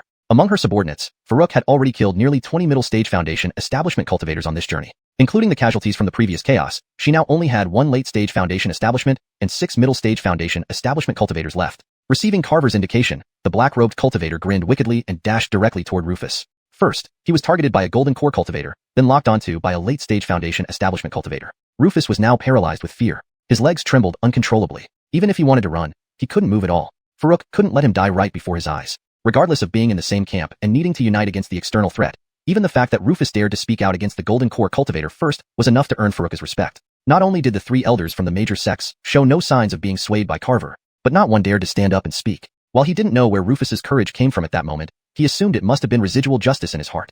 Farouk pulled the bowstring taut in one smooth motion. Shooting middle-stage Foundation establishment cultivators had already been proven, effortlessly slaughtering them. But how about shooting a late-stage Foundation establishment cultivator? This was the perfect opportunity to find out. Chapter 144. Were you not using your Ulysal strength? Whoosh. In full view of everyone present, as Farouk released the bowstring, a dazzling white beam instantly shot out. The chilling aura that followed flashed and vanished once more. Before this, cultivators from Qiyun Sect and Nanhua Sect had only vaguely sensed this oppressive force without knowing its origin. Even Carver and her group were no different. Now, seeing this terrifying pressure come from a young cultivator barely in his teens sent ripples of shock through them. Carver's eyes remained fixed on the longbow in Farouk's hands, her withered and ugly face gradually revealing excitement and wild joy. In a hoarse voice, she said, Young man, you cannot handle such a treasure. Quickly hand it over, and I will allow you to join my Eternity Palace. She had just achieved the Golden Core stage and did not yet possess a fitting magical treasure. The Moonrage bow was clearly powerful and highly tempting to her. Her words immediately altered the expressions of those around her, especially among the scattered cultivators following Farouk. Relying on his longbow, he had practically cut down any who dared oppose him, becoming their last hope. If Farouk surrendered, none of them would survive. But before they could think further, the white beam reached its target in an instant, colliding with the late Foundation establishment black-robed cultivator. A thunderous boom shook the air as the black-robed cultivator was sent flying back at a speed faster than his approach. Hiss! A wave of gasps echoed across the scene. That was a late Foundation establishment cultivator. None present could match his power. However, the ordeal wasn't over yet. Immediately after the first arrow, Farouk fired 2 more in rapid succession. Before the black-robed cultivator could fully stabilize, another pair of arrows struck. With a piercing sound, they pierced through his body, splattering blood everywhere. He crashed onto the ground. Although not exploding into mist like mid-stage Foundation establishment cultivators, the 2 successive arrows left him heavily injured and unable to fight. The third arrow wasn't aimed at him, but rather at Carver. His intention wasn't to harm her, but merely to delay her for a moment, preventing her from aiding her late Foundation establishment subordinate. Since Carver had already marked him for death, Farouk didn't care if it angered her further. Events unfolded almost as he expected. If Carver had been prepared, this arrow wouldn't have threatened her. But caught off guard, it took her by surprise, preventing her from saving her remaining late Foundation establishment subordinate. This darkened her expression to the extreme. If she had remained at the Foundation establishment stage, this might be forgivable, but now at the Golden Core stage, being publicly provoked by a teenage cultivator was intolerable. Just as she was about to strike with fury, Farouk interrupted. Old hag, what did you say? I was busy collecting heads and didn't hear clearly. Could you repeat it? Farouk looked up, his face sincere, seemingly oblivious to the murderous intent radiating from her. Huh. A light laugh resonated loudly in the silent area. Farouk turned to Mariana behind him, rolling his eyes. With a Golden Core cultivator targeting us, how can you laugh? Mariana shrugged. Then should I cry for her? She won't let me go anyway. Farouk replied, True, considering your sect was wiped out, your mindset is indeed different. Mariana gave him a sidelong glance. If you can't speak wisely, then shut up. What a pity for such a talented kid. Haha, just trying to lighten the mood, Farouk laughed, seemingly unaware of Carver seething above. Insolent, Carver bellowed, her already hoarse voice breaking from anger. She couldn't blame her anger. Publicly provoked, called an old hag, and then outright ignored. Anyone would find this unbearable, not to mention a high-ranking golden core cultivator. Since you don't wish to die too swiftly, then I'll grant you that wish. As she spoke, her figure blurred, reaching out directly toward Farouk. Despite his apparent nonchalance, Farouk was utterly serious in his response. Facing a golden core cultivator, mistakes could be fatal. A thought triggered, and the pre-prepared adamantine shield talisman activated. Everyone watched as Carver appeared beside Farouk, her iron grip palm inches from his throat. Everyone seemed to see his imminent doom. But in the next second, a metallic clang sounded as Carver's hand was deflected away, unable to advance. Only then did they notice a protective barrier surrounding Farouk, a faint golden, semicircular shield encasing him. What is this? A defensive technique? Someone cried out in astonishment. Could block a golden core attack? What kind of technique is this? It's likely not a technique, but a protective treasure. You're right. Even the strongest techniques require appropriate cultivation to unleash maximum power. Seeing Farouk withstand Carver's attack, hearts pounded with fear while curiosity spread. Meanwhile, the talisman's barrier remained intact, causing Farouk to wonder. Weren't these talismans only supposed to withstand a single hit from a beginner golden core cultivator? Was it because Carver didn't use her full strength? Thinking so, he asked directly, Old hag, did you not use your full strength just now? His question shocked everyone. Moments from total defeat, yet he still dared to provoke her. Was he truly fearless? Carver's face twisted in rage, eyes blazing with fury. Tailitsy, I'm starting to admire you, she snarled, her momentum bursting outward, sending nearby people flying. Fortunately, they had dispersed upon her attack, so while shaken, they suffered no life-threatening injuries. Farouk shrugged helplessly. He genuinely wanted to know the test result, not to provoke. Simultaneously, seeing Carver's powerful strike approaching again, a glow emerged from Farouk's hand, and an ancient small tower materialized, towering skyward before descending upon Carver. He had previously planned with the small cauldron that if Carver engaged in ranged combat, he would use the Moonrage Bow to provoke her. When she closed the distance, he would deploy the immortal binding tower for suppression. Given his low cultivation, if Carver stayed far, she might evade suppression. What he hadn't expected was her impatience, attacking at close range immediately. Chapter 145. The puppet secret scripture is complete. The suppressing immortal tower descended heavily. Carver was completely unprepared and was effortlessly crushed beneath the tower without any resistance. Following Kira's instructions, Farouk immediately began channeling spirit source liquid into the suppressing immortal tower with all his might. His situation was different from Tadeo's. Tadeo had not subjugated the artifact spirit. He merely relied on his formidable cultivation to forcibly refine and control part of the suppressing immortal tower's power. Therefore, using it was more complicated, requiring continuous hand seals, and there was a higher risk of backlash. While Farouk also hadn't subjugated the artifact spirit, under Kira's guidance, he could now make use of it. Thus, he didn't need to go through such a troublesome process of casting hand seals. Supplying spiritual energy alone sufficed. The bodies of demonic beasts inside the Alchemy Cauldron exploded one after another, transforming into spirit source liquid in a seemingly endless supply. Farouk couldn't afford to be stingy at this moment. He hoped that once he successfully dealt with the opponent, the entire wealth of a core formation cultivator would compensate for his losses. Meanwhile, everyone else, witnessing this sudden turn of events, stared wide-eyed and remained rooted to the spot in shock. Their expressions were dazed, as if they hadn't woken up yet. A revered core formation cultivator had been suppressed like this? Had the world gone mad? Several cultivators found it hard to believe and sought confirmation from those nearby. Was that old witch really a core formation? What do you think? Just her aura sent us flying earlier. Could this be something a foundation establishment cultivator could do? Indeed, but it's still unbelievable. A core formation cultivator was suppressed. That Zhang Daoist is clearly extraordinary. That bow and tower in his hands are definitely no ordinary treasures.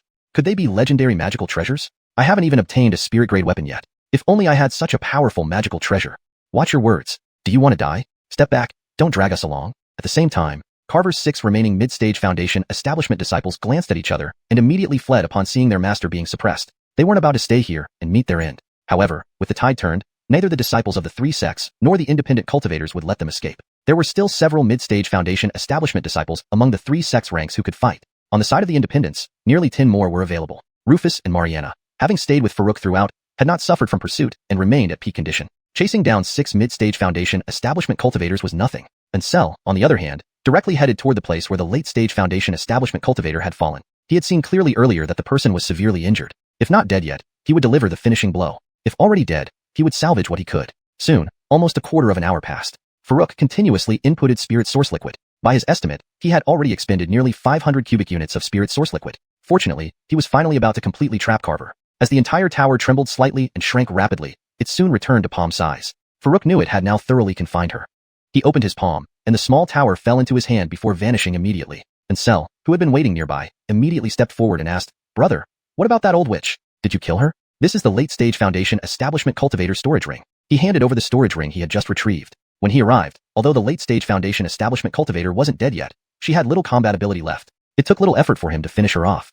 Farouk shook his head with a smile. Not that easy to kill. She's just temporarily trapped. Taking the storage ring, he inspected it. Unbeknownst to him, the second half of the puppet secret scripture lay quietly in a corner. Delighted, he took it out and flipped through it briefly. It was pure luck. He then threw it directly into the Alchemy Cauldron. Now wasn't the time for detailed study. After transferring some useful materials and items from the storage ring into the Alchemy Cauldron, Farouk left the storage ring for Ansel. He now had more than one storage ring, so possessing many was unnecessary. But the numerous items inside were far more valuable to him than leaving them for Ansel. He could use them directly for refining elixirs or artifacts or to distill more spirit source liquid. Ansel, on the other hand, would likely exchange them for contribution points or spirit stones at the sect, somewhat wasteful. Just then, those who went to pursue the 6 remaining members returned. Upon learning that Farouk had completely suppressed Carver, they all displayed looks of astonishment, especially Barkley, Hongmoagui, and the disciples of the 3 sects. Many of them actually knew Farouk.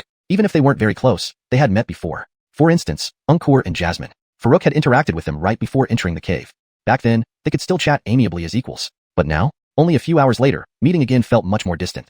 Who could have thought that the courteous youth who spoke humbly and politely had grown to be capable of facing a core formation cultivator? It was like a dream. The 2 people behind Unkur, however, were trembling, barely able to stand. They dared not forget that just a few hours ago, they had argued with Farouk in front of everyone. Luckily, Jasmine had scolded them in time. Otherwise, would they still be standing here intact? A cultivator who could suppress a core formation and directly kill a late-stage Foundation establishment? Killing them would be like slaughtering dogs for such a presence. Feeling lucky they hadn't escalated matters too far, they couldn't help feeling deep fear. What if Farouk suddenly came looking for retribution? But the most dumbfounded of all had to be the Talaxwan sect members, especially Barkley. Earlier, Ansel had almost yanked their ears trying to explain that the one who shot the black-robed cultivators was his brother Farouk. But they found it too unbelievable to accept. Now, however, they had witnessed firsthand how Farouk killed 2 late-stage Foundation establishment cultivators with arrows and suppressed the terrifying core formation cultivator in one move. The whole scene felt like a dream but was undeniably real. Colin of Nanhua sect, who had never met Farouk before and thus did not recognize him, expressed gratitude straightforwardly. Walking up, he bowed deeply and said, "Thank you, Taoist friend, for saving our lives and helping remove a traitor from Nanhua sect.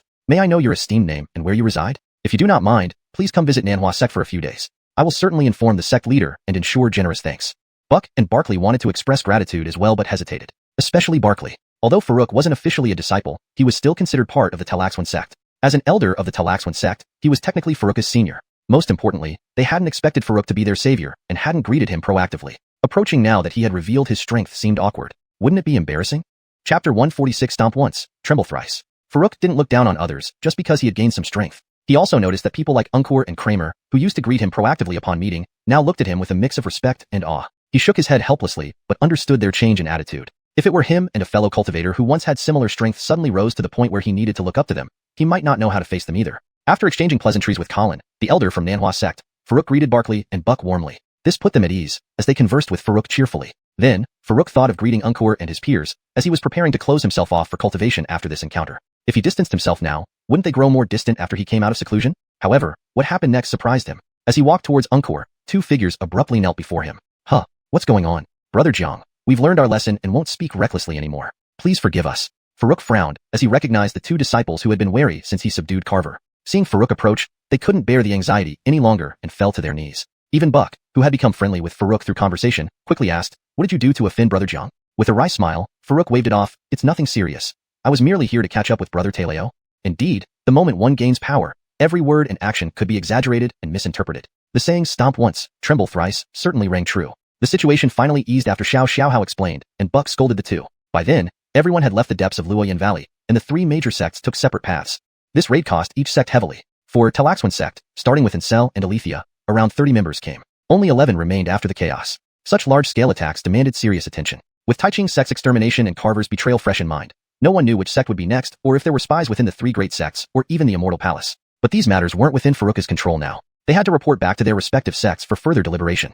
Farouk didn't return with Barkley and the others. After sending Ansel and Althia back with an excuse, he returned to the red vegetation area. According to Taylay's jade slip, the red plants should be Hualan wood. To refine a later-stage golden core puppet, he needed a 1,000-year-old Hualan wood. From afternoon to evening, he searched without finding any 1,000-year-old Hualan wood, only locating a few between 500 to 700 years old. He collected 2 of the darkest ones for the refining cauldron. As night fell, tired of searching, Farouk commanded Earthbull to find the darkest Hualan wood within the night. Earthbull hesitated, asking if he could stay. Irritated by its childish behavior, Farouk sternly ordered, "You are not allowed to say repeated words anymore." Earthbull, unaware of what stacked words meant, continued pleading cutely. Growing impatient, Farouk threatened to let it go. While he didn't wish to kill such a low-intelligence creature, it irked him to keep it around. In the end, Whether it left wasn't entirely up to Farouk, but if it did, he wouldn't pursue it relentlessly. After all, it was just a second-tier beast. He didn't really need this one. But from the Earthbull's perspective, this action was a direct and blatant threat. It knew too well the power of that bow. It had seen clearly how Farouk had shot down those mid-foundation establishment stage, black-robed cultivators one by one. Its heart shuddered uncontrollably. The Earthbull hurriedly said, "Daniel will go right now, and definitely find the tree with the darkest color for master." With that, it darted away like a streak of smoke. Farouk paid no more attention to it. Once it was far enough, he directly entered the refining cauldron to sort through the items he had obtained. Whether it was genuinely looking for the tree or running away, Farouk didn't care. Clearing out all the storage bags and rings, he found over 60,000 middle-grade spirit stones. Including his own, he now possessed nearly 80,000 middle-grade spirit stones. Additionally, there were some spirit herbs and materials. He kept anything that was grade 2 or higher, regardless of whether he recognized them. Notably, in one of the storage bags, he found another piece of the clay-like earth that Ancestral had treasured so much. Pondering for a moment, he decided to keep it for now. The remaining bodies of second and third-tier beasts, he instructed Kira to refine into several permanent haste talismans. Since these talismans were permanent, having extras wouldn't hurt. Besides these, he also found several cultivation manuals. He only casually flipped through the yellow-grade ones, discarding them when they proved useless. 2 black-grade manuals, however, piqued his interest slightly. One was a saber technique named Desolate Breaker Saber. While its name was quite impressive, upon closer examination, it wasn't particularly outstanding. The other was a sword technique called Heaven-Derived Sword Art. According to the manual, once mastered, one could even transform their body into a sword. Farouk set it aside, planning to practice it when he had time. Chapter 147. Evicted? Qingxin Courtyard. After a night, Farouk had neatly organized all his belongings. Valuables were stored in the Alchemy Cauldron, while useless items were tossed into his storage ring. For instance, he now owned nearly 30 storage bags which couldn't be sold for many spirit stones, and wouldn't yield much spirit liquid when refined. They were utterly redundant. As for those yellow-grade cultivation techniques, they just took up space. It wasn't that the Alchemy Cauldron lacked space. It was that Farouk didn't want to see these chicken rib objects. By now, after Little Cauldron consumed spirit liquid several times, the green progress bar had extended to almost 15%. The interior space of the cauldron had also expanded to 140 meters by 140 meters, equating to nearly 200,000 cubic meters of space. It could accommodate more items effortlessly. After finishing his organization, Farouk exited the Alchemy Cauldron. He saw Ricky circling around, as if looking for him. Hadn't it run away this time? Farouk was slightly puzzled. Last time, without hesitation, it fled the moment he told it to scram. If it hadn't been pursued, it definitely wouldn't have returned. Why did it not flee this time? Sensing his presence, Ricky rushed over immediately. "Master, Deborah found the tree with the darkest color." It wasn't that it hadn't thought about fleeing. Every time it attempted to run, it felt like an arrow was locking onto it from behind, preventing it from daring to think about escaping again. So, it diligently searched for the tree Farouk mentioned. Once it found the tree, it promptly returned to inform Farouk, but Farouk was nowhere to be seen, so it continued circling nearby. Without giving it much thought, Farouk leaped onto its back and let it lead the way. Soon, when Ricky stopped, Farouk investigated and discovered the spirit-replenishing tree before him was indeed red to its core, likely over 1100 years old. After swiftly storing it in the Alchemy Cauldron, Farouk didn't linger and rode Ricky out of Luo Yin Valley. On the way, Farouk remarked calmly, "I gave you a chance to leave, but since you stayed, I'll take it as your sincere submission. If you ever dare to betray me in the future, there will be dire consequences." Ricky felt extremely melancholic and tearfully said, "Master, please rest assured, Deborah is sincerely submissive. Even when it managed to slip out of Farouk's sight last night, it hadn't dared to flee, let alone now. Even if it wanted to run, it didn't dare show any signs of doing so." Deborah was bitter, but remained silent.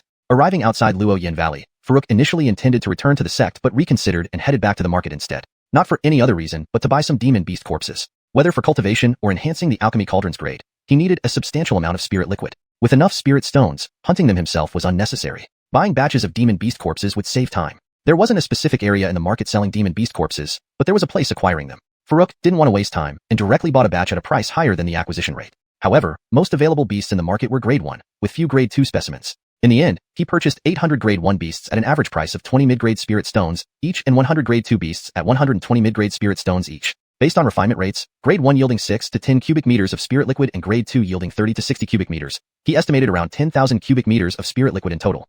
Thinking it through, Farouk believed it would suffice for breaking through to late foundation establishment and upgrading the Alchemy Cauldron. Thus, he didn't delay further and rode Ricky back to Talashian's sect. Despite its decent speed, Ricky still wasn't fast enough for long journeys, so he used sword flight for quicker travel. This time, he didn't go directly to the kitchen since he'd been gone for several months. Presumably, new arrangements had already been made. However, upon returning to his dormitory, he was taken aback. The door stood wide open, occupied by someone else. Observing the occupant, who seemed to only have a third-layer body tempering realm, probably a helper from the kitchen, Farouk shrugged, clicked his tongue, and turned to leave. Although prepared to be evicted, being dismissed as a mere helper after several months wasn't unexpected. However, feeling somewhat disheartened, Talashian's sect was, after all, his current residence. Losing this base made him feel something was missing. Just as he walked away, a hurried call came from behind. "Sir Jiang, Immortal Jiang." Turning around, Farouk saw the middle-aged man from the room running towards him. Smiling gently, he asked, "Brother, do you need something? How do you recognize me?"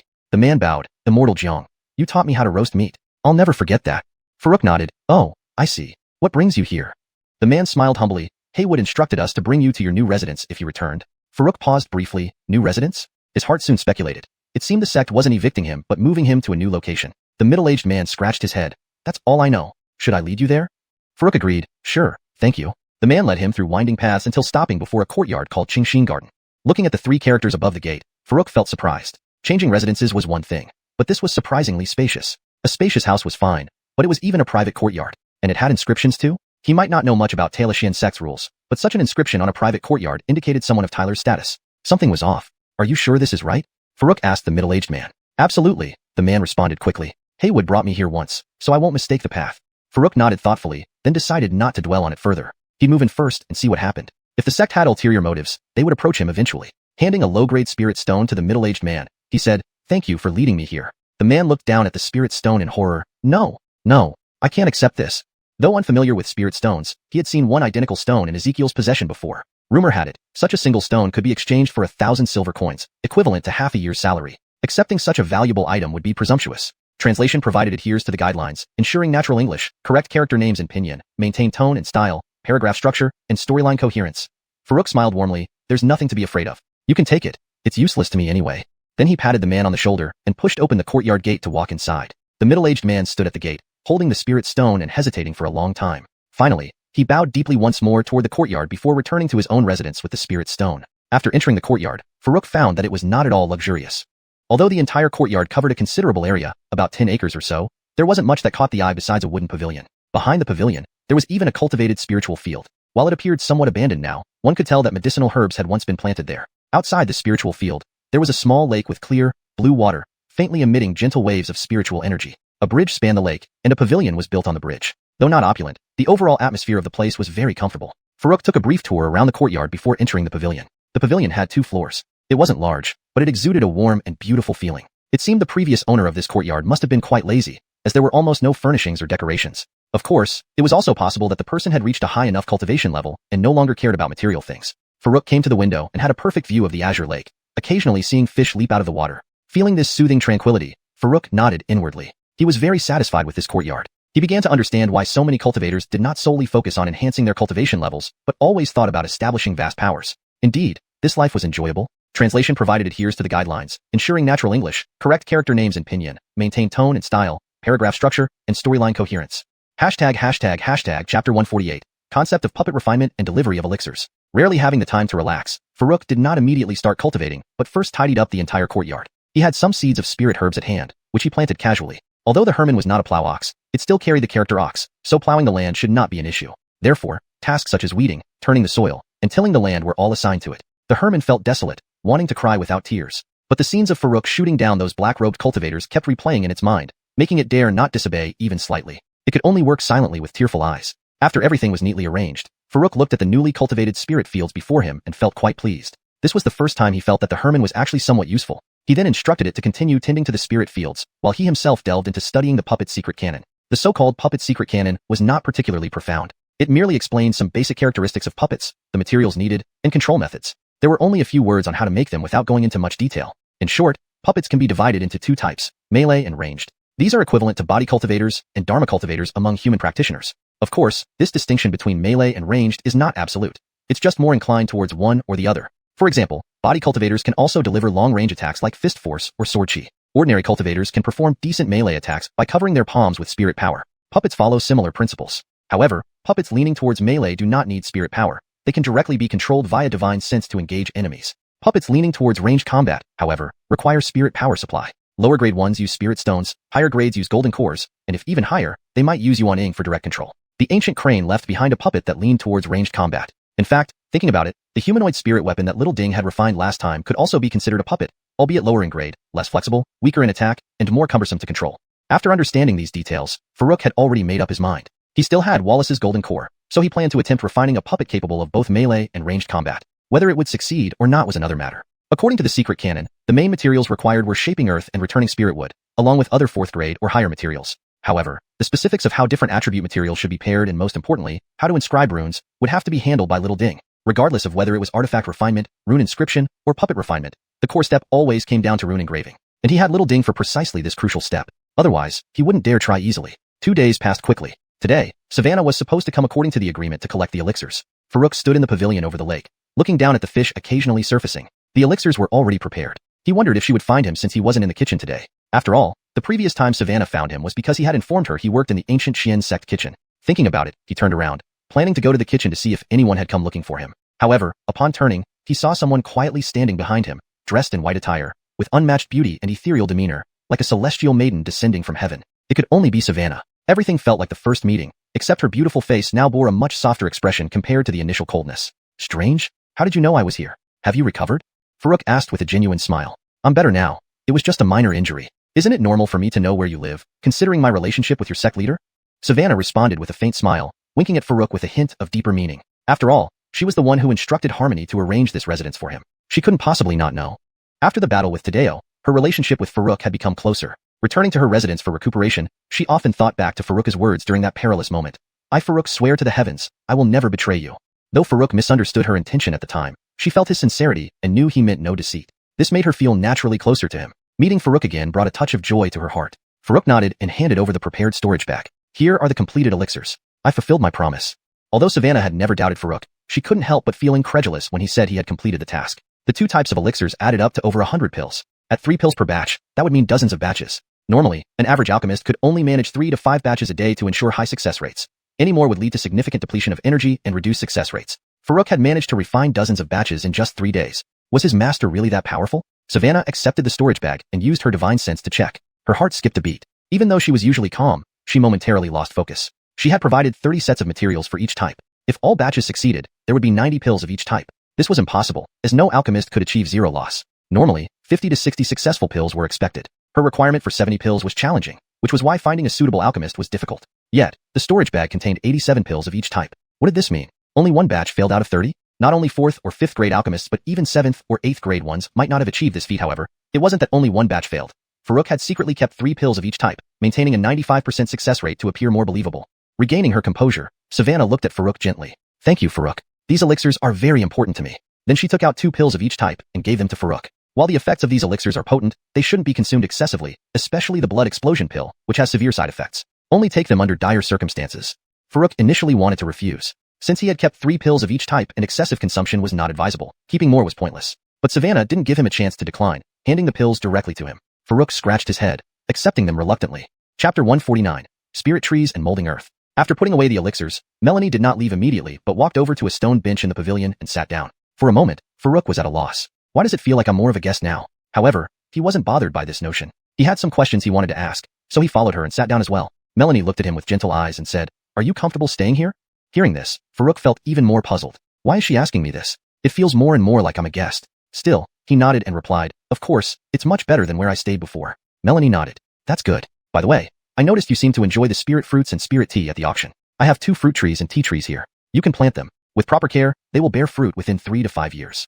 With that, she waved her hand, and 4 trees, each over 2 meters tall, appeared in the pavilion. The soil around their roots clearly indicated they had been recently dug up. Farouk was quite touched. She actually cares about such minor details. In reality, he didn't particularly love spirit fruits and tea. At the auction, he just took full advantage because they were there for free. But he wouldn't ruin her efforts by telling her that. Who would carry around freshly dug spirit trees for no reason? These must have been specially prepared for him. Thank you very much. I do like them and will take good care of them. Farouk smiled gratefully. Then, he took out a piece of earth that looked like clay and had no spiritual energy fluctuations and asked, Do you recognize this? For other materials, whether or not he knew them, he could assess their grade and general use through spiritual energy fluctuations. But this piece of earth was different. He suspected it might be ordinary soil, yet he couldn't bring himself to throw it away. Melanie glanced at it and immediately identified it, smiling faintly. You're quite lucky. Didn't you want to forge a puppet? This is molding earth. However, she was slightly puzzled inside. Doesn't he have a master who's an excellent alchemist? How could he not recognize molding earth? Strange. Farouk, unaware of her thoughts, felt delighted. This is molding earth? That's quite coincidental. Now he had the 2 main materials needed for his project. Once the golden cauldron was upgraded, he could proceed with forging the puppet. Thinking for a moment, he added another question. By the way, I have one more thing to ask. I've tamed a ground buffalo ox. Do you have any methods to bind it, to ensure it stays loyal? Melanie nodded. Binding is simple. I'll teach you a method. Once it relaxes its mind, you can plant the binding within its soul. Then, you won't need to worry about it having second thoughts. Pausing, she added, however, adult ground buffalo oxes are only tier 4 beasts, with neither exceptional attack power nor speed. Even if it grows to tier 6 by luck, breaking through to tier 7 is almost impossible, let alone transforming. Melanie looked at Farouk, implying that the ground buffalo nox was not worth spending time and resources on. Farouk understood and sighed. I don't really want it either. I set it free once, but it insisted on following me. Now it helps guard the spirit fields. Nearby, the ground buffalo nox heard this and rushed over, eager to plant the trees. Hearing what Farouk said made it furious. If it weren't for you holding a bow and threatening me, Nunu would have run away long ago. Humph. Nunu is sad but won't say anything. Melanie looked at it approvingly. It is quite some spirit. Without saying more, she directly taught Farouk the binding method. After thanking her, Farouk didn't immediately study it, but asked Melanie a few more questions. After half a day, Melanie finally left, reminding Farouk that he could seek Harmony if he needed anything. Only after she was completely out of sight did Farouk suddenly remember something important. Carver was still trapped in the immortal binding tower. His original plan was to ask Melanie for help after seeing her since he could only confine Carver, not kill him. Keeping him trapped forever wasn't feasible. It looks like I'll have to see the sect leader, Farouk muttered, patting his forehead. No matter whether he wanted help from the sect leader or needed him to contact Melanie, he had to go through Harmony. Just as he was about to head out to find Harmony, Harmony arrived at the courtyard gate. Greetings, sect leader Bai. Seeing the Angelica with a smile on her face but an air of authority, Farouk immediately bowed. Harmony smiled. No need for formalities. Are you settling in comfortably? Farouk saluted. Thank you, sect leader Bai, for your kindness. This place is indeed excellent. However, I have a doubt I hope you can clarify. Harmony nodded. Feel free to ask. Farouk laughed. I feel I haven't contributed anything significant to the sect. What merit do I have to receive such hospitality? If there's anything I can contribute, please let me know. Well, stay here peacefully. There's no need for any exchange. As for the reason, you'll understand in time, Harmony said vaguely. She couldn't provide a direct answer. The Qingxin Garden was originally where her master Melanie lived when the sect was first established. As the sect grew, Melanie moved deeper into the sect due to her preference for solitude and lack of interest in sect affairs, leaving the garden empty until 2 days ago when Melanie suddenly ordered Farouk to move here.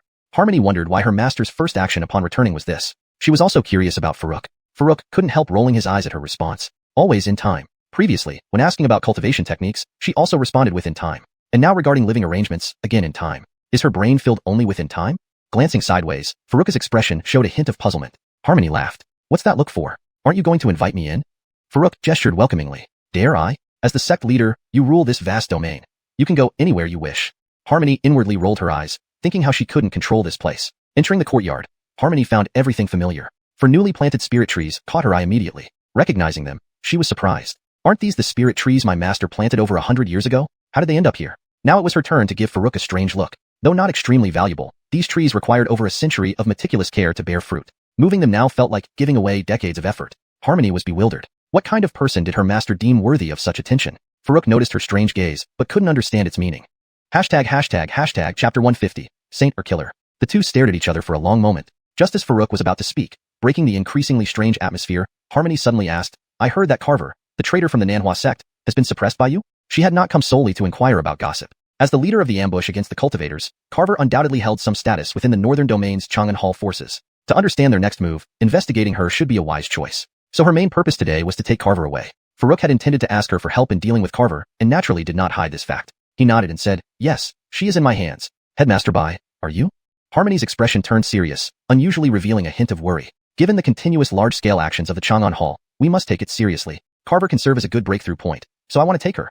Farouk nodded in agreement, quickly understanding the implications. He had always thought from a personal standpoint, focusing on how to eliminate Carver to remove any lingering concerns. But if viewed from a sect perspective like Harmony's, using Carver to uncover more about the Chang'an Hall's plans would be the priority. This involved the entire sect, even the entire Huabian town, and possibly the whole northern domain. Naturally, he wouldn't obstruct her efforts and immediately agreed.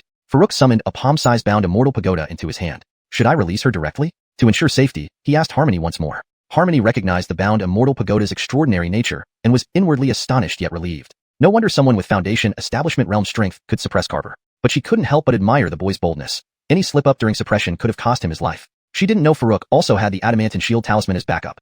She cast a few seals to form a simple restraining array and nodded. It's fine. This array couldn't truly trap a core formation cultivator, but even a brief restraint would give her enough time to incapacitate the target. She only set it up to protect Farouk in case Carver suddenly acted out. With Harmony's consent, Farouk mentally communicated with the bound immortal pagoda. Despite its temperamental nature, with Shouting's prior warning, it loosened its restrictions quite cooperatively. Releasing someone was simpler than restraining them. Once the restriction eased, the hunched and wary Carver was ejected from the pagoda, landing right inside Harmony's array. Little brat, you?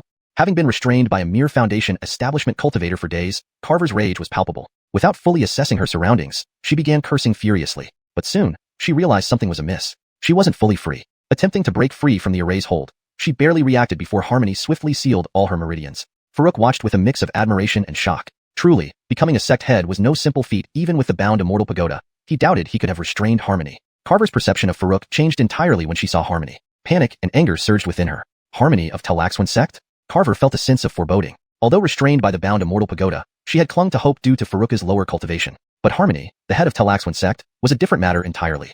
Harmony gave her a cold glance. You recognize me, so you must know why I'm here. She grabbed Carver tightly, then turned to Faruk. I'll take her now. If you need anything, you can find me in the Great Hall. With that, she prepared to leave with Carver. Faruk hesitated. Having taken over such a large courtyard for nothing, he felt reluctant to hand over Carver without gaining anything. Recalling the spirit source liquid spent to suppress her, he called out, Headmaster wait. Harmony turned to look at him. Faruk scratched his head and asked, will she die? Both Harmony and Carver were momentarily stunned. Did he mean to save her life? Carver's thoughts raced. Was he being kind? Had she misjudged him? For a brief moment, she felt remorse. If she had known earlier, maybe she wouldn't have targeted him and avoided this predicament. But the next second, Faruka's words shocked them both. He somewhat embarrassedly added, if she dies, can I have her golden core? Harmony nearly stumbled, surprised by this sudden twist. She had almost believed he was a saint. Instead, he was a killer. Carver was flooded with rage, wishing she could tear him apart, thinking he was showing kindness, only to have him covet her golden core even before she died. Her hatred for Faruk peaked. Harmony chuckled, glancing at Carver as if saying, look who you've picked. Carver remained silent, pretending not to notice. At this point, further arguments were pointless. Since Harmony hadn't killed her outright, she still had value. If she played her cards right, perhaps she could find a way to escape. Then she'd make sure to taste the sweetness of revenge. Harmony, unaware of her thoughts, smiled faintly and told Faruk, her golden core won't be useful to you. She's not a true core formation cultivator, but merely a pseudo-core cultivator. Once dead, her golden core will be useless. Oh, I see, Faruk muttered, feeling somewhat speechless. But soon, realization dawned on him. No wonder she's so weak. At the time, suppressing her seemed too easy. He knew core formation cultivators were worlds apart from Foundation establishment ones. Even with the bound immortal pagoda, the effort should have been much greater. It shouldn't have been accomplished with just 500 cubic units of spirit source liquid. Hearing this, Carver, who had decided to endure quietly, snapped internally. All because he had one spirit treasure. He dared mock her weakness? If only she had been better prepared, no amount of spirit treasures would have helped him. Staring at Faruk with bloodshot eyes, she yearned to pounce and bite him fiercely. Yet, she reminded herself to stay composed. Patience was key. Losing sight of the bigger picture would lead to failure. Translation completed, ensuring coherence with the previous content while maintaining tone, style, and paragraph structure. If she could successfully escape, taking revenge would be a breeze. She would definitely offer this little beast as the first sacrifice to the heavens. Faruk ignored the hatred in Carver's eyes. Now that she had fallen into Harmony's hands, he didn't believe there was any chance of her escaping. Even if she somehow did, he wouldn't need to go out during this period. There was no way she could seize the opportunity while he was still within the sect premises, right? Thinking about it, he smiled at Harmony again and asked, then what about her storage ring? Carver couldn't take it anymore. She hadn't even died yet. He was coveting her golden core. And now her storage ring. This ring contained her lifetime accumulation of wealth and the capital for her revenge after escaping. Little beast, you. XXXXX.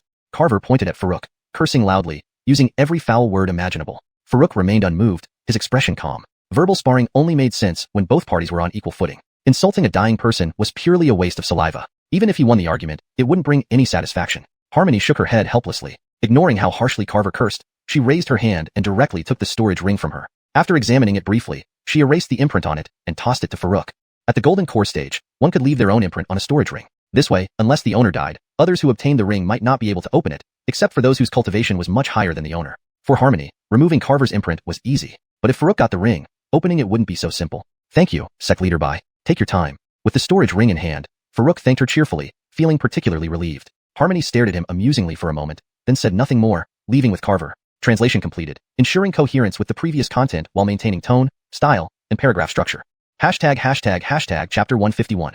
The art of condensing the golden core, puppet completion. After Harmony left, Faruk eagerly opened Carver's storage ring and began sorting through its contents. It was undeniable that although Carver was a fake golden core cultivator, his resources were far more impressive than those of an average cultivator. Just in spirit stones alone, there were over 10,000 medium-grade spirit stones. The remaining items included a significant amount of elixirs, spirit materials, magical tools, and spirit artifacts. Faruk only kept the higher-grade items for himself and bundled the rest to give to Little Cauldron. However, after sorting everything out, a cultivation technique titled The Art of Condensing the Golden Core caught his attention among several ordinary cultivation manuals in the storage ring. Previously, whenever he saw the character for Dan, Pill/Core, he would immediately think it was related to alchemy. But after experiencing the supplemental core technique, he now associated any technique with Dan as likely being related to forming the golden core. After browsing through it for some time, Faruk closed the cultivation technique again and fell into deep thought. This art of condensing the golden core indeed pertained to the golden core. Moreover, he suspected that Carver's fake core might have been formed using this very technique. More importantly, this cultivation technique shared striking similarities with the previously obtained supplemental core technique.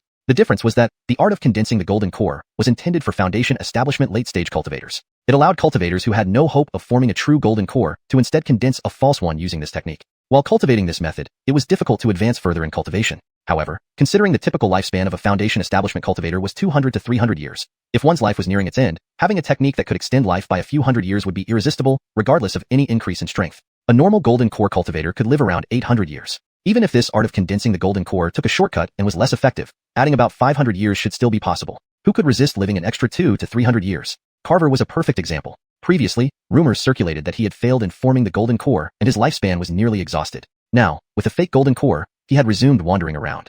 Farouk speculated that Carver might have exchanged loyalty to the Eternal Life Hall for this technique. If that was true, then the Eternal Life Hall was no simple organization. According to Harley, the supplemental core technique was created by the founding ancestor of the once great Heaven Repair sect, essentially serving as their hallmark. Now, the Eternal Life Hall had provided a technique remarkably similar to it. Although their actual effects differed greatly, it was hard not to draw connections between them.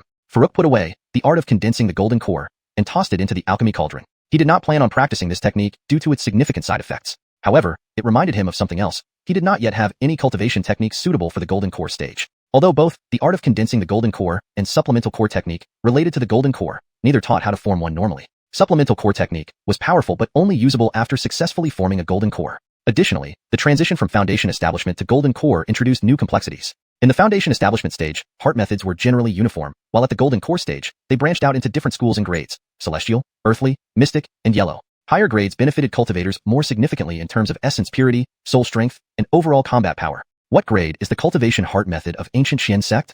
Farouk murmured to himself. He naturally did not doubt whether ancient Xian sect possessed a cultivation method, especially since Patriarch Harmony was genuinely a golden core cultivator. It was simply a matter of its grade. For now, I won't worry about it. Let me first break through to foundation establishment late stage. Farouk shook his head. If necessary, he could borrow the heart method from Harmony. Since he was already involved with ancient mystery sect, he didn't mind delving deeper. Translation edits. 1. Replaced ancient Shenzong with ancient mystery sect for consistency and natural reading flow in English. 2. Ensured that the sentence reads naturally while accurately conveying the original meaning. Now residing in ancient Xian sect's premises, if he were needed, he wouldn't be able to refuse. With that, Farouk returned to his room and began absorbing spirit source liquid for cultivation. Simultaneously, he instructed Little Cauldron to refine the purchased demon beast bodies and consume spirit source liquid to enhance its own level. Time passed quickly, and 4 months soon went by. Farouk's cultivation reached the peak of foundation establishment mid-stage. During this period, he also refined and practiced the Blade of Breaking Desolation and the Heaven-derived sword technique. The Blade of Breaking Desolation focused on heavy blades, differing from his proficient agile blade style, so he spent relatively little effort on it. He was barely at the entry level. He had even commissioned Little Cauldron to forge a medium-grade spirit artifact, a blade nearly 2 meters long, about 1 foot wide, and weighing over 2,000 caddies. Crafting it consumed considerable materials. Had he not considered combining various styles to improve his skills, he might have abandoned Blade of Breaking Desolation altogether. In contrast, his progress with the Heaven-derived sword technique was satisfactory. He had achieved preliminary success and could now transform a single sword strike into 100. This technique was extremely mystical and opposite to the combined knife technique he had previously discovered. If confronted with a situation like the one in Ancient Crane Cave where he was surrounded by 8 people including Carmen, he could now handle it solo with this sword technique, assuming he had sufficient strength and a potent spirit weapon. Beyond these 2 techniques, Little Cauldron finally upgraded after consuming a large amount of spirit source liquid. Its progress bar was now completely green, and its space expanded from 140 meters in length and width to 240 meters. However, the puppet crafted by Little Cauldron was another story.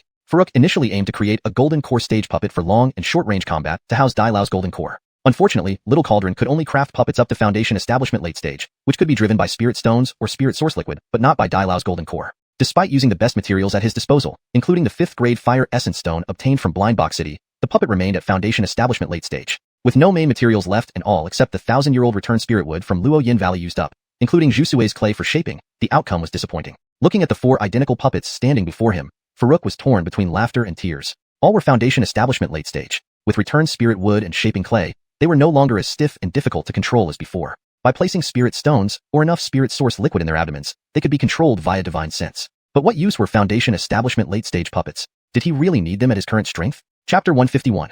The Condensation Pill Technique, Puppet Completion. After Harmony left, Farouk couldn't wait to open Carver's storage ring and sort out all the items inside. It had to be said that although Carver was a fake core formation cultivator, his resources were far from what an ordinary cultivator could compare with. Just the spiritual stones amounted to more than 10,000 medium-grade stones. The remaining medicinal pills, spirit materials, magical treasures, and spirit treasures were also plentiful. Farouk only kept those of higher grade and packed the rest for Kira. However, after sorting everything out, a cultivation technique named Condensation Pill Technique, hidden among several ordinary cultivation techniques in the storage ring, soon caught his attention. In the past, seeing the word pill, he would have immediately thought of it being related to pill refinement. But after experiencing the supplemental pill technique, now when he saw a technique with pill in its name, he first thought of its relation to forming the golden core. Upon flipping through it for a while, Farouk closed the cultivation technique again, lost in thought. This condensation pill technique indeed had something to do with the golden core. Moreover, he suspected that Carver's false core was condensed using this technique. More crucially, this technique bore a striking resemblance to the previously obtained supplemental pill technique. The difference was that the condensation pill technique was intended for late foundation establishment cultivators. It allowed cultivators who had no hope of forming a golden core to form one through this technique. Although once one cultivated this method, their cultivation would hardly progress further. Foundation establishment cultivators typically lived for 200 to 300 years. If one's lifespan was about to run out, and there was a cultivation technique to live for another few hundred years, without considering the boost in strength, just the allure of extended lifespan was hard for anyone to resist. Normal golden core cultivators can live up to 800 years. Even if this condensation pill technique took a shortcut and was less effective, living for around 500 years should not be a problem. Living an extra 2 to 300 years, who could resist? Carver was a good example. Previously, it was heard that he failed in forming a golden core and his lifespan was nearly over. Now that he has formed a false core, he's back on the scene. He had reason to suspect that Carver exchanged loyalty to the longevity hall for this condensation pill technique, but if that were true, then this longevity hall wasn't simple at all. According to Harley, the supplemental pill technique was created by the founder of the Sky Repair Sect, which used to be the largest sect. It was essentially the face of the Sky Repair Sect, and now the longevity hall possessed a technique that was clearly very similar to it. Although the practical effects of the two were vastly different, it was hard not to associate them together. Farouk put away the condensation pill technique and threw it into the alchemy cauldron. He didn't intend to cultivate this technique. The side effects were too significant, but it reminded him of something else. He still did not have a cultivation method for the golden core stage. While both the condensation pill technique and the supplemental pill technique were related to the golden core, neither taught how to normally form a golden core. The supplemental pill technique was powerful but could only be used after successfully forming a golden core. Moreover, the golden core stage was completely different from the foundation establishment stage. Foundation establishment cultivation methods were standardized, and everyone cultivated the same way. But at the golden core stage, there were different branches and ranks.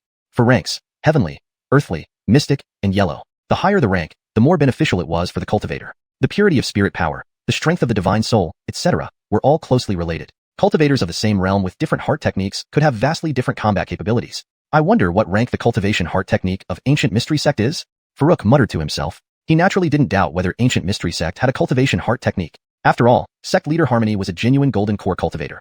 It was impossible not to have a cultivation heart technique. It was just a matter of rank. I'll stop thinking about it for now and focus on breaking through to late foundation establishment. Farouk shook his head. If things got tough, he could borrow a cultivation heart technique from Harmony. Since he was already involved with Ancient Mystery Sect, he didn't mind getting even deeper. Currently living in Ancient Mystery Sect's premises, if they really needed his help, he couldn't refuse. Subsequently, Farouk stopped worrying. Back in his room, he started cultivating by absorbing spirit source fluid. At the same time, he asked Kira to refine the beast bodies bought and consume spirit source fluid to upgrade itself. Time flew, and 4 months passed quickly. Farouk's cultivation had reached the peak of mid-foundation establishment. During this period, besides improving his cultivation, he also studied and cultivated the previously acquired Desolate Breaking Blade and Heavenly Derivation Sword Art. The Desolate Breaking Blade focused on heavy blades, different from the nimble blade style he was proficient in, so he didn't spend much effort on it. Currently, he had just barely mastered it.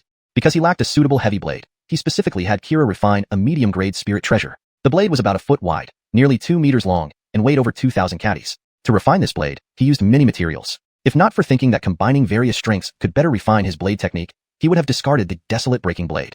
However, his cultivation of the Heavenly Derivation Sword Art was progressing well. Now he had made some achievements and could transform one sword into 100 swords, a truly profound technique. It was opposite to the blade technique he had previously comprehended. His blade technique gathered countless strikes into one, while this sword art transformed one strike into 100. If faced with the situation of being surrounded by Carmen and others in the ancient Crane Cave again, he wouldn't need others' help. Relying on this sword art, he could handle multiple opponents alone without any issues. Of course, this required him to have sufficient strength and a strong spirit treasure. Otherwise, it would be difficult to unleash its full power. Besides these two cultivation techniques, Kira upgraded successfully after consuming a large amount of spirit source fluid. The sword shadow representing progress had fully turned green. The space expanded from the original 140 meters to 240 meters. However, the puppet refined by Kira was somewhat disappointing. Initially, he wanted to refine a close combat and ranged combat compatible golden core puppet to fit Dailao's golden core. Everything else was fine, except the realm didn't reach. It could only refine a late foundation establishment puppet, driven by spirit stones or spirit source fluid, but unable to use Dailao's golden core.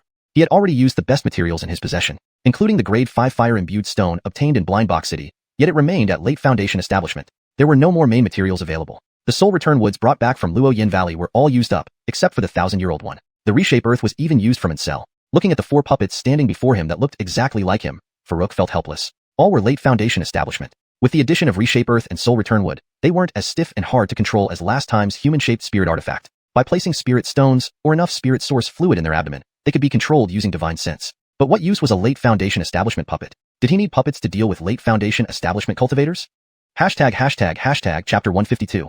Ancestor? Super attractive? Farouk sat in the pavilion, releasing his divine sense to control a puppet moving around in the courtyard. With his current ability, he could only manipulate one puppet at a time.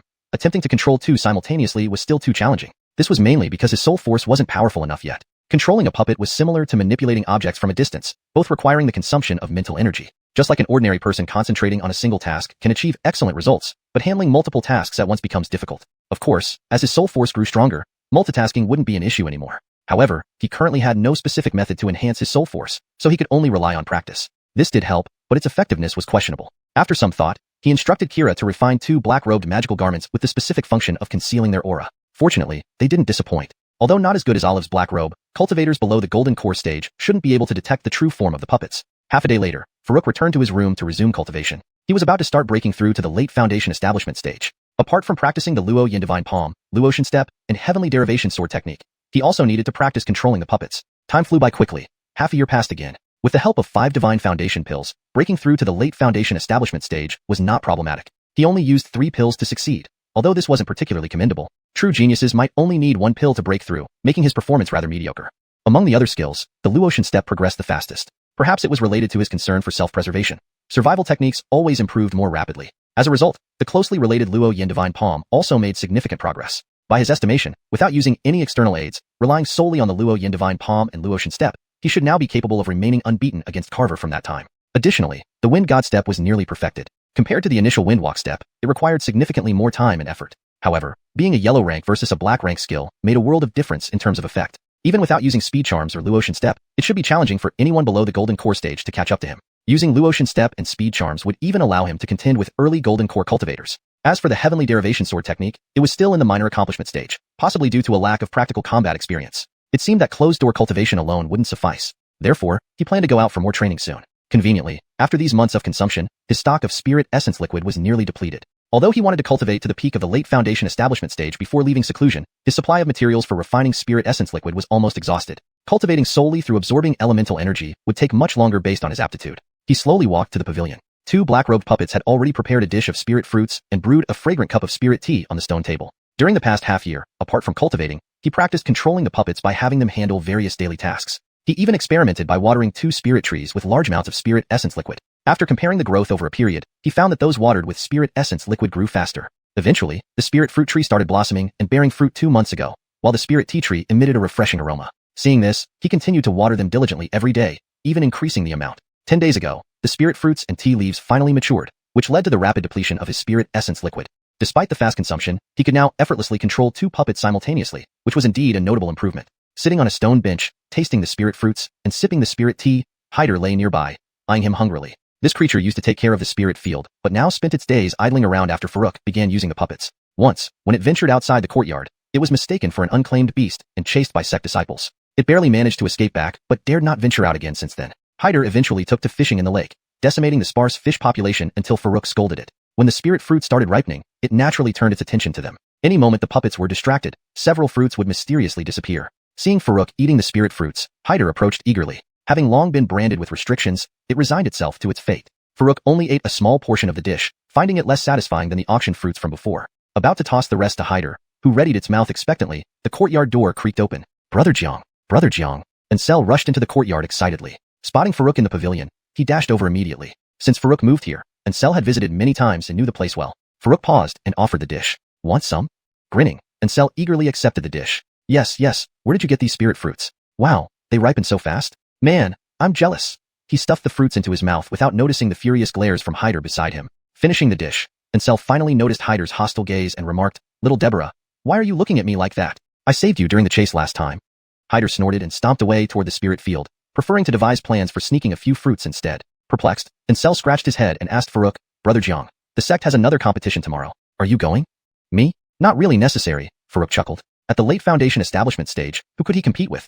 Elders perhaps? Surprised, Ansel exclaimed, You're not going? This competition is different. It's primarily for outstanding mid-Foundation establishment disciples, selecting 10 to participate in the upcoming opportunity contest in 2 years. Aren't you joining? Farouk hesitated. Opportunity contest? Sure, but I don't have to go through this competition. I'll focus on improving my cultivation, and I can join the contest without the sect's endorsement in 2 years. He could tell Ansel wanted him to join. Last year, Ansel hinted at inviting him to the major competition. Ansel did make it into the top 10 and qualified for the opportunity contest. But since Farouk never officially joined the sect and sect leader Harmony hadn't discussed the contest with him, asking for a slot proactively felt inappropriate. Since the sect was selecting outstanding disciples through competitions, there were definitely restrictions on the number of slots available. They couldn't just be handed out casually. Even if he wanted to join, he would have to go as an individual. As long as he successfully formed his golden core within 2 years, who could stop him? Hearing Farouk's implication, Ancel's enthusiasm dampened a bit. But he still asked, "Oh, so are you going to watch the competition tomorrow? I heard that the ancestor will be personally present." He paused here, glancing furtively around before continuing. "I heard our ancestor is super attractive." Farouk had been about to shake his head, indicating he wouldn't go. After all, he needed to focus on his cultivation and training. He didn't have time to watch a competition. But hearing the last part, he hesitated. "Ancestor? Super attractive? Are you even listening to yourself? When you hear ancestor, don't you think of someone with the demeanor of an immortal and a white beard? How could it possibly be related to being attractive?" Seeing his expression, Ancel quickly guessed what Farouk was thinking. He chuckled and said, "It's true. Ebert mentioned it himself. He had the good fortune to meet her once, and she looked like a celestial fairy. I'll come get you tomorrow so we can secure a good spot early." Farouk smiled, not taking it too seriously, but he didn't refuse either. Training could wait a little while. There was no harm in watching the competition on the way. It wasn't because of the super attractive comment. He simply wanted to pay respects to the ancestor and witness her divine presence. Chapter 153. How dare you disrespect the ancestor? Unbearable. The next morning, just as dawn was breaking, Ancel came crashing into the courtyard with a series of loud thuds. "Big brother, hurry up. I don't know who leaked the news, but there are already so many people at the square." Farouk finished his cultivation and glanced at the sky, marveling at how early it was. Stepping out of his room, he saw Ancel pacing anxiously beside the gate. Even Diamani was affected, bouncing around restlessly nearby. Farouk retracted the 2 puppets in the yard and left with Ancel. The puppets were controlled by his divine sense, which couldn't extend too far. His current divine sense covered about 3 kilometers. Beyond that range, the puppets would become non-functional. Naturally, Diamani didn't fall behind and followed Farouk out. Farouk didn't stop him, knowing this stubborn ox would probably wreck the courtyard if left unchecked. As they moved away from the courtyard and entered the residential area for disciples, the number of people on the path increased dramatically. After walking further, nearing the square, even more people appeared. Though it wasn't fully daylight yet, almost 80% of the sect's disciples had already gathered in the square. From young children barely 5 or 6 to seasoned senior disciples with grizzled beards, no one was absent. Farouk could only silently marvel. If only they showed such enthusiasm for cultivation, they might have already reached the golden core stage. Though his voice wasn't loud, it still clearly reached the ears of those around him, especially a few older Foundation establishment disciples who felt particularly stung by his words, as if Farouk was specifically targeting them. They were about to erupt in anger, but paused upon recognizing Farouk. Since news of Farouk subduing the golden core cultivator carver had spread widely, though not everyone firmly believed it, most preferred to err on the side of caution and wouldn't provoke him unless necessary. Thus, the potential conflict dissipated before it began. As more disciples arrived, the square became nearly packed, yet the Patriarch Harmony and the elders hadn't arrived yet. The competition was set for 4 quarters past the hour of Chun, 9 a.m., and now it was only the first quarter past Chen, 8 a.m., meaning another 40 minutes of waiting. Farouk seriously considered leaving but hesitated, seeing Ancel's eager anticipation. He had already somewhat disappointed Ancel by not directly agreeing to help with the opportunity-seeking competition, and didn't want to dampen his spirits further. After about half an hour of waiting, Patriarch Harmony and the various elders finally appeared on the platform. The Patriarch and Elder Alfred took seats on either side of the central area reserved for the ancestor Alize. Noticing the sea of people in the square, both elders exchanged a wry smile. Previously, the disciples had never shown such enthusiasm for any activities or competitions. Indeed, it seemed only the presence of the ancestor herself could achieve this effect. Seeing the arrival of figures on the platform, the excitement below surged. Younger disciples, especially, looked around eagerly, asking each other, Where is she? I've heard the ancestor is beautiful like a celestial being, rarely seen in this world. Stop shouting, you unruly little brats. An elderly-looking middle-stage Foundation establishment cultivator scolded 2 younger disciples who had merely reached the 5th layer of gathering chi. Similar scenes played out all over the square. And then, in that moment, a figure slowly emerged from deep within the sect, directly appearing at the center of the platform. Upon witnessing her appearance, the once critical elder cultivators turned red-faced and erupted into frenzied shouts. It's really the ancestor. Never thought I'd see the ancestor in my lifetime. I can die without regrets now. How profound must the ancestor's realm be? She looks so youthful after 100 years. Her realm isn't something you can imagine. I've been in the sect for 200 years and met her once back then. She hasn't changed at all. Those young disciples, who had been scolded earlier, froze in shock at the sudden change in behavior of their elders. One person in the crowd, however, was even more shocked. Farouk. Xianxia? Seeing Alize's sudden appearance, Farouk couldn't suppress a startled exclamation. He had often wondered about Alize's true identity, even suspecting a connection with the Immortal Palace. Why else would she always laugh it off when he asked about her identity? Therefore, he had never mentioned the Immortal Palace to her, nor sought any information regarding it. Sometimes, he even wondered how he would face her if she really were from the Immortal Palace. But he never imagined she would be the ancestor of ancient mystery sect. Suddenly, all the unanswered questions in his mind made sense. Why had she given him the red-feathered snake's body and storage pouch during their first meeting in Wild Goose Valley? How was she able to easily find him in the kitchen during their second encounter? Why had she arranged for him to enter the secret realm? Why had Harmony allowed him to choose a cultivation technique from the library after the last grand competition? Why had his residence been changed upon his return from Wasteland City? This version ensures clarity, consistency, and natural flow in English. It also corrects some terms for better context alignment, such as Wild Goose Valley instead of Luoyin Valley and Wasteland City instead of Huangzhou City. As he fell into deep thought, he didn't notice that his shout had silenced the surrounding crowd. Everyone stared at him unfavorably, especially the few elder cultivators previously offended by Farouk's remarks, who unconsciously surrounded him. One of them, holding a massive sword, roared at Farouk, "Impudent! How dare you call the ancestor by her name?" While they could overlook his previous mocking comments because of his formidable strength, disrespect towards the ancestor was intolerable. Chapter 154. Could it be that my master has been possessed? A furious shout snapped Farouk back to his senses. Looking at the unfriendly faces around him, Farouk was speechless. He laughed and scratched his nose. It's just a name. Is it really necessary for you all to react this way?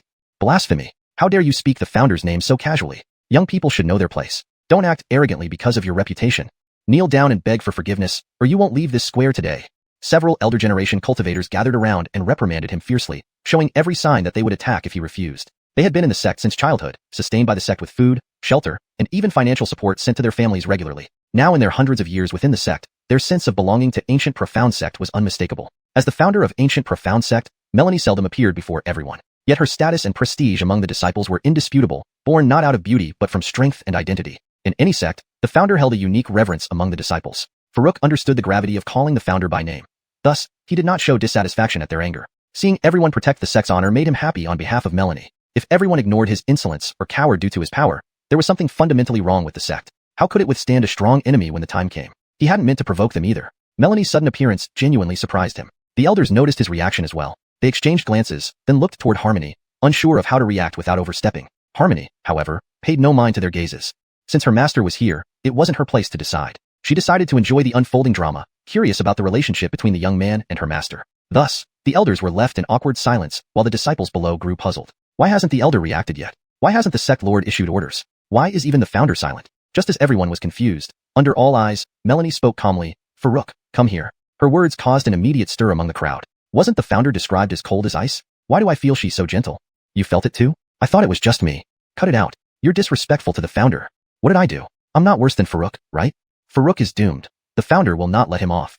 Amid the whispers, Farouk patted Ancestral on the shoulder, then leaped onto the platform. Meeting the founder, Farouk bowed respectfully, teasingly. Melanie smiled faintly, rolling her eyes. Stop being silly. Farouk chuckled. You are the founder. Why didn't you tell me earlier when I asked? Now, am I not telling you directly?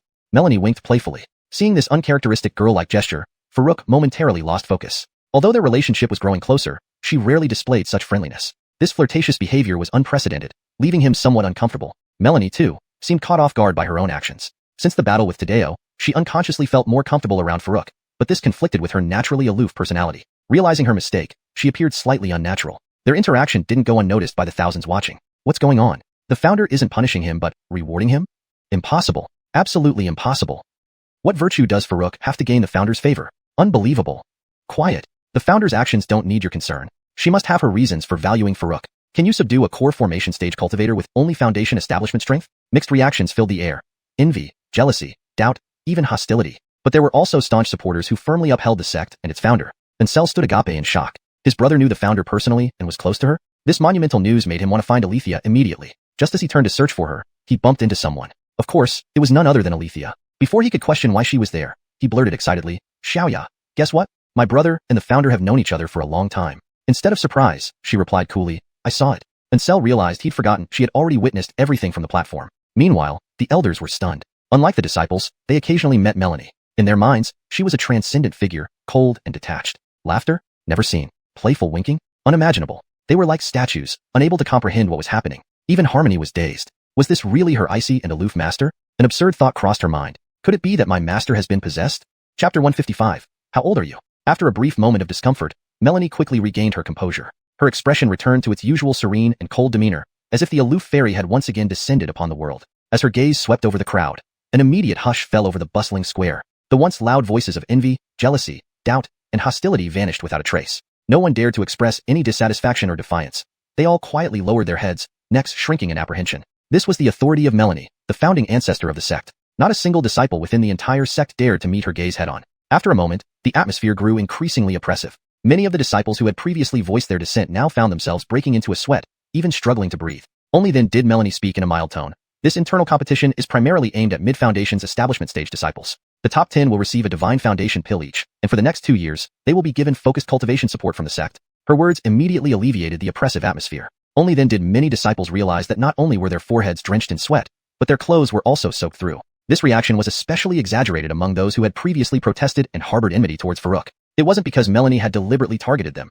It was simply due to their own unease and inability to withstand the pressure. However, with Melanie's subsequent words of encouragement, the disciples' spirits soared once more, especially among the older Mid-Foundation's establishment disciples, whose average talent meant they would need considerable time to break through to the late stage on their own. The current competition had no age restrictions, allowing all Mid-Foundation's establishment disciples to participate. If they could obtain a Divine Foundation pill, they could rapidly advance to the late stage. Given their limited lifespan, breaking through earlier would give them more time to aim for the Golden Core stage. It was entirely possible that this single pill could be the key to breaking through to Golden Core before their lifespans ran out. Breaking through to Golden Core would double their lifespan, giving them more opportunities to reach higher realms. Such a direct temptation was hard to resist. As for why the competition was only targeting Mid-Foundation's establishment disciples, the primary reason was time. According to the original plan, there hadn't been this selection round. The two types of pills Melanie had prepared were just enough for the secret disciple group and the top 10 from last year's major competition. However, the number of pills provided by Farouk far exceeded the original plan. With the extra pills, it was possible to cultivate another batch of disciples. Selecting from early-stage disciples made little sense, as they had just completed a round of competition and lacked fresh candidates. Moreover, the time until the opening of the relic site was growing short. Even with the Divine Foundation pills, breaking through to late Foundation's establishment within this time frame would be difficult. Thus, Melanie decided to select another 10 mid-stage disciples for focus cultivation. Mid-stage disciples, with some cultivation assistance and the Divine Foundation pills, could easily break through to the late stage and catch up with the schedule. The competition began promptly. However, Melanie did not stay to watch, but entrusted the process to Sect Master Harmony and the elders. She then called Farouk and walked deeper into the sect. She knew that Farouk would have many questions after learning her identity. After bidding farewell to Sect Master Harmony and the elders, Farouk followed closely behind. Indeed, he had many things to ask. Watching him leave with Melanie, the disciples felt envious, admiring how he was favored by the venerable ancestor and personally summoned deep into the sect. Everyone knew that only the ancestor and the sect master could enter those restricted areas. Even the elders had never ventured there. What made Farouk so special? On a quiet path, Melanie paused and turned to Farouk with a gentle yet indifferent look. You can ask me anything.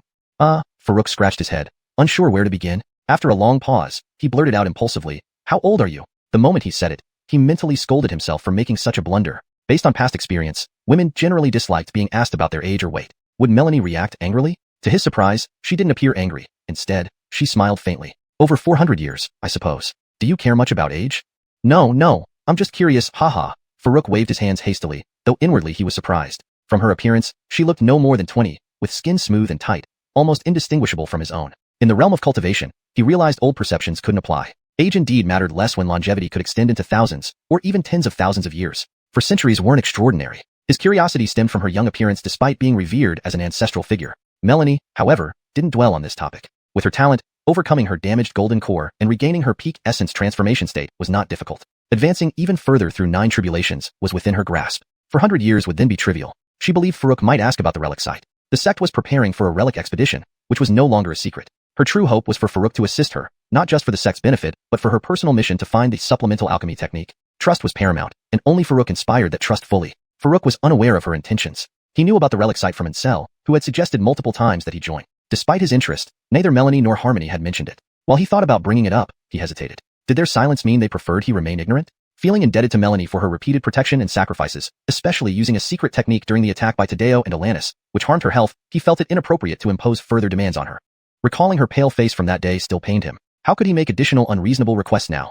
Hashtag chapter 156, wanting to hold him in her arms. On the quiet path, the two exchanged glances for a moment before continuing their slow stroll forward.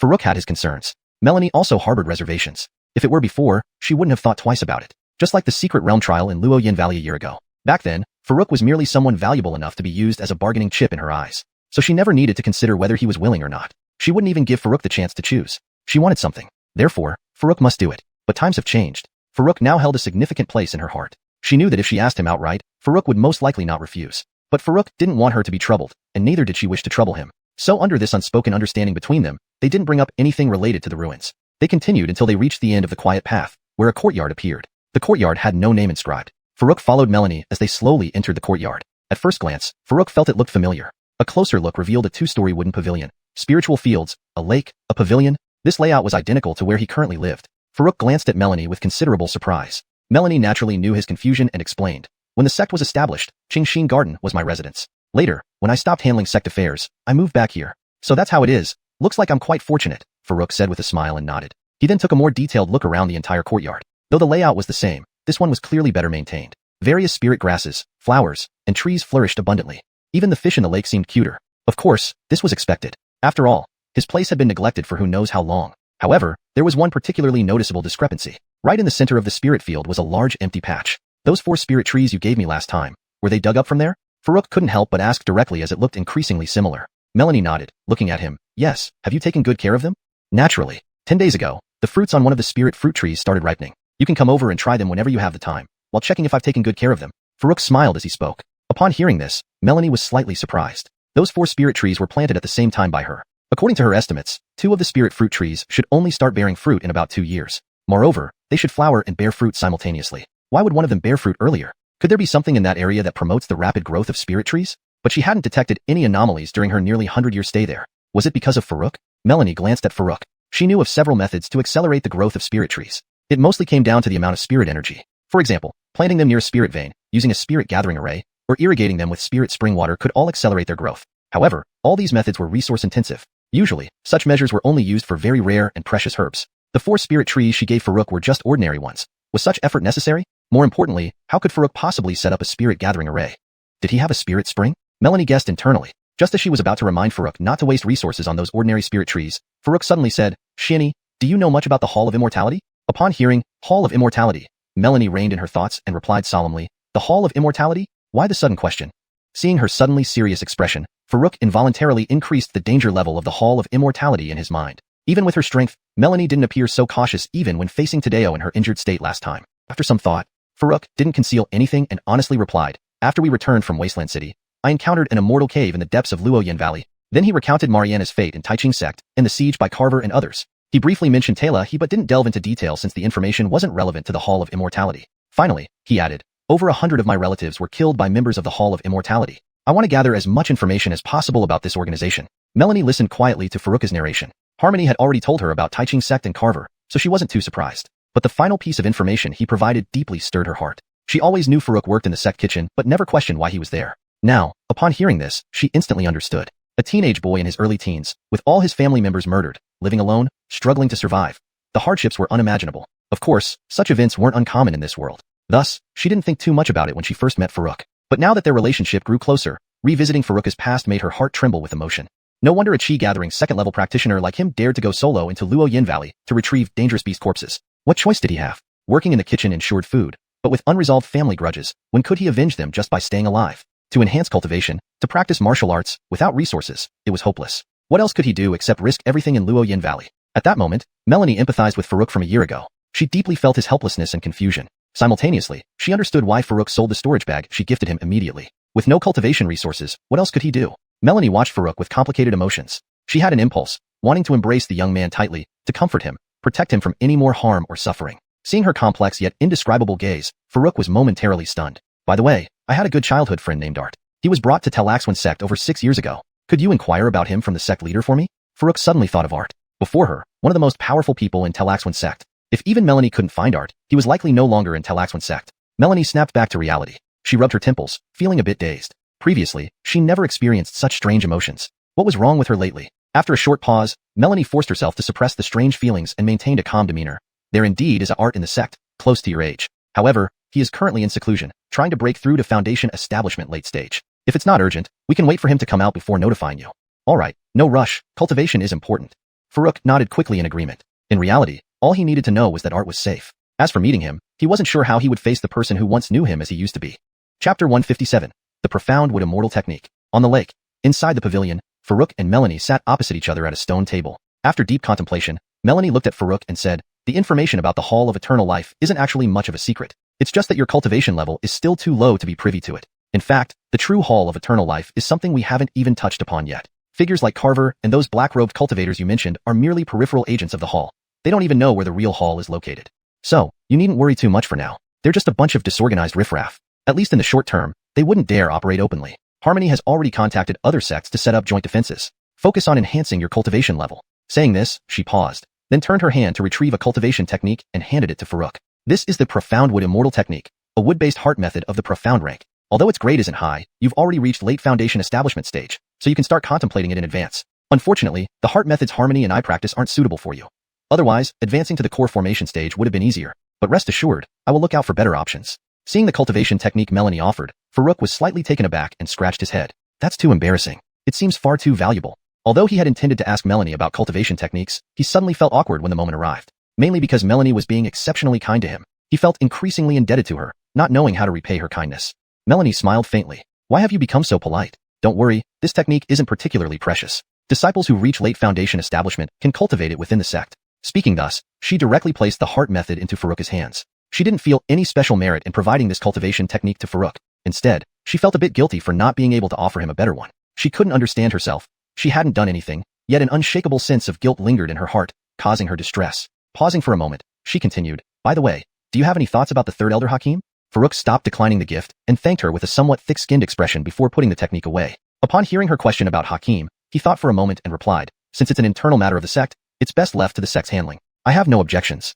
Given his current strength, he could easily defeat Hakim if they faced off again. Naturally, he wouldn't intervene in the sect's decisions, but wouldn't let Hakim go unpunished if he encountered him again. Melanie nodded without further comment on the matter. They chatted about various other topics. Farouk asked most of the questions, and Melanie provided answers or advice. However, both avoided mentioning anything related to the ancient ruins. In between, Farouk also inquired about Althia's situation. After extended interaction, he always felt there was more to her than met the eye. For instance, Ancestral, despite claiming boundless energy during cultivation, only managed to break through to mid-foundation establishment 2 months ago, losing weight afterward. Meanwhile, Althia followed Ancestral pace, breaking through earlier by several days without any peculiar signs. According to Melanie, Althia was brought to the ancient mystic sect as a child by an intermediate stage essence infant cultivator who never appeared again. Furthermore, Alithia's current appearance might have been altered by some powerful means, which raised many questions. Upon hearing this, Farouk immediately understood why Althia always wore the same stoic expression. It was likely because her face wasn't her own. This hinted at her non-trivial background, given that both being sent by an essence infant cultivator and having her appearance altered were far from ordinary. Half a day later, Farouk left Melanie's courtyard. Watching his receding figure, Melanie sighed softly. Despite years of meditation and a calm heart, why did she find her emotions stirred by him? Walking along the secluded path, Farouk made his way toward the sect entrance after deciding to venture out for training. Returning to his residence was unnecessary since he needed to leave the sect for both combat experience with Heavenly Derivation Sword Technique and the required Spirit Source Liquid. The Falling Goose Valley no longer held any secrets after his last visit, with low-level beasts that weren't suitable for his current training needs. Therefore, he set his sights on the Transverse Mountain Range. While previously fraught with danger during his early Foundation establishment phase, he should now be able to handle it with confidence at late Foundation establishment stage. Shaking off the ground oxbowl from his pant leg, Farouk had it revert to its original form and used it for travel while studying the profound wood immortal technique. A few hours later, Farouk stowed away the technique as he heard sounds of battle nearby. Stupid ox, are you sure this is the Transverse Mountain Range? Looking around at the barren hills, Farouk was puzzled. He remembered the lush, dense forests he encountered last time. The ground oxbowl raised its head. Sure it is. I've been here before. There's a really tasty fruit here, better than the spirit fruits you planted for me. As it spoke, it hopped around excitedly, nearly throwing Farouk off. Frowning, Farouk smacked its head. You're crazy. In this treeless place, you claim there are fruits? Who's stupid here? Calmed by the slap, the ground ox bull hesitantly communicated. The fruits don't grow on trees. My uncle brought me here as a child. I'm certain of it. You have an uncle? Farouk was momentarily stunned. Regardless of the fruit issue, such things weren't unusual. However, he wondered if the ox might be leading him here to present him as a gift to its uncle. Chapter 158, Earth Flame Lion. The Milo continued carrying Farouk forward, speaking aloud as they moved. My uncle used to live here, along with my grandmother, grandfather, aunt, and many others. All right, I get it. Just get to the point. Don't waste words, Farouk interrupted, utterly speechless. The Milo blinked stupidly. What's the point? Later on, Uncle sent me to Luoyan Valley. On the way, I ate lots of fruits, which were really yummy. As it spoke, it started hopping around again. Farouk was left speechless once more. He began to doubt if this simple-minded creature had the intelligence to deliver him to its uncle as a gift. Focusing his senses, he realized they were getting closer to where the previous fighting sounds came from. So, he put away the Milo and activated the breath concealment technique to its fullest extent before slowly moving forward. His breath concealment technique was already at a high level, so unless he revealed himself, even an early-stage golden core cultivator would have difficulty detecting him. At the same time, he continued inquiring via telepathy. Why did your uncle send you to Luoyan Valley? Where is he now? And what about your other relatives? This is the key information, understand? They are all dead. I lived here when I was young. Later, some bad guys made us leave. Ellen and Bud couldn't win the fight and died. Uncle then sent me to Luoyan Valley and later on, he also died. The Milo spoke calmly, as if recounting a story unrelated to itself. Its voice showed no hint of sadness. Farouk asked hesitantly, they're all dead. Aren't you sad? Don't you want revenge? The Milo replied, it's been a long time. Besides, I can't fight. How could I take revenge? Farouk wanted to say that if it didn't think of avenging them, it should at least stop thinking about eating fruits all the time. But then he thought, perhaps emotions between beasts and humans are inherently different. Moreover, given that this happened a long time ago, the Milo might not have understood much back then. Of course, none of this mattered much to him. What was important was ensuring that he wouldn't be ambushed by a group of Milos. Since the bull's background was so tragic, he decided to treat it better in the future.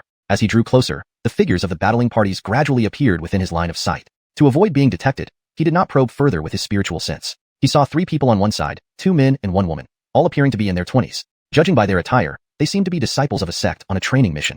However, since this region was outside Huabian Town's jurisdiction, these 3 might not be from Huabian Town. From the strength displayed, the 2 men seemed to be at the late Foundation establishment stage, while the female disciple was at the mid-Foundation establishment stage. On the other side were not humans but 5 third-grade demonic beasts, the Earth Flame Lions. That's the group of bad guys who drove me away. The Milo finally showed some emotion upon seeing the Earth Flame Lions. The hatred in its voice was evident. Farouk asked, "So, do you want to take revenge?" "No, I don't know how to fight," replied the cowardly Milo. Farouk inwardly despised it. Yet if he were in its position, he likely wouldn't do it either. Facing 5 golden core cultivators from the Eternal Life Hall would be suicidal without any hope of achieving retribution. Taking calculated actions when the odds were overwhelmingly in his favor was a smarter approach. He found it hard to comprehend those driven mad by vengeance, blindly charging ahead without strategy. Hiding behind a small hill, Farouk held back, observing the scene. Although 5 third-grade demonic beasts were perfect for refining spirit source liquid, acting rashly could cause unnecessary misunderstandings. Currently, both sides were engaged in fierce combat. Though the 3 human cultivators were collectively weaker, anyone at the late Foundation establishment stage possessed some skills. Even if they weren't opponents for the 5 Earth Flame Lions, complete defeat wouldn't come swiftly. Acting now would be akin to stealing kills, but waiting until they were nearly overwhelmed would portray him as a righteous hero. However, soon he noticed something odd about the trio's situation. Initially, the 2 late Foundation establishment male cultivators each fought 2 Earth Flame Lions while occasionally assisting the female cultivator, who struggled against 1 beast due to her mid-Foundation establishment stage. Gradually, the scenario changed. The Earth Flame Lion initially faced by the female cultivator was handed over to the leaner male cultivator, who now had to fight 3 beasts alone, increasing his pressure drastically. Meanwhile, the female cultivator shifted to assist the slightly fatter male cultivator against 2 beasts. This left the leaner male fighting 3 Earth Flame Lions, putting him in immediate danger several times. The other 2, however, did nothing to help him, leaving Farouk perplexed. These 3 aren't fellow sect members? Is there something else going on?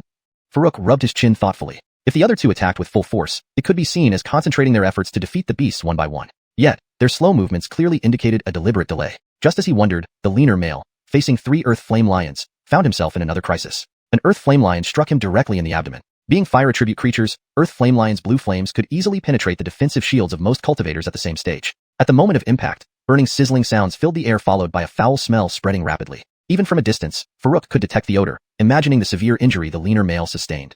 Worse, this blow disrupted his attack rhythm. Though he quickly stood up, determined to counterattack despite his injuries, he fell into a purely defensive position. At a critical moment, he seemed to make a decision, biting his lip and forming a seal with his hand on his forehead. Whoosh! A bolt-like energy shot out, striking the approaching Earth Flame Lion straight in the head. With a sharp sound, the bolt penetrated the lion's skull, creating a fist-sized hole. Blood gushed out as the blue flames around its body rapidly extinguished. The lion crashed to the ground with a loud thud. A late Foundation establishment Earth Flame Lion was killed in a single strike. Farouk was impressed and glanced at the leaner male more closely. With his current strength, he could achieve similar results using the Anger Moon Bow. But this man didn't rely on any magical treasures. Instead, he seemed to possess a unique ability. After killing the Earth Flame Lion, the leaner male's aura waned, his face turning pale. In contrast, the other male and female exchanged looks of wild joy, completely ignoring the situation. Chapter 159. Obtaining the 5 Flame Lions. The Slender Man was oblivious to the abnormal behavior of his senior and junior fellow apprentices. Given his current state, he didn't have the energy to care about anything else. Although he had instantly killed 1 ground flame lion, 2 more were attacking him. In his weakened condition, he was finding it increasingly difficult to hold on. After being hit from behind by a ground flame lion once again, the Slender Man crashed to the ground with a loud thud, flames still burning on his body. He struggled for quite some time but couldn't get back up. Seeing this, the other 2 cultivators exchanged glances, a look of delight crossing their faces. They pretended to exclaim in shock. Senior Brother Mo. Junior Brother Mo. After waiting for a moment and seeing no response from the Slender Man, they locked eyes again. Their faces, which had been filled with manic joy, now carried an expression of ruthless intent. The slightly plump male cultivator gave a signal to the other party, and the female cultivator at the middle stage Foundation establishment level immediately understood. Pretending to be concerned, she rushed over to the incapacitated Slender Man. But what they truly intended remained unknown. At that very moment, however, 2 white beams of light streaked towards them from afar, hitting the 2 ground flame lions with pinpoint accuracy. Swoosh! The arrows pierced through their bodies, blood spurting into the sky. The force of the shots sent the 2 lions flying before they fell heavily to the ground. They let out one last agonized groan before breathing their last. Witnessing everything, the male and female cultivators' pupils dilated in shock. With wide eyes, horror filled their expressions. To instantaneously kill 2 ground flame lions? They had fought these beasts long enough to know exactly how powerful they were. To effortlessly kill 2 of them must mean the person responsible was a terrifying existence. What's more alarming is that they hadn't sensed these arrows coming at all until they struck. If this person was hiding in the shadows and suddenly shot such an arrow at them, just thinking about it sent shivers down their spines. The outcome would be unimaginably catastrophic. Following the direction of the arrows, they saw a young figure clad in green robes slowly approaching. This person was naturally Farouk. He didn't care about the hidden motives between the three individuals. What he wanted was the several ground flame lions. A third-level demonic beast could yield around 150 to 200 cubic units of spirit liquid based on his tests. 5 ground flame lions would provide nearly 1,000 cubic units. This was one of his main reasons for coming here to train, so he couldn't possibly let them go. Had the trio maintained their advantage, he wouldn't have interfered easily. But now that the slender man was obviously gravely injured and unable to continue fighting, Farouk could intervene without guilt. It wouldn't be wrong to call it chivalrous assistance, right? Upon recognizing Farouk's figure, the slightly plump male cultivator and the female cultivator were even more astonished. So young? They initially thought that someone who could instantly slay 2 ground flame lions would surely be a senior cultivator much older than them. Instead, the person appeared significantly younger. Yet, they did not dare to underestimate him. His youth implied that he must be an extraordinary individual to possess such strength. Initially resentful of Farouk disrupting their plans, they dared not act rashly now. The two exchanged a glance. Then the slightly plump male cultivator approached Farouk with an expression of gratitude. Thank you for your timely assistance. I am Graham, and beside me are my junior brother Foiz and sister Cadence. Without your heroic help, we 3 might have perished. May I ask for your distinguished name? Farouk casually saluted. There's no need for formalities. I'm Farouk.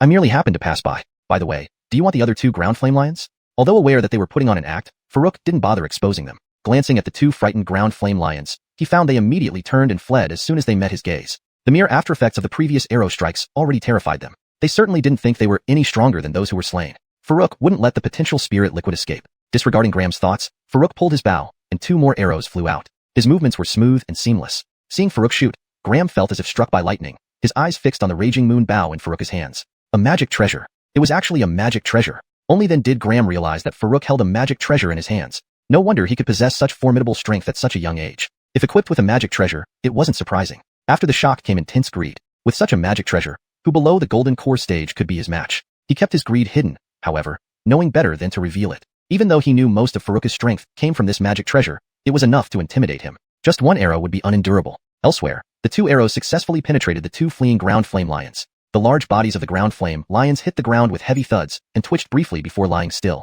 Farouk strode forward and picked up the fallen ground flame lions. Then he approached where Foiz lay and collected the 2 previously slain ones. By now, under Cadence's false care, Foiz had managed to stand up. Despite being severely injured, he hadn't lost consciousness. Without the lions attacking him, he could recover on his own. Thus, he overheard the conversation between Farouk and Graham. Seeing Farouk approach, Foiz quickly bowed deeply. Thank you, Daoist Jiang, for saving my life. If not for your timely aid, I might have perished. Please accept my deepest gratitude. Farouk said nothing, accepting the bow calmly. From years of observing people, he believed Foiz was a decent individual, better than Graham, who seemed insincere despite his smile. Foiz continued after thanking Farouk. Since Daoist Jiang wishes to collect the ground flame lions, you may take this one as well. It is a small token of my gratitude. Whenever Daoist Jiang needs anything in the future, I will not refuse. Farouk smiled. Then I won't decline. With a wave, he took the ground flame lion killed by Foiz. A live ground flame lion was far more practical than verbal gratitude. Farouk appreciated Foiz's straightforwardness. Thinking for a moment, Farouk produced a spirit healing pill. Here, take this. It should speed up your recovery. Before Foiz could protest, Farouk flicked the pill toward him. Reluctantly, Foiz accepted it. Thank you, Daoist Jiang. If you need anything in the future, I won't refuse. Farouk laughed. Farewell then. Farouk wasn't placing much hope in Foiz's promises. Considering Graham and Cadence's actions, they probably wouldn't spare him. The spirit healing pill could only help Foiz overcome the immediate crisis. Yulish's luck would depend on many factors. But as fellow disciples, since they could come out for training together, it was clear that their relationship was extremely close. Why would they believe the words of someone they just met? They might even suspect that he was deliberately stirring up trouble. If they thought he had ulterior motives and acted unfavorably towards him because of this, it would be counterproductive. It's not that he didn't want to be a good person, but being overly good-hearted wasn't always wise. Farouk knew that these fellow cultivators were likely to distrust or misinterpret his intentions, given their close relationship. While he wished to help, he understood that appearing too eager might backfire. So, he decided not to force his kindness, recognizing that being excessively benevolent without caution could lead to unintended consequences. Chapter 160, The Fire Vein Land. Farouk was about to leave when Graham hurriedly stepped forward and called him, Brother Jiang. Hold on. Farouk paused and looked at him. What is it, Brother Jian? Graham smiled humbly. I wouldn't dare give guidance. It's just that I have an opportunity I'd like to share with you. Oh. Farouk looked at Graham skeptically. He couldn't believe that the other party would be so kind as to share such an opportunity without reason. However, it wouldn't hurt to listen. If there really was an opportunity, he could always go explore it on his own later. Graham hadn't even thought of what Farouk was considering. Smiling, he said, not to hide anything from Brother Jiang, my 2 siblings and I came here precisely for this opportunity. We saw your incredible strength and felt that we had a great connection, so we decided to invite you to share in this opportunity. Hearing this, Farouk pretended to understand, nodding. So that's why. Thank you for the invitation, Brother Jian. Could you elaborate on what this opportunity is? Graham laughed heartily. Of course. Do you know where deeper into this area leads? Deeper in? To the Transverse Mountains? Farouk looked puzzled. Graham was momentarily stunned. If not for Farouk's serious expression, he would have thought Farouk was joking. Who didn't know this place was part of the Transverse Mountains? Cadence rolled her eyes. Big Brother Jian is asking about this particular region deeper in, not the entire range. Who doesn't know this is the Transverse Mountains? Yaoer, behave. Zhang Daoist might not fully understand Big Brother Jian's point. Foy's frowned. He was slightly bewildered by Cadence's behavior. She had been well-mannered and obedient since childhood, especially since she was practically raised by him after losing her family at a young age. Why would she suddenly become so impolite? Cadence scoffed inwardly. If it weren't for Farouk's sudden appearance disrupting her plans, who would she need lecturing now? She had long grown tired of being controlled by Foy's. Her usual obedience was merely a facade to get more cultivation resources from him. Now that she had formed a partnership with Graham, who had more powerful backing, she no longer wanted to be restrained by Foy's. However, Foy's didn't suspect anything and only felt a bit guilty, thinking perhaps she was still shaken from the earlier attack by the Earth Flame Lions. After all, as her senior brother, it was his responsibility to protect her. If he had been stronger, they wouldn't have faced such difficulties. With sincere regret, Foy's bowed slightly towards Farouk. My junior sister is young and was shocked by the earlier lion attack. Please forgive her rudeness, Zhang Daoist. Farouk was taken aback, but quickly realized something else. Looking at Cadence, who seemed to be seething, he wondered if she was genuinely scared or simply displeased. He shook his head indifferently. It's fine. Foy's was surprised by Farouk's sudden detachment. Yet, remembering the debt of gratitude, he quickly dismissed any resentment. He explained, you may not know, Zhang Daoist, that further inside is the territory of the Earth Flame Lions, and the opportunity Brother Jin mentioned is related to them. Yes, Graham added. This area used to belong to us until the underground fire vein attracted the Earth Flame Lions, who seized control of it. The fire vein significantly aids their growth. Now that the fire vein has been mostly absorbed, most of the Earth Flame Lions have retreated, leaving only a few low-level ones behind. With Brother Zhang's strength, you could easily secure the fire vein and its remaining benefits. Farouk interrupted, wait, if the fire vein is nearly depleted, what use is it for me? All three of them turned to look at him, clearly thinking he lacked knowledge. Cadence opened her mouth to retort but held back, not out of respect for Farouk's strength, but because she knew Graham had informed her privately that Farouk's power mostly came from a magic bow. Moreover, she believed that if she provoked Farouk, Faiz would support her, possibly even against Farouk. So, she wasn't worried. The real deterrent was the fear of another lecture from Faiz, which she had endured enough of. Finally, Faiz explained, even though much of the fire vein's energy has been absorbed, it still offers significant benefits for Foundation establishment cultivators. If you are a fire spirit root cultivator, your cultivation speed can increase several times within it. Even for non-fire spirit roots, it can enhance your progress. Yes, Graham agreed. And more importantly, the fire vein land produces a valuable mineral called Fire Essence Stone, useful for crafting magic artifacts or trading for other resources. Fire Essence Stone. Farouk nodded internally. He was very familiar with it, given its high value as a grade 5 material. Previously, in Huangzhou City, he had obtained a fist-sized piece worth about 3,000 medium-grade spirit stones, but he later used it to craft puppets. Finding some here could be beneficial either for more puppet making or other uses. Yet, he suspected Graham and the others had ulterior motives for sharing this information.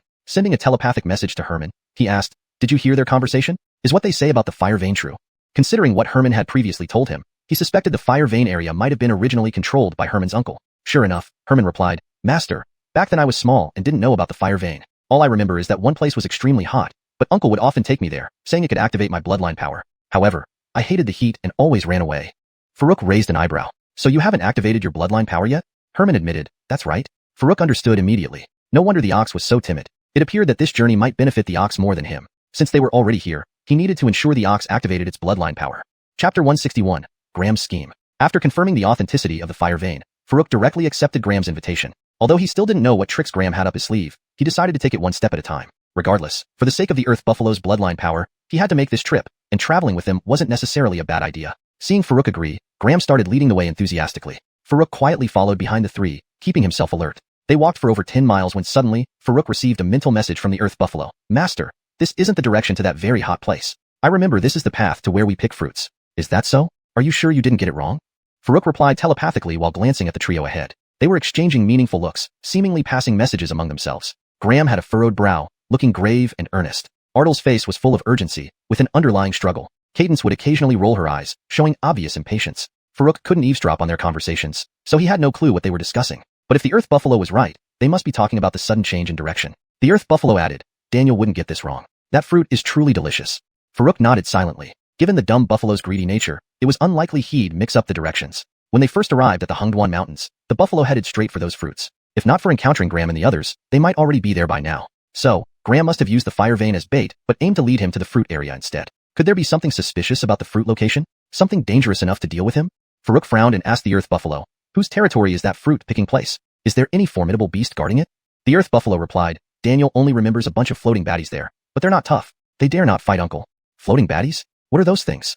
Farouk looked puzzled. However, back then, the Earth Buffalo was too young and lacked spiritual awareness, so asking probably wouldn't yield much information. Thinking for a moment, Farouk asked, can you defeat them? Daniel doesn't know how to fight, came the buffalo's reply. Farouk rolled his eyes. If you can't even fight, don't talk about others being weak. According to Melanie, a mature Earth buffalo would only be around level 4, equivalent to a human's early golden core stage. Assuming the buffalo's uncle was also level 4, a group of beasts outnumbering him yet not daring to fight would likely be no more than level 3. Even if the uncle reached level 5, these beasts would hardly exceed level 3. If a level 5 beast attacked a level 4 group, the latter wouldn't hesitate to fight back. So, most likely, there was a group of level 3 beasts equivalent to late Foundation establishment guarding the area. If so, why not investigate? He was going there eventually, with or without their guidance. A fruit described by the Earth Buffalo as heaven sent was intriguing indeed. Ignoring the trio's secretive exchanges, Farouk kept walking forward silently. After another 10 miles, a river appeared ahead, with a massive mountain on the opposite bank. According to the Earth Buffalo, the interior of this mountain was the fruit-picking spot. Sure enough, Graham came beside Farouk warmly. Brother Jiang, the fire vein is inside that mountain across the river.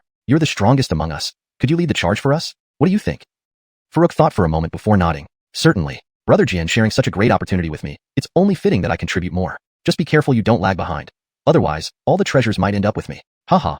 He laughed loudly, feigning eagerness for treasure. In reality, he already had a plan. By leading him in, Graham intended to use him to wear down the guardian beasts inside. There was nothing to worry about for him though. He'd explore first. If successful, he'd take the fruits. If not, he'd leave. The trio wouldn't be able to trap him inside. Haha, Brother Jiang jests. There are countless treasures in the world.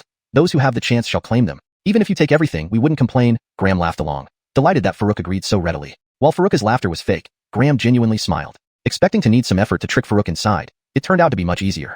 Graham had explored the mountain interior once. It was filled with formidable soul entities equivalent to late Foundation establishment, indestructible unless a golden core cultivator was present. Any Foundation establishment cultivator trapped inside would certainly perish. To Graham, Farouk relied heavily on his magical artifacts. How many times could a Foundation establishment cultivator use a powerful artifact consecutively? 5? 10? Not nearly enough against countless undying soul entities. Once Farouk's spirit energy was depleted, blocking the entrance, preventing retreat, the magical longbow would fall into Graham's hands. Graham couldn't help smiling wider at the thought. Meanwhile, Ardal remained troubled, glancing between Farouk and Graham. Grateful for Farouk's rescue, Ardal didn't want to see him harmed. Yet Cadence reminded him via telepathy. Revealing Graham's scheme to Farouk would infuriate him.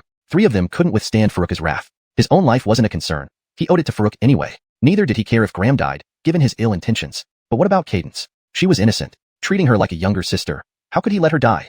Caught between his savior and his beloved younger sister, Ardal agonized over his decision. Laughing heartily, Graham glanced at Ardal. Then he sent a mental message to Cadence. Is everything fine? Your good brother won't ruin things, will he?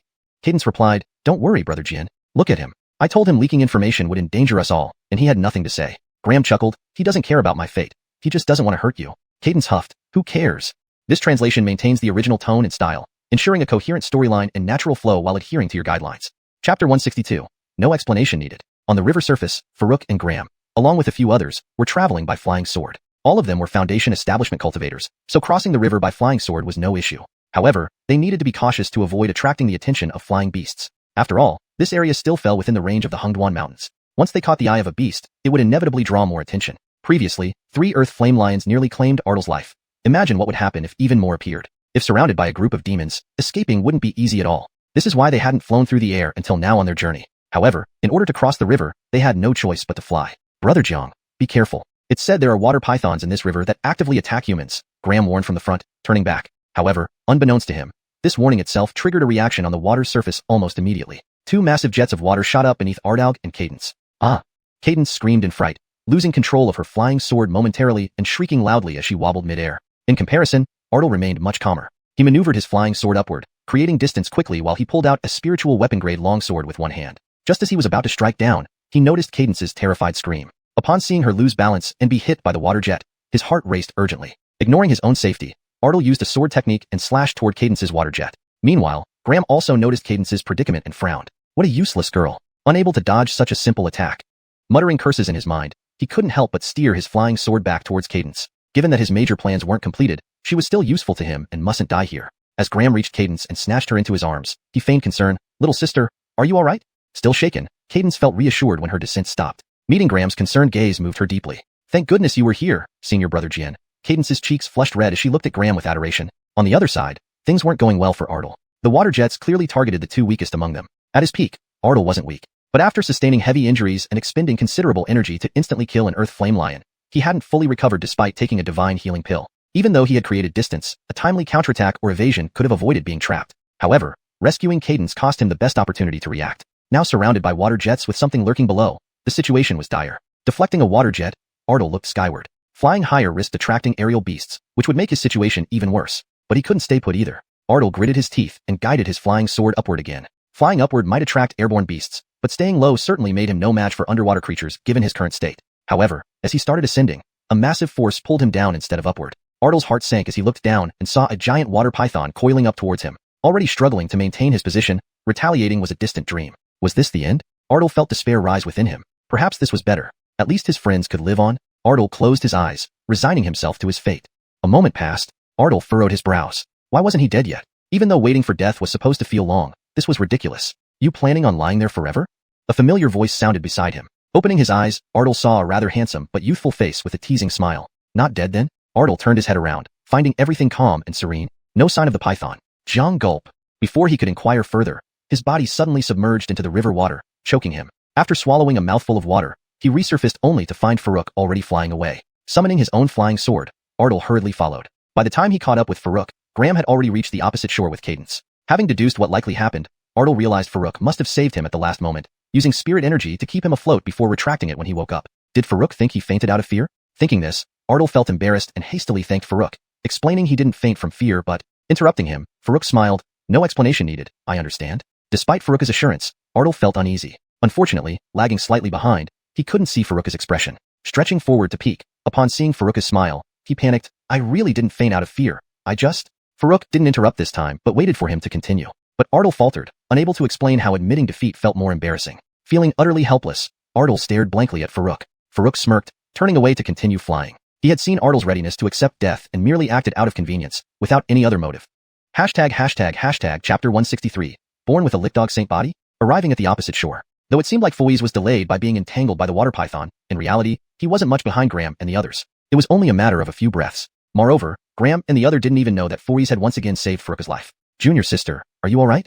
As soon as he landed, Fouise rushed to Cadence, grabbing her arm and asking with a concerned look. Seeing his belated concern, Cadence rolled her eyes internally. She subtly pulled her arm away and replied indifferently, I'm fine. Fortunately for senior brother Jian. She really didn't want to deal with this senior brother who always acted like an overprotective big brother. Where was he when she needed help just now? Why didn't he come to assist her? What good does it do now that she is already out of danger, babbling here uselessly? She had no idea that Fouise was the one who truly rescued her first. And she had no clue that Fouise almost died saving her from the water python's mouth. Nor did she know how many times Graham silently cursed her before rescuing her. All she knew was that she was in Graham's arms when she finally escaped danger. So she felt immense gratitude towards Graham and deep resentment towards Fouise. Even if she knew the truth about her rescue, she likely wouldn't feel much appreciation towards Fouise. Because ever since childhood, Fouise had cared for and protected her so thoroughly that she had developed a habit of taking it for granted. She believed all of his care was simply owed to her. Fouise remained oblivious to all this. He hadn't thought deeply about it and continued to say with concern, it's good you're alright. You really scared me earlier. In the future, try to stay close to me in dangerous situations so I can protect you. Farouk was walking calmly beside them with his arms crossed. Seeing Fouise's dumbstruck yet doting demeanor, he almost laughed out loud. Could this be what they called a born Nidhogg saint body? Even he, an outsider, noticed something off with Cadence. How could Fouise not see it? In fact, Fouise did notice Cadence acting abnormally. But due to her generally obedient nature, he never imagined it could be negative. He assumed today's reaction was just because she had been frightened by the beast attack. After all, Cadence had practically been raised by him from a young age. The bond formed over 10 years of companionship couldn't be easily doubted. Farouk stopped paying attention to their affairs and focused on the enormous mountain before them. Before crossing the river, it didn't seem so massive, but now at its foot, it was evident the mountain rivaled half the size of Wasteland City. Technically, calling it a mountain might not be accurate. It lacked towering peaks and resembled more of an enormous mound if viewed on a smaller scale. But due to its colossal size, its height was comparable to any mountain. At the base, facing the river, there was a large cave entrance, spacious enough to accommodate a dozen people simultaneously without feeling cramped. Just as Farouk intended to probe inside with his spiritual sense, Graham spoke up, entering through this cave leads to the fire vein. However, there's a mechanism inside, and probing with spiritual sense recklessly will get it directly swallowed. Hearing this, Farouk retracted his imminent spiritual probe. After a moment's thought, he released a thin thread of spiritual sense again. Having discerned Graham's intentions, he wouldn't trust his words blindly. No matter what, he had to verify it himself. Moments later, Farouk swiftly withdrew his spiritual sense. Upon penetrating less than 500 meters, he felt a sharp pain as if his soul had been pierced. Clearly, Graham hadn't lied. The cave did swallow spiritual senses. Fortunately, his caution saved him from greater harm. At the instant he retracted his sense, he noticed Fouise tremble slightly nearby, quickly regaining composure. He guessed Fouise also didn't believe Graham and tried probing on his own. So, this place was new to Fouise too? Only Graham, or perhaps Graham and Cadence had been here before. Farouk verified with the Dave. Stupid ox, is this the place you wanted to visit to gather fruits? Facing an unknown territory without using spiritual senses, anyone would feel apprehensive. Farouk certainly wouldn't rush in recklessly. Yes, it's this place. Ox won't forget. The fruits inside are delicious, the Dave confirmed eagerly, almost impatiently. Relieved by the confirmation, Farouk felt slightly better.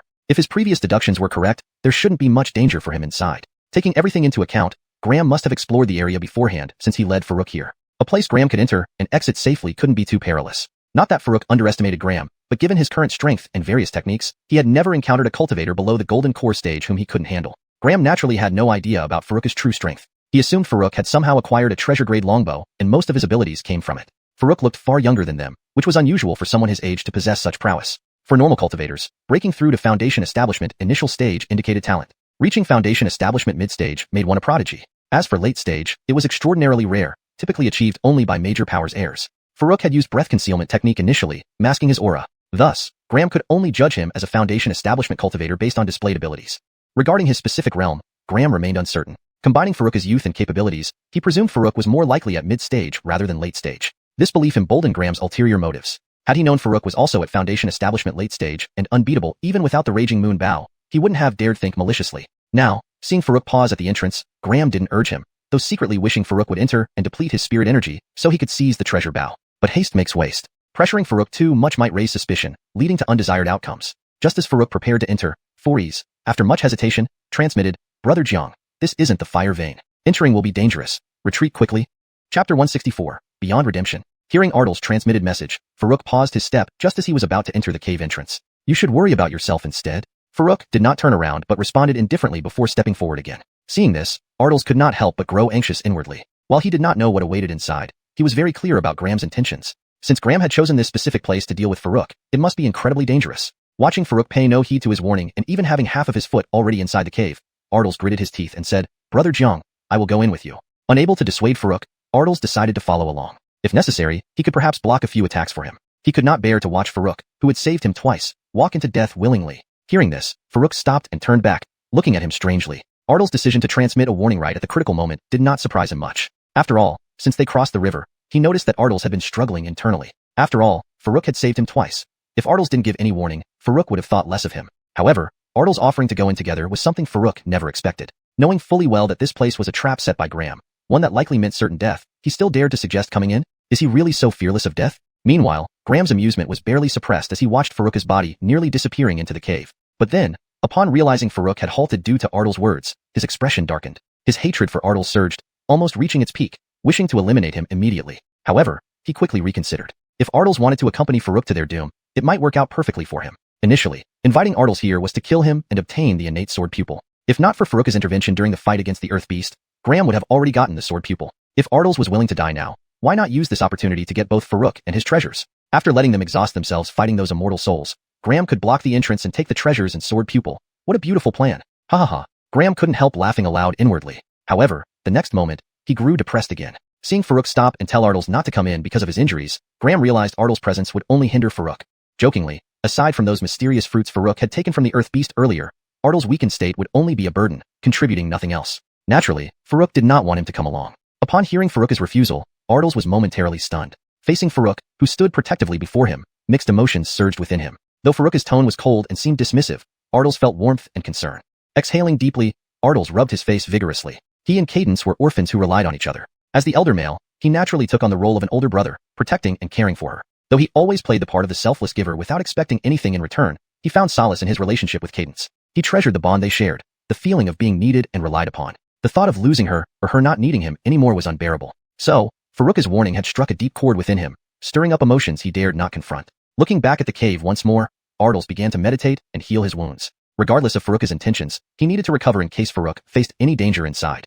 Chapter 165, The Indestructible Soul Body. Inside the cave entrance, Farouk had already walked nearly a kilometer forward. Due to the inability to use divine senses for exploration, he proceeded very cautiously and slowly to ensure his safety. However, aside from feeling a bit eerie, he found nothing unusual along the way. As he ventured deeper into the cave, the tunnel began to branch off into different paths. The Elon, unable to contain its impatience, transformed back into its true form and darted into one of the tunnels. Farouk followed closely behind at a leisurely pace. He could faintly sense a thread of divine soul energy emanating from within the tunnel. But accompanying this divine soul energy was another presence. Was it demonic chi? Could there be a great demon guarding this place? Farouk slowed down even more as a result. However, before he could go much further, the Elon, which had sped ahead and disappeared, suddenly came rushing back even faster. While charging back, it didn't forget to send a message to Farouk. "Master, save me. Deborah is going to die." Farouk focused his gaze. Oh, what on earth happened? It seemed like the Elon had attracted some monsters. Behind the Elon were floating, More than 10 ghosts? That's right. They looked exactly like the ghosts in his imagination, except for 2 patches of ghostly fire at the eye positions.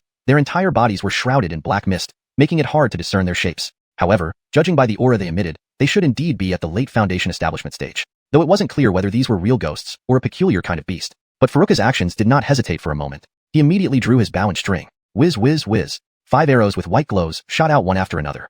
This was nearly his limit. Although he had spirit source liquid that he could use directly, there was no risk of running out of spirit power. However, manipulating a magic treasure at the Foundation establishment stage was still too challenging. Even if the spirit source liquid could support it, his body couldn't quite handle it. In terms of physical strength alone, he was still only at the early Foundation establishment stage, with no significant progress. If he could enhance his physique to the Golden Core stage or late Foundation establishment stage, it would likely be much better. But achieving that now was virtually impossible. He needed to obtain the ancient body tempering technique from the ruins of the Heaven Supplement sect. However, obtaining this technique meant breaking the restrictions on Harley's body. With his current strength, he dared not guarantee that Harley wouldn't stab him in the back once freed. The ideal scenario would be reaching the Golden Core stage first, then facing Harley. This would give him more self-preservation abilities. But reaching the Golden Core stage was no easy feat. If he truly reached the Golden Core stage, wouldn't he be able to use the Rage Moon Bow freely without any strain? Shaking his head, Farouk stopped thinking about it. Although the 5 arrows were powerful, they could only eliminate 5 ghosts at most. More attacks were still necessary for the rest. Putting away the Rage Moon Bow, he flicked his hand, revealing a high-grade spiritual weapon, a long sword. Just as he was about to launch another attack, he was shocked to find that the 5 arrows he had just shot had not fully achieved their intended effect. Indeed, they hit their targets. All 5 arrows hit without missing. But the ghosts struck by the arrows did not immediately perish. Instead, they trembled violently for a moment when the arrows passed through them, and the black mist around them rapidly thinned. Just as they were about to dissipate completely, they seemed to receive some kind of replenishment and quickly return to their original state. This surprised Farouk. He was using a treasure-level longbow. In the past, it had always been infallible. Even when killing the Earth Flame Lion, which was equivalent to the late Foundation establishment stage, it took only 1 arrow per lion. Were these things more than late Foundation establishment? That didn't make sense. The Elon was only at the mid-Foundation establishment stage. If these 10 or so ghosts were beyond late Foundation establishment, the Elon definitely wouldn't have been able to escape alive. Farouk's mind raced. Meanwhile, after this brief delay, the 10 or so ghosts chasing the Elon had approached within 100 meters of Farouk. Without further ado, Farouk activated his spiritual power and swiftly executed the heavenly derivative sword art. Since learning this sword art, he had never used it in actual combat. This was also an excellent sword technique for group attacks, suitable for trying out. As the spiritual power flowed into the sword, Farouk formed seals with his left hand and swung the sword with his right. Between the flowing sword light, an identical sword body instantly materialized and hovered beside him. Then came the second, third. In a blink, numerous sword replicas, like clones of the original longsword, began rotating around Farouk following the movements of the sword itself. When the 10 or so ghosts chased to within 20 meters of Farouk, he had already created 49 sword bodies. These 49 sword bodies encircled him and the original longsword in a circle, pointing their sharp edges toward the approaching ghosts.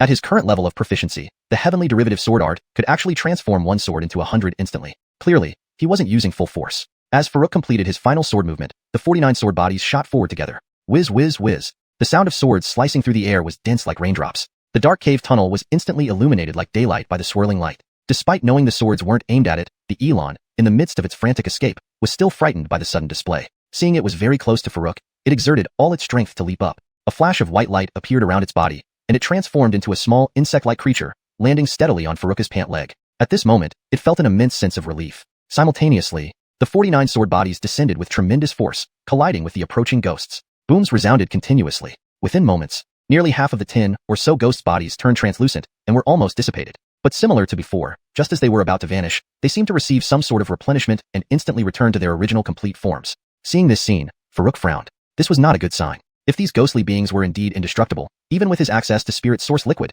it would be difficult for him to advance far. After all, they were 10 or so entities equivalent to the late Foundation establishment stage. Even with his skills, he couldn't afford to let them get close. After this round of attacks, the majority of the 49 sword bodies he had created were destroyed. Fortunately, creating these sword bodies only consumed some spiritual power and caused no backlash to him.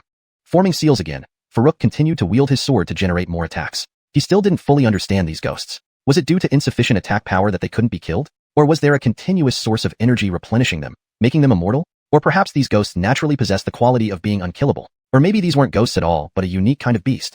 Farouk needed to learn more through battle. Compared to ordinary cultivators, he had a significant advantage. If anyone else encountered such a situation, not only might they fail to withstand the attack from 10 or so late Foundation establishment stage entities, but even if they managed to hold them off, how long could they last? Cultivators had limited spiritual power. Especially in a 1 versus many scenario, the consumption rate was enormous. Apart from him, no one would dare engage these ghostly beings in sustained combat.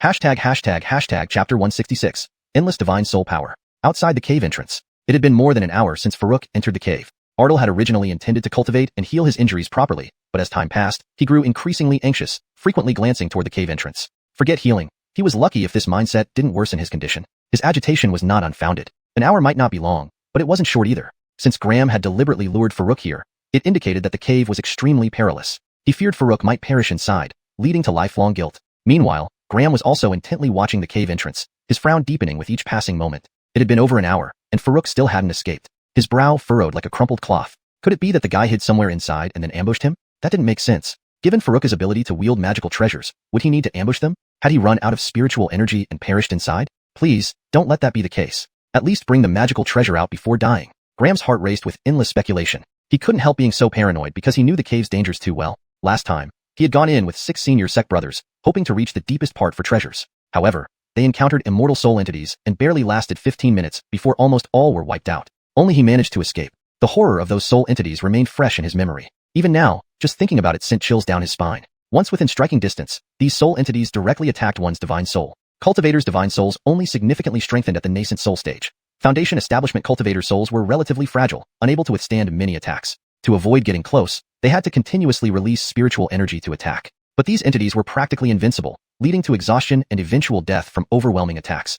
However, Graham thought Farouk, as a bow-wielding cultivator, should excel at long-range attacks. Thus, he wouldn't recklessly venture deep into the cave. If he faced the soul entities, he could retreat while firing arrows, making it likely he would escape. By the time he reached the entrance again, his spiritual energy would be nearly depleted, allowing Graham to easily capture him. Everything was set up perfectly. Yet, Farouk never emerged, leaving Graham perplexed. Inside the cave entrance, Farouk had been battling over a dozen ghost-like entities for nearly an hour. The heavenly transformation sword technique, which started with 49 evolving swords, now involved 100 swords swirling endlessly in the air, a spectacular sight. But despite the impressive display, the number of ghost-like entities remained unchanged, undamaged. This left Farouk quite helpless. He had tried using the Wrath Moon Bow again, launching 5 arrows simultaneously at one entity. Such a powerful attack, he believed, would be unstoppable even for someone at the false core stage, like Carver. Yet, the outcome stunned him. Just when the entity seemed to dissipate, it reformed instantly. Moreover, his carelessness while using the Wrath Moon Bow exposed a weakness, allowing several entities to close in. His divine soul was pierced with pain, almost causing dizziness. Fortunately, his self-preservation instincts kicked in, and he quickly pulled back. After this experience, he dared not let these entities get close again. Through prolonged combat, he gained some understanding of the entities. Firstly, their attacks were simplistic and lacked strong initiative. As long as one kept distance, avoiding direct contact, injury was unlikely. However, maintaining distance was crucial. Any hesitation could lead to entrapment.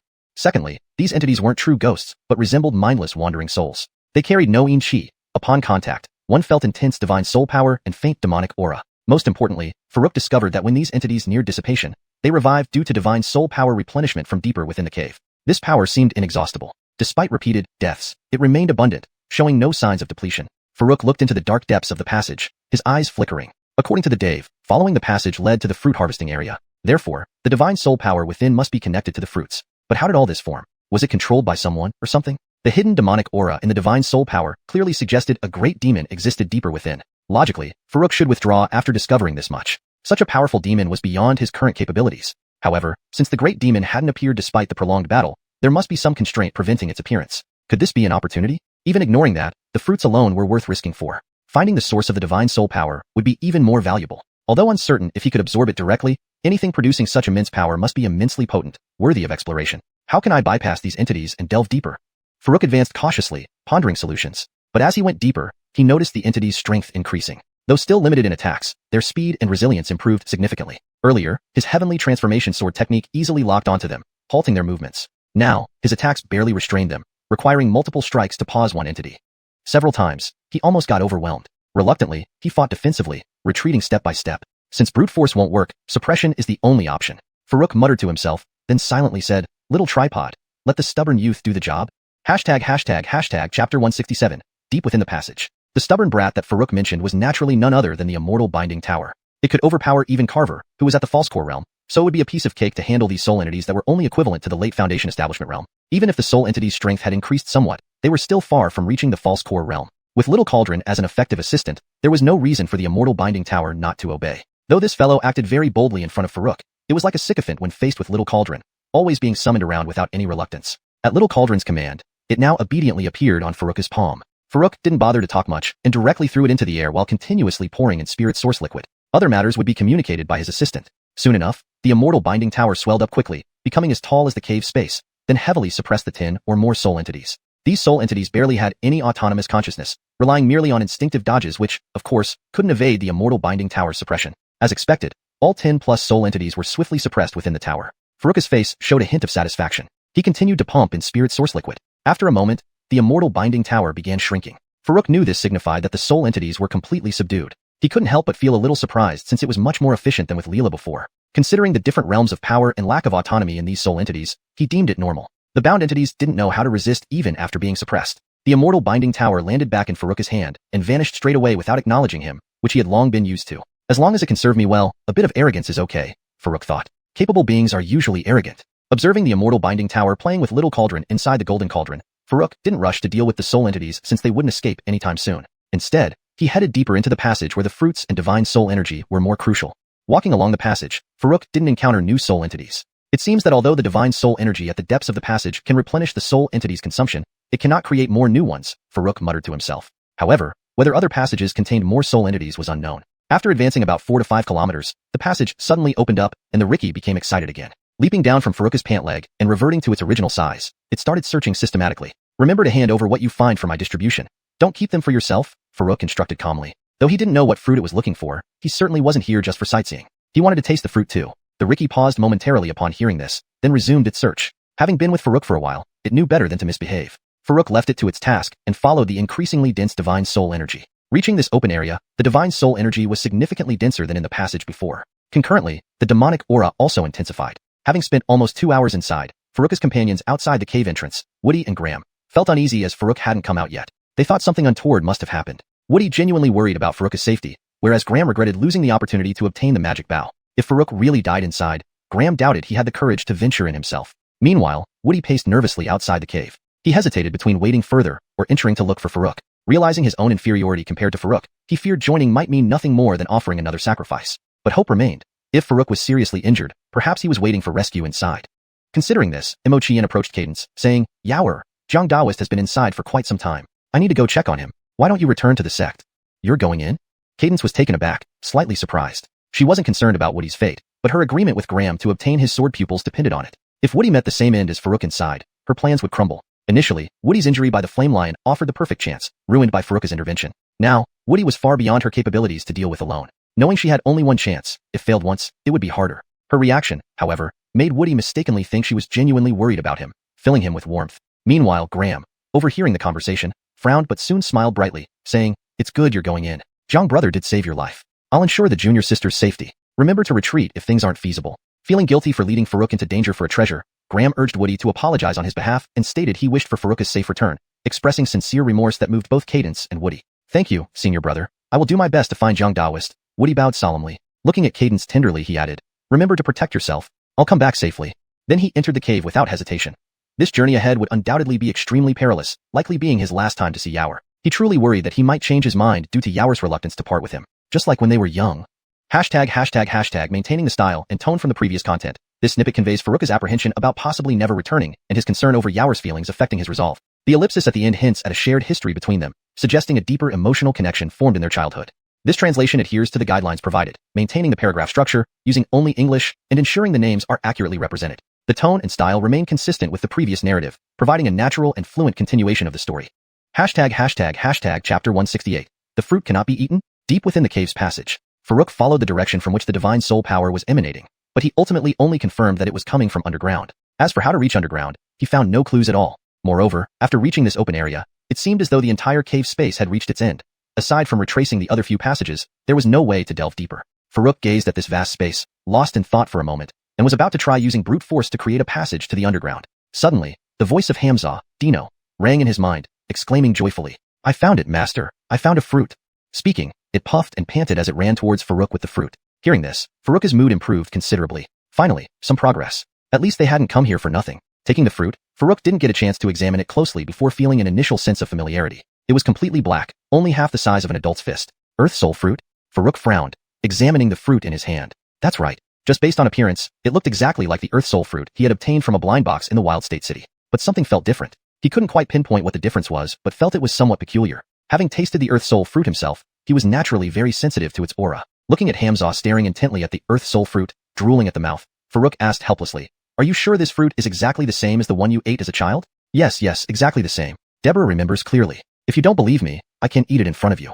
Hamza nodded vigorously, its eyes filled with eagerness as it looked at Farouk. Farouk rolled his eyes inwardly. Is that really for my sake? Too lazy to expose your true motives. As he pondered where the differences might lie, the little tripod's voice suddenly echoed in his mind. Master, little brother said those strange things it just absorbed are about to disappear. Come quick. About to escape? Farouk was startled. His first thought was that the soul entities were about to break through their bindings. Without hesitation, he instructed Hamza to continue searching for more fruits and entered the alchemy tripod with a mental command. Seeing Farouk suddenly vanish, Hamza looked momentarily bewildered, but then resumed its search without further thought. After all, Farouk disappearing in front of it was not unusual by now. Upon arriving inside the alchemy tripod, the immortal binding tower had already grown to tower over the space. With one step, Farouk entered the immortal binding tower. Initially, he assumed the little tripod meant these soul entities were about to break free. Upon inspection, however, he realized they were literally disappearing. The dozen or so soul entities no longer emitted the dark mists surrounding them previously. Their forms had become incredibly faint, and vague human shapes started to appear. Limbs and bodies slowly became visible, and facial features gradually formed. The ghost flames representing eyes had vanished, replaced by actual eyes. Could this be their true form, altered into ghostly shapes by the divine soul power? Farouk speculated internally. If so, perhaps being suppressed by the immortal binding tower and lacking divine soul power replenishment had restored their original appearance. Just as he pondered this, one of the soul entities' eyes flickered clear for a brief moment and quickly spoke, "Fruit, don't eat." By the time Farouk reacted and wanted to ask more, the entity had already completely dissipated. Without the replenishing divine soul power, this dissolution was final, irreversible. Thank you. Another soul entity's eyes flickered briefly. As Farouk approached, it too dissipated entirely. Thank you. Fruit, don't. Quickly, leave. More soul entities spoke up, but only for a brief moment before dissipating completely. Each utterance was short-lived, limited to just a few words. Farouk felt helpless. Watching dozens of soul entities dissolve before his eyes, he could do nothing. At the same time, he felt exasperated. These soul entities either thanked him, warned him to leave, or told him not to eat the fruit. The same few phrases repeated over and over. Why can't they provide more information? Why can't they tell him why the fruit cannot be eaten? What would happen if it's eaten? Where does the divine soul power come from? What lies beneath the ground? Until the last soul entity also dissipated, Farouk stared at the empty space inside the tower, deep in thought. Although he only received fragmented information, analyzing it still led him to a general conclusion. First, since the soul entities warned against eating the fruit, could it mean they turned into ghostly shapes due to consuming it? Second, since they thanked him, does that imply turning into ghostly shapes caused them unbearable suffering, beyond their control? Thinking of this, Farouk glanced at the fruit in his hand, suddenly startled. Oh no, that silly ox. He was 100% certain that if left alone, the ox would have definitely sneaked a bite if it found any fruit. One fruit was trivial, but if it caused problems, it would be troublesome. Thinking of this, he instantly stepped out of the immortal binding tower and exited the alchemy tripod space with a mental command. They had spent half a year together in seclusion. Even a pig would develop affection, let alone Hamza, who had become much more obedient after the restrictions. He couldn't bear the thought of it turning into a soul entity for no reason. When he reappeared in the cave space, he immediately saw Hamza happily hopping around with half a fruit still in its mouth. Silly ox, you haven't died yet and dare to eat anything recklessly.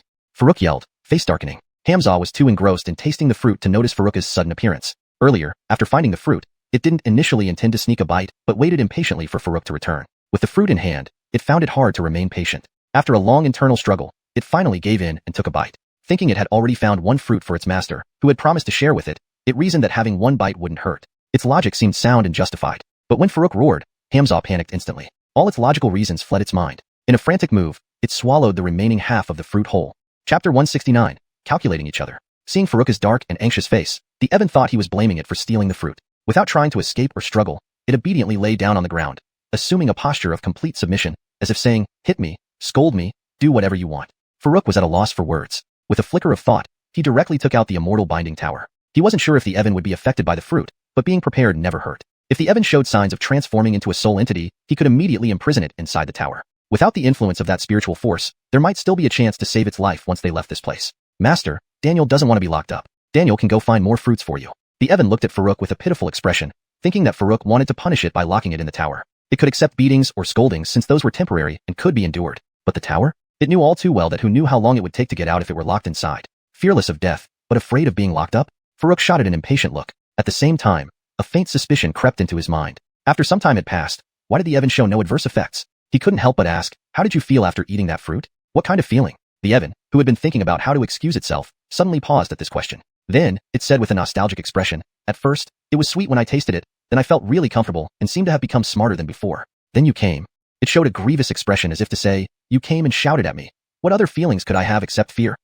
Farouk remained silent, just staring at it. This description didn't differ much from his experience after eating the earth spirit fruit. The earth spirit fruit strengthens one's divine spirit, and after consumption, it indeed makes one feel comfortable, a comfort that is spiritual rather than physical. No wonder the Evan was so attached to these fruits. The mental pleasure it provided was akin to taking certain drugs, making it more unforgettable compared to just tasting delicious. However, he had clearly sensed a different aura from this fruit compared to the earth spirit fruit, and those soul entities had warned him not to eat it. So why did the Evan suffer no ill effects after eating it? Farouk was confused. The Evan, seeing that Farouk was just staring at it without any punishment or plans to suppress it with the immortal binding tower, was even more puzzled.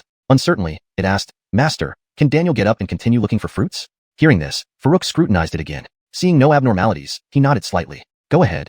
Getting permission, the Evan's eyes widened in disbelief. Initially, it had just tried pleading with Farouk, never expecting him to actually agree. In the past, even if it hadn't been beaten, it would still be scolded severely. But today, Farouk neither beat nor scolded it, but simply let it go. This sudden change made it feel somewhat unaccustomed.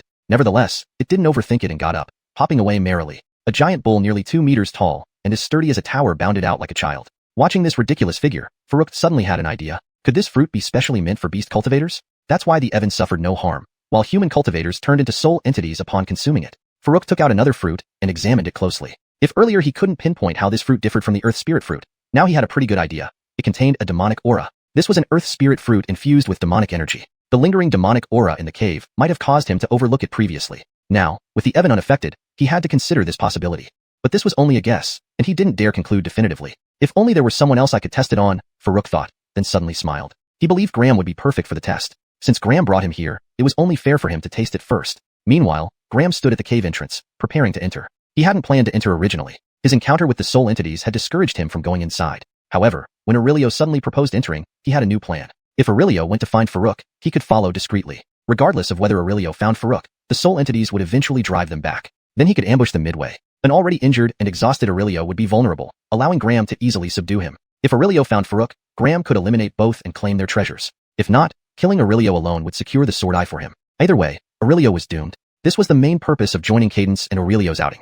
Farouk was just an additional target. As for the heartfelt words he told Aurelio, they were merely to deceive him into believing and bringing Farouk back. Meanwhile, Aurelio moved deeper into the cave, oblivious to Graham's schemes. Based on trust in Cadence, he had no suspicions about Graham. Soon, he reached the fork where 6 tunnels branched off. He guessed Farouk would choose the nearest tunnel, so he entered without hesitation. His analysis was correct. Had Farouk chosen independently, he likely would have picked the closest one. Unfortunately, Farouk followed the Evan into a different tunnel. Therefore, their paths perfectly diverged. Following behind, Graham and Cadence also chose the same tunnel as Aurelio.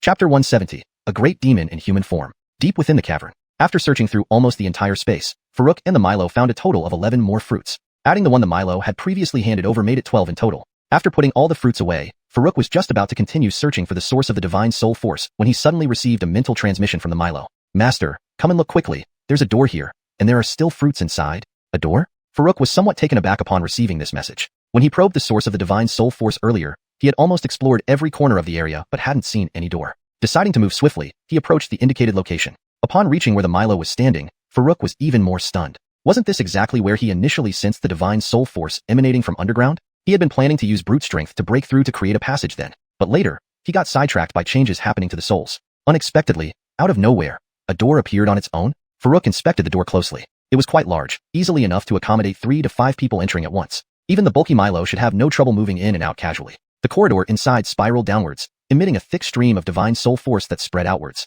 Along with the divine soul force came an equally potent aura of demonic energy. Looking at the deep spiral tunnel, Farouk didn't rashly probe his senses in. Instead, he turned to the Milo and asked, "How did you find this door? Did it open up suddenly?" Daniel doesn't know. Just now, I saw a hole here while looking for fruits, so I stepped into it. Something pricked Daniel, and then this door opened, the Milo explained bluntly as it pointed to one side. Following its gesture, Farouk noticed a small hole. However, this hole was barely noticeable, not much larger than one of the Milo's hooves. There were faint traces of blood on its hoof, indicating it had indeed been pricked. Could this be some kind of blood key mechanism? Farouk speculated inwardly as he observed the small, dark hole similar in size to an adult human thigh. If it was a trap set by a demon beast, only something as dim-witted as the Milo would step right into it without thinking. While lost in thought, Farouk noticed the Milo was walking toward the underground door again with a dull expression. Alarmed, Farouk yelled, "Silly bull, do you want to die?" The yell snapped the Milo back to normal. It looked at Farouk with a dazed expression and said hesitantly, "Master, Daniel feels. Something down there is calling me." "Calling you? Don't listen. It's probably a trap," Farouk hurriedly interrupted, fearing the fool might rush down. From his experience, anything lurking in the shadows was typically the antagonist, rarely a good guy. Should the Milo fall for it, he might end up losing his life. "No, master. It feels very familiar to Daniel. I want to go down." The Milo gazed at Farouk with a mixture of confusion and longing, revealing complex emotions. Frustrated, Farouk replied harshly, "You're an idiot. It's clearly trying to trick you. How familiar can it feel? Ask it to come up." He immediately retrieved the immortal binding pagoda, ready to throw it if the entity dared to ascend. All signs pointed to the presence of a great demon below. Talking bravely was fine, but facing off directly against it wouldn't be wise. He wasn't stupid enough to wait around to die. "No, master, Daniel." The Milo stuttered anxiously, pacing back and forth with no clear way to express its feelings. Seeing its frustration, Farouk felt equally helpless. "Fine, go ahead if you want." Hardly had the words left his lips before the Milo darted into the deep passageway. Watching helplessly at the entrance, Farouk realized it was too late to stop it. He had merely said it carelessly, never expecting the creature to take it so seriously. Yet this also showed how badly the Milo wanted to descend. Normally timid, it had plunged headlong downward, indicating immense allure below. Standing at the entrance, Farouk peered into the depths, contemplating, to go down or not? After a moment's hesitation, he decided to follow. Aside from the Milo, the primary reason he ventured deep here was to find the source of the divine soul force. Even if the Milo hadn't discovered the door, he'd have attempted a forceful descent. Now that he had a way in, why hesitate? Farouk sent a puppet ahead under his spiritual command, following cautiously behind, maintaining a distance within 500 meters due to the risk of spirit-sucking phenomena in the area. The 500-meter buffer provided extra reaction time in case of attacks. Descending steadily, Farouk encountered no obstacles. Despite appearing profoundly deep from above, the journey only took several breaths' time, equivalent to a vertical drop of about 1,000 meters. At the bottom, Farouk scanned the limited space, a mere 100 square meters at most. Luminescent stones embedded in the cave walls cast the area in daylight-like brightness. Apart from these, the room was sparse except for a striking, 3-meter-tall crystal coffin positioned in the center. However, what drew attention more than the coffin was the Milo, standing upright with its front limbs resting on the coffin, staring intently inside. Farouk quickly approached and kicked it lightly. "What are you staring at? Can you act a bit more refined?" Moving beside it, he peered into the coffin himself. To his surprise, the crystal coffin contained a woman.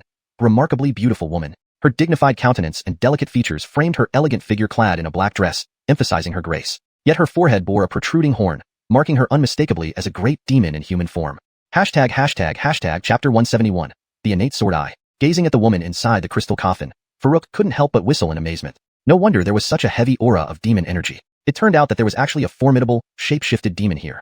If his guess was correct, the vague demon aura since entering the cave must have emanated from this woman. Fortunately, based on the current situation, this woman was most likely dead or near death and could not suddenly attack. With the threat gone, Farouk shifted his attention away from the woman in the crystal coffin and prepared to continue investigating the source of the divine soul power. However, he noticed that the Jonathan was still sprawled against the coffin, staring intently inside as if it wished it could crawl in. Farouk sighed exasperatedly. "Buffalo, have you had enough? Go find some fruits, don't wake her up." The Jonathan lifted its head slightly and gazed at Farouk with a bewildered expression. "Master, Buffalo feels so close to her, I want to hug her." Upon hearing this, Farouk's steps froze mid-motion, nearly stumbling. Turning around, he looked at the Jonathan in disbelief. "Are you crazy? You want to hug a female demon? Good thing you're not human. Otherwise, you wouldn't have lived this long." "But Buffalo..." Before the Jonathan could say more, Farouk interrupted. "Alright, no buts. You're still young. If you really want to hug, wait until you transform first. Look at how she has already transformed. She wouldn't even notice you now." Ignoring whether the Jonathan understood or not, Farouk dragged him away from the crystal coffin and then gave him a long, earnest pep talk. Finally, when Farouk pulled out a fruit and handed it over, the Jonathan seemed to come back to life. After eating the fruit, it resumed searching for more nearby. With a sigh of relief, Farouk began tracing the path of the divine soul power once more. Meanwhile, in the upper chamber, Ardal, after selecting a passage and entering it, soon encountered several soul entities. At first, he managed to manchen cope with them, but when he realized that one of them could not be killed, he panicked and tried to retreat. However, having been severely weakened and injured again, he lacked the strength to escape safely. Just as he was retreating, he was quickly surrounded by several soul entities. This caused him intense pain in his spirit, making his eyes appear dull and vacant. In a daze, he forced himself through the excruciating pain and fled desperately towards the entrance of the passage. His Danielle was waiting for him outside. He couldn't die here. Driven by this strong belief, he endured the unknown distance and time, only to suddenly stumble into someone's embrace in a daze. In his blurred state, he saw it was his Danielle, the familiar face he had watched grow up since childhood. In the last moment of his life, seeing Danielle once more, he smiled contentedly. But just as he wore a faint smile, ready to meet death peacefully, a sudden sharp pain in his chest brought him back to his senses somewhat. The scene before him filled him with shock, confusion, and disbelief. He saw his Danielle plunging a long sword into his chest. "Who are you? You're not Danielle." Ardal weakly stared at the familiar face before him. His consciousness was hazy, leaving him powerless to resist. Even though he saw it with his own eyes, he refused to believe it. How could his Danielle harm him? It must be an imposter. He would rather believe he was trapped in some illusion. However, Cadence responded in an extremely indifferent tone. "Don't call me Danielle. I don't want to hear that name from you anymore. I don't want Sword Senior Brother to misunderstand." After saying this, she looked at the young man who had always pampered her since childhood. For a brief moment, her eyes flashed with a hint of reluctance. But thinking about her future, if she wanted to achieve success in cultivation, she needed the sect's extensive cultivation resources. And to get these resources, she needed the help of Hoover. "Since you love Danielle so much, Emo Senior Brother, help Danielle one last time." After silently uttering this thought, Cadence's eyes turned cold, as if she had become a different person. She formed a claw with one hand and reached directly toward Ardle's forehead. She intended to take Ardle's innate sword eye and give it to Hoover in exchange for her future. Sensing the tearing pain on his forehead, Ardle's muddled consciousness regained some clarity. Staring at the familiar yet suddenly alien face before him, he finally accepted reality. He had anticipated that someday his innate sword eye might attract covetous gazes, so apart from Cadence, he never told anyone else. He rarely used it in front of others unless it was a matter of life and death. Yet, he never imagined that it would eventually be coveted by someone he considered closest to him, the very person he had always protected. The pain in his heart far exceeded the physical agony. As Cadence gradually extracted his sword eye from his forehead, he felt nothing. He silently closed his eyes, unwilling to know the reason. He only wished to remain immersed in the past, in those dreamlike memories. An innate sword eye is akin to a third eye but not an ordinary one. It is a spiritual eye, inherently possessing a degree of offensive power. If paired with suitable eye techniques and cultivated properly, its power can rival that of magical treasures or even spiritual treasures. Even untrained, Ardle's sword eye could instantly kill a flame lion of the same realm, illustrating its immense power. Of course, the most important aspect is that individuals with a sword eye have a far superior understanding of the sword Dao compared to ordinary cultivators. While this talent might not be obvious at his current stage, it would become increasingly apparent as he advanced. Now, all of this was coming to an end with him. Faced with the defenseless Ardle, Cadence effortlessly removed the sword eye. By then, Ardle's face was pale, his expression listless and confused, and blood gushed from the hole in his chest where she had stabbed him. A large, gruesome hollow was left on his forehead after the removal of his sword eye, appearing both ghastly and terrifying. He hadn't retreated far when several soul bodies surrounded him, causing his divine soul to erupt in excruciating pain, making his eyes appear dazed. In a haze, he could only grit his teeth against the agony and desperately flee towards the entrance of the passage. His Yao was still waiting for him outside. He couldn't die here. 的信念支撑着他不知跑了多远，也不知道跑了多久。突然，他跌跌撞撞地冲进了一个怀抱。迷迷糊糊中，他看到了瑶儿那张熟悉的脸庞，那是他从小看着长大的脸。Revised. This belief carried him for an unknown distance and time. Suddenly, he stumbled into someone's arms. In his daze, he saw Yaoer, her familiar face that he had watched grow from childhood. In his final moments, seeing Danielle once more brought him a satisfied smile. But just as he wore that faint smile, preparing to meet death peacefully, a sudden sharp pain in his chest jolted him back to a slight clarity from his daze. The scene before him left him stunned, bewildered, doubtful, and disbelieving. He saw his own Yaoer plunging a long sword into his chest. Who are you? You're not Yaoer. Bernie weakly stared at the familiar face before him. At this point, his consciousness was so blurred that he had no strength to resist. Yet, even though he witnessed it with his own eyes, he couldn't believe it was real. How could his Danielle possibly harm him? This must be an imposter. He preferred to believe that he had fallen into some kind of illusion. However, the response he received was from Cadence, in an extremely indifferent tone. Don't call me Danielle. I don't want to hear that name from you anymore. I don't want Sword Senior Brother to misunderstand. After saying this, she looked at the young man who had always doted on her since childhood, and a fleeting trace of pity flashed in her eyes. But as she thought about her future, if she wanted to achieve something in cultivation, she would need intensive cultivation from the sect. To get intensive cultivation from the sect, she needed the support of Hoover. Senior Brother Amo, since you love Yaoer so much, then please fulfill Yaoer's wish one more time.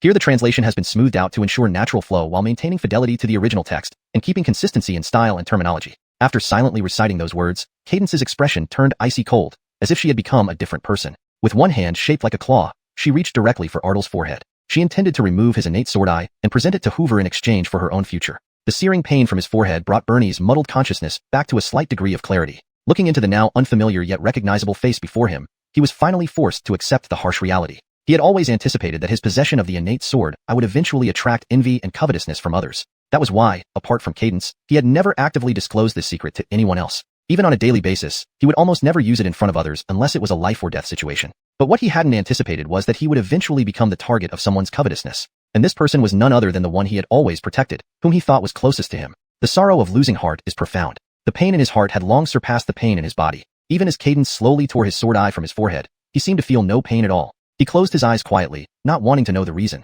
He just wished to immerse himself forever in the illusory bubble of the past. The innate sword eye is akin to a person's third eye. However, it is not an ordinary eye but a mystic eye that inherently possesses a certain degree of offensive power. If suitable eye techniques can be found and cultivated, its power could eventually rival or even surpass the strength of magical artifacts or spirit treasures. Even without cultivation, Ardle's sword eye could instantly slay a pure-level earth flame lion, which demonstrates its formidable power. Of course, this isn't the most critical aspect. The most important thing is that those born with the Tansung Jiantong have a much deeper understanding of swordsmanship, far exceeding that of ordinary cultivators. Perhaps at his current stage, it isn't very apparent, but as he advances in realms, his talent in swordsmanship would become increasingly prominent. However, all of this is now gone with him.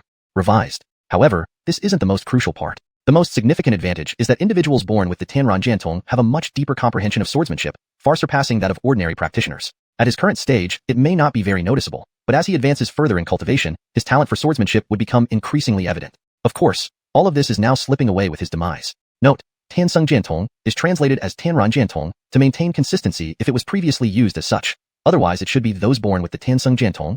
Here I assume it's a unique term and directly use pinyin for it as Tianshang Jiantong Da. Final revision. However, this isn't the most crucial part. The most significant advantage is that individuals born with the Tianshang Jiantong have a much deeper comprehension of swordsmanship, far surpassing that of ordinary practitioners. At his current stage, it may not be very noticeable, but as he advances further in cultivation, his talent for swordsmanship would become increasingly evident. Of course, all of this is now slipping away with his demise. Facing the helpless Emo-Cyan, Cadence didn't exert much effort and successfully extracted the sword eye. At this moment, Emo-Cyan's face was pale, his spirit lethargic and his consciousness disordered. The blood from the hole in his chest, pierced by Cadence's sword, was gushing out continuously. After removing the sword eye from his forehead, a large cavity remained, looking exceptionally grotesque and terrifying.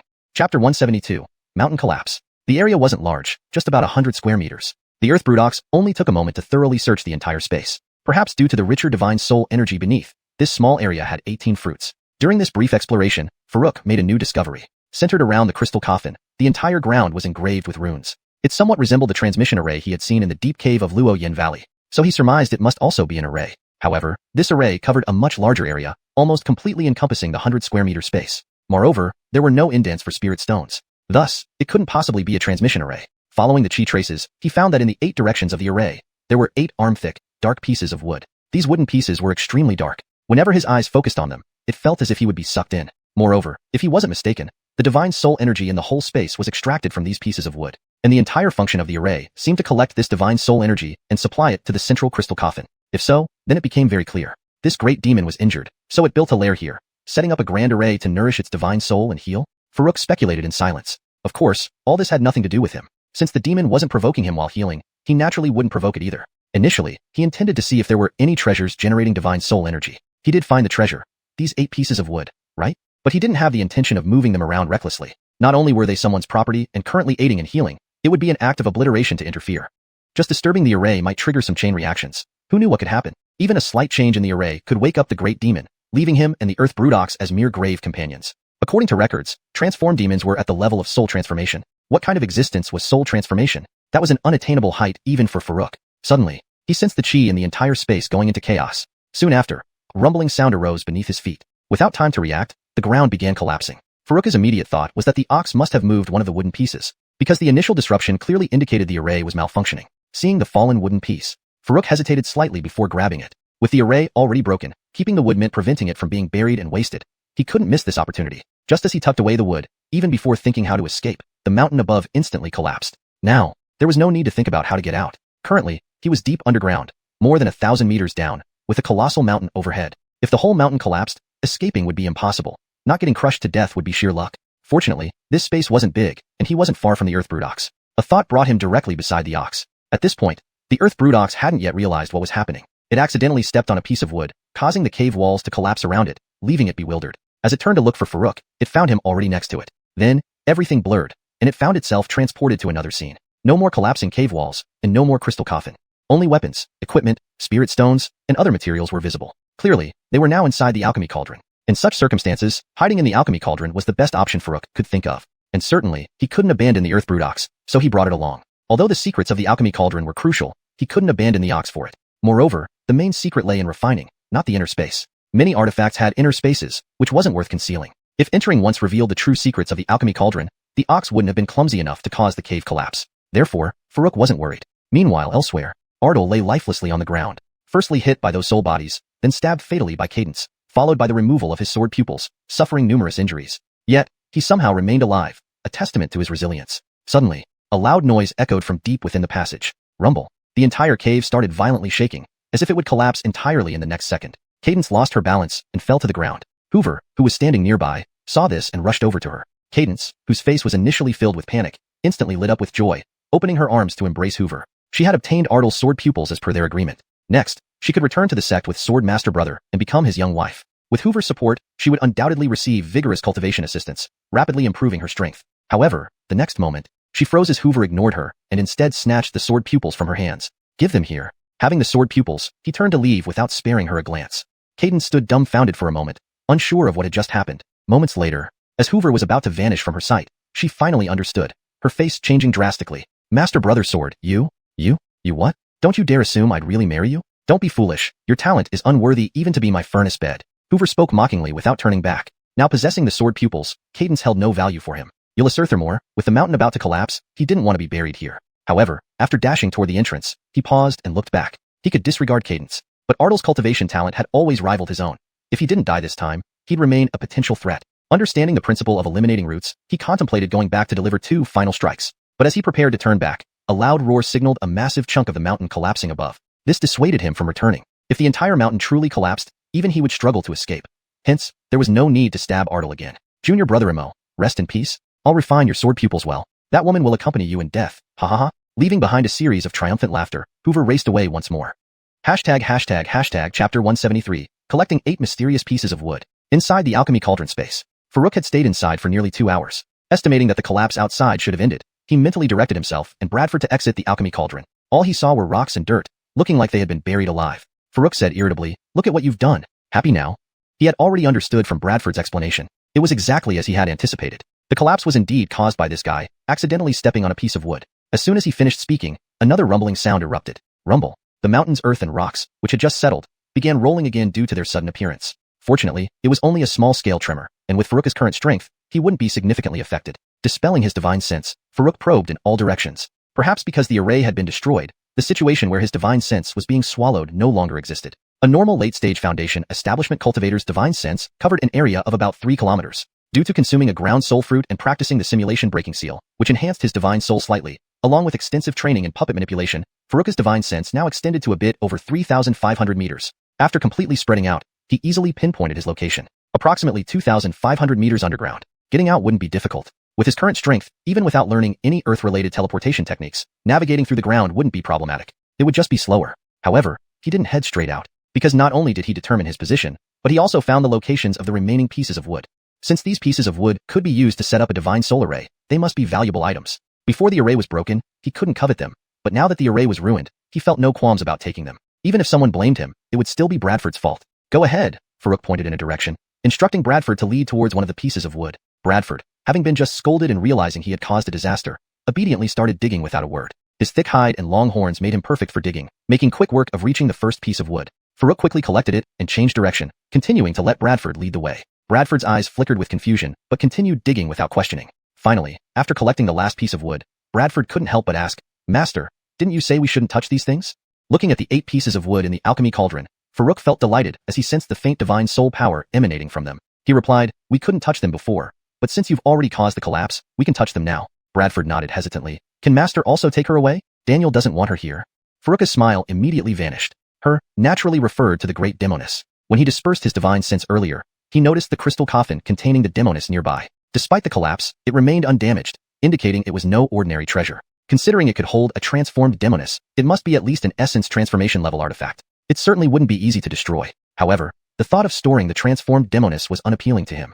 Firstly, he knew nothing about her. What if she suddenly woke up? How would he defend himself? But leaving her there also seemed impolite. They had collapsed her healing lair and taken the 8 pieces of wood. In both emotion and reason, they should find a suitable burial spot for her. At least ensure it wasn't disturbed. Farouk rubbed his chin thoughtfully. Suddenly, an idea struck him. If he needed a safe place where no one else could interfere, he had one place in mind. The remnants of the Heaven Patch sect. Few people could enter, so there was no worry of interference. He planned to rescue Harley anyway, so he could bring her in then. Deciding on this, Farouk instructed the small cauldron to keep a close watch on the crystal coffin and report any changes immediately. Satisfied, Farouk then directed Bradford to dig upwards towards the surface. Upon reaching the surface, Farouk noticed the enormous hill-like mountain had disappeared. Now, the entire mountain lay collapsed into a huge pit lower than the surrounding area. Scanning the pit with his divine sense, he searched for Graham. Unfortunately, he found no trace of Graham, but stumbled upon Aurelio at the edge of the pit. However, Aurelio didn't look good, pinned under debris with no strength to escape. Farouk, standing high above, sent a blast of spiritual energy downwards, causing a smaller crater within the larger one. Aurelio was revealed, though he wasn't alone. Cadence was lying on top of him. She was unmistakably dead, while Aurelio still clung to life. Farouk landed gracefully, puzzled. Earlier, Cadence and Graham were clearly against Aurelio. So why was Graham missing? And why did Cadence end up protecting Aurelio, allowing him to survive? This unexpected twist left Farouk perplexed. He walked up to Aurelio and kicked him a couple of times. "Dead yet, dumbass?" Previously, he had warned Aurelio, but the latter not only ignored him but also turned hostile. This irked Farouk. If not for curiosity about how Cadence ended up with Aurelio, he would have left without a second glance. Chapter 174, A Tragic Tale. After being kicked a few times, Ardle seemed to regain a bit of consciousness. He weakly opened his eyes and, seeing Farouk, urgently yet feebly said, "Fellow Taoist Jiang, please, save." Sister. Having uttered these words, he fainted again, losing consciousness. Farouk helplessly shook his head. At this critical moment, the first thing on his mind was still his fellow cultivator. Unfortunately, based on his investigation, Cadence had already lost her breath. She was beyond saving even if he wished to help. Raising his hand, Farouk took out a divine healing pill, directly put it into Ardal's mouth, infused some spiritual power to dissolve the medicine, then stood to one side with folded arms. Soon after absorbing the medicine, Ardal opened his eyes again. Fellow Taoist Jiang. Seeing Cadence lying on him, Ardal looked at Farouk, wanting to beg again. Tailoring what he wanted to say, Farouk interrupted him directly. She's dead. Accept your loss. No, it can't be. Ardal seemed unable to accept this news. He instantly went mad, crying uncontrollably. The scenes from before flashed in his mind. 2 hours ago, watching the receding figure of Graham, Cadence felt something inside her shatter. She knew that her beautiful dream, nurtured over time, had broken. She aimed to rely on Graham for more cultivation resources and therefore told him about Ardal having a natural-born sword pupil. She later colluded with Graham to harm Ardal, trying to obtain the sword pupil. It wasn't until now she realized she had been used all along. But even then, she hadn't fully woken up. When the mountain above started collapsing and she was struck down, only then did she recall the young man who once cared for her. In the past, if she had fallen, he would certainly have rushed forward to save her at the cost of his own life. Why didn't the young man appear this time? Oh, she remembered. She had killed the young man who protected her just to win favor with Graham. Suddenly, another huge rock crashed down. Just as Cadence was trying to stand up, she was knocked down again. She felt helpless and hopeless. She wanted to get up but couldn't. She was scared and began to miss those days when someone protected her. She missed that protector deeply. In the midst of despair and pain, she gradually realized the effort the young man had put into improving her life and protecting her from harm. She understood his goodness. Thus, without saying anything, she resolutely lay on the ground, stubbornly inching toward the boy. This time, she would protect him like he once protected her. Ardal was still conscious, but maintained a sense of clarity. Even though Cadence personally stripped away his sword pupil, causing hate, his love for her far outweighed this hatred. He wished her to live well. Even if his sword pupil could bring her better prospects, he was willing. Mountain rocks continued to fall. Cadence activated her spirit power, using her frail body to shield Ardal beneath her. Unable to move, Ardal watched helplessly as his beloved you blocked the massive rocks for him. His heart twisted in agony until the final boulder fell, and Cadence gave him a faint smile before collapsing. This smile turned out to be her last. Ardal couldn't bear it. Hearing this news made his heart ache. He wished time had stopped when he lost his sword pupil. He'd rather die in that illusion than watch his beloved die right before his eyes. Farouk silently stood aside. Though he didn't know what had happened afterward, Ardal's grieving expression showed true love. He did not disturb him and let him vent his sorrow. The ground buffalo stared blankly between Ardal and Farouk, unable to understand why the person was sobbing on the ground. What was love to an immature beast? After much time, Ardal seemed to have exhausted his grief, slowly regaining calmness. His bloodshot eyes still concealed deep sadness and hatred. Now able to move a little despite remaining extremely weak, he struggled due to severe damage to his soul and brain, often wincing in pain. Much later, Ardal finally sat up, gently placing Cadence aside. Just doing this made his forehead drip with sweat, veins popping out. Farouk could empathize with his immense suffering. After a while, Ardal managed to smile towards Farouk, saying, "Thank you for your multiple rescues, fellow Taoist Jiang. If you need my help in the future, I will never refuse." Nodding slightly, Farouk responded, "Sure. It seems your injuries are quite serious. Do you plan to recover here, or return to the sect?" "Sect?" Ardal gave a bitter laugh, his eyes flashing with hatred. He grew up in Sword King sect and regarded it as home. But now, with Graham, the current master's son, nearly assured to be the next leader, becoming his lifelong nemesis, how could he return? Farouk didn't press further but couldn't resist asking, "What happened after I entered the cave? And do you know where Graham is?" Ardal looked aimlessly at Farouk. "After you entered." Recalling Farouk's reminder, he thought if he had been more vigilant, things might not have gone so far. Graham wanted the sword pupil, and giving it wouldn't have mattered if it could save Cadence. The thought plunged him into pain. After a long pause, he continued calmly, recounting what happened after Farouk left. For him, this experience was like an incurable wound, but with Farouk's multiple rescues, he couldn't refuse to tell him. Farouk listened intently, feeling sympathetic towards the young man. Betrayed by his love, his sword pupil taken by her hands, and saved by her in the end. It was truly tragic. Watching helplessly as the person he loved died right before his eyes, yet being unable to do anything about it. Having gone through such a devastating event, it was no wonder he was driven to the brink of madness with pain. Chapter 175. The heavenly derivation sword technique is suppressed. On the river, Farouk was speeding forward on his flying sword. After understanding the entanglements between Bernie, Cadence, and the three from the Graham clan, he also learned about their possible next destinations. Without further delay, he noticed the excruciating pain Bernie endured due to his damaged divine soul and left behind a piece of black wood he had gathered from the divine soul formation. He then immediately left. The wood contained hints of divine soul power, which might aid in healing such injuries.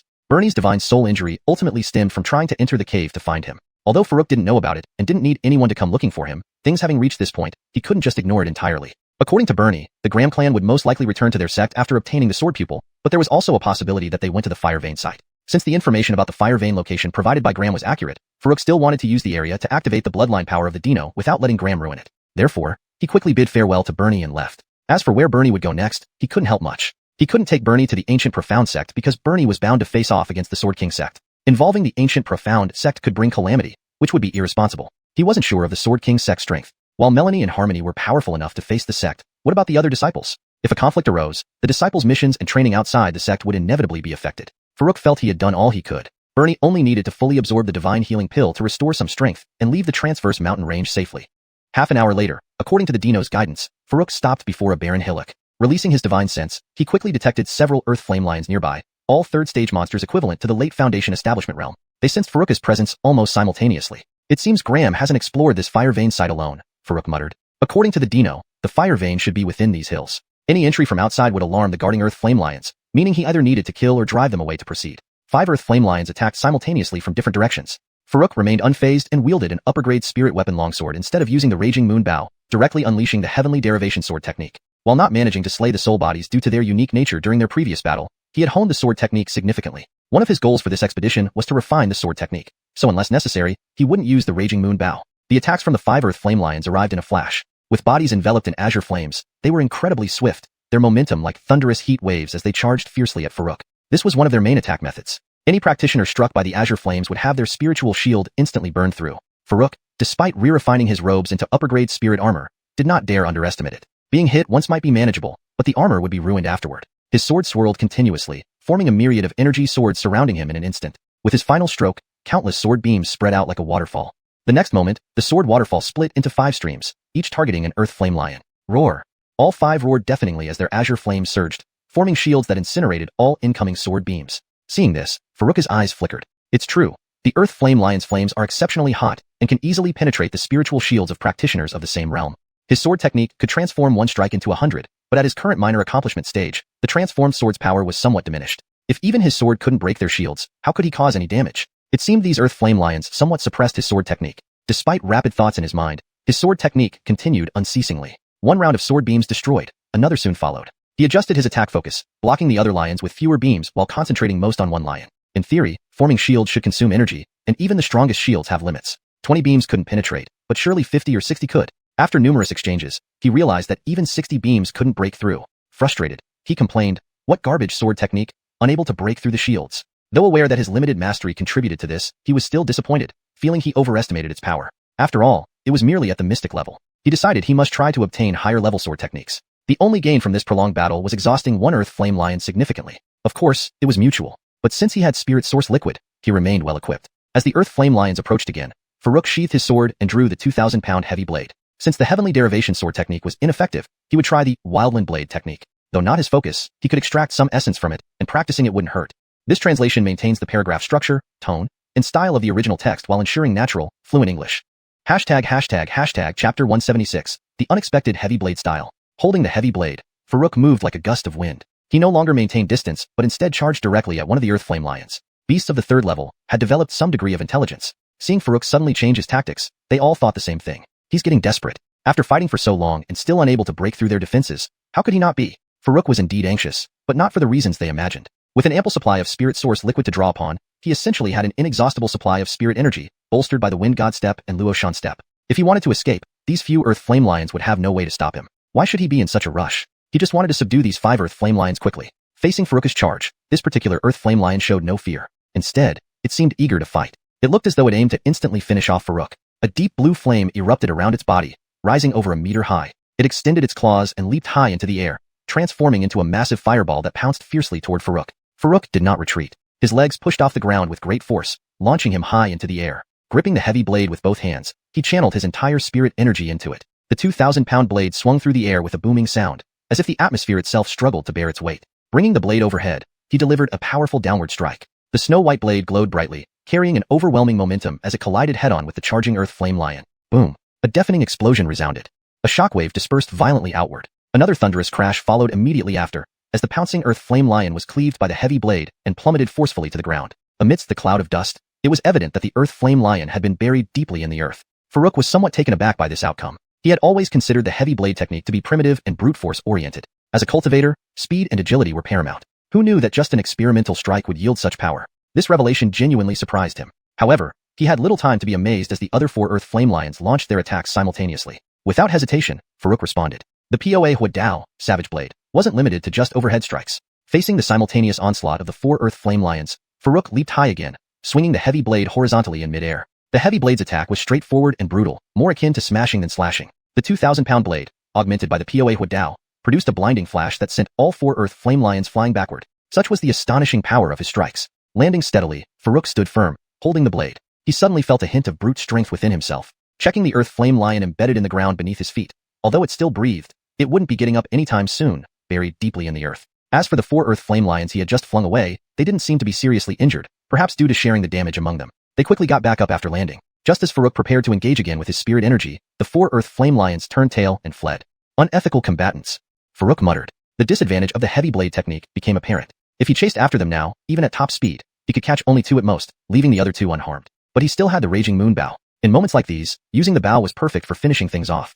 Farouk immediately sheathed his blade and drew his bow. He pulled back the string, and 4 spirit arrows shot out in rapid succession. Thud thud. The sounds of heavy objects hitting the ground echoed from afar. None escaped. First, he secured the earth flame lion buried deep underground. Though not entirely dead, it had no remaining resistance. In reality, if he spent more effort, he might have been able to tame it. However, earth flame lions were too ordinary and had limited growth potential. It wasn't worth wasting time on them. Most importantly, they hadn't fully developed intelligence, making taming them much more difficult. Unlike the Elons, which, despite being unintelligent, could recognize when to surrender. After securing the first earth flame lion, Farouk quickly gathered the other 4. Then, without lingering, he entered deeper into the mountain range. After passing through several low mountains on the periphery, Farouk noticed the fire elements in the air becoming increasingly dense. The temperature gradually rose. At this point, the Elons were no longer needed as guides. Following the direction of the heat, Farouk quickly locked onto the location of the fire vein. Oddly enough, since these earth flame lions were supposed to absorb the fire vein's power, shouldn't they be gathering towards the center? Yet, along the way, he encountered no more earth flame lions except for those at the outskirts. Unusual circumstances must harbor strange occurrences. Farouk heightened his vigilance, dispersing his divine sense ahead. About 15 minutes later, Farouk's divine sense detected an entrance, a spiral entrance. The irregularly shaped opening was about 6 to 7 meters in diameter. Even from a distance, the fiery red glow emanating from within revealed that this was indeed the fire vein. By now, the temperature had reached an almost unbearable level. Despite his spirit energy covering his body, he still felt waves of intense heat. The air was almost solely composed of fire elements. He could barely sense any other elements. Of course, this did not mean there were no other elements present. His cultivation level was still too low for a refined perception of elemental energy. A higher-level cultivator would still be able to absorb other types of elemental energy here. After a moment, Farouk stood before the entrance. He did not enter immediately, but continued probing the area with his divine sense. The descent from the entrance to the fire vein was not excessively deep, probably less than a kilometer vertically. Farouk quickly examined the entire fire vein area. Apart from a nearly dried-up magma-like river, there was nothing else out of the ordinary. No signs of abnormal phenomena were detected. This left Farouk even more perplexed. However, having come this far, he certainly wasn't going to turn back just because of suspicions. After conducting several rounds of thorough checks, Farouk proceeded to lower a puppet first. Then, he followed closely behind, slowly descending. As he went deeper, the burning intensity of the fire vein's power increased dramatically, nearly overwhelming his spirit energy shield. This forced him to accelerate his energy output. The benefits of the spirit source liquid became apparent again. Without it, he would likely last no more than an hour in this environment before needing to exit. And that was before reaching the bottom. Once down there, the consumption would be even greater. More alarming was the fact that the fire vein was already nearly depleted, having been mostly absorbed by the earth flame lions. Imagine the intensity if it were intact. Farouk shuddered at the thought. Chapter 177. Unusual movement of the crystal coffin. Descending to the bottom, Farouk observed the world around him. A completely fiery red environment that filled him with awe. It felt as if he were standing inside a volcanic crater filled with molten lava. The surroundings glowed red from the flames, devoid of any signs of life. The entire cave's fire vein resembled a massive riverbed stretching for thousands of meters. The river was dozens of zhang wide and hundreds of zhang deep. However, the riverbed was mostly dry now, with only about a meter-deep layer of magma flowing at the bottom.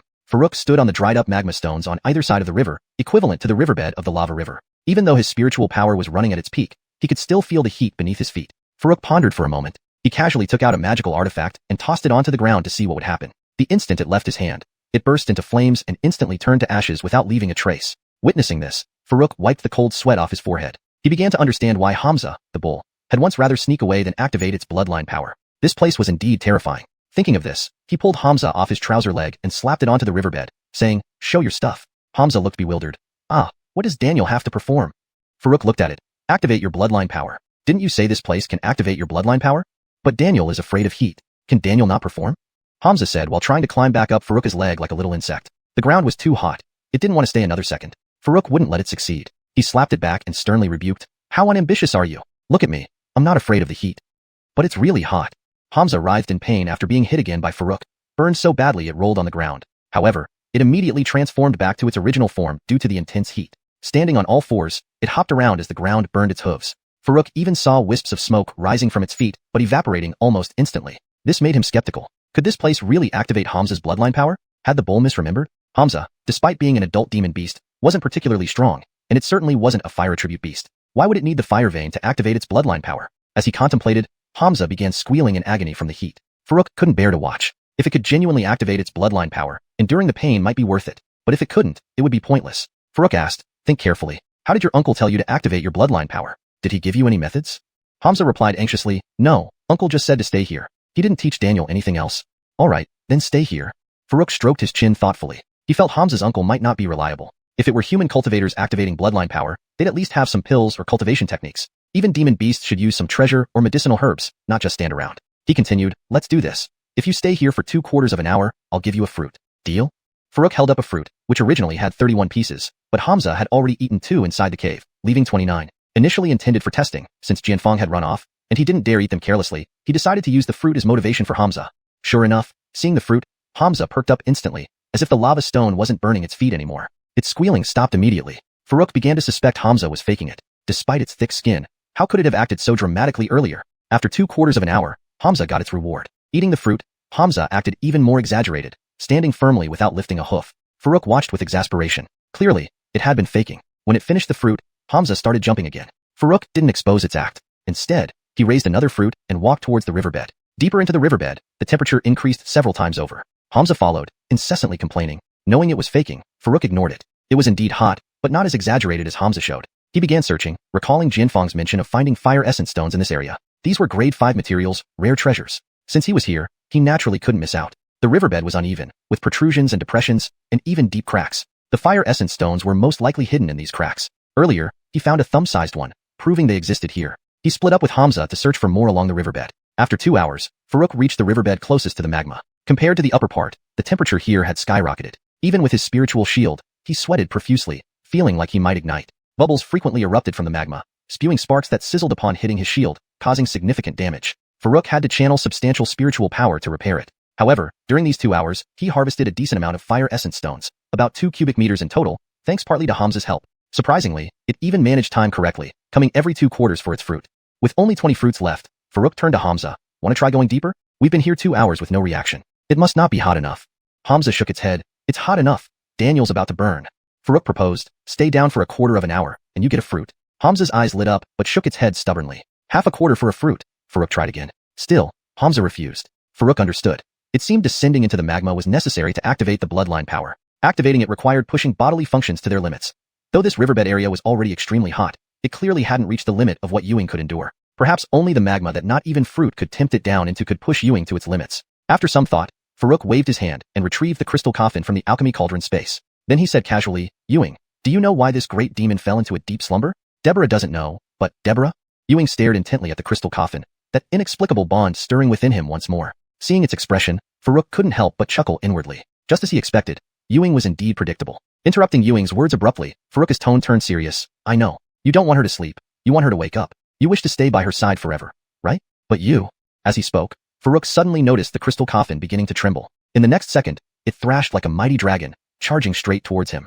Farouk's heart skipped a beat. Without hesitation, he quickly maneuvered to evade. But he was just a moment too slow. With a resounding crash, Farouk was sent flying backward. He flew over 100 meters before landing with another loud thud. Not daring to hesitate, Farouk immediately leaped up and created more distance between himself and the coffin. Inside, he was puzzled. Despite the immense force behind that attack, which seemed unstoppable, it had barely caused him any harm. It wasn't even as powerful as Tyler's palm strike from years ago. Could it be that the opponent had intentionally held back? However, Farouk dared not approach the crystal coffin again. He had initially assumed the great demon inside was unconscious, but now it was evident she was still very much aware. This was nothing short of a ticking time bomb. Who would dare go near it? But soon, he witnessed something even more astonishing. Ewing, just like before, stood upright on 2 legs, leaned over the crystal coffin for a while, then turned around and plunged headfirst into the river of magma. Chapter 178. Advancing to a level 4 beast?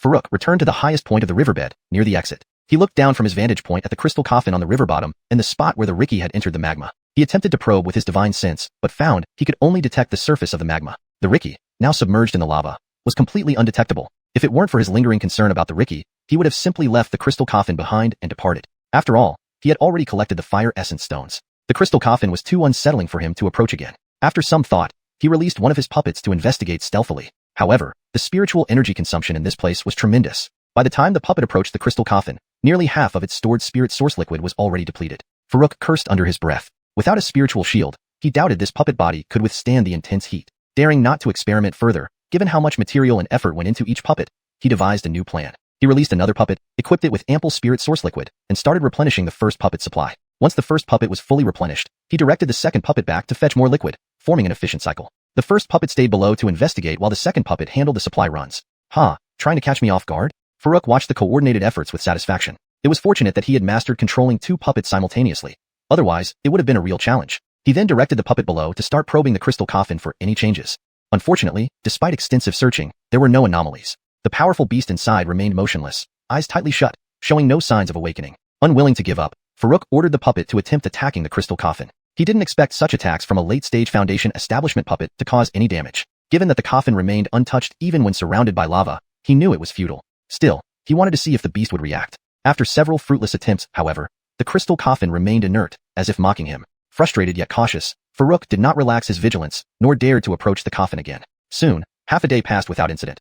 Neither the puppets detected anything unusual, nor did the Riki reappear from the lava. Considering the bloodline activation might take longer, Farouk recalled the two puppets and began cultivating using spirit source liquid. He was still far from peak late-stage Foundation establishment and needed to prepare for the Dan formation stage. Day after day passed uneventfully until 5 days later. Apart from occasionally sending out puppets to check on the crystal coffin and Riki, Farouk spent most of his time cultivating. During these days, he also examined the demon-influenced Earth Soul Fruit and the mysterious wood, but gained nothing useful. The Earth Soul Fruit remained dangerous to consume, and the wood defied direct extraction of its soul power. After another 3 days of cultivation, Farouk had fully refined the 10 Earth Flame Lions into spirit source liquid, leaving less than 400 cubic meters due to continuous use during cultivation. Given that a single shot from the illusory moon bow consumed at least 20 cubic meters, and the immortal binding pagoda required continuous input, Farouk decided to stop cultivating to conserve resources. Just as he contemplated venturing out to find more beasts, a disturbance erupted from the river bottom. About 1,000 meters away from where the Riki had submerged, a whirlpool suddenly formed in the magma. The remaining lava quickly swirled upward into the air. From his position, Farouk saw a massive, 6 to 7 meter tall magma vortex gathering and funneling the lava to its base. Astonished, he wondered what caused this sudden phenomenon. At this rate, all remaining lava would soon be sucked dry, potentially affecting the Riki's bloodline activation. Suddenly, another enormous vortex formed where the Riki was located, mirroring the first one. Could the Riki be responsible? How did it gain such power? Farouk's heart raced as he observed the twin vortices. Each vortex rapidly drained the river, exposing the scorched, cracked riverbed. As the vortices began to subside, he saw the Riki and an Earth Flame Lion beneath them. In that moment, two formidable auras erupted, one surpassing late-stage Foundation establishment. Farouk quickly drew a golden shield talisman. If he guessed correctly, both beasts were nearing breakthrough to level 4. It's no wonder there haven't been any Earth Flame Lions since we entered this Fire Vein region. They've been breaking through their realms here. Farouk realized the implications with a mix of surprise. While the Earth Flame Lion breaking through was expected, the Riki advancing from level 2 directly to level 4 through bloodline activation was astonishing. Worried, he considered the Riki's lack of combat prowess. Even if they broke through simultaneously, could it match the Earth Flame Lion? Moreover, having broken through earlier, the Earth Flame Lion would be fully upgraded and potentially a greater threat. With insufficient spirit source liquid for the immortal binding pagoda, and only the illusory moon bow at his disposal, Farouk was uncertain if he could fend off the Earth Flame Lion.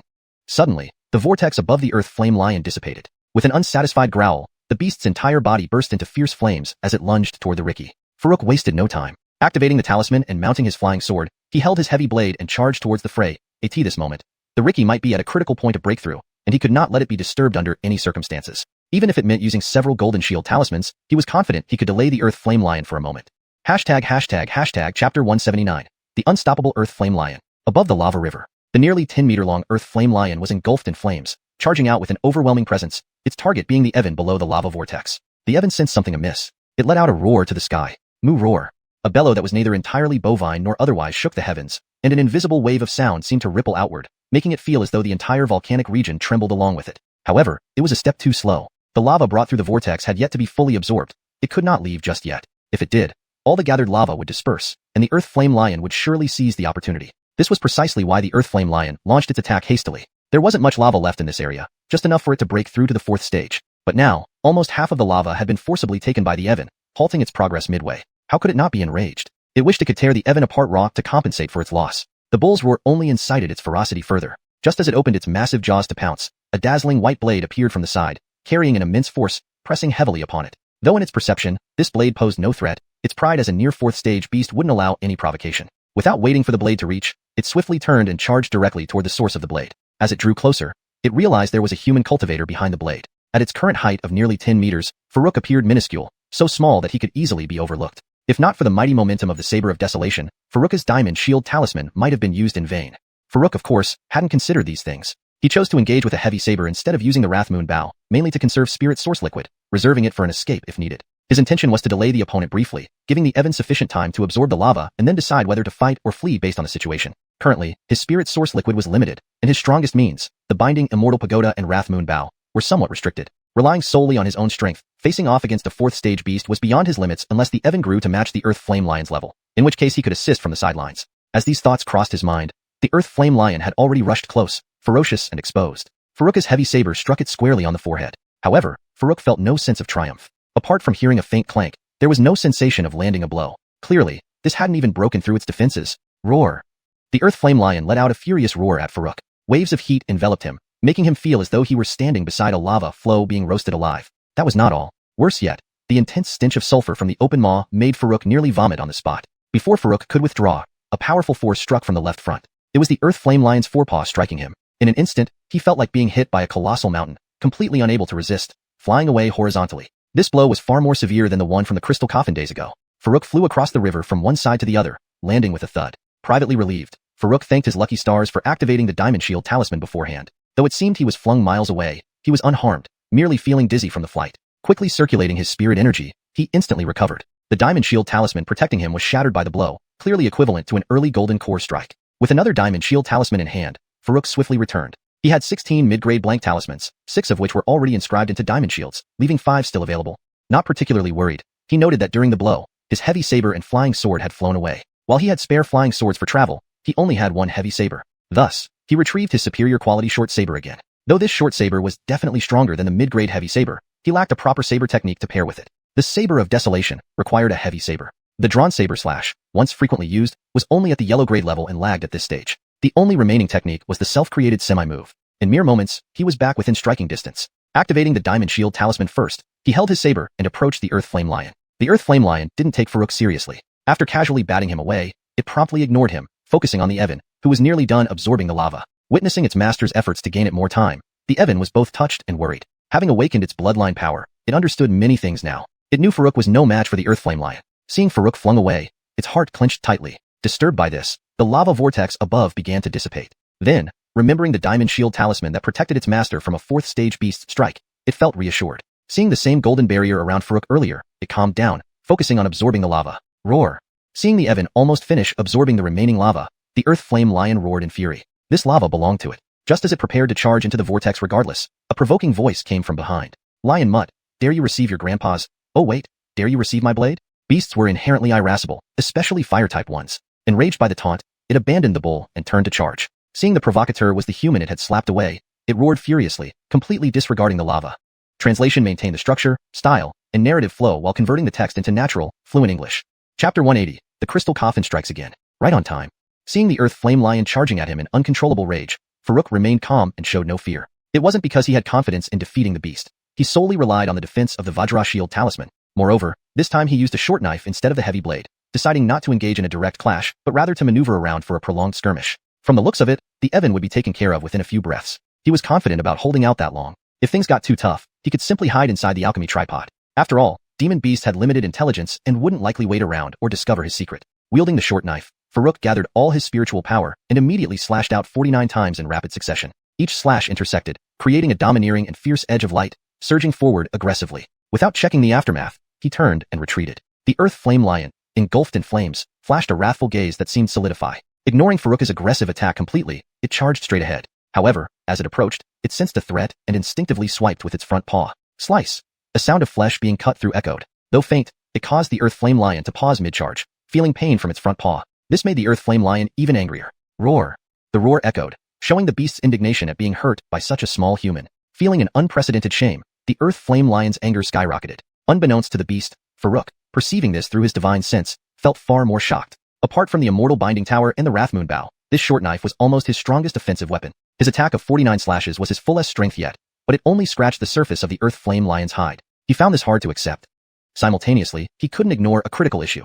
The gap between core formation and foundation establishment realms indeed was akin to an insurmountable chasm. While over-level fighting might be possible among cultivators of the same realm, Leaping from late Foundation establishment to challenge a core formation was nothing short of wishful thinking. The deafening roar reverberated as the Earth Flame Lion locked eyes on Farouk, landing directly above him with a few powerful bounds. As Farouk sped along on his sword, he suddenly noticed darkness overhead. Upon looking up, a massive claw was already smashing down toward him. Damn it! Cursing inwardly, Farouk quickly redirected his flight. But the Earth Flame Lion's advantage in size and speed meant that its paw descended without missing, hitting Farouk squarely on the head. This time, he didn't fly off far. Instead, just as he landed, the Earth Flame Lion aimed another crushing foot towards him. Farouk was secretly horrified. If that step landed, he'd be embedded into the molten rock. Moreover, his Vajra shield had shattered. Without activating another talisman promptly, a single touch could fatally injure him. Hastily, he produced another Vajra shield talisman, activating it just as the Earth Flame Lion struck. Bam! The strike stopped 2 centimeters from Farouk, as if hitting a steel barrier. Due to the force, the Earth Flame Lion's foreleg trembled, causing its whole body to wobble. Roar! Infuriated, the Earth Flame Lion roared. Seeing the opening, Farouk swiftly escaped. Relieved, he noted that the opponent, being a foolish demon beast, knew nothing of talismans, thus giving him a chance to react. Reflecting, he realized he wouldn't have stood a chance if facing another cultivator. Thoughts aside, he again activated a Vajra shield talisman. Despite constantly getting beaten, he began formulating strategies. The Earth Flame Lion's strength lay in its immense size and fast attacks, virtually making evasion impossible when engaging in the air. However, now on the ground, utilizing both Wind God steps and Luo Shan steps to their utmost, he believed evasive moves might become feasible. Just then, the Earth Flame Lion pounced again. Calmly, Farouk sidestepped to 100 meters away, narrowly escaping the claw. Smiling, he realized his new tactics were effective. No longer frantically fleeing, he waited for the next move. The Earth Flame Lion roared continuously, aiming another heavy stomp. Once more, Farouk narrowly avoided it, leaving a deep footprint in the molten rock. Enraged, the Earth Flame Lion unleashed continuous attacks. Gradually, its speed increased, using mouth bites and tail sweeps. Yet Farouk dodged each one deftly. Position, counterattack, forget it. Farouk pondered countering but deemed it meaningless. An attack with an elite spirit tool only left superficial wounds, serving no real purpose while risking future evasion. In another evasion, Farouk inadvertently ended up near the crystal coffin. Gazing at it, a thought dawned upon him. Why not use the Earth Flame Lion's attacks to gauge the great demon inside? Even if the great demon was provoked, he was merely the victim, so he wouldn't be blamed. Perhaps the demon could handle the Earth Flame Lion. In fact, this plan was redundant. As he unintentionally arrived here, the Earth Flame Lion's attacks targeted this area. Blinded by rage after several failed strikes, the lion focused solely on killing Farouk. As Farouk paused, preparing to dodge, something unexpected happened. The crystal coffin abruptly rose and launched itself at the lunging Earth Flame Lion with astonishing speed. In just the blink of an eye, the crystal coffin had collided fiercely with the Earth Flame Lion. Next, it was seen that the massive body of the Earth Flame Lion was thrown back at an unimaginable speed. Holy crap! Farouk was instantly shocked to his core. He hurriedly retreated backward. Can't provoke it. Chapter 181. The Changed Ricky. Farouk pushed his movement technique to its limits and quickly reached the exit. If there were any more disturbances from the crystal coffin, he could ensure his immediate escape. The previous scene had truly shocked him. The crystal coffin was only 3 meters tall, incomparable to the massive ground flame lion. Yet, upon contact, the ground flame lion was sent flying. Meanwhile, the crystal coffin landed back in place unscathed, as if nothing had happened. Seeing this, Farouk finally breathed a sigh of relief. He had genuinely feared that the crystal coffin might attack indiscriminately, targeting him too. A shield charm wouldn't be enough against such power, especially one that even the ground flame lion couldn't withstand. In his line of sight, the colossal ground flame lion first crashed into the rock wall, then slammed heavily onto the ground. The impact shook the entire fire vein area. If it weren't underground, the lion might have flown out of view entirely. It was indeed terrifying. Compared to this, the tail whip attack seemed gentle by comparison. Now, the ground flame lion was rising from the ground. The flames around it were clearly not as vigorous as before.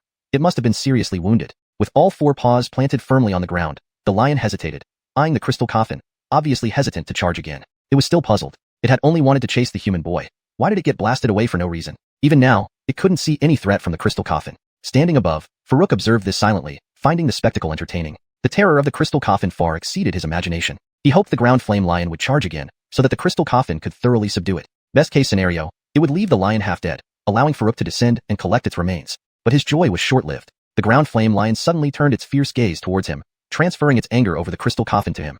Farouk was speechless. Why would it be angry at him, just because he wanted to claim the corpse? Did it really matter? Seeing the lion charging fiercely towards him, Farouk hurriedly retrieved a Vajra shield charm for protection. Rage of an incompetent fool. As he cursed inwardly, Farouk prepared to flee when suddenly, a world-shaking roar erupted from the riverbed below. Moo roar. Then, another enormous figure, with flaming hooves, emerged from the depths, rushing toward the ground flame lion. This was undoubtedly the Ricky, which had absorbed all the power of the fire vein lava during its momentary distraction. While the Ricky's size wasn't as impressive as the ground flame lion's, it now stood nearly 5 meters tall. Its appearance had changed significantly. Its horns were thicker and curved inward like heavy scimitars, sharp and lethal. Its thick skin appeared even more impenetrable, giving off an aura of invincibility. Most noticeably, its hooves had darkened to a deep black along with its lower legs, exuding a robust and formidable presence. Flames danced under each hoof, roaring as it moved, creating a menacing impression. To Farouk, though, it still didn't compare to the ground flame lion, which was entirely covered in flames while the bull only had flaming hooves. In terms of sheer intimidation, the bull was lacking. What intrigued Farouk most was how the earth attribute bull could control fire after soaking in lava for days. Meanwhile, the battle between the two beasts had begun. The ground flame lion hated the Riki just as much as it hated Farouk, given that the bull was the direct culprit who siphoned off its lava power. Had Farouk not interfered multiple times, it would have attacked long ago. Now that the bull had delivered itself, the lion was ready.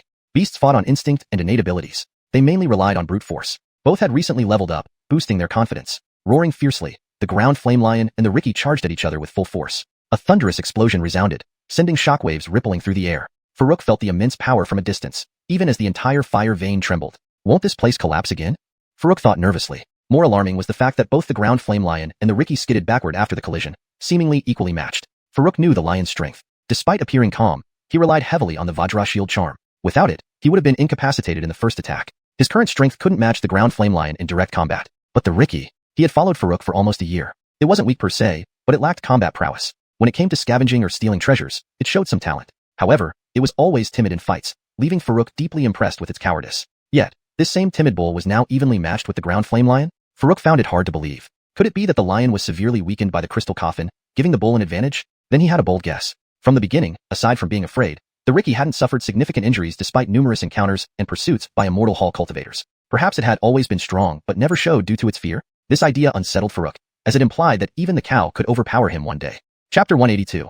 The Archer provides support for Nyoma. The battle between the Earth Flame Lion and the Dino was still raging on. After the initial clash, they quickly became entangled in combat. The Earth Flame Lion's attacks mainly consisted of pouncing and biting, but with its tough hide, the Dino only suffered superficial wounds even when hit, making it difficult to inflict any serious damage. However, despite the Dino's formidable defense, its attacks seemed somewhat lacking. It could only attack using its head and horns, which were easy for the Earth Flame Lion to evade, thus failing to cause any real harm. Both creatures exchanged blows for quite some time, neither gaining an upper hand, leading to a stalemate. Despite this, Farouk couldn't help but look at the Dino with newfound respect. Compared to fleeing immediately upon encountering enemies before, it now at least dared to engage in combat. Seeing the deadlock persist, Farouk raised his hand and gripped the new Yue bow. He still had 400 cubic units of spirit source liquid left, originally prepared for emergencies. However, since the Dino could withstand the Earth Flame Lion's attacks, he no longer needed to escape. Though unsure if the new Yue bow could injure the Earth Flame Lion, he decided to give it a try, hoping that even as support, distracting the lion would allow the ox to attack more effectively. Drawing the bowstring, Farouk poured all his strength into infusing the bow with spirit source liquid. Normally, he could only channel 20 cubic units per shot, but to unleash greater power, he pushed his limits and continuously infused more liquid. Only when his arm started to ache and could hardly bear more did he release the arrow towards the Earth Flame Lion. Estimating around 23 cubic units of liquid were consumed. The white glowing arrow shot out swiftly, like a meteor streaking through the sky. Sensing the impending threat, the Earth Flame Lion halted its attack mid-pounce, turning to face the arrow instead. This single arrow filled it with a strong sense of danger, comparable to the threat posed by the Dino. Not daring to underestimate it, the Earth Flame Lion reacted instantly. The Dino, however, saw this opportunity and launched a powerful headbutt. Roar! The Earth Flame Lion roared in anger. Faced with a two-front assault, it momentarily didn't know how to defend itself. It avoided the Dino's clumsy attack by leaping high, just as Farouk's arrow reached it. Raising a forepaw, it smacked the arrow aside. Swoosh! Though narrowly evading, the force of the arrow's impact sent it flying backward. Even though the new Yue bow was not fully utilized, it was far superior to ordinary arrows, especially given the unyielding force it carried. If grounded, the Earth Flame Lion might have countered it, but leaping mid-air offered no resistance against the powerful strike. Frustrated, the Dino pursued its fallen foe with renewed attacks. Standing nearby, Farouk wasted no time either, shooting another arrow almost immediately after the first one. Barely having regained its balance, the Earth Flame Lion found itself locked in by simultaneous attacks once again. Roar!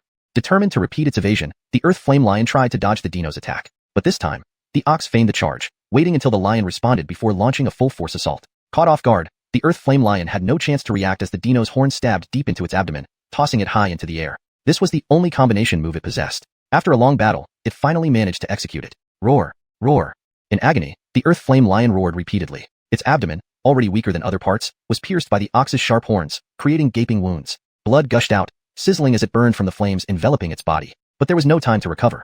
A thunderous arrow followed close behind, striking it mid-air. Unsteady and vulnerable, it couldn't possibly resist. The arrow penetrated its body, leaving a trail of crimson mist in its wake. With this, its defeat was sealed. From the moment Farouk's first arrow disrupted its rhythm, its downfall was inevitable. One step behind led to further setbacks. Even if it could endure a few more rounds, its disadvantage was clear. Without effective means to escape, its fate was irreversible. The Dino, relentless, took full advantage. As the Earth Flame Lion staggered, the ox launched a series of headbutts. Whenever it tried to retaliate, Farouk would shoot an arrow to restrain it, serving as true support. Ironically, while others had shooters assist Nyoma, Dino, Here, it was the opposite. Farouk provided support for the ox. Half an hour later, battered and bloodied, the earth flame lion finally reached its limits. Its flames extinguished long ago, and every attempt to attack Farouk was thwarted by the dino. Now barely breathing, it could only roar in frustration, devoid of any resistance. With one final blow, the earth flame lion collapsed. The dino quickly approached, retrieving a fiery red beast core with its mouth before charging towards Farouk. Seeing its behavior, Farouk smiled and nodded, saying, "Eat." By now, the dino had surpassed him in strength. Yet, it still sought his permission, which he readily granted, especially considering that the earth flame lion was almost entirely defeated by the ox. Imagining the benefits a fire attribute core would provide for its growth, he agreed without hesitation. Upon receiving approval, the dino eagerly swallowed the core. Watching the ox, now rid of its former stupidity, Farouk felt a deep sense of satisfaction. If the previous dino resembled a silly husky, this one now looked more like a border collie? Chapter 183, The Great Beast's Identity. As the fire vein's lava was completely absorbed, and the earth flame lion perished, the temperature in the entire fire vein region rapidly dropped. Farouk stepped forward and scooped the earth flame lion's body into his alchemy cauldron. This was a genuine treasure. A third-grade beast could yield roughly 150 to 200 cubic meters of spirit source liquid. A fourth-grade beast would surely produce over 1,000 cubic meters, right? However, it was a pity that the earth flame lion had no special materials except for its core beast nucleus and its fur, which could be used for making talismans. Farouk did not rush to handle it. He noticed out of the corner of his eye that after the Herman swallowed the beast nucleus, it darted towards the crystal coffin. He knew very well how formidable the crystal coffin was and quickly stopped him, saying, "Silly ox, come back. That great beast must not be provoked." Even the earth flame lion was powerless in front of it, like a helpless chick. No matter how strong the Herman's defense was, could it withstand much? But then, the Herman's response left him stunned. The ox kept charging forward, just turning its head slightly and said, "Master, she is my mother. I've awakened part of my memories and recalled many things. My mother wouldn't harm me." "Your mother?" Farouk stared at the Herman in disbelief, his mind full of incredulity. He hadn't thought that the great beast might have some connection with the Herman's clan. It wasn't just because of the protruding horn on its forehead, primarily because the Herman had almost climbed onto the crystal coffin twice and hadn't been attacked once. Meanwhile, he had been flung away just by standing nearby. Why? Surely not because the Herman was ugly and thus favored, right? At that time, he assumed it was because both were beasts, so it wasn't attacked. But when the earth flame lion was also hit hard, suffering even more than he did, he began to suspect. The Herman had never been attacked despite its audacity, possibly due to some connection between the great beast and the Herman's clan. But mother and son? Even if he broke his brain, he wouldn't think of that. Considering the Herman's goofy and clumsy appearance, even if it transformed into a human, it would look like a sweaty, uncouth man. How could it be compared to the beautiful woman in the crystal coffin? If they were indeed mother and son, it made sense why certain puzzling events occurred before. He couldn't understand why the Herman's blood could easily open the mechanism in the underground cave, allowing them access to the crystal coffin's location. Now, considering their relationship, it wasn't surprising. Maybe the Herman's uncle often took it inside to find fruits to help it remember the place. Looking at it this way, the Herman might not be an ordinary one. An ordinary Herman couldn't cultivate to the level where it transforms, but its mother had clearly done so. Moreover, there had never been any mention that Herman required the fire vein to awaken its bloodline power. While lost in thought, Farouk slowly walked towards the crystal coffin. Given the relationship between the Herman and its mother, the coffin shouldn't attack him, right? However, halfway through, he stopped again. He suddenly felt that he was attacked precisely because of his bond with the Herman. Would any mother accept her son being contracted as someone else's servant? Thinking of this, he immediately turned around and ran towards the entrance. If he couldn't fight, he could always hide. But as soon as he turned, he heard the Herman shouting in his head, "Master, you should come here. My mother wants to meet you." "Meet?" Farouk turned and looked at the crystal coffin, replying, "Your mother hasn't fully recovered. Let us not disturb her. Let her rest peacefully here. A wise man doesn't stand under a crumbling wall." Before understanding the situation fully, he naturally couldn't approach. After a pause, the Herman spoke again, "Master, my mother thanks you for bringing me here and awakening my bloodline power." Farouk responded, "Oh, tell her it's nothing." There was another pause, presumably as the Herman communicated with its mother. Eventually, it said, "My mother wishes for you to take her to your space." Farouk glanced at the crystal coffin, pondering but didn't answer directly. Earlier, he wasn't aware the mother was conscious. Otherwise, he wouldn't have placed her in the Alchemy Cauldron without caution. If the Alchemy Cauldron's secret were revealed, it'd be disastrous. Luckily, she only stayed half a day, during which the small cauldron did nothing. If not, he'd be in despair. Knowing now the mother was conscious, he couldn't put her in the cauldron again. Just as he considered rejecting it, the Herman's voice came again. "My mother says she's severely injured. Although she's somewhat recovered in the soul-gathering array, she's still very weak. Only when I'm near does she regain some consciousness. She needs your spirit spring to sustain her life. Master, please save my mother. Only you can save her." Its earnest plea turned into desperate begging, leaving Farouk in a difficult position. This was outright moral blackmail. Not that he didn't want to help, but anything involving the Alchemy Cauldron was too risky. Although the ox claimed its mother regained consciousness only when close, who could guarantee that? As for the spirit spring, it was likely the spirit source liquid. Calling it spirit spring outwardly seemed appropriate. Providing some wasn't an issue, but the Alchemy Cauldron. Seeing his silence, the ox's voice returned. "My mother says you took 8 pieces of soul-gathering wood." Farouk paused, sensing a threat. Was she threatening him? He replied sternly, "Tell her the space was too crowded, and I found a more comfortable single room for her. I'll give her all the spirit spring in exchange for the 8 pieces of soul-gathering wood." but ask her how to use the soul-gathering wood. He detested being threatened. If it had started with the soul-gathering wood, would he not have conceded sooner? Anyway, even if he wanted to return the wood, he didn't have all 8 pieces anymore. More importantly, he doubted he could escape if the mother decided to attack him, given the speed at which the crystal coffin had attacked the earth flame lion. He decided the immortal binding pagoda would serve as the new single room. Regular storage spaces couldn't accommodate living beings or the crystal coffin, but the immortal binding pagoda had no such restrictions. He added, also, make sure to tell her the soul-gathering array collapse was your doing, not mine. ####Chapter 184. The true use of the soul-gathering tree. After the Hendricks kept running back and forth delivering messages, Farouk quickly reached an agreement with the mother of the Hendricks. In summary, the main demand from the Hendricks' mother was to have a sufficient amount of spirit springs. This was something Farouk had no trouble fulfilling. However, he did not immediately agree but instead pretended to be difficult and asked several questions. Upon learning that only 3,000 cubic meters of spirit spring water were needed per year, he reluctantly agreed. 3,000 cubic meters of spirit source liquid was manageable. If it couldn't be found, spirit stones could be used as a substitute. This was really no problem at all. It was just equivalent to slaying 23rd level demons, which would be easy in a single trip through the Transverse Mountain Range. The Hendricks thought they truly had to find spirit springs and continuously offered to take the lead. Farouk did not say much about this. With its current strength, the Hendricks indeed had the qualifications to make such an offer. Farouk successfully learned the true purpose of the soul-gathering tree. First, the soul-gathering tree indeed could repair and strengthen the divine soul, but it wasn't as simple as just holding it in hand. Repairing the divine soul was relatively easier, using it to set up a soul-gathering formation or nurturing the divine soul on it. The method chosen depended on individual circumstances. To strengthen the divine soul, there was only one path, and that was through refining elixirs. The Hendricks' mother knew of an elixir called the Yin Hundan, soul-evolving pill, which could enhance the divine soul. However, she did not know the specific details or formula for the pill. Farouk was speechless. After all the talk, he felt like he had gained nothing useful. But it didn't matter since he hadn't paid much either. Providing 3,000 cubic meters of spirit source liquid per year was manageable by getting the Hendricks to hunt more demons. He approached the crystal coffin. Since both parties had reached an agreement, it seemed unlikely that he would be attacked again. Reflecting on the past events, the attack last time likely stemmed from his statement about the Hendricks wanting to stay with the demon for a long time. Perhaps that comment offended the entity inside, leading to the attack. After all, they were a mother-son pair, so staying together made no sense. With a thought, Farouk took out the immortal binding tower. Knowing what to do, Farouk had already communicated with the small tripod cauldron, so there was no need to worry. Storing a crystal coffin did not require setting restrictions or infusing spiritual energy, unlike suppression. The tower's body enlarged swiftly, enveloping the crystal coffin within moments, then reverted to the size of a palm and returned to the alchemy tripod. Initially, Farouk wasn't in a hurry to process the flame lion's corpse, but he needed to provide spirit source liquid to the Hendricks' mother. So, he extracted some more parts from the flame lion's body after taking off its still intact hide and left the rest for the small tripod to refine. Meanwhile, the Hendricks recounted how it managed to awaken its bloodline power. Farouk now understood that when he brought out the crystal coffin, the Hendricks did not jump into the lava because it was inspired by him, but because its mother had regained some consciousness and instructed it on how to activate its bloodline power. Encouraged by its mother, the Hendricks gained the courage to plunge into the lava. Using her methods, it gradually awakened some memories and enhanced its strength significantly. Unfortunately, there wasn't enough fire vein lava for it to reach the 4th level. It was currently a near 4th level creature, just like the flame lion. Hearing this, Farouk suddenly felt a pang of discomfort. Despite his continuous efforts day and night, he hadn't yet reached the peak of foundation establishment. Yet the Hendricks broke through from 2nd level to nearly 4th level just by soaking in the lava for a few days. Was this fair? Then, the Hendricks said something that made him feel even worse. Master, although I haven't fully broken through to 4th level, I can now teleport. You won't need to ride your sword anymore. I'll carry you faster. I really appreciate it.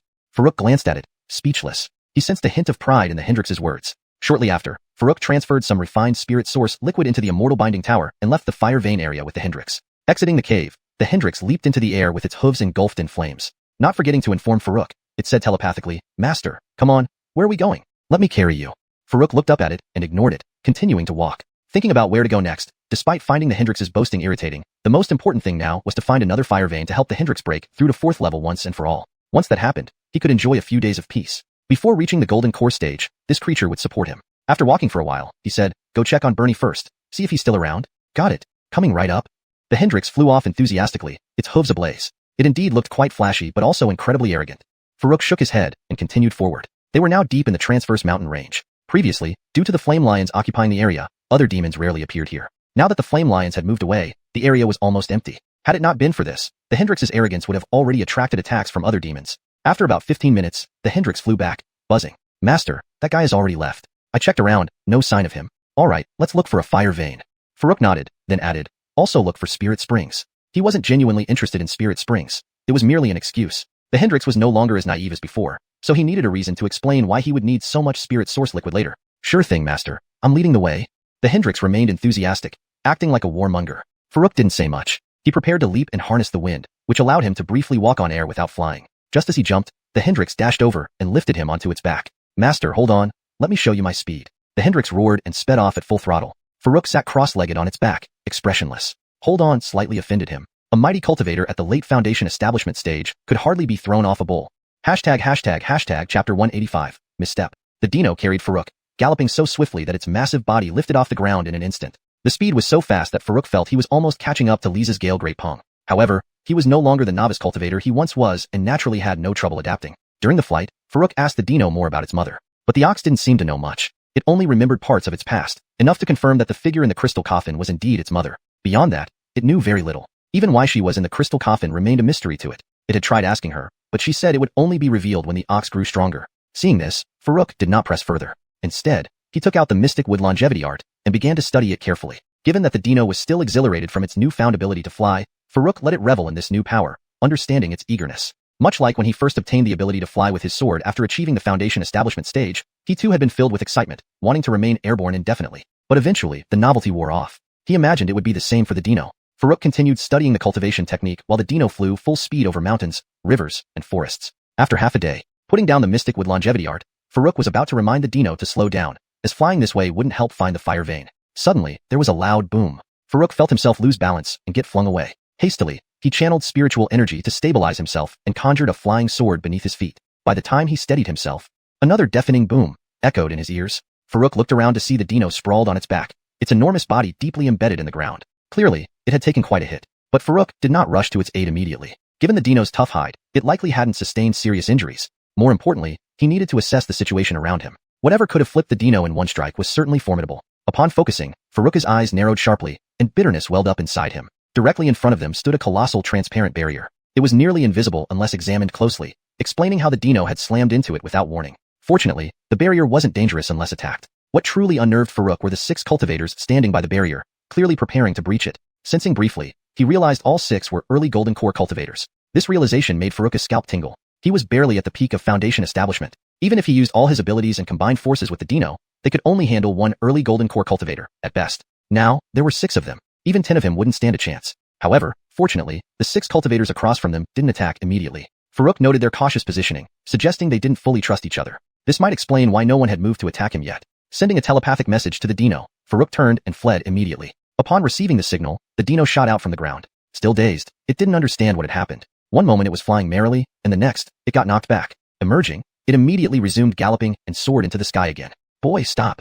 One of the 6 cultivators shouted upon seeing the dino fly, eyes lighting up. Dinos, though common beasts, weren't supposed to fly. Yet here it was. Hearing this, the dino foolishly halted. Farouk wanted to kick it to death. When you should run, you stand still. When you should run, you don't. Stupid ox, run now? Farouk urged as he stowed his sword and landed on the dino's back. He told me to stop, the dino responded dumbly, but didn't stop moving under Farouk's urging and carried him away. Stop, my sister? If they want your life, will you wait standing?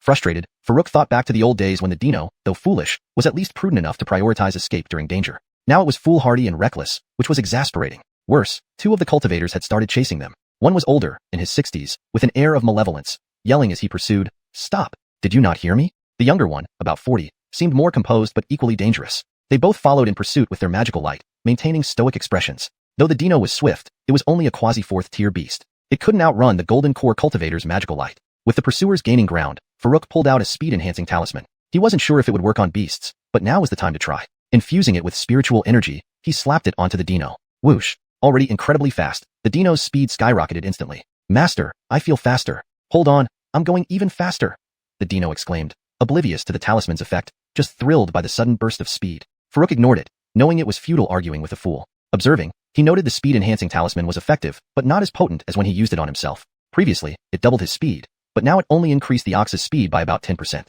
Still, considering it was a basic talisman, the enhancement was sufficient. Combined with the dino's already impressive speed, it gradually widened the gap between them and their pursuers.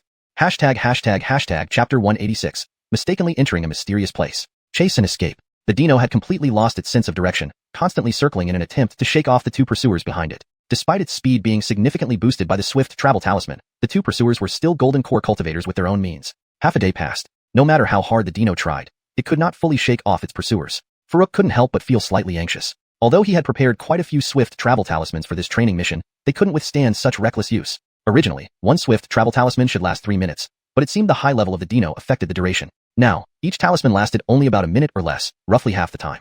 In just half a day, More than 100 swift travel talismans were used up. He had fewer than 100 left. At this rate, he might not be able to run for much longer. Farouk thought for a moment. If things got worse, he would have to take a risk. With its current strength, the Dino, though not quite at the level of a 4th-tier demon beast, could likely handle an early-stage golden core cultivator. For himself, using a blood frenzy pill would forcibly elevate his cultivation to match a lower-level golden core practitioner. Combined with the Rage Moonbow, he stood a chance. According to Melanie, consuming a blood frenzy pill would instantly elevate his realm by a small grade. Though achieving complete parity with a golden core cultivator was improbable with just one pill, he hoped to have enough power to unleash the full might of the Rage Moonbow. Even if he couldn't kill them, severely wounding them and driving them back was still feasible. Though the Rage Moonbow wasn't fully repaired and pushing it to its limits might cause it to break, he couldn't worry about that now. After dealing with the situation, he could return to the Alchemy Cauldron to rest and recover from any side effects. Deciding on this course of action, Farouk didn't hesitate. With a flip of his hand, a blood-red pill appeared. Just as he was about to take it, however, he sensed the two pursuers suddenly stopping. They hesitated for a moment, then looked up at the sky before turning around and leaving. Farouk was puzzled. Were they giving up? He didn't stop the Dino, letting it continue flying ahead cautiously. It was better to keep moving until the situation became clearer. He also looked up at the sky, but saw nothing unusual besides the approaching dusk. Surely golden core cultivators wouldn't be afraid of darkness? Even he, at his current stage, could see perfectly well in the dark. Cultivators' senses, enhanced by spiritual energy, allowed for clear night vision. Besides, their divine sense wasn't limited by light conditions. It could detect anything within range, even underground. So, their retreat must be unrelated to the dusk. Perhaps the boundary was opening soon, and they wanted to head back for a share? Farouk pondered this possibility and nodded. If so, the contents inside the boundary would be valuable. Chasing a mere Foundation establishment cultivator wasn't worth the trouble compared to the treasures inside. After another half hour, seeing that the two pursuers did not follow, Farouk stopped the Dino. The beast was exhausted, panting heavily after fleeing at full speed for hours. Not feeling energetic anymore? Come on, show me your best, Farouk taunted. I can't. I'm too tired. The Dino lay limp, its voice weak. Farouk scanned the surroundings. This experience should teach it a lesson. Had it not been overly excited earlier and crashed into the barrier due to carelessness, things might have turned out differently. Surveying the dense jungle, Farouk expanded his divine sense to explore the area. As he probed deeper, he found no demon beasts here, which was peculiar. The Fire Vein region was normally uninhabited by demon beasts, dominated by the Earth Flame Lion. When it moved, the nearby area remained uninhabited for some time. But this place, surely it couldn't be so coincidental that another clan had just relocated? This idea seemed absurd even to him. Suddenly, a terrifying thought struck him. Did the pursuers stop because they knew something was strange about this area? Stupid ox, let's leave quickly. He summoned a flying sword from the Alchemy Cauldron and mounted it. Without waiting for confirmation, he flew away. The Dino, having rested momentarily, shrank down to insect size and clung to Farouk's leg. Flying through the air, he intended to return along their original path. However, after a short distance, everything went pitch black. A heavenly curtain seemed to descend, disorienting him. Using spiritual energy in his eyes and divine sense, he tried to regain his bearings. Yet, even with the aid of spiritual energy, he could see nothing. His divine sense was similarly blocked. Then his spiritual energy flow slowed, and his divine consciousness became trapped inside him. Without support from spiritual energy, his body started plummeting. Alarmed, Farouk attempted to use Spirit Source liquid to stabilize himself, but even that wouldn't come forth. Meanwhile, sounds of flapping wings approached from above, making him panic further. Without spiritual energy, controlling his body was impossible. He needed to evade attacking demon beasts. He considered retreating into the Alchemy Cauldron, but met no response. Desperately, the demon beasts attacked, and with no weapons and impaired vision, he could only protect his vital points barehanded. Please let me know if you'd like further translation, or have any specific parts you need help with. Stupid ox, don't just stand there. Do you want to wait around to collect my body? Farouk had no idea what condition the Dino was in now. Without divine sense, his perception was greatly weakened, and he could only try shouting a few times. Unfortunately, there was no response. Just as Farouk was growing anxious, his feet suddenly felt something solid, as if he had finally touched the ground. It seemed he had fallen to the surface. Farouk thought to himself. However, during the fall, he was unable to maintain his balance. Although his feet landed first, his whole body soon followed with a thud, collapsing onto the ground. But just as he was about to immediately get back up, he noticed that some light had returned to his vision. Though it was still dim, he could at least see a few meters around him. Please let me know if you'd like further translation, or have any specific parts you need help with. Hashtag chapter 187, dense fog envelopes. Farouk sprang up and quickly surveyed his surroundings. He realized that it wasn't just a matter of being able to see only 2 to 3 meters ahead. Looking upward, he could see only about 2 meters above him. Beyond that was a dense, dark fog that blocked his view completely. However, as long as it was within this height, he could faintly see some distance in front or behind him. But the thick fog above blocked most of the light, making everything below quite hazy. Given the previous sky conditions, it seemed night had already fallen, so even without the fog, things would probably look much the same. The main issue was that his spiritual energy and divine sense were still suppressed. Without these, a cultivator's abilities were greatly diminished. Farouk tried again to move his spiritual energy and divine sense. The spiritual energy remained unresponsive. However, to his surprise, his divine sense had recovered somewhat. He could Manchang probe the surroundings within 100 meters, any further and he couldn't reach. The suppression was still very strong. Additionally, his divine sense could not penetrate the dense fog above and could only operate below it. Note, Manchang is better translated as barely or with difficulty to ensure the sentence reads naturally in English. Revised. The main issue was that his spiritual energy and divine sense were still suppressed.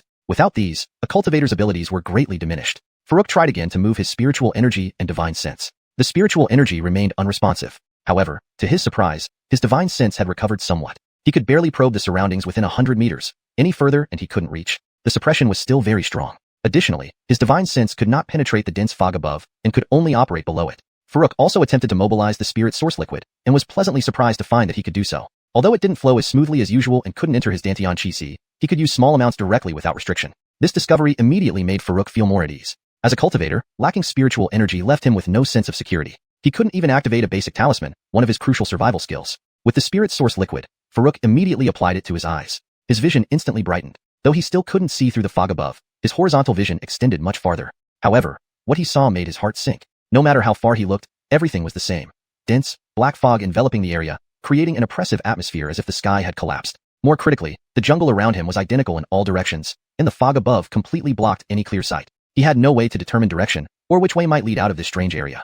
Farouk called out to Kira in his mind again. If he could now mobilize the spirit source liquid, the golden cauldron should be accessible once more. Sure enough, Kira responded, Master, I've been here all along. Farouk immediately asked, why couldn't I mobilize the spirit source liquid or even enter earlier? Kira replied, I don't know. Did you make a mistake? You never looked for me.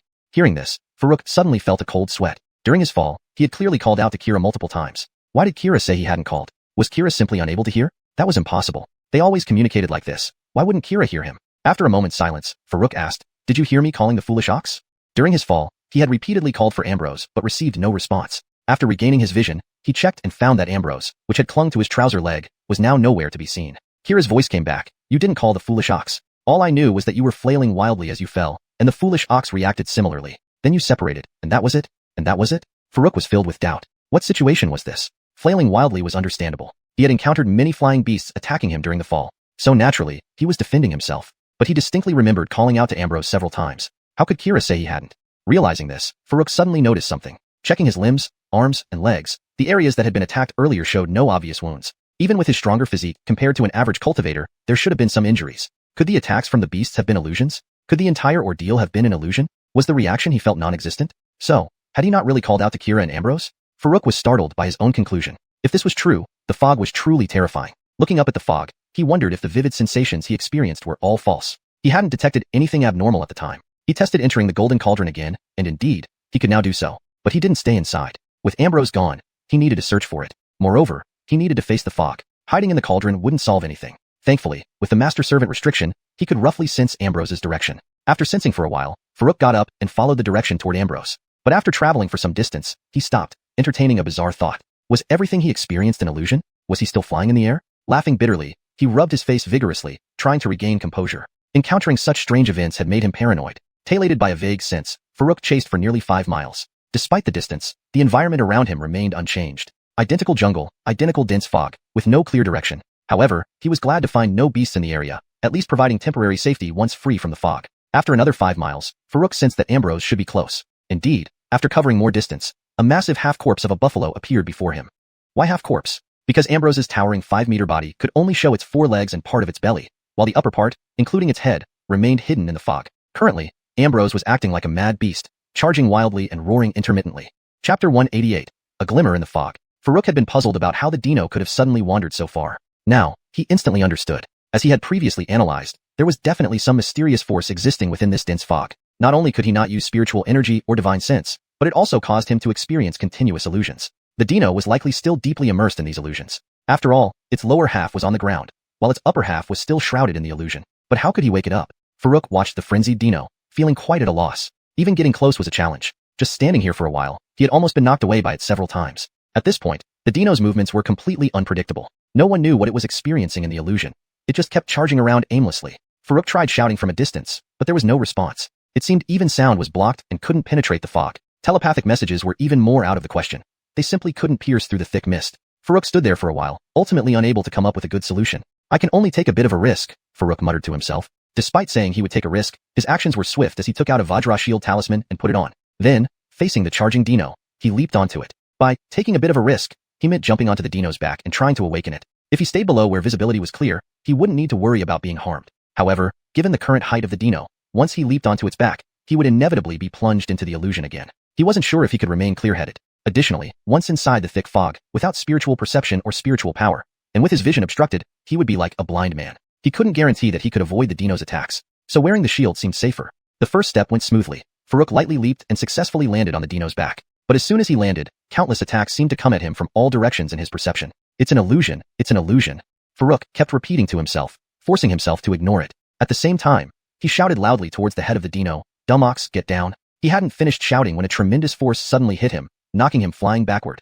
Farouk was momentarily stunned. Was this illusion so real? Meanwhile, from the dino's perspective, it was being attacked by countless flying beasts. It wanted to retaliate, but was unable to fly due to the restraint on its demonic power. So it kept rushing around, wildly attacking. It was extremely tired. Before entering this area, it had been flying nonstop without rest. After resting briefly, it was covered by the dense fog and faced countless beast attacks, forcing it to revert to its true form and keep fighting. Running and battling all the way, it didn't know how to escape. It tried to communicate with Farouk, but couldn't get through. Just as it felt it might die from exhaustion, it sensed a beast landing on its back. Could it tolerate this? Apart from its owner, no one could ride it. Driven by a burst of strength, it rammed backward fiercely. Even if it died, it would die honorably. At that moment, it heard a familiar voice, seemingly from its master, "Dumb ox, get down." Why did the master want it to lie down? Was it a hallucination before death? Or did the master already die below waiting for it? With many questions and extreme exhaustion, the dino obediently lay down. As it lay down, it quickly left the fog's coverage. Upon leaving the fog, it heard a thud, as if something heavy had fallen to the ground. Ignoring why there were no more attacks after leaving the fog, it shrank and rushed over following the sound. It guessed that since the master told it to lie down, the master must be nearby. The falling sound might be caused by its master. Through weak vision, it soon saw its master deeply embedded in the ground. "Master, who dared to push you underground? I'll help you go back." The dino was indignant, furious. Even noticing its ability to communicate returned, Farouk stared blankly at the dino. He didn't feel like speaking. He just thanked his luck for putting on the shield. Otherwise, he'd have been impaled by this foolish beast. After a long silence, Farouk said expressionlessly, "I just state one point. I'm not defeated, just unprepared."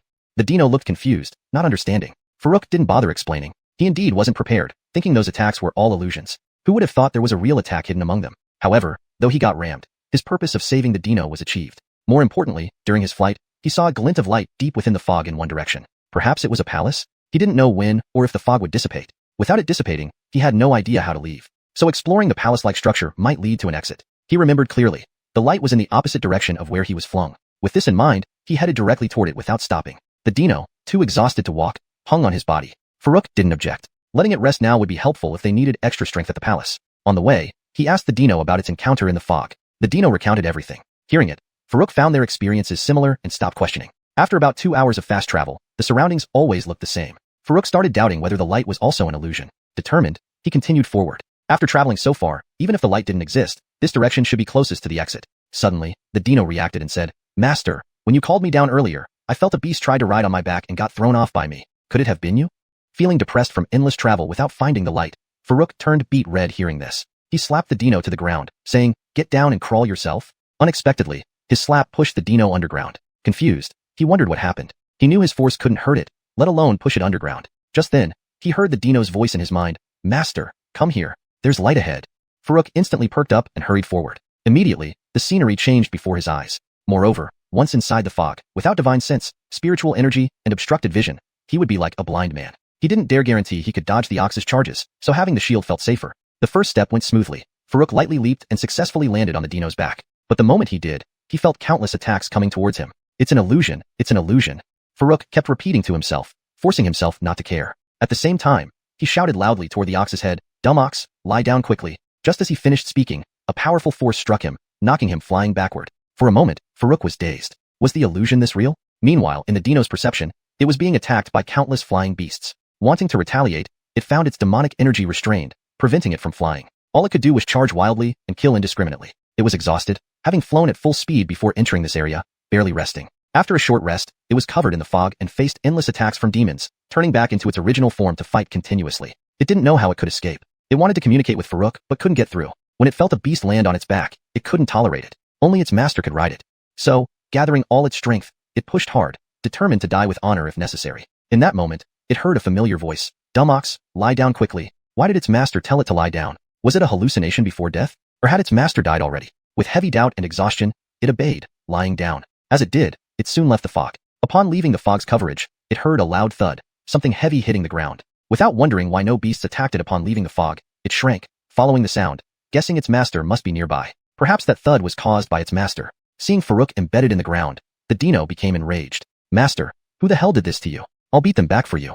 Looking at Farouk helplessly, the Dino hadn't even noticed it could now transmit sound. Farouk stared at it blankly. He didn't want to speak, just grateful for the shield that saved him. After a long silence, Farouk said expressionlessly, I want to clarify one thing. I wasn't defeated. I was caught off guard.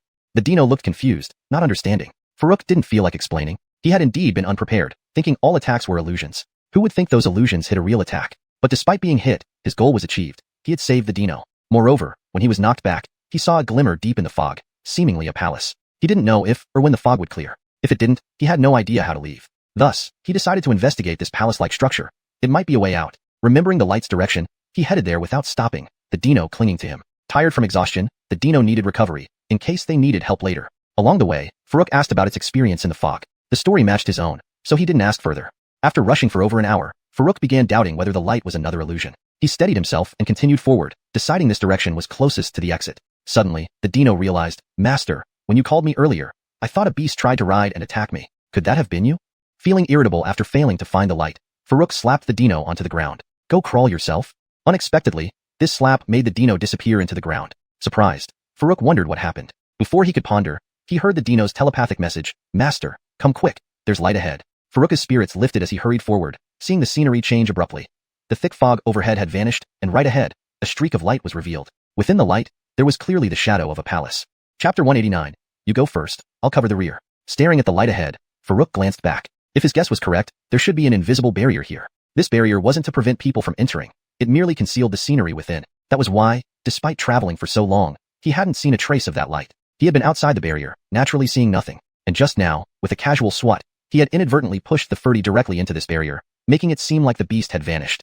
Farouk attempted to circulate his spiritual energy and divine consciousness again. Upon testing, he found not only no improvement but even a tighter restriction. His spiritual energy couldn't be circulated at all, and his divine consciousness could only extend 50 meters at most. The spirit source liquid remained largely unchanged. It could still be used, but not in large quantities at once. A thought crossed Farouk's mind, and he gripped the spiritual short knife firmly in his hand. He then called out to the Furdy, heading towards the source of the light together. Though the thick fog pressing overhead was gone, the jungle still persisted. They hadn't taken 2 steps when a monster suddenly lunged out from the nearby jungle. Farouk quickly raised the knife for defense while focusing his gaze. But it wasn't a monster. Its structure resembled more of a puppet beast. Farouk, inwardly startled, immediately inspecting closely. It was tiger-like in shape, over 3 meters long, without fur, clearly made of some metal. Its expression was quite dull, though it moved freely and clearly wasn't a real tiger. The puppet beast was still some distance away, so Farouk couldn't gauge its strength yet. He slowed down, cautiously approaching. Meanwhile, the Furdy swiftly revealed its true form, striding forward boldly. As they progressed, more puppet beasts kept appearing from the jungle on both sides. By the time Farouk was within 50 meters of the first puppet beast, nearly 20 had appeared along the path. Furdy eagerly looked at Farouk. Master, should we attack? I can take 10. Farouk nodded. 10? All of them are yours. You go first. I'll cover the rear. Moo roar. With permission, the Furdy let out an excited roar and charged forward. Sensing its movement, the leading puppet beast also prepared for an attack. As the Furdy neared, almost 20 puppet beasts simultaneously assumed attacking stances. Farouk observed everything, forming a hypothesis in his mind. If he hadn't guessed wrong, these puppet beasts responded based on proximity detection. When someone came close enough, they would automatically jump out from the jungle to intimidate. If the intruder continued advancing, they would prepare to attack. This is intriguing. While their adaptability might be limited, they're perfect for guarding fixed locations. Wonder how they achieve such functionality, Farouk mused. Currently, he controlled puppets through divine will, unable to move beyond his consciousness range. Now, with his divine consciousness extending only 50 meters, his puppets could only operate within that radius, rather ineffective. Owning independent action puppets would be ideal. Unfortunately, the secrets of puppetry he obtained offered no insight into this matter. Lost in thought, Farouk saw the Furdy charge right into the puppet beasts, scattering them wildly. He had already assessed that these puppet beasts were equivalent to Foundation establishment stage monsters. Against the near tier, for Furdy, even 200 wouldn't pose any threat. In seconds, more than half of the puppet beasts were smashed. Unfazed by dwindling numbers, they persistently attacked. Seeing this, the Furdy readied another charge but was stopped by Farouk, who realized these puppet beasts could be valuable research subjects. Gathering all dead and alive puppet beasts into the Alchemy Cauldron, he easily subdued the Foundation establishment initial stage ones, matching their power purely with physical strength. With everything settled, Farouk and the Furdy continued onward. They were getting closer to the source of the light, and Farouk could clearly see the palace, a hexagonal building covering nearly 100 acres. Its grandeur was unmistakable. Continuing their advance, more puppet beasts emerged but were easily dispatched by the Furdy. The surrounding jungle gradually gave way to a plaza-like area. Puppet beasts here upgraded to Foundation establishment mid-stage, but still posed no challenge to the Furdy. Farouk picked up their corpses along the way. By the palace gate, Farouk had collected about 200 puppet beast corpses. After trying a few in the Alchemy Cauldron, he discovered they yielded more spirit source liquid than actual monsters. One Foundation Establishment initial stage puppet beast yielded roughly 13 cubic units of liquid, stable across several trials. Over 100 puppet beasts could yield over 1,000 cubic units of liquid. The remaining mid-stage puppet beasts each yielded around 50 cubic units. Adding them up, this expedition netted him nearly 5,000 cubic units, quite a haul. Farouk was pleased. With this amount, he could enhance his cultivation to the peak of the Foundation Establishment stage. Seeing the open palace gates, the Furry volunteered to lead the charge.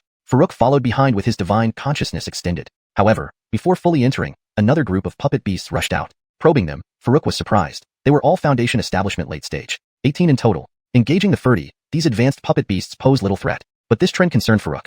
What if there were core formation stage puppet beasts inside?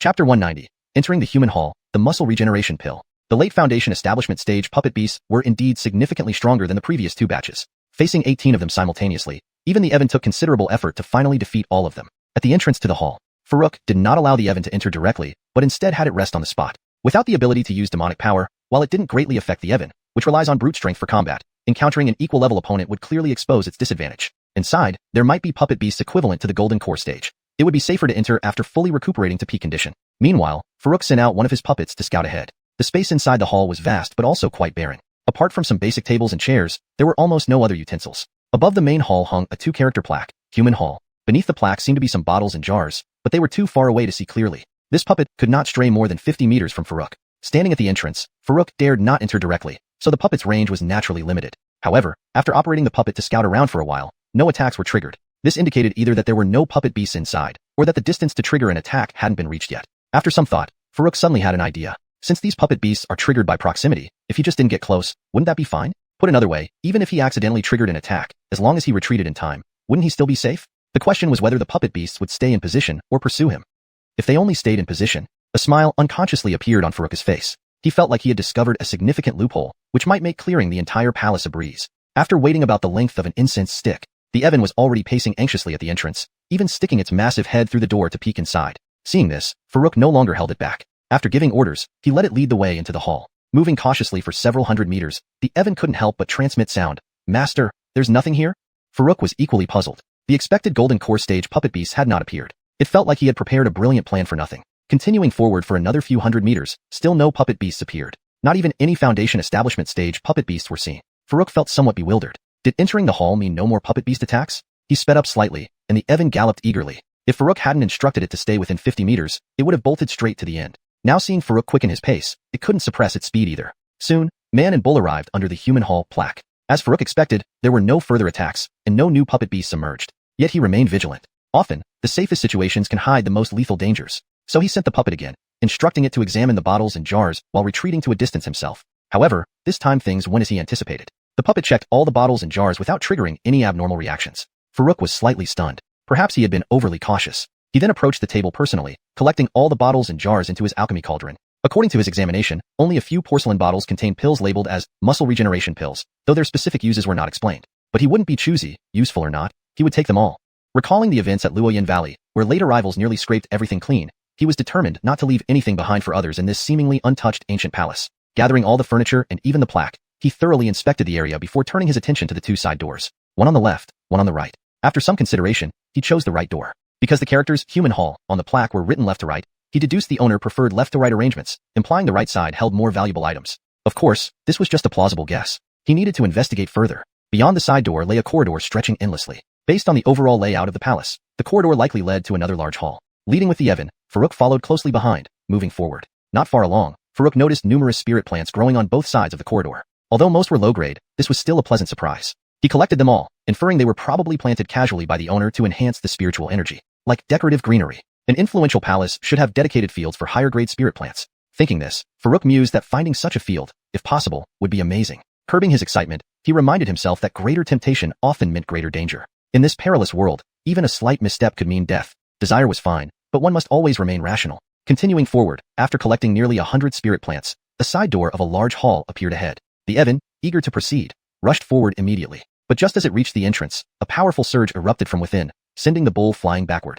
Hashtag chapter 191. Step back, I'm about to show off. The enormous body of the Elon smashed heavily onto the corridor. Even Farouk felt the entire hallway shake. However, it was clearly not the time to be concerned about such matters. The Elon had not sustained any severe injuries and quickly stood up after landing. The same moment, 7 puppet beasts suddenly charged out from within the palace gates. These were no longer tigers, but had been replaced by lions. But the external appearance wasn't the main point. What mattered was that these 7 puppet beasts were all uniformly at the early Golden Core stage, properly classified as Grade 4 puppet beasts. No wonder the Elon was blasted back in a single encounter. Although puppet beasts might be slightly weaker than true demon beasts of the same level, the problem was that the Elon was only quasi-Grade 4.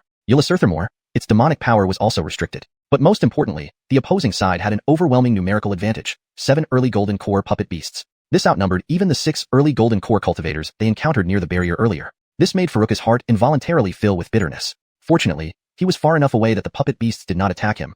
Otherwise, right, Farouk suddenly slapped his forehead. Hadn't he come up with a clever plan specifically for dealing with these puppet beasts before? He almost forgot in the heat of the moment. Earlier, when they hadn't encountered any Golden Core puppet beasts, he had secretly regretted it. He didn't expect the opportunity to come so soon, though the number was a bit excessive. His ideal scenario would have been just 1 puppet beast. That way, even if his plan failed, he could still protect himself. 7 at once, even with a stack of diamond shield talismans, was too much for him to handle.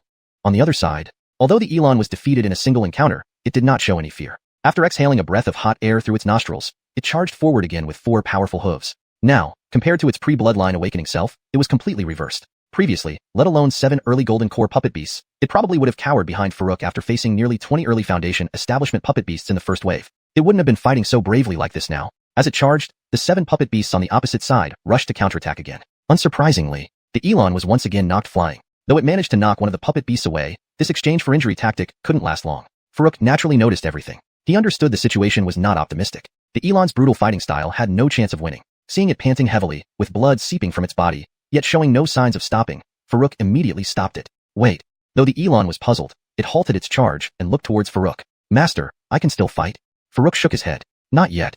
He wanted to observe how the 7 puppet beasts would react. With the 2 previous charges, the Elon had already triggered their attacking stance. He wondered, if the Elon stopped and did not continue attacking, what would the puppet beasts do? Would they retreat to guard the palace gates, or continue the chase? The Elon did not understand. Its mind certainly wasn't as sharp as Farouk's, but it knew how to obey. Even though its blood was boiling inside, as long as Farouk gave instructions, it would follow them. Moments later, a smile appeared on Farouk's serious face. Just as he expected, the 7 puppet beasts paused at the entrance, then returned after realizing the Elon had stopped. These puppet beasts were mainly stationed to guard and did not actively pursue invaders. With that sorted, Farouk put away the top-grade spiritual artifact short knife and retrieved the angry moon bow. Confused, the Elon watched as Farouk stepped forward and said, "Step back. I'm about to show off." Elon. Before its bloodline awakening, it had little understanding of Farouk's strength because it didn't know much about combat. But since awakening, it recalled many things and had its own judgment of Farouk's capabilities. It clearly knew that, if relying solely on personal strength, its master couldn't even defeat it. Even with the angry moon bow, at best, they could only fight to a draw. There was no way he could overwhelm it. Against 7 puppet beasts that even it couldn't handle, what method could the master possibly have? Did the master possess some super strong technique it had never seen before? Curious and hopeful, the Elon obediently stepped back. Farouk gripped the angry moon bow and began the difficult process of channeling spirit source liquid. The bow required more than just a bit of spirit source liquid, especially against early Golden Core puppet beasts. Without sufficient power, it wouldn't even tickle them. Unfortunately, while he could channel the liquid, its movement was sluggish. Previously, a few deep breaths were enough to release a full power arrow. Now, it took nearly a minute of charging. Slowly drawing the bowstring with his right hand, Farouk moved his puppet closer to the palace gates step by step. He did not know how close it needed to get to trigger the puppet beast's attack orders, so he had to probe forward cautiously. Soon, as his puppet approached within 50 meters of the palace gate, a terrifying aura washed over him. Farouk knew they had entered the attack range. Hastily adding force, he tried to pull the string to maximum as quickly as possible while simultaneously retreating his puppet a considerable distance. His puppet was only at the late Foundation establishment stage and couldn't withstand the Golden Core puppet beast attacks. All operations completed swiftly. The puppet beast within the palace gate reacted quickly. As soon as the aura erupted, one of the puppet beasts instantly rushed out. Surprisingly, only 1 puppet beast emerged. Thinking for a moment, he soon understood. If he was correct, the attack ranges for the 7 puppet beasts weren't uniform. Previously, the Elon's fierce charge had simultaneously triggered all 7 puppet beast attack commands. Now, with the slow and steady advance of his puppet, only 1 puppet beast was triggered. Of course, this was beneficial to him and safer. Seeing the puppet beast lock onto his puppet, Farouk didn't hesitate. Seizing the opportunity, he fired an arrow while hurriedly retreating his puppet. Whoosh! A streak of white light flashed, the arrow shooting out like a meteor with immense speed and power. Hashtag chapter 192, slaying 7 Golden Core puppet beasts. Swoosh! The arrow pierced the air and reached its target in an instant. It struck the puppet beast that was suddenly charging at him. However, this time the arrow, which had always proven effective before, failed to penetrate it completely. It only managed to sink in by less than 2 inches before stopping short. This made Farouk inwardly alarmed. A genuine early Golden Core puppet beast indeed wasn't easy to handle. Back when he had shot the quasi-level 4 Earth Flame Lion, it hadn't been this tough. Fortunately, the impact force of the arrow was still considerable, barely managing to fend off the puppet beast's attack. This bought enough time for his puppet to retreat. Otherwise, despite having the upper hand, He might have lost one of his puppets this time. Golden Core puppet beasts attacked much faster than he expected. Even after he had preemptively ordered his puppet to retreat, it almost got hit by the puppet beast. After that single strike, Farouk and his puppet had retreated more than 100 meters away. From there, it seemed they were out of the puppet beast's pursuit range. It stood menacingly for a moment, and then turned back into the hall. Seeing this, Farouk felt reassured. Although the trial by combat was risky, the outcome was favorable. At least besides the spirit source liquid, he had no other losses. While the puppet beast suffered limited damage, it was still damaged to some extent.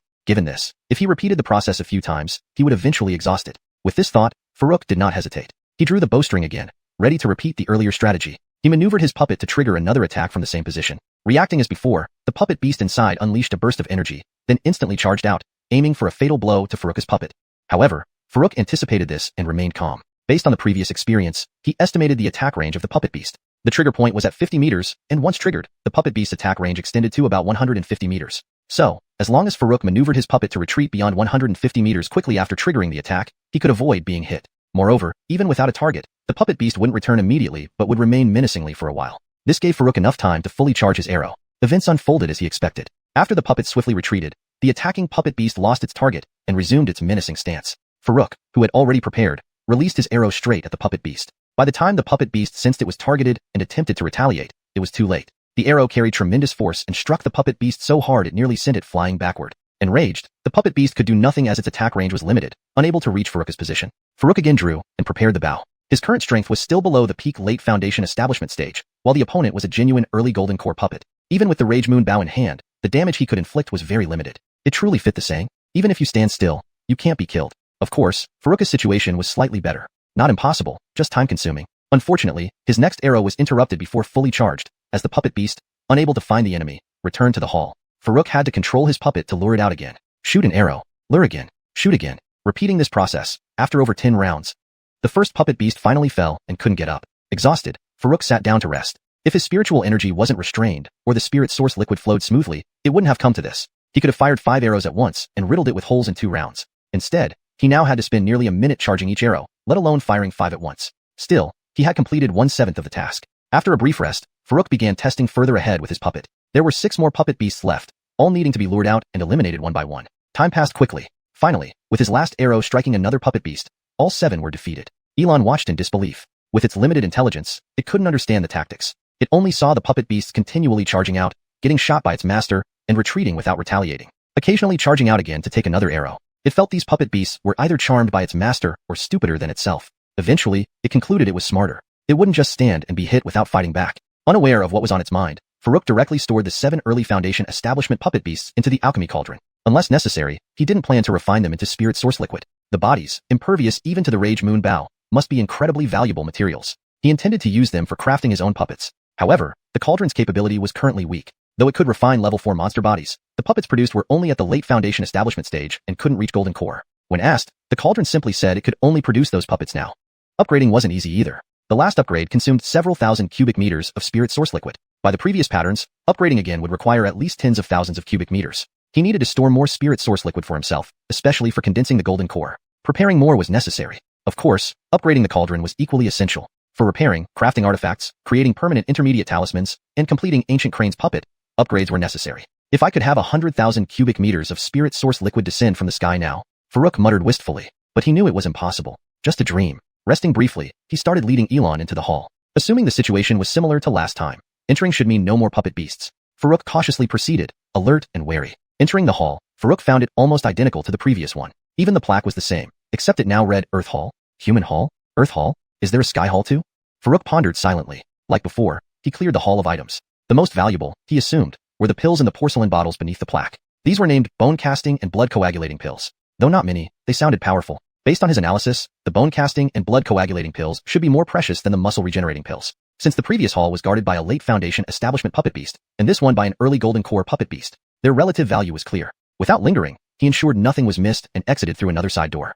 ##### Chapter 193, Puppet Beast at the late Golden Core stage. Outside the side door was still a long corridor, with numerous spirit plants lining both sides. After gathering over 100 spirit plants again, another side door appeared in the distance, just like before. This time, he did not let the dino recklessly rush inside. The puppet beasts guarding the previous 2 halls were at the late Foundation establishment stage and the early Golden Core stage, respectively. If this pattern held true, this one should be at the middle Golden Core stage. A middle Golden Core puppet beast, regardless of how many emerged, even if it were only one, It would far exceed what the dino could handle. Farouk once again controlled the puppet to probe ahead step by step, while simultaneously drawing his bow and preparing an arrow. Soon, the puppet slowly approached within 50 meters of the hall entrance. Farouk felt puzzled. Why was there no response? Could this door not have a puppet beast guarding it? Just as he was about to move the puppet forward, he clearly sensed through the puppet a formidable pressure descending upon it, almost making it fall to its knees. Farouk instantly became alarmed and quickly made the puppet retreat backward. Simultaneously, he released the arrow that had been fully charged. However, the expected scene of driving the puppet beast back with a single arrow did not occur. In a flash, Farouk's puppet was slapped away by a single claw. Before he could react with pain, in the next second, the arrow he had spent so much time charging up was similarly deflected away with ease. This. Farouk's eyes twitched, feeling utterly speechless. And it didn't end there. The puppet beast, after deflecting the arrow, turned its gaze sharply towards him. Farouk felt as if he had been struck by lightning, his scalp tingling. He hurriedly retreated even further.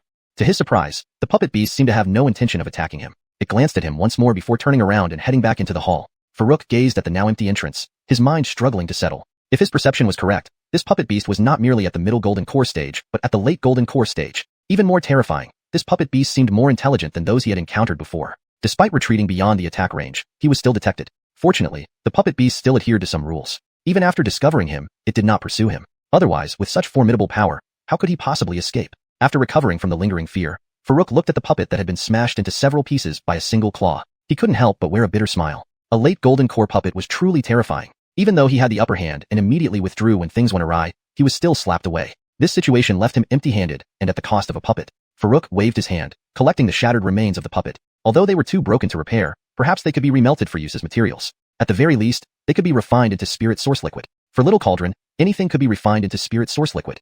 It was just a matter of quantity. Having taken care of everything, Farouk stood in place, looking at the hall entrance, feeling a tinge of reluctance. A hall guarded by a late golden core puppet must contain something of immense value. If it were similar to the previous halls, holding elixirs, one could only imagine what kind of elixir it might be. Unfortunately, even with all his effort, his arrow couldn't even scratch the puppet beast.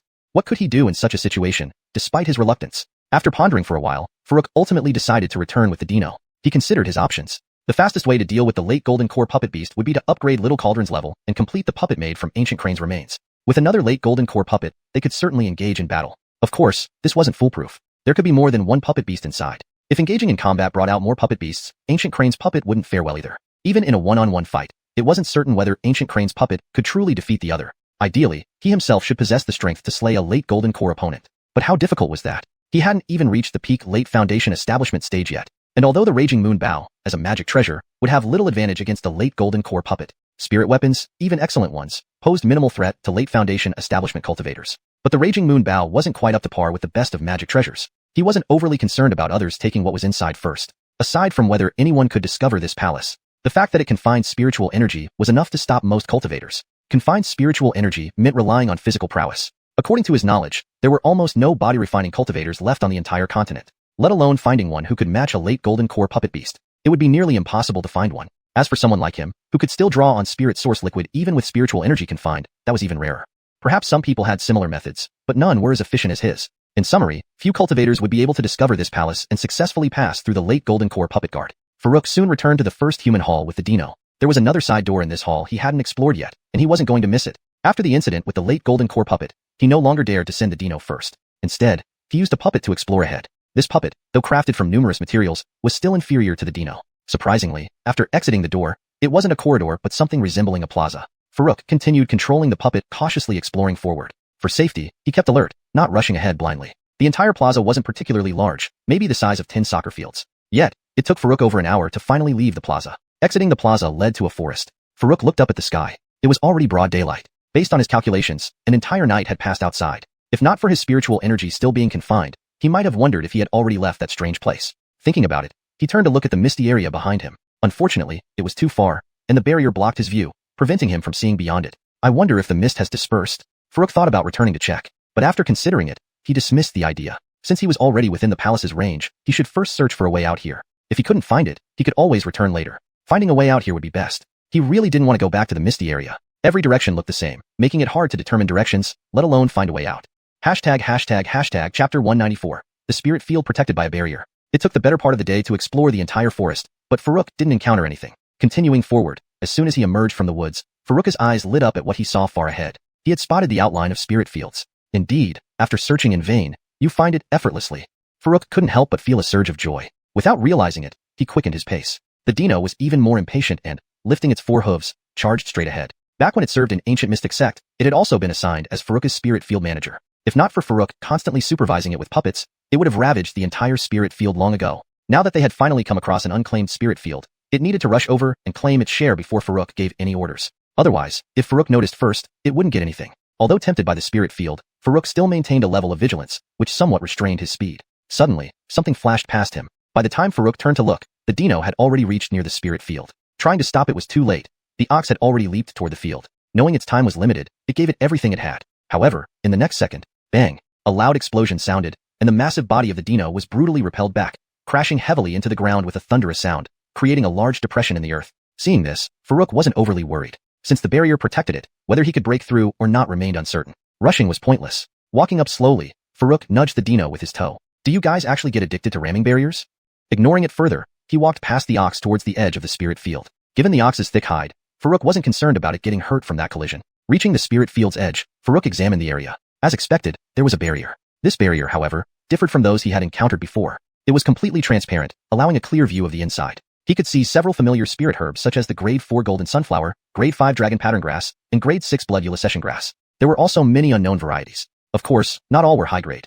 There were quite a few Grade 2 and Grade 3 plants as well. He even noticed 2 plants that looked like the rare 9 blood ginseng. Their leaves resembled it, but to verify would require checking the roots, impossible now due to the barrier preventing sensory and olfactory detection. Additionally, there were several spirit fruits and spirit tea trees, making Farouk drool inwardly. Looking back at the completely transparent barrier, he felt utterly helpless. He knew barriers were formed through arrays, much like common protective formations or the silence barrier. Even his Vajra shield talisman was essentially a type of barrier. Unfortunately, he lacked expertise in this area. Apart from knowing that brute force or knowledge of array formations could break them, he was clueless. Brute force, as demonstrated by the dino, obviously didn't work. As for array formation knowledge, he was totally ignorant. At this moment, the dino returned to the barrier, staring with big, wide eyes trying to peek inside. Master, I see lots of food, it muttered. That fruit must be delicious. Master, can I have that flower? The one that looks like it's on fire. And that red tree stump looks yummy too? The ox kept pacing around the barrier, muttering endlessly as Farouk watched it swallow saliva repeatedly. Farouk sighed inwardly. They hadn't even found a way to break the barrier yet, and it was already thinking about eating. Frowning, Farouk began reviewing his treasures, hoping to find something that could breach the barrier. First was the Alchemy Cauldron, his most mysterious possession. Although not an offensive item, he still held hopes for it. Little Cauldron, can you break the barrier? He asked mentally. Little Cauldron replied, nope. Alright then. Farouk rolled his eyes. He shouldn't have bothered asking. Clearly incompetent, yet so smug. How did it manage to be so proud? Even he wasn't proud of what he couldn't do. Why don't you ask Little Junior? Farouk suggested. Bound Immortal Tower, the only spirit treasure he possessed, although primarily used for suppression, still carried his hopes. Thinking of Bound Immortal Tower reminded him of the crystal coffin inside, home to the dino's mother. If she could assist, perhaps the barrier could be broken. Little Junior doesn't know either. It has amnesia, so it can't do much, Little Cauldron replied. Farouk wasn't surprised. Turning to his third treasure, Rage Moon Bow. Although it was a semi-broken divine artifact, it was undoubtedly his strongest offensive weapon. He drew out Rage Moon Bow and aimed a fully charged arrow at the barrier, firing it. Unsurprisingly, there was no reaction. Putting away the bow, Farouk glanced at the talismans beside him. Among his treasures, the talismans were the strongest methods apart from these 3 items. However, Speed Boost Talisman and Vajra Shield Talisman weren't relevant here. Only the Restriction Breaking Talisman came close. Restriction Breaking Talismans were used to break restraints, which are simpler artificial rules.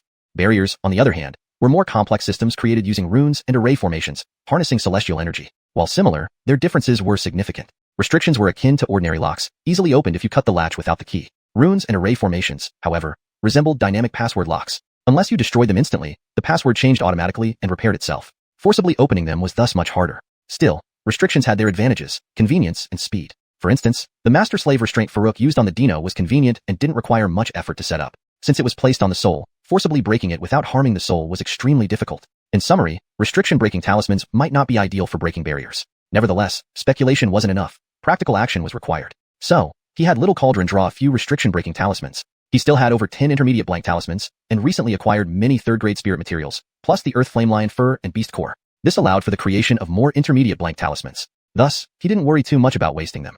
###Chapter 195, Persuading the Dave. In just a few breaths, Little Ding had already inscribed several prohibition-breaking talismans. Farouk held one of the prohibition-breaking talismans in his hand, activated it with spirit source liquid, and quickly threw it towards the barrier. A faint boom sounded. The originally transparent barrier rapidly revealed its form upon being attacked. Then, ripple-like disturbances spread outwards from the point of impact, swiftly covering the surface of the barrier. Next, there was no more movement. Yes, one prohibition-breaking talisman only managed to create a ripple before disappearing.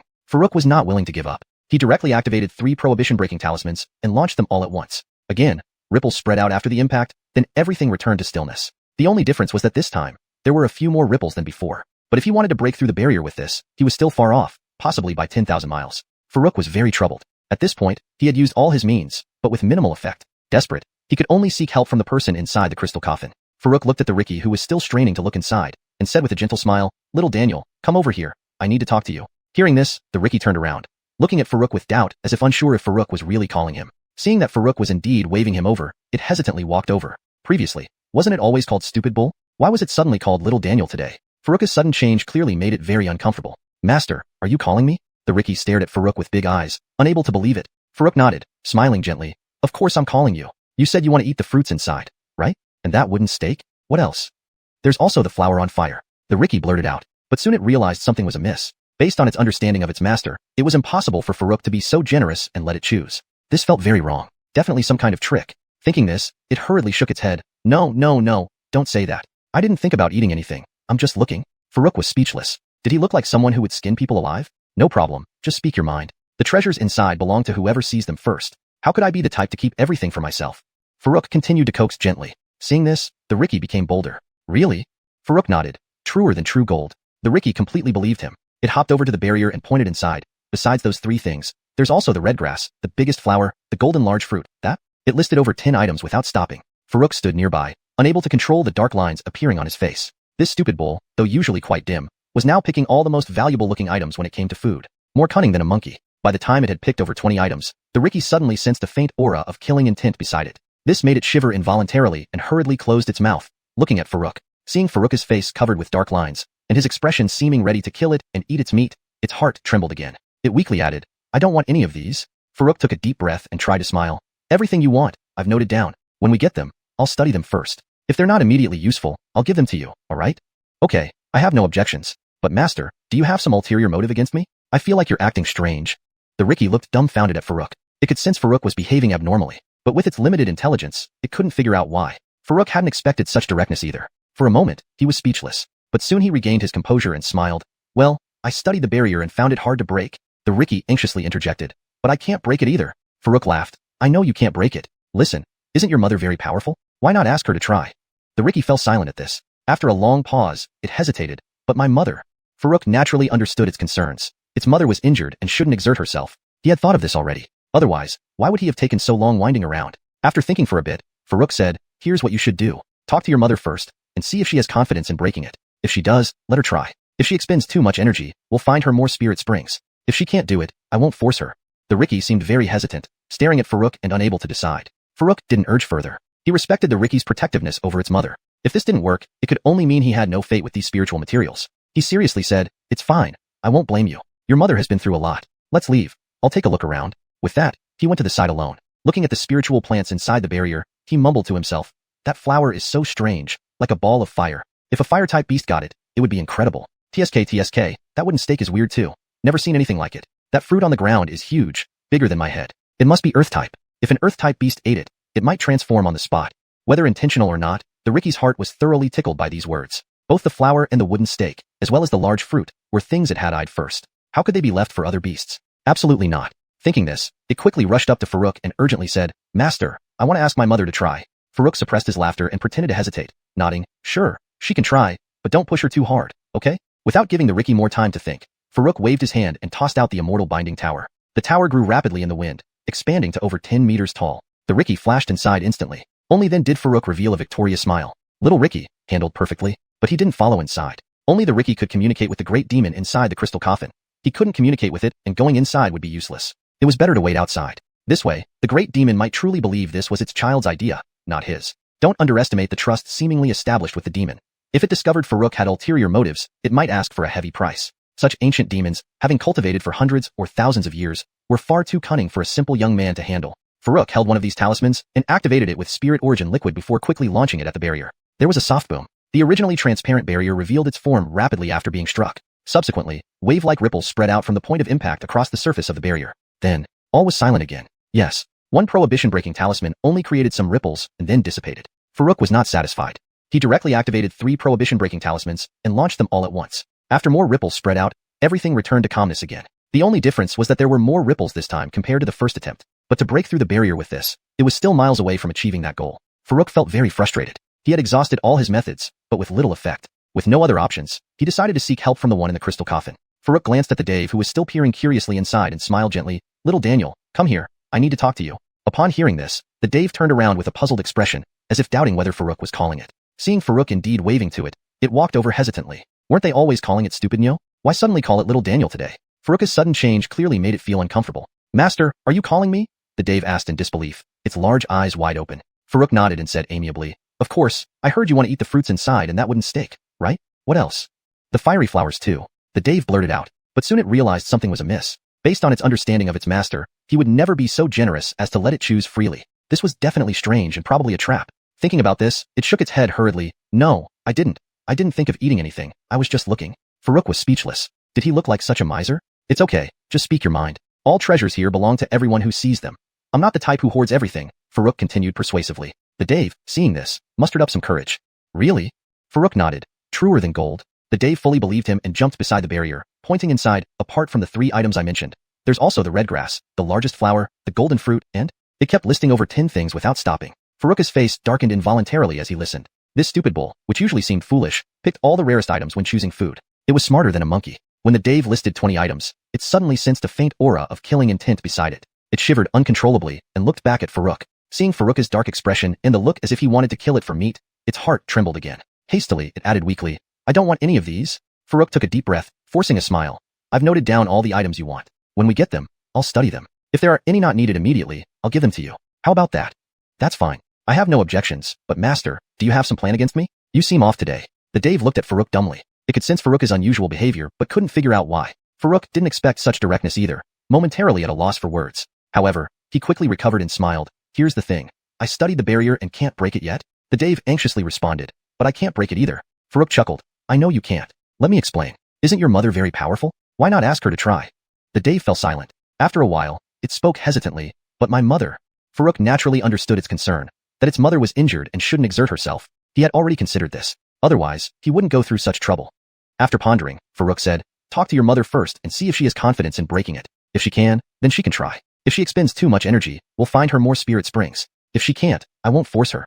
The Dave still seemed hesitant, staring at Farouk unable to make a decision. Farouk did not urge further. He respected the Dave's protective nature toward its mother. If it really couldn't be done, it meant he had no destiny with these spiritual materials. Thinking of this, he said earnestly, "It's okay. I don't blame you. Your mother indeed has her difficulties. I'll walk around nearby, and we'll leave soon." With that, he went aside alone, looking at the plants inside the barrier and muttering to himself, "That flower looks really strange, like a ball of fire. If a fire attribute beast got it, it might be formidable. That wooden stake is bizarre too.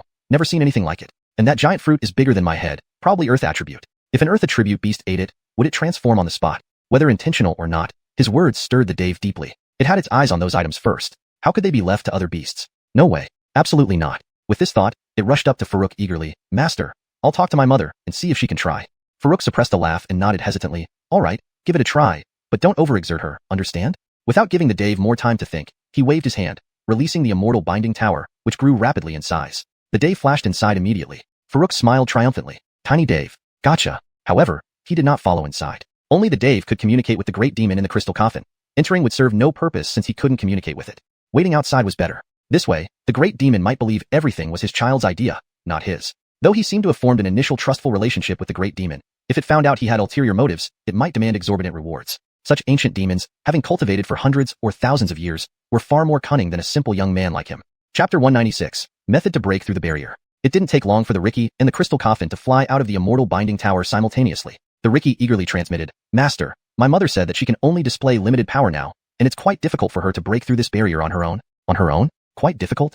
Farouk quickly grasped these 2 key points. Since she didn't say it was impossible to break through, there must still be a way. It just requires someone's cooperation, or perhaps some cost. After pondering for a while, Farouk nodded and replied, "All right, ask her how specifically we need to proceed." He wasn't sure whether the Ricky's mother was truly unable to break through directly, or wanted to use this as leverage to make some demands. Since he couldn't communicate with her directly, he couldn't judge by tone. Regardless, as long as there's hope, it's fine. If they can really break through this barrier, paying some price isn't an issue. The Ricky quickly relayed the message. Moments later, it transmitted back. "My mother says that if we want to completely break through this barrier, it's impossible with our current strength. However, creating a breach might be possible. We just need to locate a weak point first, then attack that point together with full force, which should create a breach. But it will soon close up automatically, so we would need to use the same method to get back out." The Riki hesitated here. Seeing this, Farouk asked, but what? Just tell me, it's fine even if it can't work. The Riki continued transmitting.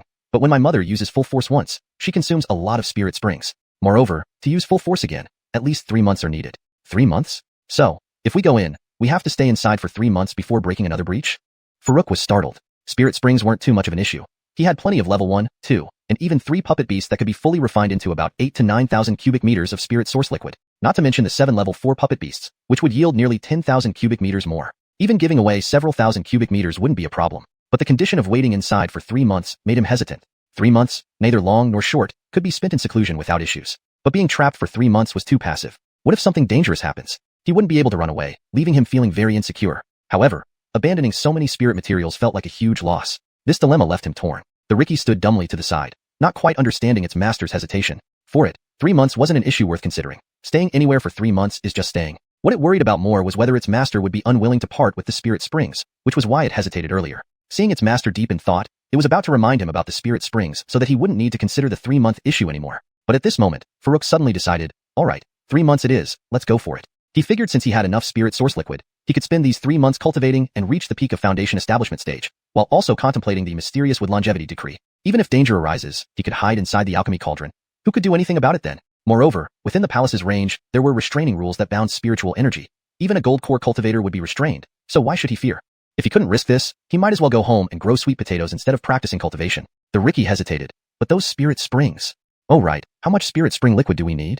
Farouk suddenly remembered needing to provide some spirit source liquid for the Riki's mother. He hurriedly asked. If he himself wasn't cultivating, providing whatever amount wouldn't be an issue. But since he also planned to cultivate during this time, he needed to reserve some. The Riki quickly replied, my mother said one full force attack requires approximately 1,000 cubic meters of spirit spring liquid, making 2,000 cubic meters for 2 attacks. It stared anxiously at Farouk, fearing any reluctance. Unexpectedly, Farouk merely hesitated slightly before nodding. Alright, no problem. I've got enough, so I'll send them all in shortly. For him, 2,000 cubic meters of spirit source liquid wouldn't be detrimental. Besides, he couldn't verify if the actual amount needed was indeed correct, or if the Riki's mother had other intentions. After confirming everything, only one last issue remained, finding the barrier's weak point. According to the Riki's transmission, all formations have weak points, attacking which would enhance efficiency. However, finding formation weak points was exactly what Farouk lacked expertise in. It was like looking for a needle in a haystack for him. After some contemplation, he recalled his previous attacks using restraining charms. Although they didn't cause substantial damage, the ripples indicated some impact. So he immediately said, ask your mother if it would help if I used a restraining charm on a specific spot first.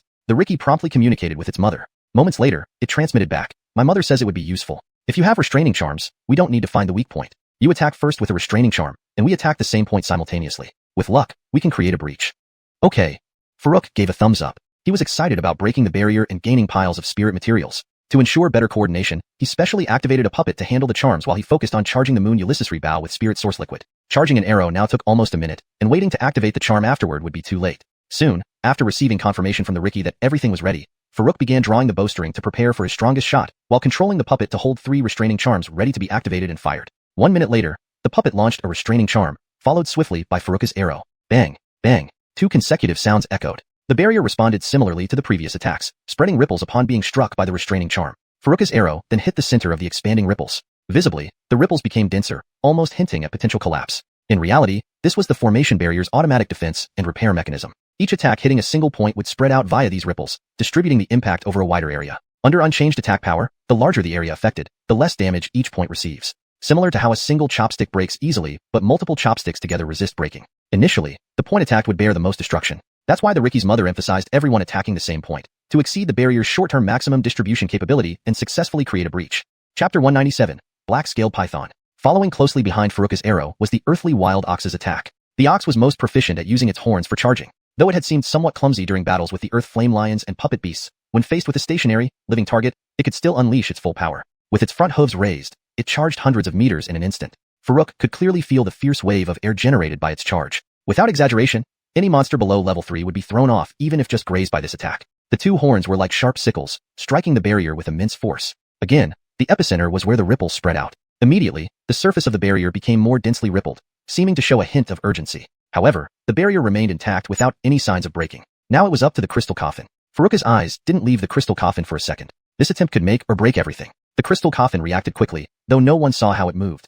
In a flash, it appeared beside the barrier as if crossing space itself. Farouk couldn't help but show a look of astonishment. Despite now being capable of fighting quasi-golden core experts, he couldn't even see its movement, a little disheartening. However, He quickly put away the puppet and the immortal binding pagoda as they had agreed before. He only waited for the crystal coffin to create an opening to enter through. According to the crystal coffin, once the opening was created, it wouldn't last long, just a fleeting moment. Soon, under the watchful gaze of Farouk and the earthly wild ox, the previously lifeless crystal coffin suddenly struck the barrier like a meteorite with great force. With a loud crash, not only did the entire barrier shake violently, but the outside world seemed to shake along with it. However, neither Farouk nor the earthly wild ox paid attention. They noticed a less than meter-wide hole appear on the attacked area of the barrier. A thick wave of spirit energy gushed out from it. But very soon, the gap began to heal. With no time to hesitate, Farouk and the earthly wild ox entered the barrier simultaneously. During entry, the earthly wild ox's body shrunk rapidly. Farouk then waved his hand, putting the crystal coffin back into the alchemy cauldron. It had been prearranged that the earthly wild ox would fall asleep after this all-out strike, losing control of the crystal coffin. So, Farouk instructed the small cauldron to immediately transfer the crystal coffin to the immortal binding pagoda once he stored it. After all, he wouldn't want the crystal coffin staying in the alchemy cauldron. It must be said, the 1,000 cubic meters of spirit source liquid attack indeed had formidable destructive power. In comparison, his and the earthly wild ox's attacks felt negligible. In the blink of an eye, Farouk and the earthly wild ox successfully infiltrated the barrier. Surrounded by various attainable spiritual materials, both Farouk and the earthly wild ox were mesmerized by the sight of these rare high-level ingredients. Just as Farouk was about to start gathering them, the ground shook violently. A deafening roar came from underground. Roar. Then, debris flew around in the spiritual fields as a huge figure emerged from beneath the earth. Not having time to examine further, Farouk instantly cast a Vajra shield charm over himself. Inside this barrier, his spiritual energy was suppressed, and he couldn't even use a protective shield. At the early Foundation establishment realm, he knew he would be easily defeated by any beast, so he couldn't afford to be cautious. After activating the shield, he looked at the huge figure, feeling dread rise inside him. It was a black-scaled python, a genuine level 4 beast. Unlike the quasi-level 4 Earth Flame Lion, this was a real level 4 beast. Having failed against a quasi-level 4 lion, how could he possibly stand a chance against a level 4 black-scaled python, especially since his spiritual energy was suppressed? Bitterness filled Farouk's heart as he turned back and saw the gap completely sealed. Trapped inside, he felt utterly helpless. On the other side, upon seeing the black-scaled python, the earthly wild ox paused momentarily before adopting a battle stance. Sensing the enemy's strength surpassing its own, it didn't charge head-on but instead cautiously stomped its hooves. However, it didn't get much preparation time. The giant 3-meter-thick python shot straight toward Farouk and the earthly wild ox. As the contracted beast, the earthly wild ox took charge, angrily roaring and charging forward ferociously. A massive boom echoed as the two collided, releasing an extremely powerful shockwave. Even protected by the Vajra shield, Farouk could still feel the overwhelming force. Lifting his hand, he gripped the Ulysses moon bow tightly. Although, given his current strength, it was unlikely that he could hurt the black-scaled python. He had to try. Meanwhile, the earthly wild ox was obviously no match for the black-scaled python. From their first clash, the winner was clear. The python only wavered slightly, while the ox was knocked back and crashed heavily against the barrier. More frightening was the continuous assault. The python whipped its tail at the earthly wild ox mid-air, causing it significant injury, drawing blood that colored the ground red. Worried, Farouk swallowed his anxiety. He had expected the earthly wild ox to withstand briefly with its defensive capabilities, but hadn't anticipated the black-scaled python's sheer strength. Taking a deep breath, Farouk took a blood-burst pill, swallowing it down. Just yesterday, he had nearly taken it while chased by 2 golden core cultivators, but never got the chance. Now, within a day, he was facing another critical moment. The pill made him feel his entire body filled with blood, as if about to explode. Shocked, Farouk remembered Melanie only telling him it would instantly boost his realm and had strong side effects. He was surprised at the intensity of the effect. Had it not been for the noticeable increase in his ability to utilize spirit source liquid, he might have doubted whether he took the wrong pill. Regardless, it was a surprising bonus. Initially planning to enhance his Ulysses Moonbow's power, the speed boost was unexpected. With his spiritual energy suppressed, he needed a minute to gather 20 cubic meters of spirit source liquid for a full shot. Post-pill, he had that time, readying a shot in less than half a minute. However, this wasn't the main focus. If it were only this, then the pill would be too ineffective. The true effect was to enhance the body's tolerance. Why could he only infuse 20 cubic meters of spirit source liquid per arrow during the late Foundation establishment stage? Because his body's cultivation level set the limit. Exceeding this boundary would make his body unable to bear it. But with the temporary boost in cultivation realm, his tolerance had significantly increased. He estimated that one arrow could now hold at least 50 cubic meters of spirit source liquid. The more spirit source liquid infused, the greater the destructive power. Of course, solving the issue of bodily tolerance, there was still the factor of the magical treasure to consider. He didn't know how many cubic meters of spirit source liquid the Ulysses Moon bow could normally withstand per shot, but in its current semi-damaged state, enduring 50 cubic meters per shot was likely its limit. This translation maintains the original paragraph structure and line breaks while ensuring a natural and fluent English flow. It also aligns coherently with the previous content, preserving the storyline and logic. Chapter 198. The Power of the Blood Explosion Pill. Although the Evan crashed heavily to the ground with severe injuries, it showed no sign of giving in. Instead, it seemed even more aggressive. Ignoring the gaping wound stretching from its back to its belly, it flipped itself up and charged forward again. But even at its peak, it wasn't a match for its opponent. How could it possibly stand a chance now, wounded as it was? Roar. The black-scaled python let out an enraged roar, clearly displeased that the Evan dared to launch another attack. Then it swung its massive body like a giant whip, aiming to entangle the bull. The Evan knew it would be hard-pressed to escape once caught. In this critical moment, it suddenly shone with light, shrinking to the size of a palm and gently falling to the ground, narrowly avoiding the blow. This further enraged the black-scaled python, which instantly shot forward, opening its mouth to swallow the bull whole. It couldn't believe it had missed. As a level 4 great demon beast, it found this humiliation intolerable. Initially, it had intended to play around after so many years of slumber, but now it was truly angry. However, the Evan seemed to have discovered something new during their confrontation. Timing its move perfectly, it leaped as the python's mouth opened, and in a flash of light, it restored its massive form, charging right into the python's mouth. While the python's body was large, it still paled in comparison to the Evan's. While it could wrap around the bull with its nearly 100-meter-long body, trying to swallow the bull in its full form was absurd. Realizing this, the python tried to retreat, knowing its mouth defenses were weaker. But it was too late. The bull struck first, slamming into its mouth before it could react, causing the python immense pain. Roar! The python was furious. A mere near level 4 Evan had actually heard it. This was utterly unforgivable. The bull aimed to press its advantage, but the python, having recovered, wouldn't allow it. Enduring the pain, the python lashed its tail, sending the bull crashing underground, relentlessly striking it down without pause. It didn't believe the bull stood any chance under such relentless attacks. Just then, the python sensed a lethal threat locking onto it, making its heart chill. Abandoning the buried bull, it looked in the direction of the threat. It was him? That human? Seeing that the attack came from Farouk, it felt a sense of absurdity. It knew Farouk's realm was lower than even the Evan. Moreover, it knew humans here couldn't use spirit energy, so it hadn't taken him seriously. Now, the python was enraged that a mere human would dare attack it. Roar!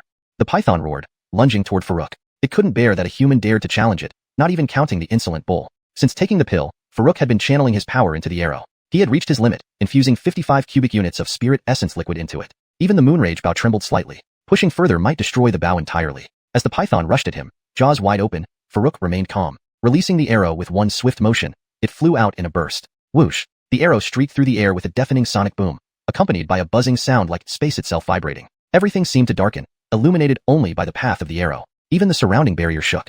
Farouk believed that with or without the crystal coffin, this arrow could pierce the barrier. Of course, he couldn't be sure until it happened. Sensing the imminent danger, the python went from dismissive to terrified in an instant. The thought of retreating flashed through its mind, but quickly vanished. There was nowhere to run within the barrier's confines. Better to charge forward. It didn't believe a human could truly kill it. It was willing to endure some injury to close the distance and finish him off. A good plan, but it underestimated the arrow's power. Before it could fully react, the arrow slammed into its gaping mouth, sending it flying backward. Its body hit the ground with a colossal crash, spewing blood from its mouth. Despite its injuries, the level 4 great demon beast soon rose again. Its gaze locked on Farouk with icy hostility. Meanwhile, Farouk didn't wait to see the result. He immediately prepared a second arrow, knowing the effects of the blood explosion pill were limited. He had to act now to ensure the python's death. Otherwise, he'd likely have to hide in the Alchemy Cauldron once the effects wore off. But the Evan's fate was uncertain. When he tried communicating, he received no response. If he hid, the bull would surely die. He couldn't abandon it. Therefore, the black-scaled python must die. Chapter 199. Successfully slaying the black-scaled python. The second arrow was quickly loaded. Farouk didn't hesitate and immediately locked onto the black-scaled python, releasing the arrow once more.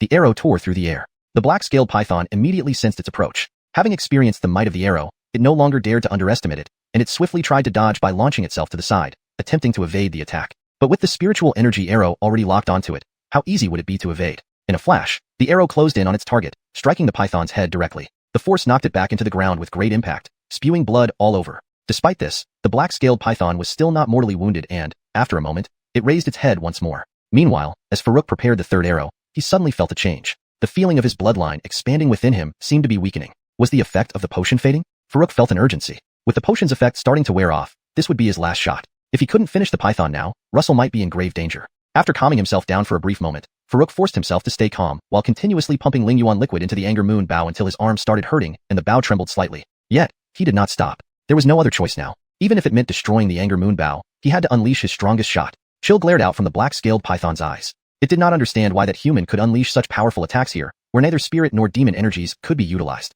It did not matter. It hated Farouk intensely and vowed to devour him alive to satisfy its wrath. Never before had it been injured so severely since its birth. Driven by intense hatred, the massive python rose up again, charging straight at Farouk. Its previously fearsome head, now riddled with a gaping wound oozing blood, looked even more monstrous. That moment, seeing the black-scaled python attack again, Farouk didn't release the arrow immediately. He had already infused 65 cubic units of Lingyuan liquid into the bow, far exceeding both his body's and the bow's limits. Yet, he still did not stop. Success or death. He must try his hardest. Until, bang, a sound resounded. The Anger Moon bow completely shattered. Farouk released the string just in time. An arrow of blinding white light, seemingly capable of shaking heaven and earth, instantly shot forth. The python, filled with hate, sensed impending doom but had no time to react. The arrow struck its head dead center. Puff. The black-scaled python barely managed to scream as its head exploded into several pieces. The massive headless corpse plummeted heavily to the ground. Watching this scene, Farouk finally exhaled in relief as the python lay dead. However, with sudden relaxation came a wave of weakness and dizziness. He collapsed to the ground, utterly exhausted. Instead of retreating to the alchemy cauldron immediately, Farouk lay down where he was, infusing Ling Yuan liquid into his body to rejuvenate it. Though he wasn't technically injured, using Ling Yuan liquid helped alleviate his condition significantly. Moments later, feeling slightly better, Farouk retrieved a puppet from the alchemy cauldron and sent it toward Russell. His body was too weak to move, but thankfully, he could still control the puppet due to the limited consumption of soul energy by the blood boost pill. Russell was large, so despite being buried underground, Farouk found it easily. Its massive body was covered in bloody wounds, forming a small pool of blood. A deep gash on its right shoulder, visible to the bone, was particularly alarming. Farouk felt that if the attack had been any stronger, it might have split Russell in two. After probing carefully with the puppet, he confirmed that it was still alive but had fainted from the severe injuries. Regrettably, he could not bring it into the alchemy cauldron as his body was immobile. He then had the puppet feed some Ling Yuan liquid to Russell. Though unsure if it would help, it wouldn't hurt. By midday, nourished by the Ling Yuan liquid, Farouk recovered enough strength to move about weakly. His first act was to pull Russell into the alchemy cauldron, followed by entering himself. Inside the cauldron, free from external constraints, Farouk felt the benefits as the Ling Yuan liquid flowed freely. Over 2 days, he regained full strength and checked on Russell. Though still injured, Russell's condition stabilized, showing signs of recovery from the Ling Yuan liquid. Farouk allocated more liquid accordingly, but it remained unconscious. Apart from continuing its treatment, there was nothing more he could do. Having finished these tasks, Farouk exited the cauldron. Outside, he collected the black-scaled python's intact core and numerous valuable spiritual materials left in the field. Among the harvested plants were 45 grade 4 spiritual herbs, 38 grade 5 ones, and 23 grade 6 ones, along with many lower grade ones. There were also a few extraordinary specimens beyond grade 6, including the fiery flower and the red stump. Finally, he gathered a few spiritual fruits and tea trees nearby. This translation maintains the paragraph structure and line breaks of the original text, ensuring the story flows naturally in English while preserving the original tone and style. Subsequently, he pulled up the plants directly by their roots and stored them in the alchemy cauldron. These were all obtained at the risk of his and Russell's lives. Any hesitation would be a disrespect to that struggle. When he returned to the alchemy cauldron, Russell had already regained consciousness. Before it could take in its surroundings, it weakly transmitted its voice, asking, "Master, what about that black-scaled python?" "Over there." Farouk gestured toward the corpse of the black-scaled python with a nod of his head. Russell's eyes, half opened, quickly followed Farouk's gesture and immediately widened in surprise. However, it was not looking at the black-scaled python's corpse, but rather at the fiery flower and the red stump that Farouk had collected. The previously half-dead Russell almost forced itself to stand upon seeing these two items. Without further ado, Farouk smiled and said, "These two are yours." He was not a stingy person to begin with. Russell had played a significant role in slaying the black-scaled python. Without its initial distraction, Farouk wouldn't have had the opportunity to charge up his arrow. Emotionally and logically, he couldn't neglect Russell's contribution. Besides, he had no use for those two spiritual materials right now. Clearly fire attribute materials, they should bring considerable benefits to Russell. Chapter 200, Attempting to Form the Golden Core. With Farouk's approval, Earthmon Bull was overjoyed and immediately whispered, "Master, you are too kind to me. My admiration for you is like a never-ending river." Note: for a more fluent and natural read, I have made the following adjustments. 1. Changed Earthmon Bull to Earthmon Bull for consistency in character naming. 2. Simplified, "My admiration for you is like a never-ending river of water," to "My admiration for you is like a never-ending river," as it conveys the same meaning more concisely. However, since this is just a part of the text and without the full context following it, I can refine further if you provide the rest of the passage for consistency.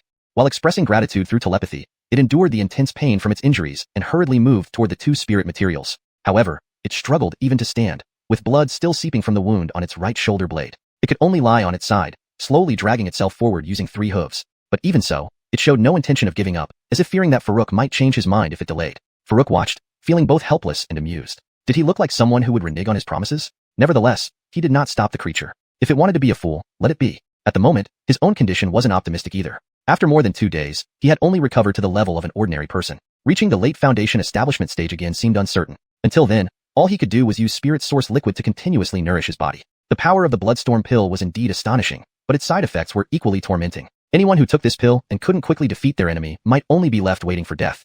Farouk sighed inwardly, thinking he should avoid using such pills unless absolutely necessary. Moments passed. While using spirit source liquid to nourish his body, Farouk suddenly sensed an extremely intense heat nearby. He looked up and saw that Elon had been covered in flames, transforming into a blazing fire bull. "Stupid bull, what are you doing?"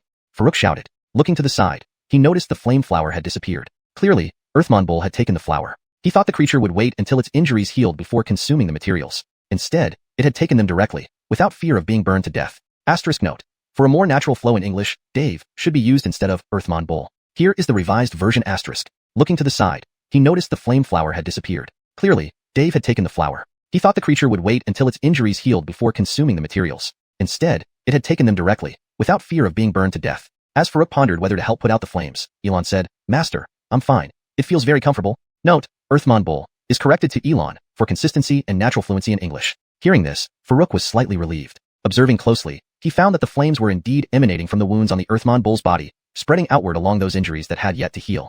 Surprisingly, after being burned, the wounds were healing at a visible rate. How absurd is this? Farouk marveled internally. Using fire to heal wounds was unheard of. However, analyzing it, any beast capable of using fire to heal must have a fiery attribute. He had suspected earlier that this Ricky wasn't entirely Earth attribute. No Earth beast uses fire veins to enhance its power. This suggested one possibility. It was a hybrid. To know what exactly Ricky was mixed with, one would need to ask the figure in the crystal coffin.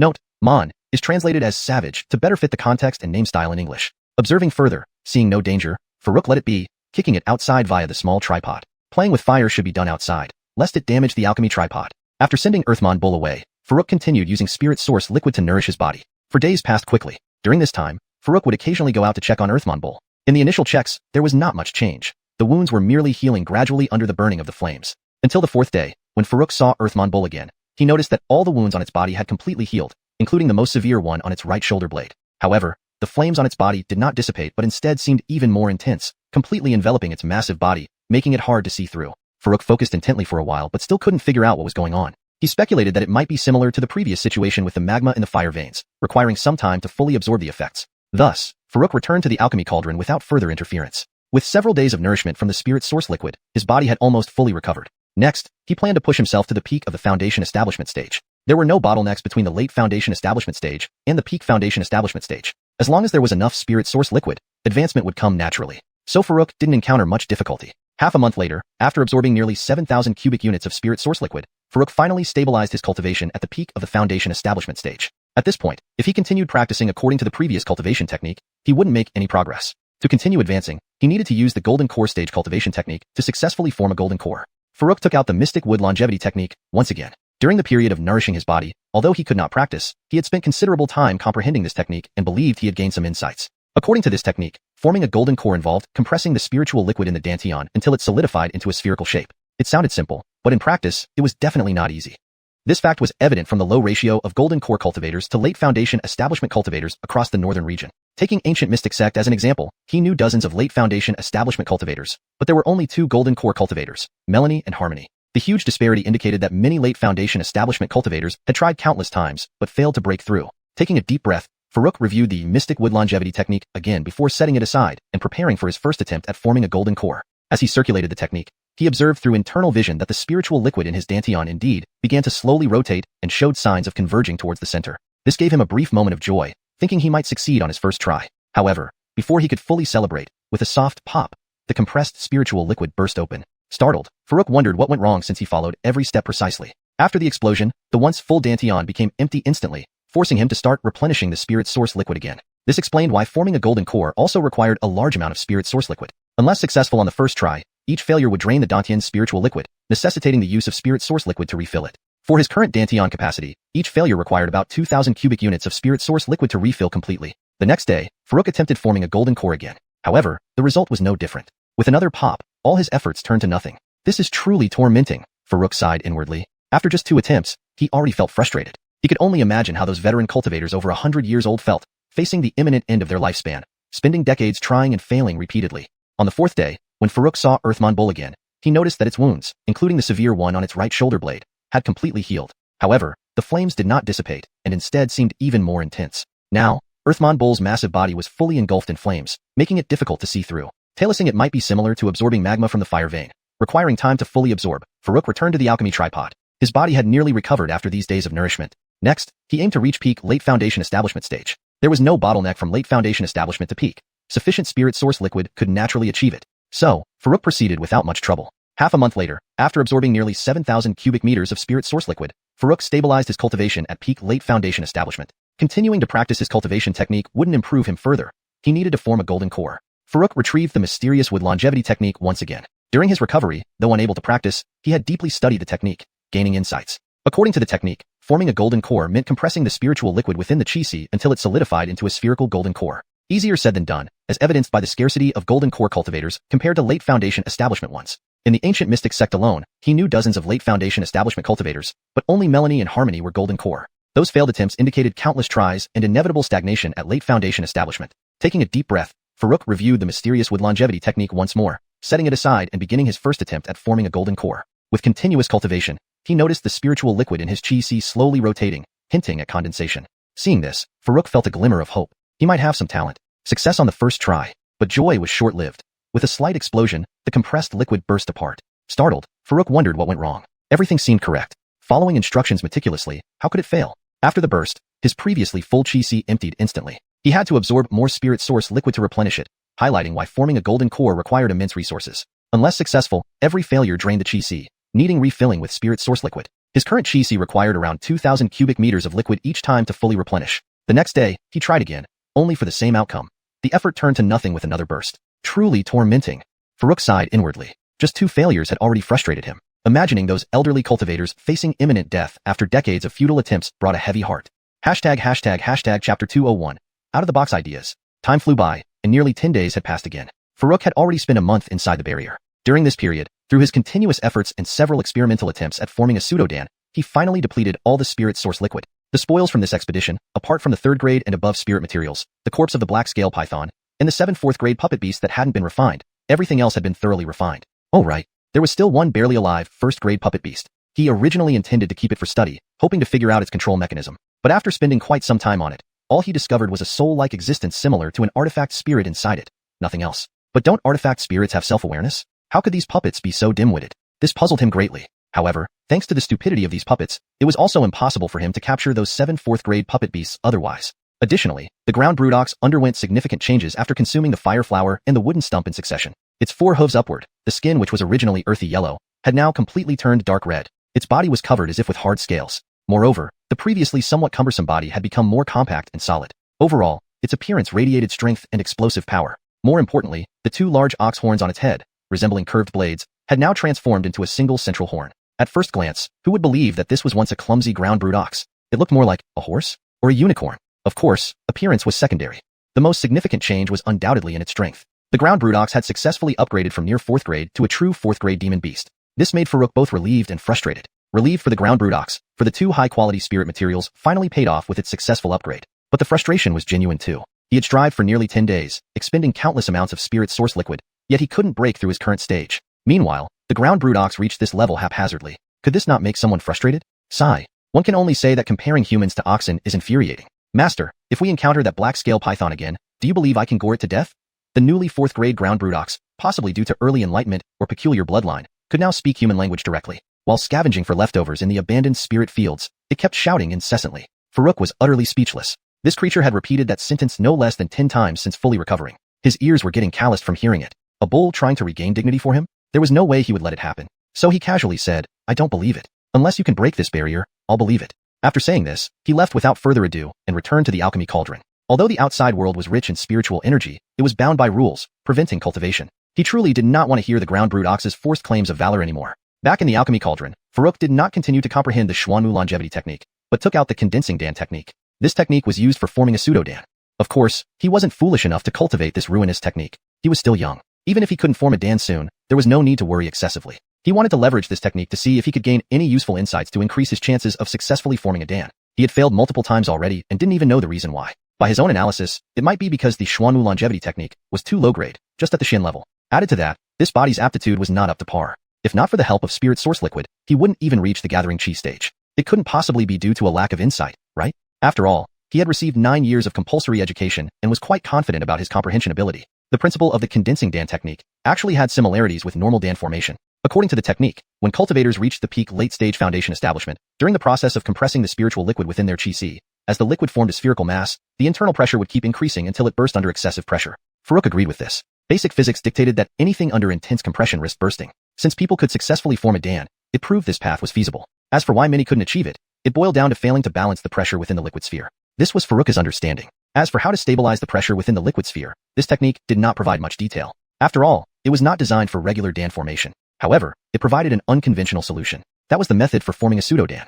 Using a demon beast's core as the center, then controlling the spiritual liquid in one's chi to rotate and compress around it. In this way, all pressure would be transmitted towards the central core, reducing the risk of bursting significantly. Once the liquid hardened around the core, the dan formation was considered complete. However, because this was not a real golden dan, its power and other aspects would fall far short of a genuine golden dan cultivator. Moreover, once using this method, further cultivation advancement became impossible. The text explicitly stated that a core from a 4th grade or higher demon beast must be used, as lower grades couldn't withstand the pressure. Looking at the condensing Dan technique, Farouk initially sought knowledge helpful for his Dan formation but got distracted, linking it to the puppets. He suddenly thought, if he applied this method to the puppets, could he cultivate a pseudo-Dan? Theoretically, it should be possible. Puppets were engraved with complex runes during creation. These runes were essentially equivalent to human meridians. Puppets could use spirit stones or spirit source liquid for battle precisely because these runes circulated the energy. Conversely, using these runes to cultivate a pseudo-Dan shouldn't be entirely impossible. After all, cultivating a pseudo-Dan required no innate talent. Having hands to manipulate was sufficient. After deep contemplation, Farouk felt it was worth a try. Just coincidentally, he had a black scale python's core in hand. Why not give it a shot? Trapped in the barrier, he wasn't going anywhere anytime soon anyway. Said and done. Without hesitation, Farouk inserted the black scale python's core into the puppet's abdominal cavity and began manipulating it according to the condensing Dan technique. Chapter 202, Puppet False Core Formation. The cultivation of the condensing pill technique was not difficult. After all, its existence was for those cultivators with less than stellar talent. If it were too complicated, it would lose its intended purpose. However, Farouk still encountered a problem. The puppet had no inherent spiritual fluid and during battles, it relied directly on spirit stones or essence liquid. Farouk attempted this method. He channeled the spiritual power from a spirit stone through his cultivation technique within the puppet's body, making it circulate once before returning to the storage spot in the abdomen where the spirit stone was kept. However, he found that very little of the circulated spiritual power returned to the abdomen, and even what did return quickly dissipated and could not be retained. This left him at a loss. Was his grand plan about to be stifled in its infancy? Naturally, Farouk was unwilling to accept this. After some consideration, he decided to compress the essence liquid directly. His remaining essence liquid was already scarce, so he originally hesitated to use any more. But since he was already halfway through with the plan, how could he hold back? He quickly added the essence liquid and restarted the circulation of the condensing pill technique. As the cultivation technique continuously operated, he discovered that the essence liquid really began to slowly rotate around the beast core. With continuous compression, the space in the puppet's abdomen, which had been filled with essence liquid, gradually emptied. It appeared as though the amount of essence liquid had decreased. In reality, the essence liquid was becoming increasingly compressed, thus taking up less space. Farouk added more essence liquid again. Simultaneously, he manipulated the puppet to continue compressing the essence liquid. In this way, he kept adding and compressing the essence liquid. 3 hours soon passed. Farouk had already added a total of 200 cubic units of essence liquid. But with continued compression, there was still a large amount of space left. Keep in mind, the puppet's abdominal space was very small. Although it possessed partial functions akin to a bagua array, it could store only about 8 cubic units of essence liquid at most. This was why Farouk almost never used it in combat. What could 8 cubic units of essence liquid do? Firing a single arrow with his angry moon bow consumed nearly 20 cubic units of essence liquid. Thus, he mainly used it for pathfinding and miscellaneous tasks, but for real combat, it would likely run out of energy after 2 moves. Initially, when crafting this puppet, he planned to drive it using a golden core. A golden core naturally held far more energy than hundreds or thousands of cubic units of essence liquid. But who would have thought it couldn't use a golden core at all? This created the current impractical situation. However, based on the present situation, if he continued to compress, storing 1,000 cubic units of essence liquid should pose no problem. This way, the puppet's sustained combat ability would be terrifying. No longer would it need to worry about running out of energy mid-combat. If the small cauldron could be upgraded later, and he obtained better materials to refine and enhance the puppet's body, even in battle against genuine golden core cultivators, it might not be a problem. The more Farouk thought, the more excited he became, adding essence liquid faster. However, this excitement didn't last long. The essence liquid ran out. A full 600 cubic units of essence liquid had been completely exhausted. Though he still had the black-scaled python's corpse unrefined, he dared not be extravagant anymore. After leaving this boundary, who knew what challenges he would face? Without any essence liquid in reserve, he felt insecure.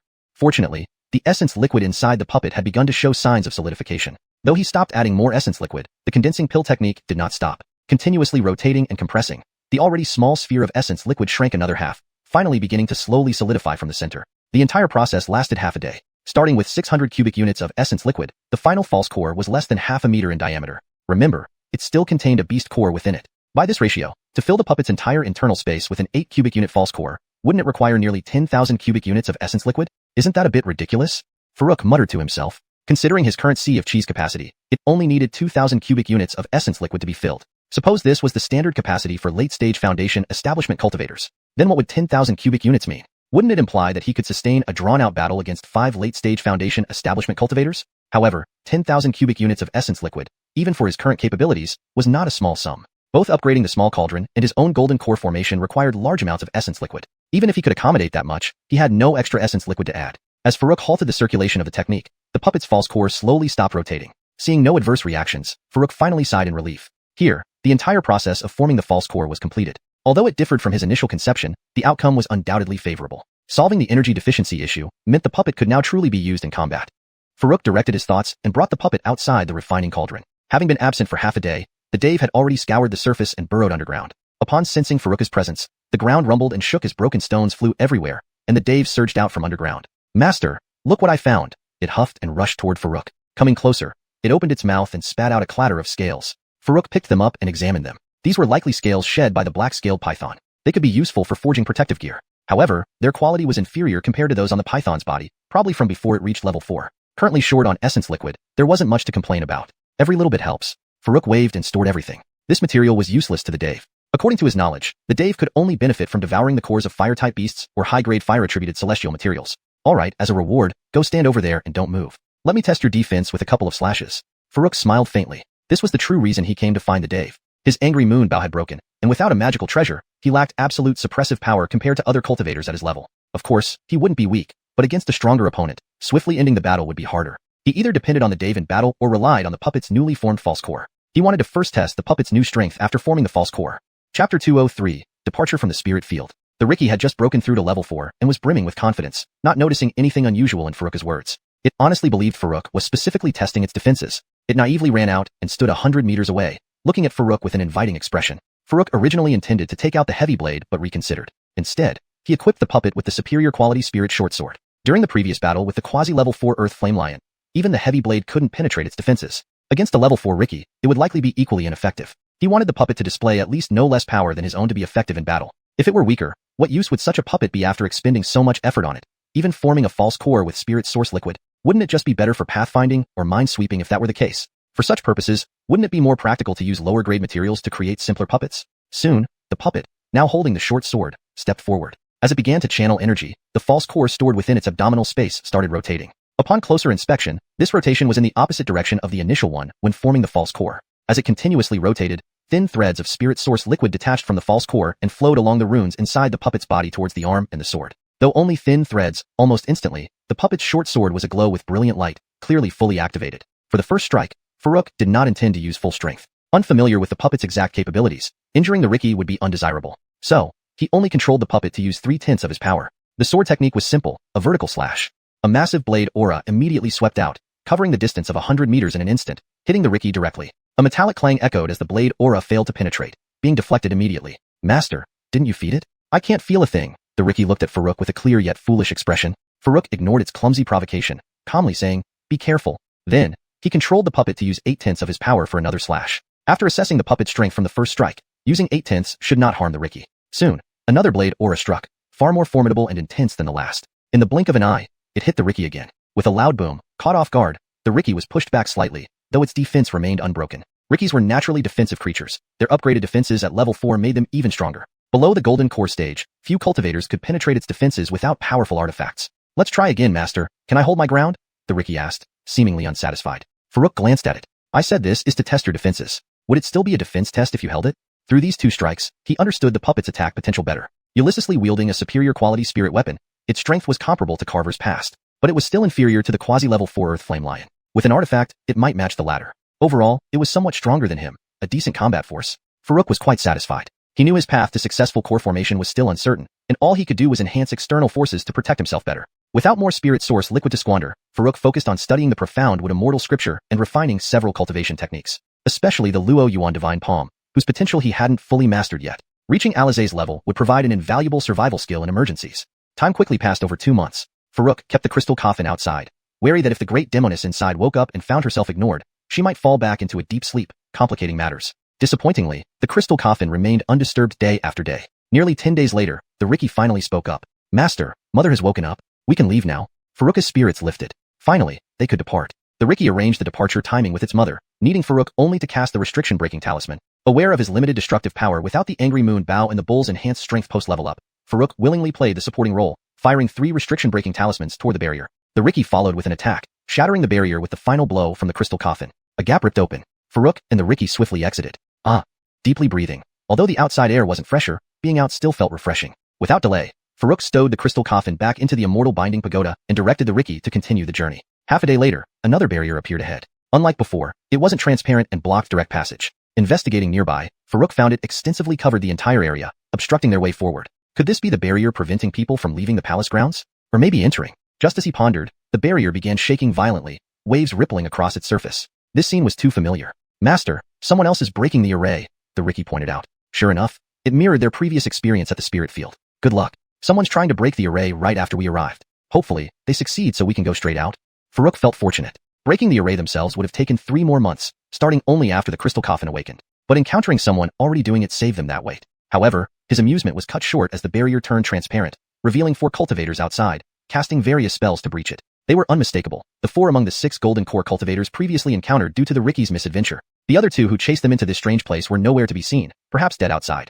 They discovered the 4 golden core cultivators at the same moment the 4 golden core cultivators discovered them. Both sides, separated by a barrier, stared at each other in shock. For a moment, this barrier seemed like a giant walled city, with those outside wanting to come in, and those inside wanting to get out. They discovered the 4 golden core cultivators at the same moment the 4 golden core cultivators discovered them. Both sides, separated by a barrier, stared at each other in stunned silence. For a moment, this barrier seemed like a giant enclosed city, with those outside wanting to come in, and those inside wanting to get out. ##### Chapter 204. International Friendly Gesture. The pleasant atmosphere was always fleeting. As the 4 golden core cultivators gradually realized what had happened, they all pointed at Farouk, their faces contorted in fury. It seemed they were cursing him out quite nastily. Unfortunately, though the barrier had become transparent, it remained soundproof. So no matter how much they cursed, Farouk couldn't hear a single word. But as a young man from the 21st century who had spent years honing his skills in Summoner's Rift, Farouk naturally wouldn't tolerate their insults. He silently raised his hand and gave them the middle finger. We might not be able to win a fight, but can we not win a verbal battle? After all, there was a barrier between them. Whoever backs down is a loser. Upon seeing this universal friendly gesture, the 4 golden core cultivators, although not understanding its meaning, felt instinctively that it wasn't a good one. They erupted in anger, their fingers pointing at Farouk trembling uncontrollably. However, the next moment, in their focus on verbally confronting Farouk, they completely forgot to continue attacking the barrier. This caused the previously transparent barrier to quickly revert to its original, pristine state. Seeing this, the 4 of them grew even more furious. An outrage. This old man cannot take it anymore. I wonder how that brat got inside. Could there be another way? Investigate. We must find that boy's identity. Once we find him, won't entering become much easier? I don't know what happened with Enoch and that Sect brother sure. They chased after the boy earlier, and now he suddenly appears inside. Could Enoch and Theo have also found another way in? Upon hearing this, the other 3 expressions darkened further. If this barrier remains unopened, it's fine. Everyone wasted time. No one gains anything. Suffer together, and the pain would be less. But now, not only did someone get in, but even the ones who came with him to break the formation might already be inside. Who could bear such frustration? Is there anything more painful than watching someone else strike it lucky? After a long silence, one of them asked, should we continue trying to break the barrier? Don't waste our time. Those 2 bastards are already inside. Even if we manage to break it open, everything inside will be divided up. Ignatius makes sense. In my opinion, we should split into pairs and search for those 2 from different directions around the barrier. Once we find them, breaking the barrier won't matter anymore. That's reasonable. Virgil is right. Let's do it as he suggests. I agree. Ignatius and I will go east, while you 2 head west. After circling around the barrier area, we'll meet back up. What do you think? Fine by me. Good, then let's do it. But remember, whatever happens next, we stay united. Numbers give us an advantage. No problem. We'll follow your plan, Ignatius. Great. Let's move. If anything unusual happens, signal immediately. Agreed. Agreed. Having reached a consensus, the 4 quickly paired off and rushed off in different directions. Inside the barrier, Farouk stood still for a moment before saying, let's return by the same route and see. There was no way he could break through this barrier. Even if he waited 3 months and relied on the crystal coffin, there was no guarantee he could succeed. The 4 golden core cultivators couldn't break it after 3 months. This was clearly no simple task. More importantly, knowing there were 4 golden core cultivators outside, eager to devour him, going out this way would be suicide. By now, the dense fog on the other side should have dispersed. Exiting from there would be safer. His only concern was the fate of the 2 golden core cultivators who chased them into the fog. Surely, they wouldn't still be lurking outside the fog? That would be too ridiculous. He couldn't believe anyone would wait 3 months for uncertain results. Such a person shouldn't even be able to cultivate to the golden core stage. Otherwise, he might as well bash his head against a wall. On the way in, he proceeded cautiously due to potential dangers. Now, familiar with the palace grounds, Farouk rode the Riki at full speed. Previously, riding the Riki was somewhat embarrassing. It lacked speed, appearance, and combat prowess. Hardly anyone in the cultivation world looked favorably upon it. But after 2 transformations, the Riki no longer resembled its former self. Its appearance had grown cool and stylish. Rushing along, it looked impressive despite being restricted from using fire or flying. If he took it to Telaxwen's sect with flames and flying, most disciples would be envious. Farouk thought privately. However, he wouldn't be so trivial as to show off his mount. Only half a year remained until his meeting with Harley. Originally, he planned to visit after forming a golden core. With the Riki and 3 puppets, he believed he could make the trip earlier. Forming a golden core was something he'd underestimated. It wasn't just about stacking spirit source liquid. Identifying and addressing internal issues was crucial. If forming a core took too long, he'd have to enhance his strength by practicing the ancient body forging technique and strengthen his physique. Additionally, he wanted to find a higher level core forming method within the grounds. Higher quality methods likely increase the success rate of forming a golden core. As the once great sect, Butin sect must have had advanced cultivation techniques. In short, during this bottleneck period, everything must center around achieving the golden core. Returning to the sect just to show off wasn't necessary. Missing the mark and failing to form a golden core while exhausting his lifespan would be a laughingstock. Soon, the Riki carried him close to the edge of the foggy area. This barrier was completely transparent and created illusions. From inside, the view was entirely of the same jungle, making it invisible unless you knew it existed. Similarly, from the outside, you couldn't see inside. Unless you already knew of this hidden barrier, discovering it would be difficult. Farouk glanced at the Riki. Now smarter, it instantly shrunk to a meter tall, resembling a small foal. Farouk sat on it, keeping the height within 2 meters, ensuring they wouldn't be affected even if the fog hadn't fully cleared. Chapter 205, Spiritual Soul Attack. Crossing the barrier, his vision suddenly dimmed. Farouk was immediately at a loss for words. The oppressive fog that made it hard to breathe had not yet dissipated. This made things quite difficult. On one side, golden core cultivators were guarding outside the barrier. On the other, this thick fog blocked everything, making it hard to even discern directions. How could he possibly get out of here? Even the Evan lost its fighting spirit, standing motionless, afraid to take another step forward. The last time it was half trapped in the fog until it was utterly exhausted. It was a memory still vividly fresh. Just as Farouk was feeling deeply dejected, he suddenly heard distant sounds of quarreling and fighting. There were others here too? Farouk paused, quickly signaling the Evan to stay quiet as he stealthily moved forward. In this eerie place, although sound couldn't penetrate the fog, it still spread normally within it. However, because his spiritual senses covered only a limited range, it was impossible to explore very far. Thus, even though he heard the sounds, there was no way to investigate what was happening. Fortunately, Farouk still had spirit source liquid which he could use sparingly. If there were no obstructions, he could see fairly far. But the Evan wasn't so fortunate. Without any demonic energy to draw upon, its line of sight was extremely limited, barely seeing beyond 10 meters before everything turned hazy. As they slowly moved forward, the voices became clearer. Don't push me too far, world family. If you force me, I'll take you down with me even if I die. Ha, pushing you too far? Old man, did you forget what you once did to Xianxia Island?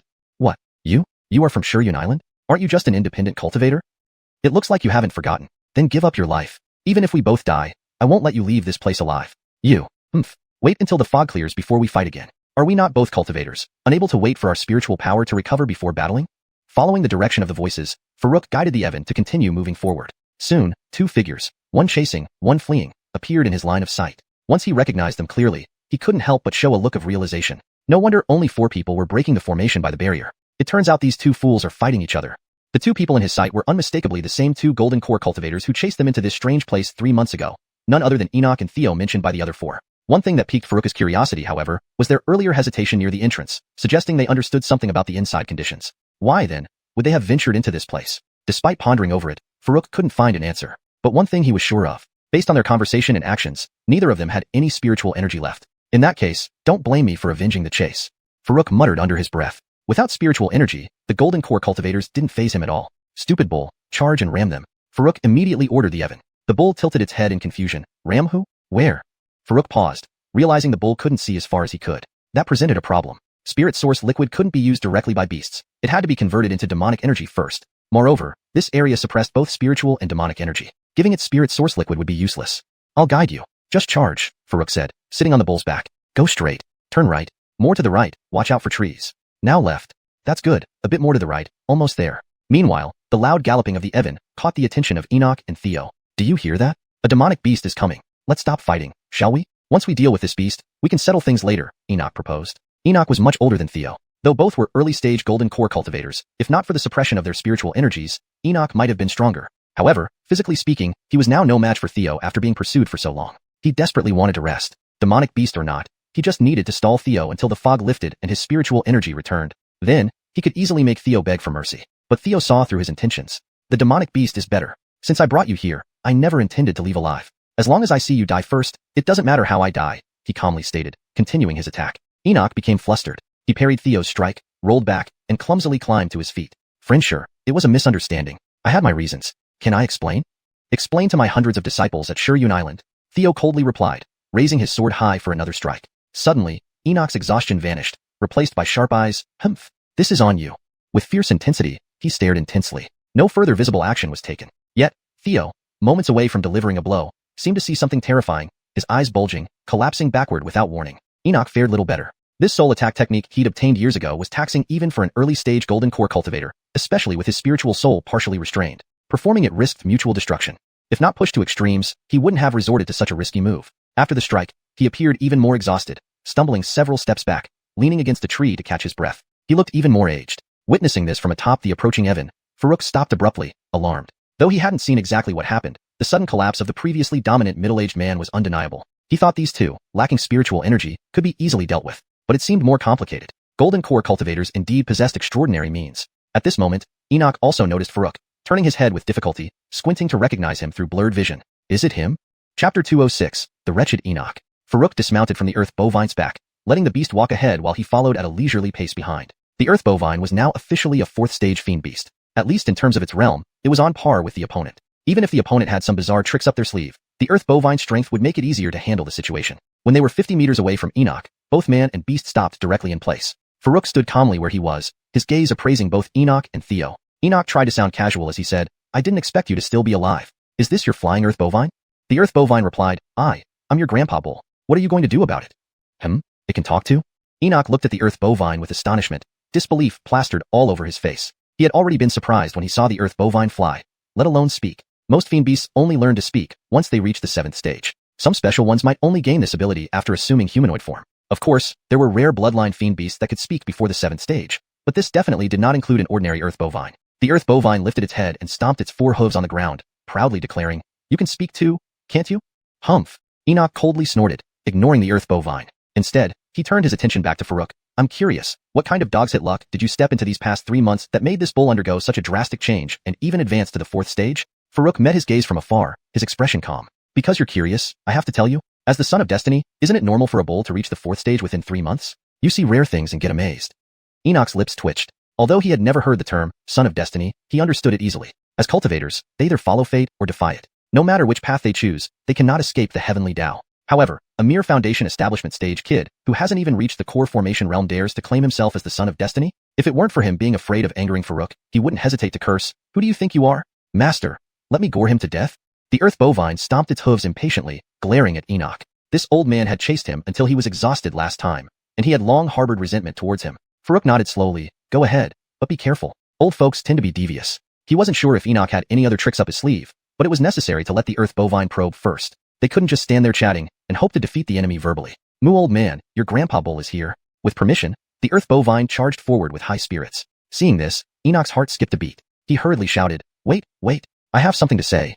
Although he could indeed launch another soul attack, it would inevitably leave him heavily injured or unconscious. Initially, he thought they were dealing with a fiend beast. After severely injuring it with a soul attack, he would wait for the mist to clear and recover his spirit power to solve the crisis. But unexpectedly, it was Farouk and the earth bovine. If his soul attack could only injure the earth bovine, how would he deal with the remaining Farouk? Unconscious, he would stand no chance against even a mortal, let alone a foundation establishment cultivator. So now, he had no choice but to stall for time and wait for the mist to clear. However, the earth bovine had long wanted to charge. Would he stop just because of a few words? Farouk pretended not to hear anything. As a transmigrant, he had seen plenty of dramas in his original world. Villains often blabbered before dying, mostly to delay time. He wouldn't be foolish enough to give the enemy a chance to counterattack. Seeing this, Enoch became more anxious. His heart felt bitter. Who was this person? Ready to fight without even giving him a moment to speak. Panicking, he shouted, Don't you want to know the secrets of this place? How did these fogs form? Even though Farouk knew this was a stalling tactic, he had to call off the earth bovine. Dumb bull, wait. He finally understood why protagonists in TV shows always gave villains a chance to talk before they died. Just like the situation he faced now. Was knowing the secret of this strange place important to him? How did the fog form? Even if these questions didn't concern him much, he needed to know when the fog would dissipate to leave this place. Reluctantly, the earth bovine halted its charge, fully aware that the information about the fog was crucial. But it still brandished its sharp horn threateningly in front of Enoch. Enoch felt a chill run down his spine. He was genuinely worried that this bull might impale him on its horn at any moment. Then, Farouk's indifferent voice rang out, Tell me everything you know, and I won't kill you. Hearing this, Enoch nearly lost his composure. He was a mighty core formation powerhouse. When had a lowly foundation establishment junior dared speak to him like this? Taking a deep breath, he maintained his rationality. Small setbacks lead to bigger failures. He couldn't afford to mess up again. Biting his lip, he began slowly, You've noticed that this place restrains cultivators' spirit power and even souls to some extent. But that's not the most terrifying thing. Do you know about this thick fog? Inside this fog? Farouk interrupted him impatiently, Get to the point, otherwise. At this moment, the earth bovine tilted its head and rubbed its horn against Enoch's body. Interrupted by Farouk, Enoch wanted to explode but calmed down instantly under the threat of the earth bovine. He hurriedly said, Here comes the important part. Just then, Theo, who had been knocked unconscious by Enoch's soul attack, slowly opened his eyes. At first, he was dazed. Upon regaining awareness, he quickly assessed the situation. His soul was weak due to the previous attack and almost closed his eyes again. But suddenly, a thought struck him. He exclaimed, Young friend, he's stalling for time. The fog is about to dissipate. We must resolve him now. Otherwise, we won't stand a chance once he recovers his spirit power. When they were 50 meters away from Enoch, both man and beast stopped. Farouk stood calmly where he was, his eyes sizing up Enoch and Theo. Enoch tried to sound relaxed as he said, I didn't think you were still alive. Is this your flying Earthmon beast? For consistency, Demon should be translated as Earth Savage Beast, or simply kept as Earthmon Beast if it's a unique term used in the story. Here I've chosen Earthmon Beast to maintain some uniqueness while ensuring readability.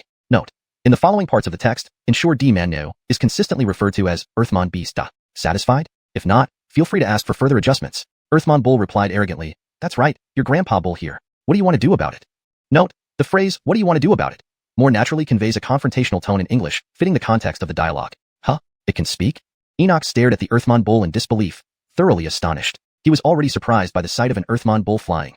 The ability to speak made it even more incredible. Normally, most demon beasts could only speak human language after reaching level 7. Some special ones needed to transform before they could speak human language. While there were rare cases of speaking earlier due to exceptional bloodlines, this definitely didn't apply to ordinary Earthmon Bulls. The Earthmon Bull tossed its head proudly, stomped its 4 hooves on the ground, and said with an arrogant air, "Can't you talk to?" Humph. Enoch coldly snorted and ignored the Earthmon Bull, turning his gaze back to Farouk. "I'm very curious about what kind of luck you've had these past 3 months that could make this bull change so much and even advance to level 4. Farouk looked at him from a distance, his expression calm. "Just because you're curious, I have to tell you, as the chosen one, isn't it normal for a bull to advance to level 4 in 3 months? You really are making a fuss over nothing." Enoch's mouth twitched. Although he hadn't heard the term chosen one before, it wasn't hard to understand from the context. As a cultivator, one either follows fate or defies it. Regardless of the path taken, one cannot escape the heavenly mandate. But for a mere foundation establishment stage cultivator, who hasn't even formed a golden core, to call himself the chosen one was audacious. If he continues like this, can I charge and kill him? The Earthmon Bull impatiently pawed the ground, glaring at Enoch. Farouk nodded slowly. "Go ahead, but be careful. Old men are often devious." He wasn't sure if Enoch still had any tricks up his sleeve, but letting the Earthmon Bull probe first was necessary. They couldn't just stand around chatting all day and hope to defeat him with words. "Moo old man, your grand bull is here." With permission granted, the Earthmon Bull was raring to charge. Enoch's heart skipped a beat at the sight. In a panic, he stopped the Earthmon Bull. Wait, I still have things to say." Though he could indeed launch another soul attack, it would leave him severely injured or even unconscious. Initially, he thought he'd face a demon beast, hoping to incapacitate it with his soul attack, then wait for the thick fog to clear and his spirit energy to recover. But Farouk and the Earthmon Bull threw his plans into disarray. Even if his soul attack incapacitated the Earthmon Bull, how would he deal with Farouk? Unconscious, he wouldn't last long against even a mortal, let alone a foundation establishment cultivator like Farouk. So, all he could do was stall for time until the fog cleared. But the Earthmon Bull had long been itching to charge, and neither it nor Farouk would stop now. Knowing that villains in TV shows usually stall for time when cornered, Farouk wasn't about to give him a chance to turn the tables. Seeing this, Enoch grew even more frantic. These people showed no mercy, acting without hesitation, even leaving no time for a farewell. Losing his composure, he shouted, "Don't you want to know the secret of this place? How these mists formed?" Though he knew it was a stalling tactic, Farouk couldn't help but halt the Earthmon Bull. "Dumb bull, hold on." He began to understand why protagonists in TV shows always gave dying villains a chance to explain themselves in such situations. The secrets of this strange place mattered to him. What were these mists, and how did they form? Even if those questions weren't pressing, knowing how the mists would dissipate was crucial. It determined when he could leave. Reluctantly, the Earthmon Bull halted its charge, well aware of the importance of the mist information. Still, it brandished its sharp horn menacingly at Enoch. Enoch felt a chill run down his spine. He feared the Earthmon Bull might stab him at any moment. Then Farouk spoke calmly, "Tell me everything you know, and I won't kill you." Enoch nearly lost control at this insolence from a junior cultivator, but taking a deep breath, he restrained himself. Now wasn't the time to act rashly. Biting his lip, he started explaining, "You've likely noticed that this place restrains both spiritual energy and souls to some extent, but that's not the worst part. Have you seen the dense fog? Within the fog." Interrupting, Farouk said coolly, "Get to the point, or else." The Earthmon Bull tilted its head and rubbed its horn against Enoch, who quickly quieted down. Hastily, he replied, "Getting to the point, getting to the point." As he was about to continue, Theo, who had been lying unconscious after suffering a soul attack, opened his eyes. At first, he was dazed, but upon seeing the situation, he quickly analyzed it. Despite his weakened soul, he almost closed his eyes again. Suddenly remembering something, he cried out, "Little brother, he's buying time. The fog will soon clear. Finish him off now, or once his spirit energy recovers, we'll be no match for him." The Earthmon Bull raised its head and stamped its hooves proudly. "Aren't you talking to?" Note: for better readability and fluency in English, it's suggested to replace Earthmon Bull with a more contextually appropriate name or description, such as Dave. However, since Earthmon Bull was used in the original text provided by the user, I kept it unchanged here. If you agree with the suggestion, I can revise it accordingly. Humph. Enoch snorted, ignoring the Ricky and shifting his gaze back to Farouk. "I'm very curious. What kind of dog luck did you have these past 3 months that this bull has changed so much and even advanced to level 4? This revision maintains the meaning and tone of the original text while ensuring it reads more naturally in English. The term, Earthmon Bull, has been corrected to Ricky for consistency and clarity. Farouk stared at him from afar, unfazed. "Just because I'm curious doesn't mean I need to tell you. As the chosen one, isn't it normal for a bull to reach level 4 in 3 months? You're making mountains out of molehills." Enoch's lips twitched. Although he hadn't heard the term, chosen one, it wasn't hard to understand from context. As cultivators, one either follows the will of heaven or defies it. Either path ultimately leads to destiny. but a mere Foundation establishment stage kid who hasn't even reached the Golden Core stage dared to call himself the Chosen One. If not for his current need to avoid aggravating Farouk, he would have cursed him without hesitation. Master, let me ram him to death? The Earthmon bull stomped its hooves impatiently, glaring at Enoch. This old man had pursued it relentlessly last time, nearly exhausting it. It had long been irritated by him. Note: for better fluency and natural reading in English, Earthmon bull might need a more fitting translation. However, since Earthmon bull seems to be a specific term or name for this creature in the story, I kept it as is unless you have a preferred English equivalent. Farouk nodded slowly. Go ahead, but be careful. The old man is likely very cunning. Uncertain about any other tricks Enoch might have, sending the Elon to probe was necessary. They couldn't just stand there chatting indefinitely, hoping to talk him to death. Note: Earthmon bull has been corrected to Elon for consistency and fluency. Moo old man, your grandpa bull is coming for you. With permission, the Elon was ready to charge. Seeing this, Enoch's heart skipped a beat. Note: Earthmon bull seems to be a literal translation of Demon No. For fluency and consistency, it should be translated as Elon, or another suitable name that fits the context. He hastily interrupted. Wait, I have something to say. Though he could indeed launch a soul attack, doing so would result in severe injury and possibly loss of consciousness. Initially, he thought only a demon beast would come, planning to cripple it with a soul attack and wait for the thick fog to clear, thus allowing his spirit energy to recover. But it turned out to be Farouk and the Elon. Note: Earthmon bull was adjusted to Elon to read more naturally in English while keeping consistency. Even if he managed to severely wound the Earthmon bull with a soul attack, what about Farouk? Note: the term Earthmon bull seems to be a direct transliteration and doesn't read naturally in English. It should be revised to Elon, or ground brute bull, for better fluency. Here's a more polished version of the sentence. Even if he managed to severely wound the Elon with a soul attack, what about Farouk? Unconscious, he wouldn't stand a chance against even an ordinary person, let alone a Foundation establishment cultivator. His only option now was to stall for time until the fog cleared. But the Earthmon bull, eager to charge, wouldn't stop for just words. Farouk acted as if he hadn't heard. Note: for better readability and fluency, Earthmon bull should be consistently translated as Ricky, or a similar term that fits the context and tone of the story. Here it is left as Earthmon bull to match the user's input, but ideally should be standardized. As a Chanyerer who had seen plenty of TV shows, he knew that villains often talk excessively to buy time before their inevitable demise. He wasn't foolish enough to give the opponent another chance. Edit: given his experience from numerous TV shows in his original world, he knew all too well that villains tend to chatter endlessly to stall for time before they meet their end. He wasn't foolish enough to give the opponent another chance. For better fluency and natural reading in English. Given his background as someone who had watched countless TV shows in his original world, he was well aware that villains often speak excessively to buy time before their inevitable downfall. He wasn't going to be foolish enough to give his opponent another chance. Seeing this, Enoch panicked inwardly. What kind of people were these? Ready to attack without giving him a chance to leave a final message. Panicking, he abandoned all pretenses and shouted, "You don't want to know the secret of this place? How this fog formed?" Although he knew this was a delaying tactic, Farouk had to call off the Elon. Hold it, dumb bull. He now understood why protagonists in TV shows often gave dying villains a moment to live. Like now, how important was the secret of this strange place? The formation of the fog? Even if those questions weren't crucial, when the fog would dissipate was vital. It determined when he could leave. Though reluctant, the Earthmon bull halted, realizing the importance of the information about the fog. Still, it brandished its sharp horn menacingly in front of Enoch. Enoch felt a chill. He feared the bull might impulsively stab him. Farouk's calm voice rang out, "Tell me everything you know, and I'll spare you." Hearing this, Enoch almost lost composure. He was a mighty Golden Core cultivator. When had a mere Foundation establishment youth spoken to him like that? Taking a deep breath, he maintained his composure. Small compromises prevent big losses. This brief reprieve was a hard one. He couldn't afford to mess it up. Gritting his teeth, he began, "You've surely noticed how this place restrains cultivators' spirit energy and even limits soul power. But that's not the worst part. Do you know about the fog? Within this fog..." Interrupting, Farouk said, "Get to the point, or..."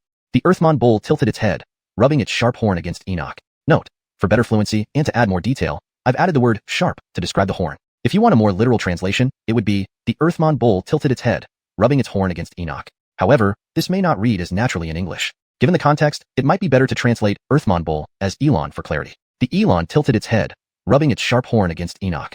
Caught off guard, Enoch quickly complied. Getting to the point. Just as he continued, the heavily injured Theo, who had been knocked unconscious by Enoch's soul attack, opened his eyes. At first dazed, he soon assessed the situation. His soul power was weak from the previous blow, nearly closing his eyes again. Suddenly recalling something, he warned sharply, "Young brother, he's stalling. The fog is about to clear. Take advantage of this time to finish him. Otherwise, once he recovers his spirit energy, we won't stand a chance." Chapter 207. The dense fog dissipates. With Theo's roar, Farouk and Enoch's attention was immediately drawn over. Enoch's eyes almost burst out of their sockets as he glared at Theo with murderous intent. Farouk did not hesitate and instructed the Jonathan to attack instantly via telepathy. He had known Enoch was stalling for time all along, but had refrained from killing him in hopes of learning when the fog would dissipate. But now that Theo revealed the dense fog would soon disperse, confirmed by Enoch's reaction, there was no reason to keep him alive any longer. If Enoch regained his spiritual energy, even with the Jonathan as a brawler, it would be too late. The Jonathan was already very close to Enoch. Hearing Farouk's command through telepathy, it attacked without hesitation. Ordinary cultivators could not withstand the Jonathan's horns without any protective shields. Without resistance, the buffalo horn pierced through Enoch's body instantly, causing blood to spurt out. However, Enoch also put up a fierce struggle. Facing death, he used his last bit of divine soul power to strike the Jonathan fiercely. Unfortunately, he chose the wrong opponent. Having consumed many fruits since young, the Jonathan possessed immense divine soul power, so Enoch's attack barely caused slight pain. This only aroused its aggression further, and it tossed Enoch high into the air. At this moment, the thick fog visibly started to dissipate. Within an instant, the once overwhelming fog vanished completely. Humph! I'll make sure you all meet a terrible end. As the fog dispersed, the restraints disappeared, allowing powerful spiritual energy to flow throughout his body. The previously weakened Enoch revived, gazing down at Farouk, the Jonathan, and Theo with an icy voice, announcing his return. But the next second, under Farouk's instruction, the Jonathan rose on fiery hooves, faster than ever, striking Enoch again, sending him crashing to the ground from the sky. Not done yet, the Jonathan reverted to its massive form and charged towards Enoch, who was already half buried in the ground, shouting, "Let you be arrogant! Let you be arrogant! I'll gore you to death." Theo, who had also recovered to the Golden Core realm, observed this brutal scene with a grimace. He inwardly thanked his luck for not showing off earlier. Unlike them, the Jonathan relied on brute force and wasn't injured, thus becoming more formidable once the restraints were gone. They, however, were still injured, especially Enoch, who suffered twice from divine soul attacks, making his condition worse under restraint. Moreover, he was impaled by the Jonathan. Though non-fatal after the release, recovery would still take time. If he had chosen to flee instead of making threats upon recovering his powers, things might have been different. Moments later, Enoch, battered and bruised, was dragged out of the ground by the Jonathan. Clearly breathing his last, Farouk glanced at him indifferently before shifting his gaze to Theo, with the Jonathan's horns aimed at him. Terrified, Theo quickly explained, "Don't misunderstand me, fellow Taoist. I mean no hostility. I came here to avenge my family." Though weak, escaping wouldn't be a problem for him. He just didn't want to create animosity, so he preferred explaining himself. Farouk scrutinized him in silence, eventually nodding in acceptance. It wasn't that he fully believed Theo, but engaging him wouldn't achieve much either. Even if the Jonathan could match him, it couldn't capture him. Besides, Farouk's combat strength was weak against a true Golden Core cultivator. "May I ask how you knew the fog would dissipate? Is there any pattern?" Farouk politely asked. Theo reciprocated with respect, replying, "Please don't call me senior. My name is Theo. Fellow Taoist is fine." Despite being at the Foundation establishment stage, Farouk commanded a level 4 beast, deserving equal respect. "The fog doesn't follow any set pattern, appearing at night and disappearing at dawn," explained Theo. Farouk was momentarily astonished. So the way out was this simple? Last time, it was near dusk when they were trapped. He chuckled, reflecting on their journey within the palace, which proved fruitful despite everything. They chatted about other matters. Farouk learned Theo hailed from the Southern Territory, originally the young lord of Shuyun Island. His father, the island's master, had clashed with Enoch, leading to a nearly total massacre. Only Theo survived due to his absence. His father died shortly after being severely injured in that fight. He only managed to achieve the Golden Core realm recently and dared to seek revenge. Knowing he couldn't defeat Enoch outright, he secretly waited for an opportunity. Hearing about a team forming to break a boundary seal here, he joined, pretending to be close to Enoch. When Farouk and the Jonathan appeared, Enoch developed a murderous intent, which Theo capitalized on, tailing them. Eventually, he learned of the fog information and saw a chance. Both their spiritual energies restrained, he felt he stood a fighting chance. He convinced Enoch to enter the area, leading to today's events. Chapter 208, Thousand Stream Island Information. After listening to Theo's account, Farouk felt surprisingly calm and had no particularly strong feelings. Bloodshed and conflict were common occurrences in the entire cultivation world. Families being wiped out or villages massacred were not uncommon events. Initially, when he first crossed over, he found it hard to accept such violence, even feeling nauseous at the sight of blood. But now, having personally slain numerous people, he had become more accustomed to this harsh reality. Not that I'm cold-blooded, Farouk thought, but I've just adapted better to this world. However, upon learning that Theo was from the southern region, his curiosity got the better of him, and he couldn't help but ask, "Fellow Taoist, sure, since you're from the southern region, have you heard of Thousand Stream Island?" Thousand Stream Island? The abode of Matthias? Yes, I've heard of it, although Matthias hasn't been seen for centuries, with some saying he has already passed away. Why do you suddenly ask about this, fellow Taoist Jiang? Do you have any plans concerning it? Theo looked at Farouk, a smile on his face. Farouk thought for a moment, then laughed casually as if it didn't matter much. Well, a few friends of mine mentioned they had connections there, and wanted to seek refuge. I just asked out of curiosity after hearing you're from the southern region. From what you say, they might be in for a wasted trip. He couldn't possibly mention anything related to Tailahi. Although he hadn't yet decided to explore Thousand Stream Island, he wasn't foolish enough to reveal such plans casually. Theo chuckled at his words. He naturally didn't believe Farouk's explanation, as it was well known that Matthias always acted alone and had almost no friends, let alone junior cultivators who had old ties with him. However, he did not press further and instead offered a casual reminder. Though Thousand Stream Island is famous, it's submerged underwater and vanished centuries ago, hidden by an array set up by Matthias. If your friends go there, they will likely return empty-handed. Farouk gazed at him expressionlessly. How did this guy see through his lie? Seeing his strange look, Theo couldn't help but laugh heartily. Haha, fellow Taoist Jiang, you must know that Thousand Stream Island is quite renowned in our southern region. Many have searched its last known location, but returned unsuccessful. I didn't expect it to be so well known in the northern region too. Even if you wish to explore it, returning empty-handed isn't shameful. Is that so? Have you explored it yourself, fellow Taoist sure? Farouk smiled and asked, inwardly relieved. If Theo merely misunderstood his intentions, there was nothing to worry about. No need to hide anymore. Time to be honest. He did want to explore Thousand Stream Island. Since many others had gone, one more wouldn't be unusual. Theo nodded. I did try, but also returned empty-handed.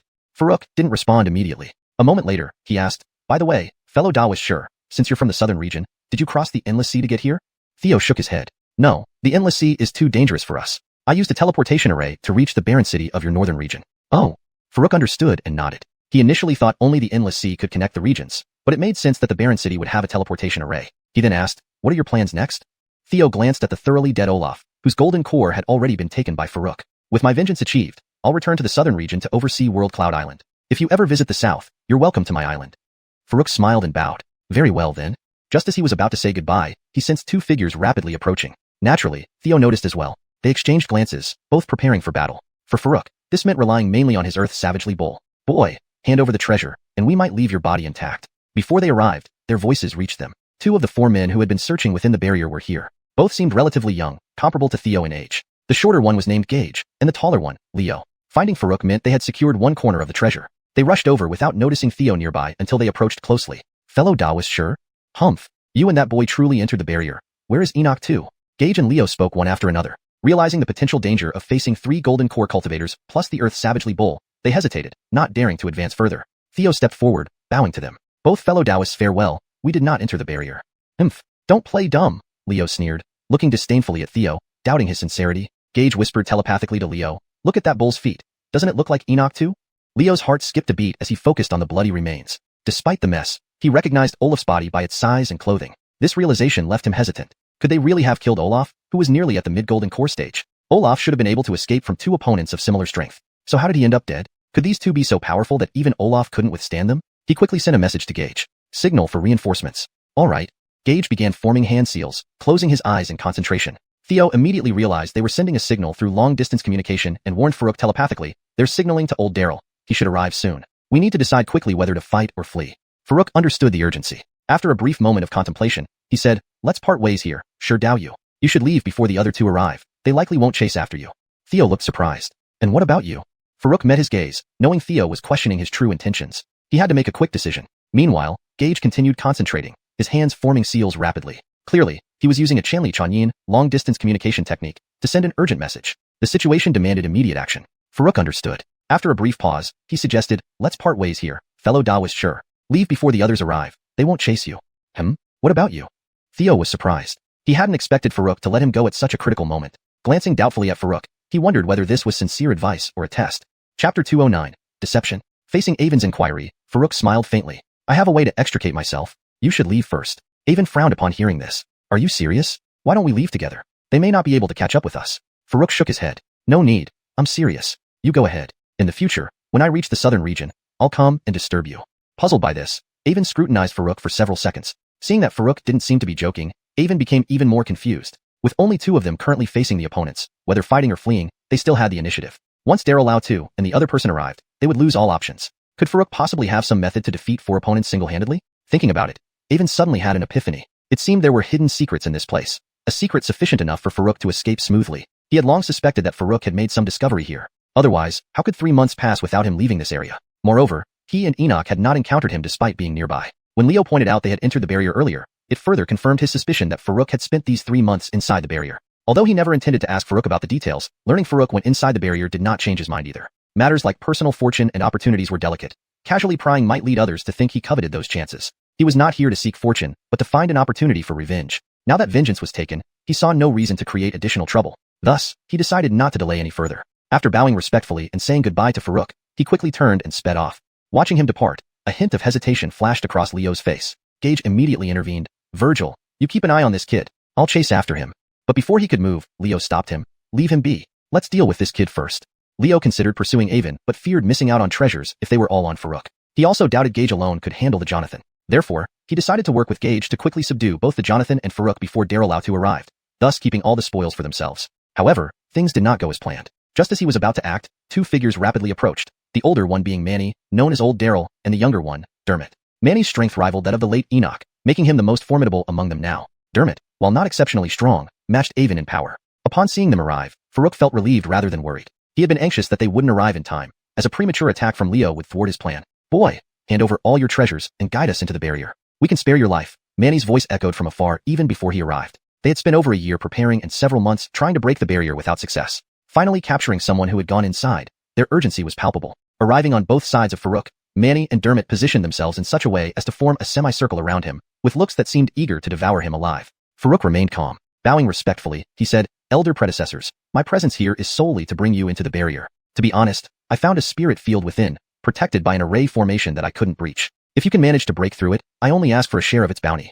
His words sounded sincere, confusing everyone present. Was this boy so kind-hearted? Previously, he had shown no such kindness while on the other side of the barrier. Farouk watched them calmly, inwardly tormented. Facing 4 golden core cultivators who wanted to tear him apart was incredibly stressful. However, to capture all 4 at once, he had no choice but to act this way. These 4 had witnessed him inside the barrier and would not let him go easily. Even if he escaped this time, they could corner him later. For his safety, they must die. Post the battle with Enoch, he realized this place offered the best opportunity to resolve all 4 at once. Without spiritual energy, he and the Jonathan could easily take them down. This was also why he sent Avon away. There was a room inside the palace that he hadn't accessed yet, and didn't want to expose it to anyone. He could have tricked Avon into the trap too, which would have been easier. Yet, despite the short encounter, Avon hadn't asked about the barrier's contents, showing no intention of hostility. Farouk felt no need to kill unnecessarily. Seeing their skeptical faces, Farouk feigned calmness. "Shall we depart then?" "Hold it." Manny halted him. Farouk turned. "What else do you require, Elder?" Manny naturally replied, "I don't trust you."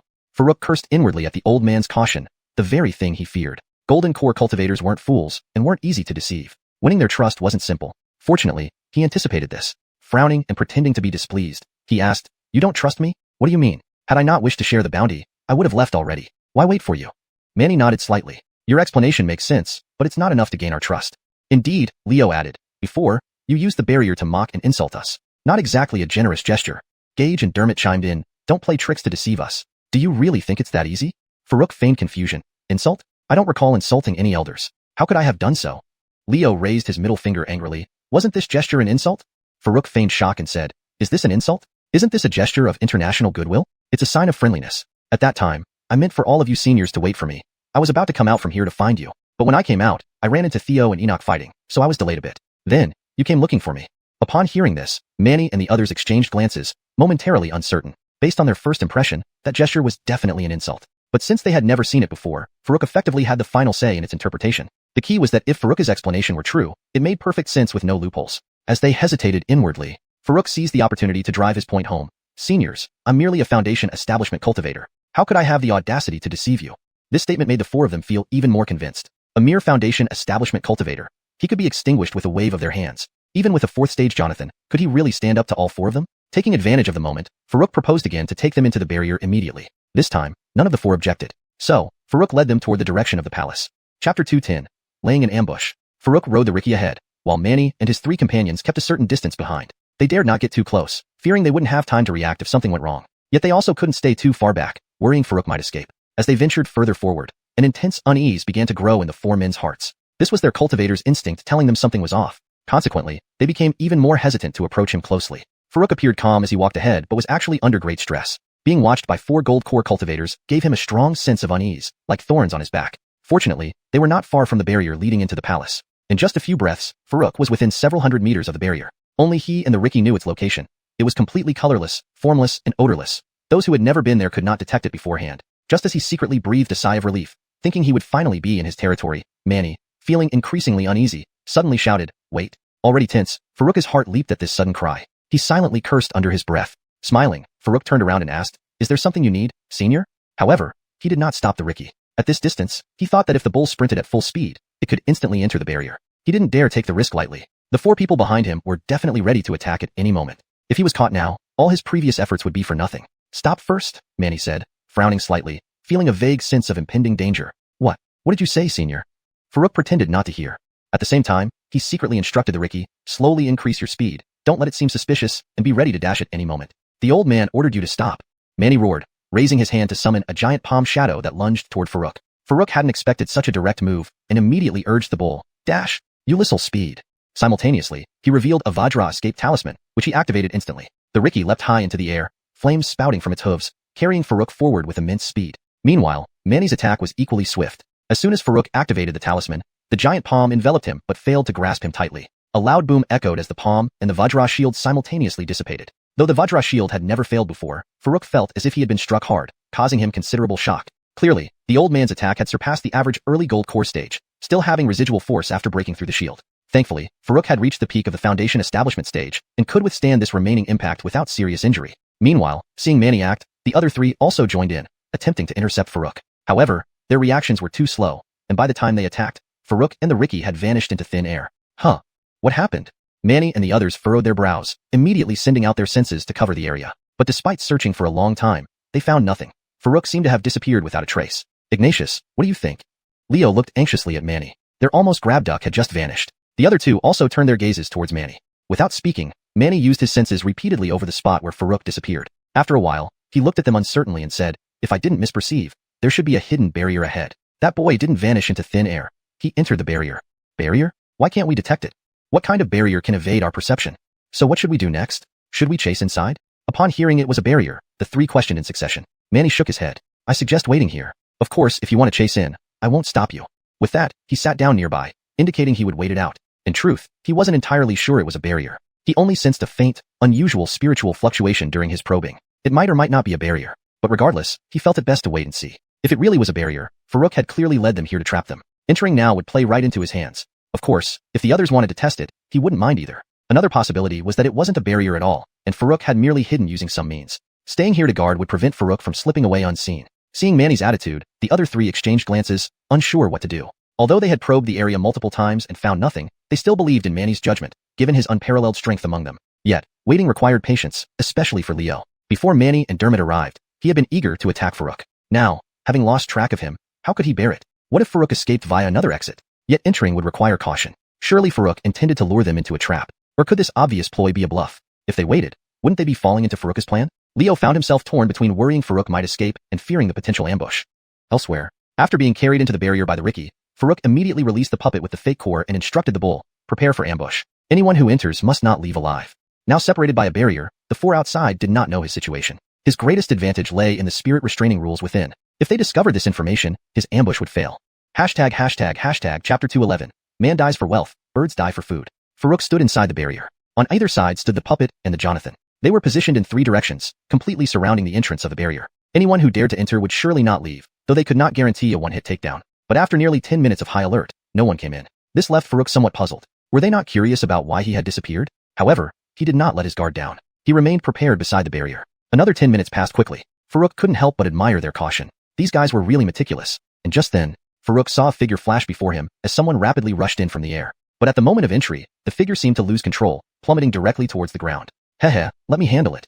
The impatient Jonathan, seeing that someone had finally entered, immediately rushed forward excitedly. Just as the person was about to hit the ground, the Jonathan gave a mighty upward push. Leo, who hadn't realized what was happening, was thrust uncontrollably back into the sky. What have you done to me? Release me now, or I will make your life a living hell. Leo shouted from mid-air. He had hesitated outside for quite some time, but ultimately, greed overcame reason. Thinking to himself that he was still a golden core cultivator, he believed that even if there were traps inside, he wouldn't be unable to escape. Thus, he charged in alone. But unexpectedly, upon entry, his spiritual energy was instantly sealed, making it impossible for him to fly and causing him to plummet directly to the ground. Now, before he could understand the situation, he was thrown into the sky again. This made him feel very uneasy. It seemed like he had indeed fallen into a trap, but he hadn't fully grasped the severity of the situation yet. He thought Farouk must have used some means to temporarily seal his spiritual energy. Being a genuine golden core cultivator, he believed that whatever method was used couldn't hold him for long. Once his spiritual energy broke free from the restraint, escaping should be easy. While he floated in the air, he continuously tried to break free, but as time passed, he began falling again, with no sign of the sealing force loosening. At this moment, he started to panic. Even without the impact of hitting the ground, losing his spiritual protection meant severe consequences. What chilled him to the bone was Farouk's next words. Dumbull, stop playing around. Finish him off quickly before others come in. Oh, then I'll be blunt, said the Jonathan, immediately putting aside its playful mood, ready to kill Leo as soon as he landed. Falling uncontrollably, Leo felt a chill run through his spine, trembling with fear. What kind of people were these? They would kill without hesitation, without questioning or allowing a last word. What if he chose to submit? Seeing himself getting closer to the ground, with the sharp horns of the Jonathan steadily aimed at him, he desperately screamed, fellow Taoist, please, don't move, we can talk this out, I have no ill intentions. But Farouk ignored him. Regardless of his curses or pleas, Farouk barely glanced at him, instructing the Jonathan to finish quickly. He had no mercy for those who sought to kill him and steal his treasures. Nor would he take on a subordinate like this man for no reason. To him, only complete extermination ensured an end. A moment of compassion could lead to dire consequences later. He wouldn't allow such mistakes. Boy, if I don't get out, Chu brother and the others will immediately storm in. Even if you can deal with me, can you handle all three of them? Ahmed is almost at the peak of the golden core stage. One person alone would be enough to give you trouble. If you let me go now, I can ensure they won't attack you. Seeing Farouk unmoved by his pleas, Leo began to threaten and curse again. Of course, he hadn't coordinated with the others.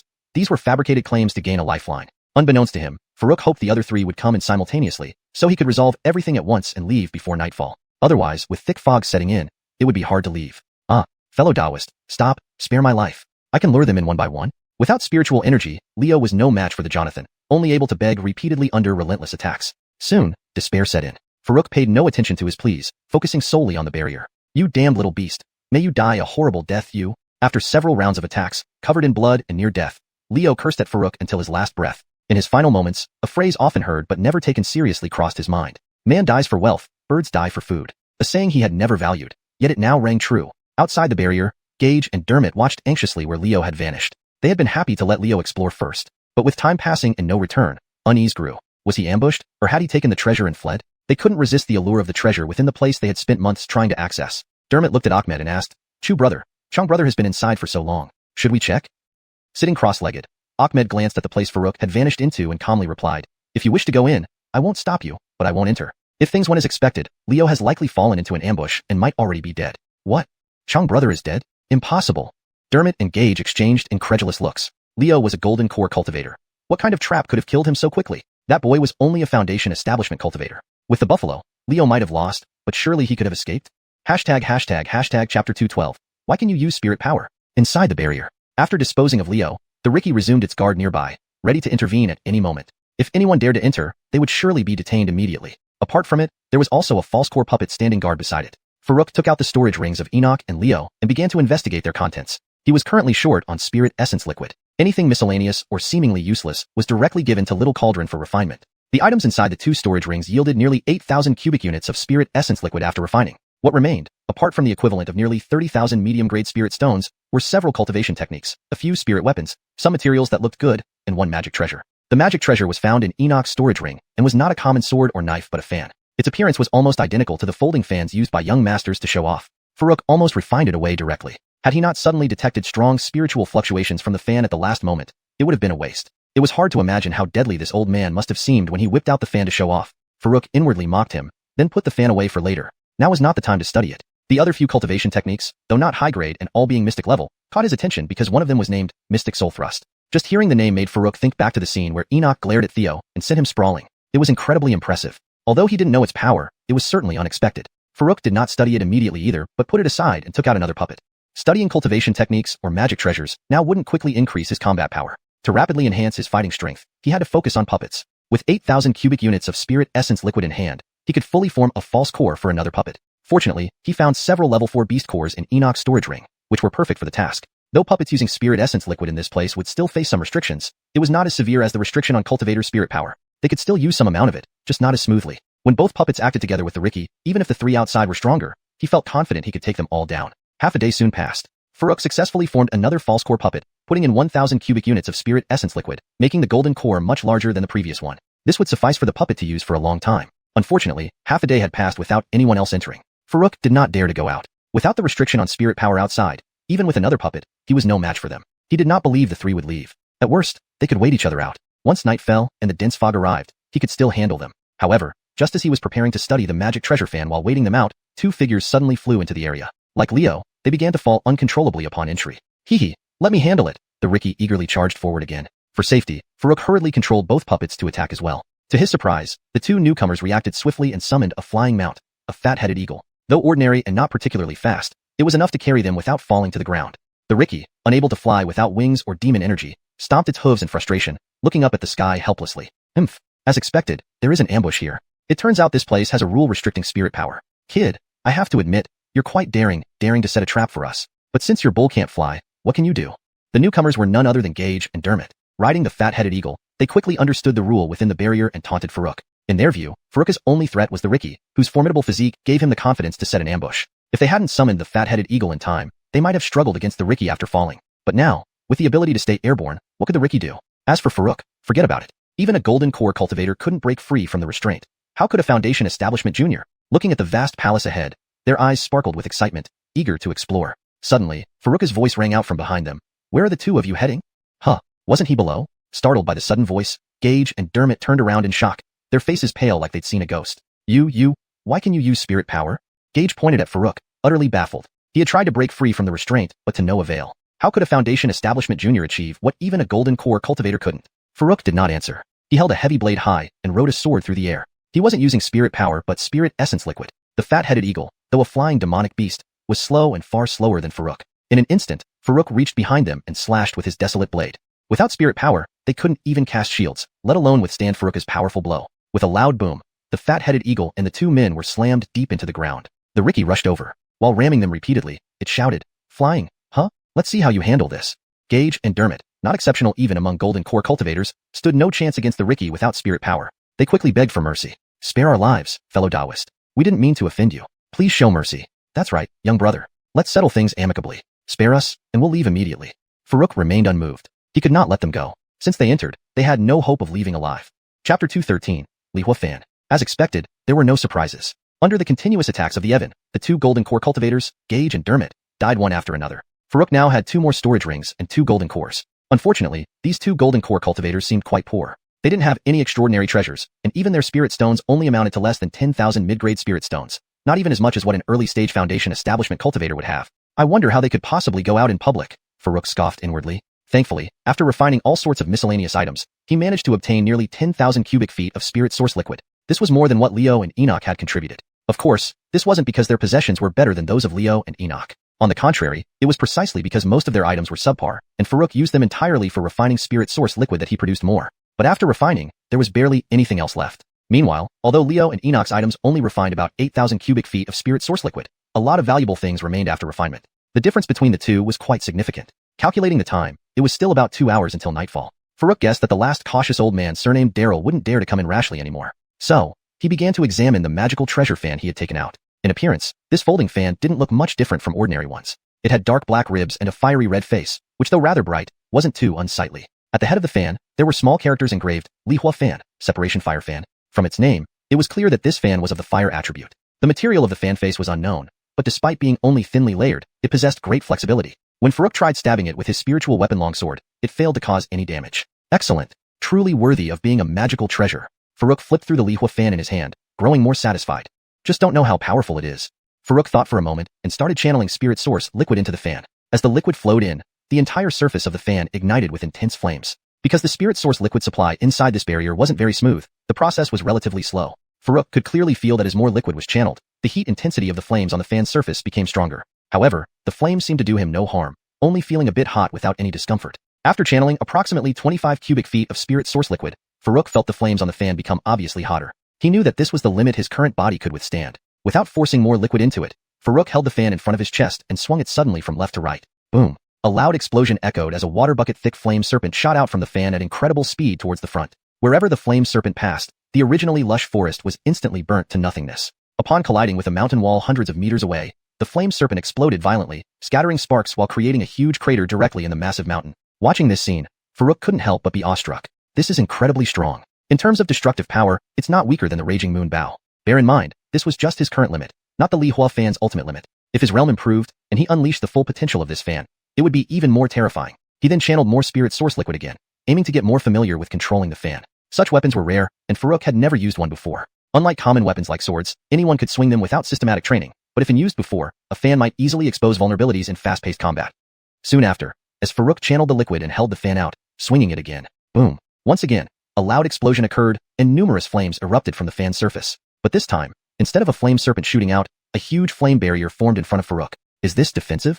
Faruk was puzzled. Could this fan produce 2 forms? Watching the large flame barrier standing before him, he directed the puppet, holding a heavy blade to slash it with full force. Boom! The flame barrier trembled intensely under the impact, weakening by over half. However, the heavy blow was indeed blocked. Faruk's eyes lit up. Strong. Too strong. Consider that the puppet's strength far exceeded that of most late-stage Foundation Establishment cultivators. A full-force strike failing to break through the barrier indicated its formidable nature. Describing it as invincible below the Golden Core realm wasn't an exaggeration. Although it seemed redundant for someone like him with the Adamantine Shield Talisman, its inherent power couldn't be denied. Once he truly broke through to the Golden Core realm and fully unleashed the Lihua fan's might, its defensive power might rival or even surpass the Adamantine Shield Talisman. Faruk repeatedly turned and examined the Lihua fan, filled with the joy of obtaining a treasure. Then he continued channeling the liquid, exploring whether the fan had any unique qualities. Moments later, Farouk snapped the fan closed and held it in his hand. Through exploration, he gained some understanding of the fan's characteristics. Swinging it from left to right launched a flame serpent attack. From right to left, a flame barrier appeared. Such design was rare among weapons. Usually, achieving such effects required coordination with cultivation techniques. It must be due to the rarity of such cultivation methods for fans that led to this simple, user-friendly design, Farouk speculated. Overall, the power was impressive, and he was quite satisfied. Putting the fan away, Farouk took out the cultivation technique book, Mysterious Soul Piercing, *Xianxia*, and read it. Initially, this technique mainly described condensing one's soul energy into a spike-like form to silently attack an opponent's soul. For golden core cultivators, the soul was relatively fragile. Once attacked, unless the soul was exceptionally strong, it could result in mild confusion or severe mental instability. Generally, cultivator souls would only significantly improve upon reaching the nascent soul stage. However, this technique required extremely high soul energy, which meant that ordinary cultivators had to reach the mid-golden core stage to perform it normally, otherwise risking backlash. This is too impractical. Farouk instantly lost interest. Having experienced the adverse effects of blood surge pills previously, he disliked things with backlash. Being only in the late foundation establishment stage, achieving mid-golden core seemed insurmountable. Wouldn't the backlash be even greater if he tried it now? Shaking his head, he continued reading. Upon finishing the entire text, he realized he had overestimated. At his current late foundation establishment soul level, there was no need to consider backlash because he simply couldn't cultivate this technique yet. Chapter 214. Earth Demon Ape, Shadow Wolves. Time quickly passed, and night fell. Farouk put away the mysterious soul thrust and once again retrieved the fire departure fan. This fan was now undoubtedly the most powerful offensive treasure he possessed. After some thought, he also stowed the two puppets, leaving only the Elon to accompany him as they walked beyond the barrier. That old man with the surname Daryl had been content to wait outside for an entire day without venturing in, which demonstrated just how cautious he was. If Farouk were to take out the two puppets and scare him off, that wouldn't be ideal. As he stepped out of the barrier, his vision instantly darkened. Just as Theo said, this dense fog appears as soon as night falls, Farouk muttered to himself. Looking ahead, he quickly noticed that old man Daryl was quietly sitting cross-legged nearby. Only after sensing Farouk's presence did he stand up and look over. Even though there was a rule here that suppressed spiritual power, Paco's displayed aura remained completely unaffected. This left Farouk secretly astonished and even slightly intimidated, but he quickly shook off the feeling. Showing fear before a battle was a cardinal sin in warfare. Although Paco's strength approached that of a mid-stage golden core cultivator, how much combat power could he wield without any spiritual power? Besides, Farouk still had the Elon as a strong ally. There was no reason to fear him. Gathering his thoughts, Farouk dismissed distractions and focused on what would happen next. However, unexpectedly, Paco didn't attack directly. Instead, he calmly asked, like he was chatting with an old friend, "Did you kill all those people, including Leo?" "No," Farouk answered without hesitation. While he didn't know why Paco was asking, he wasn't foolish enough to give honest answers to every question. Paco nodded slightly. So it seems they indeed died by your hand. Now, coming out, do you intend to kill this old man?" His expression remained calm throughout, causing Farouk to feel an uneasy sensation. With the Elon openly revealed and considering the suppression of spiritual power, the brute beast should be almost invincible. How could an old man respond without spiritual power, regardless of his cultivation level? Having already guessed that Leo and others had died at his hands, but still acting so composed. Did this mean Paco had a powerful trump card up his sleeve? Ulysses rowing his brows, Farouk couldn't figure it out. He replied, "Would you believe me if I said I came out to chat?"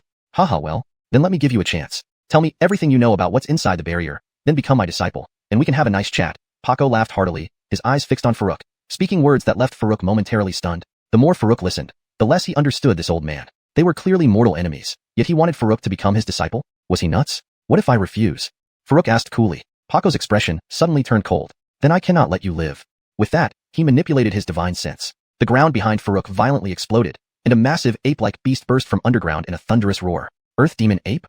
Farouk's eyes narrowed. This too was a genuine fourth-stage beast, likely not weaker than the Elon. No wonder Paco had remained so calm. It turned out he had prepared this ambush beforehand. The appearance of the Earth Demon Ape blocked his retreat into the barrier, clearly part of Paco's plan to prevent him from retreating. This old man was truly cunning. Staring at Paco, Farouk realized he had anticipated that Farouk would use the thick fog suppressive effect to come out and attack at night. Thus, he had prearranged the Earth Demon Ape underground. To avoid detection by his spiritual sense, he had hidden it deeply. When Farouk emerged, Paco deliberately engaged him in idle chatter to buy time for the Earth Demon Ape to surface. Truly, one thing led to another perfectly executed. Farouk sincerely bowed. Impressive. This reaction surprised Paco. His Earth Demon Ape had appeared, yet Farouk remained calm. Indeed, he had meticulously planned this setup to counteract the Elon. In his view, Farouk had ventured out under the fog suppressive effect, relying solely on the Elon. By tying down the Elon with the Earth Demon Ape, Farouk, being at the foundation establishment stage and bereft of spiritual power, stood no chance against him. Yet, Farouk showed no panic, confusing Paco. Meanwhile, the Elon charged the Earth Demon Ape. Standing over 3 meters tall, the Earth Demon Ape's muscular body resembled an iron tower. However, its large size became a disadvantage in this limited space where anything above 2 meters was shrouded in fog. Once within the fog, most senses were lost, and illusions took hold. Unlike the Elon, which could change size, the Earth Demon Ape could only crouch low to stay clear of the fog. In several exchanges, the Earth Demon Ape was repeatedly forced back, unable to withstand the Elon's relentless charge. Observing this, Paco's expression darkened. He hadn't expected the Earth Demon Ape to be immediately placed at a disadvantage. Deciding not to hesitate, he waved his hand. Whoosh whoosh whoosh, for shadow wolves materialized out of nowhere, their 8 blood-red eyes glaring at Farouk as if ready to tear him apart. Seeing this scene, Farouk was momentarily taken aback. There were 4 more shadow wolves? This was beyond his expectation. Though shadow wolves were only 3rd stage beasts and posed little threat to him, how could someone possess so many contracted beasts? The 4th stage Earth Demon Ape was understandable for a near mid-stage Golden Core Elder, but carrying 4 3rd stage beasts seemed unnecessary. Suddenly, Farouk's eyes flickered. An idea crossed his mind. Could this old man be from the Beast Tamer sect? Previously, Melanie had mentioned that members of the Beast Tamer sect specialized in controlling beast mounts for battle. If Paco was from the Beast Tamer sect, it made perfect sense. As he analyzed silently, the 4 shadow wolves encircled him from 4 directions. Kid, try experiencing being surrounded by my 4 shadow wolves, haha. Standing nearby, Paco laughed heartily, seeing Farouk surrounded by the 4 wolves. To him, victory was assured. A Foundation establishment cultivator besieged by 4 3rd stage beasts couldn't possibly handle the situation, let alone under spiritual power suppression. There was no way he could survive. Chapter 215.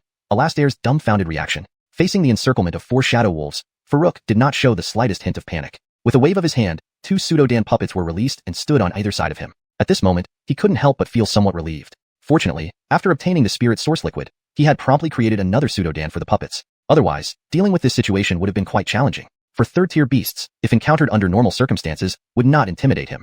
However, in this foggy area where his spiritual energy was restricted, and even using the spirit source liquid was heavily constrained, facing 4 adversaries at once would indeed be strenuous. Now, with 2 puppets by his side, each holding off 1 shadow wolf, he could more easily manage the remaining 2. Not far away, Alastair, who had been gloating privately, saw this scene and his smile immediately froze. There are 2 more puppets? This boy has quite a few good items. However, Alastair soon noticed that the 2 puppets possessed only late Foundation establishment level strength. This put him at ease again. The 2 puppets could merely hold off 2 shadow wolves, leaving the other 2 still capable of threatening Farouk. The 4 shadow wolves quickly approached. The 2 puppets, wielding heavy blades and supreme quality short spirit weapons, advanced to meet them. As Alastair had predicted, the 2 puppets managed to detain 2 of the shadow wolves. Despite these 2 wolves immediately falling into a disadvantageous position under the puppet suppression, they successfully distracted the puppets. The remaining 2 shadow wolves attacked Farouk simultaneously. Seeing this, Alastair laughed heartily, saying, "Boy, I told you to hand over the treasure, but you wouldn't listen." Now. Mid-sentence, he suddenly paused, staring intently at Farouk, who was flanked by the 2 shadow wolves. His face filled with disbelief and shock. You can use spiritual energy? Farouk's fan snapped open, gathering power briefly before. As the 2 shadow wolves pounced at him, he swiftly swung it to the right. Boom. A fiery serpent shot out, directly striking one of the shadow wolves. The scorching flames and powerful force instantly sent the wolf flying backward, its body covered in blazing fire. However, due to the significant restrictions on using the spirit source liquid, he could barely prepare a second attack in such a short time. Seizing this opportunity, the other shadow wolf bared its sharp fangs and lunged at his neck. As an elite among 3rd-tier beasts, the shadow wolves were known as forest assassins. Whenever they attacked, it was typically lethal. Seeing this, Alastair, previously shocked by Farouk's ability to use spiritual energy, now regained hope, his eyes fixed on Farouk, hoping the latter would be bitten. But in the next instant, there was a metallic clang as the shadow wolf was deflected just before it could bite Farouk. A faint golden shield enveloped Farouk, which he had activated beforehand. A diamond shield talisman. Even initial core formation attacks could be resisted by this talisman, let alone a single shadow wolf. Quickly, Farouk's second attack was ready. He raised his hand and swung the fan again at the approaching shadow wolf. Boom. Just like before, the powerful force hurled the wolf backward, engulfing it in fiery flames. Watching his 2 shadow wolves so easily dispatched, Alastair could no longer laugh. How could Farouk use spiritual energy here when the rules of this place clearly restrained it? Even he couldn't break free from it. How did Farouk manage this? He couldn't understand, but Farouk certainly wouldn't explain it to him. Instead, he prepared for another attack. After a moment, Farouk swung his fan towards Alastair, releasing another fiery serpent straight at him. Humph! Alastair coldly snorted, seemingly unfazed. Just as Farouk cautiously anticipated some last resort move from him, Alastair abruptly turned and fled. Farouk was momentarily dumbfounded. You made such a confident sound, and then you just run away?